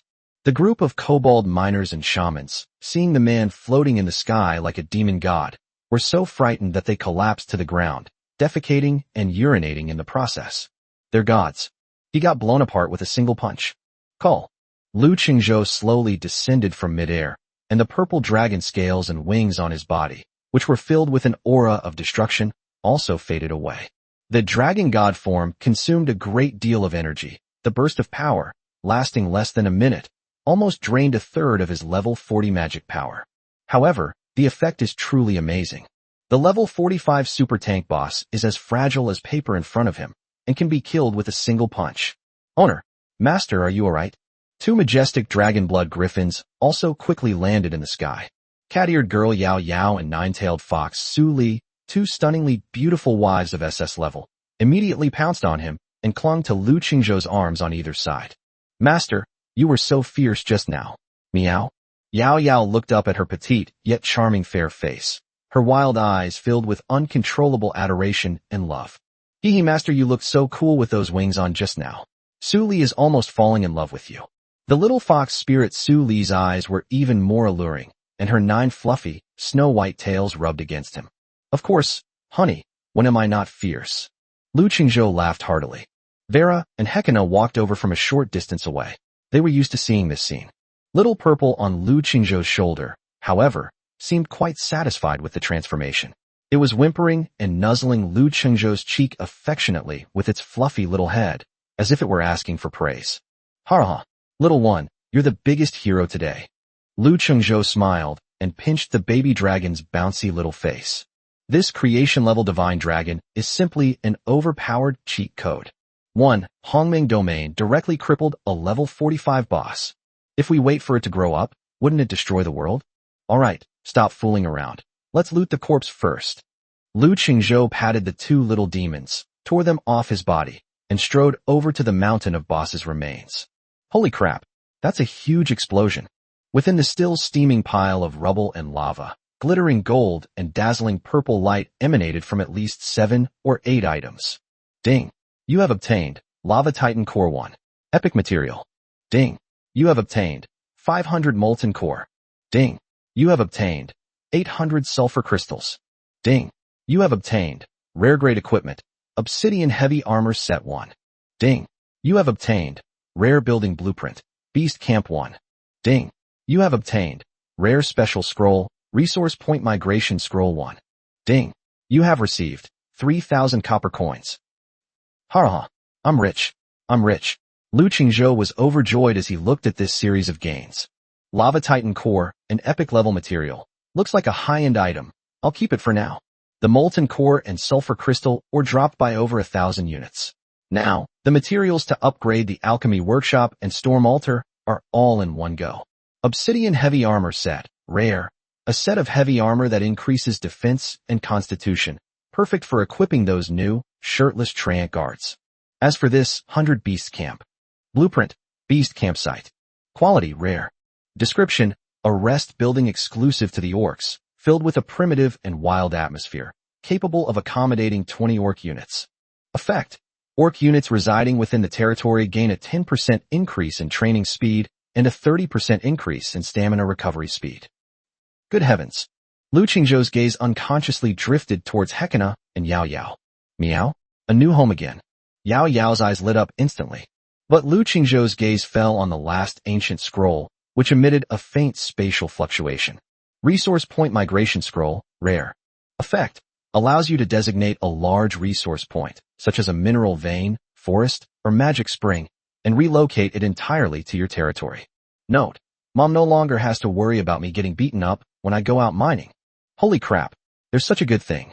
Lu Qingzhou's heart skipped a beat as he looked at the introduction. He subconsciously raised his head and looked at the group of kobolds who were still trembling and begging for mercy on their knees not far away. And behind them lies the massive, seemingly endless, scorching hill mineral vein. Hee hee. A simple, unpretentious smile instantly appeared on Lu Qingzhou's face, like that of a wealthy landowner. All right, the appetizers are finished. It's time to clean up the trash. He slowly stood up. At this moment, the dragon god form had not completely faded, and his eyes, burning with purple dragon flames, fell on the group of kobolds who were still trembling. Great master, spare me. We're willing to mine for you our whole lives. The kobold shamans were so terrified they wet themselves and frantically cowed out. Mining. Lu Qingzhou chuckled. Sorry, you guys are digging too slowly. And he glanced at the levels of the kobold miners. They were all around level 35. Your corpses seem to interest my baby dragon more. Wives. Lu Qingzhou waved his hand dismissively, his voice icy. Let's do it. Leave no one alive. Collect all the corpses. They're the baby dragon's food. Yes, master. Hee hee, it's finally time to eat, meow. The four stunningly beautiful wives, all SS rank, instantly transformed into four streaks of light, like tigers among sheep, and charged directly into the densely packed kobold miners. Ah! Help! Devils! They are devils. For a moment, the entire mine was filled with the shrill screams of the kobolds. This battle was not a battle at all. It was a one-sided massacre. Vera's Sea of Thorns completely blocked all escape routes. Su Li's illusion domain caused them to kill each other. Yao Yao and Hekina were like two deadly ghosts, leaving blood and flesh flying wherever they went. In less than 3 minutes, thousands of level 35 kobold miners and more than a dozen elite shamans were wiped out. All right, Yao Yao, clean up the mess. Lu Qingzhou leisurely walked to the center of the mine and put all the piles of heart of molten fire and sulfur crystal ore into his storage ring. We're rich. This time we'll have at least several thousand units. He stood contentedly before the massive mine, slowly pulling out the resource point migration scroll, which was filled with spatial fluctuations. Come, witness the moment of miracle. Chapter 145 has exploded. An epic level, troop promotion scroll. Use. Ding. Please select the resource point you wish to migrate. Scorching Hill Mineral Vein. Ding. Resource point selected. Please choose an empty plot of land within your territory to place it. A huge three-dimensional map instantly appeared before Lu Qingzhou's eyes. It was his enormous and luxurious territory, filled with all sorts of mythical and epic buildings.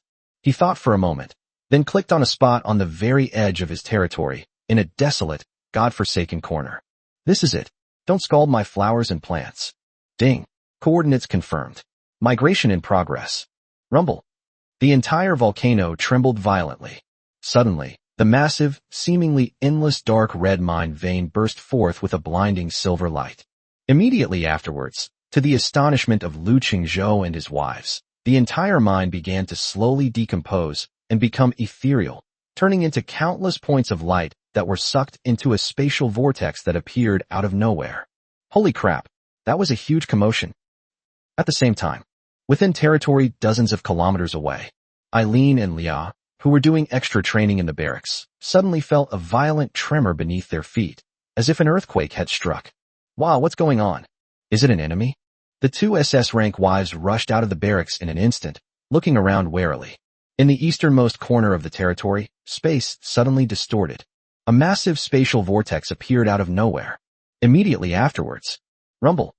A dark red volcanic vein, covering several kilometers and still emitting steam and a strong sulfurous smell, fell from the sky like a miracle and crashed heavily onto the open ground. Ding! The Scorching Hills vein has been successfully migrated to your territory. Eileen and Lia were dumbfounded as they stared at the volcano that had suddenly sprung up and the dark red crystals that were constantly emerging. This was also grown by the master. Disbelief was written all over Eileen's beautiful, aloof, and fair face. Ha! Done. On the Scorching Hill, Lu Qingzhou looked at the huge, empty sinkhole in front of him and the system notification of success. He could no longer suppress his joy and laughed loudly. That's great. We can move the mining area directly home, and we'll never have to worry about others stealing from us again. It can also be protected by those treants, and the mining will be fully automated 24 hours a day. Perfect. Immediately afterwards, Lu Chengzhou directed his wives to turn the kobold tribe's camp upside down. Master, look, there's so much food here. The cat-eared girl Yao Yao was the first to drag out several large bags of dried meat strips from some unknown monster from a dark cave. Master Su Li has found a lot of sparkly stones here. The little fox spirit Su Li, as if seeking credit, ran over carrying a large pile of molten heart and sulfur crystal ore. Lu Qingzhou, on the other hand, discovered an inconspicuous wooden box in a most secluded corner. He kicked it away. Splash! Shining with golden light. A whole box full of seeds? Lu Qingzhou was overjoyed. He did a quick count and found that there were at least 300 seeds of various kinds in the box. Most of them were ordinary, worthless items, but among them were a dozen or so high-quality seeds that emitted a faint blue glow. Hunting is nowhere near as fast as winning the lottery. He collected all the basic resources and seeds into his storage ring, sweeping away the entire kobold tribe's millennia-long savings. All right, ladies, that's a wrap. Let's head to the next attraction. Lu Qingzhou waved his hand in high spirits. Master, what about the baby dragon? Hekina, the mature woman in black stockings, glanced at Lu Qingzhou's shoulder, which was bare, and couldn't help but ask. Oh, little purple, it's full and has gone back to sleep. Lu Qingzhou pointed to his right arm. On his right arm, covered in purple dragon scales, the purple dragon head tattoo, exuding an aura of mystery and majesty, flickered on and off, as if it were breathing. This little guy just annihilated a level 45 boss in one go, expending a huge amount of energy, and has already retreated back into his body to replenish it. Let's go. While it's still early, let's find another big one for little purple to have as a midnight snack. Lu Qingzhou laughed, and once again mounted Hekina's incredibly elastic and soft back. Yes, my master. The group, in a grand procession, once again embarked on their sweeping expedition. I have to say, this level 40 Scorching Hill is a treasure trove. Along the way, they destroyed several more monster lairs, reaping a large amount of rare materials and high-level monster corpses. Just as Lu Qingzhou felt he had finished his work for the day and was preparing to take his wives home to work overtime. Master, look, there's another big guy up ahead. Suddenly, Yao Yao's fluffy white cat ears twitched, and she excitedly pointed to a huge lava lake not far ahead. Lu Qingzhou took a closer look, and his pupils couldn't help but shrink slightly. In the center of the scalding lava lake, a level 45 two-headed lava serpent boss, 3 times larger than the lava titan, with 2 ferocious snake heads and covered in dark red scales, was lazily taking a bath. Another level 45 boss. All of you charge. Finish this quickly. After we're done, we'll go home and have a midnight snack. Yes, master. Yes, my master. Meow. The head is mine. The 4 stunningly beautiful SS rank wives responded in unison, instantly transforming into 4 streaks of light, like 4 deadly meteors, rushing towards the still bewildered 2-headed snake. Roar! The 2-headed snake clearly hadn't expected that these seemingly delicate little snacks would actually dare to attack it. Its 2 ferocious snake heads suddenly rose up, opened their blood-red mouths, and spewed 2 pillars of scorching magma, thicker than water buckets, towards Yao Yao and Hekina, who were charging at the front. However, what awaited it was a pink mist filled with ultimate allure. Illusion Domain. The little fox spirit Su Li unleashed her ultimate move right away.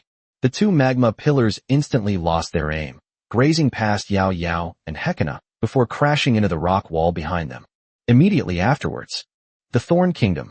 Vera, a sexy and mature woman with thorns all over her body, is even more ruthless. Rumble. Countless enormous black thorns, thicker than water buckets, roared and burst forth from the ground, instantly binding the 2-headed serpent tightly and pinning it firmly to the lava lake. Roar! The 2-headed snake let out a painful howl as it struggled frantically, but the black thorns, filled with an aura of destruction, tightened their grip, even piercing its hard scales and beginning to frantically drain its life force. Meow. My turn. Black Panther strikes. Yao Yao and Hekina, the 2 SS-level assassins, seized the opportunity and instantly transformed into 2 black lightning bolts, one on the left and one on the right, directly leaping onto the back of the 2-headed snake. A deadly backstab. Uft.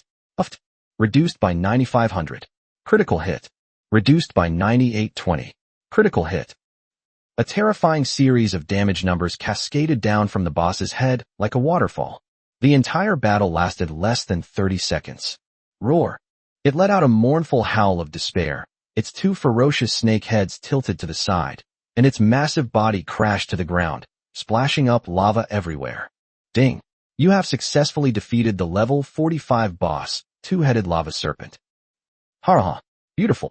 Lu Qingzhou looked at the easily defeated boss and nodded in satisfaction. Alright ladies, let's clean up the mess and go home. Yes, master. Lu Qingzhou strolled forward leisurely and began to count his spoils. Ding! You have obtained Lava Serpent's Fong 4. Rare material. Ding! You have obtained Molten Core 300. Ding! You have obtained 500 Sulfur Crystals. Ding! You have obtained Rare Grade Equipment, Flame Walker Boots 1. Ding! You have received 3,000 copper coins. TSK a bit poor. Lu Qingzhou curled his lip, looking disgusted. However, just as he was about to put these junk items into his storage ring, an ancient scroll emitting a faint purple glow suddenly emerged slowly from beneath the boss's corpse. Huh? What's this? Lu Qingzhou raised an eyebrow and picked it up. Ding! You have obtained True Promotion Scroll, Epic Quality. Holy crap! Epic level. Lu Qingzhou's heart skipped a beat. He remembered that he had previously obtained a True Promotion Scroll, but that one seemed to be of only excellent quality. It could only promote a pink-haired little girl to an elite pink-haired girl. But now, this one is actually of epic quality. He immediately checked the scroll's properties. Item: True Promotion Scroll, Epic Quality. Effect: can be used on a unit of excellent quality or lower, permanently promoting all units of that unit type to a higher tier unit. All attributes increased by 50%. There is also a very high chance of learning a new passive skill. Note: when one person attains enlightenment, even their chickens and dogs ascend to heaven. The moment Lu Qingzhou finished reading this description, he couldn't help but hold his breath for a second. All units. Permanent promotion. This is just too damn unbelievable. He suppressed his inner elation and immediately began to make plans. Currently, he has 2 units with excellent quality under his command. One is an elf mage who has just learned a new skill, and the entire team has changed into the Arcane Wisdom set, with their level already soaring to over level 30. The other one is a newly recruited leopard warrior, who is only level 1 and is still naked. No, she's wearing a revealing animal skin bikini. One of them is of high level, well-equipped, and has already formed a combat force. A high-potential, hot-bodied player, a future key, overtime member. Which one should I choose? Lu Qingzhou stroked his chin, caught in a happy dilemma. However, this trouble did not last long. Nonsense. Of course, we'd choose the elf mage. Lu Qingzhou slapped his thigh. Although the leopard warrior is appealing, she was only recently recruited and her level is too low.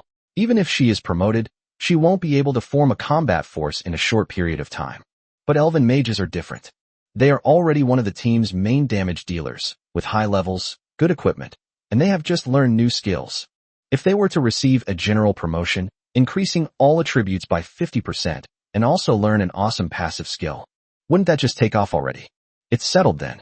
Lu Qingzhou laughed and summoned all 10 blue-haired, long-legged female mages wearing blue robes with extremely high slits.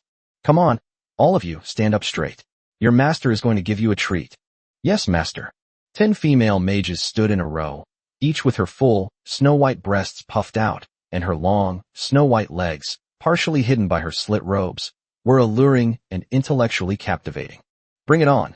Without hesitation, Lu Qingzhou chose to use the epic level True Promotion Scroll. Target: the elf mage. Buzz. A golden beam of light, filled with an aura of holiness and wisdom, suddenly descended from the sky, enveloping all 10 blue-haired female mages. Wow, this feels so good. I feel something inside my body is about to awaken. Amidst the light, the female mages let out a series of comfortable moans.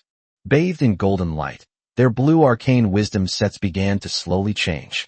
The color became even deeper, and there were even some mysterious runes that were hard to understand, radiating a terrifying magical energy. Their already fair and smooth skin seemed to become even more transparent under the golden light, exuding a sacred yet alluring beauty. Ding! Your unit Elf Mage has been successfully promoted to high-rank Elf Mage. All attributes increased by 50%. Ding! Your High Elf Mage has successfully learned the new passive skill, Arcane Affinity. Arcane Affinity, passive increases the damage of all arcane spells by 20% and reduces their mana cost by 20%. Chapter 146 We're Rich. A massive explosion of 800 seeds. Haraha. An epic advancement scroll. Awesome. Beside the lava lake on the scorching hill, Lu Chengzhou looked at his 10 blue-haired, long-legged wives who had undergone a complete transformation and were all promoted to high-level elf mages, and his mouth was almost crooked with a grin. This wave of level 40 map exploration has been incredibly profitable. Not only did I farm a large number of level 40 monster corpses, but I also casually killed 2 level 45 bosses, which dropped a bunch of rare materials and epic scrolls. Master, look, their skirts seem to have gotten shorter. Yao Yao, an SS rank cat-eared girl, rode on a majestic dragon-blooded griffin, swinging her slender, snow-white legs encased in black stockings, and pointed with an innocent expression at the 10 newly promoted female mages below. Lu Qingzhou looked down and exclaimed, "Good heavens!"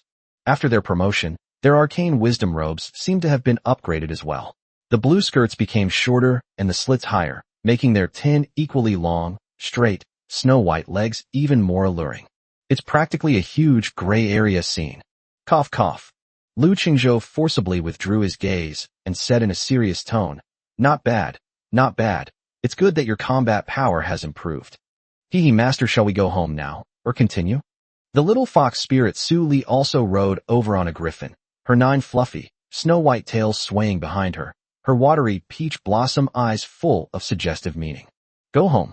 We must go home." Lu Qingzhou laughed heartily. Lu Qingzhou opened the map and entered the territory's operation interface. Click on the small teleportation array building.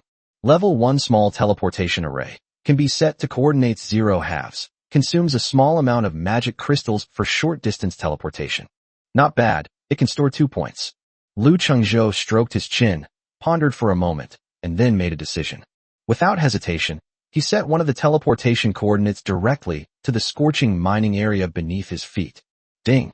Coordinate 1 has been bound to Scorching Hills Mining Area, level 40. Coordinates set. Activate teleportation by consuming 10 magic crystals. Activation.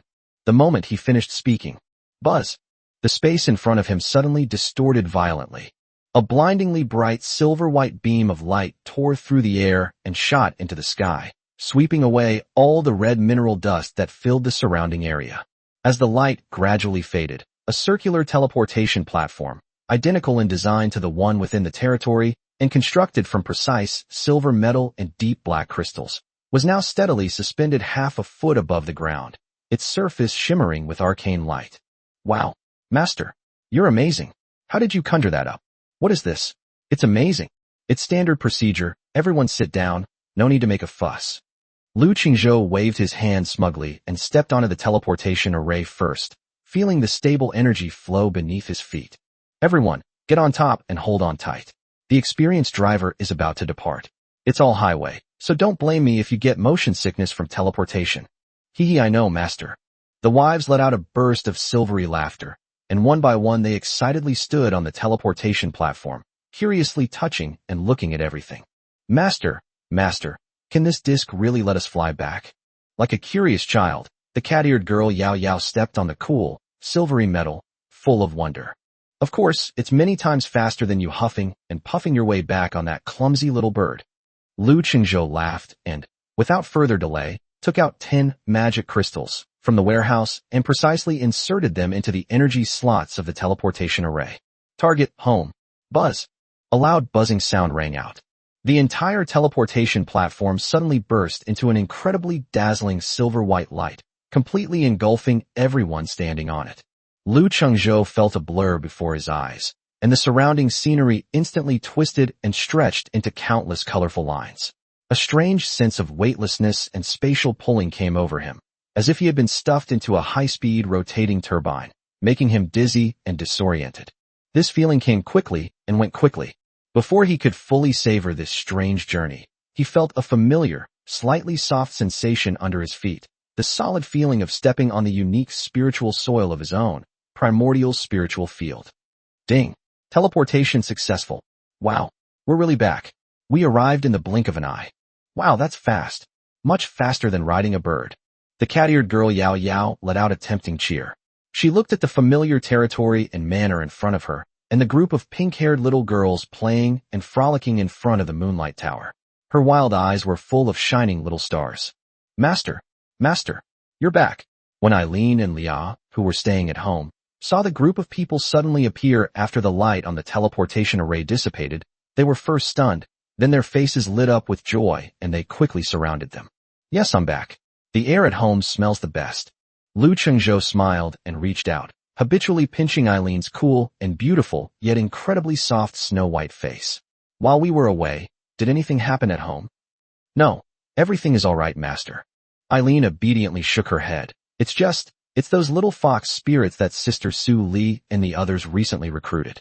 They're so mischievous. They even took apart all the yarn balls in Catgirl Paradise. Hee kids are cuter when they're lively. The little fox spirit Su Li had seductive eyes and showed no awareness of being lax in discipline. Lu Qingzhou was both amused and exasperated. He glanced at his enormous army of wives and felt incredibly satisfied. All right, everyone, stop sitting there. Lia, take some people and move all the corpses from the storage ring into the blood pool. We'll continue to juice the dragon baby tonight. Yes, Master. Eileen, take the archer squad and tame those new griffins. From now on, you'll be the air force of our territory. Yes, Master. Yao Yao, Su Li, Vera, Hekina, the four of you. Looking at the four stunningly beautiful wives in front of him, all of whom were SS level but had completely different styles, Lu Chengzhou stroked his chin and revealed a landlord's smile. Follow me. Let's get to work. Let's plant. Yay, time to open blind boxes again. Upon hearing the words farming, the four SS level wives instantly became excited. They had long regarded farming as the most fun and exciting entertainment activity in their territory. Lu Qingzhou led them in a grand procession to the front of the trading market. The long-term seed purchase order he posted has been very effective after these past few days. Holy crap, so many. When Lu Qingzhou took out all the newly acquired seeds from the trading market, even he was surprised.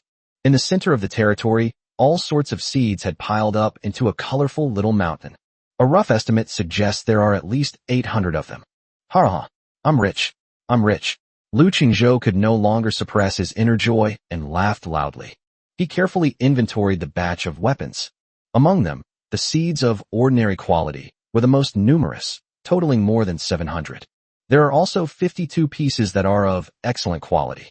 What surprised him most were the last 3 rare quality seeds that emitted a faint purple glow. Chapter 147 New Wife. S-Rank White Silk Paladin. Over 800 blind boxes. If I open them all, ugh. Lu Qingzhou dared not think any further. All he wants now is to plant all these precious gems into his primordial spiritual field immediately. Get to work. Plant them all. At a single command, the 4 stunningly beautiful SS rank wives, along with a group of little Lolas, catgirls, and fox spirits who rushed over upon hearing the news, all charged into the vast primordial spirit field with their bare, snow-white, and delicate little feet, as if they had been injected with chicken blood. Buzz, buzz, buzz. Golden rays of light, like bamboo shoots after a spring rain, continuously illuminated the spirit field. Ding! Divine mutation successful. You have obtained a special material, 10 magic crystals. Ding! Divine mutation successful. You have obtained the rare material, Star Iron 5. Ding! Divine mutation successful. You have obtained a rare item, Experience Fruit 3. Ding! Divine mutation successful. You have obtained a special item, Lucky Fruit 1. The harvest from over 800 seeds was truly staggering. The warehouse was almost bursting at the seams, with basic resources piling up like mountains and rare materials gleaming in the sunlight, numbering in the countless. The strange fruits that could permanently increase attributes were piled up into several small mountains, each one of vibrant color, and they emitted an enticing aroma. Lu Qingzhou was dazzled by the sights, and too lazy to count them all. With a wave of his hand, he told his wives to eat them as dessert after dinner, which drew cheers from the crowd. Soon, both ordinary and superior quality seeds were exhausted. Finally, only 3 rare quality seeds, shrouded in a mysterious aura, lay quietly in the jade plate. The main event is here. Lu Qingzhou took a deep breath and solemnly accepted the seeds himself. He selected a suitable fertile field and solemnly buried the first rare seed in the soil. Just as the soil closed up, boom, a dark golden beam of light, brimming with a wild and untamed aura, suddenly shot into the sky. Ding! Divine mutation successful. You have obtained a rare building blueprint. Advanced Beast Pen 1. Blueprint, Advanced Animal Pen. Quality, rare. Effect, allows for the taming and training of high-level magical beast mounts, increasing their growth speed and loyalty. Great, great. Perfect for providing a home for my baby griffins. Lu Chengzhou nodded in satisfaction and planted the second rare seed. Boom. This time, what lit up was a dark red beam of light filled with an aura of destruction. Ding. Divine mutation successful. You have obtained an epic grade special material, Demon Soul 1. Item, Demon Soul. Quality, epic. Description, an evil soul imbued with pure abyssal power is one of the core materials for upgrading the forge of all races. Holy crap. Epic grade material. Lu Qingzhou's eyes lit up instantly. He was just worried that the forge of myriad races couldn't be upgraded, and this is such a coincidence. He suppressed his excitement and turned his gaze to the last and most crucial rare seed in his hand. Come, witness the moment of miracle. Don't let me down. He took a deep breath and solemnly planted this last seed in the center of the primordial spirit field. The moment the seed is planted. Ding. Rare quality seed detected, triggering a 1 in 10,000 chance of a secondary divine mutation. It's here. It's really here. The cold system notification sounded in Lu Qingzhou's mind right on time. Rumble. A dazzling golden pillar of light, filled with endless holiness and light, suddenly shot into the sky. That light was holy, majestic, and inviolable. It even dimmed the radiance of the nearby sacred elf ancient tree and moon goddess altar. Wow! The master has grown another treasure. All the elf girls and beast-eared wives were stunned, their beautiful eyes filled with endless shock. Within the light, a tall, ethereal figure, brimming with power and beauty, slowly materialized. She was a stunningly beautiful girl who was nearly 1.8 meters tall, with long, dazzling golden hair that reached her waist, an extremely hot figure, and a sense of holiness and power. Her features were exquisitely beautiful, as if they were the most perfect masterpiece of the gods, and her eyes, as pure as sapphires, were full of determination and faith. Her attire caused Lu Qingzhou to hold his breath for a moment. It was a set of tight-fitting armor made of an unknown silver metal and holy light crystals. And the most fatal thing, on her long, straight legs, she was even wearing a pair of white stockings enveloped in a divine glow. Ding! Congratulations! You have obtained the S-rank hero, Holy Light Knight Catherine. Holy crap! Lu Qingzhou was completely dumbfounded when he looked at his S-class paladin wife, who was both pure and alluring, exuding an aura of holiness and borderline sensuality. Those epic paladin gear pieces in his warehouse. Finally, I have a damn place to use this. Holy Knight Catherine slowly descended from the light. Her bare, snow-white, delicate feet stepped onto the dark golden soil. Her long legs, encased in white over-the-knee stockings, exuded an amazing elasticity and a sense of sacred power with every step. She walked up to Lu Qingzhou, and unlike Su Li, she didn't flirt or act coquettishly, nor was she as aloof and shy as Eileen. She simply bowed slightly and performed a standard knightly salute. Her voice was steady and pleasant, filled with a reassuring power. S-rank Holy Light Knight, Catherine, greets her master. Okay, get up quickly. Lu Qingzhou pretended to be serious on the surface, but he was secretly overjoyed. He suppressed his inner turmoil and immediately opened Catherine's attribute panel. Hero, Holy Knight Catherine. Quality, S-tier, unique hero, upgradable. Race, human. Level, 1, 0 out of 100. Health points, 800. Attack power, 60. Defense, 80. Skill 1, Holy Strike, active. Deals holy damage to the target and inflicts the blind effect. Skill 2, Divine Protection, active. Grants a damage-absorbing shield to yourself or an allied unit. Skill 3, Loyalty, passive. Absolutely loyal to its master. When receiving fatal damage, there is a chance to gain 1 point of invulnerability. Skill 4, Insufficient level, not unlocked. Comment, a devout believer in the holy light, possessing an unbreakable will and an equally unbreakable appetite. A little foodie. Chapter 148. Instantly level up to 36. Epic 3-piece set, maxed out. Level 1. That's incredibly low. How long will it take to level up like that? Lu Chengzhou rubbed his chin, looking at Catherine's pitiful initial level, and couldn't help but complain. His main force consists of troops whose lowest level is 30 or higher. If he takes this level 1 newbie out with him, let alone farming monsters, she'll probably trip over even a small pebble in the wilderness. Wait, that bumper harvest just now seems to have given out a huge bunch of fruits that can increase experience points. He had a sudden inspiration and quickly ran to the warehouse. After rummaging through the small mountain of spoils, they finally pulled out 12 perfectly round fruits that emitted a soft glow, clearly containing abundant spiritual energy. Item: rare experience fruit. Quality: rare. Effect: upon consumption, grants 100,000 experience points. Significant effect for levels below 30. Haha, this time we've taken off in one fell swoop. Holding those dozen or so juicy fruits, Lu Chengzhou looked like a strange uncle trying to lure a little girl with a lollipop. Catherine, come here, your master will treat you to something delicious. Yes, master. Catherine maintained her calm and composed demeanor as she walked over with elegant steps. But when she saw the dozen or so fruits in Lu Chengzhou's hand that exuded an enticing fragrance, her eyes, as pure as sapphires, instantly lit up. She even subconsciously stuck out her pink little tongue and licked her moist red lips. Wow, I didn't expect her to be a hidden foodie. Lu Chengzhou was amused by her unusual little action and picked up the largest and most juicy experience fruit and handed it to her. Eat up, these were just picked from our spiritual field, they're super fresh, and there's plenty for you. Thank you, master. A rare and charming blush appeared on Catherine's pretty face. She took the fruit and, without any hesitation, opened her cherry-like mouth and took a bite. The sweet juice burst in her mouth, and Catherine squinted her eyes happily. Her satisfied little face was so cute it was almost unfair. She ate them one after another, thoroughly enjoying herself. In the blink of an eye, all 12 rare experience fruits were gone. Hiccup. Catherine let out a satisfied burp, her pretty face turning even redder. Immediately afterwards, buzz. Brilliant golden rays of upgrade light shone wildly all over her body as if they were free. Ding. Your hero, Holy Knight Catherine, has consumed 12 rare experience fruits. Ding. Your hero, Holy Knight Catherine, has reached level 36.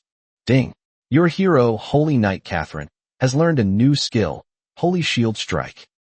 This is already level 36. Catherine herself was stunned. She felt the power within her body surging wildly like a rocket, and her already pure and beautiful snow-white face was filled with disbelief. Ha, don't rush, this is just the beginning. Lu Chengzhou grinned. Level 36 now, time for a new outfit. With a wave of his hand, he rushed into the warehouse and took out all 3 epic Paladin exclusive equipment pieces that he had been eagerly anticipating. Paladin's Glory Armor, epic. The Paladin's Shield of Protection, epic. Sword of Holy Light Judgment, epic. Next, he pulled out several rare plate armor pieces from the warehouse, all around level 30 with decent stats, greaves, gauntlets, and helmets. Come on, Catherine, put them all on. Like a nouveau riche, Lu Chengzhou dumped all the glittering divine gear on her. Yes, master. Catherine looked at the pile of epic-level equipment radiating terrifying energy in front of her, her pretty face flushed with excitement, and her voice trembled slightly as she spoke. She took a deep breath and, in front of her master, actually began to remove the armor she was wearing. Hiss! Lu Chengzhou's breathing quickened instantly. Soon, Catherine changed into a brand new set of epic and rare mixed divine gear. The silver-heavy armor completely covered her voluptuous figure, but the exaggerated curves of her chest still bulged high. Wielding the sword of holy light and bearing the shield of a guardian angel, she looked like a war goddess who stepped out of mythology and wielded holy light and judgment. Pure yet alluring, cool yet beautiful. As expected of my S-rank paladin wife. She's absolutely amazing. Lu Chengzhou nodded in satisfaction, but a malicious smile appeared on his face. All right, the equipment is all changed, just one last step. He led Catherine, who was still somewhat confused, directly to the ancient and mysterious Forge of all races. Master, where is this place? Here's where you'll start your job. Lu Chengzhou grinned. Let's go in. Ding. Human hero unit detected. Please select the race to convert to. Elf, Orc, Undead. Which one should I choose? Lu Chengzhou stroked his chin and began to make plans. Elves, plus 10% agility, plus 100 mana. Catherine is a paladin, a tanky character, So the agility and mana bonuses don't seem very useful. Undead. Forget it, my pure and holy wife. Turning her into an undead. That's too much of a grotesque thing to do. So only, the orcs are left. He glanced at the bonuses from the Orcish traits. Racial trait. Orc strength plus 10%. Health plus 10%. Is there even a need to choose? Lu Qingzhou's eyes lit up. Adding strength increases attack power. Adding health increases survivability. This is practically a god-tier trait tailor-made for paladins. More importantly, Lu Qingzhou's gaze unconsciously drifted to Catherine's long, snow-white legs, which were encased in silver armor but still revealed their perfect curves. This little girl was just born. She's definitely a purebred. What if she were to be transformed into a beast man? Doesn't that mean we'll get another drop of pure blood? Lu Qingzhou could no longer suppress his excitement and made the decision on the spot. It's settled then. Transformation. Beastmen. Buzz. A dark golden light, filled with a wild and untamed aura, instantly enveloped Catherine's pure and beautiful body. Lu Qingzhou looked at the alluring figure that was faintly visible in the light, and then at the newly made cloud-top erotic soft bed in his bedroom on the second floor of his lord's manor. He almost grinned from ear to ear. Catherine, you're in for a busy night. Chapter 149 Volcanic Mineral Vein Acquired. Resources plentiful. Alright everyone, get ready and let's start making dinner. After assigning tasks to the members of the territory, Lu Qingzhou strolled leisurely alone to the newly relocated volcanic vein located on the east side of the territory. Scorching Hills Mineral Vein, Level 6 Territory Affiliation. Current status, mineable.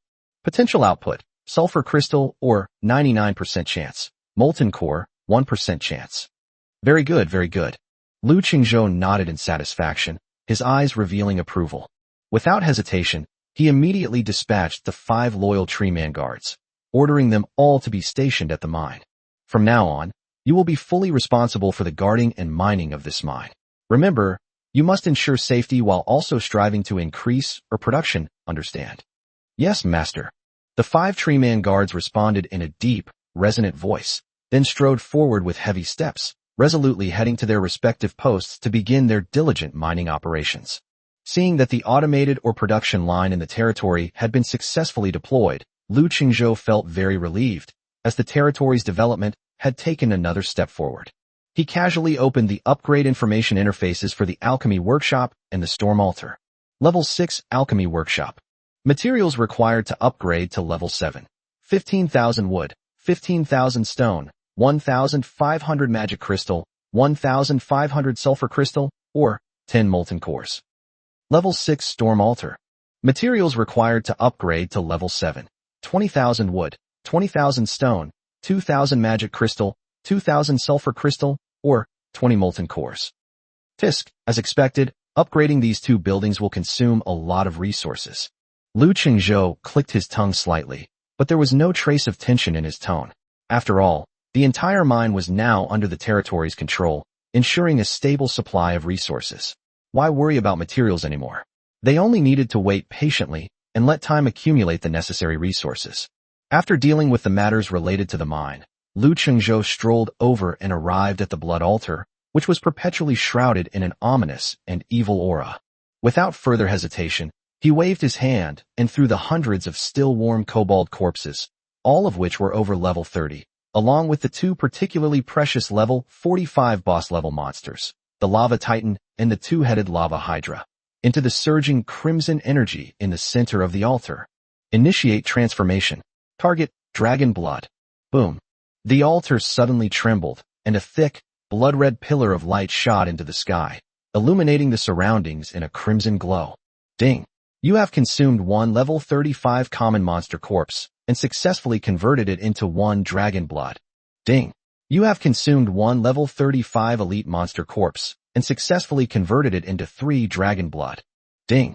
You have consumed 1 level 45 boss monster corpse, Lava Titan, and successfully converted it into 50 dragon blood. Ding. You have consumed 1 level 45 boss monster corpse, 2-headed Lava Hydra, and successfully converted it into 100 dragon blood. A series of crisp and pleasant system notification sounds rang out one after another, like a symphony symbolizing harvest and strength, cheerfully scrolling across Lu Qingzhou's screen. In the final tally, a total of 263 drops of dragon blood were obtained. Each drop of dragon blood contains immense and powerful energy, displaying a magnificent and profound red color. It flows slowly within, shimmering with an alluring yet dangerous light as if it were alive.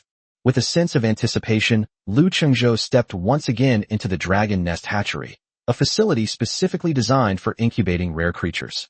The mysterious, aura-shrouded, and still unidentified, special pet egg remains quietly resting on its specially designed energy base. The complex and ancient patterns on its shell are slowly absorbing the free-floating energy in the space at an imperceptible rate. Estimated incubation time. The status bar still displays a string of unreadable question marks, as if testing the owner's patience. What a calm little guy. Lu Qingzhou shook his head, smiled with a hint of helplessness, and turned to leave the incubation room filled with warmth and the breath of life. As dusk deepened, night quietly enveloped the earth. In the open space in the center of the territory, the warm campfire was lit again, the leaping flames dispelling the chill of the night and bringing light and warmth. At dinner time, the air was filled with mouth-watering aromas. The freshly baked mushroom pizza exudes a rich, caramelized aroma from a blend of cheese and various wild mushrooms. The golden brown, glistening skin of the sweet flour-stuffed chicken is roasted to a crispy perfection, perfectly locking in the juicy, tender meat inside. The dessert was a bursting, juicy peach, freshly harvested from the local area that day. Master, please try this. The fox girl Suli smiled sweetly, and carefully picked up a piece of freshly cut, still steaming hot chicken leg with her fair and slender fingers, offering it eagerly to Lu Qingzhou's lips. It tastes great.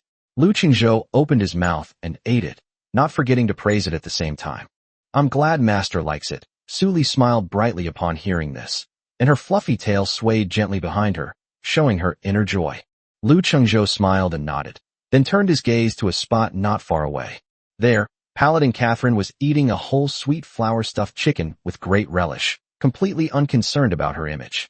There were even some oil stains on the corners of her mouth, which was an interesting contrast to her usual serious and earnest image. Lu Qingzhou glanced at the upgrade interface of the Altar of 10,000 Beasts again. Altar of all beasts, unique mythical level. Current level, level 2. Requirements for upgrading to level 3. 1. 50,000 timber, 50,000 stone, 50,000 iron, or 4. 100 drops of pure blood, 0/100. Alas, the task is arduous and the road ahead is long. Catherine, Lu Qingzhou suddenly called out. Master. Catherine's mouth was full of chicken, and she mumbled a response, her sapphire blue eyes filled with innocence. Come to my room tonight. I have an important tactical mission to give you. The night was deep. On the second floor of the Lord's Manor, Lu Qingzhou was toying with a bottle of red potion that emitted a faint smell of blood. Dragon Blood Vitality Potion. Hee. Without the slightest hesitation, he drank it down in one gulp. Boom. A violent surge of heat coursed through my entire body once again. He felt as if he had transformed into a humanoid dragon, brimming with explosive power. Chapter 150 Legendary Materials. The next morning, as the first rays of sunlight streamed through the floor-to-ceiling windows of the luxurious manor and fell upon the incredibly soft and bouncy bed, Lu Qingzhou opened his eyes, feeling refreshed and invigorated. Call.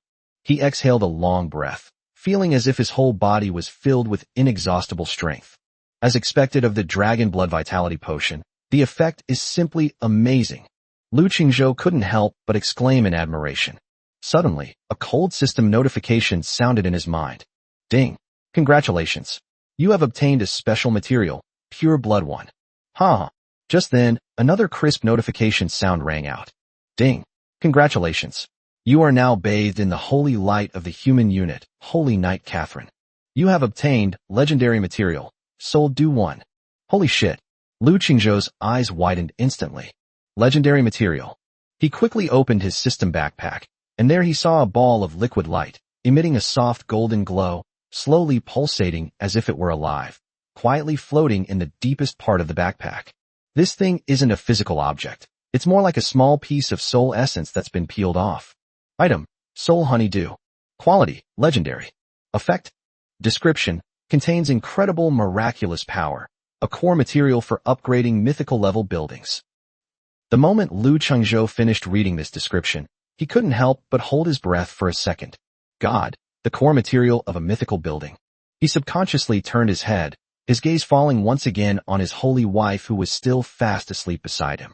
This isn't a paladin at all. This is clearly a super treasure trove that can walk, talk, warm your bed, and drop legendary materials. Ha! I'm rich. I'm rich. Lu Qingzhou could no longer suppress his inner joy. Master. He woke Catherine up, and she groggily opened her eyes, which were as pure as sapphires. Ha! My darling wife. You are truly my lucky star. After another morning exercise session, Lu Qingzhou walked out of the Lord's manor feeling refreshed, as if the whole world had become a better place. Sigh, it seems like these days of working overtime are never going to stop. For the future of the territory, and for the happiness of my wives, I, as the master, have no choice but to make things difficult for myself. Lu Qingzhou thought with righteous indignation, feeling extremely pleased. Just then, a ding-dong sound rang out, indicating a private chat notification. Lu Qingzhou clicked on it, and saw that the ID was actually that of the icy beauty he hadn't contacted for several days, Suing. Lu Qingzhou raised an eyebrow, and casually opened the chat box. Suing, I have something. Want to exchange it? It's concise, and to the point, still the same familiar recipe, the same familiar taste. What good stuff is it? Send it over so we can take a look. Lu Qingzhou grinned, eager to see what treasure this girl had found in some hidden corner this time. The next second, Suing sent a screenshot of an item. It was an ancient scroll, dark purple in color, with wisps of spatial cracks swirling around it, filled with an aura of ominousness and chaos. Random dungeon teleport scroll, rare. Quality, rare. Effect. After use, you will be randomly teleported to an unexplored secret realm. Secret realm level, reduced from 30 to 50 levels. Note, high risk, high reward. Use with caution if you're unlucky. A dungeon that reduces level by 30 to 50. Lu Qingzhou's eyes lit up instantly. Good stuff, he replied calmly. What do you want? Suing, this unknown secret realm is too risky. I'm only level 28, I can't go in. You're over level 40, you should be fine. Suing, I need an item that quickly restores my mana. Magic points. Lu Qingzhou almost burst out laughing when he saw this request. Joke. He now possesses a level 6 alchemy workshop, and can produce as many intermediate magic potions as he wants. Not to mention, he also has the Moon Well, a god-tier building that continuously produces moon spring water. It's no exaggeration to say that he has plenty of blue potions now. Okay. Lu Qingzhou didn't bother to haggle with her, and simply took out 5 bottles of still chilling, moon spring water, from the warehouse. Item, moon spring water. Quality, rare. Effect, after consumption, 500 mana points will be restored within 10 seconds, and there is a very small chance that the spirit attribute will be permanently increased by 1 point. 5 bottles of this in exchange for your scroll, how about it? There was a deathly silence on the other end of the chat window for half a minute. Clearly, Suing was also stunned by Lu Qingzhou's extravagant spending. She originally thought that she could get a few bottles of intermediate magic potions, at most. But she never dreamed that the other party would offer such a rare and powerful medicine that could permanently enhance mental attributes. And 5 bottles at once. Suing, where did you get so many of these things? Even the Ice Queen's voice trembled slightly. I don't have much else, but I have plenty of water. Lu Qingzhou grinned. Want to switch or not? Suing, change it right now. Ding. Transaction successful. You consumed 5 moon spring water and obtained 1 random dungeon teleport scroll. It's a pleasure to work with you. Lu Qingzhou happily put the scroll, which was full of unknowns and dangers, into his backpack. Suing, thank you. Just as Lu Qingzhou was about to close the chat window and examine the new toy, Suing sent another message. Suing, the energy fluctuations on the scroll are very chaotic. You have to be careful. Rest assured. As for you, drink those 5 bottles of water sparingly. Remember to come back and buy more when you're done. Lu Qingzhou closed the chat window with the icy beauty Suing, a sly smile on his face. He held the random realm teleportation scroll, filled with unknowns and dangers, in his hand with a smug look, examining it carefully. Random dungeon teleport scroll, level 30 reduces level by 50. Limited to 20 people allowed. Chapter 151 The Gemstone Realm. A Bountiful Harvest. Wives, don't just sit there. In the territory, Lu Chengzhou cleared his throat, and shouted in a strong voice. Group by starts. Time to get to work. Meow? Master, are we going to fight again? In the Catgirl paradise, SS rank Catgirl Yao Yao was the first to jump out. Her sexy black silk battle armor perfectly outlined her petite, yet fiery snow-white body, and her fluffy snow-white cat ears twitched excitedly. Hee master, are you going to take Su Li to see a new world? Nine-tailed fox, Su Li also pressed herself against him with seductive eyes, her 9 fluffy, snow-white tail swaying slowly behind her like a peacock spreading its tail feathers, full of extreme provocation. Following that, Irene, Leah, Hekina, Vera, Catherine. 7 stunningly beautiful wives of SS and S rank appeared before him all at once. Iceberg, pure, fiery, alluring, aloof, mature, divine. 7 stunningly beautiful wives, each with a distinct style, were standing in a row. The sight was enough to make any normal man's nose bleed. Especially those 7 pairs of long, snow-white legs encased in stockings of various colors. They were so dazzling they made one's eyes spin.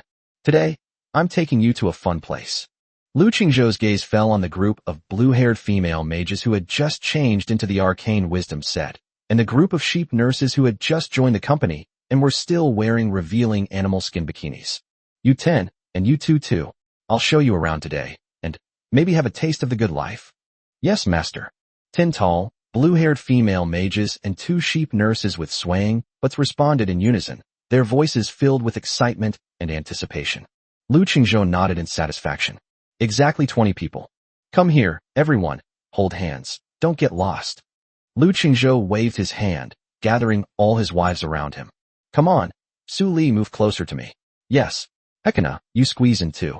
Yao Yao, don't rub against me. After a series of sensual adjustments, Lu Qingzhou was finally surrounded by a dozen or so stunningly beautiful wives of varying shapes and sizes, all possessing fair skin and supple curves. He took a deep breath of the air filled with the fragrance of his wife, and could no longer suppress his excitement, so he crushed the scroll in his hand. Set off. Buzz. A blinding purple light instantly enveloped the 20 people.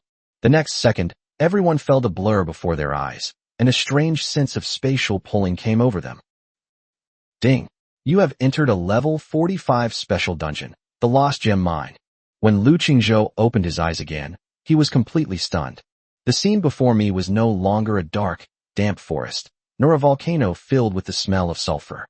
Instead, it was a enormous, dreamlike underground crystal cavern. The entire cave stretches as far as the eye can see. It's like another world. Countless enormous crystal stalactites, shimmering with 7 colors, hung from the dome, illuminating the entire space as bright as day. The ground is even more magnificent. Dense clusters of crystal minerals burst forth from the ground, resembling a frozen rainbow ocean. The crimson flame gems radiated warmth, the azure ice crystals exuded coolness, and the emerald green life stones teemed with vitality. The various colors of light intertwined, casting ever-changing patches of light on the cave walls. Wow, master, this place is so beautiful. So many sparkly stones. The wives cheered with delight, as if they had entered the grand view garden, exclaiming in amazement and curiously observing this unfamiliar world. Gem Secret Realm? Lu Qingzhou looked at the system notification and thoughtfully rubbed his chin. Gemstones. Could it be the kind that's socketed into equipment to add stats? He had seen this kind of setting quite often in the online games he used to play. Let's see what surprises this gem mine holds. Just then, snap, snap, snap. A sickening cracking sound came from not far ahead. From within the colorful crystal clusters, a dozen or so, level 45 crystal lizards, elite, each the size of a cheetah and composed entirely of translucent crystal, were charging toward them with agile strides. Well done. Here comes the appetizer. Lu Qingzhou was too lazy to even move. He just yawned lazily. Mage Squad, it's your turn to perform. Yes, master. 10 tall, blue-haired girls with long legs, who had just been promoted to high-rank elf mages, stepped forward in unison. They held their crystal staffs high, and their clear, sapphire blue eyes shone with arcane light. Arcane missiles. Frost arrow. Wind blade technique. Boom. In an instant, colorful magical light illuminated the entire cave. Dozens of magic missiles shimmering with arcane light. A dozen or so arrows made of pure ice.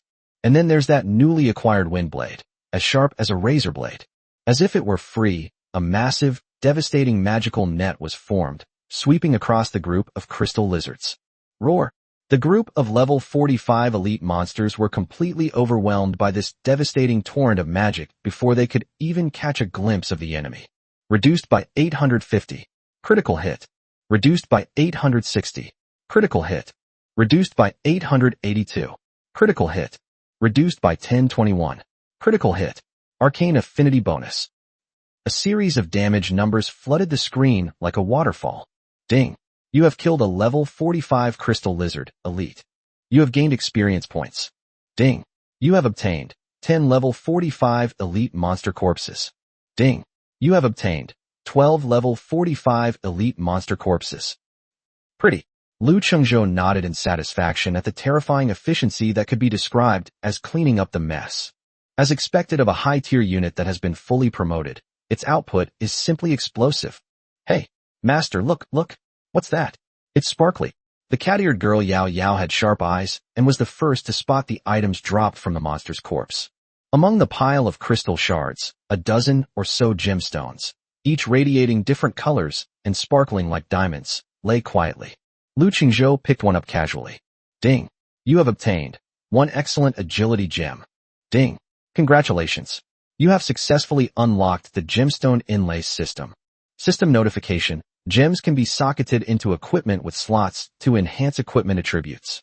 System notification. 3 gems of the same type can be combined to create a higher quality gem. For example, excellent 3 equals superior 1. It really is a gemstone. Lu Qingzhou's heart skipped a beat. This thing is a real and effective way to improve equipment stats. Chapter 152, Exploring the Secret Realm. A crushing victory. Master, look. Over there. There seems to be a progress bar. The Holy Liao pointed to the air, where a semi-transparent progress bar had appeared out of nowhere. Secret Realm Exploration Progress. 2% per 100%. 2%. Lu Qingzhou stroked his chin. It seems that as long as we get this progress bar to 100%, we'll have cleared the game. Alright, ladies. Stop standing there. Looking at the enormous crystal cavern that stretched as far as the eye could see, and the crystal monsters that kept spawning, Lu Qingzhou's eyes blazed with unprecedented greed. This isn't some secret realm. This is clearly an inexhaustible treasure trove of gems. Kill them all. Clear out all the monsters here. Yes, master. A frenzied sweep has begun. Lu Qingzhou's elite all-female army was like a highly efficient lawnmower, wreaking havoc on this level 45 map.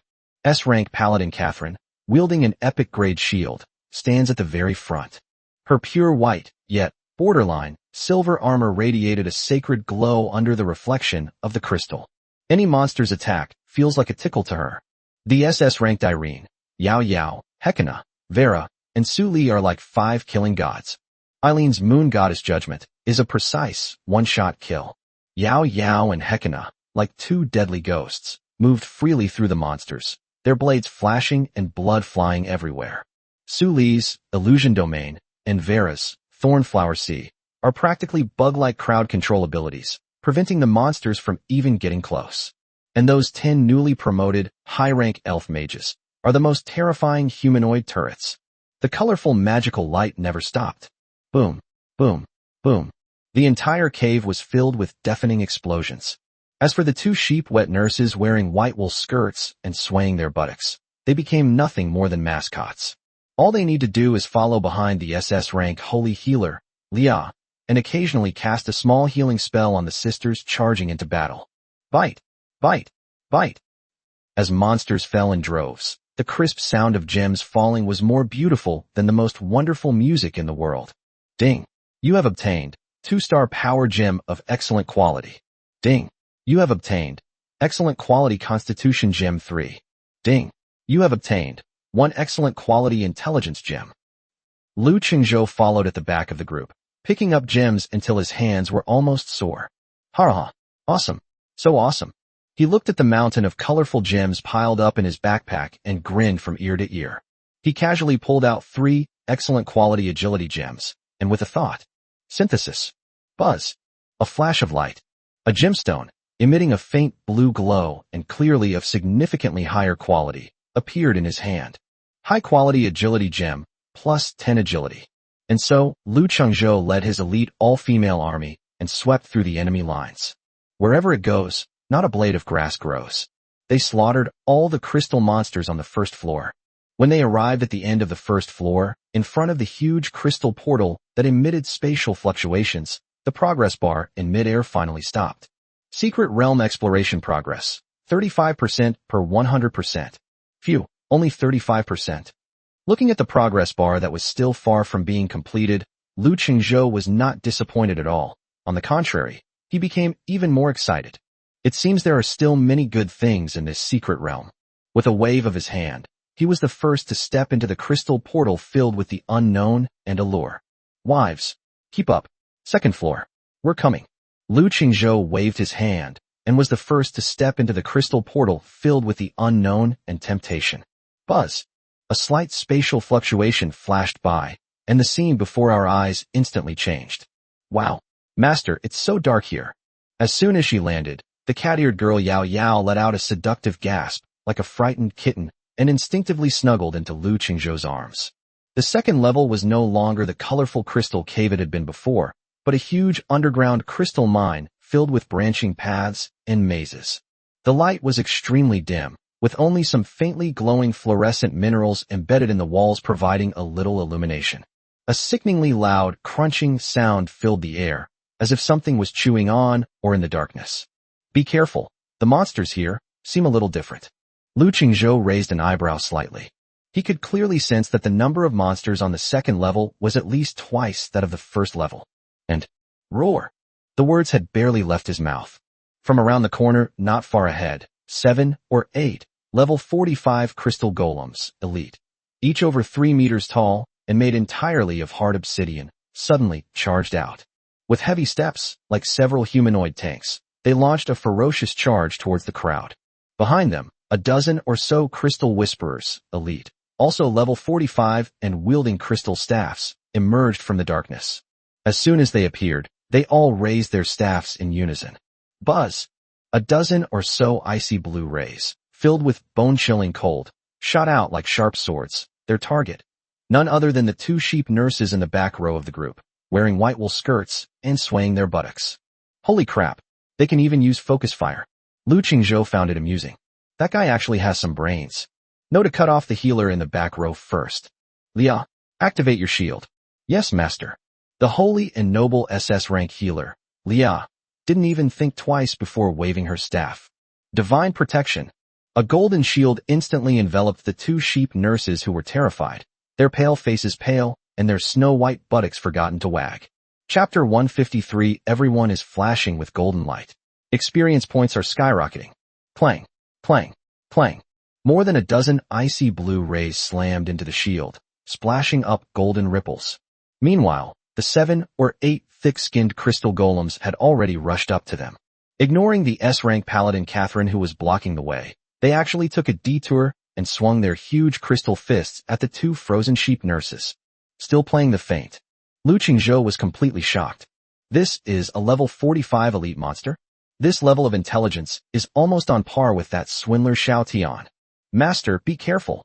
Upon seeing this, Catherine's pretty face turned cold. She suddenly raised the paladin's shield and charged forward, slamming into the waist of a crystal golem. Divine protection. She let out a delicate shout, and a golden shield instantly enveloped her. Come on, you bunch of idiots. Hit me. Catherine let out a sharp shout and immediately launched into a taunt. However, the group of crystal golems ignored her completely and continued to charge towards the 2 sheep nurses. Damn it, this is outrageous. They dare to ignore even my paladin wife. Lu Qingzhou was furious. Suli, Vera, control them. Yes, my master. Humph, a bunch of brainless lumps of stone. The 2 stunningly beautiful wives, both SS rank, instantly understood each other. Illusion domain. A sea of thorny flowers. Boom. A pink mist filled with ultimate allure and a sea of death flowers composed of countless black thorns erupted almost simultaneously. The 7 or 8 crystal golems that were about to cut into the back row suddenly brought themselves to a halt. Halfway through, chaos ensued. He started spinning in circles and even raised his fist to smash it hard at his companion. The other half was tightly bound by the black thorns that exuded an aura of destruction, pinning it firmly to the ground, unable to move. Hekina! Yao Yao! Meow. The head is mine. Hee hee. Little Yao Yao. Don't try to take it from me this time. My two SS rank assassin wives are already itching for more.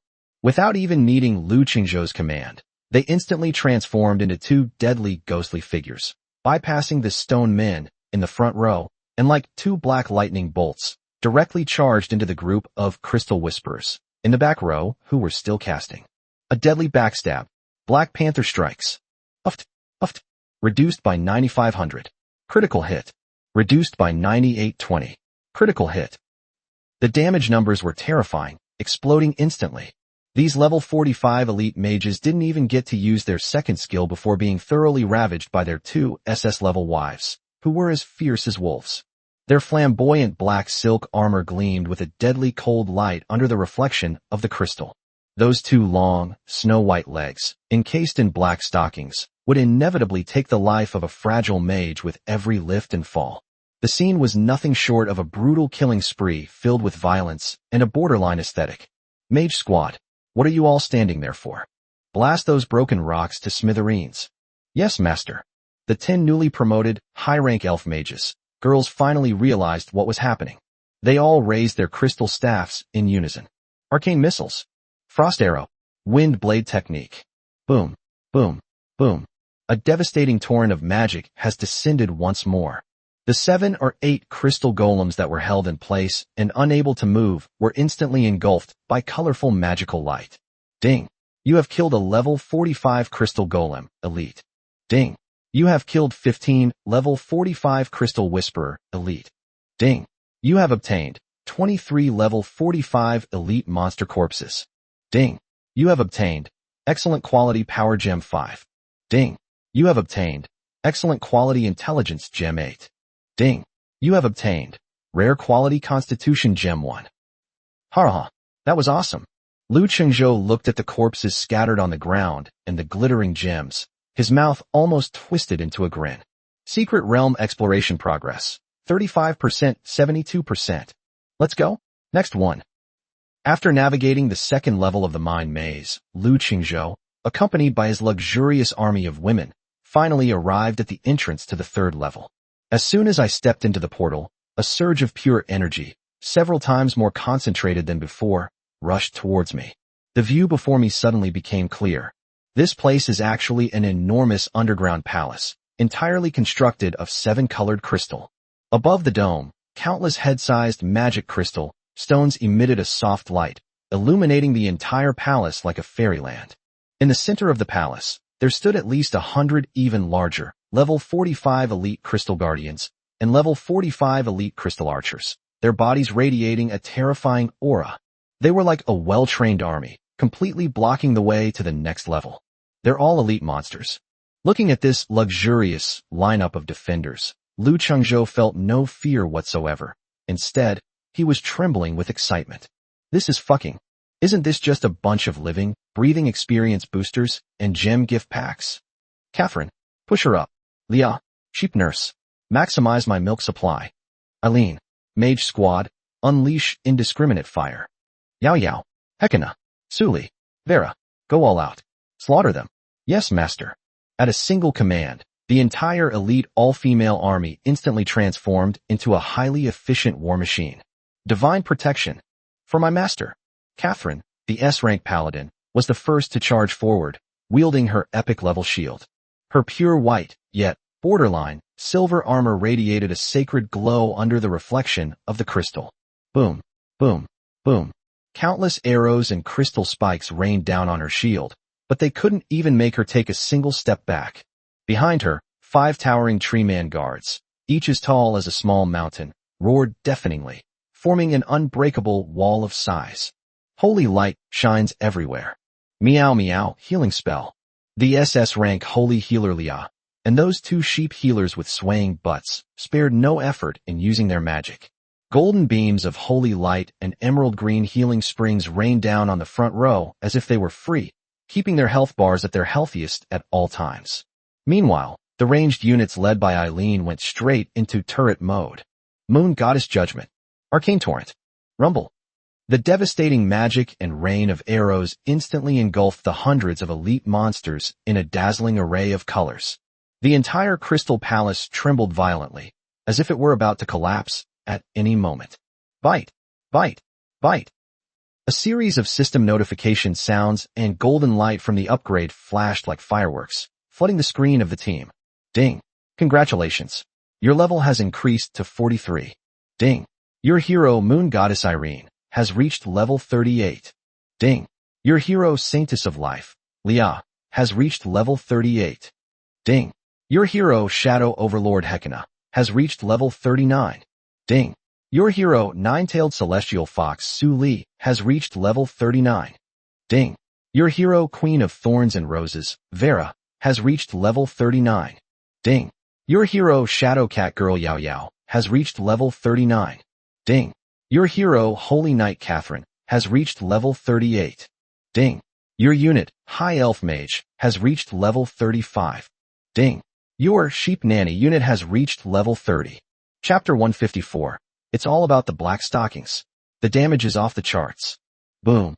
When the last elite monster let out a mournful cry and collapsed to the ground, the entire palace fell silent. All that remained were shards of crystal scattered on the ground, and mountains of gems radiating various colors of light. Secret Realm Exploration Progress. 72% 100%. Ding. Secret Realm Exploration completed. Warning. The final boss is about to awaken. Countdown. 5, 4, 3, 2, 1. Rumble. The entire crystal palace suddenly trembled violently. Deep within the palace, upon the throne constructed of 7-colored crystal, a terrifying and suffocating aura slowly awakens. Rumble. The entire crystal palace suddenly trembled violently. Deep within the palace, upon the throne constructed of 7-colored crystal, a terrifying and suffocating aura slowly awakens. Roar. With a deafening roar, a terrifying giant, over 10 meters tall, and composed entirely of pure, multicolored gemstones, resembling a moving mountain of jewels, slowly rose from his throne. Its eyes, made of huge rubies, burned with a cold rage, fixed on Lu Qingzhou and his group of uninvited guests who dared to trespass into its territory. Final boss of the secret realm, the 7-colored Gem Titan. Level 48. Health points 250,000/250,000. Attack power 700. Defense 900. Skills: Rainbow Shell, Passive, Gem Punch, Crystallized Ray, Gem Meteor. Holy crap. 250,000 HP. 900 defense. Looking at this almost monstrous attribute, Lu Qingzhou couldn't help but curse. This is fucking much tankier than that level 45 Lava Titan from before. Roar. The 7-colored Gem Titan had no time to listen to his complaints. It roared and took heavy steps, like a runaway heavy tank, launching a ferocious charge towards the crowd. Catherine, push up, Lu Qingzhou roared. Yes, master. Without a second thought, Catherine, the S-rank paladin wife, was the first to raise the epic level, Paladin's Guardian Shield, and rush forward. Her pure white, yet slightly frilly silver armor radiated a divine glow under the reflection of the crystal. The two snow-white, full breasts that were barely covered by the silver breastplate swayed violently with her movements, full of breathtaking elasticity. Divine protection. Bang. A loud bang.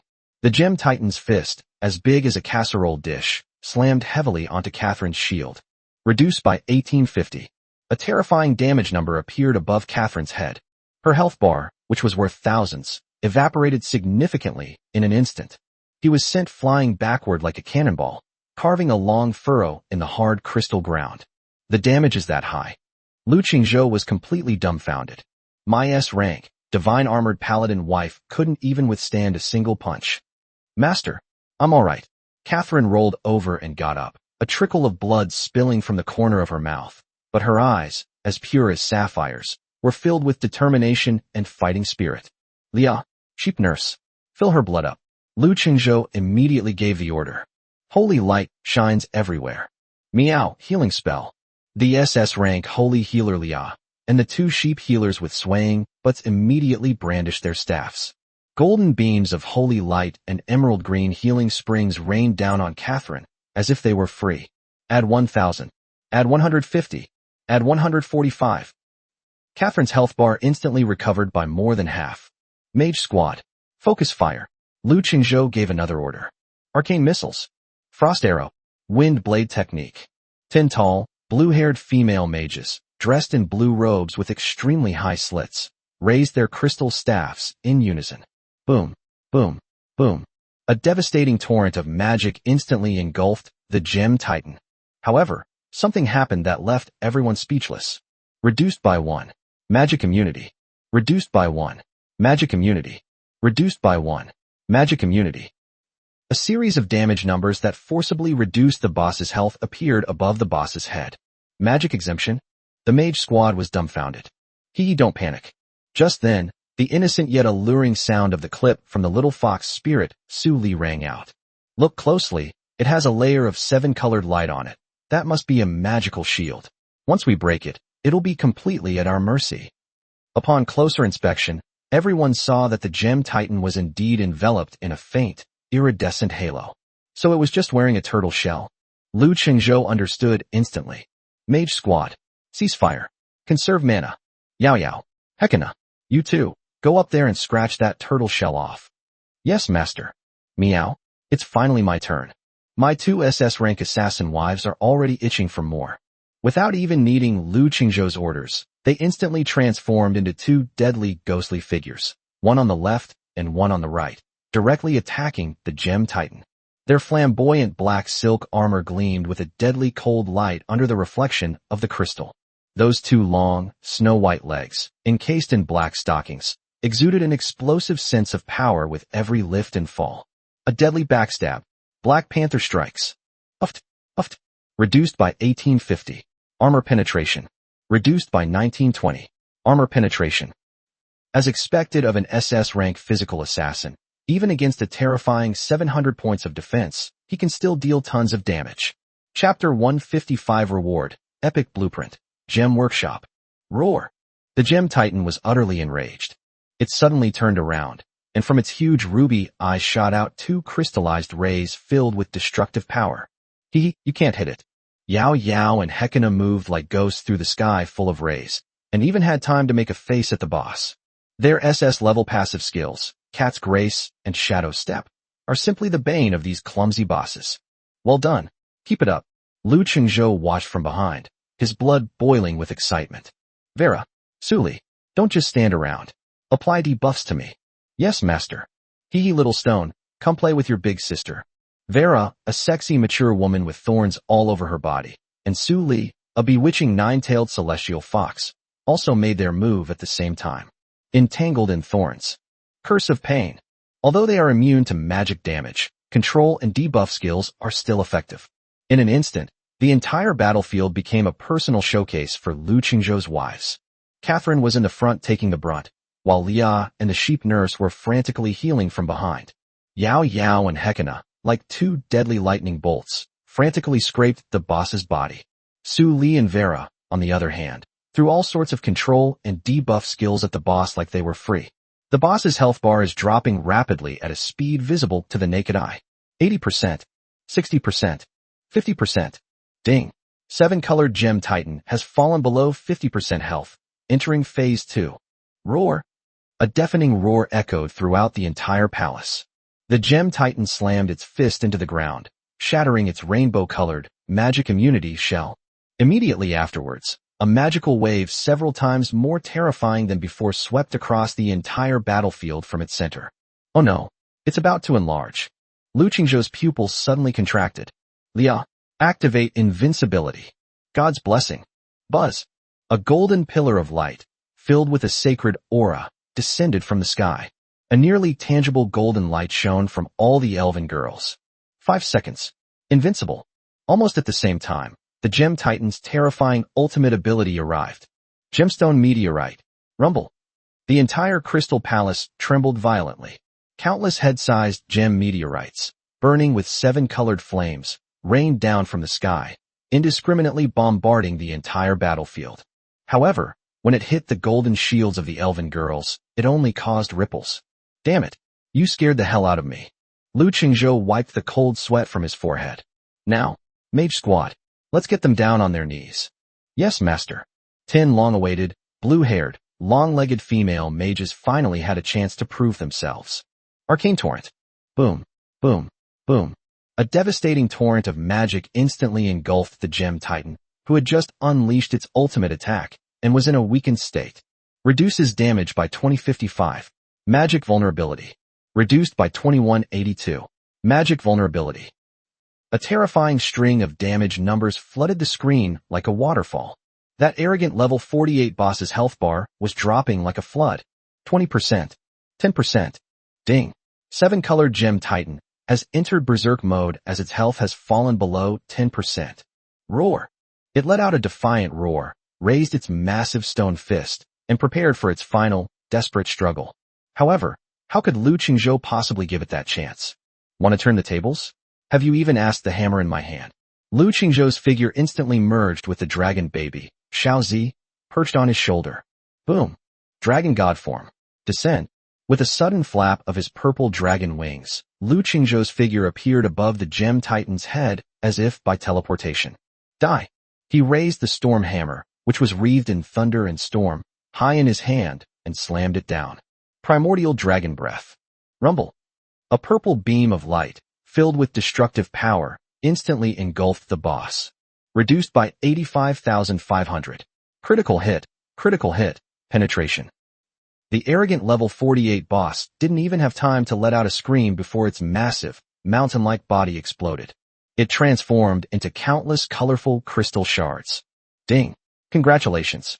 You have successfully defeated the level 48 dungeon boss, 7-colored gem titan. Ding. Your level has increased to 44. Ding. Your pet, primordial dragon, cub, has gained 8% level progress. However, that's not all. A dazzling golden beam, more radiant than any previous announcement, suddenly descended from the sky, enveloping the entire Morning Star continent. Announcement to all of mainland China. Congratulations to Lord Lu Qingzhou of the Dragon Summer War Zone for leading his legion to successfully clear the level 45 special dungeon, the Lost Gem Mine, for the first time. His divine might is unparalleled. All races revere him. Reward, 500 gold coins. Reward, 1 epic item selection box. Ha! I've struck it rich again. Lu Qingzhou looked at the huge sum of 500 coins and the magnificent treasure chest that emitted a hazy purple light, and his mouth almost twisted into a grin. He strolled forward leisurely and began to count the boss's spoils. Ding. You have obtained level 48 boss corpse 1. Ding. You have obtained 150 gems of various qualities. Ding. You have obtained equipment hole opener 12. Ding. You have received 80 gold coins. Ding. You have obtained epic building blueprint. Gem workshop 1. Blueprint. Gemstone workshop. Quality, epic. Effect. Constructs a magical workshop that will amaze even master craftsmen. Effect 1. Gem synthesis. Can combine 3 gems of the same type into one higher quality gem with a 100% success rate. Up to legendary grade. Effect 2. Gem removal. Allows for the removal of gems from equipment without damage to. Effect 3. Equipment drilling. Consumes special materials to forcibly create new gem slots in equipment. Up to 5 slots can be created. Chapter 156. Obtain the first epic seed. Wow. This is an absolute smash. Lu Qingzhou stared wide-eyed at the list of his haul that was flooding his screen, and his breathing became rapid. Especially that gemstone workshop, blueprint. It's practically a pay-to-win artifact, tailor-made for him. He suppressed his inner elation and turned his gaze to the item selection gift box that also radiated an epic glow. Epic item selection box. Upon opening, you can choose one item from the following 7 options. 1. Epic weapon. 2. Epic armor. 3. Epic level blueprint. 4. Epic level materials. 5. Epic unknown seed 1. 6. Epic unknown pet egg 1. 7. Epic mount 1. Hiss. Looking at the 7 glittering options, Lu Qingzhou was caught in a happy dilemma. Weapons. He already has the storm hammer, so he doesn't need any for now. Protective gear. He relies entirely on his wives for protection now, so it doesn't matter whether he wears protective gear or not. Blueprints and materials. Too slow. Pet egg. He already has a baby dragon and an unknown pet egg that is currently hatching. Mounts. He already has Hekina and the dragon blood griffin. So all that's left is the seeds. Lu Qingzhou's gaze fell upon the epic level unknown seed that exuded a powerful life force. He's a man who possesses an eternal level primordial spiritual field. Rare quality seeds can produce mythical grade seeds after a second mutation. If you throw in an epic level seed, and it mutates a second time, wouldn't that just create a creator god out of nowhere? Hee hee. No doubt about it. You're the one. Without any further hesitation, Lu Qingzhou focused his mind and locked onto the fifth option. Ding. You have obtained Epic Unknown Seed 1. Ha. I'm rich. This time I've really struck it rich. Looking at the seed lying quietly in the system's inventory, whose extraordinary life fluctuations could not be concealed even through the space, Lu Qingzhou was so happy that he couldn't stop smiling, his mouth almost stretching to the back of his ears. Just as he was about to admire his other spoils, the entire crystal palace began to tremble violently without warning. The crystal chandeliers on the dome shook violently, clanging and rattling. Ding. Warning. The Lost Gem Mine is about to close. Time remaining, 60 seconds. Before them, behind the seven-colored crystal throne, a portal emanating silvery white spatial fluctuations slowly emerged. Damn it. They kick us out right after the fight? They don't even give us time to clean up the battlefield. Lu Qingzhou couldn't help but curse, but his movements were not slow at all. Don't just stand there. Wives, line up. With a wave of his hand, he collected the mountain of gems and the corpse of the level 45 elite monster into his storage ring. Go home. Your master will give you extra food. Yes, master. The girls responded in unison, their voices clear and melodious. Hee finally. I can go back to soak in the hot springs. Meow master. Yao Yao's legs are sore from standing. You'll have to massage them properly when we get back. A group of stunningly beautiful wives, laughing and chattering, followed behind Lu Qingzhou, lining up one by one, and walked into the silver-white teleportation portal. Buzz. A slight spatial fluctuation flashed by, and the scene before our eyes instantly changed. Phew, the air at home smells so good. Lu Qingzhou took a deep breath of the air in his territory, which was filled with the vitality of life and the fragrance of various flowers and fruits, and felt completely comfortable. Not far away, the fluorescent mineral vein emitted a soft glow, the spring of life steamed with hot air, and the sweet flour-stuffed chicken workshop and the mushroom pizza bakery wafted out tempting aromas that made one's mouth water. Wow. Master, you're back. The lowly archers led by Pinky all gathered around with delight. Yes, I'm back. Lu Qingzhou smiled and pinched Pinky's fair cheek. Is nothing wrong at home? No, master. Pinky shook her head obediently. It's those little fox spirits that Sister Su Li and the others recently recruited. They're so mischievous, they even took apart all the yarn balls in Catgirl Paradise. Kids are cuter when they're lively. The little fox spirit Su Li had seductive eyes and showed no awareness of being lax in discipline. Lu Qingzhou was at a loss for words, both amused and exasperated. Then, he glanced in the direction of the heroic spirit altar, lost in thought. Eileen, Lia, Hekina, Yao Yao, Su Li Vera, all 6 of them are SS rank. Lu Qingzhou's gaze fell on Catherine, who was standing quietly to the side, wearing epic-level divine armor, but whose level was the lowest among his 7 wives, an S-rank paladin. He clearly remembered that in the boss battle just now, Catherine, an S-rank divine-equipped paladin, was actually knocked away by a level 48 boss with a single punch and almost died on the spot. Master, is there anything you need? Catherine quickly stood up straight. Her pure white, yet slightly revealing, silver armor accentuated her incredibly alluring, snow-white body. Okay, come with me. Without saying a word, Lu Qingzhou pulled Catherine directly to the heroic spirit altar. Master, where is this place? Catherine looked at the altar before her, which was filled with an aura of holiness and majesty, and a hint of surprise flashed in her pure sapphire eyes. It will provide you with a place to upgrade your associate's degree to a bachelor's degree. Lu Qingzhou grinned. Go in, I'll give you 12 hours to break through to SS level. SS rank. Catherine was startled, then nodded seriously, a strong fighting spirit surging up from the bottom of her heart. That's right. She felt so stifled in that secret realm. Despite being an S-rank paladin and wearing epic-level divine gear, she was still sent flying with a single punch when facing the level 48 boss. On the other hand, Yao Yao, Hekina, Su Li, and Vera, who are also SS-level wives, are all like they have cheat codes, dealing crazy damage to the boss and showing off their skills. This greatly damaged her self-esteem as the only S-rank wife in the team. No, Catherine, as my master's strongest shield, how could I be inferior to those few sluts? Today, I must break through. Yes, master. A raging fire ignited in Catherine's pure, sapphire blue eyes. I guarantee I will complete the mission. I will not let my master down. Ding. You have successfully unlocked the S-rank hero trial by consuming 3,000 copper coins. Buzz. A dazzling golden light flashed, and Catherine's figure disappeared into the altar. At the same time, a 12-hour countdown appeared above the altar. Hee, that's more like it. Lu Qingzhou nodded in satisfaction. Now, it's time to get down to business. He took out the blueprint for the gemstone workshop that he had just acquired. Let's begin construction. Construct the gemstone workshop using 5,000 wood, 5,000 stone, and 500 magic crystals. Yes. Boom. A dazzling, 7-colored light, shimmering with jewels, shone brightly beside the alchemy workshop. Soon, a magnificent building, constructed from unknown crystals and colorful gemstones, and exuding an air of extravagance, rose from the ground.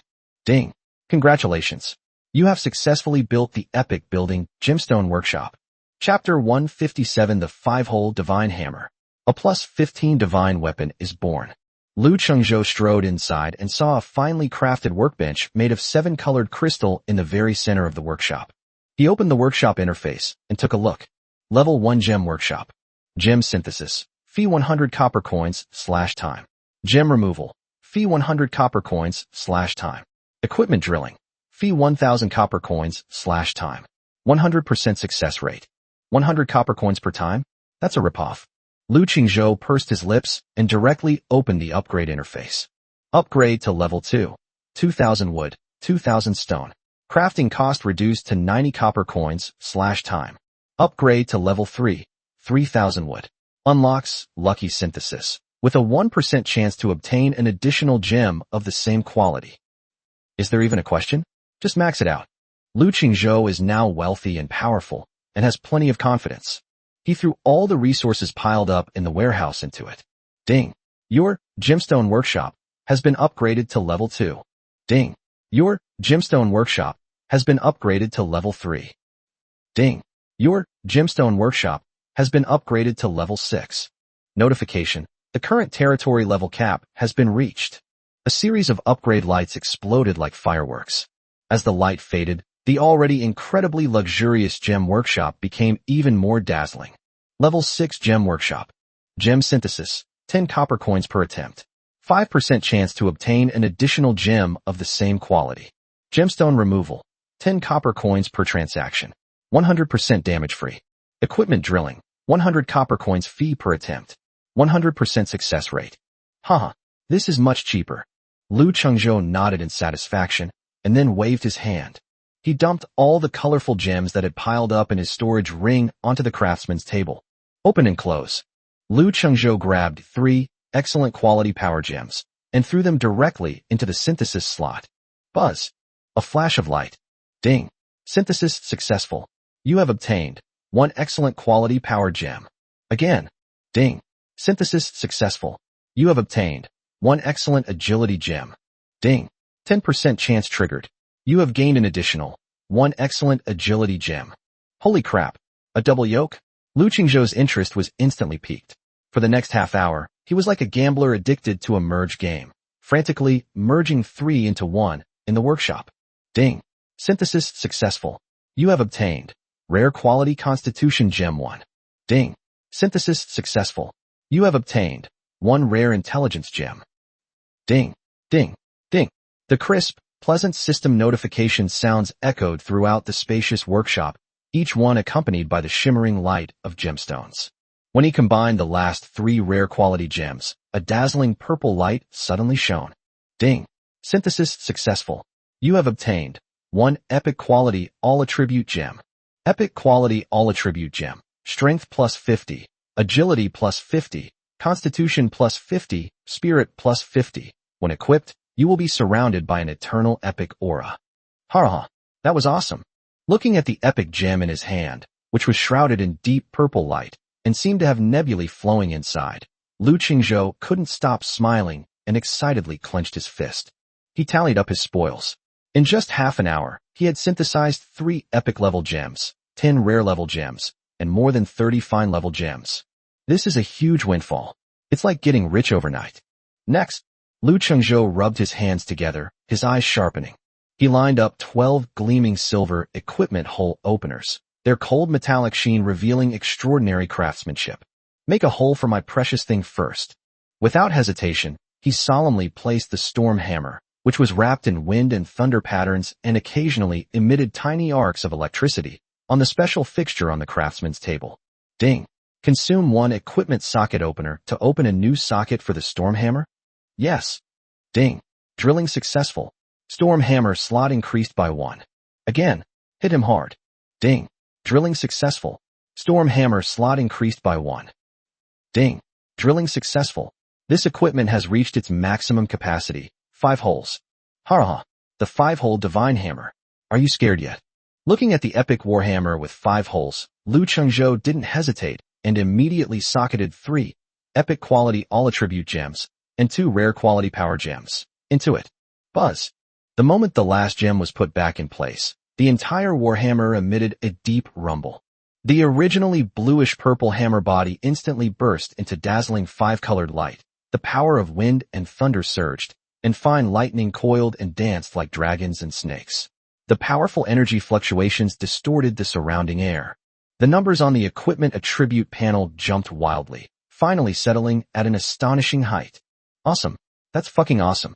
Lu Chengzhou gripped the hammer handle tightly, feeling the immense power that seemed capable of tearing the sky surge through his veins. If I were to activate the dragon god form again and unleash full power, just imagining that world-destroying scene filled him with a thrilling excitement. Damn it, am I a little too overpowered right now? As Lu Chengzhou felt the immense power within his body, and then looked at the storm hammer in his hand, which shimmered with multicolored light and could be described as a +15 artifact, he felt like the chosen one. No, even the chosen one of heaven isn't this outrageous. Master, you're so amazing. Yao Yao feels like you can poke me with just 1 finger and make me meow. Yao Yao, the SS rank cat-eared girl, had long since become her master's little accessory, clinging tightly to his arm and rubbing against him. All right, the appetizers are finished. A solemn expression suddenly appeared on Lu Chengzhou's face. Now, the real highlight is about to begin. So far, the only epic seed. Chapter 158, A Genesis Level Building. The Heart of the World.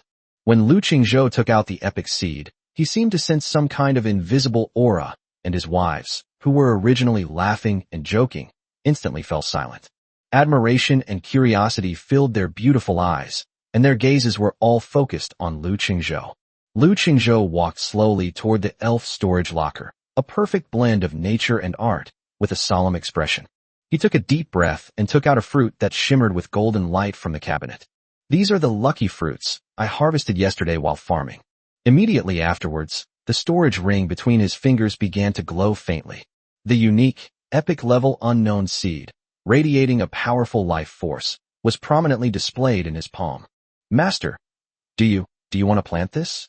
The holy and noble SS rank healer, Lia, looked at the epic seed that seemed to be alive and slowly pulsating, and a hint of shock couldn't help but show in her clear emerald eyes.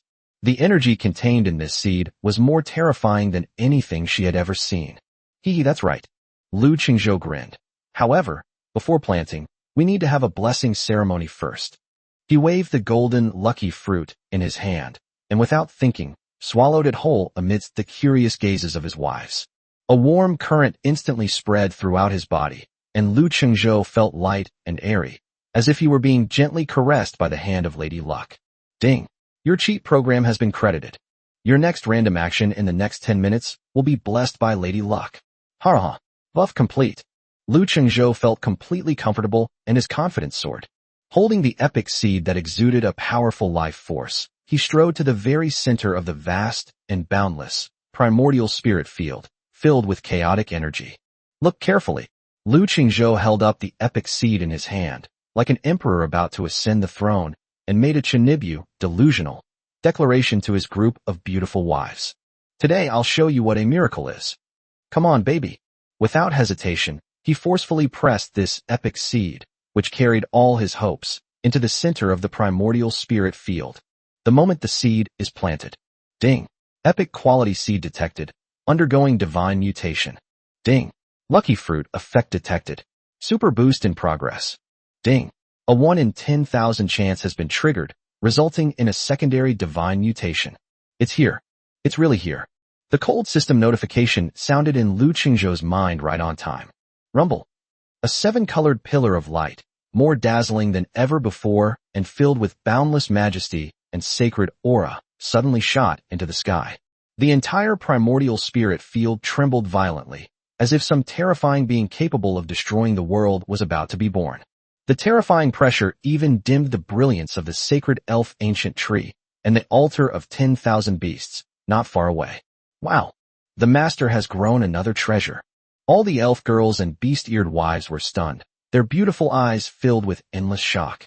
Even the leopard girls and sheep nurses who were still training in the barracks poked their furry little heads out, looking at the miraculous scene outside with curiosity. This power. Lu Qingzhou's heart was pounding wildly. He could clearly sense that this power had far exceeded the category of epic. It's even more terrifying than his 2 mythical buildings. Within the light, an enormous phantom, seemingly composed of countless stars and chaotic energy, was slowly taking shape. Ding! Second divine transformation successful. Congratulations. You have obtained the unique creation level wonder, Heart of the World, not yet activated. I'm fucking. The moment Lu Qingzhou saw the system notification, even he was stunned and his mind went completely blank. Another groundbreaking achievement. It's on par with Harmony OS Dragon. This lucky fruit is absolutely amazing. Rumble. The entire territory trembled violently, as if the end of the world had arrived. Above the sky, the wind and clouds changed color, and lightning flashed and thunder roared. The 7-colored beam of light suddenly increased in size by more than 100 times. Countless mysterious runes floated and evolved within the pillar of light, filled with supreme, divine power. The light slowly faded away. In the center of the spirit field, a huge sphere, over 100 meters in diameter, dark gold in color, seemingly constructed from countless fragments of stars and chaotic crystals, and slowly beating like a heart, floated quietly. It's like a slowly beating heart, and with each beat, it causes ripples to spread through the surrounding space. An indescribable, terrifying pressure, filled with the aura of creation and destruction, slowly spread out from the sphere. Master, what is this? What is this? Eileen's usually cool and aloof face turned pale, and her ruby-like eyes were filled with unease. She could clearly sense that the giant golden ball in front of her contained a terrifying power capable of destroying the heavens and the earth. Meow, my fur is standing on end. The cat-eared girl Yao Yao transformed into a frightened kitten, darting into Lu Qingzhou's arms and clinging tightly to his neck, trembling. Even the usually noble and aloof Hekina, the black-stockinged queen, and Vera, the thorn queen covered in thorns, had solemn expressions in their eerie purple eyes at this moment. They even subconsciously switched back to their battle form, firmly protecting Lu Qingzhou behind them. Lu Qingzhou suppressed his inner elation and immediately checked the attributes of the big golden ball. Architecture, Heart of the World, Wonder. Quality, Genesis level, Unique. Status, Inactive. Introduction, a miraculous creation containing a trace of the origin of creation. It is the legendary core that forms a world. If successfully activated, you will gain unimaginable supreme power. Activation conditions, Phase 1. 1. Timber 1 million, stone 1 million, iron or 1 million. 2. 100,000 magic crystals, 50,000 moonwood, 50,000 star iron. 3. Soul Dew 100, Pure Blood 100, Elf Tear 100. 4. Heart of the Earth 100. 5. When Lu Qingzhou saw the astronomical list of resource requirements, his ecstatic joy instantly froze. He felt a slight pain in his back molars. Damn it. 1 million basic resources, 100,000 magic crystals, and 100 earth hearts and soul dew. Chapter 159. Drinking 6 bottles of dragon blood potion in a row. Lu Qingzhou was completely numb. With 1 million basic resources, even if he has a mineral vein, it would take him forever to mine it. 100 Heart of the Earth. The drop rate for these is pitifully low. He's been farming for so long, and he's barely managed to collect enough to upgrade his territory. Furthermore, due to the essential nature of the Heart of the Earth, every lord needs it to upgrade their territory. Therefore, it is very difficult to find lords selling the Heart of the Earth in either the trading market or the auction house. Usually, you can only rely on luck and occasionally get a few. Of course, the most outrageous one is this Soul Dew. I need a full 100 drops. Only human units can be created, and it has to be the original one.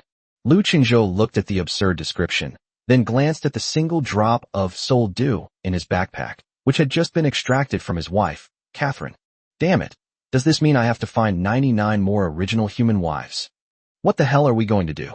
Lu Qingzhou was suddenly under immense pressure.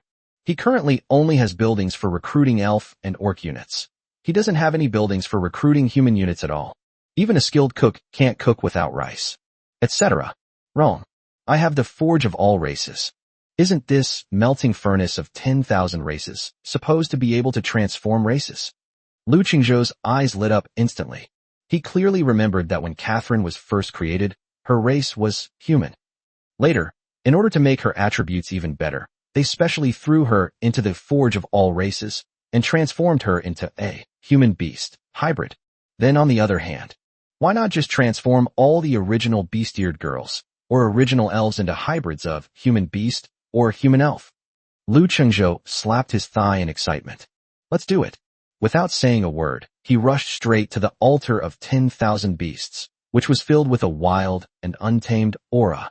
Because the number of elf tiers is quite considerable, while the number of pure blood is still far from sufficient, Lu Qingzhou prioritizes recruiting orc troops. Give me 10 leopard girl warriors first. 10 more sheep nurses, please. Ding. You have successfully recruited 10 leopard warriors by spending 10,000 copper coins. Ding. You have successfully recruited 10 sheep nannies by spending 20,000 copper coins. Boom. Boom. The flames in the center of the altar suddenly surged. 20 dark golden lights, brimming with a wild aura, flashed by. 10 leopard female warriors with incredibly hot figures, dressed in revealing animal skin bikinis. Leopard warrior, excellent hot and sexy figure, skin as smooth as silk. Sheep nanny, rare, gentle, and obedient. Characteristic, her swaying hips. Greetings, master. The 20 newly arrived beast-eared girls, their pretty faces flushed, knelt on one knee in front of Lu Qingzhou. Get up, he. Lu Qingzhou's mouth was practically crooked from smiling. Follow me. Line up. Your master will process your onboarding. Meow. Meow. A group of newly arrived beast-eared girls were all completely bewildered, not knowing what their master was taking them to do. But they still obediently lined up and followed behind Lu Qingzhou. Soon, Lu Qingzhou led them to the Forge of 10,000 Races, a place filled with an ancient and mysterious aura. Go inside, everyone. Lu Qingzhou grinned. Master will give you a new skin. I guarantee you'll become even more beautiful. Yes, master. Thank you, master. Upon hearing that they could become beautiful, the animal-eared girls excitedly rushed inside. Buzz. Buzz. One after another, dark golden lights filled with a wild and untamed aura and emerald green lights filled with a natural and ethereal aura lit up in the furnace. Ding. Conversion successful. Your unit, Leopard Warrior, has acquired the human trait. Ding. Conversion successful. Your unit, Sheep Healer, has gained the human trait. Soon, when the group of animal-eared girls emerged from the furnace again, they were all stunned. While their pure wildness remains, their facial features have become noticeably softer and more refined, perfectly conforming to human aesthetics. Chapter 160 Frenzied Soldier Rush. Blue-haired, long-legged beauty, pink-haired little lowly. Early the next morning, Lu Qingzhou woke up with dark circles under his eyes. He forced himself to open his system inventory, and when he saw the spoils of last night, a relieved smile finally appeared on his face. Ding. Congratulations. You have obtained a special material, Pure Blood 20. Ding. Congratulations. You have obtained a special material, 12 soul dews. Ha. Not bad. Not bad. Looking at the 12 drops of golden soul dew, Lu Qingzhou felt that all the hard work last night was worth it. Heart of the World, activation progress. Soul dew, 13/100ths. Damn it. Only 87 drops left. Lu Qingzhou rubbed his throbbing temples and sighed as he looked at the progress bar. Looks like these days of working overtime are going to continue. He glanced at his backpack, at the few remaining dragon blood energy potions. I was really into it last night. I downed 6 bottles in one go. I'm almost out of stock. No. We need to mass-produce troops quickly and farm more dragon blood. Lu Qingzhou immediately disregarded his need for rest and, despite his slightly tired body, walked out of the Lord's Manor. Our first stop was the majestic and towering Sacred Elf Tree. Full power. Recruit. High-ranking elven mages. Give me 20 of them. Ding. You have successfully recruited 20 high-rank elf mages by spending 40,000 copper coins. Elf archers. Give us 20 of them. Ding. You have successfully recruited 20 elf archers by spending 10,000 copper coins. Boom. Boom. The territory was instantly filled with flashes of green light, and the breath of life surged forth. 20 elegant female mages, dressed in high-slit, deep blue robes, and with long, slender legs, appeared, their staffs tipped with arcane light. Following closely behind were 20 petite, energetic pink-haired lowly archers, their big eyes blinking curiously, their quivers swaying slightly behind them. They appeared in front of Lu Chengzhou in unison. Greetings, master. A mix of cool and soft greetings filled the air. Good, good, good. You're all great. Lu Chengzhou glanced at the newly formed elven army with satisfaction, then turned and rushed to the newly upgraded altar of 10,000 beasts. Keep going. Don't stop. 40 leopard girl warriors. 20 sheep wet nurses. Ding. You have successfully recruited 40,000 leopard warrior characters by spending 40,000 copper coins. Ding. You have successfully recruited 20 sheep nannies by spending 40,000 copper coins. Rumble. The flames in the center of the altar suddenly surged, shining with golden light. 40 leopard female warriors, dressed in revealing animal skin bikinis and boasting stunning curves, leaped out gracefully. Their bronze skin gleamed healthily in the sunlight, and their furry ears twitched alertly. 20 sheep nurses, dressed in fluffy wool skirts, stood in a gentle line. As they moved, the hems of their skirts swayed, exuding a peaceful and healing aura. Greetings, master. Meow. The leopard women slightly raised their claws, their voices carrying a wild, hoarse quality. Bah, master, you smell so good, the sheep nannies murmured softly, curiously approaching.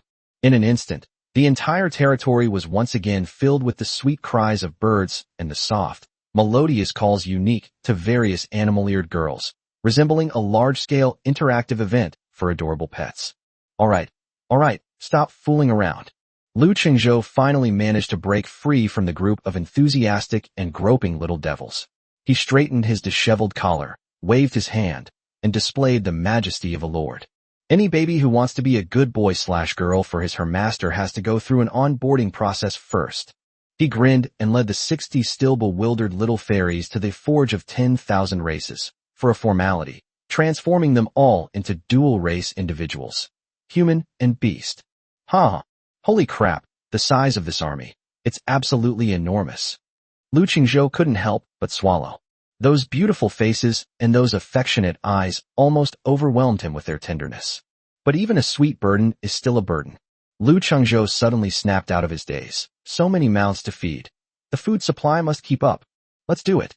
With a wave of his hand, he strode swiftly to the Windmill Mill, Sweet Flour Chicken Workshop, and Mushroom Pizza Bakery. Upgrade. Upgrade them all to the maximum level. He just acquired a batch of resources, and now he's rich, powerful, and full of confidence. Ding. You have consumed wood. Your windmill has been upgraded to level 6. Ding. You have consumed wood. Your Sweet Flour Chicken Workshop has been upgraded to level 6. Ding. You have consumed wood. Your Mushroom Pizza Bakery has been upgraded to level 6. A series of dazzling upgrade lights flashed by, and the 3 buildings were completely transformed, their size increasing several times over.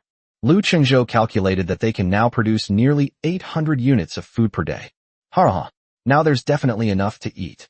Lu Chengzhou slapped his thigh, feeling incredibly relieved. A few days ago, the capital of the Morning Star Empire. In stark contrast to the vibrant and lively scene in Lu Chengzhou's territory, the prince's mansion was shrouded in a suffocating chill and oppression. Deep within the magnificent palace, in a completely sealed stone chamber. There are no windows here. The only source of light comes from the hundreds of soul lamps floating in midair in the center of the stone chamber, emitting a faint white glow. Each lamp represents a high-ranking combatant under the command of a prince. Just now, the soul lamp representing Holy Knight Galio, which was placed in the most conspicuous position, shook violently a few times and then went out with a poof.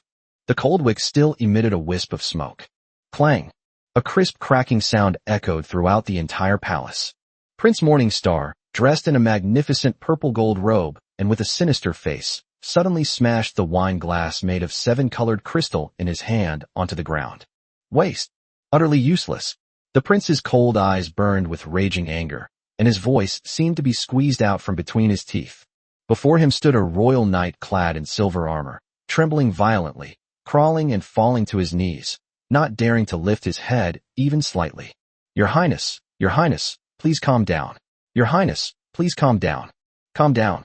The prince, enraged, laughed and kicked out fiercely, sending the unfortunate messenger tumbling and crashing heavily into a cold palace pillar. How the hell am I supposed to calm down? He was absolutely furious. Galio. That was one of his most trusted lieutenants. He is a level 60 Holy Light Knight who fought alongside him in numerous battles and made outstanding contributions. Even within the entire Morningstar Empire, he is a top-tier expert who can be ranked among the best. He has invested countless resources in developing Galio. And what was the result? He merely sent Galio to a godforsaken, newly unprotected newbie territory to deal with the mess of a useless count. In his view, this should have been an easy task, like taking a stroll. But what was the result? Galio is dead. When the lamp of the soul is completely extinguished, it means that both body and soul are destroyed, leaving no room for redemption. This is utterly disgraceful.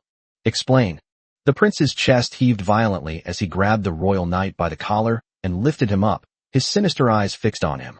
The air was thick with a suffocating pressure, and the servants were already kneeling on the ground, not daring to even breathe. What on earth happened? How did Galio die? Where is that good-for-nothing Austin? Back to your highness. The royal knight was so scared he almost wet himself, his voice trembling with fear. Earl Austin is dead too. Along with the more than 500 Royal Griffin Knights he led, completely wiped out. Not a single one returned. What? Upon hearing this, the prince's pupils suddenly contracted. More than 500 Royal Griffin Knights. That was his elite air force. They all perished in that starting village too. Who did this? The prince's voice was icy cold, and the temperature in the entire hall seemed to plummet. Could it be that some old monster is hiding in that beginner village? The candlelight inside the hall flickered violently, casting a hideous shadow on his distorted profile. Chapter 161: The Prince's Shocking Conspiracy. Harvesting Global Lords. No, it's not. The royal knight swallowed hard, his voice trembling as he said, According to the last images transmitted back by the remnants of Earl Austin before their deaths, it seems there's only one person who made the move. One person? Yes, a lord of Blue Star named Lu Chengzhou. Lu Chengzhou. The prince suddenly remembered. Is that the lowly commoner that Austin reported earlier? The one who awakened the F-rank, peasant talent? Yes. Fart. The prince flew into a rage and slapped the royal knight away. An F-rank peasant? Do you think I'm a 3-year-old? An F-rank peasant can instantly kill a level 60 paladin? Can wipe out more than 500 Royal Griffin Knights. Your Highness, please spare me. It's absolutely true. The royal knight, clutching his swollen cheek, cried out. That Lu Qingzhou, I don't know what kind of incredible luck he had. He seems to have hatched a dragon. A purple, transforming dragon. Dragon. The prince's breath hitched. This news shocked him even more than Galio's death. Damn it. These Earth Lords, they really are all unpredictable. His face was grim as he paced back and forth in the secret room, the murderous intent in his eyes almost solidifying. An F-rank farmer was able to hatch a dragon. No, this child must not be allowed to live. He was just about to give the order to mobilize a large army and, at all costs, raise that newbie village number 10086 to the ground. But he glanced at the massive teleportation portal deep within the secret chamber, which was slowly operating and exuding an aura of endless abyss. He forcibly suppressed the anger in his eyes. Damn it. Why did they have to come at this time of year? The prince cursed in frustration. I don't have time to deal with him right now. That plan has reached its most critical moment. We absolutely cannot afford any mistakes. Even if an F-rank farmer gets incredibly lucky and hatches a baby dragon, he can't turn the world upside down. Once I have a free hand, I'll go and crush him with my own hands. He took a deep breath and waved his hand dismissively at the royal knight, who was still trembling on the ground. Roll. Yes, your highness. The royal knights, feeling as if they had been granted a pardon, scrambled away from the suffocatingly oppressive chamber. The secret room fell silent once more, as if death had returned. The prince slowly walked to the portal that exuded the aura of the abyss, a barely perceptible fervor flashing in his eyes. Just then, a hoarse and sinister voice suddenly rang out from behind the portal. "Your Highness, your temper is still so fierce." Snort. The prince snorted coldly and did not turn around. "It's just that a useless subordinate died. It's not worth mentioning. As for you, abyss messengers, how are the sacrifices I requested coming along?" He, accompanied by a sickeningly loud laugh, a bizarre figure shrouded in a black cloak, revealing only a pair of scarlet eyes, slowly emerged from the thick black mist of the teleportation portal. Wherever he went, even the air seemed to freeze. "Your Highness, it's been a pleasure working with you." The abyss messenger's hoarse voice was filled with nauseating malice. "The talent fruit you desire is also of great interest to our great lord of the abyss." Humph, those foolish earth lords. A hint of undisguised contempt and greed flashed in the prince's eyes. Do they really think they're chosen ones? Here to save the world? That's hilarious. They have no idea. They are merely a batch of crops hastily created by the world's will to deal with the invasion of the abyss. Crops. A hint of amusement flashed in the abyss messenger's crimson eyes. That's right. Crops. A morbid fanaticism appeared on the prince's face. Once they've absorbed enough nutrients on this land, and grown up, and matured, I will personally harvest them one by one, and take away all their talent fruits. What a grand plan. The abyss messenger chuckled. No wonder your talent plunder legion took shape so quickly. Certainly, when his trump card was mentioned, the prince's face once again revealed that arrogant air of someone who controlled everything. Come with me. With a wave of his hand, he led the abyss messenger deeper into the secret chamber, into an enormous underground training ground. The moment you step inside, a terrifying wave filled with blood and chaos washes over you. On the training ground, which was as big as several football fields, stood at least 1,000 soldiers dressed in heavy black armor, exuding a strange yet powerful aura. This is the talent plundering legion that the prince painstakingly nurtured using the talent fruits of the unfortunate lords he harvested. Roar! A heavily armored soldier, over 3 meters tall, suddenly roared to the sky, and 3 different colors of light simultaneously shone from his body. Rank C talent, mighty strength. Rank F talent, hardened skin. Rank D talent, savage charge. Boom! He slammed into a test target made of obsidian like a human tank, creating a terrifying hole in the heavy target that weighed tens of thousands of pounds. Not far from him, another soldier who looked thin suddenly twisted his figure and instantly turned into 3 identical phantoms. Rank C talent, phantom clone. Immediately afterwards, 3 dark red fireballs the size of wash basins simultaneously condensed in the hands of the 3 phantom figures. Rank F talent, fireball. Boom, boom, boom. 3 fireballs slammed into another target, instantly blasting it to pieces. Even more bizarrely, the moment the soldier wielding a dagger struck the target, the hard obsidian target began to rust and decay at a visible speed. Rank D talent, corrosive blade. Did you see that?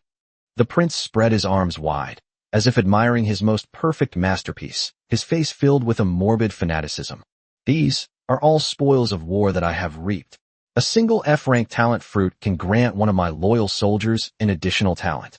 Even a C-level character gives them the ability to challenge opponents of higher levels. This talent plundering legion, every single person, possesses at least 3 talents. They are the scythes I use to reap the harvest of all the lords of earth. Chapter 162 Continental Announcement. The queen is in grave danger. This is so delicious.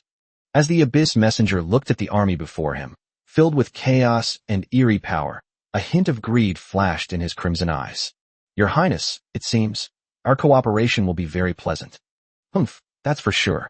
The prince slowly withdrew the fervor from his face, reverting to his sinister and cold demeanor. He turned around abruptly and gave a cold command to the heavily armored commander kneeling on one knee in the center of the training ground. Pass down the order. Dispatch the first and second squads of the talent plundering legion immediately. Begin clearing out all areas surrounding the capital, those unruly, wild lords. Leave no one alive. Bring back all of their talent fruits to me. Yes, Your Highness. The heavily armored commander suddenly raised his head, and a hint of excitement flashed in his eyes, which were filled with bloodlust and fanaticism.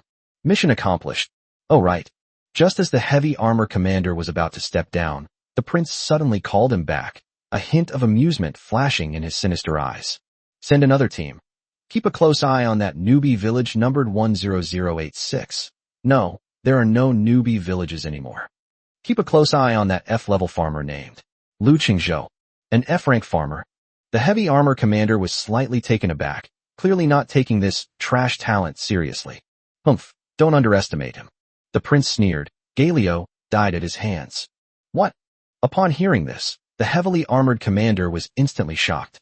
Your Highness, rest assured, this humble general will take men to him immediately. Need not. The prince waved his hand, his eyes filled with even greater greed. This crop seems interesting. It appears to have undergone some remarkable mutation. Don't touch it yet. Let it grow a bit more. The fatter it gets, the more fun it will be to harvest. I want to see just how much of a surprise his F-rank farmer's talent fruit can bring me. As for his newborn dragon, humph, once my legions are well fed, I'll go and steal that dragon too, to use as a mount. Right there in Lu Qingzhou's territory, a flurry of activity was underway, with troops being massed and everyone preparing to work overtime for a major battle. The long-dormant mainland announcement suddenly lit up again without warning. Buzz, a magical image, brimming with majesty and nobility, descended once again upon the skies above all the lords. It's still that familiar, magnificent palace, and that familiar, aloof queen. Only, this time, the moment all the lords saw Her Majesty the Queen, they couldn't help but gasp. Holy crap, what's wrong with the Queen? In the video, the already stunningly beautiful face of the Morningstar Queen appeared even paler and more haggard. The terrifying pressure that once kept people at a distance, like an iceberg, has disappeared, replaced by a heartbreaking weakness. And what truly terrifies all LSP lords is, it was that black curse filled with an aura of misfortune and destruction. The hideous black, demonic patterns, like venomous snakes that have come to life, tightly coiled around her snow-white and smooth skin, creating a shocking contrast beauty. Cough, cough, cough. The queen seemed to want to maintain her haughty dignity, but as soon as she opened her mouth, she couldn't help but cough violently. Her voice was no longer as clear and dignified as before, but had become hoarse and weak. That arrogant look, clearly extremely weak, yet stubbornly refusing to show any weakness in front of the lowly, could steal one's soul on the spot. The entire mainland chat channel exploded instantly. Holy shit. Holy shit. Holy shit. My queen wife. My queen wife. What's wrong with you? Damn it. My heart aches so much. That damned curse. How dare it climb onto my wife's neck? It deserves to die. Wah. Your Majesty, please don't force yourself. If you're in pain, just shout it out. Just shout, and I'll go get you the antidote right away. Hey upstairs, you're kidding me. You're just a level 5 piece of trash. What are you going to do, farm for antidotes? Don't go feeding the enemy. Sigh, this curse is spreading way too fast. It's only been a few days, and it's already on my neck. If it spreads any further, ugh, I don't even want to think about it. It's over, it's over. If the queen is gone, won't we lords be doomed too? In an instant, all the lords of the continent were plunged into an unprecedented state of panic and unease. All of you shut up. Just then, in the video, Queen Morningstar seemed unable to bear the wailing of these lowly people any longer and suddenly let out a weak rebuke. Her once majestic eyes, though dimmed slightly, still carried that innate arrogance. I am not dead yet. What's all the noise about? The chat channel fell silent instantly.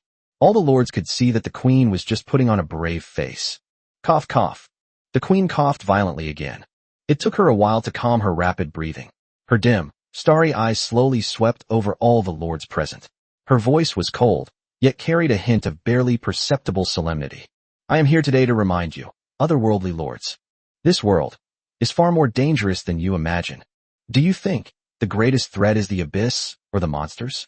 Ha, naive. What's truly terrifying are those hunters hidden within the empire. They are far more greedy than monsters. That's all I have to say. I hope you all will take good care of yourselves. After uttering this cryptic and riddle-filled warning, Her Majesty the Queen's figure swayed violently, as if maintaining this image had exhausted her last strength. With a soft poof sound, the majestic yet weary figure shattered completely, turning into specks of light that dissipated into the air. The entire continent fell into a brief period of deathly silence. Billions of lords gazed up at the empty sky, their faces filled with bewilderment and astonishment. Hunter? What hunter? Hunters within the Empire? What the hell is that slang for? Holy crap, does the Queen mean we should be wary of NPCs? Beware of the people from the Morning Star Empire. This statement instantly stirred up a huge wave of controversy. No way. I just traded all my savings for a high-quality longsword with a merchant from the Empire yesterday. He wouldn't be trying to harm me, would he? Damn it. I knew it. That Earl Austin and that damned paladin were no good at all. Sure enough, they were after us lords. But what are they after? We're a bunch of poor bastards. We have no resources, we have no status. I don't know, but I have a chill down my spine, as if some enormous conspiracy is lurking around us. In an instant, an even stronger sense of unease and panic spread through the hearts of all the lords. Chapter 163 Holy Light soars into the sky. Catherine breaks through. Within the territory, the daylight gradually faded. Lu Qingzhou stood with his hands behind his back, gazing at the gradually dissipating magical image in midair. His fingertips gently stroked his chin, and a playful smile appeared on his face. Hunters sent from within the Empire? The images of those two overconfident guys from the day before immediately flashed through his mind. The level 60 Paladin Galio, whom he had blasted to pieces with a single blow, and the Earl of Austin, who had turned to ashes in the dragon's breath. In his eyes, these so-called imperial elites were nothing more than a clumsy farce. It seems, these NPCs really don't have any good intentions. But a hunter? Lu Qingzhou glanced at his enormous, mixed-race women's army, which numbered over 100, each possessing terrifying combat power. Finally, his gaze fell on the divine weapon in his hand, which shone with the light of thunder. The 5 newly inlaid epic gems were swirling with breathtaking energy on the hammer, and the plus 15 enhancement glow seemed to tangibly resonate in the air. Interesting. Lu Qingzhou slowly tightened his grip on the warhammer. I just don't know. Who the hell is the hunter, and who is the prey? He grinned, revealing a set of gleaming white teeth, and a cold glint flashed in his eyes. In this world where strength reigns supreme, any schemes or tricks seem utterly ridiculous in the face of absolute power. He intends to use this warhammer to crush all those ants who dare to challenge him. Owner. Just then, a delighted cry suddenly came from not far away. Lu Qingzhou turned his head and saw that the 12-hour countdown on the heroic spirit altar, which was filled with a sacred and majestic aura, had finally come to an end. Catherine is coming out. Rumble. A golden pillar of light, more dazzling than ever before and filled with endless holy light and the aura of judgment, suddenly shot into the sky. The immense power of holy light swept across the entire territory like a tsunami. That light was holy, majestic, and inviolable. Even the radiance of this sacred elf ancient tree, not far away, was somewhat suppressed. Wow, Sister Catherine, is it a success? Wow, such powerful holy light. The wives around him were all stunned, their beautiful eyes filled with endless shock. They could clearly sense that the power contained in this pillar of light had transcended the realm of ordinary holy light, carrying a kind of majesty that was almost divine. Within the light, a tall, ethereal figure, brimming with power and beauty, slowly materialized. It's still that S-rank holy light knight, Catherine. But something seems different. Her waist-length hair, as radiant and dazzling as gold, was now moving without any wind, each strand seemingly flowing with divine radiance. Bathed in holy light, the epic grade, Paladin's glory armor, on his body became even more magnificent and majestic. There were even some mysterious runes on it that were hard to understand, emanating a terrifying magical energy. Ding. Your hero, Holy Knight Catherine, has successfully passed the trial. Ding. Quality breakthrough. Catherine has been promoted to SS rank hero. Holy Light Arbiter. Ding. Your hero, Holy Light Arbiter Catherine, has successfully learned a new skill. Holy Light Domain. Ding. Your hero, Holy Light Arbiter Catherine, has successfully learned a new skill. Sword of Judgment. Holy shit. Even the well-traveled Lu Qingzhou couldn't help but swear when he saw his transformed paladin wife. At this moment, Catherine was breathtakingly beautiful, a perfect blend of holiness and majesty, like a Valkyrie straight out of mythology, making it impossible to look directly at her. This is fucking amazing. Owner. As the light faded, Catherine slowly descended from the altar. As she felt the surging holy light power within her body, her already pure and beautiful snow-white face was filled with disbelief. She did it. She really broke through to SS rank. Moreover, it succeeded on just one try. She's no longer that burden who got knocked away by the boss with a single punch in the secret realm. Owner. Catherine blushed with excitement. She walked quickly to Lu Qingzhou and suddenly knelt down on one knee with a plop. She raised her eyes, which were like the purest sapphires, burning with unwavering faith and fervent loyalty.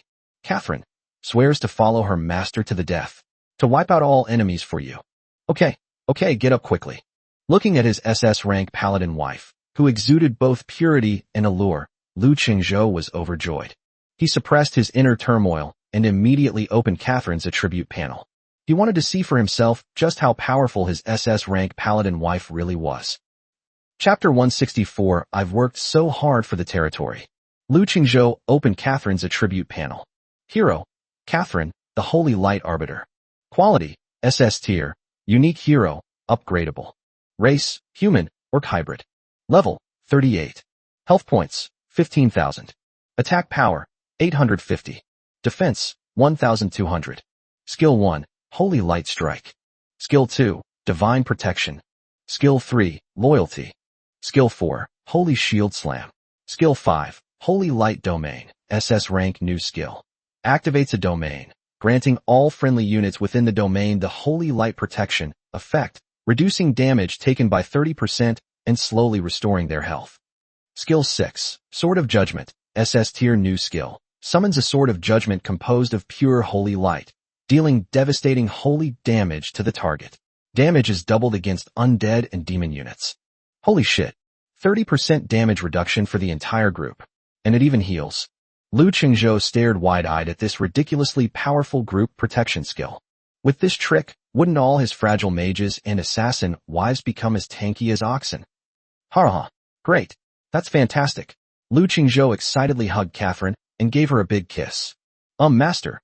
Catherine's pretty face flushed even more, and her sapphire blue eyes, clear and bright, were filled with shyness and joy.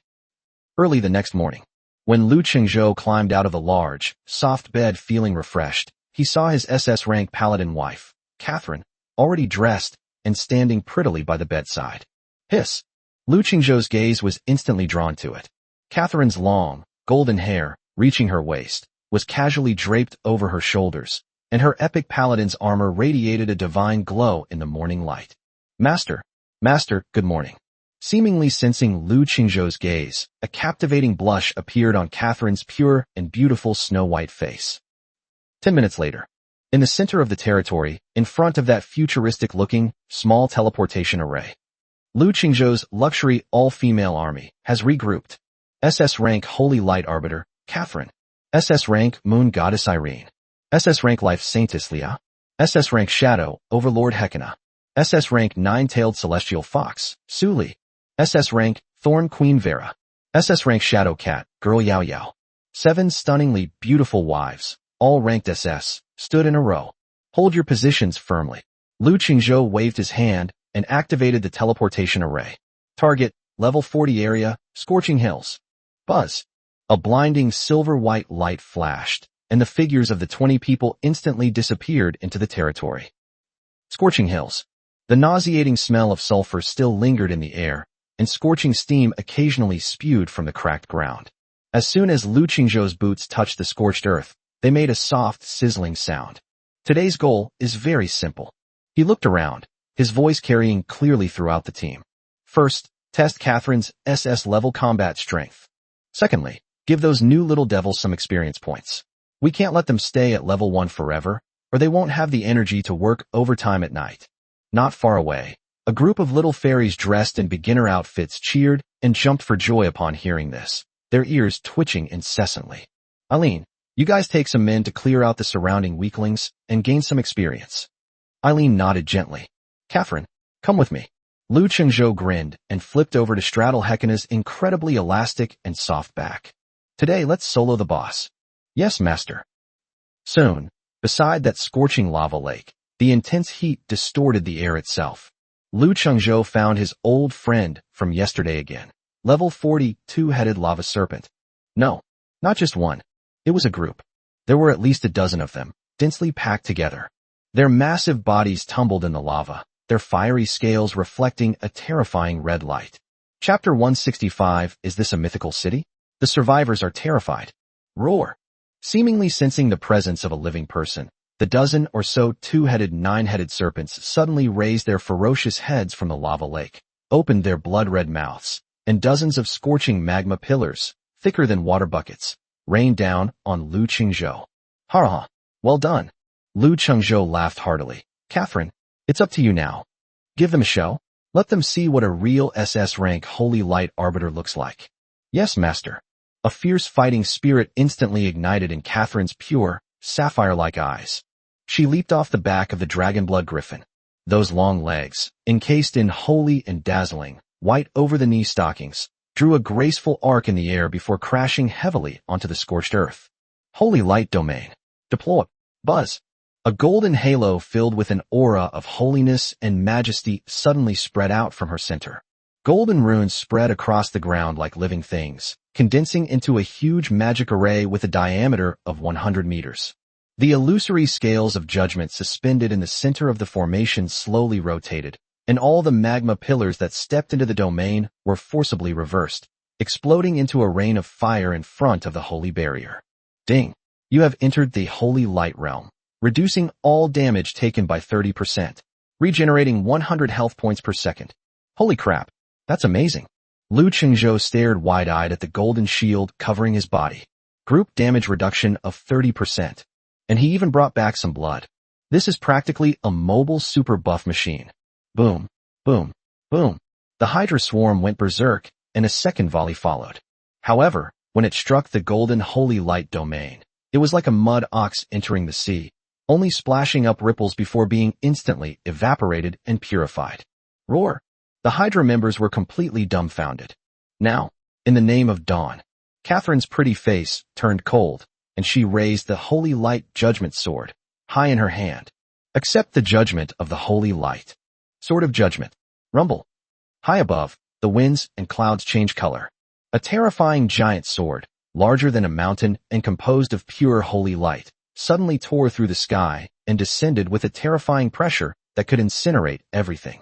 More than a dozen level 40 elite monsters didn't even have time to scream before they were reduced to ashes by this earth-shattering sword strike. Sold out instantly. Massive numbers of people snapped up their items in seconds. Lu Qingzhou stared blankly at the empty lava lake and the spoils scattered all over the ground. That's it. Roar. Just then, a roar more terrifying than any before suddenly came from the deepest part of the scorching hill. Clearly, Catherine's devastating sword strike had alerted the true master of this place. Rumble. The earth trembled. The roar, carrying the smell of sulfur, turned the entire sky a dark red. The rock strata arched up like biscuits, and amidst the splashing lava, a shadow that blotted out the sky slowly rose. A level 45 lava behemoth, boss, 3 times larger than the lava titan and engulfed in raging flames, like a moving volcano, charged forward with heavy steps. Its 6 molten core eyes locked onto Catherine simultaneously, and it stomped on the mountain ridge, the exploding rings of fire spreading outwards with each heavy step. Catherine, charge straight in. Yes, master. Catherine remained unfazed, raising the guardian shield of the paladin and slamming it heavily onto the ground, activating the holy light domain. Once more. Bang. A loud bang. The boss's fist, as big as a clay pot, slammed hard into Catherine's shield. Reduced by 850. A terrifying damage number popped up above Catherine's head. However, add 100. Domain healing. Add 100. Domain healing. Add 100. Domain healing. Add 1000. Lia heals. Before the boss's second punch landed, Catherine's health bar was fucking full again. Roar. The lava behemoth's 6 eyes widened simultaneously, and lava dripped from the corners of its mouth, scorching the ground. Ha! Guasha! Lu Qingzhou watched from behind and burst into laughter. 1200 defense, plus 30% area damage reduction. And Lia, the SS rank healer, is constantly healing from behind. Survived a level 45 boss with almost no damage. Yao. Hekina, what are you waiting for? Go up and collect the kills. Meow. Coming meow.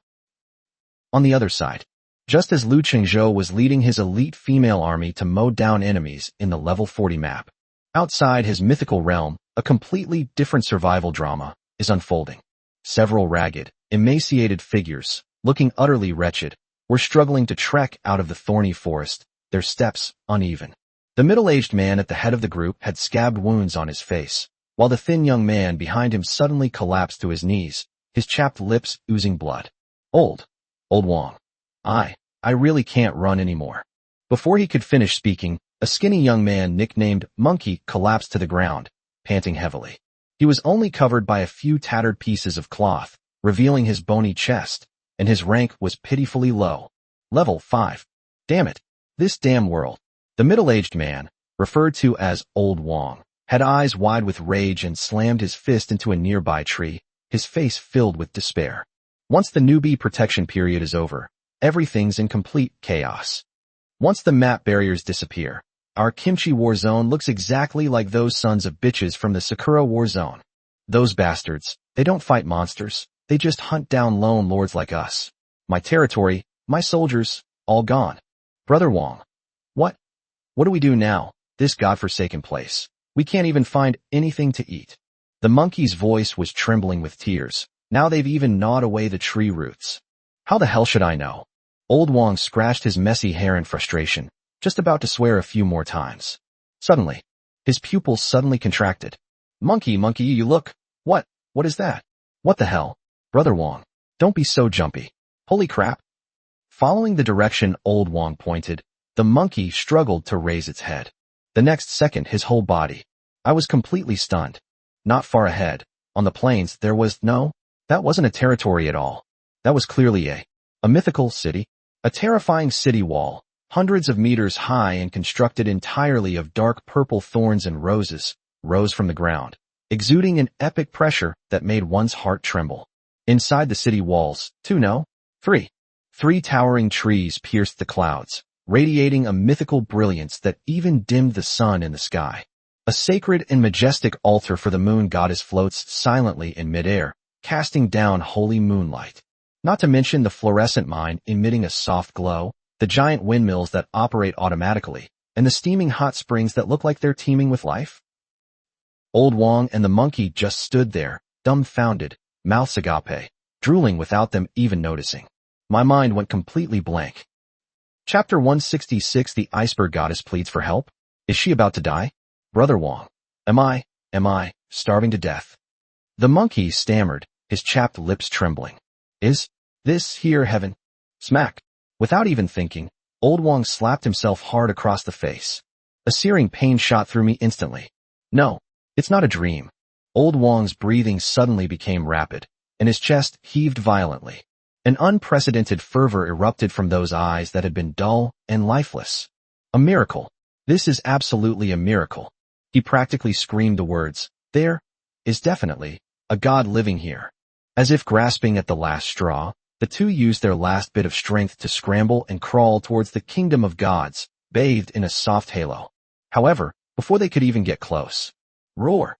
A majestic roar suddenly came from the city wall, making the two men's eardrums ache. The two of them subconsciously looked up.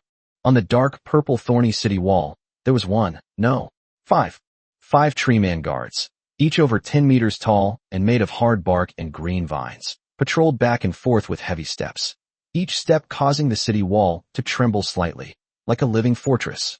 Behind them, dozens of high-ranking elven mages, dressed in blue robes with extremely high slits and adorable pointed ears, floated gracefully in midair.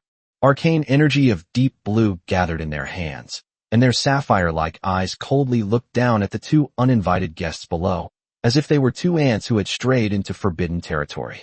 What truly terrified them both was those clearly defined, despair-inducing class markers hovering above their heads. Level 35, high-rank elf mage. Level 30, tree guardian. Gulp. In the dead silence, the only sound was the two of them swallowing hard. Old Wong and Monkey stared dumbfounded at the city defending lineup, all starting at level 30, including a gatekeeper, whose level was even higher than the final boss of their starting village. The two men felt a sudden heat in their crotches. I was so scared I peed myself on the spot. Brother Wong, this is fucking. Even the gatekeepers are all bosses? The monkey's voice was tinged with tears, and its teeth chattered uncontrollably. The highest level monster he had ever seen in his life was a level 15 Wild Wolf King. Don't move. Please don't move. Old Wong was so frightened that his whole body stiffened. He used all his strength to pull the monkey and scrambled back into the shadows of the forest. He covered his mouth and nose tightly, not daring to even breathe. He had no doubt that if he dared to take another step forward, he would be blasted into dust by the arcane energy condensed in the hands of those elven mages. The two of them lay huddled in the pile of rotting leaves, shivering, for a good half hour. Every second felt like an eternity, and all they could hear were each other's heavy, suppressed breaths. Only after confirming that the terrifying gatekeepers had no intention of coming out to kill them did they dare to cautiously raise their heads and cast a look of awe at that mythical territory once again. Brother Wong, this is, whose territory is this? The monkey's voice was so soft, as if he was afraid of disturbing something. I don't know, but they are definitely not someone we can afford to offend. Old Wong swallowed hard, his eyes filled with endless awe and longing. This is the true Lord.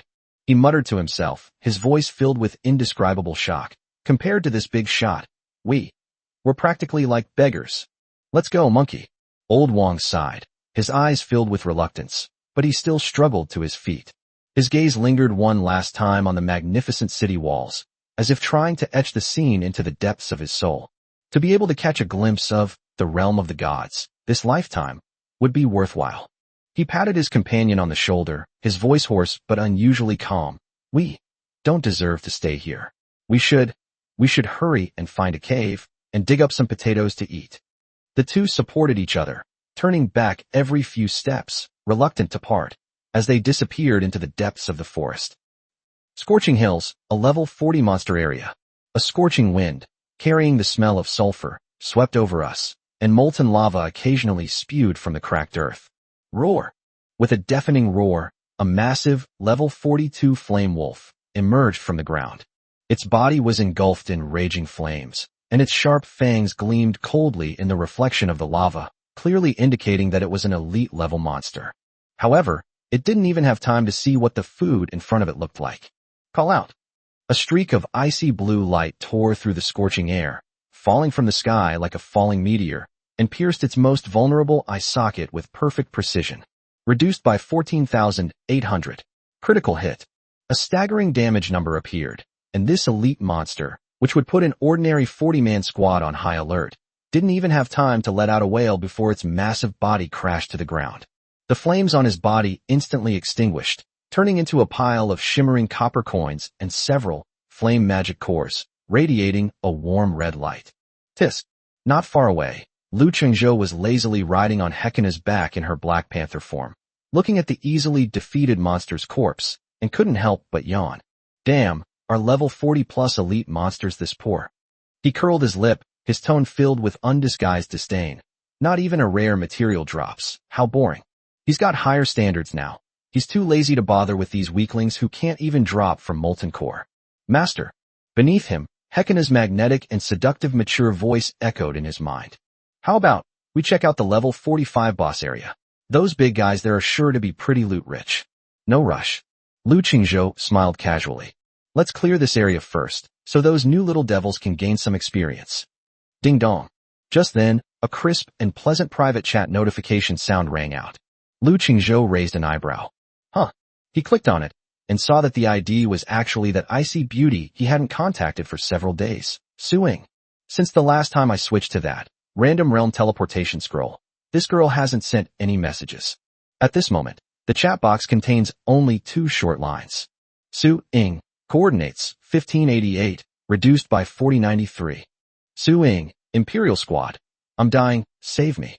The message was as concise as ever, but the urgency and despair conveyed between the lines made Lu Qingzhou frown instantly. The Imperial Squad. Lu Qingzhou narrowed his eyes, a dangerous smile curving his lips. Oh, he sneered, and his previously lazy aura instantly turned sharp. You dare touch my leaks? Suing is at least an S-rank talent, so maybe in the future, cough cough, she can transform into a hybrid of human elf and generate soul dew for herself. If this gets harvested by the Empire, wouldn't he suffer a huge loss? Perfect timing. I'd like to see just how good you so-called hunters really are. A glint of excited fighting spirit flashed in Lu Qingzhou's eyes. He leaped off Hekena's back and roared. Hekena, Eileen, back to the front. Get on the bird. Let's go. Save people. Chapter 167, A God Descends to Earth. Su Ying is stunned. A dozen minutes later. Coordinates, 1588, reduced by 4093, on a devastated, scorched land. When Lu Qingzhou rode the dragon blood griffin and descended from the sky, the pungent smell of blood instantly filled his nostrils. The scene before my eyes was extremely tragic. Su Ying's already extremely simple territory has now been completely reduced to ruins. Several charred wooden fence posts lay askew, and the thatched huts had been completely burned down. The ground lay the corpses of over a dozen frosthounds and elven archers. Clearly, all the troops in her territory have been wiped out. In the center of the territory, 5 knight raiders, all level 40 and clad in silver heavy armor and wielding knights' lances, were grinning maliciously as they surrounded 2 trembling, stunningly beautiful figures. Su Ying, right? The S-rank talent, Frost Archer. The leading knight commander licked his chapped lips, his greedy eyes sweeping unabashedly over Su Ying's exquisite body. What a gem. What a pity. His Highness the Prince has decreed that all those of foreign races are to be treated as livestock. Kill you, and we can get your S-rank talent fruit. Ha ha ha. Pooh. Su Ying's already cold and beautiful face was now deathly pale, devoid of any color. The longbow in her hand had long since broken, and her magic was completely exhausted. She could only bite her lip tightly, her cold eyes filled with resentment and despair. Miss, please hurry. Before her, an equally beautiful A-rank female hero, the Gale swordsman, clad in cyan leather armor, was using her last breath to protect her. But this A-level hero's condition is clearly extremely poor. Her light leather armor had already been torn to shreds by the sharp knight's lance. A horrific, deep wound, revealing the bone, stretched from her left shoulder down to her right abdomen, exposing large patches of her smooth, white skin to the air, mixed with gushing blood. She was breathing heavily, and her already full, snow-white breasts heaved violently with each breath, as if she might faint at any moment. What a deep bond between master and servant. The knight commander grinned maliciously and raised his lance high. Little wench, stop struggling. Boss, stop wasting time talking to them. Kill them and get the talent fruit. Delay will only make things worse. All right, then I'll send you on your way. A cold glint flashed in the knight commander's eyes, and he was about to deliver the fatal blow. Talent fruit. High in the sky, Lu Qingzhou took in everything. A cold glint flashed in his dark eyes. This thing again. He was too lazy to waste words. Eileen. Yes, master. On the back of the dragon blood griffin, the SS rank Ice Queen Irene slowly drew back her longbow. Call out. A streak of light faster than lightning tore through the sky. Uft. The arrogant level 40 knight commander, who had just been holding his lance high, froze in his sneer. The next second his head, bang, like a smashed watermelon, it exploded on the spot. Reduced by 18,500. Critical hit. Critical hit. Red and white splattered all over the faces of the remaining 4 knights. The entire battlefield fell into a deathly silence in an instant. Boss. The remaining 4 knightly raiders were completely dumbfounded. They instinctively looked up at the sky. WH. Who are you? How dare you launch a sneak attack on our Imperial Knights? Their answer was 2 black lightning bolts, faster than ghosts. Hercana. Yes, my master. Lu Qingzhou didn't even bother to jump down, remaining steadily seated on the back of the dragon blood griffin. On the other griffin, the SS rank, black-stocking mature woman Hekena vanished from her spot in an instant. Swish, swish, 2 black streaks of light, like the sides of death, flashed past the 4 knights who hadn't even had time to react. Those 2 long, snow-white legs, encased in black over-the-knee stockings, drew 2 powerful and deadly arcs in midair. Uft, uft. The 2 knightly raiders standing on the left and right flanks suddenly froze. The next second, their heads all shot straight up into the sky. 2 jets of blood sprayed up to a height of more than 3 meters. Sold out instantly. 2 more sellouts in seconds. Demon devil. The last 2 knights were completely terrified. They never dreamed that 2 killing machines would suddenly appear in this godforsaken place. Run, run. The 2 were so frightened that they turned and ran without thinking. It's my turn. Just then, Lu Qingzhou's playful voice, like the pronouncement of death, rang in their ears. He leaped off the back of the dragon blood griffin and landed heavily in front of Su Ying. Boom. The earth seemed to tremble at that moment. He slowly straightened up, his dark eyes filled with icy killing intent, and the +15 artifact, Storm Hammer, in his hand, inlaid with 5 epic-level gems, was flashing with terrifying lightning. Who are you? One of the knights, his legs went weak with fear, and he stammered, "What do you mean?" "Your father." Lu Qingzhou was too lazy to waste words with him, and charged out like a cannonball. Boom! He raised the storm hammer high and brought it down on the knight's head. The knight instinctively raised his steel shield to block. However, bang! A loud bang. Shields. Armor. Along with that level 40 knight. Everything exploded under this earth-shattering hammer blow. The man and his equipment were smashed into a pile of minced meat on the spot. The last knight, seeing the terrifying scene before him that resembled the descent of a demon god, was terrified. He no longer cared about imperial glory and fled madly into the depths of the forest. "Can you escape?" Lu Qingzhou snorted disdainfully. He suddenly raised his right hand and hurled the storm hammer, still stained with blood and flesh, away. Buzz! The warhammer traced a deadly arc through the air, unleashing a torrent of thunder. Uft! A muffled thud. The knight, who was still frantically fleeing, suddenly froze. He looked down at his chest, which had been blasted through, and then at the terrifying warhammer that had pinned him to the ground. His eyes were filled with endless fear and resentment. The entire battlefield fell into a deathly silence once again. Su Ying's already dim and cold eyes were now staring blankly at the man in front of her, who looked like a god descended from heaven. It fell from the sky. Devastating. In less than 10 seconds, the elite Imperial squad that had cornered her and nearly killed even an A-rank hero. Completely annihilated. This man, just how powerful is it? Su Ying felt her heart start pounding uncontrollably. Chapter 168. The Ice Queen, along with her troops, all taken in.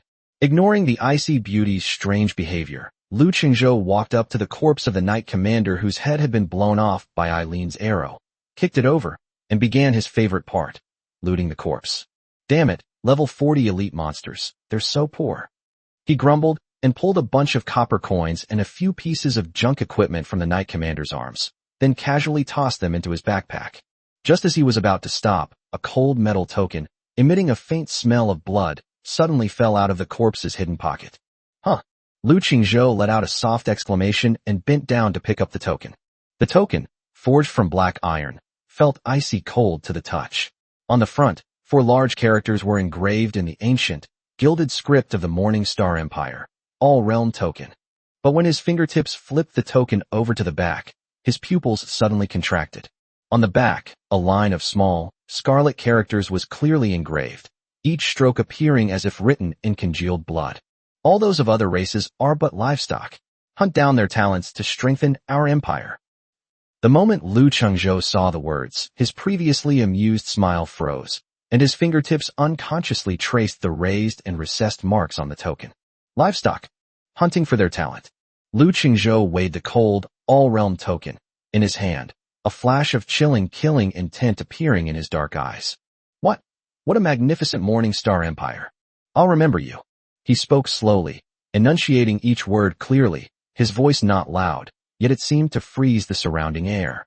Even the SS rank wives who had just jumped off the back of the Dragonblood Griffin subconsciously held their breath and dared not make a sound. They could clearly feel. Owner. He's really angry. You? Just then, a clear, cold voice, tinged with a tremor and complexity, came from behind. Lu Qingzhou slowly turned around and saw the ice-cold beauty Su Ying staring intently at him with a gaze filled with shock, gratitude, and a hint of indescribable strange emotions. Su Ying seemed to want to say something, but her eternally frozen red lips only parted slightly, and in the end, she couldn't utter a single word. Tisk. Looking at her haughty expression of wanting to say it but not daring to, Lu Qingzhou's anger instantly subsided by more than half. He snapped his fingers, and the storm hammer, which had been pinned in the distance, flew back into his hand in a flash. He slung the blood-stained warhammer over his shoulder, grinned at Su Ying, and said this. Hey, are you staring blankly? What are you waiting for? My mouth is practically watering. What nonsense are you spouting? Su Ying snorted coldly and turned her head away, but her slightly trembling eyelashes still betrayed her inner turmoil. Miss. Just then, a weak voice came from beside me. The heavily injured A-rank heroine, swift swordsman, struggled to her feet with Su Ying's help. Her beautiful face was filled with gratitude and awe as she bowed deeply to Lu Qingzhou. Thank you. Thank you so much, sir, for saving my life. Her movement instantly aggravated the horrific, deep wound on her chest and abdomen that exposed bone. Hiss. She couldn't help but gasp, staggering back 2 steps, and bright red blood seeped from between her fingers again. All right, stop with the formalities. Lu Qingzhou waved his hand impatiently, his gaze falling on Su Ying's territory, which had long since turned into ruins. Your territory is ruined, and everyone's dead. What are you planning to do next? Would you like to come with me? Go with you. Upon hearing this, Su Ying abruptly raised her head, a hint of wariness flashing in her clear, cold eyes. What do you want to do? What are you doing? Lu Qingzhou chuckled. He looked the icy beauty, who exuded an aura of keep away, up and down, and grinned. Of course, I think you're pretty good looking, so I'm planning to capture you and make you my bandit queen. You, shameless. Su Ying's pretty face instantly turned bright red. You talk too much nonsense. Lu Qingzhou was too lazy to waste words with her and simply waved his hand. Hekina, carry both of them onto the bird. Yes, my master. The SS rank, black-stockinged, mature Hekina has been waiting impatiently for a long time. A playful smile flashed in her bewitching purple eyes, and in a flash, she appeared behind Su Ying and the A-level female hero. What are you going to do? Before the two could react, Hekina's 2 long, snow-white legs, encased in black over-the-knee stockings, coiled around their slender waists like 2 nimble snakes. Immediately afterwards, an irresistible force came. In an instant, Hekina carried the 2 of them on her shoulders, one in each hand, as easily as if they were chicks. Let me go. Su Ying was both ashamed and angry, and struggled desperately, but her pitiful strength was like a tickle in front of the SS-level Hekina. Hee little sister, don't move around. Hekina's magnetic and seductive mature voice rang in her ears. You all. Su Ying's pretty face turned so red, it was almost bleeding. Let's go. Lu Qingzhou laughed, and jumped onto the back of another dragon-blood griffin. Li. 2 majestic dragon-blood griffins suddenly flapped their wings, creating a gust of wind, and soared into the sky. Chapter 169 This is territory? Su Ying's worldview has collapsed. Just as Lu Qingzhou finished this crushing victory, the entire continental chat channel exploded. Moreover, this time, it wasn't the same teasing of the queen or the envy and jealousy towards Lu Qingzhou. Instead, something unprecedented. Panic. Despair. Jack, the Lord of the Eagle Zone. WTF? Help. NPCs have stormed my territory. They're killing everyone they see. They're not here to kill monsters. They're here to kill us. Lord of the Sakura War Zone, Kazuo Yamamoto, Baka. It's the same on our side. An NPC squad calling themselves the Imperial Knights. They killed our war zone's #1 ranked Miyamoto-sama. Miyamoto-sama has an S-rank talent. Korean Warzone Lord, Kim Hyuk-kyu. Damn it. These damned Imperial Knights. They killed our lord. And they even stole a glowing fruit from his corpse. Amir, the leader of the Indian War Zone. God, save us. These devils. They actually called me livestock. I am a Brahmin. Lord of the Dragongxio War Zone. Wang Laowu. Holy crap. Really? The Morningstar Empire is hunting down all of us lords. Lord of the Dragongxio War Zone. Zhao Taiju. Damn it. I knew it. That riddle maker from the Queen warned us. Hunters within the Empire. So that's what it meant. They're after our talents. They're treating us like monsters to farm. In an instant, throughout the entire continent of Morningstar, all the surviving lords, regardless of which war zone they were in or what they were doing. It was all terrifying. An unprecedented sense of panic and anger spread through the hearts of all the lords. Damn it. These sons of bitches NPCs. I thought they were here to give out quests. Turns out they're here to harvest crops. No wonder that Prince wanted to harvest all the Lord's talent fruits. These wicked bastards. They want to use us all as nourishment. It's over. It's completely over. The chat channel was filled with howling and wailing. On the other side, high in the sky, the wind howled. Su Ying and that A-level female hero were forcibly pressed onto the back of the Dragonblood Griffin by Hekina. The space on the Griffin's back was already small, and with 3 people crammed together, it felt even more cramped. Su Ying felt as if her body was tightly squeezed in the middle, unable to move. She could even clearly smell the faint, feminine fragrance emanating from Hekina and that A-rank female hero. This caused the blush on her usually icy face to never fade. Her mind was in complete turmoil. Shocking, gratitude, shame, and indignation, and a hint of curiosity that she herself didn't even realize. This man named Lu Qingzhou. What kind of person is he? His terrifying strength. His group of equally incredibly powerful female heroes. And then there's his mysterious territory, which is said to be beyond even the reach of imperial envoys. What exactly does it look like? Just as Su Ying was lost in thought, Lu Qingzhou, who was leading the way, suddenly slowed down. Arrive. Arrive. Su Ying subconsciously raised her head and looked in the direction Lu Qingzhou was pointing. The next second, her already cold eyes widened suddenly. What is that? Not far ahead, on the plain, there was that wasn't a territory at all. It's clearly an impregnable fortress. A terrifying city wall, hundreds of meters high and constructed entirely of dark purple thorns and roses, rose from the ground, exuding an epic pressure that made one's heart tremble. And inside those city walls, 3 towering trees, so enormous that words cannot describe them, pierced the clouds and radiated a mythical brilliance, even dimming the sun in the sky. One of them was entirely emerald green, and on its canopy, it seemed as if countless lives were being conceived and evolved, with a breathtakingly powerful life force emanating from it. Just from a distance, Su Ying felt that her long-dried-up magic power had actually recovered a trace. Against the backdrop of those 3 sacred trees, a moon goddess altar, exuding an aura of holiness and majesty, stood quietly, casting down holy moonlight. Not to mention the fluorescent mine emitting a soft glow, the giant windmills that operate automatically, and the steaming hot springs that look like they're teeming with life. Su Ying. I was completely lost in thought. She just stood there, staring blankly at the mythical fortress before her, which was completely beyond her comprehension, her mind. A complete blank. This is territory? She murmured to herself, her voice filled with disbelief.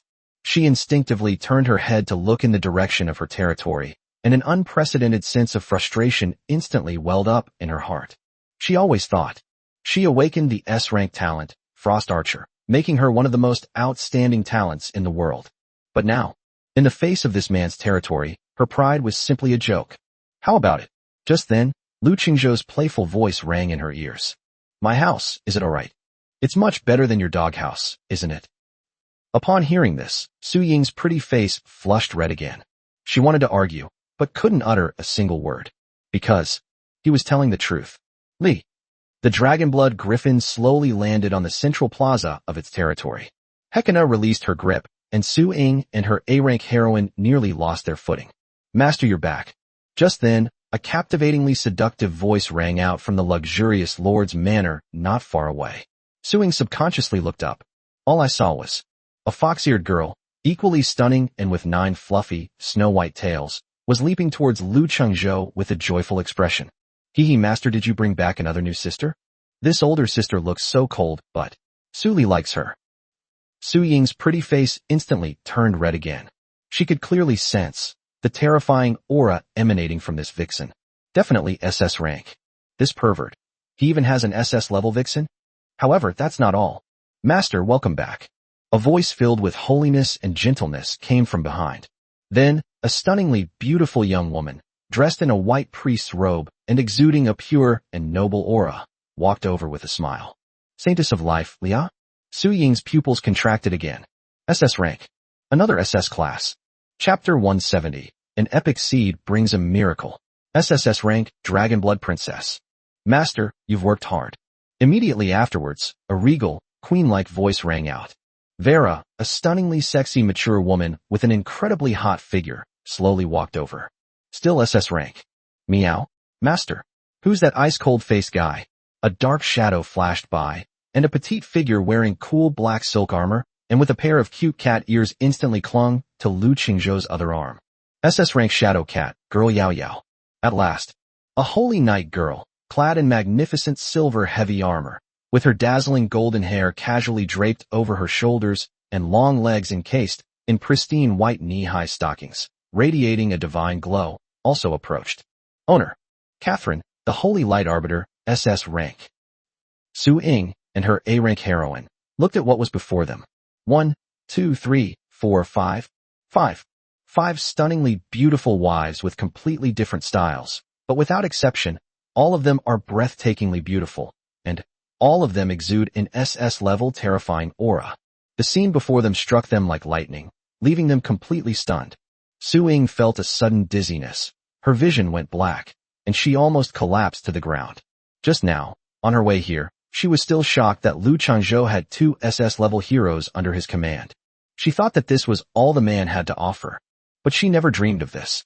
This is just the tip of the iceberg. This seemingly lazy and easygoing man. It turns out, he actually kept 5 SS-level beauties at home to guard the house. A total of 7 SS-rank heroes. What does this mean? Su-Ying felt that her worldview had completely collapsed at this moment. Beside her, the A-rank heroine, swift swordsman Lin Shui, was so frightened that her pretty face turned pale and her whole body was trembling. However, it's not over yet. Greetings, Master. Master is back. Meow Master. A huge, densely packed crowd. At least 100 stunningly beautiful girls of all styles surrounded him instantly.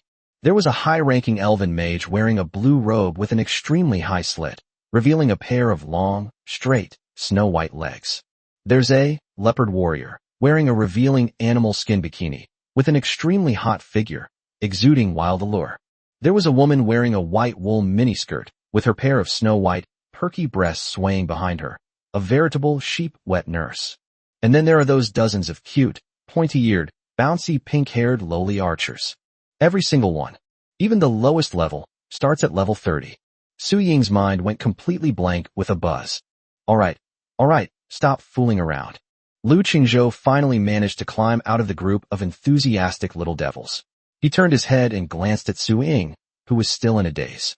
Hey, do you still want that A-rank hero? He pointed to the A-rank female hero, swift swordsman Lin Shui, who was in a semi-comatose state due to excessive blood loss. Lin Shui. Su-Ying seemed to wake from a dream. Her pretty face instantly filled with uncontrollable anxiety and heartache. She hurried forward, but looked helplessly at the blood-soaked, torn leather armor and the pale skin peeking out from the cracks. She's too badly injured. Su-Ying's voice trembled slightly. Tisk, A-rank is just A-rank. Too fragile. Can't take a beating. Lu Qingzhou curled his lip, looking disgusted. It was as if the A-rank hero in front of them, who was extremely precious in the eyes of others, was just a worthless and fragile item. Su-Ying was about to lash out, but seeing Lu Qingzhou's matter-of-fact expression, she forced herself to hold it back. When you're under someone's roof, you have to bow your head. Alright, stop standing there, leave it to me. Lu Qingzhou was too lazy to waste words with her, so he simply picked up Lin Shui, who was covered in blood and whose leather armor was tattered, revealing a large expanse of her snow-white skin. Without saying a word, he threw it into the nearby, heroic spirit altar, which was filled with a sacred and majestic aura. What are you trying to do? Su-Ying was taken aback. Here's your pathetic hero, the place to upgrade from junior college to bachelor's degree. Lu Qingzhou casually tossed in 3,000 copper coins, his tone indifferent. A grade is too trash. Let's just barely upgrade her to S grade to make do. Ding. You have successfully unlocked the A-rank hero trial by consuming 3,000 copper coins. As Su-Ying stared at the golden pillar of light shooting into the sky and the 12-hour countdown, she was completely frozen in place, her mind blank. A grade, upgraded to S grade. It's that simple. I smashed 3,000 copper coins, and then it started? She recalled the countless efforts, resources, and luck she had poured into recruiting Lin Shui, an A-level hero. Faced with this man's nonchalant actions and disdainful comments, she felt that all her past efforts and understanding had become an absurd joke. Alright, let's get down to business. Lu Qingzhou completely ignored the Ice Queen's shock. He rubbed his hands together, looking excited, and began to take stock of the legacy of the Imperial Knights from earlier. Damn it, a bunch of paupers. He cursed and ransacked the soldiers, taking all their copper coins and junk equipment. Finally, his gaze fell on the Knight's commander's storage ring. Hey, big heads here. With a thought, Lu Qingzhou poured out everything inside. Splash. A huge pile of timber, stone, iron, ore, and several thousand copper coins. Tisk, that's it. However, just as he was about to collect the pile of garbage. 1. An epic-level unknown seed, exuding a powerful life force and dark gold in color, pulsating slowly as if it were alive, suddenly appeared in that pile of trash. Holy shit. Lu Qingzhou's eyes widened instantly. An epic seed. He felt like his heart was about to jump out of his chest. Are the people of the Empire all gift givers? Huh. Lu Qingzhou could no longer suppress his ecstatic joy. He grabbed the epic seed as if he had grasped the whole world. Wives, come quick. The moment to witness a miracle has arrived.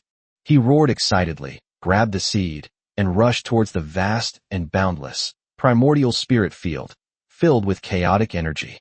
Suing was also attracted by the commotion, and she subconsciously followed. She wanted to see what this man was up to this time. Come on, baby. Lu Qingzhou took a deep breath and solemnly pressed this epic seed firmly into the center of the primordial spirit field. The moment the seed is planted. Ding. Epic quality seed detected, undergoing divine mutation. Ding. A 1 in 10,000 chance has been triggered, resulting in a secondary divine mutation. It's here. Secondary mutation. Rumble. A dazzling, 7-colored pillar of light, filled with boundless majesty and sacred aura, suddenly descended from the sky. The entire primordial spirit field trembled violently. Wow. The master has grown another treasure. All the elf girls and Kemonomi waifus were stunned. Suing subconsciously held her breath, her fingertips digging deep into her palm. She could clearly feel how terrifying this power was. Amidst the light, a tall, valiant figure, brimming with power and beauty, slowly materialized. She was a stunningly beautiful girl who was nearly 1.8 meters tall, with long, dazzling hair that reached her waist like flames, an extremely hot figure, and a heroic and dashing aura. Her features were exquisitely beautiful, and her eyes, as pure as rubies, were filled with determination and pride. On her forehead, there was even a pair of small, exquisite, yet majestic dark red dragon horns. Behind him, a hideous, dark red dragon tail was swaying restlessly. The long dragon tail swept across the ground, and wherever it touched, red lotus flames bloomed. And the most fatal thing, it was her pair of straight, slender, snow-white legs that exuded explosive power. It's a work of art. Ding. Detection of a primordial level bloodline awakening. Ding. Congratulations. You have obtained the SSS rank, unique, hero, Dragon Blood Princess Freya. Chapter 171 Mythical Dragon, Crystal Explosion. SSS rank. Looking at the dashing, imposing, and alluring SSS rank dragon-blooded princess before her, Suing couldn't help but take a step back. She finally understood. This man and his group of SS-class heroes. It turns out, it was grown. What kind of talent is this? However, just as Suing was utterly shocked, Lu Qingzhou's reaction left her even more dumbfounded. SSS rank, Dragon Blood Princess. Lu Qingzhou didn't even glance at Freya's abnormal attributes. His gaze was fixed intently on Freya's race. Race, human, dragon hybrid. Humans? Ha! It's a human again. A wicked smile instantly appeared on Lu Qingzhou's face. Only 4 words remained in his mind. Soldu. Freya, greetings, master. Accompanied by a dazzling golden light, the SSS rank Dragonblood Princess landed gracefully. Her eyes, like molten rubies, still held a trace of the confusion of newborns and an innate nobility, yet she still obediently knelt on one knee before Lu Qingzhou, lowering her proud head. The fine dragon scales on its long neck shimmered faintly in the light. All right. Get up, we don't do that here. Lu Qingzhou acted as if nothing had happened, cheerfully pulling up this precious SSS-level combatant and patting her waist armor, which was covered with dark red dragon scales, as if by habit. Ahem. This is purely a leader showing kindness and care to their subordinates. Freya, right? What a lovely name. Welcome to our harmonious and loving family. Lu Qingzhou grinned, revealing what he considered an incredibly kind and approachable smile, his white teeth seemingly gleaming.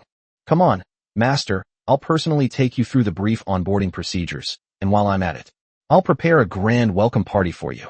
Onboarding procedures? Freya tilted her head slightly, a hint of confusion flashing in her dragon eyes. In her memory of passing down her knowledge, this process doesn't seem to be included. Yes, the process will be quick. First stop, the crucible of all races.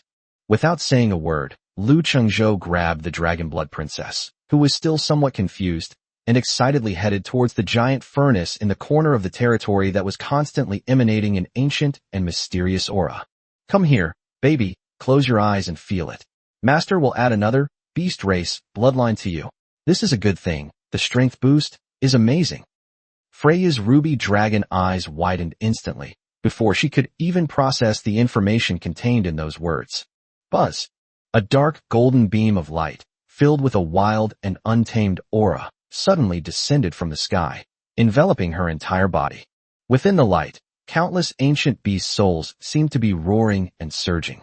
A few breaths later, the light faded, and Freya's aura seemed even more profound and powerful, with a pair of small and delicate horn-like phantoms even appearing on either side of her forehead. The SSS-rank Dragonblood Princess has successfully achieved compatibility with beast race characteristics. Done. The onboarding process is complete. Easy, right? Lu Chengzhou rubbed his hands together with satisfaction, his smile growing wider, even showing a hint of impatience. Next up is the exciting welcome party. He grabbed the still somewhat dazed SSS-rank Dragonblood Princess, and, under Su Ying's shocked and bewildered gaze, strode away. We've entered the Lord's Manor. With a clear goal in mind, I went up to the second floor. Chapter 172. A happy acquisition of an S-rank female sword saint. The next morning, Lu Qingzhou opened his eyes. Call. He exhaled a long breath, feeling as if his limbs and bones were filled with inexhaustible energy. Just then, a series of cold system notification sounds suddenly rang in his mind. Ding. Congratulations. You have obtained one piece of legendary material, Soul Honeydew. Ding. Congratulations. You have obtained a special material, Pure Blood 1. Haraha. Another drop in hand. Lu Chengzhou was overjoyed, but before he could finish speaking, another dazzling golden light suddenly exploded in front of him. Huh? There's more. Ding. Congratulations. You have successfully activated the primal dragon vein within Dragonblood Princess Freya. You have obtained mythical grade material, Primal Dragon Soul, Crystal 1. This, upon seeing the last line of text, Lu Qingzhou's pupils suddenly contracted. Mythical grade material? He suddenly opened his system backpack, and at the deepest part of the backpack, there was a strange crystal that was dark red all over, as if magma was slowly flowing inside, and it was even banging and jumping, quietly floating. Item, Primal Dragon Soul Crystal. Quality, mythical. Description, a miraculous creation containing a trace of the primordial dragon soul. It is the core material for upgrading dragon-type mythical buildings. The moment Lu Chengzhou finished reading this description, his breathing quickened. Upgrade a mythical dragon-type building. The image of that unknown special pet egg, lying quietly in the incubation room, whose quality even the mythical dragon's nest couldn't determine, immediately flashed into his mind. For the past few days, Lu Qingzhou had been vaguely guessing that it was because the dragon nest hatchery was not of a high enough level that it was unable to identify the pet eggs. If we upgrade the dragon nest hatchery to level 7, will there be any hope? At this moment, he clearly remembered that the most crucial and rarest material needed for the dragon nest hatchery to advance from level 6 to level 7 was none other than the primordial dragon soul crystal that exuded the aura of the ancient dragon race. Haraha, that's awesome. Lu Qingzhou could no longer suppress his inner elation. At the same time, guest rooms on the first floor of the Lord's Manor. Su Ying, sporting two large dark circles under her eyes, sat up expressionlessly. I have insomnia. Gurgle. Just then, an untimely gurgling sound came from her flat stomach. She was hungry. She then remembered that she hadn't eaten or drunk anything since she was being chased by the Imperial squad yesterday, and had been surviving on her last breath. Su Ying took a deep breath, straightened her fairly intact leather armor, and pushed open the door. As soon as she stepped outside, an enticing aroma that whetted her appetite wafted towards her. On the lawn in the center of the territory, the group of beautiful elves and beast-eared girls had already gathered together and were enjoying a sumptuous breakfast. Golden, crispy, and steaming hot, roasted mushroom pizza. The aroma is irresistible, and the chicken leg is thicker than her arm. Sweet flour stuffed chicken. And there were mountains of soft, fragrant breads. Su Ying's stomach growled even louder. She thought about how she had been surviving these past few days on nothing but dry, hard black bread and icy river water. Those tears. I almost couldn't help but drool from the corner of my mouth. Oh, it's Sister Su Ying. Come and eat with us. The nanny, Lia, was the first to spot her and greeted her warmly. Su Ying's ears turned slightly red. She wanted to maintain her usual aloof demeanor, but the rich aroma of cheese pulled her in like a hook, and she eventually walked over silently and sat down in the corner.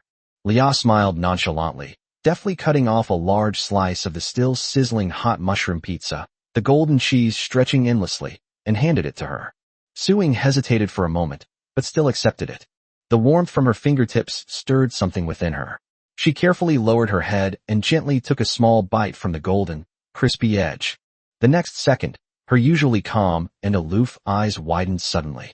So delicious. Soft and fluffy flatbread, rich and creamy cheese, and those juicy roasted mushrooms. Is this really human food? She no longer cared about her image as an ice queen. She grabbed the pizza with both hands and, as if afraid someone would snatch it away, began to wolf it down without any regard for her image. Eat slowly. Lia smiled and cut off another piece. Belch. After an unknown amount of time, Suing let out a satisfied burp, only to realize that she had unknowingly eaten a whole pizza. Sister Suing, have some water, don't choke. Lia handed over another wooden cup, filled with crystal clear spring water that was still emitting a slight chill. Thanks. Suing blushed slightly and reached out to take the wooden cup. Just as she was about to drink, she suddenly froze on the spot. This aura. She smelled it. That unique aura, imbued with pure magic and boundless vitality. This is clearly moon spring water. She gasped in shock, her voice trembling. She will never forget that taste. It is this magical spring water. She traded random secret realm scrolls with Lu Qingzhou to get 5 bottles in return. She always treasured it, using it as her life-saving trump card, and wouldn't even dare to take a small bite of it on ordinary days. But now, she subconsciously looked up at the moon well in the distance, which was radiating a soft moonlight, and was still continuously gushing out spring water.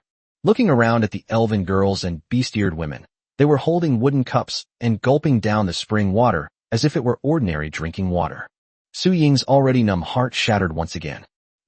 What kind of monster is this man? Ah, that feels so good. At this moment, Lu Qingzhou stretched, yawned, and strolled out of the gate of the Lord's manor, looking refreshed. The golden rays of the rising sun fell upon him, as if draping him in a halo. Behind him followed Freya, the SSS-rank Dragonblood princess who had just joined the company. Freya's pretty face flushed red, and her proud ruby eyes were filled with deep obedience and awe towards Lu Qingzhou. Su Ying, who was not far away, happened to look up and see this scene. Her cheeks flushed red, like a ripe apple. She instinctively lowered her head quickly, her fingers nervously twisting the hem of her clothes, her heart pounding inexplicably, and she dared not look any further. Oh, you've started eating? Lu Qingzhou seemed oblivious to the subtle atmosphere, grinning broadly as he walked naturally to the dining table. He picked up a steaming slice of pizza, took a big bite, and mumbled, "It tastes good, right? Don't be shy, there's plenty to go around." Su Ying opened her mouth, wanting to say something, but felt her cheeks burning, and in the end she only softly hummed in agreement. Just then, boom, not far away, on the heroic spirit altar, which was filled with an aura of holiness and majesty, the 12-hour countdown finally came to an end. A dazzling golden beam of light shot into the sky. Lin Shui. Su Ying tensed up instantly, stood up abruptly, and stared intently at the altar. Ding. The A-rank hero trial has ended. Ding. Detected A-rank hero Swift Swordsman, Lin Shui, trial rating. Excellent. Ding. The probability of an A-rank breaking through to S-rank is 40%. Judging. Ding. Successful detection. We must succeed. Su Ying's heart jumped into her throat instantly. Ding. Congratulations. Your hero Swift Swordsman, Lin Shui, has successfully broken through. Ding. Quality breakthrough. Lin Shui has been promoted to S-rank hero. Swift Sword Saint. She did it. She did it. Su Ying was so excited she almost jumped up. Chapter 173, A Bountiful Harvest of 1,000 Blind Boxes. It was a success? An unprecedented burst of joy instantly erupted on Su Ying's pretty face. The light faded. A figure, taller and more imposing than before, slowly descended from the altar. It's still that A-level heroine, Lin Shui, but something seems different. Her already tattered leather armor was now completely transformed under the golden light. It transformed into a set of cyan battle armor full of streamlined beauty. Although the armor's design is still revealing, it perfectly accentuates her stunningly beautiful curves, which can be described as having a golden ratio. The terrifying, deep wound on her body that revealed the bone had long since disappeared, replaced by skin as white and delicate as as milk. She looked like a war goddess who stepped out of mythology and wielded storms and blades. Lin Shui, that's great. Su Ying blushed with excitement, as if she herself had been promoted, and subconsciously opened her arms to welcome him. However, Lin Shui, who had transformed into the S-rank Gale Sword Saint, looked right past her, as if she were just an insignificant background in the air. Lin Shui strode up to Lu Chengzhou and, to Su Ying's incredulous gaze, knelt heavily on one knee with a thud. She raised her exquisitely beautiful face, now etched with piety and fervor, her voice trembling slightly with excitement. Lin Shui, thank you, master, for the grace of being reborn. From this day forward, Lin Shui's sword, Lin Shui's life, all belong to their master. Su Ying's outstretched hand suddenly stopped in midair, her fingertips trembling slightly. Her heart, which had just been filled with ecstasy, instantly cooled down again. She felt a tightness in her chest, and an indescribable bitterness spread through her throat. She, her only hero, she completely belongs to this man now?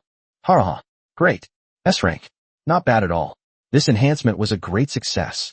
Lu Qingzhou patted the S-rank Gale Sword Saint on the shoulder with satisfaction, and then helped her up. He turned his head and caught sight of Su Ying's absent-minded look, a playful smile appearing on his lips. All right, we've finished eating, and the enhancement is complete. Time to get down to business. Lu Qingzhou ignored Su Ying, who was still in a daze, wondering who am I, where am I, and strode to the front of the territory trading market. He then focused his mind on his storage space and took out all the armory he had frantically accumulated over the past few days. Splash! As if opening a treasure trove from another dimension, in an instant, an even larger seed mountain, shimmering with multicolored light, was piled up on the open ground in the center of the territory. Holy crap! So many! When Lu Qingzhou's spiritual power swept over, and he clearly sensed the exact number of seeds, even he, a ruthless capitalist, who had seen many storms, couldn't help but be startled. In total, there are over 1,300. The seeds of ordinary quality were piled up like golden waves of wheat, totaling more than 800. The excellent quality stones, gleaming with a deep blue luster, were neatly stacked, numbering over 400. There are over 80 pieces of this superior quality variety, which radiate a jade-like glow. The most delightful surprise was the last 6 rare quality seeds, enveloped in a faint purple halo. They lay quietly atop the pile of seeds, like jewels in a crown. Ha! I'm rich.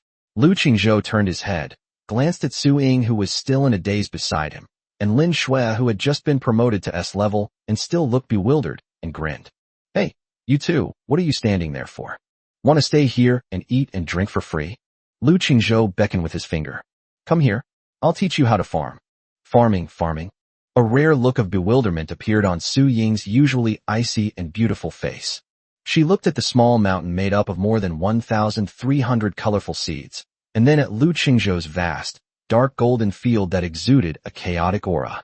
I am an S-rank frost archer. She only knows how to fight. She doesn't know how to farm. Su Ying's voice grew softer and softer, tinged with a hint of grievance and stubbornness. S-rank. Lu Qingzhou laughed, as if he had heard a funny joke. He pointed to Freya, the SSS-rank Dragonblood princess, who was curiously teasing a sheep nurse not far away. See that? All the SSS-level guys are acting as my bed warmers. Cough cough, as my henchmen.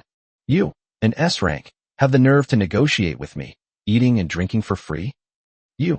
Su Ying was so angry that her chest heaved violently, and her icy blue eyes seemed to be spitting fire, but she couldn't utter a single word in rebuttal. All right, Miss Su Ying, master. Master didn't mean any harm. On the contrary, Lin Shui, the swift-wind sword saint who had just been promoted to S rank, blushed and tugged at Su Ying's sleeve. To be able to farm for our master is our honor. Su Ying.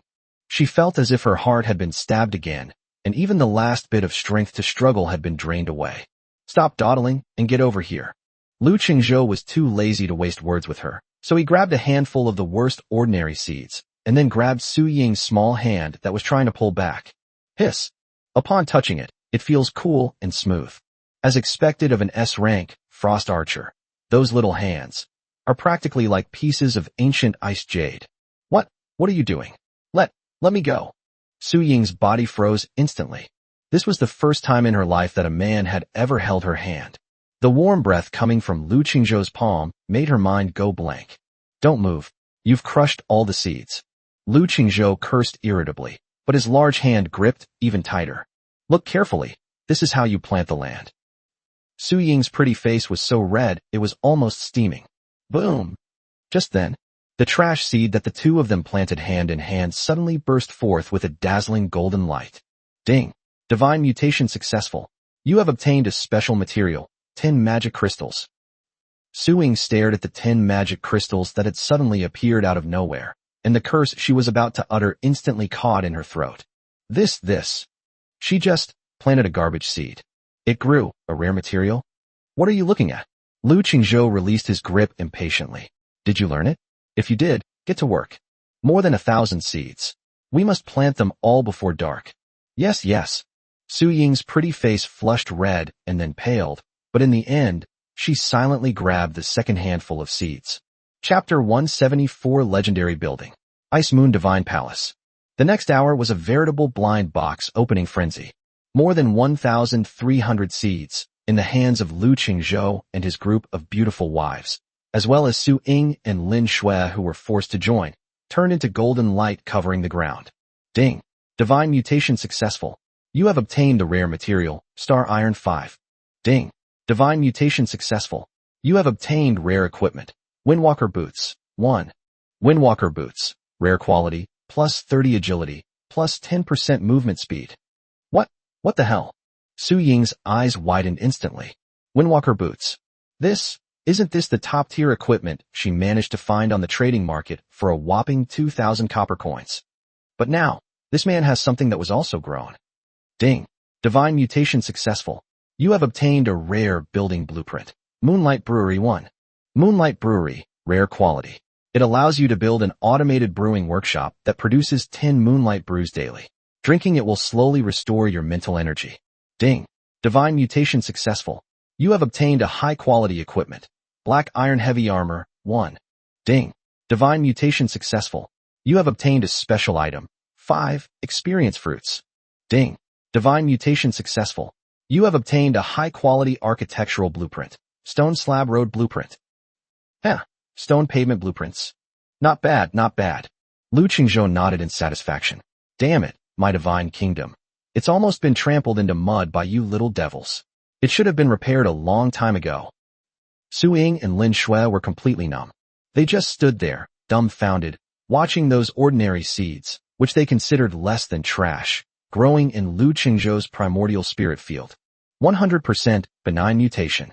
Various rare materials, advanced equipment, and even rare architectural blueprints that they had never even heard of before. Just like Chinese cabbages, they keep sprouting up one crop after another. Is this still an F-rank farmer? Alright, now for the main event. After planting all the ordinary seeds, Lu Qingzhou rubbed his hands together and turned his gaze to the more than 80 seeds of excellent quality. Come on, perform a miracle for me. He grabbed a top-grade seed and pressed it down hard. The moment the seed is planted. Ding!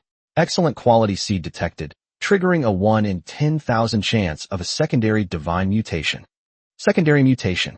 800 seeds were sown, and finally, the results were achieved. Rumble.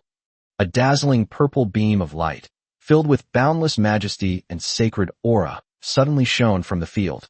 Wow! The master has grown another treasure. The little girls cheered. Su Ying's body also trembled violently. This energy fluctuation, is it epic? Wrong. Even more powerful than an epic-level weapon. Ding!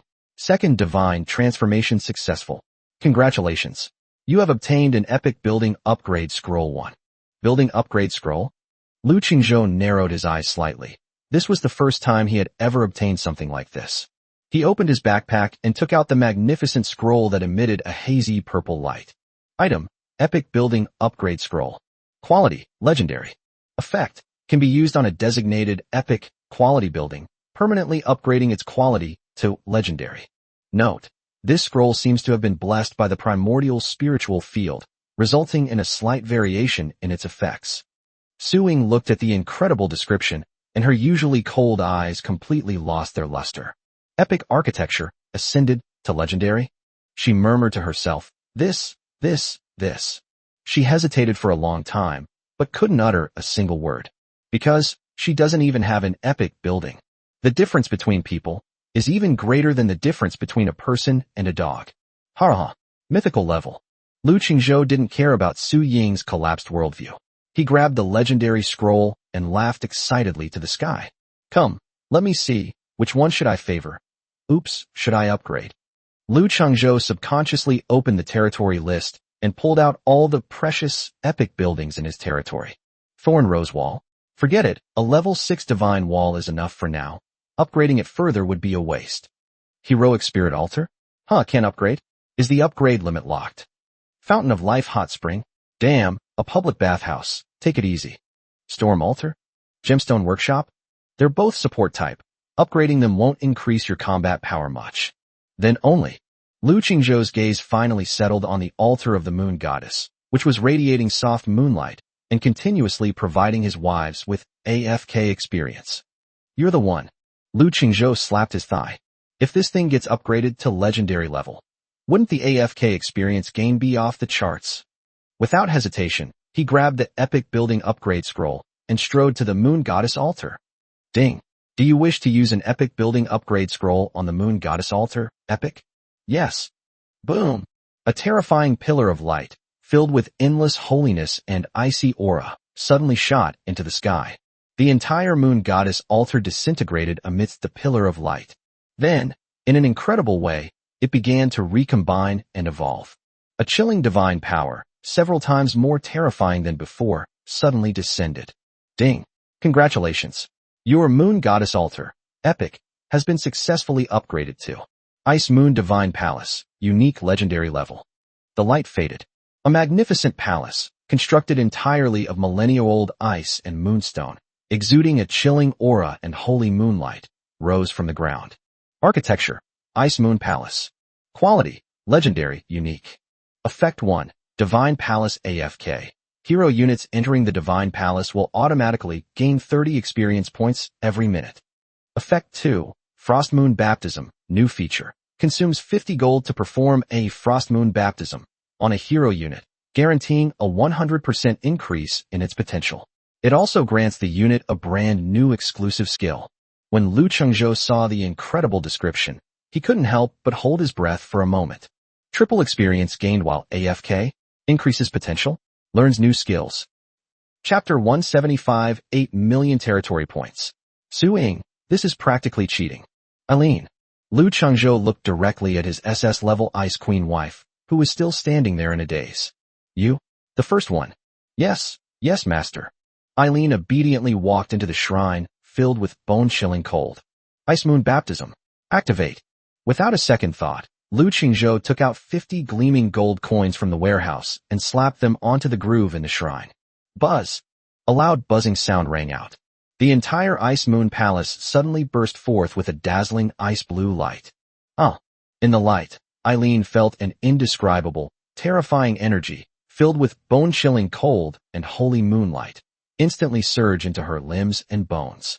Her flamboyant, wraith armor, and black over-the-knee stockings were shattered inch by this energy. Immediately afterwards, a brand new, cool-looking ice blue battle dress, made of pure ice crystals and moonlight, slowly took shape. Ding! Your hero Moon Goddess Irene, SS rank, has successfully undergone the Ice Moon Baptism. Ding! Quality upgraded. Eileen has been promoted to SS Plus level. Ding! Congratulations. Your hero, Eileen, has successfully learned a brand new exclusive skill, Frozen Moon Arrow. Frozen Moon Arrow, SS level exclusive skill, fires an arrow imbued with the power of the icy moon, dealing devastating damage to the target. It also has a 100% chance of freezing the target for 10 seconds. Hiss. Lu Qingzhou stared at the ridiculously overpowered skill description and at his transformed, stunningly beautiful SS level wife. 100% frozen for 10 seconds? How are we supposed to play like that? Don't just stand there. Lu Qingzhou's eyes instantly became frighteningly bright. He suddenly turned his head and looked at the group of SS level and SSS level wives behind him, frantically pulling out gold coins from the warehouse like a tycoon. Line up. Everyone go in. Take a shower. Lia, you're second. Hekina, you're the third one. Suli, Yao Yao, Vera, Catherine, don't panic. And you too. Freya. Buzz. Buzz. Buzz. In an instant, the entire territory echoed with the ding-ding-ding of upgrade notifications. Ding. Your hero Saintess of Life, Leah, SS rank, has successfully advanced to rank SS+. She has also learned the exclusive new skill, Divine Ice Armor. Ding. Your hero Shadow Overlord Hekina, SS rank, has successfully been promoted to SS+ rank. She has learned the exclusive new skill, Shadow Ice Spike. Ding. Your hero Nine-Tailed Celestial Fox Su Li, SS rank, has successfully advanced to rank SS+. She has also learned the exclusive new skill, Ice Fox Illusion. Ding. Your hero Shadow Cat Girl Yao Yao, SS rank, has been successfully promoted to rank SS+. She has learned the exclusive new skill, Ice Cat Claws. Ding. Your hero Thorn Queen Vera, SS rank, has been successfully promoted to SS+ rank. She has learned the exclusive new skill, Extreme Cold Thorns. Ding. Your hero Holy Light Arbiter Catherine, SS rank, has successfully been promoted to SS+ rank. She has learned the exclusive new skill, Frost Shield. All SS added. Su Ying stared dumbfounded at the 7 stunningly beautiful female heroes who had undergone a complete transformation, each one like a goddess descended from heaven. Her heart, which had long been numb, beat a few times against her will. However, that's not all. Just then, boom! Above the Ice Moon Divine Palace, the last and most terrifying pillar of light suddenly shot into the sky. That terrifying pressure even distorted the entire space. Ding. Warning. Your hero Dragonblood Princess Freya, SSS rank, has successfully undergone the Ice Moon Baptism. Ding. Quality breakthrough. Freya has been promoted to SSS+. Ding. Your hero Freya has successfully learned a brand new exclusive skill, Wrath of the Ice Dragon God. SSS+. Su Ying's vision went black. Don't just stand there. The work isn't finished yet. Looking at his stunning wives who had just been promoted to SS+ and SSS+, each one radiating beauty and still comparing their new clothes, Lu Qingzhou urged them impatiently. Yes, master. One by one, the wives rushed into that vast primordial spirit field. Su Ying, standing to the side, was completely numb. She squatted on the edge of the field, hugging her knees, like an unlucky person abandoned by the world. This is practically cheating. More than 80 seeds of excellent quality were quickly consumed. The harvest is naturally much greater than that of ordinary quality. Ding. Divine mutation successful. You have obtained 15 units of the rare material, Star Iron. Ding. Divine mutation successful.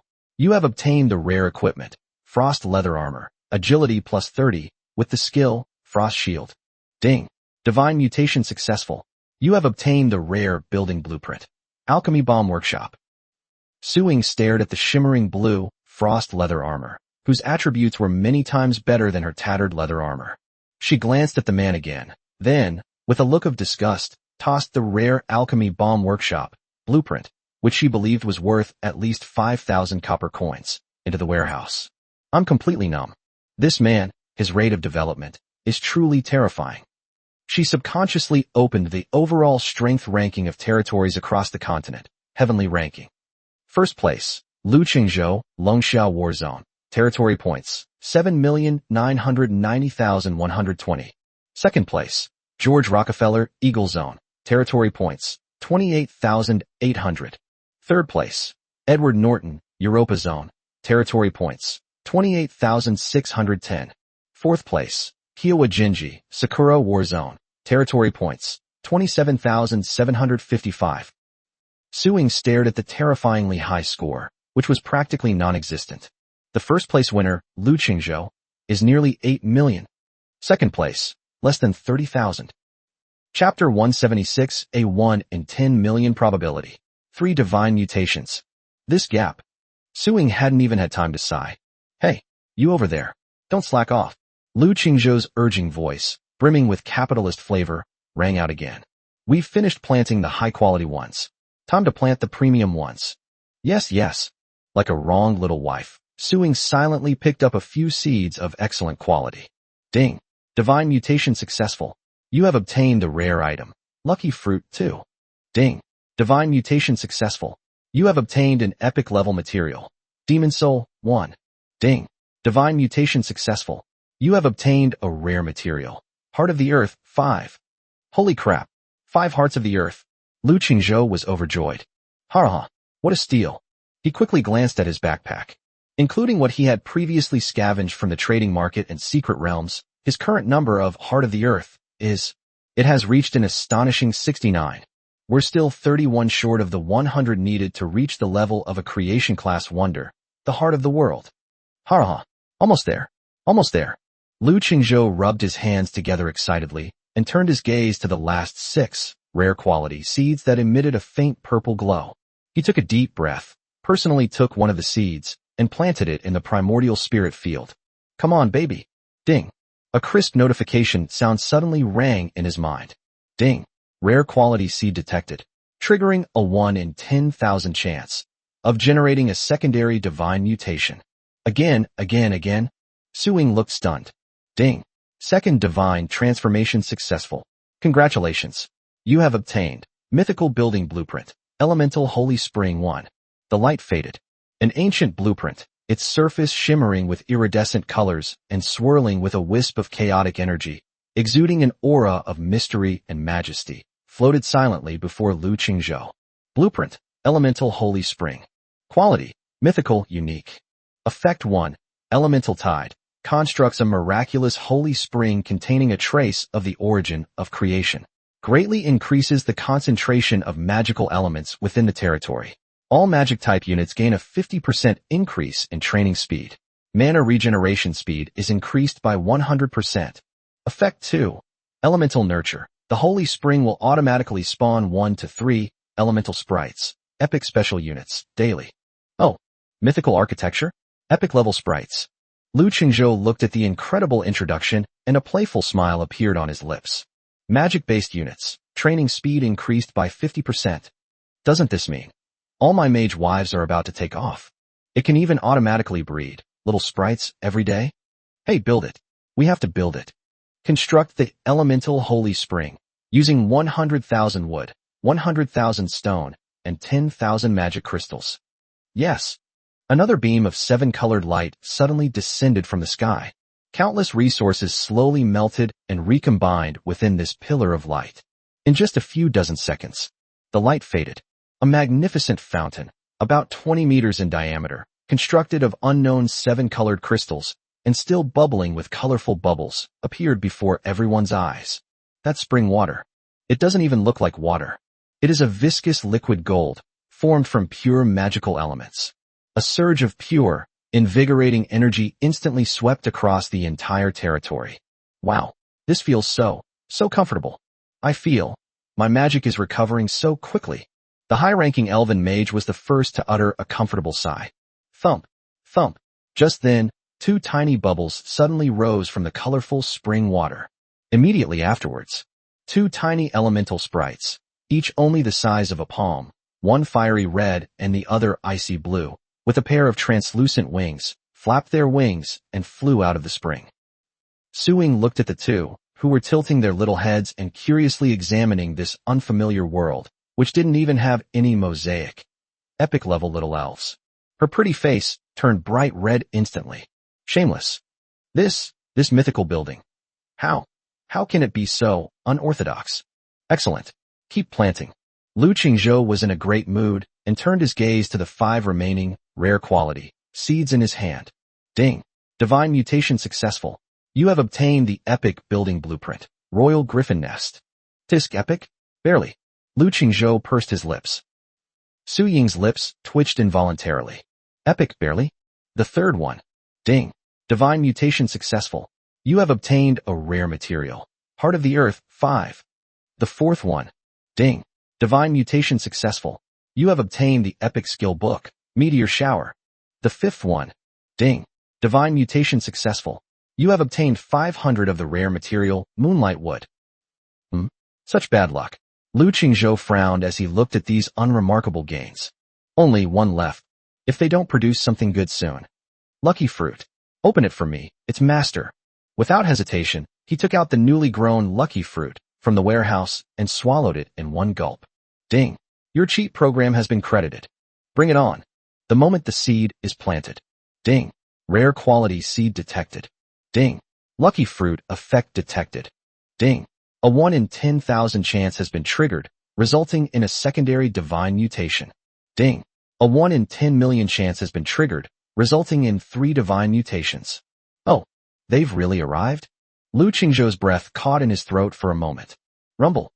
A terrifying pillar of light, more dazzling than ever before and filled with boundless majesty and the aura of creation, suddenly shot into the sky. The entire primordial spirit field trembled violently, as if some terrifying being capable of destroying the world was about to be born. The terrifying pressure even dimmed the newly built, elemental holy spring, not far away. What is this? Su Ying was utterly horrified. The energy fluctuations before us are several times more terrifying than the mythical holy spring we just encountered. Above mythical level architecture, is there an even higher level? Chapter 177 Genesis Level Material, Chaos Origin Core. Ding. 3 successful divine transformations. Congratulations.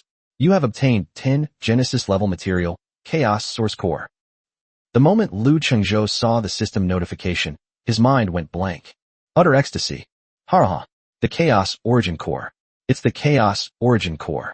The last piece of my Heart of the World puzzle is finally complete. His hands were trembling as he eagerly brought up the attribute panel of the Heart of the World. Architecture, Heart of the World Wonder. Quality, Genesis Level, Unique. Status, Inactive. Introduction, a miraculous creation containing a trace of the origin of creation. It is the legendary core that forms a world. If successfully activated, you will gain unimaginable supreme power. Activation conditions, Phase 1. 1 million wood, 1 million stone, 1 million iron, or overflow. 2 100,000 magic crystals, 50,000 moonwood, 50,000 star iron, overflowing. 3 Soul Dew 100, 15/100, Pure Blood 100, 32/100, Elf Tear 100, 214/100, collected. 4 Heart of the Earth 100, 69/100. 5 Chaos Source Core 10, 10/10, all collected. Materials 1 and 2 are full. Material 3, Tear of the Elf, has already been fully stockpiled, as 4 Soul Dew and Pure Blood. With a little effort, they'll be full soon. Material 5, the Chaos Source Core, is now complete. The only thing we're still missing is... Lu Qingzhou's gaze was fixed on the column 4, Heart of the Earth, 69 out of 100. 31 more needed. Lu Qingzhou rubbed his hands excitedly, just as he opened the trading market interface, ready to start his shopping spree, but he hadn't even typed half of the search keywords. Just then, a clear, slightly hesitant female voice rang out from behind. I still have 8 more here. Lu Qingzhou was taken aback and turned his head to see Su Ying slowly taking out 8 crystals that emitted a thick, earthy yellow glow from her storage ring. The crystal spun quietly in her palm, emanating a comforting earthy aura. It is indeed the Heart of the Earth. These are what I plan to use to upgrade my territory. Su Ying's voice was slightly hoarse, and a hint of sadness flashed in her clear, cold eyes, as if she were thinking of her homeland that had been reduced to ashes. Now, the territory is gone, and I don't need it anymore. She reached out and handed the crystal to Lu Qingzhou. This simple action felt like a heavy burden had been lifted. Lu Qingzhou was taken aback at first, then grinned and accepted it without any hesitation. The system notification sounded crisply, and the number in the supplies inventory jumped to 77. These 8 Hearts of the Earth. I'll take them as my pledge of allegiance. Lu Qingzhou weighed the warm, smooth crystal in his hand, his gaze falling on Su Ying's slightly pale face. His smile became meaningful. From today onwards, you are my person. From now on, you'll follow me. I guarantee you'll eat well and drink well. I bathe in the holy water of the moon well every day. Su Ying. Su Ying's lips twitched slightly. A complex expression flashed across her clear, cold eyes. Helplessness, resignation, and perhaps even a faint trace of relief that she herself hadn't noticed. I'm not teasing you anymore. Lu Qingzhou put away his teasing and opened the trading market. With the 8 Earth Hearts provided by Su Ying, he was still 23 short. With the end of the new player protection period and the interconnection of the entire continent, there are now many more items available in the trading market than before. Without hesitation, he immediately activated the sweep mode. Ding! You have spent 1,000 copper coins to purchase Heart of the Earth 1. Ding. You have spent 1,200 copper coins to purchase Heart of the Earth 1. Ding. You have consumed 800 copper coins. Su Ying, standing to the side, watched with her eyelids twitching uncontrollably. This is the Heart of the Earth. Strategic resources to upgrade the core of your territory. But this man acted as if he were buying cabbages at a market. Just how rich is he? Tisk. In less than a minute, Lu Qingzhou closed the trading panel, looking utterly bored. These poor bastards, they bought up all the goods in the market, and they only had 15 left. Heart of the Earth 192/100. 8 more? Never mind, no rush. Lu Qingzhou waved his hand, his gaze falling on the more critical material. 3. Soul Dew 100, 15/100. Pure Blood 100, 32/100. Hiss.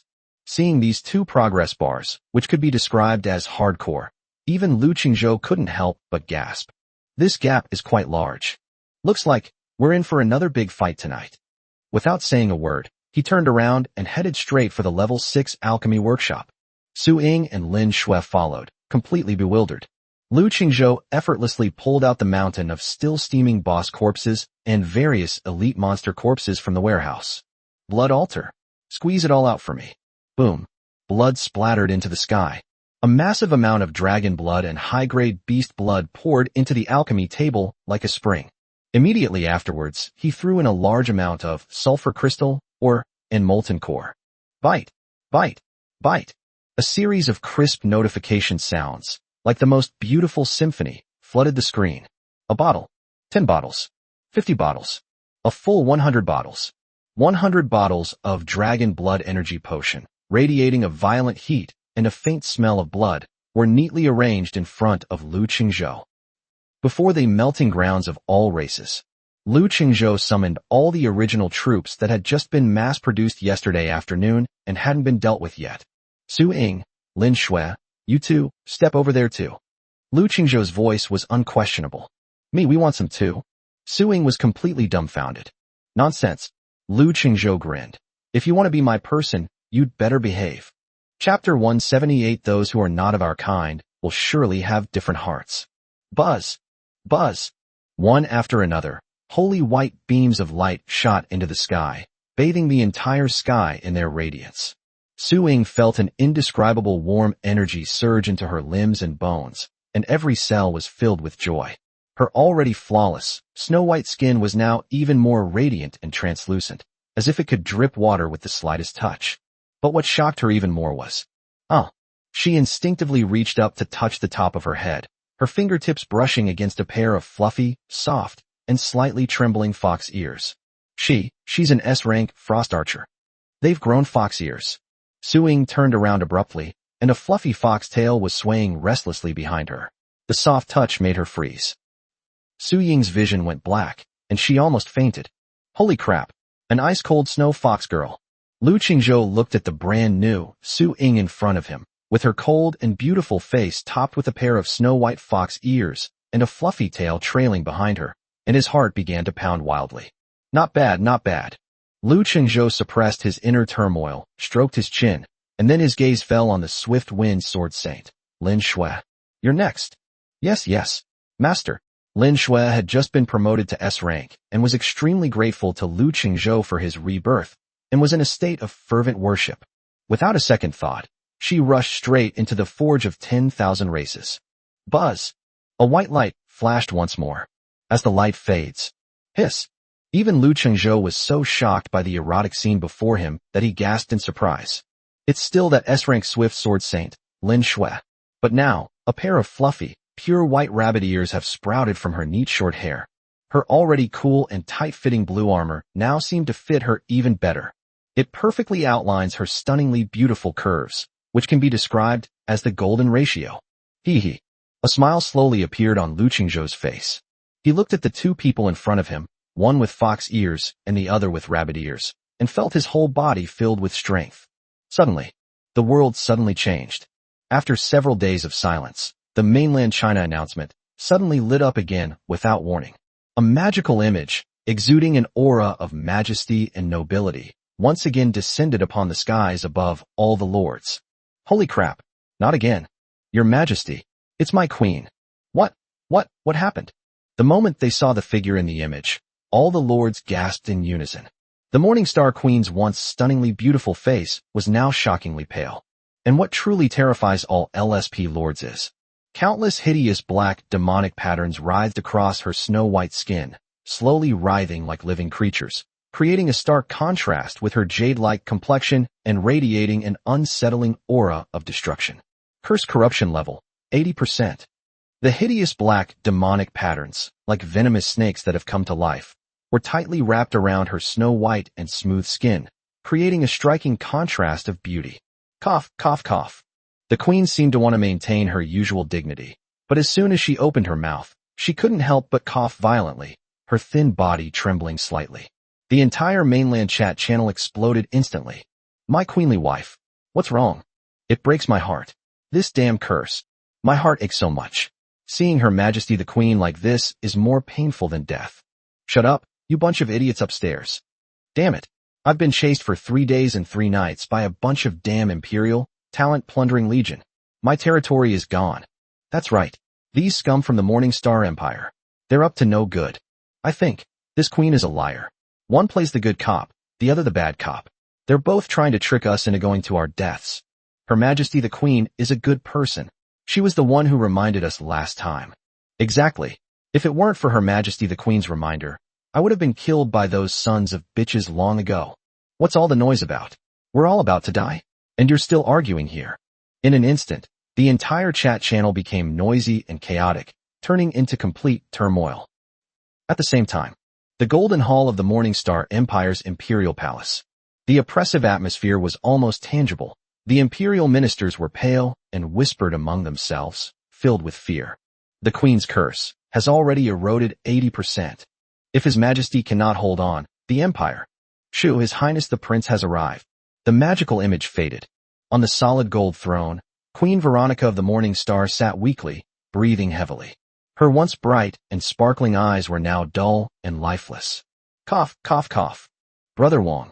She looked up abruptly, her dim gaze fixed on the figure below the throne. Your harvesting plan must be stopped immediately.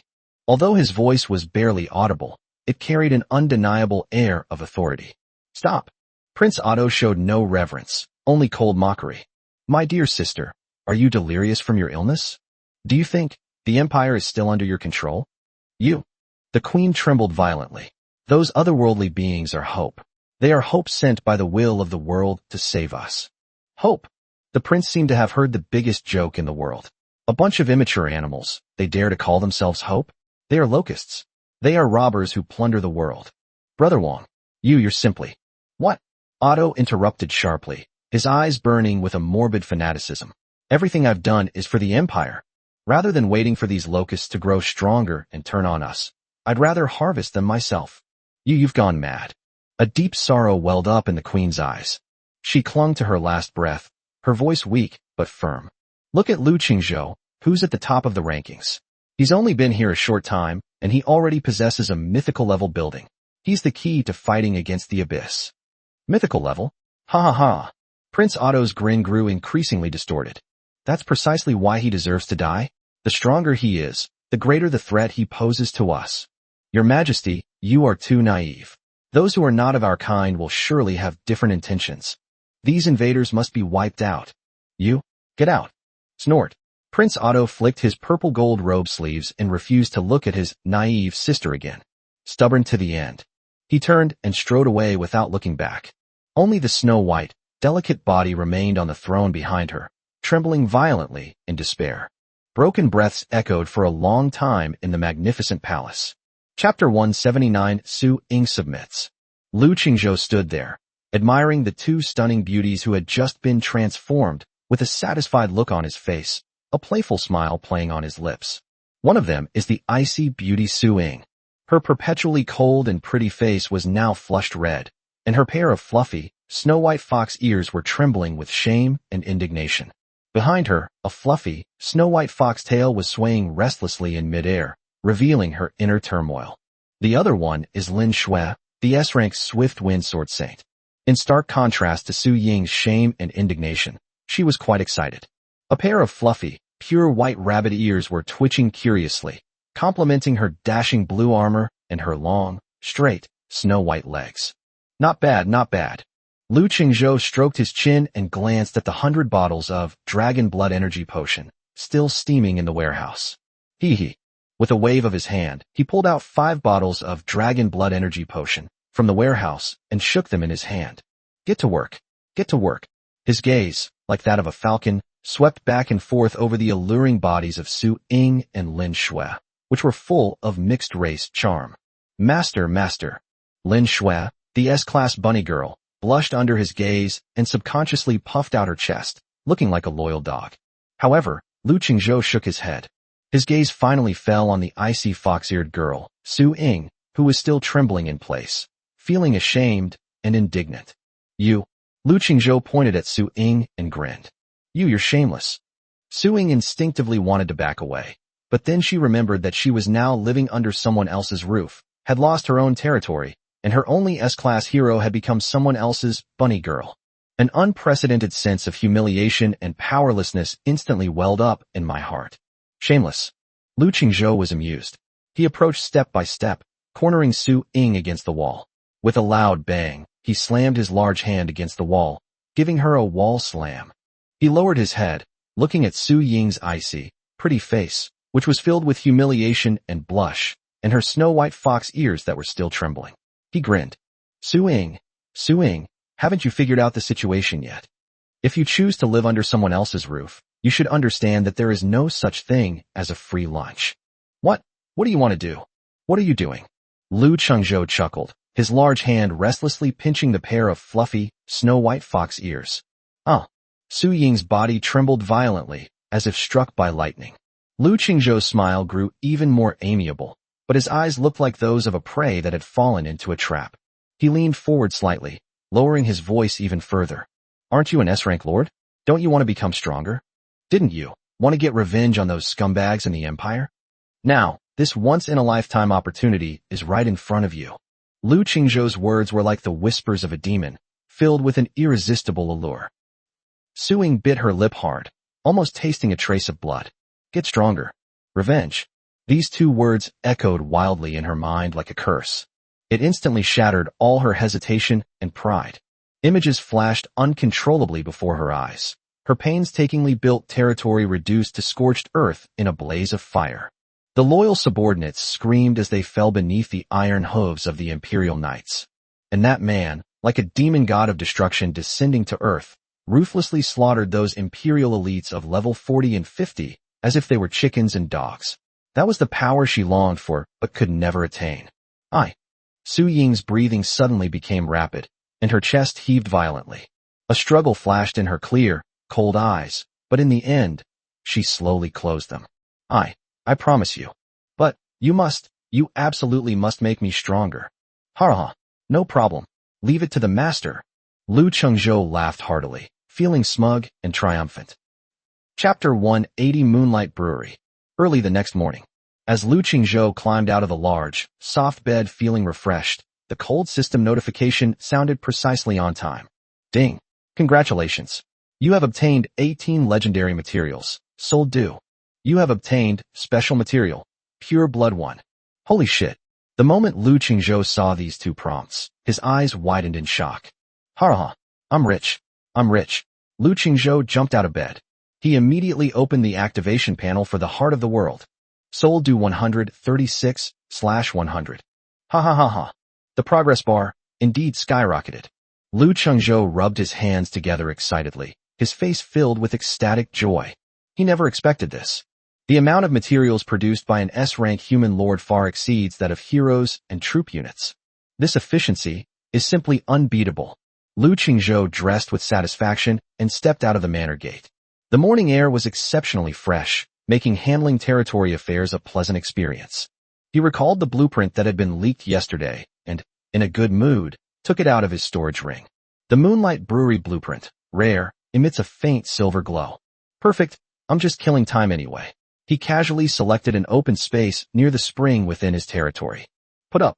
With a flash of light and the deduction of resources, a small and exquisite building instantly rose from the ground. The white stone body gleamed with a warm luster in the sunlight, and the roof seemed to be covered with a thin layer of snow that would never melt, or like frozen moonlight. A faint aroma of wine had already begun to permeate the air. Ding! Congratulations! You have successfully constructed the rare building, Moonlight Brewery. Current level, Level 1. Moonlight Brew Shop. Automatically produces 10 Moonlight Brews daily, which can slowly restore mental energy after drinking. As soon as the notification sound ended, 10 crystal bottles containing pale silver liquid appeared on the brewery's storage shelves. Lu Qingzhou strolled in, took out a bottle, and uncorked it. He tilted his head back and took a sip. The liquid was cool and smooth, with a refreshing taste and a faint malty aroma. It tasted wonderful. Great, great. The wives' afternoon tea is settled. Lu Qingzhou nodded in satisfaction, upgraded the winery to level 6, and then habitually opened the light screen interfaces of the trading market and auction house. He wanted to see if he could find a few more Hearts of the Earth to complete his collection of this crucial item. Heart of the Earth, 92 100ths. Only 8 left. However, when Lu Qingzhou opened the trading market and searched for Heart of the Earth, he was dumbfounded. Holy crap! Only 3. On the huge shelf, there were only 3 Heart of the Earth, hanging sparsely, and the price was outrageously high. The first one costs 2,000 copper coins. The second one costs 2,600 copper coins. The third one requires a full 4,000 copper coins. Damn it! These sons of bitches, trying to raise prices on the spot, huh? Lu Qingzhou grumbled and cursed, but still made his choice without hesitation. By all. Anyway, the one thing he had in abundance was copper coins. Problems that can be solved with money are never really problems. Ding! You have spent 8,600 copper coins to purchase Heart of the Earth 3. Lu Qingzhou frowned as he looked at the activation progress bar, which showed 95/100. 5 more to go. Damn it, these old guys. Someone's definitely hoarding goods secretly. We have to take the initiative. He cursed and shut down the trading market, his gaze falling on the even more critical material shortage in the heart of the world. Soul Dew 100, 36/100. Pure Blood 100, 34/100. Looks like we'll have to hire new employees again. Without saying a word, he rushed straight to the altar of 10,000 beasts and waved his hand. Recruit for me. Ding. You have spent 20,000 copper coins to successfully recruit 20 high-quality Leopard Warrior units. Ding. You have spent 40,000 copper coins to successfully recruit 20 rare unit types. Sheep Nanny. Ding. You have spent 13,000 copper coins to successfully recruit the excellent unit type. Fox Girl Mage, 26. A total of 66. It will produce exactly 66 drops of pure blood. Next up is the essential pre-employment procedure, racial optimization. Lu Qingzhou plans to transform all these beast-eared girls into hybrids of beast and human. And incidentally, he'll collect Soul Dew, killing 2 birds with 1 stone. Lu Qingzhou then turned around and went out of the warehouse. Splash! He pulled out over 100 bottles of Dragon Blood Vitality Potion. Su Ying, Lin Shui, and USS level members, don't just sit there. Lu Qingzhou announced something big with a serious expression. For the next 3 days, we will undergo an unprecedented, grueling training camp. Target, the heart of the world. Chapter 181 The Talent Plundering Legion Attacks. Early on the 4th day, as Lu Qingzhou, supporting himself against the wall, walked out of the Lord's Manor. The cold, impersonal system notification sound is flooding the screen. Ding. Congratulations. You have obtained 65 Soul Dew. Ding. Congratulations. You have obtained 66 Pure Blood. Ding. Congratulations. Your Heart of the World activation progress has been updated. 1 million wood, 1 million stone, 1 million iron, or overflow. 2 100,000 magic crystals, 50,000 moonwood, 50,000 star iron, overflowing. 3 Soul Dew 100, 101/100, collected. 3 Pure Blood 100, 100/100, collected. 3 Elf Tears 100, 214 out of 100, collected. 4 Heart of the Earth 100, 95 100ths. 5 Chaos Source Core 10, 10/10ths, all collected. Ha! We're all here. Lu Qingzhou laughed excitedly, looking up at the sky. His eyes, bloodshot from working overtime for 3 days and 3 nights, were filled with ecstasy. Just 5 more Heart of the Earth needed. He suppressed his excitement and reopened the trading market. Damn it, it's been 3 days already. There should be new stock by now, right? He casually swept his hand. Huh? There really is one. Suddenly, 3 more, Heart of the Earth, appeared on the shelf. Purchase. Ding. You have spent 10,200 copper coins to purchase Heart of the Earth 3. Heart of the Earth 198/100. Only 2 more to go. Lu Qingzhou's breathing became rapid. Damn it, there's definitely some old man hoarding goods, waiting for me to raise the price. Fine, you've got guts. You wanted to raise prices? Fine, I'll do it. Lu Qingzhou grinned and directly posted a blood-red sky-high acquisition order on the trading market. Exorbitant purchase price. Heart of the Earth 2. Price. 10,000 copper coins each. Come on, let me see. Which bastard dares to take this on? However, less than 3 seconds had passed since Lu Qingzhou posted this astronomical acquisition offer. The much-anticipated Heart of the Earth didn't materialize. What we've been waiting for. It was so sharp it almost tore eardrums, echoing throughout the entire territory. Wu dash, wu dash, wu dash. Highest level territory intrusion alert. Enemy attack. Lu Qingzhou's eyes sharpened, and he instantly looked up, his gaze piercing through the void like the sharpest eagles, directly targeting the area outside the thorn rose wall. Beyond the territory, on what was once an endless plain, a dense, overwhelming mass. It was an army of over 1,000 warriors, each clad in heavy black armor inscribed with eerie runes, wielding grotesque greatswords stained with dark red blood. The intense killing intent and stench emanating from them were almost tangible, distorting the air in the distance. A full 1,000 people. Everyone. Even the lowest level has reached level 50. This is a killing legion composed entirely of elites.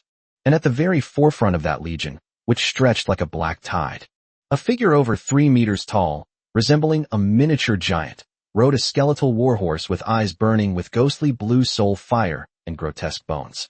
His entire body was shrouded in thick armor that shimmered with a dark golden luster, and he dragged a terrifying giant battle axe with a cracked blade and stained with congealed blood. Black Armor Legion Commander. Level 70. When Lu Qingzhou saw the scarlet title above his head, which looked as if it were written in blood, his slightly furrowed brows slowly relaxed, and a cold smile even appeared on his lips. Morning Star Empire, Talented Plunder Legion Commander. Oh, I didn't even come looking for you. You bunch of persistent bastards, yet you still dare to come knocking on my door? Ha! The coordinates are right, this is the place.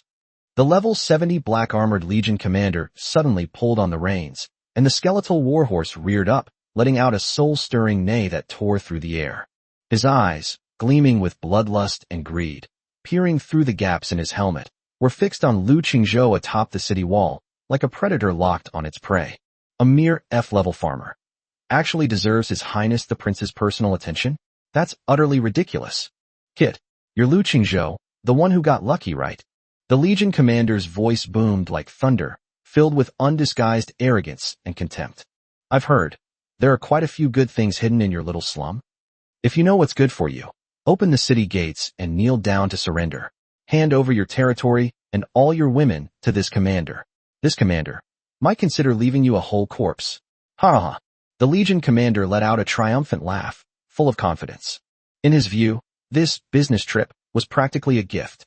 Even if an F-rank farmer gets incredibly lucky and has a high territory score, what good is it? Faced with an absolute disparity in strength, and with the 1,000 ravenous elites of the Talent Plunder Legion behind him, this kid was no different from a fish on a chopping board waiting to be slaughtered. However, faced with the overwhelming murderous aura and arrogant provocations from below the city, Lu Qingzhou remained standing in place, showing not the slightest sign of panic. Instead, she seemed to be half asleep, lazily rubbing her aching back from working overtime for 3 days and 3 nights straight, and even yawned absent-mindedly. This completely unexpected reaction left the previously arrogant Legion commander stunned, and a surge of anger at being ignored rose in his heart.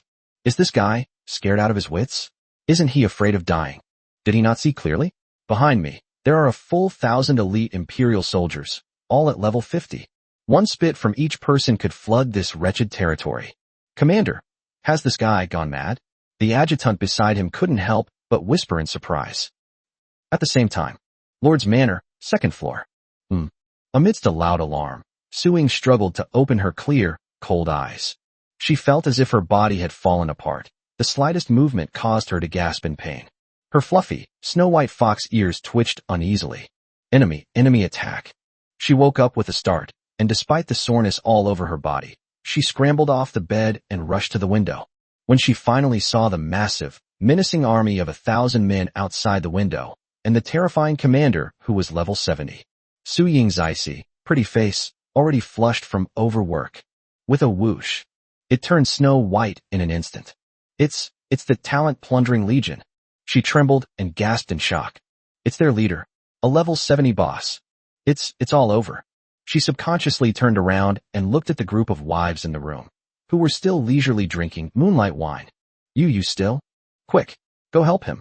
Su-Ying was so anxious she was almost in tears. That's a level 70 boss. Help. Hekina, the SS-ranked, black-stocking mature woman, was lazily licking her paws when she heard this. A hint of amusement flashed in her bewitching purple eyes. Hee little Su-Ying, you're new here, you don't understand.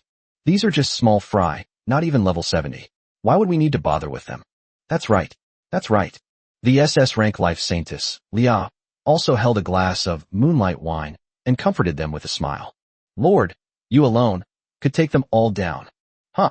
Su-Ying was completely dumbfounded. Outside the city, after a brief moment of shock, the Black Armor Legion commander was overwhelmed by boundless rage, his face contorted with extreme fury. You lowly wretch. You scoundrel. He clenched his fists so tightly that his knuckles cracked from the force, and a violent killing intent spread outwards as if it were a tangible force. You fucking. How dare you ignore me, the commander? You're asking for it. All troops, listen to my command. Raise this damn territory to the ground. Leave no one alive. This contemptuous attitude humiliated him more than any vicious curse. Roar.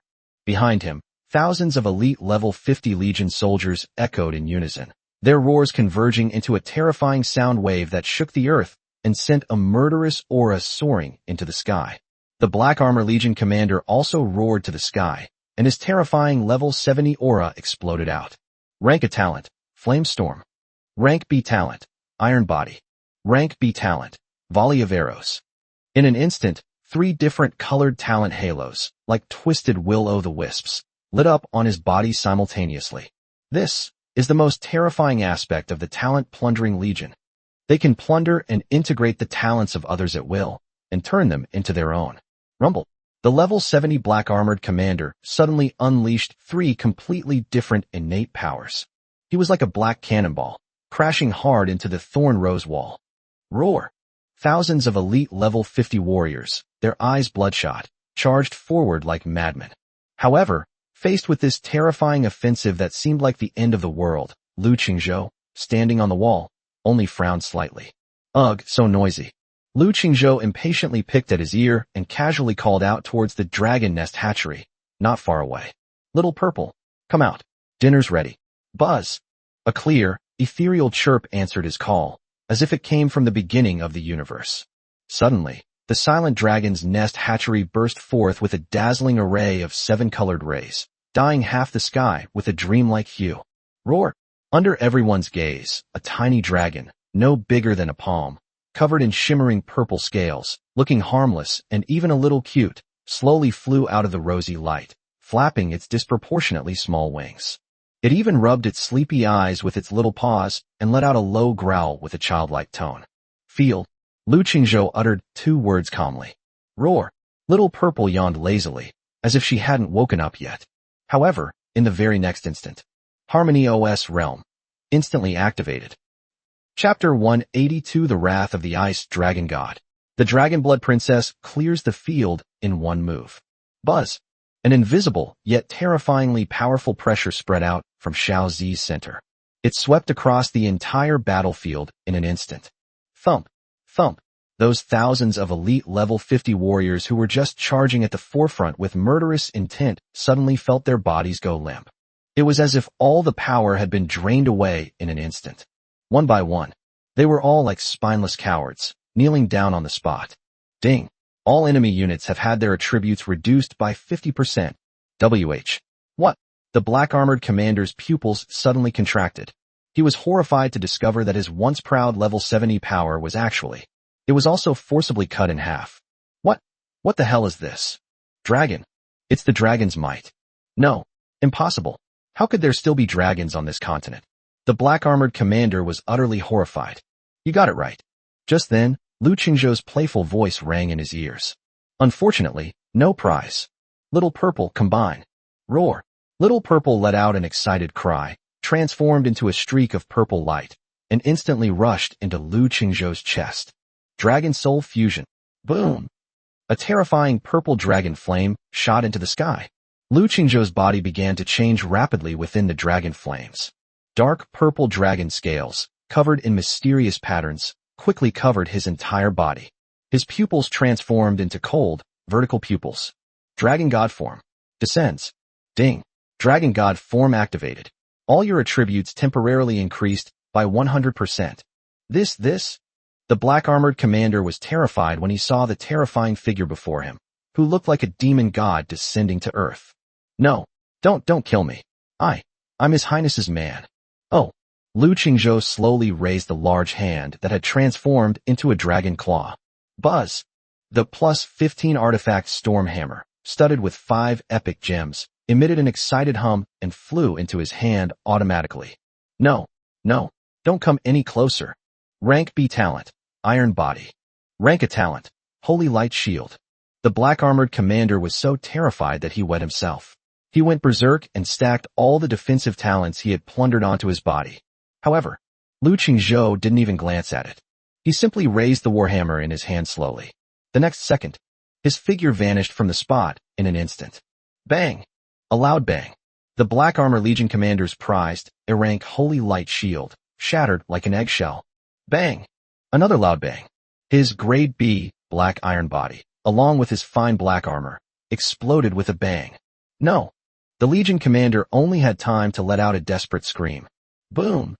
The storm hammer, wreathed in purple dragon flames and thunderous force, ignored all his defenses and slammed into the top of his head. Time seemed to stand still at that moment. The Black Armor Legion commander's massive, level 70 body, along with the skeletal warhorse beneath him, simply remained suspended in midair. Bang! It exploded with a deafening roar. It turned into a sky full of blood mist. The second floor of the manor. Clatter! The glass of moonlight wine that Leah had just poured for Suing slipped from her hand and fell to the ground. Her clear, cool eyes were filled with boundless shock. He really alone, with one hammer. Instantly killed a level 70 boss. The entire venue was completely silent.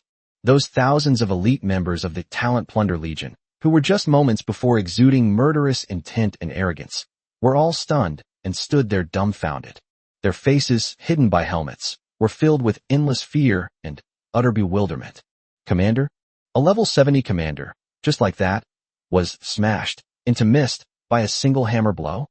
Am I seeing things? A monster. He's a monster. Run.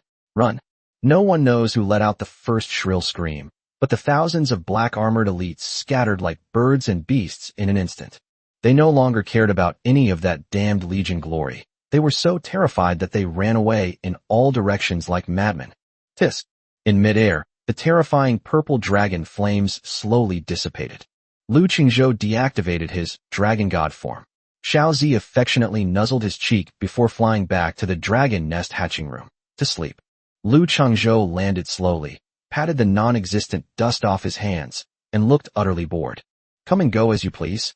Lu Qingzhou turned his head and looked at the few little devils who were watching the show through the windows on the second floor of the Lord's Manor.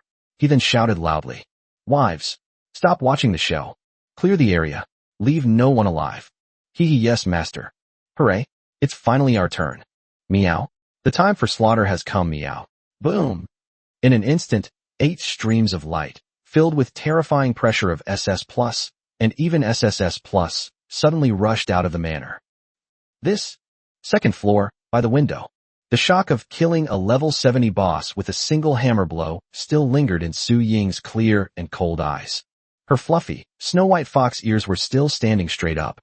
Before she could even process what was happening, she saw all those stunningly beautiful female heroes, Some even at SS level, and others at SSS level, mobilized. What? What are they going to do? Su Ying's breath hitched. Hee sister Su Ying. Watch carefully, Leah winked at her with a grin. Boom! The first to make a move was the SS level moon goddess, Irene.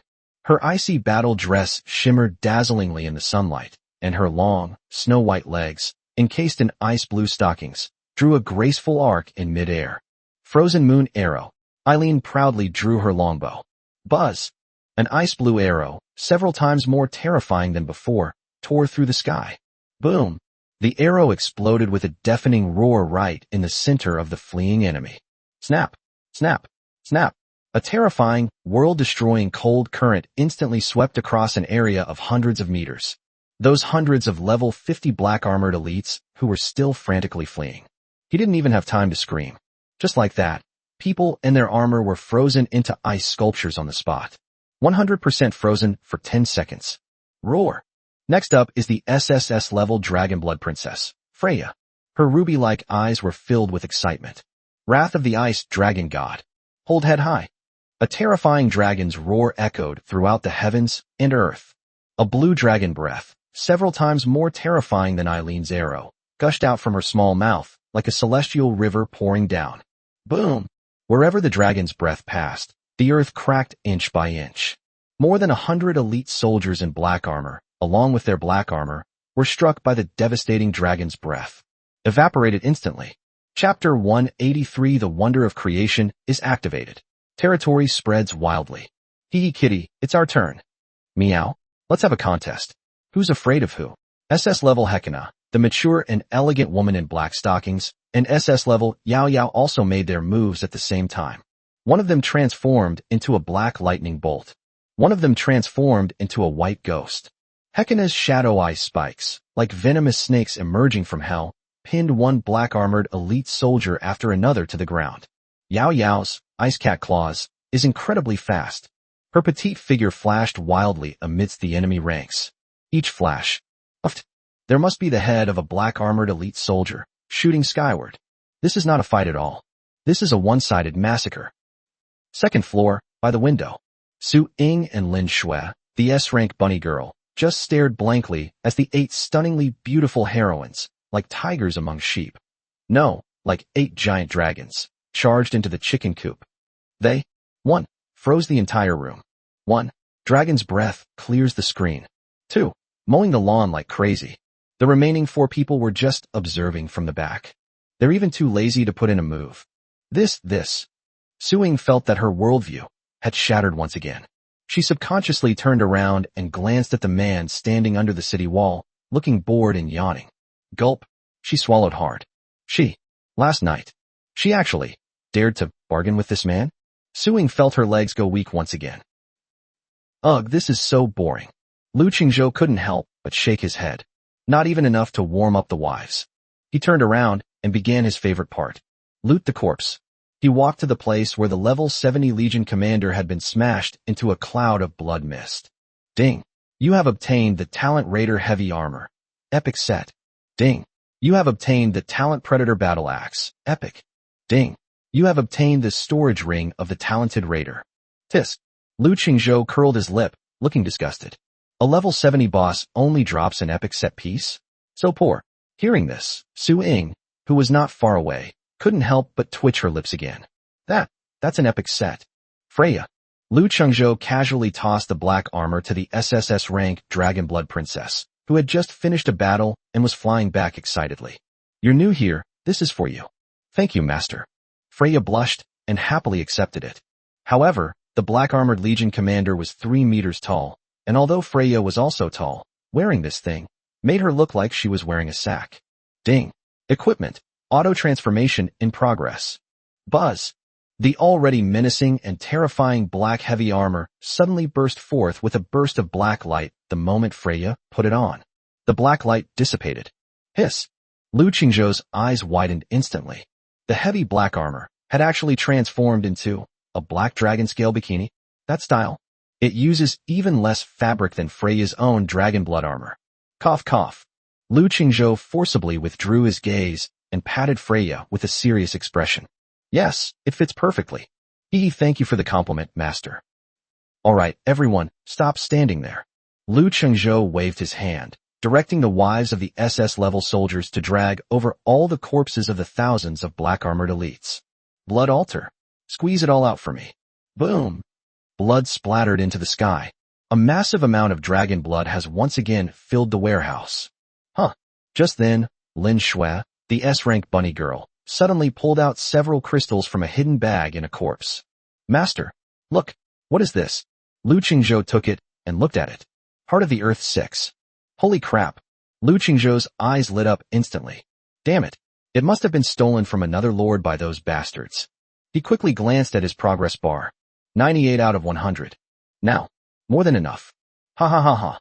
Lu Qingzhou opened the trading market and immediately withdrew the exorbitant purchase order of 10,000 copper coins each. Trying to be the sixth one and swindle my money? No way. Lu Qingzhou rubbed his hands together excitedly, and his body, which was somewhat tired from working overtime for 3 days and 3 nights, was instantly filled with energy again. He suddenly opened the activation panel for the Heart of the World. Architecture, Heart of the World Wonder. Quality, Genesis level, unique. Status, inactive. Activation conditions, Phase 1. 1.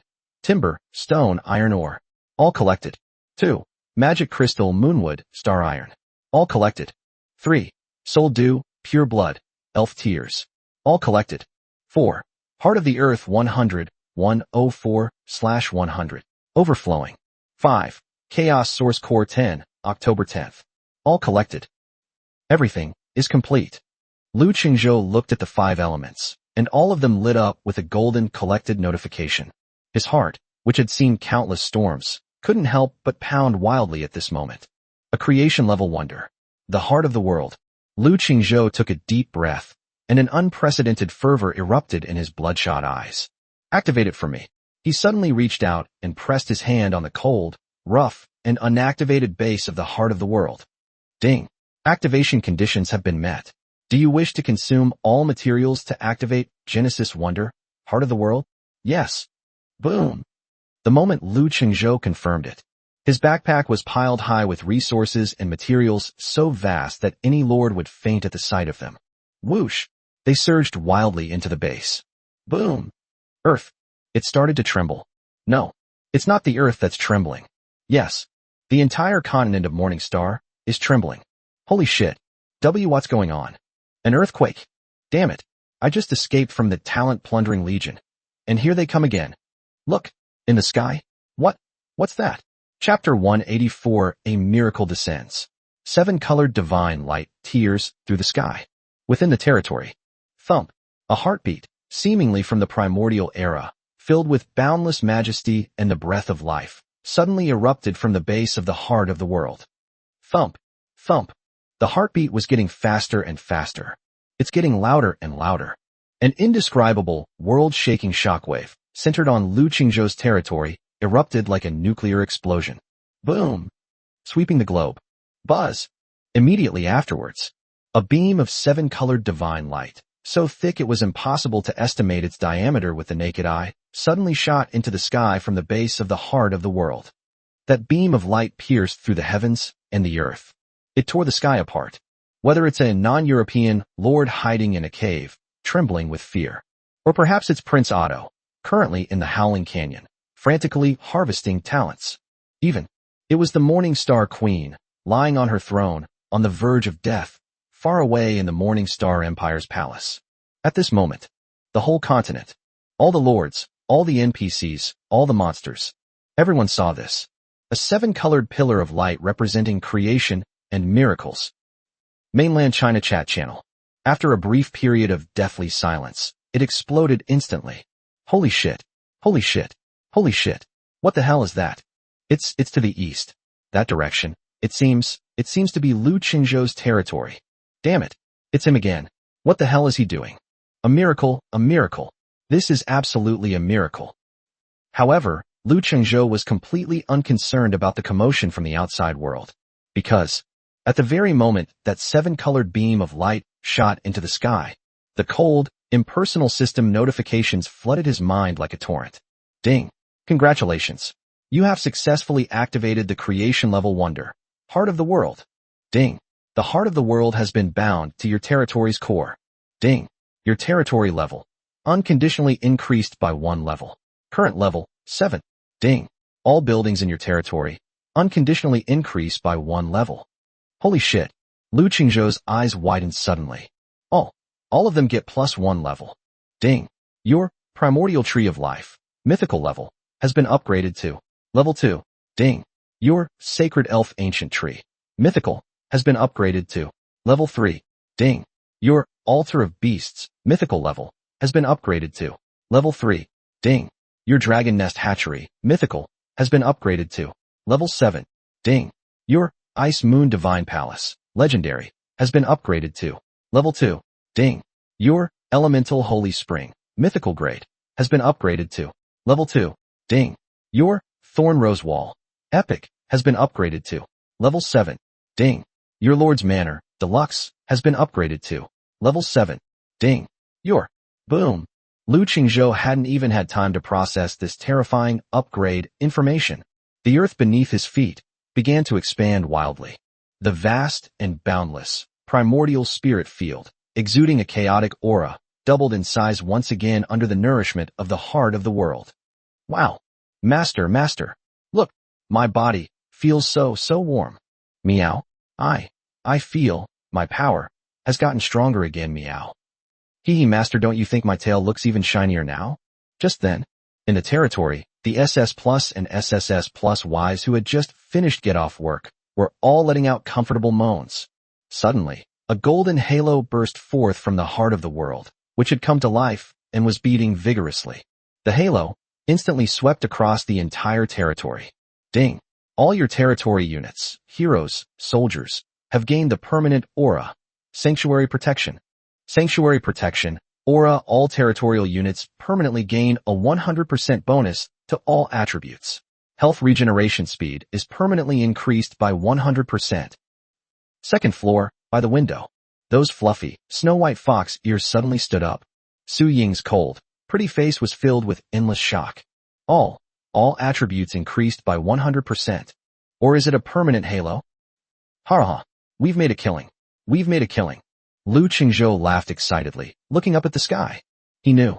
The activation of the heart of the world brings a +1 to everyone benefit, which is a real steal. Damn it. Upgrading any of those mythical buildings requires astronomical amounts of resources. Primordial Tree of Life. Sacred Elf Tree. Altar of Myriad Beasts. All of them increased by 1 at once. This saves so much trouble. Especially the Primordial Tree of Life. Upgrading to level 2 requires 3 extremely special materials. Fountain of Life, 100. Nature's Breath, 100. Fragment of the World, Tree, 10. Lu Qingzhou had never even seen these 3 materials before. He rubbed his hands together excitedly. He couldn't wait. No, I have to check right away. What new functions did those mythical buildings gain after they were upgraded? Without saying a word, Lu Qingzhou was the first to rush towards the primordial life ancient tree that exuded endless life energy. Architecture, Primordial Tree of Life. Quality, unique mythical grade, upgradable. Building level, 2. Effect 1. Perpetual rooting, no change. Effect 2. Life domain upgrade.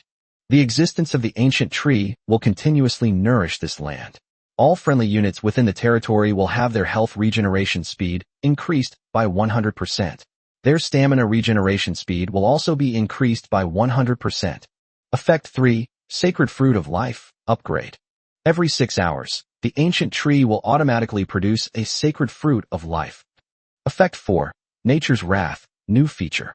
The ancient tree awakens, all things submit. When the territory encounters a powerful enemy, the ancient tree can be activated. Once activated, it will gather primordial life force to launch a devastating attack on the locked enemy target. Review. It seems like it's starting to grow teeth. Chapter 185. The system knows too much. Unlock the succubus bunny girl. Holy crap. The moment Lu Qingzhou saw the effect 4, clearly, his eyes widened in shock. Nature's Wrath. Launching a devastating attack. Lu Qingzhou's breathing quickened slightly. He slapped his thigh excitedly. Doesn't this mean the primordial tree of life, from a healer, has transformed into a super defensive tower? Ha! Awesome. Lu Qingzhou excitedly patted the thick tree trunk. Now my territory is truly impregnable. If anyone dares to attack the city again, I'll have this tree shoot them to death. Next, satisfied, Lu Qingzhou rushed towards the sacred elf ancient tree, which had just been upgraded from level 2 to level 3. Architecture, sacred elf ancient tree. Quality, unique mythical grade, upgradable. Building level, 3. Effect 1, elf cradle. Unchanged. Effect 2, unit unlocked. Updated. Regular unit, pink-haired archer. Elite unit, moonlight sentinel. Elite unit, elf mage. Rare unit, Treant guardian. New unit, star and moon priestess, epic. New unit, shadow dancer, epic. Epic level. 2 were unlocked at once. Lu Qingzhou's eyes lit up instantly. He quickly clicked on the 2 new soldier icons that were radiating a dazzling purple light. Star and moon priestess, epic. Race, elf. Level 1. Introduction. Holy priestesses born bathed in starlight and moonlight. They are faithful followers of the moon goddess, possessing the power to communicate with the stars, and are the strongest support on the battlefield. Recruitment price, 5,000 copper coins, /1 person. Shadow dancer, epic. Race, elf. Level 1. Description, deadly dancers who walk in the shadows and on the edge of a knife. They are the moon goddess's sharpest blades, masters of all assassination techniques, capable of taking the enemy's head silently. Recruitment price, 5,000 copper coins, /1 person. 5,000 each. Lu Qingzhou looked at the exorbitant recruitment fee and couldn't help but click his tongue. Damn, epic items are expensive. But, Lu Qingzhou chuckled and glanced at his copper coins, which had already been liquidated. Do I lack that little bit of money? 10 of each, please. Ding. You have successfully recruited 10 Star Moon Priests by spending 50,000 copper coins. Ding. You have successfully recruited 10 Shadow Dancers by spending 50,000 copper coins. Buzz. Buzz. 2 dazzling purple lights suddenly shone under the sacred elf ancient tree. 20. No. There are 2 rows. 20. A stunningly beautiful woman, at least 1.75 meters tall, with a slender and fiery figure, and exuding the ethereal beauty unique to elves, slowly emerged from the light. Hiss. Even Lu Qingzhou was so shocked by the erotic scene before him that he gasped in surprise. The 10 on the left. Priestess of the stars and moon. Each of them was dressed in a spotless white priest's robe, exuding an aura of holiness. 2 robes with extremely high slits partially concealed her long, snow-white legs, which were faintly visible. And those 10 on the right. Shadow Dancer. Their styles are completely opposite. Each of them was wearing a set of black, tight-fitting leather outfits made of some unknown material. They perfectly showcased their explosive and powerful figures. Greetings, Master. 20 epic-level elven beauties knelt down on one knee in unison. All right. Get up. Lu Qingzhou waved casually. Next is the last one. He suddenly turned around and rushed towards the altar of 10,000 beasts, which had just been upgraded from level 2 to level 3. Architecture, altar of all beasts. Quality, unique mythical grade, upgradable. Building level, 3. Effect 1, all beasts pay homage. Unchanged. Effect 2, unit unlocked. Updated. Standard unit, cat-eared assassin. Excellent unit, fox mage. Elite unit, leopard warrior. Rare unit, sheep nanny. New unit, bloodline succubus, epic. New unit, Valkyrie rabbit, epic. A succubus? And bunny girls. Lu Qingzhou's eyes widened instantly. Damn, this system really understands me. Without even thinking, he clicked on the 2 new troop types. Bloodline succubus, epic. Race, orc, demon hybrid. Level 1. Introduction, magical masters with ancient, seductive blood flowing through their veins. Their whispers can easily tear apart the minds of their opponents. They are masters of manipulating desire and absolute rulers of the battlefield's rhythm. A single glance can turn even the bravest warriors against their will. Mage/controller. Recruitment price, 5,000 copper coins, /1 person. Valkyrie rabbit, epic. Race, orc, human hybrid. Level 1. Description, a seemingly delicate body conceals divine power capable of shaking mountains. A paradoxical existence perfectly combining taunting and monstrous strength, capable of drawing all firepower while unleashing a thunderous barrage that teaches enemies the true meaning of violent aesthetics. Tank/burst. Recruitment price, 5,000 copper coins, /1 person. Purchase. Buy. Lu Qingzhou's breathing became rapid. Give me 10 of each. Ding. You have consumed 100,000 copper coins. Boom. Boom. Two even more flamboyant purple lights than before suddenly exploded in front of the altar of 10,000 beasts. Hiss. Chapter 186 The Only Divine Beast. The primordial ice crystal phoenix is born. On the left are 10 bloodline succubi. Gulp. Lu Qingzhou swallowed hard. And those 10 on the right. Valkyrie Rabbit. They are simply an evolved version of S-Class Bunny Girl Lin Shui. They were all dressed in platinum Bunny Girl heavy armor. Fluffy, pure white rabbit ears, standing tall. The platinum heavy armor, full of power and beauty, perfectly showcased their long, snow-white legs, exuding explosive power, and their exaggerated S-shaped curves. Greetings, Master. Greetings, Master. 20 epic-level beast-eared girls also knelt down on one knee in unison. Second floor, by the window. Suing looked down at the beautiful women below, some plump, some slender. Her fluffy, snow-white fox ears twitched suddenly. A total of 40. All of them. Epic. A whole bunch of absolutely stunning beauties. All of them incredibly cool. She couldn't hold back any longer. Shameless. This man. Is he here to fight for supremacy? Or to build a harem? At the same time, the capital of the Morningstar Empire. In that secret chamber, hidden deep underground and covered with twisted runes, the air was so thick, it was almost suffocating. Puff. Prince Otto watched the 7-colored divine light in the sky slowly dissipate. He glanced again at the soul lamp in front of him, which had just been extinguished with a bang. The lamp was engraved with 3 large characters. Legion Commander. His already sinister and distorted face suddenly froze. Big Eater. Prince Otto was so angry that he trembled all over and slammed the extinguished soul lamp to the ground with one hand. Clang. The lamp shattered into pieces in an instant, with fragments and the remaining embers of the soul flying everywhere. Level 70. A level 70 Legion Commander. Leading 1,000 elite, talent plunder Legion soldiers. They were all fucked and killed. Prince Otto's voice became shrill due to extreme anger. This loss goes far beyond the humiliation. It has shaken the foundation of his business built over many years. That damned anomaly, that ant that should have been at his mercy, has made him pay such a terrible price time and time again. Ha, ha ha ha. Just then, a sickeningly hoarse laugh suddenly rang out from the shadows of the secret room, carrying an undisguised mockery. Your Highness, please calm down. The Abyss Messenger, shrouded in a black robe, slowly emerged like a ghost, his scarlet eyes filled with amusement. It seems he's about to slip out of your control? Shut up. Prince Otto turned his head sharply, his bloodshot eyes fixed on the Abyss Messenger. Out of control? His voice lowered. No, it's not out of control. It's time to reap the rewards. Prince Otto suddenly flicked his purple gold robe sleeve, and a morbid fanaticism erupted in his eyes.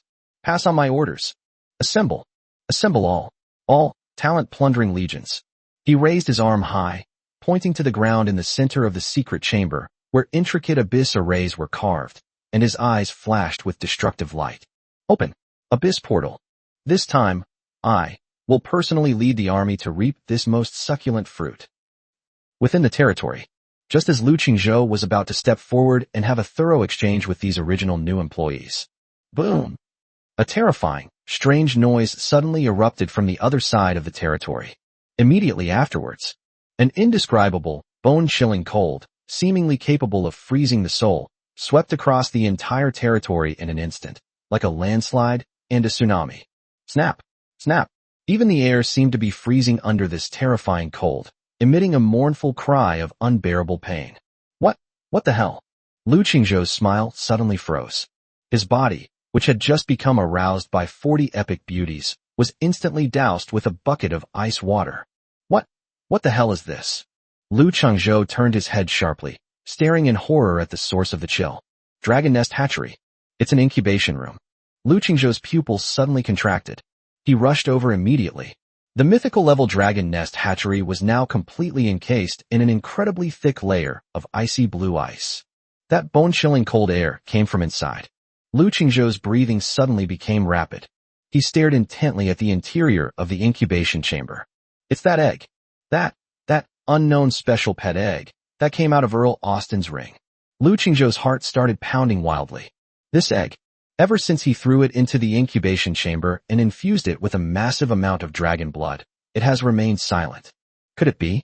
Has the incubation room finally reached level 7 and met the conditions for incubation? Snap! Just then, a cracking sound, several times crisper than before, suddenly rang out from within the ice. Boom! The next second, a thick, icy blue divine light, filled with a sacred and icy aura, suddenly tore through the shimmering ice and shot into the sky. That terrifyingly cold energy was even 10 times more terrifying than before. Buzz! Not far away, the elemental holy spring, still bubbling with colorful bubbles, was. The sentence is incomplete and ends abruptly. We were actually suppressed. The 7-colored elemental light dimmed instantly, as if it had encountered some natural enemy. Holy crap, that's so domineering. Lu Qingzhou was completely stunned. Snap! Snap! Within the icy blue divine light, the shell of that special pet egg shattered inch by inch. The light faded. Only the size of a palm. Its entire body is as if carved from the purest ice crystal, exuding a trace of ancient pressure, a miniature phoenix. It was fluttering its tiny, delicate ice crystal wings, hovering curiously in midair. It slowly opened its eyes, which were as pure as sapphires. Lu Qingzhou's breathing stopped completely at that moment. He already possesses a primordial dragon of Genesis level. Now another phoenix is hatched. Dragon phoenix? With a buzz, a high-class idiom suddenly popped into Lu Qingzhou's mind. Could this be the legendary, auspicious dragon and phoenix? Bite! Just then, the cold, detached system notification sounded in his mind like heavenly music. Ding! Congratulations! Your unknown special pet egg has successfully hatched. Ding! Congratulations!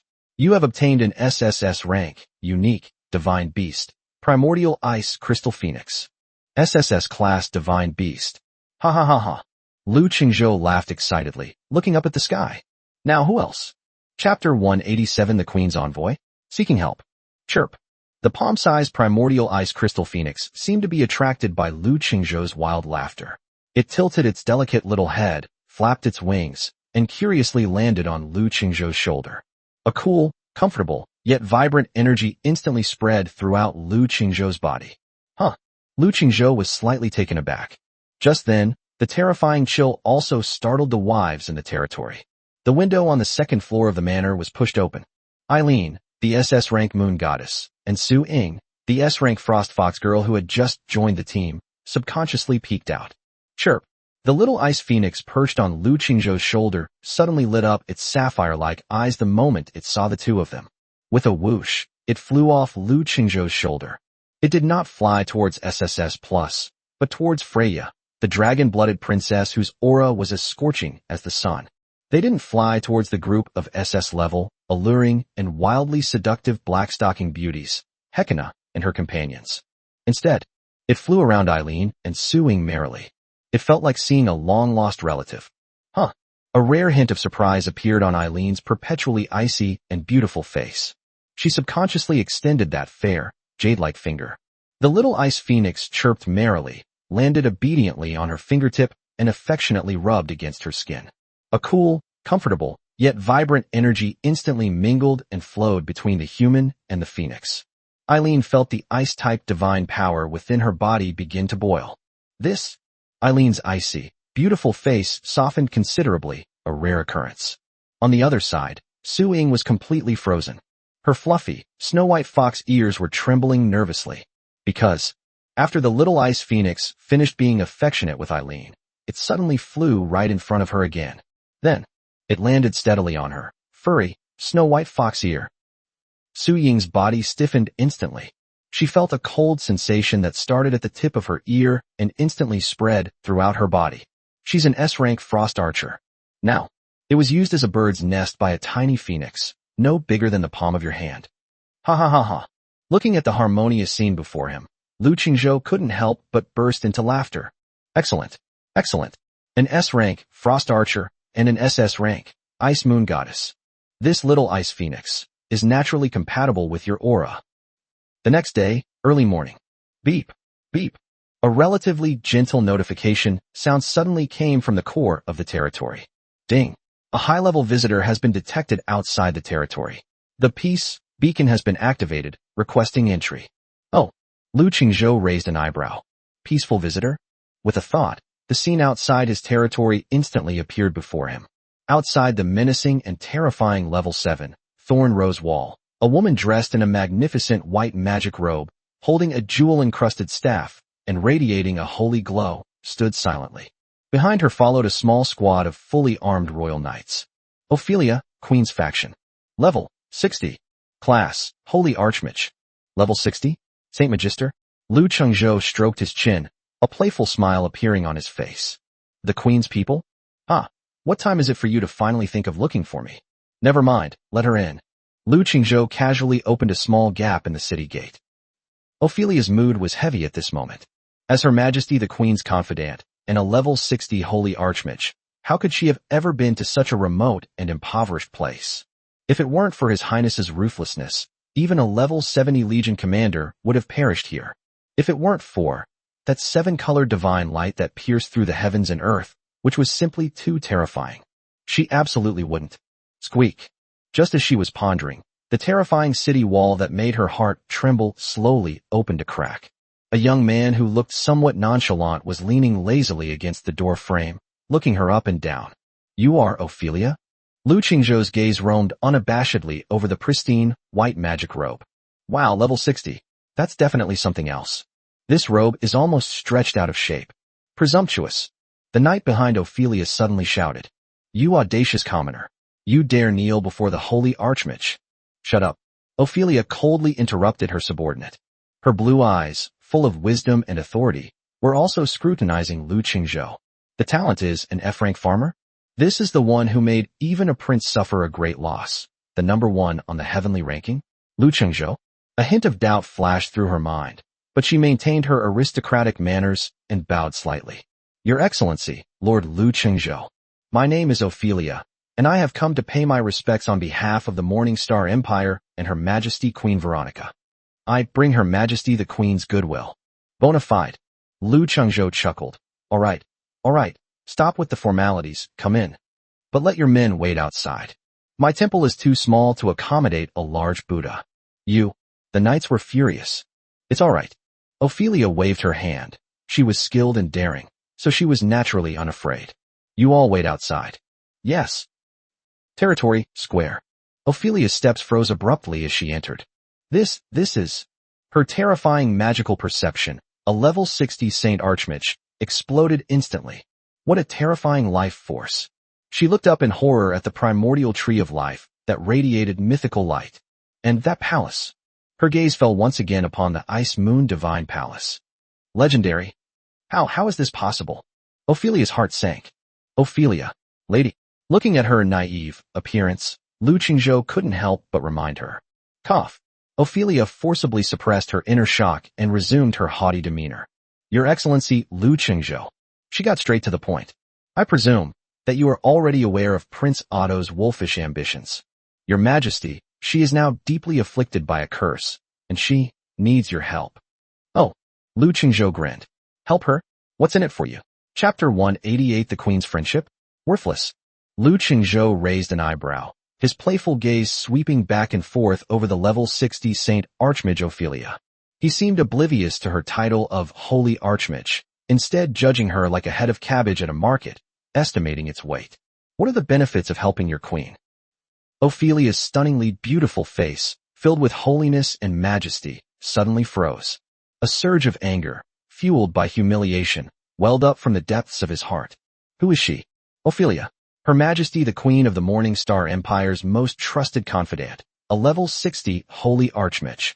Wherever she went, even when facing dukes and princes who held considerable military power, who would dare not address her as Your Excellency? And the man in front of me. This information indicates that this otherworldly lord has only recently awakened the lowest-ranking F-level, peasant talent. It turns out, how dare he so blatantly demand favors from her face? What did he take the Queen's plea for help as? A trade? Ophelia took a deep breath, and her magnificent white holy robe was stretched into a breathtaking arc by her high and full breasts. She forcefully suppressed the anger in her heart, and her sapphire-like eyes regained the arrogance and composure unique to noblemen. Your Excellency Lu Qingzhou. Her voice turned colder, carrying a hint of condescending scrutiny. Don't you understand yet? Prince Otto has gone mad. He's hunting down all the otherworldly lords and plundering their talents. His talent-plundering legion will one day raze this continent to the ground. When that happens, the abyss will invade, and the entire world will be plunged into chaos. Ophelia tried to awaken the consciousness of the F-class farmer in front of her with her saving the world rhetoric. Her Majesty the Queen is the sole pillar of this empire, and indeed this continent. Helping Her Majesty the Queen is helping yourself. This is a noble cause to save the world. She slightly raised her snow-white chin and added, Of course, Her Majesty the Queen will never treat her friends unfairly. If you are willing to lend a helping hand, you will gain the Morning Star Empire, and Her Majesty Veronica herself, the most sincere friendship. Friendship? Upon hearing this, Lu Qingzhou not only did not show any flattery or surprise, but instead, he laughed as if he had heard the funniest joke in the world. Ha ha ha. The laughter was filled with undisguised mockery and disdain. Saving the world? That's your job. Lu Qingzhou slowly put away his smile, and a cold glint flashed in his dark eyes. And the Queen's friendship? He approached step by step, and the terrifying aura accumulated from 3 days and 3 nights of fierce fighting, mixed with the ferocity of the dragon blood potion, rushed towards him. Ophelia's breath hitched. Her terrifying magical perception, typical of a level 60 Saint Archmage, triggered a piercing alarm at this moment. Danger. The man in front of you is extremely dangerous. What do you want to do? Ophelia instinctively gripped the jewel-encrusted staff in her hand and rebuked him with a fierce but weak tone. What do I want to do? Lu Qingzhou grinned, a smile that, in Ophelia's eyes, was even more evil than a demon god from the abyss. Ophelia, lady. He deliberately elongated the word adult, his tone full of mockery.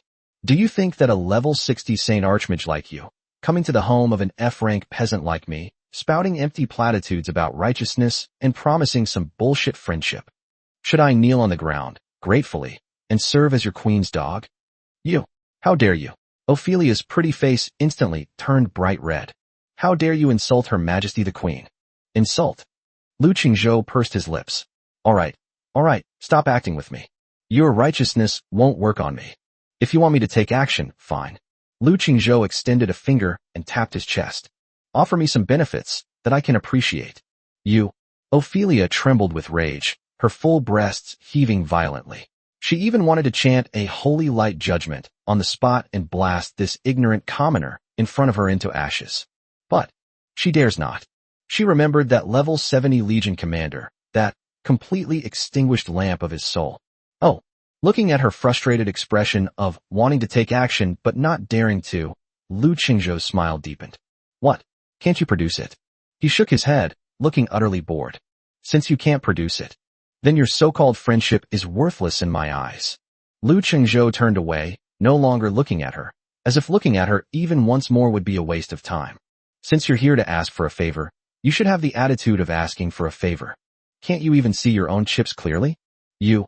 Ophelia's fingernails were almost embedded in her staff. Lu Qingzhou, she gritted her teeth. Don't go too far. Do you really think you can stand against the entire empire all by yourself? You can stand against the prince's talent-plundering legion. Your territory is quite nice. She glanced around. The level 7, Thorn Rose Wall, and the several mythical buildings emanating a faint aura of power surprised her somewhat. But that's all. But in the face of absolute power, all of this is utterly insignificant. Oh, Lu Qingzhou stopped in his tracks, turned his head sharply, and a hint of amusement flashed in his dark eyes. Absolute power? You mean, you a level 60 holy archmage? Or are you referring to Prince Otto, that level 70 useless legion commander who wasn't even good enough to warm me up? What? Ophelia's pupils suddenly contracted. It seems you have some misunderstanding about the word power. Lu Qingzhou shook his head, as if looking at an ignorant child. Never mind. He beckoned with his finger. Since you're so confident, then come with me. Let me show you my F-grade farmer's doghouse. Ophelia's pretty face flushed red and then turned pale. She had no idea what this man was up to this time, but she had no choice. She could only grit her teeth, grip her staff tightly, and follow behind Lu Qingzhou. She wants to see what trump card is this F-level farmer hiding that makes him so arrogant. However, she had just stepped out of the square. Her steps suddenly froze. Chapter 189, Mythical Ancient Tree. Primordial Divine Beast. This is... Ophelia looked up in horror at the sacred elf ancient tree that had just been upgraded to level 3 not far away. God, mythical level. No, this aura is even more terrifying than what we saw outside just now. Level 3. How is that possible? Ophelia's breathing suddenly became rapid. Mythical level buildings, the resources required for each upgrade, are astronomical.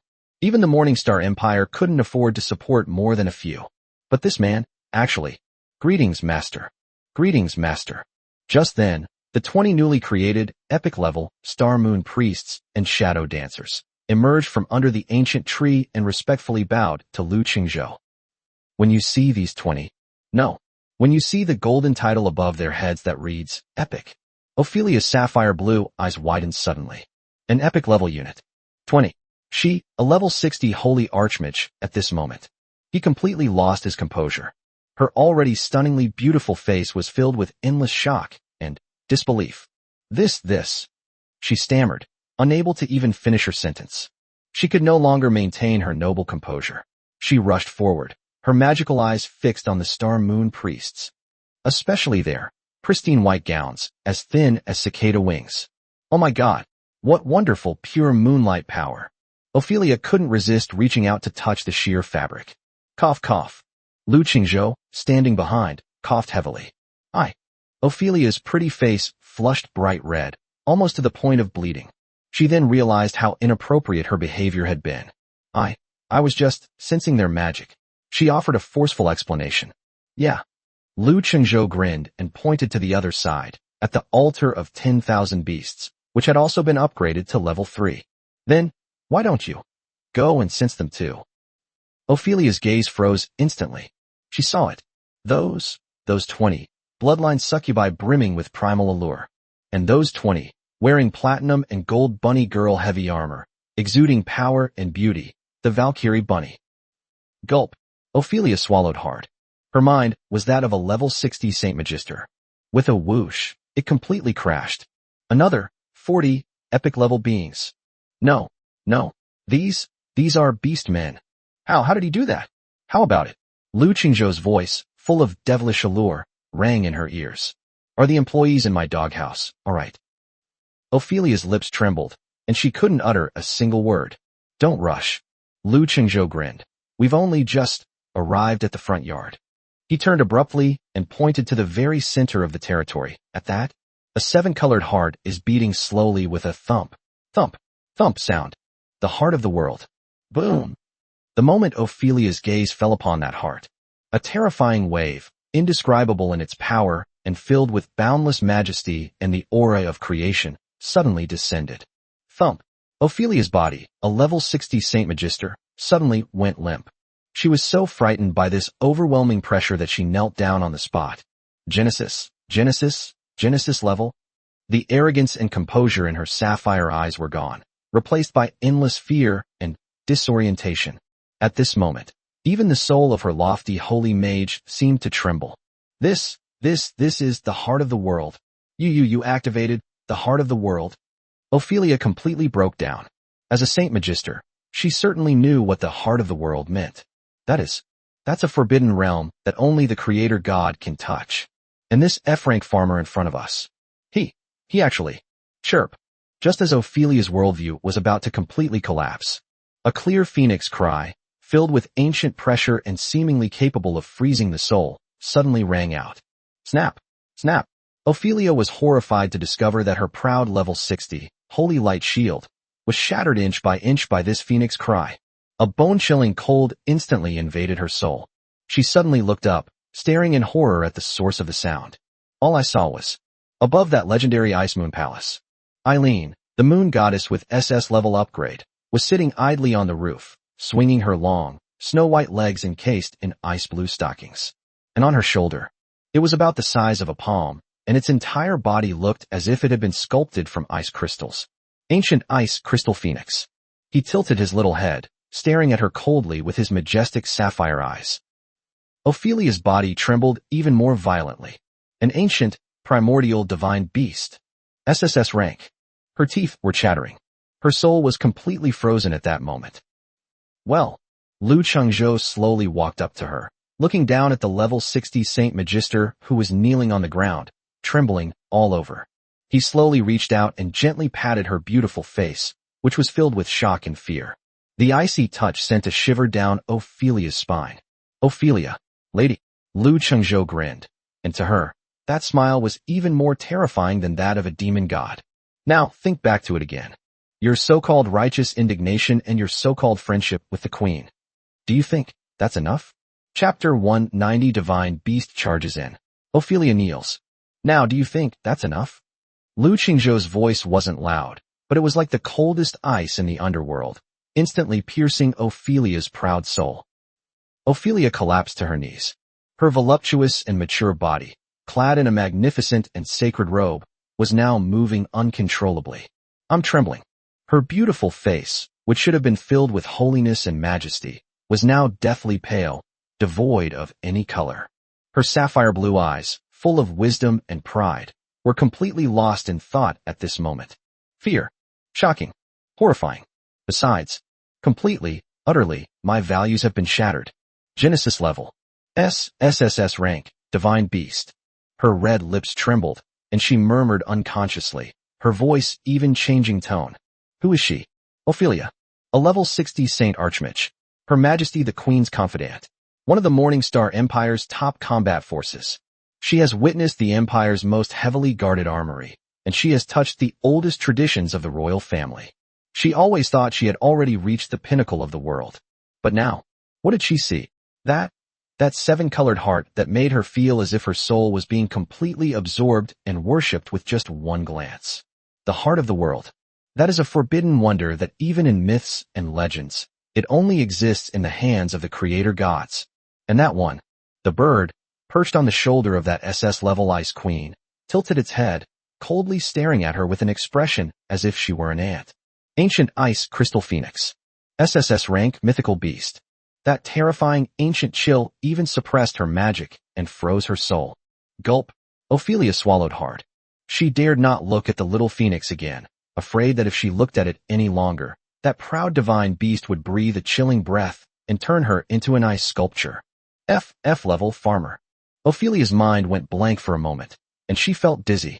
She remembered the two glaring, blood-red characters she had seen in the documents before she arrived. She recalled the condescending, aristocratic, and scrutinizing posture she had adopted when she first entered the room. She even wanted to use that bullshit sense of righteousness and the queen's friendship as bargaining chips. Oh, just as Ophelia was about to be overwhelmed by fear and shame, Lu Chengzhou's playful chuckle rang out again. A level 60 Saint Archmage, is that all the courage you have? Stand up and answer. The voice was calm, yet filled with undeniable authority. Yes. Ophelia's delicate body trembled violently. She was like a soldier being reprimanded by an instructor. Without thinking, she instinctively wanted to stand up. However, her long, beautiful legs, which were hidden by her holy robes, were now as limp as noodles and completely unresponsive. Aye. She braced herself on the ground with both hands, her full breasts heaving violently with the effort, and her sacred robes were stretched to their limit. She tried twice, but both times she was too embarrassed to stand up. Lu Chengzhou looked down at her with a mocking expression. Waste. This word, like the sharpest slap, struck Ophelia's face hard. I'm not. A surge of humiliating tears welled up in my eyes. She bit her lip until it bled, and with all her magic power, she finally managed to shakily get up from the ground. But she never dared to look up again. Her proud head, befitting a holy mage, at this moment. He lowered his head deeply. Lu Chengzhou, Your Excellency. Her voice was hoarse and trembling, filled with boundless awe and panic. She never dared to call him sir again. She doesn't deserve it. Speak. Lu Chengzhou was too lazy to waste words with her, so he turned around and walked towards the elemental holy spring that had just been upgraded to level 2. Two tiny elemental sprites, no bigger than the palm of his hand, were curiously flying around him. What exactly does your queen want to do? Ophelia stared at the man before her, who was toying with two epic-level elemental spirits as if they were pets.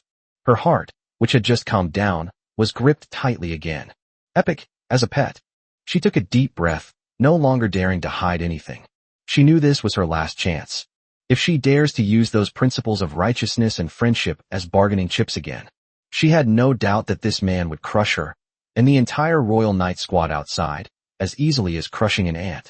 Nourishment for the blood altar. Your mightiness. Ophelia's voice became shrill with fear. You thought that what you killed yesterday was Prince Otto's main force. Oh, Lu Qingzhou paused slightly as he was teasing the little elf. Isn't that right? No. Ophelia shook her head like a rattle drum, her long, smooth golden hair swaying wildly. That's not it at all. A sickly flush appeared on her pale face, a sign of extreme fear. That was just the lowest ranking black armor guard in His Highness's talent-plundering legion. Cannon fodder? Lu Qingzhou finally became interested. Yes, cannon fodder. Seeing that he finally reacted, Ophelia quickly spilled all the top secrets she knew, like beans pouring from a bamboo tube. Talent-plundering legion is divided into 3 tiers. What you killed was only the lowest-ranking black armor guard. Above the black armor guards, there is the true core nurtured by the prince using B-grade and A-grade talent fruits. The Silver Judgment. Those are the real butchers. Each one possesses at least 5 talents. Each one is a terrifying being who starts at least at level 70. And above the Silver Judgment. As Ophelia spoke, a look of despair, which she herself could not conceal, appeared in her sapphire-like eyes. And the prince, his most terrifying trump card. Golden Divine Guard. Golden Guards. Right. Ophelia's voice was trembling. That's a forbidden monster, raised by the prince, using the S-rank talent fruit he plundered. They can no longer be considered human. Chapter 191 in a billion. A divine talent fruit. Hiss. Lu Qingzhou stroked his chin. Developed with S-level talent? That's interesting. Ophelia almost fainted when she saw his eager-to-try expression. Your Excellency, this is not an interesting question. She's about to cry. You know, the prince, he's gone mad. The level 70 Legion commander and 1,000 black armored guards were all wiped out. This has completely enraged him. And he's not afraid of you hiding in this territory at all. A deathly pallor appeared on Ophelia's pretty face. Because he possesses a taboo that even the imperial family cannot touch. Abyss portal. What is that? That's an abyssal wonder that can forcibly teleport armies, ignoring any spatial distance, ignoring any territorial barriers. Ophelia's voice was extremely shrill. He can teleport his Silver Judgment and Golden Guard to you. To any lord's bedroom anytime, anywhere. That's why he can hunt down all the S-rank lords with such precision. Because no one can stop him. Oh, Lu Qingzhou nodded, looking utterly bored. That's it. Huh. Ophelia was completely dumbfounded. That's it. That's the Abyss portal. That's space teleportation that ignores distance. Your Excellency, don't you understand yet? Ophelia really cried. With a plop, she, once again. No. She herself took the initiative to kneel down in front of Lu Qingzhou.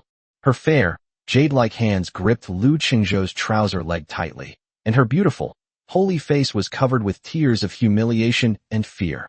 Her full breasts, beneath the holy robes, heaved violently, exuding a breathtaking elasticity. Your mightiness. The Legion commander is dead. The prince, he will absolutely not let this go. His all-out attack is about to begin. The scale is definitely 10 times that of last time. When that time comes, if the Silver Judgment and the Golden Guard are deployed together, that will be a cataclysmic disaster. Ophelia completely broke down. She clung to Lu Qingzhou's trouser leg like a drowning person, her once pure and proud face now streaked with tears of humiliation, a pitiful sight indeed. However, Lu Qingzhou simply looked down at her coldly. Save her? What you're talking about, this Silver Judgment, the Golden Guardian, and that damn Abyss portal. A cold smile appeared on Lu Qingzhou's lips. That sounds very troublesome. But, he changed the subject. What makes you think they are a threat to me? Ophelia's heart sank. No. She suddenly realized something. This man, he's not afraid at all. He wasn't bluffing. He truly didn't take Prince Otto's talent-plundering legion seriously. Your mightiness. Ophelia's pretty face instantly turned even paler. She knew that if she couldn't come up with a real bargaining chip, she would definitely not be able to leave this territory today. You think The prince, he was just cleaning up the otherworldly lords? She screamed, roaring out the most terrifying secret hidden deep within the empire. No, he did it for the talent fruit. Talent fruit. Lu Qingzhou's eyebrows finally twitched slightly. Right. Seeing that he finally reacted, Ophelia scrambled forward, crawling on her knees for 2 steps, her voluptuous body almost pressed against Lu Qingzhou's legs. At the moment you otherworldly lords awaken your talents, a talent fruit will condense deep within your souls. That is a gift from the will of the world. Ophelia's voice was filled with despair and trembling. And Prince Otto. He somehow obtained the forbidden method of harvesting and plundering the fruits of this world. His talent plundering legion is able to possess so many different talents simultaneously. It's because they ate the talent fruits of the lords they hunted. Lu Qingzhou's eyes narrowed slowly. So, that level 70 useless legion commander has several A-rank and B-rank talents. That's right. He just wants to treat all of us lords like crops. Once we've grown up, he'll come and reap the rewards. And you. Ophelia suddenly raised her head, her eyes, filled with fear and tears, fixed on Lu Qingzhou. You are the most desired divine harvest he is. Oh, the prince, he has already made up his mind. Ophelia's voice was extremely shrill. He firmly believes that your F-level, farmer, talent, has absolutely undergone a once-in-a-billion divine mutation. That 7-colored divine light, that heart of the world, is the best proof. He said, your F-rank, talent fruit, is no longer an ordinary object, but a unique, divine talent fruit. As long as he can kill you, take away your fruits. He can. Ophelia's teeth were chattering as she spoke. He can use this to break through the boundaries of God. After hearing this last sentence, Lu Qingzhou smiled. He finally understood completely. So that's how it is. He slowly lowered his head, looking at the holy mage kneeling at his feet, who had revealed the empire's top secrets. So, he and I are now sworn enemies. Yes, your excellency. Ophelia's heart, which had been hanging in suspense, was not at ease.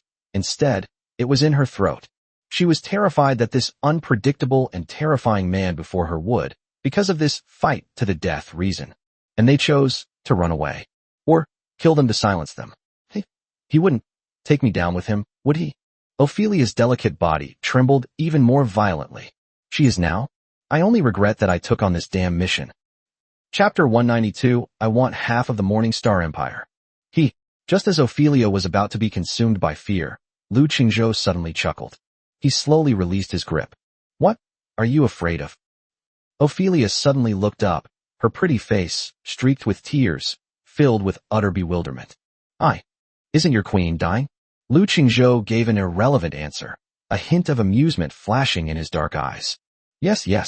The curse is almost eating her heart. Ophelia answered instinctively, but she didn't understand why this man would suddenly ask this. Curse. Lu Qingzhou curled his lip, his face full of disdain. Is that thing really that hard to solve? Ophelia was dumbfounded once again. Your excellency, that is, even the imperial family, is helpless against the abyssal curse. Abyssal curse. Lu Qingzhou chuckled. So what? He slowly extended his hand. Buzz. A flash of light. One.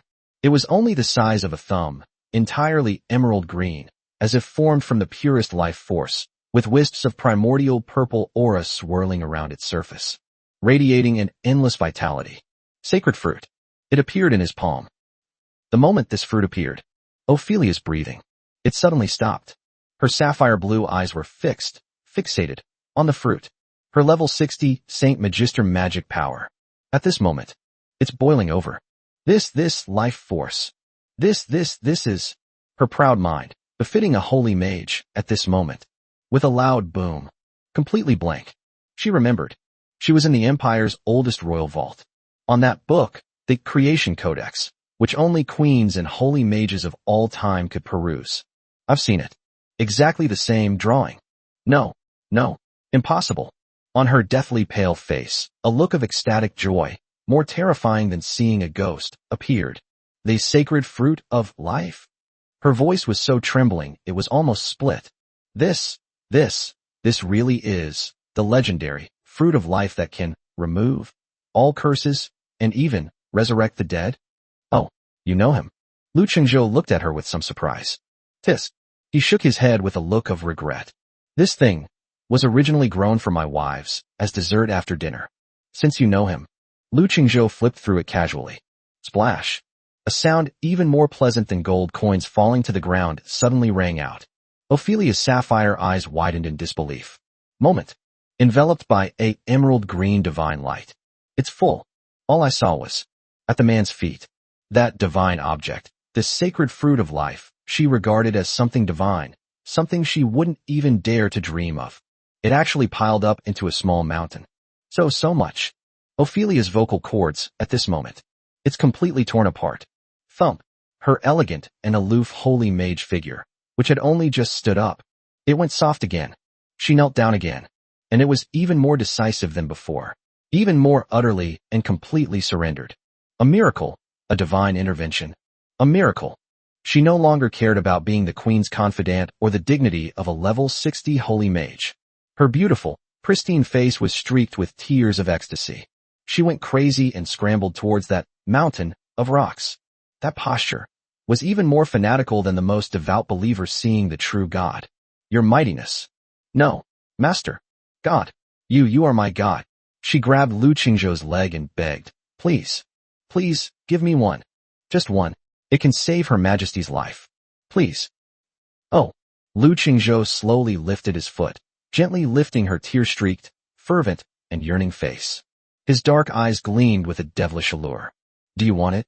Yes, I want to. Ophelia nodded frantically without even thinking, like a chick pecking at rice.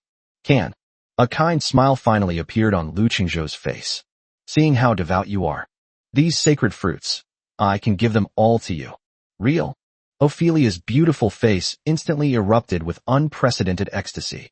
But Lu Chengzhou abruptly changed the subject, a cold glint of greed flashing in his dark eyes. Your queen, after she recovers. Lu Chengzhou slowly, deliberately, uttered his words. Chips. I want the Morning Star Empire. Half, Wall River Mountain. Boom. Ophelia's pretty face, which had just been filled with ecstasy. It froze instantly. That ecstasy that could send her soaring to heaven.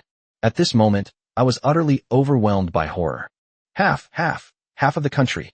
Her sapphire blue eyes widened instantly. What did she hear? This man actually wants to split the empire?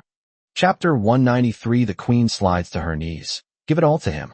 Half of the country. Ophelia's holy, proud, and stunningly beautiful face froze completely at that moment.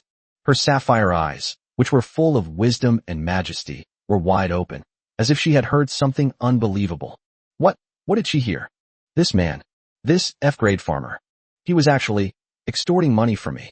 Ransomware Morning Star Empire. Extortion. Her Majesty the Queen. And the moment he opened his mouth, he said, half the country? You. Her voluptuous, mature body, wrapped in a holy robe, trembled violently. This time, it wasn't out of fear, but because utterly absurd and utterly humiliating. You're simply delusional. Clatter. She hadn't even had a chance to utter the word delusion. A soft sound. Lu Qingzhou slowly withdrew his hand. That verdant mountain, formed from 77 sacred fruits of life, radiating boundless life force, enough to drive Ophelia mad and make her prostrate herself in awe. With a whoosh, it disappeared, vanished without a trace. It's as if it never existed. Ophelia's breathing suddenly stopped. Her pretty face, which had just been flushed red from the absurdity and humiliation, turned deathly pale in an instant. Nothing to discuss? Lu Chengzhou slowly turned around, and his face, which had been carrying a hint of kindness, turned completely cold at this moment. A murderous intent, filled with bloodshed and destruction, descended with a deafening roar. Thump. Ophelia's terrifying magical shield, a level 60 Saint Archmage, was as fragile as paper in the face of this killing intent, shattering inch by inch. Her long, beautiful legs, which were hidden by the holy robe, suddenly went limp. Once again, he knelt down in a disheveled state. You, then get lost. Lu Qingzhou's voice was devoid of any emotion. My patience is limited. Lu Chengzhou slowly walked up to her, looking down at her. That terrifying shadow completely enveloped her voluptuous, mature body. Since your queen is unwilling to trade half her kingdom for her life, then let her die in despair. No, no. Ophelia's soul trembled completely at this moment. Wait for the prince to attack. A cruel smile curled at the corners of Lu Qingzhou's mouth. I will wipe him out, and your reckless queen too. At that time, this continent, I'm the one who calls the shots. Buzz. The moment he finished speaking. Second floor of the Territory Manor. Above that legendary Ice Moon Palace. 8. Terrifyingly powerful. SS level enhanced pressure. It erupted with a deafening roar. Immediately afterwards, the top of that mythical, primordial tree of life. Hey, it's several times more terrifying than those 7 combined. An SSS level enhanced pressure. Dragonblood Princess Freya. Like an ancient demon god awakening, it suddenly opened its eyes. 9. Enough to crush everything. Destroy everything. Even enough to flatten the Morningstar Empire's imperial palace. A terrifying aura.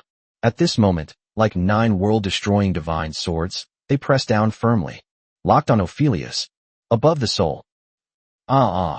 Ophelia's soul, a level 60 holy mage. At this moment, I completely collapsed. She had no doubt that this man could do it. I. A deathly pallor appeared on Ophelia's pale face. She knew. Oh, even Her Majesty the Queen. There's absolutely no other choice. Your Excellency, please wait a moment. She no longer cared about any of the usual etiquette and, as if possessed, pulled out a communication magic stone that shimmered with holy light from her bosom. Your Majesty, Your Majesty, Your Majesty. She used all her magic power to activate the magic stone. Buzz. A magical image filled with fragmentation and interference suddenly lit up in midair. It's still that magnificent palace. It's still that noble throne. On the throne, Queen Veronica of the Morningstar. That already pale and haggard, beautiful face was now completely devoid of color. Curse corruption level, 89%. Cough. Oh, Philia. The queen's voice, weak to the extreme and filled with pain and gasps, came out intermittently. How is it? Your Majesty, Your Majesty. Ophelia looked at the queen's pitiful state, as if she could die at any moment, then glanced at Lu Qingzhou beside her, whose face was as cold as ice. Your Majesty, we have no other choice. She didn't continue speaking, but instead recounted everything she had seen. All of it was transmitted back to the queen's eyes via the communication magic stone. On the throne, the Morningstar Queen's eyes, already dull and lifeless, were filled with desolation. At that moment, his eyes widened suddenly. 1 second, 2 seconds, 10 seconds. No one spoke. The entire territory fell into a deathly silence. Cough. The queen's slender body trembled violently. Her voice, weak to the extreme, yet trembling with boundless ecstasy and horror. A voice echoed deep within Ophelia's soul.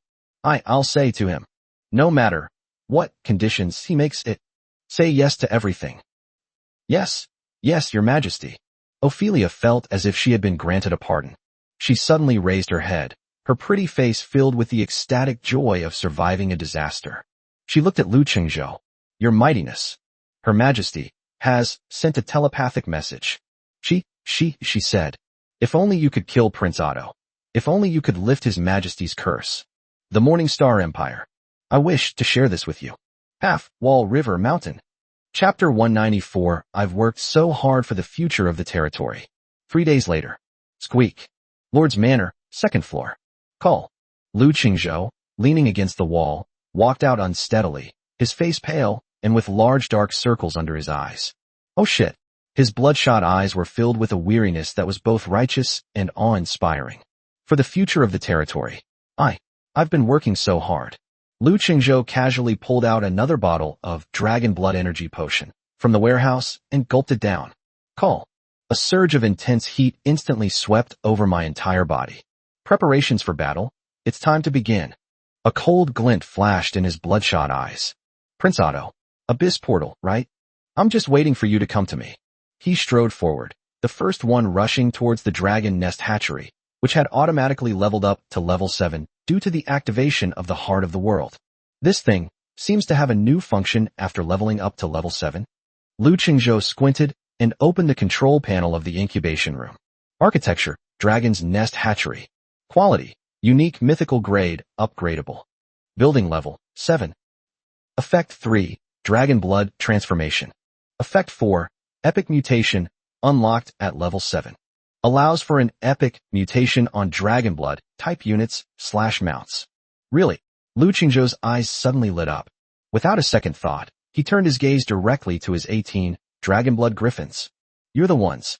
It's time for my Air Force to upgrade its muskets and cannons.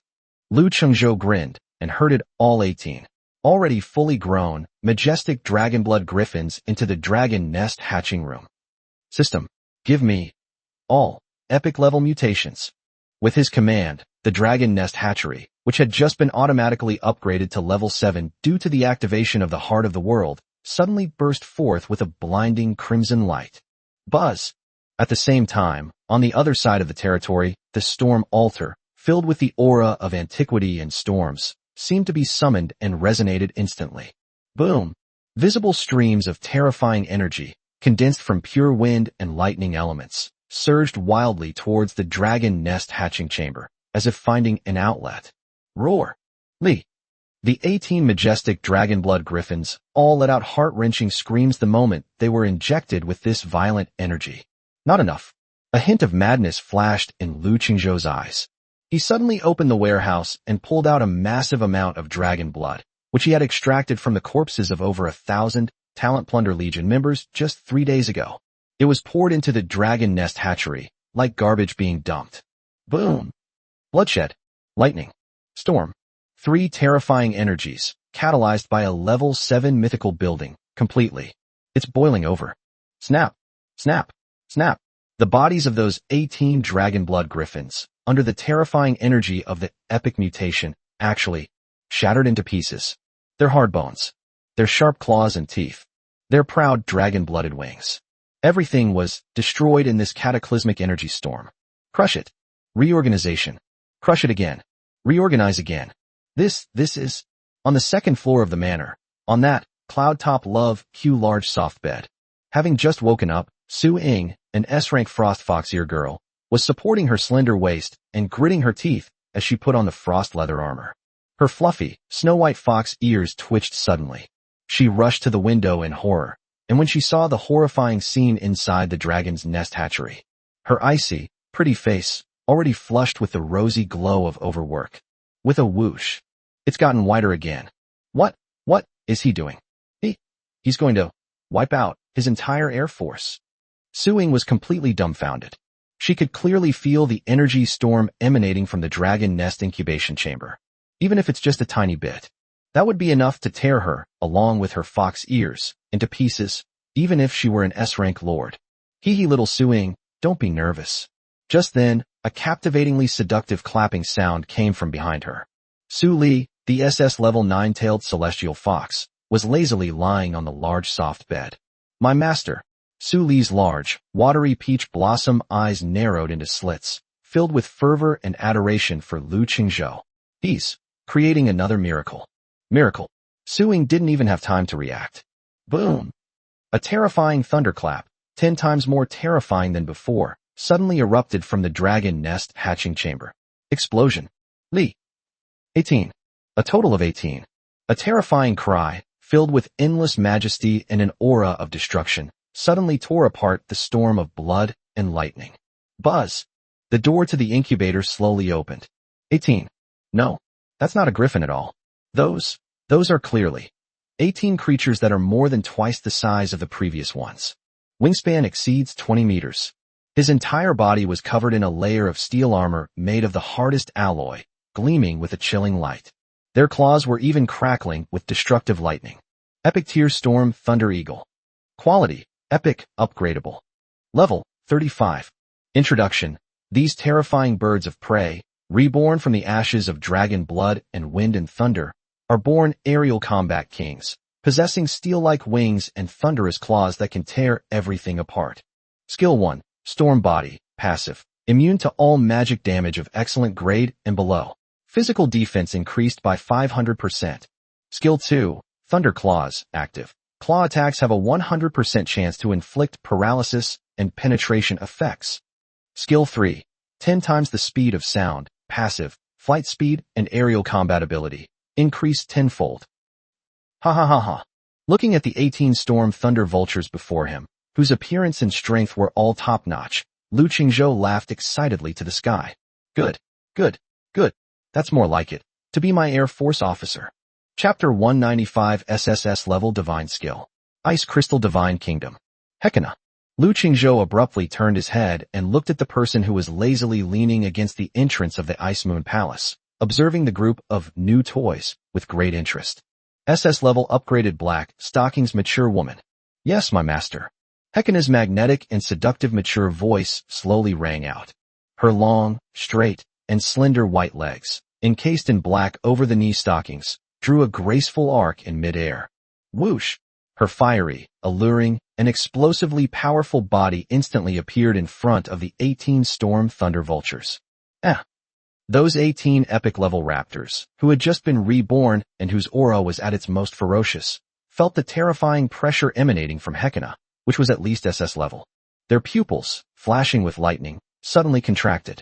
They all lowered their heads in unison. Submit. Hekina licked her red lips with satisfaction, a hint of excitement flashing in her bewitching purple eyes. She leaped up and landed steadily on the back of the largest and most ferocious Thunder Vulture King. From this day forward, you are my wings. Hekina slowly raised her stunningly beautiful face, which was both alluring and majestic. Her eerie purple eyes swept over all the birds of prey present. The Shadow Legion Air Force is officially established. Call. Lu Qingzhou watched the scene before him, both sensual and domineering, with great satisfaction, feeling his whole body filled with power. The after effects of those 3 days and 3 nights of working myself to the bone vanished instantly. Air Force, got it. Next, time to see my 2 real trump cards. Lu Qingzhou's breathing quickened, and he abruptly opened the pet panel. Heart of the World, activated.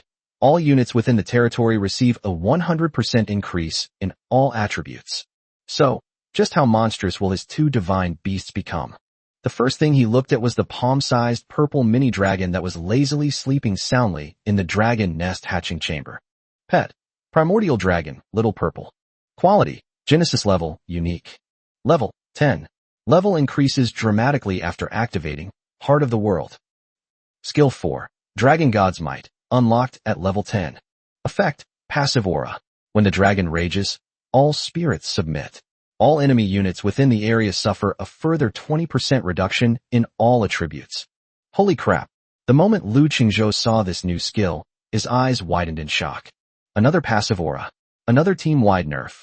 He immediately recalled Xiao Zi's first skill, Primordial Domain, which could cause the enemy's attributes to plummet by 50%.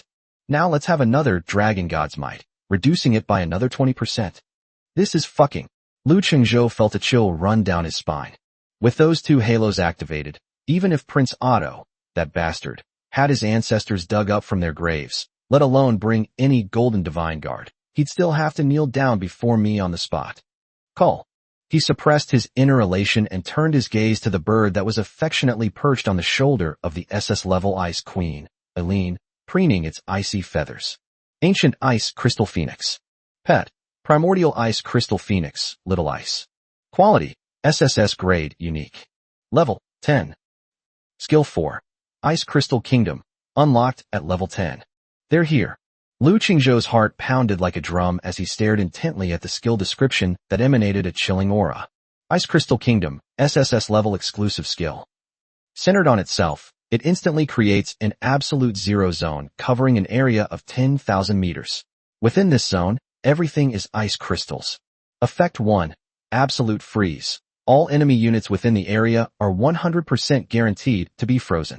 Effect decreases with the target's level and resistance. Effect 2. Ice and Snow Replication Core.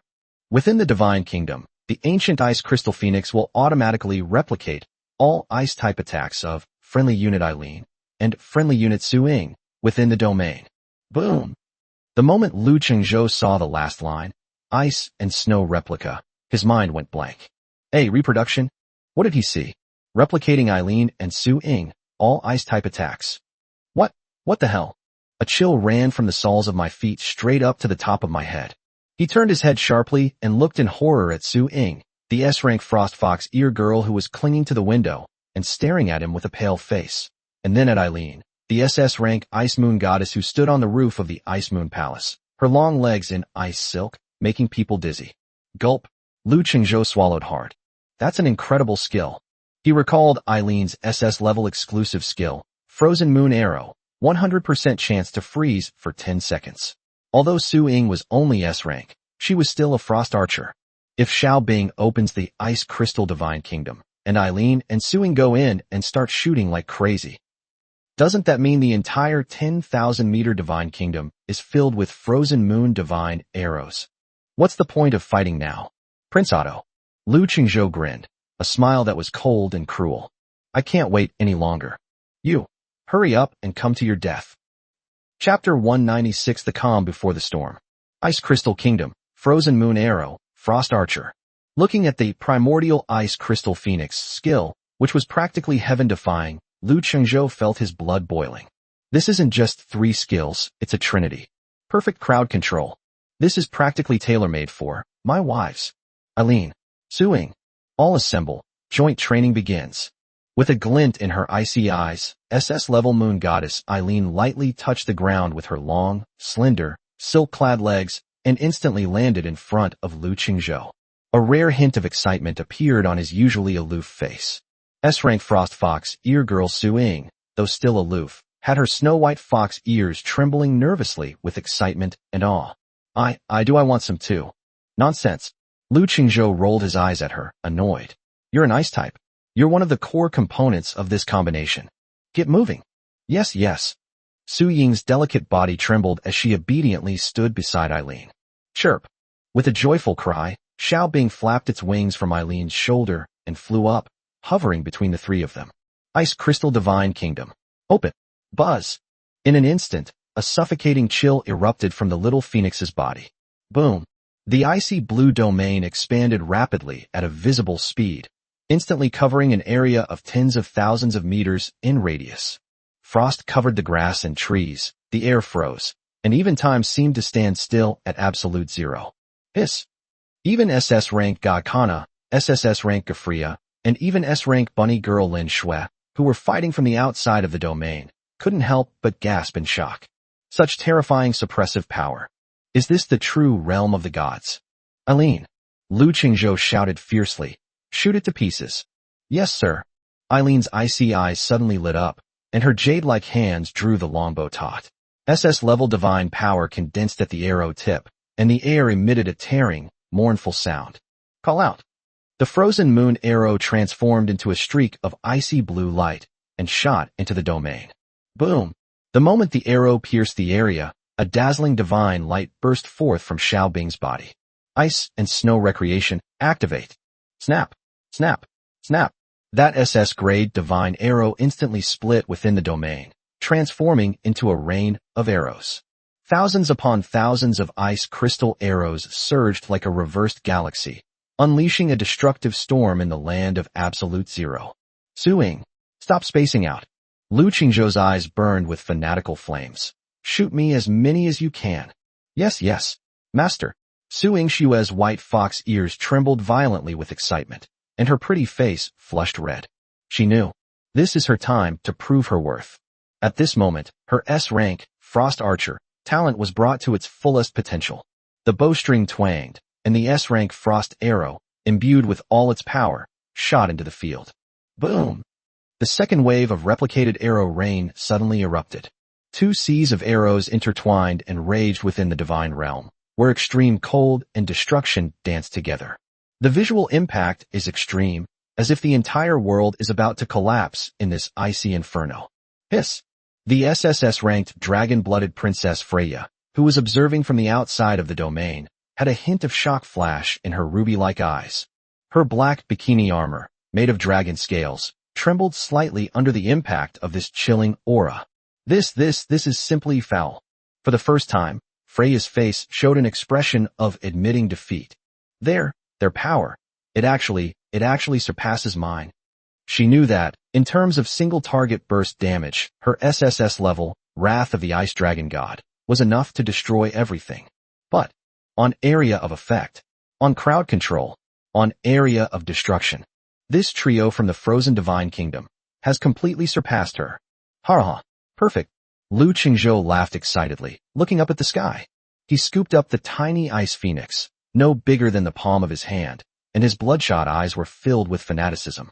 I'll call you Frozen Divine Kingdom. Combination. You are one of my trump cards in the final battle. Let's go. Don't just stand around. Let's go to the level 60 wilderness area. Get some experience and resources. Lu Qingzhou didn't bother with any nonsense, and simply waved his hand.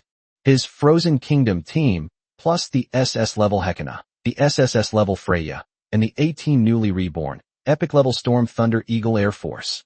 A mighty and magnificent procession, like a deity descending from the heavens. They charged straight into the level 60 wilderness area. 1 hour later, on the Morning Star continent, in the level 60 Ash Mountains, Lu Qingzhou led his ice and snow legion, hovering above the mountains. Eileen's ice silk stockings remained motionless in the heat wave. Su Ying's fox ears trembled slightly, and the palm-sized ice jar was radiating a chilling aura. Eileen, Xiaobing, do it. Chirp.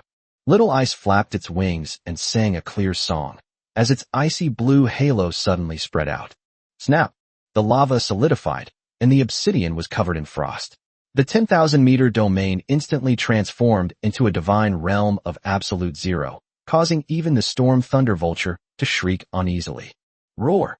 The dozens of level 60 obsidian golems and level 65 elite lava behemoths in the area had just roared when they were eternally frozen.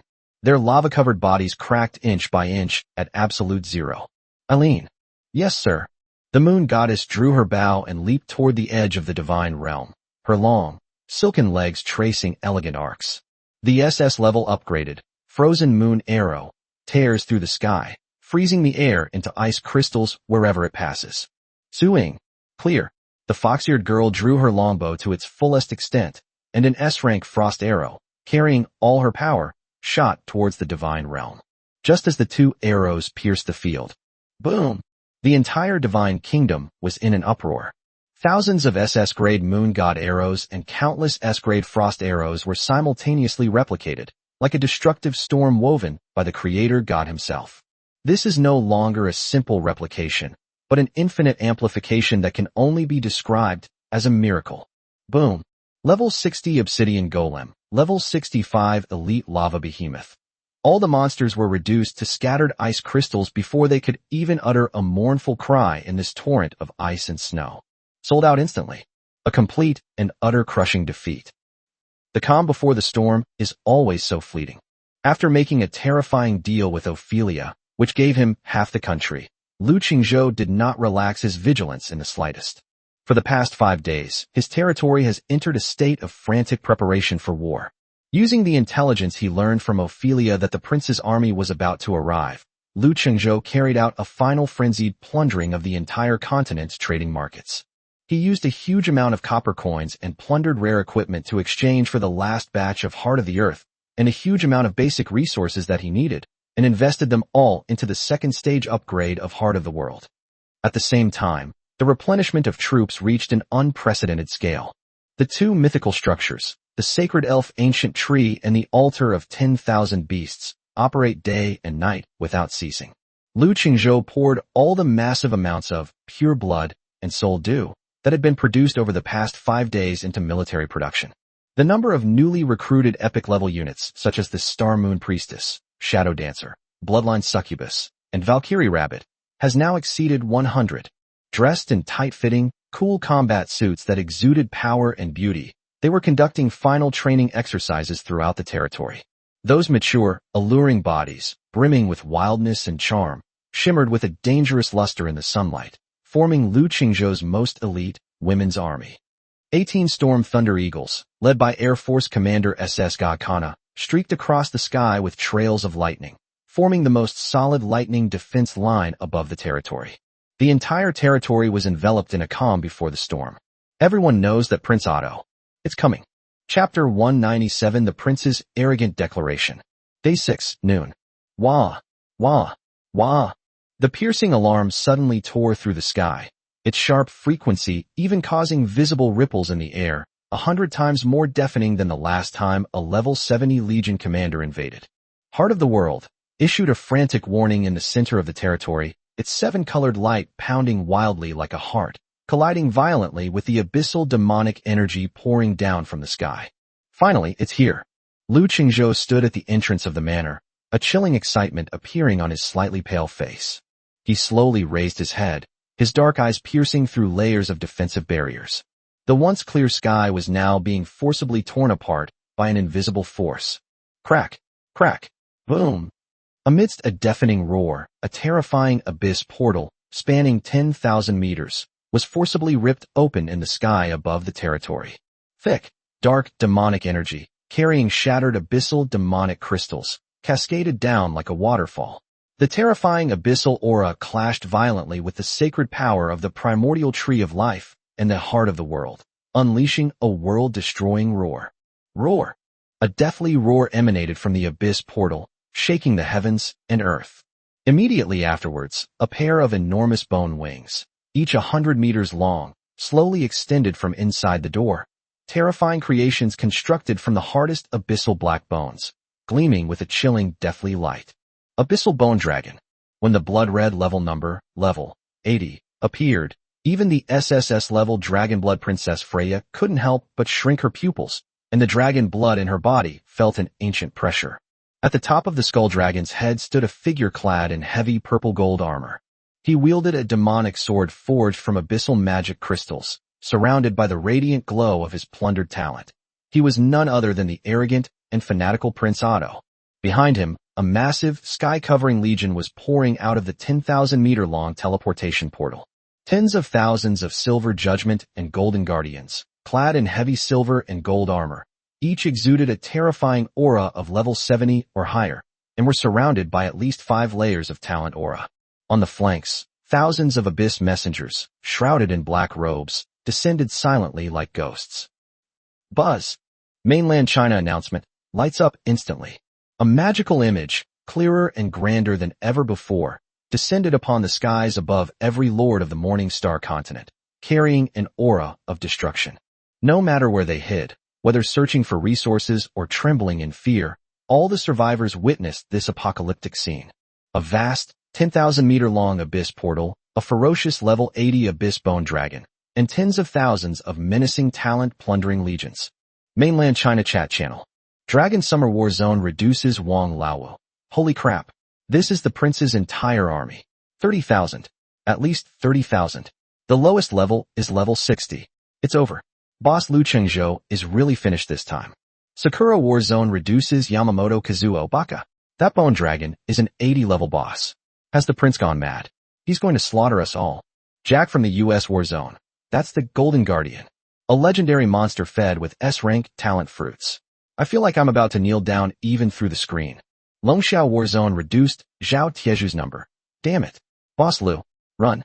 Don't fight head on. As long as we're alive, we can always fight again. In a secluded mountain cave, Lord Xiaoqiang, who had been saved by Lu Qingzhou and called himself a war correspondent, trembled as he started a live broadcast. My God, brothers, look. That's Prince Otto's entire fortune. See those golden heavy armors? They're the legendary Golden Guards. They're all at least level 60. We're doomed. This time, Lu Qingzhou is really finished. Xiao Chang's tearful narration was transmitted to every corner of the continent through magical images. Prince Otto looked down at the commotion below, his sickly face displaying extreme arrogance. He raised the Abyss Demon Sword, high, pointing it directly at the territory shrouded in 7-colored divine light, and let out a deafening burst of maniacal laughter. Ha ha! Do you see that, you lowly people? Today, I, the king, will prove to the whole world that the so-called chosen ones are nothing but a pitiful pile of crops in the face of absolute monarchy. His voice boomed like thunder from the heavens, carrying an undeniable authority and a morbid fanaticism. Lu Qingzhou, you, this F-grade mutated divine crop, are my most succulent spoils. Today, I will personally harvest this divine talent fruit in front of the whole world. His greedy gaze swept unabashedly over the group of stunningly beautiful female heroes clad in magnificent armor and with curvaceous figures atop the city walls. Water my legion with your blood, and entertain me with your perfect females. This declaration, filled with contempt and humiliation, ignited the fury of all the lords across the continent. Mainland China Chat Channel. Longxiao Warzone reduces Wang Laowu. Fuck your mother Otto. I'll fight you to the death. I'm in the Eastern Mountains. Come and kill me if you dare. Edward, reduced in the Europa Zone. Damn arrogance. What does he take us for? We're players, not his experience points. Korean Warzone reduces Kim Hyuk-kyu. Damn it. Damn it. Boss Lu Qingzhou. Kill him. Cut off his head. We'll crowdfund resources for you. Longxiao Warzone Zhao Taizhu. This bastard is too arrogant. Boss Lu. Kill him. Avenge our brothers who were slaughtered. However, in the face of the prince's provocation, Lu Qingzhou simply yawned lazily. Surrounded by numerous graceful female heroes, his towering figure seemed as unapproachable as a deity. He rubbed his eyes, his tone as calm as if he were discussing the weather. Prince Otto, all this nonsense, isn't it just to test the defenses of my doghouse? He pointed at the tens of thousands of menacing, talent plunder legion, his eyes filled with contempt. You crops that are less than cannon fodder, are you here to whet my appetite? You're asking for it. Prince Otto was thoroughly enraged by this contemptuous attitude, his face contorted with murderous intent. He raised the Abyss Demon sword high and issued a hysterical command. Talent Plunder Legion. All troops, charge. Tear this lowly scum apart. Raze this den of bastards to the ground. Kill. Tens of thousands of troops roared to the heavens, and the first echelon, composed of the lowest level Silver Judgment, average level 60, charged towards the level 7, Thorn Rose Wall, like a black torrent. Mainland China Chat Channel. War Correspondent Xiaoqiang. Charge. Charge. My god. The first wave has at least 5,000 people. The lowest level is level 60. This defensive wall can it hold? Longxiao Warzone reduces the number of singles. Hold on, Boss Lu. Hold on. As long as we hold on to the first wave, there is hope. Chapter 198 The Wrath of the Divine Tree makes its debut. Boom. Thousands of silver judgments, carrying the plundered talent power, crashed into the dark purple thorn rose wall like human cannonballs. However, the anticipated scene of the city walls collapsing and the territory being shattered did not occur. A wall of thorns and roses. This epic defensive structure, with the terrifying boost from the heart of the world, 100% increase to all attributes, has reached an outrageous level of durability and defense. The thousands of elite soldiers, all at least level 60, crashed into the city wall with a sound as weak as eggs hitting a rock, utterly ineffective. Snap, snap, snap, ding. Your Thorn Rose Wall has been attacked by Silver Judgment, LVL 62, reducing its durability by 120. Ding. Your Thorn Rose Wall has been attacked by Silver Judgment, LVL 65, reducing its durability by 135. Durability reduced by 120. A cold smile curled at the corner of Lu Qingzhou's mouth. It's important to know that the durability of this level 7 divine wall, with the blessing of the heart of the world, has reached an astonishing 600,000. 600,000 durability points reduced by 120? That's not even worth mentioning. Roar. Just as those thousands of silver saints were reeling from the shockwave and feeling dizzy and disoriented, the most terrifying counterattack mechanism of the Thorn Rose Wall has been activated. Swish, swish, swish. Countless dark purple thorny vines, thicker than an adult's waist, like awakened demonic snakes, swept wildly from beneath the city walls toward the repelled enemy troops. Ah! Help! Ding! The thorny vines have launched a piercing attack, dealing fatal damage to Silver Judgment, LVL 62. Uft! The sturdy vines ignored the fine heavy armor of the Silver Judgment warriors and pierced their chests as easily as tofu. Ding! The Thorn Rose Wall activates the bleed aura, causing all enemy units to continuously lose health. Ding! The Thorn Rose Wall has activated its counterattack aura, reducing the movement speed of all enemy units by 50%. In an instant, the thousands of Silver Judgment warriors who launched the first wave of attack were immediately pierced by vines, corroded by the bleeding aura, and slowed down by the slowing aura. They hadn't even touched the edge of the city wall before they were pinned to the ground. Mainland China Chat Channel. War Correspondent Xiaoqiang. Holy crap. Holy crap.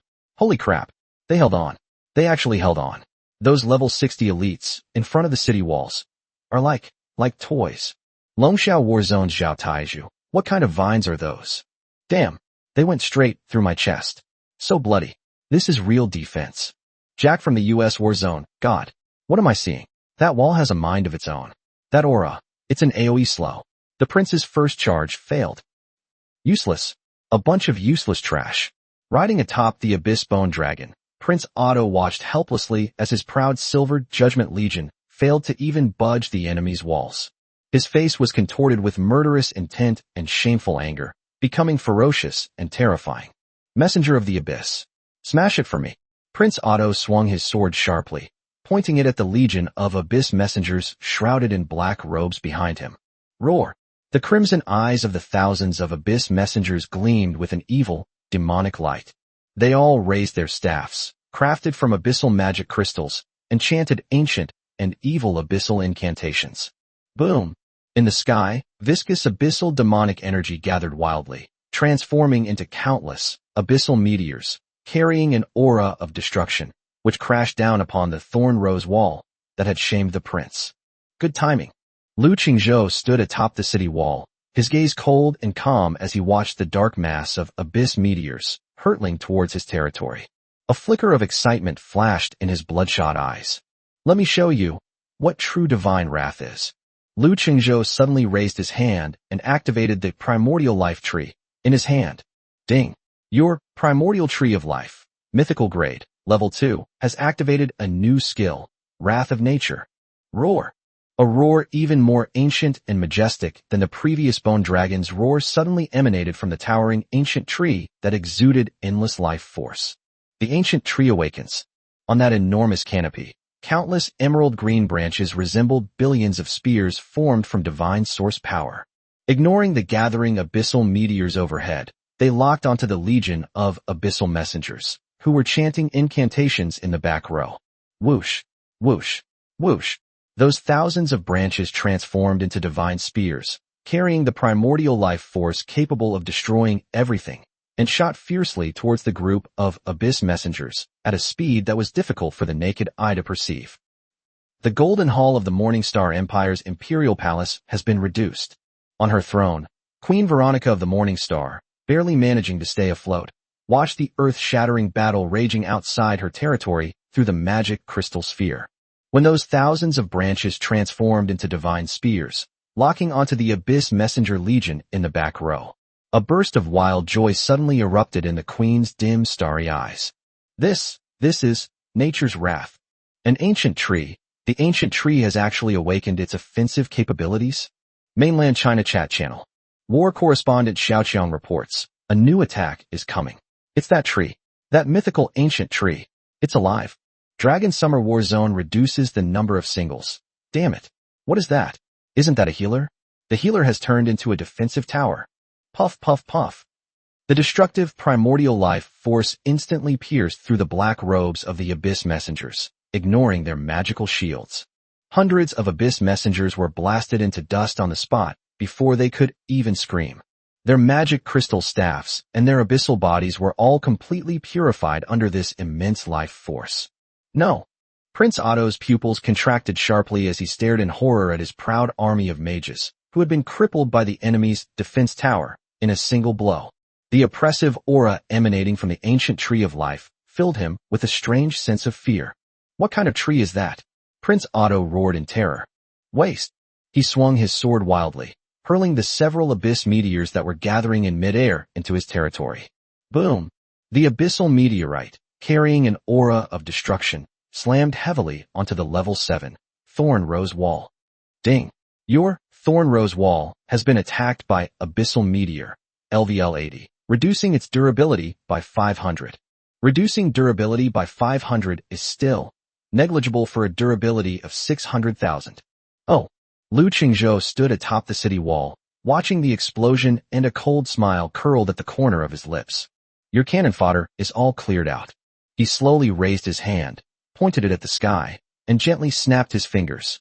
Now, it's my turn to take over the Air Force. Chapter 199 500 against 18. Hekena's aerial combat is unrivaled. Bone Dragon Knights. Tear him apart from the sky. Prince Otto roared as he watched the ground army suffer a setback and the mage force be decimated by the strange ancient tree. He swung the Abyss Demon's sword sharply, turning his gaze to his last trump card, the Air Force. Roar! A massive, level 80 abyssal bone dragon roared, its enormous bone wings flapping violently, stirring up a raging abyssal demonic wind. Behind it, 500 skeletal griffin knights clad in heavy silver armor let out mournful cries as they hurtled toward Lu Qingzhou's territory. These knight legions, with an average level of 65 or above, each possess multiple plundered talent halos. They are the prince's elite forces used to dominate the airspace and carry out decapitation missions. Mainland China Chat Channel. War Correspondent Xiao Xiao. They're here. The prince's Air Force ace. A level 80 abyss bone dragon personally leading the team. 500 skeletal griffin riders.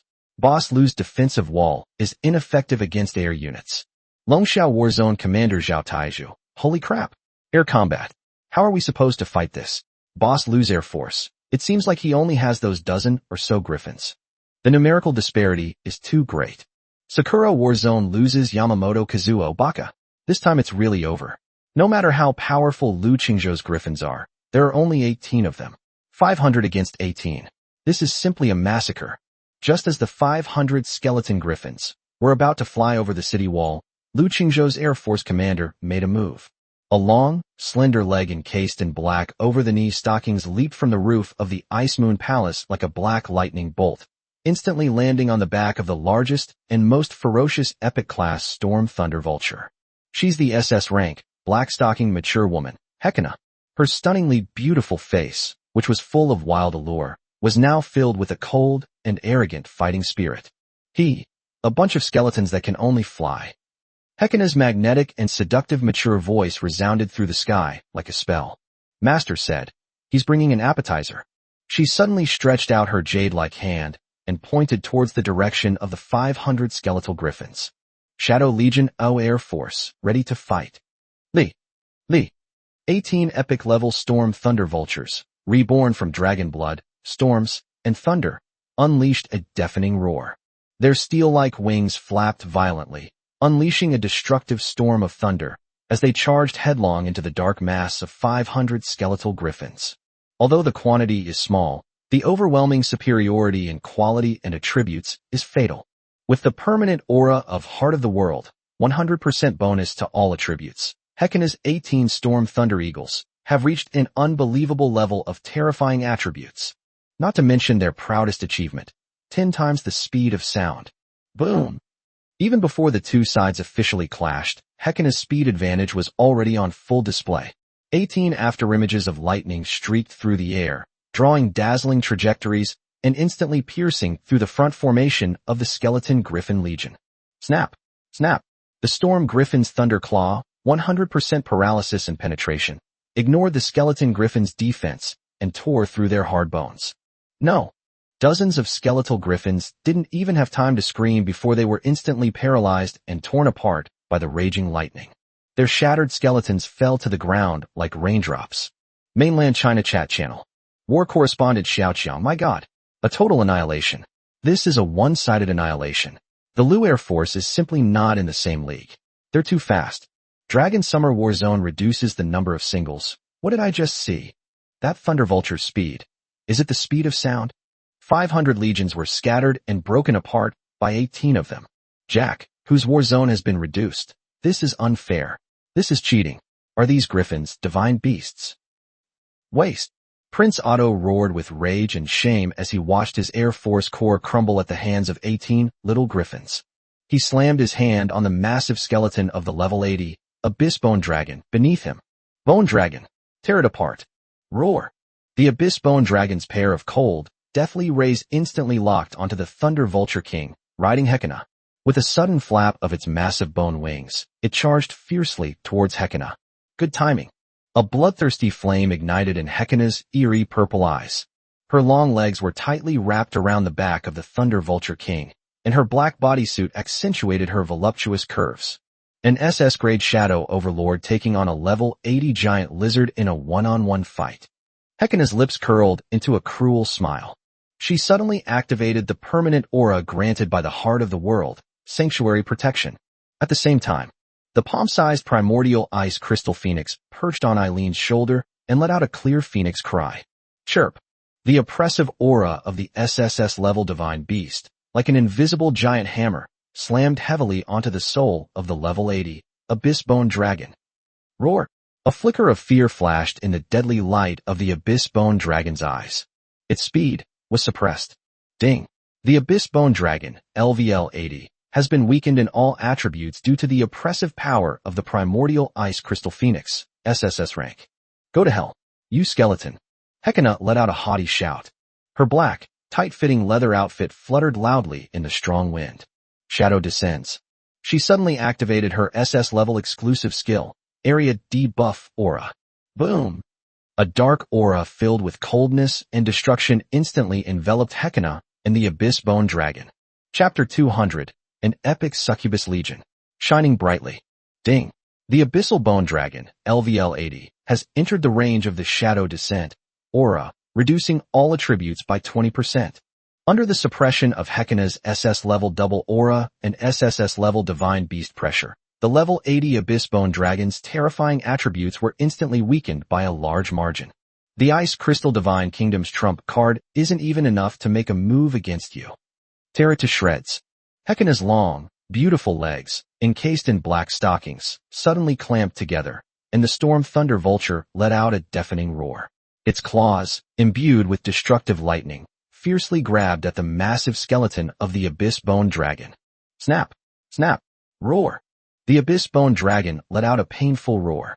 Its hard skeleton was actually torn open with terrifying cracks by the Thunder Vulture King's sharp claws.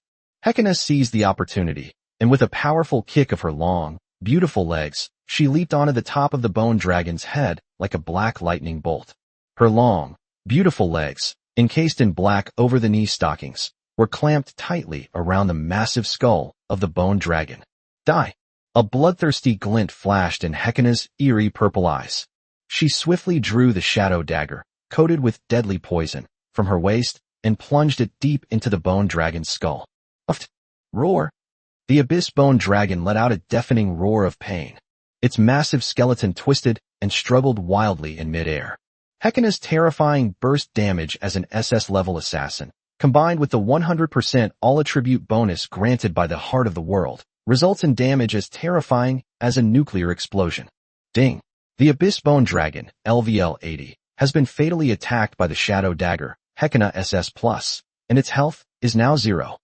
Boom! The massive skeleton of the Abyss-Bone Dragon exploded in midair. Black bone fragments fell to the ground like raindrops.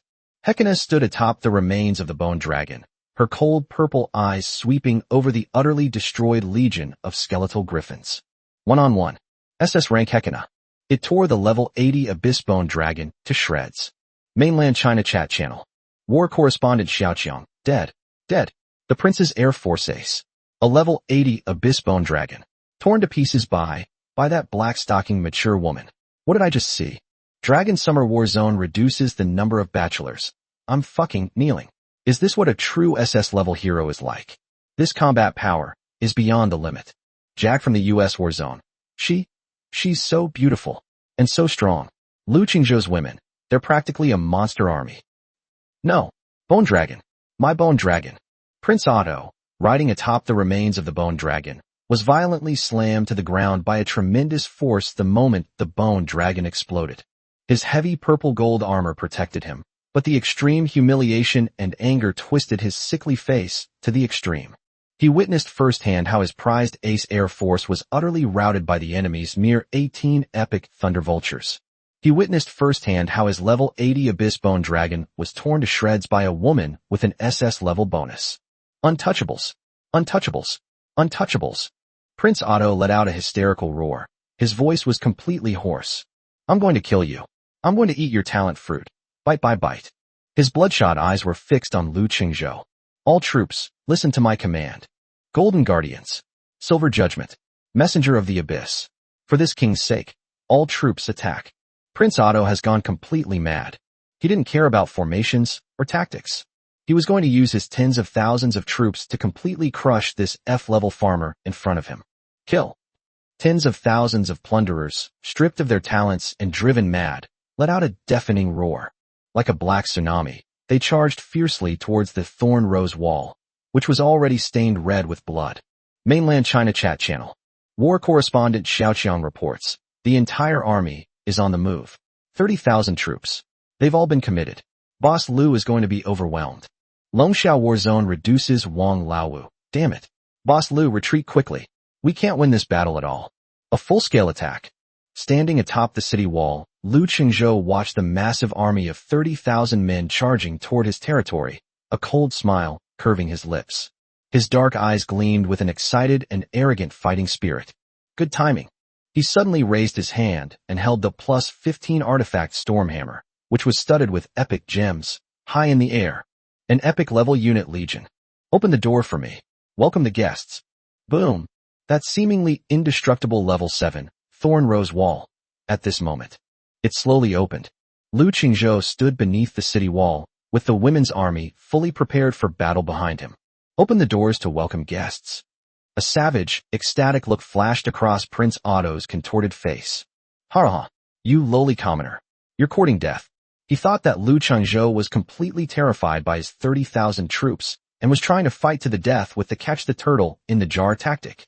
The entire army. Leave no survivors. Kill.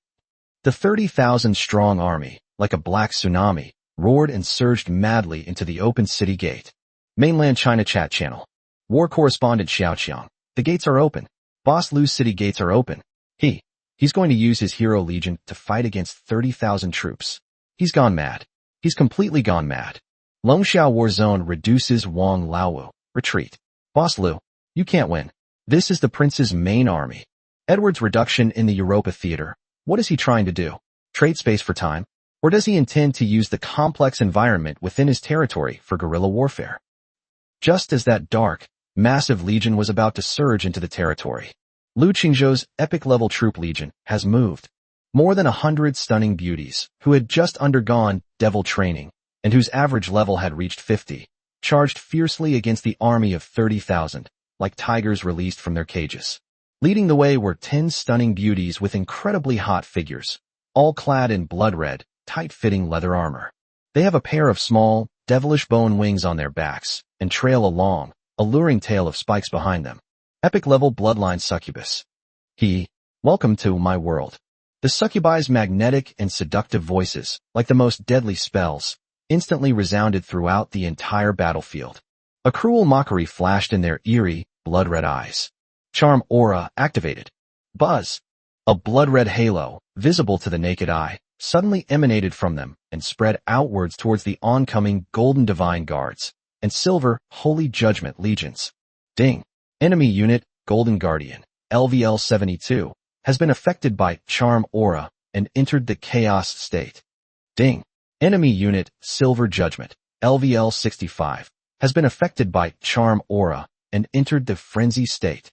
The thousands of Golden Divine Guards and Silver Holy Judges, who were originally filled with murderous intent and had only Lu Qingzhou in their eyes, suddenly froze under the enchanting halo. The bloodlust in their eyes was instantly replaced by madness and chaos. Kill.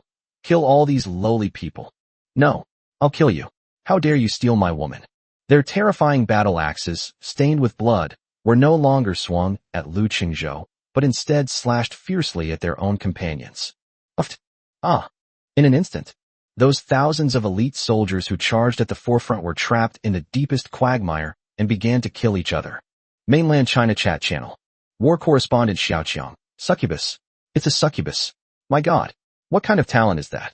Crowd control. Dragon Summer War Zone Zhao Taiju. Holy crap. They're killing each other. Those succubi. Are they crowd control heroes? That's insane. Edward, from the Europa Theater. This is the power of an epic unit. A single skill can cause the prince's elite army to collapse on the spot.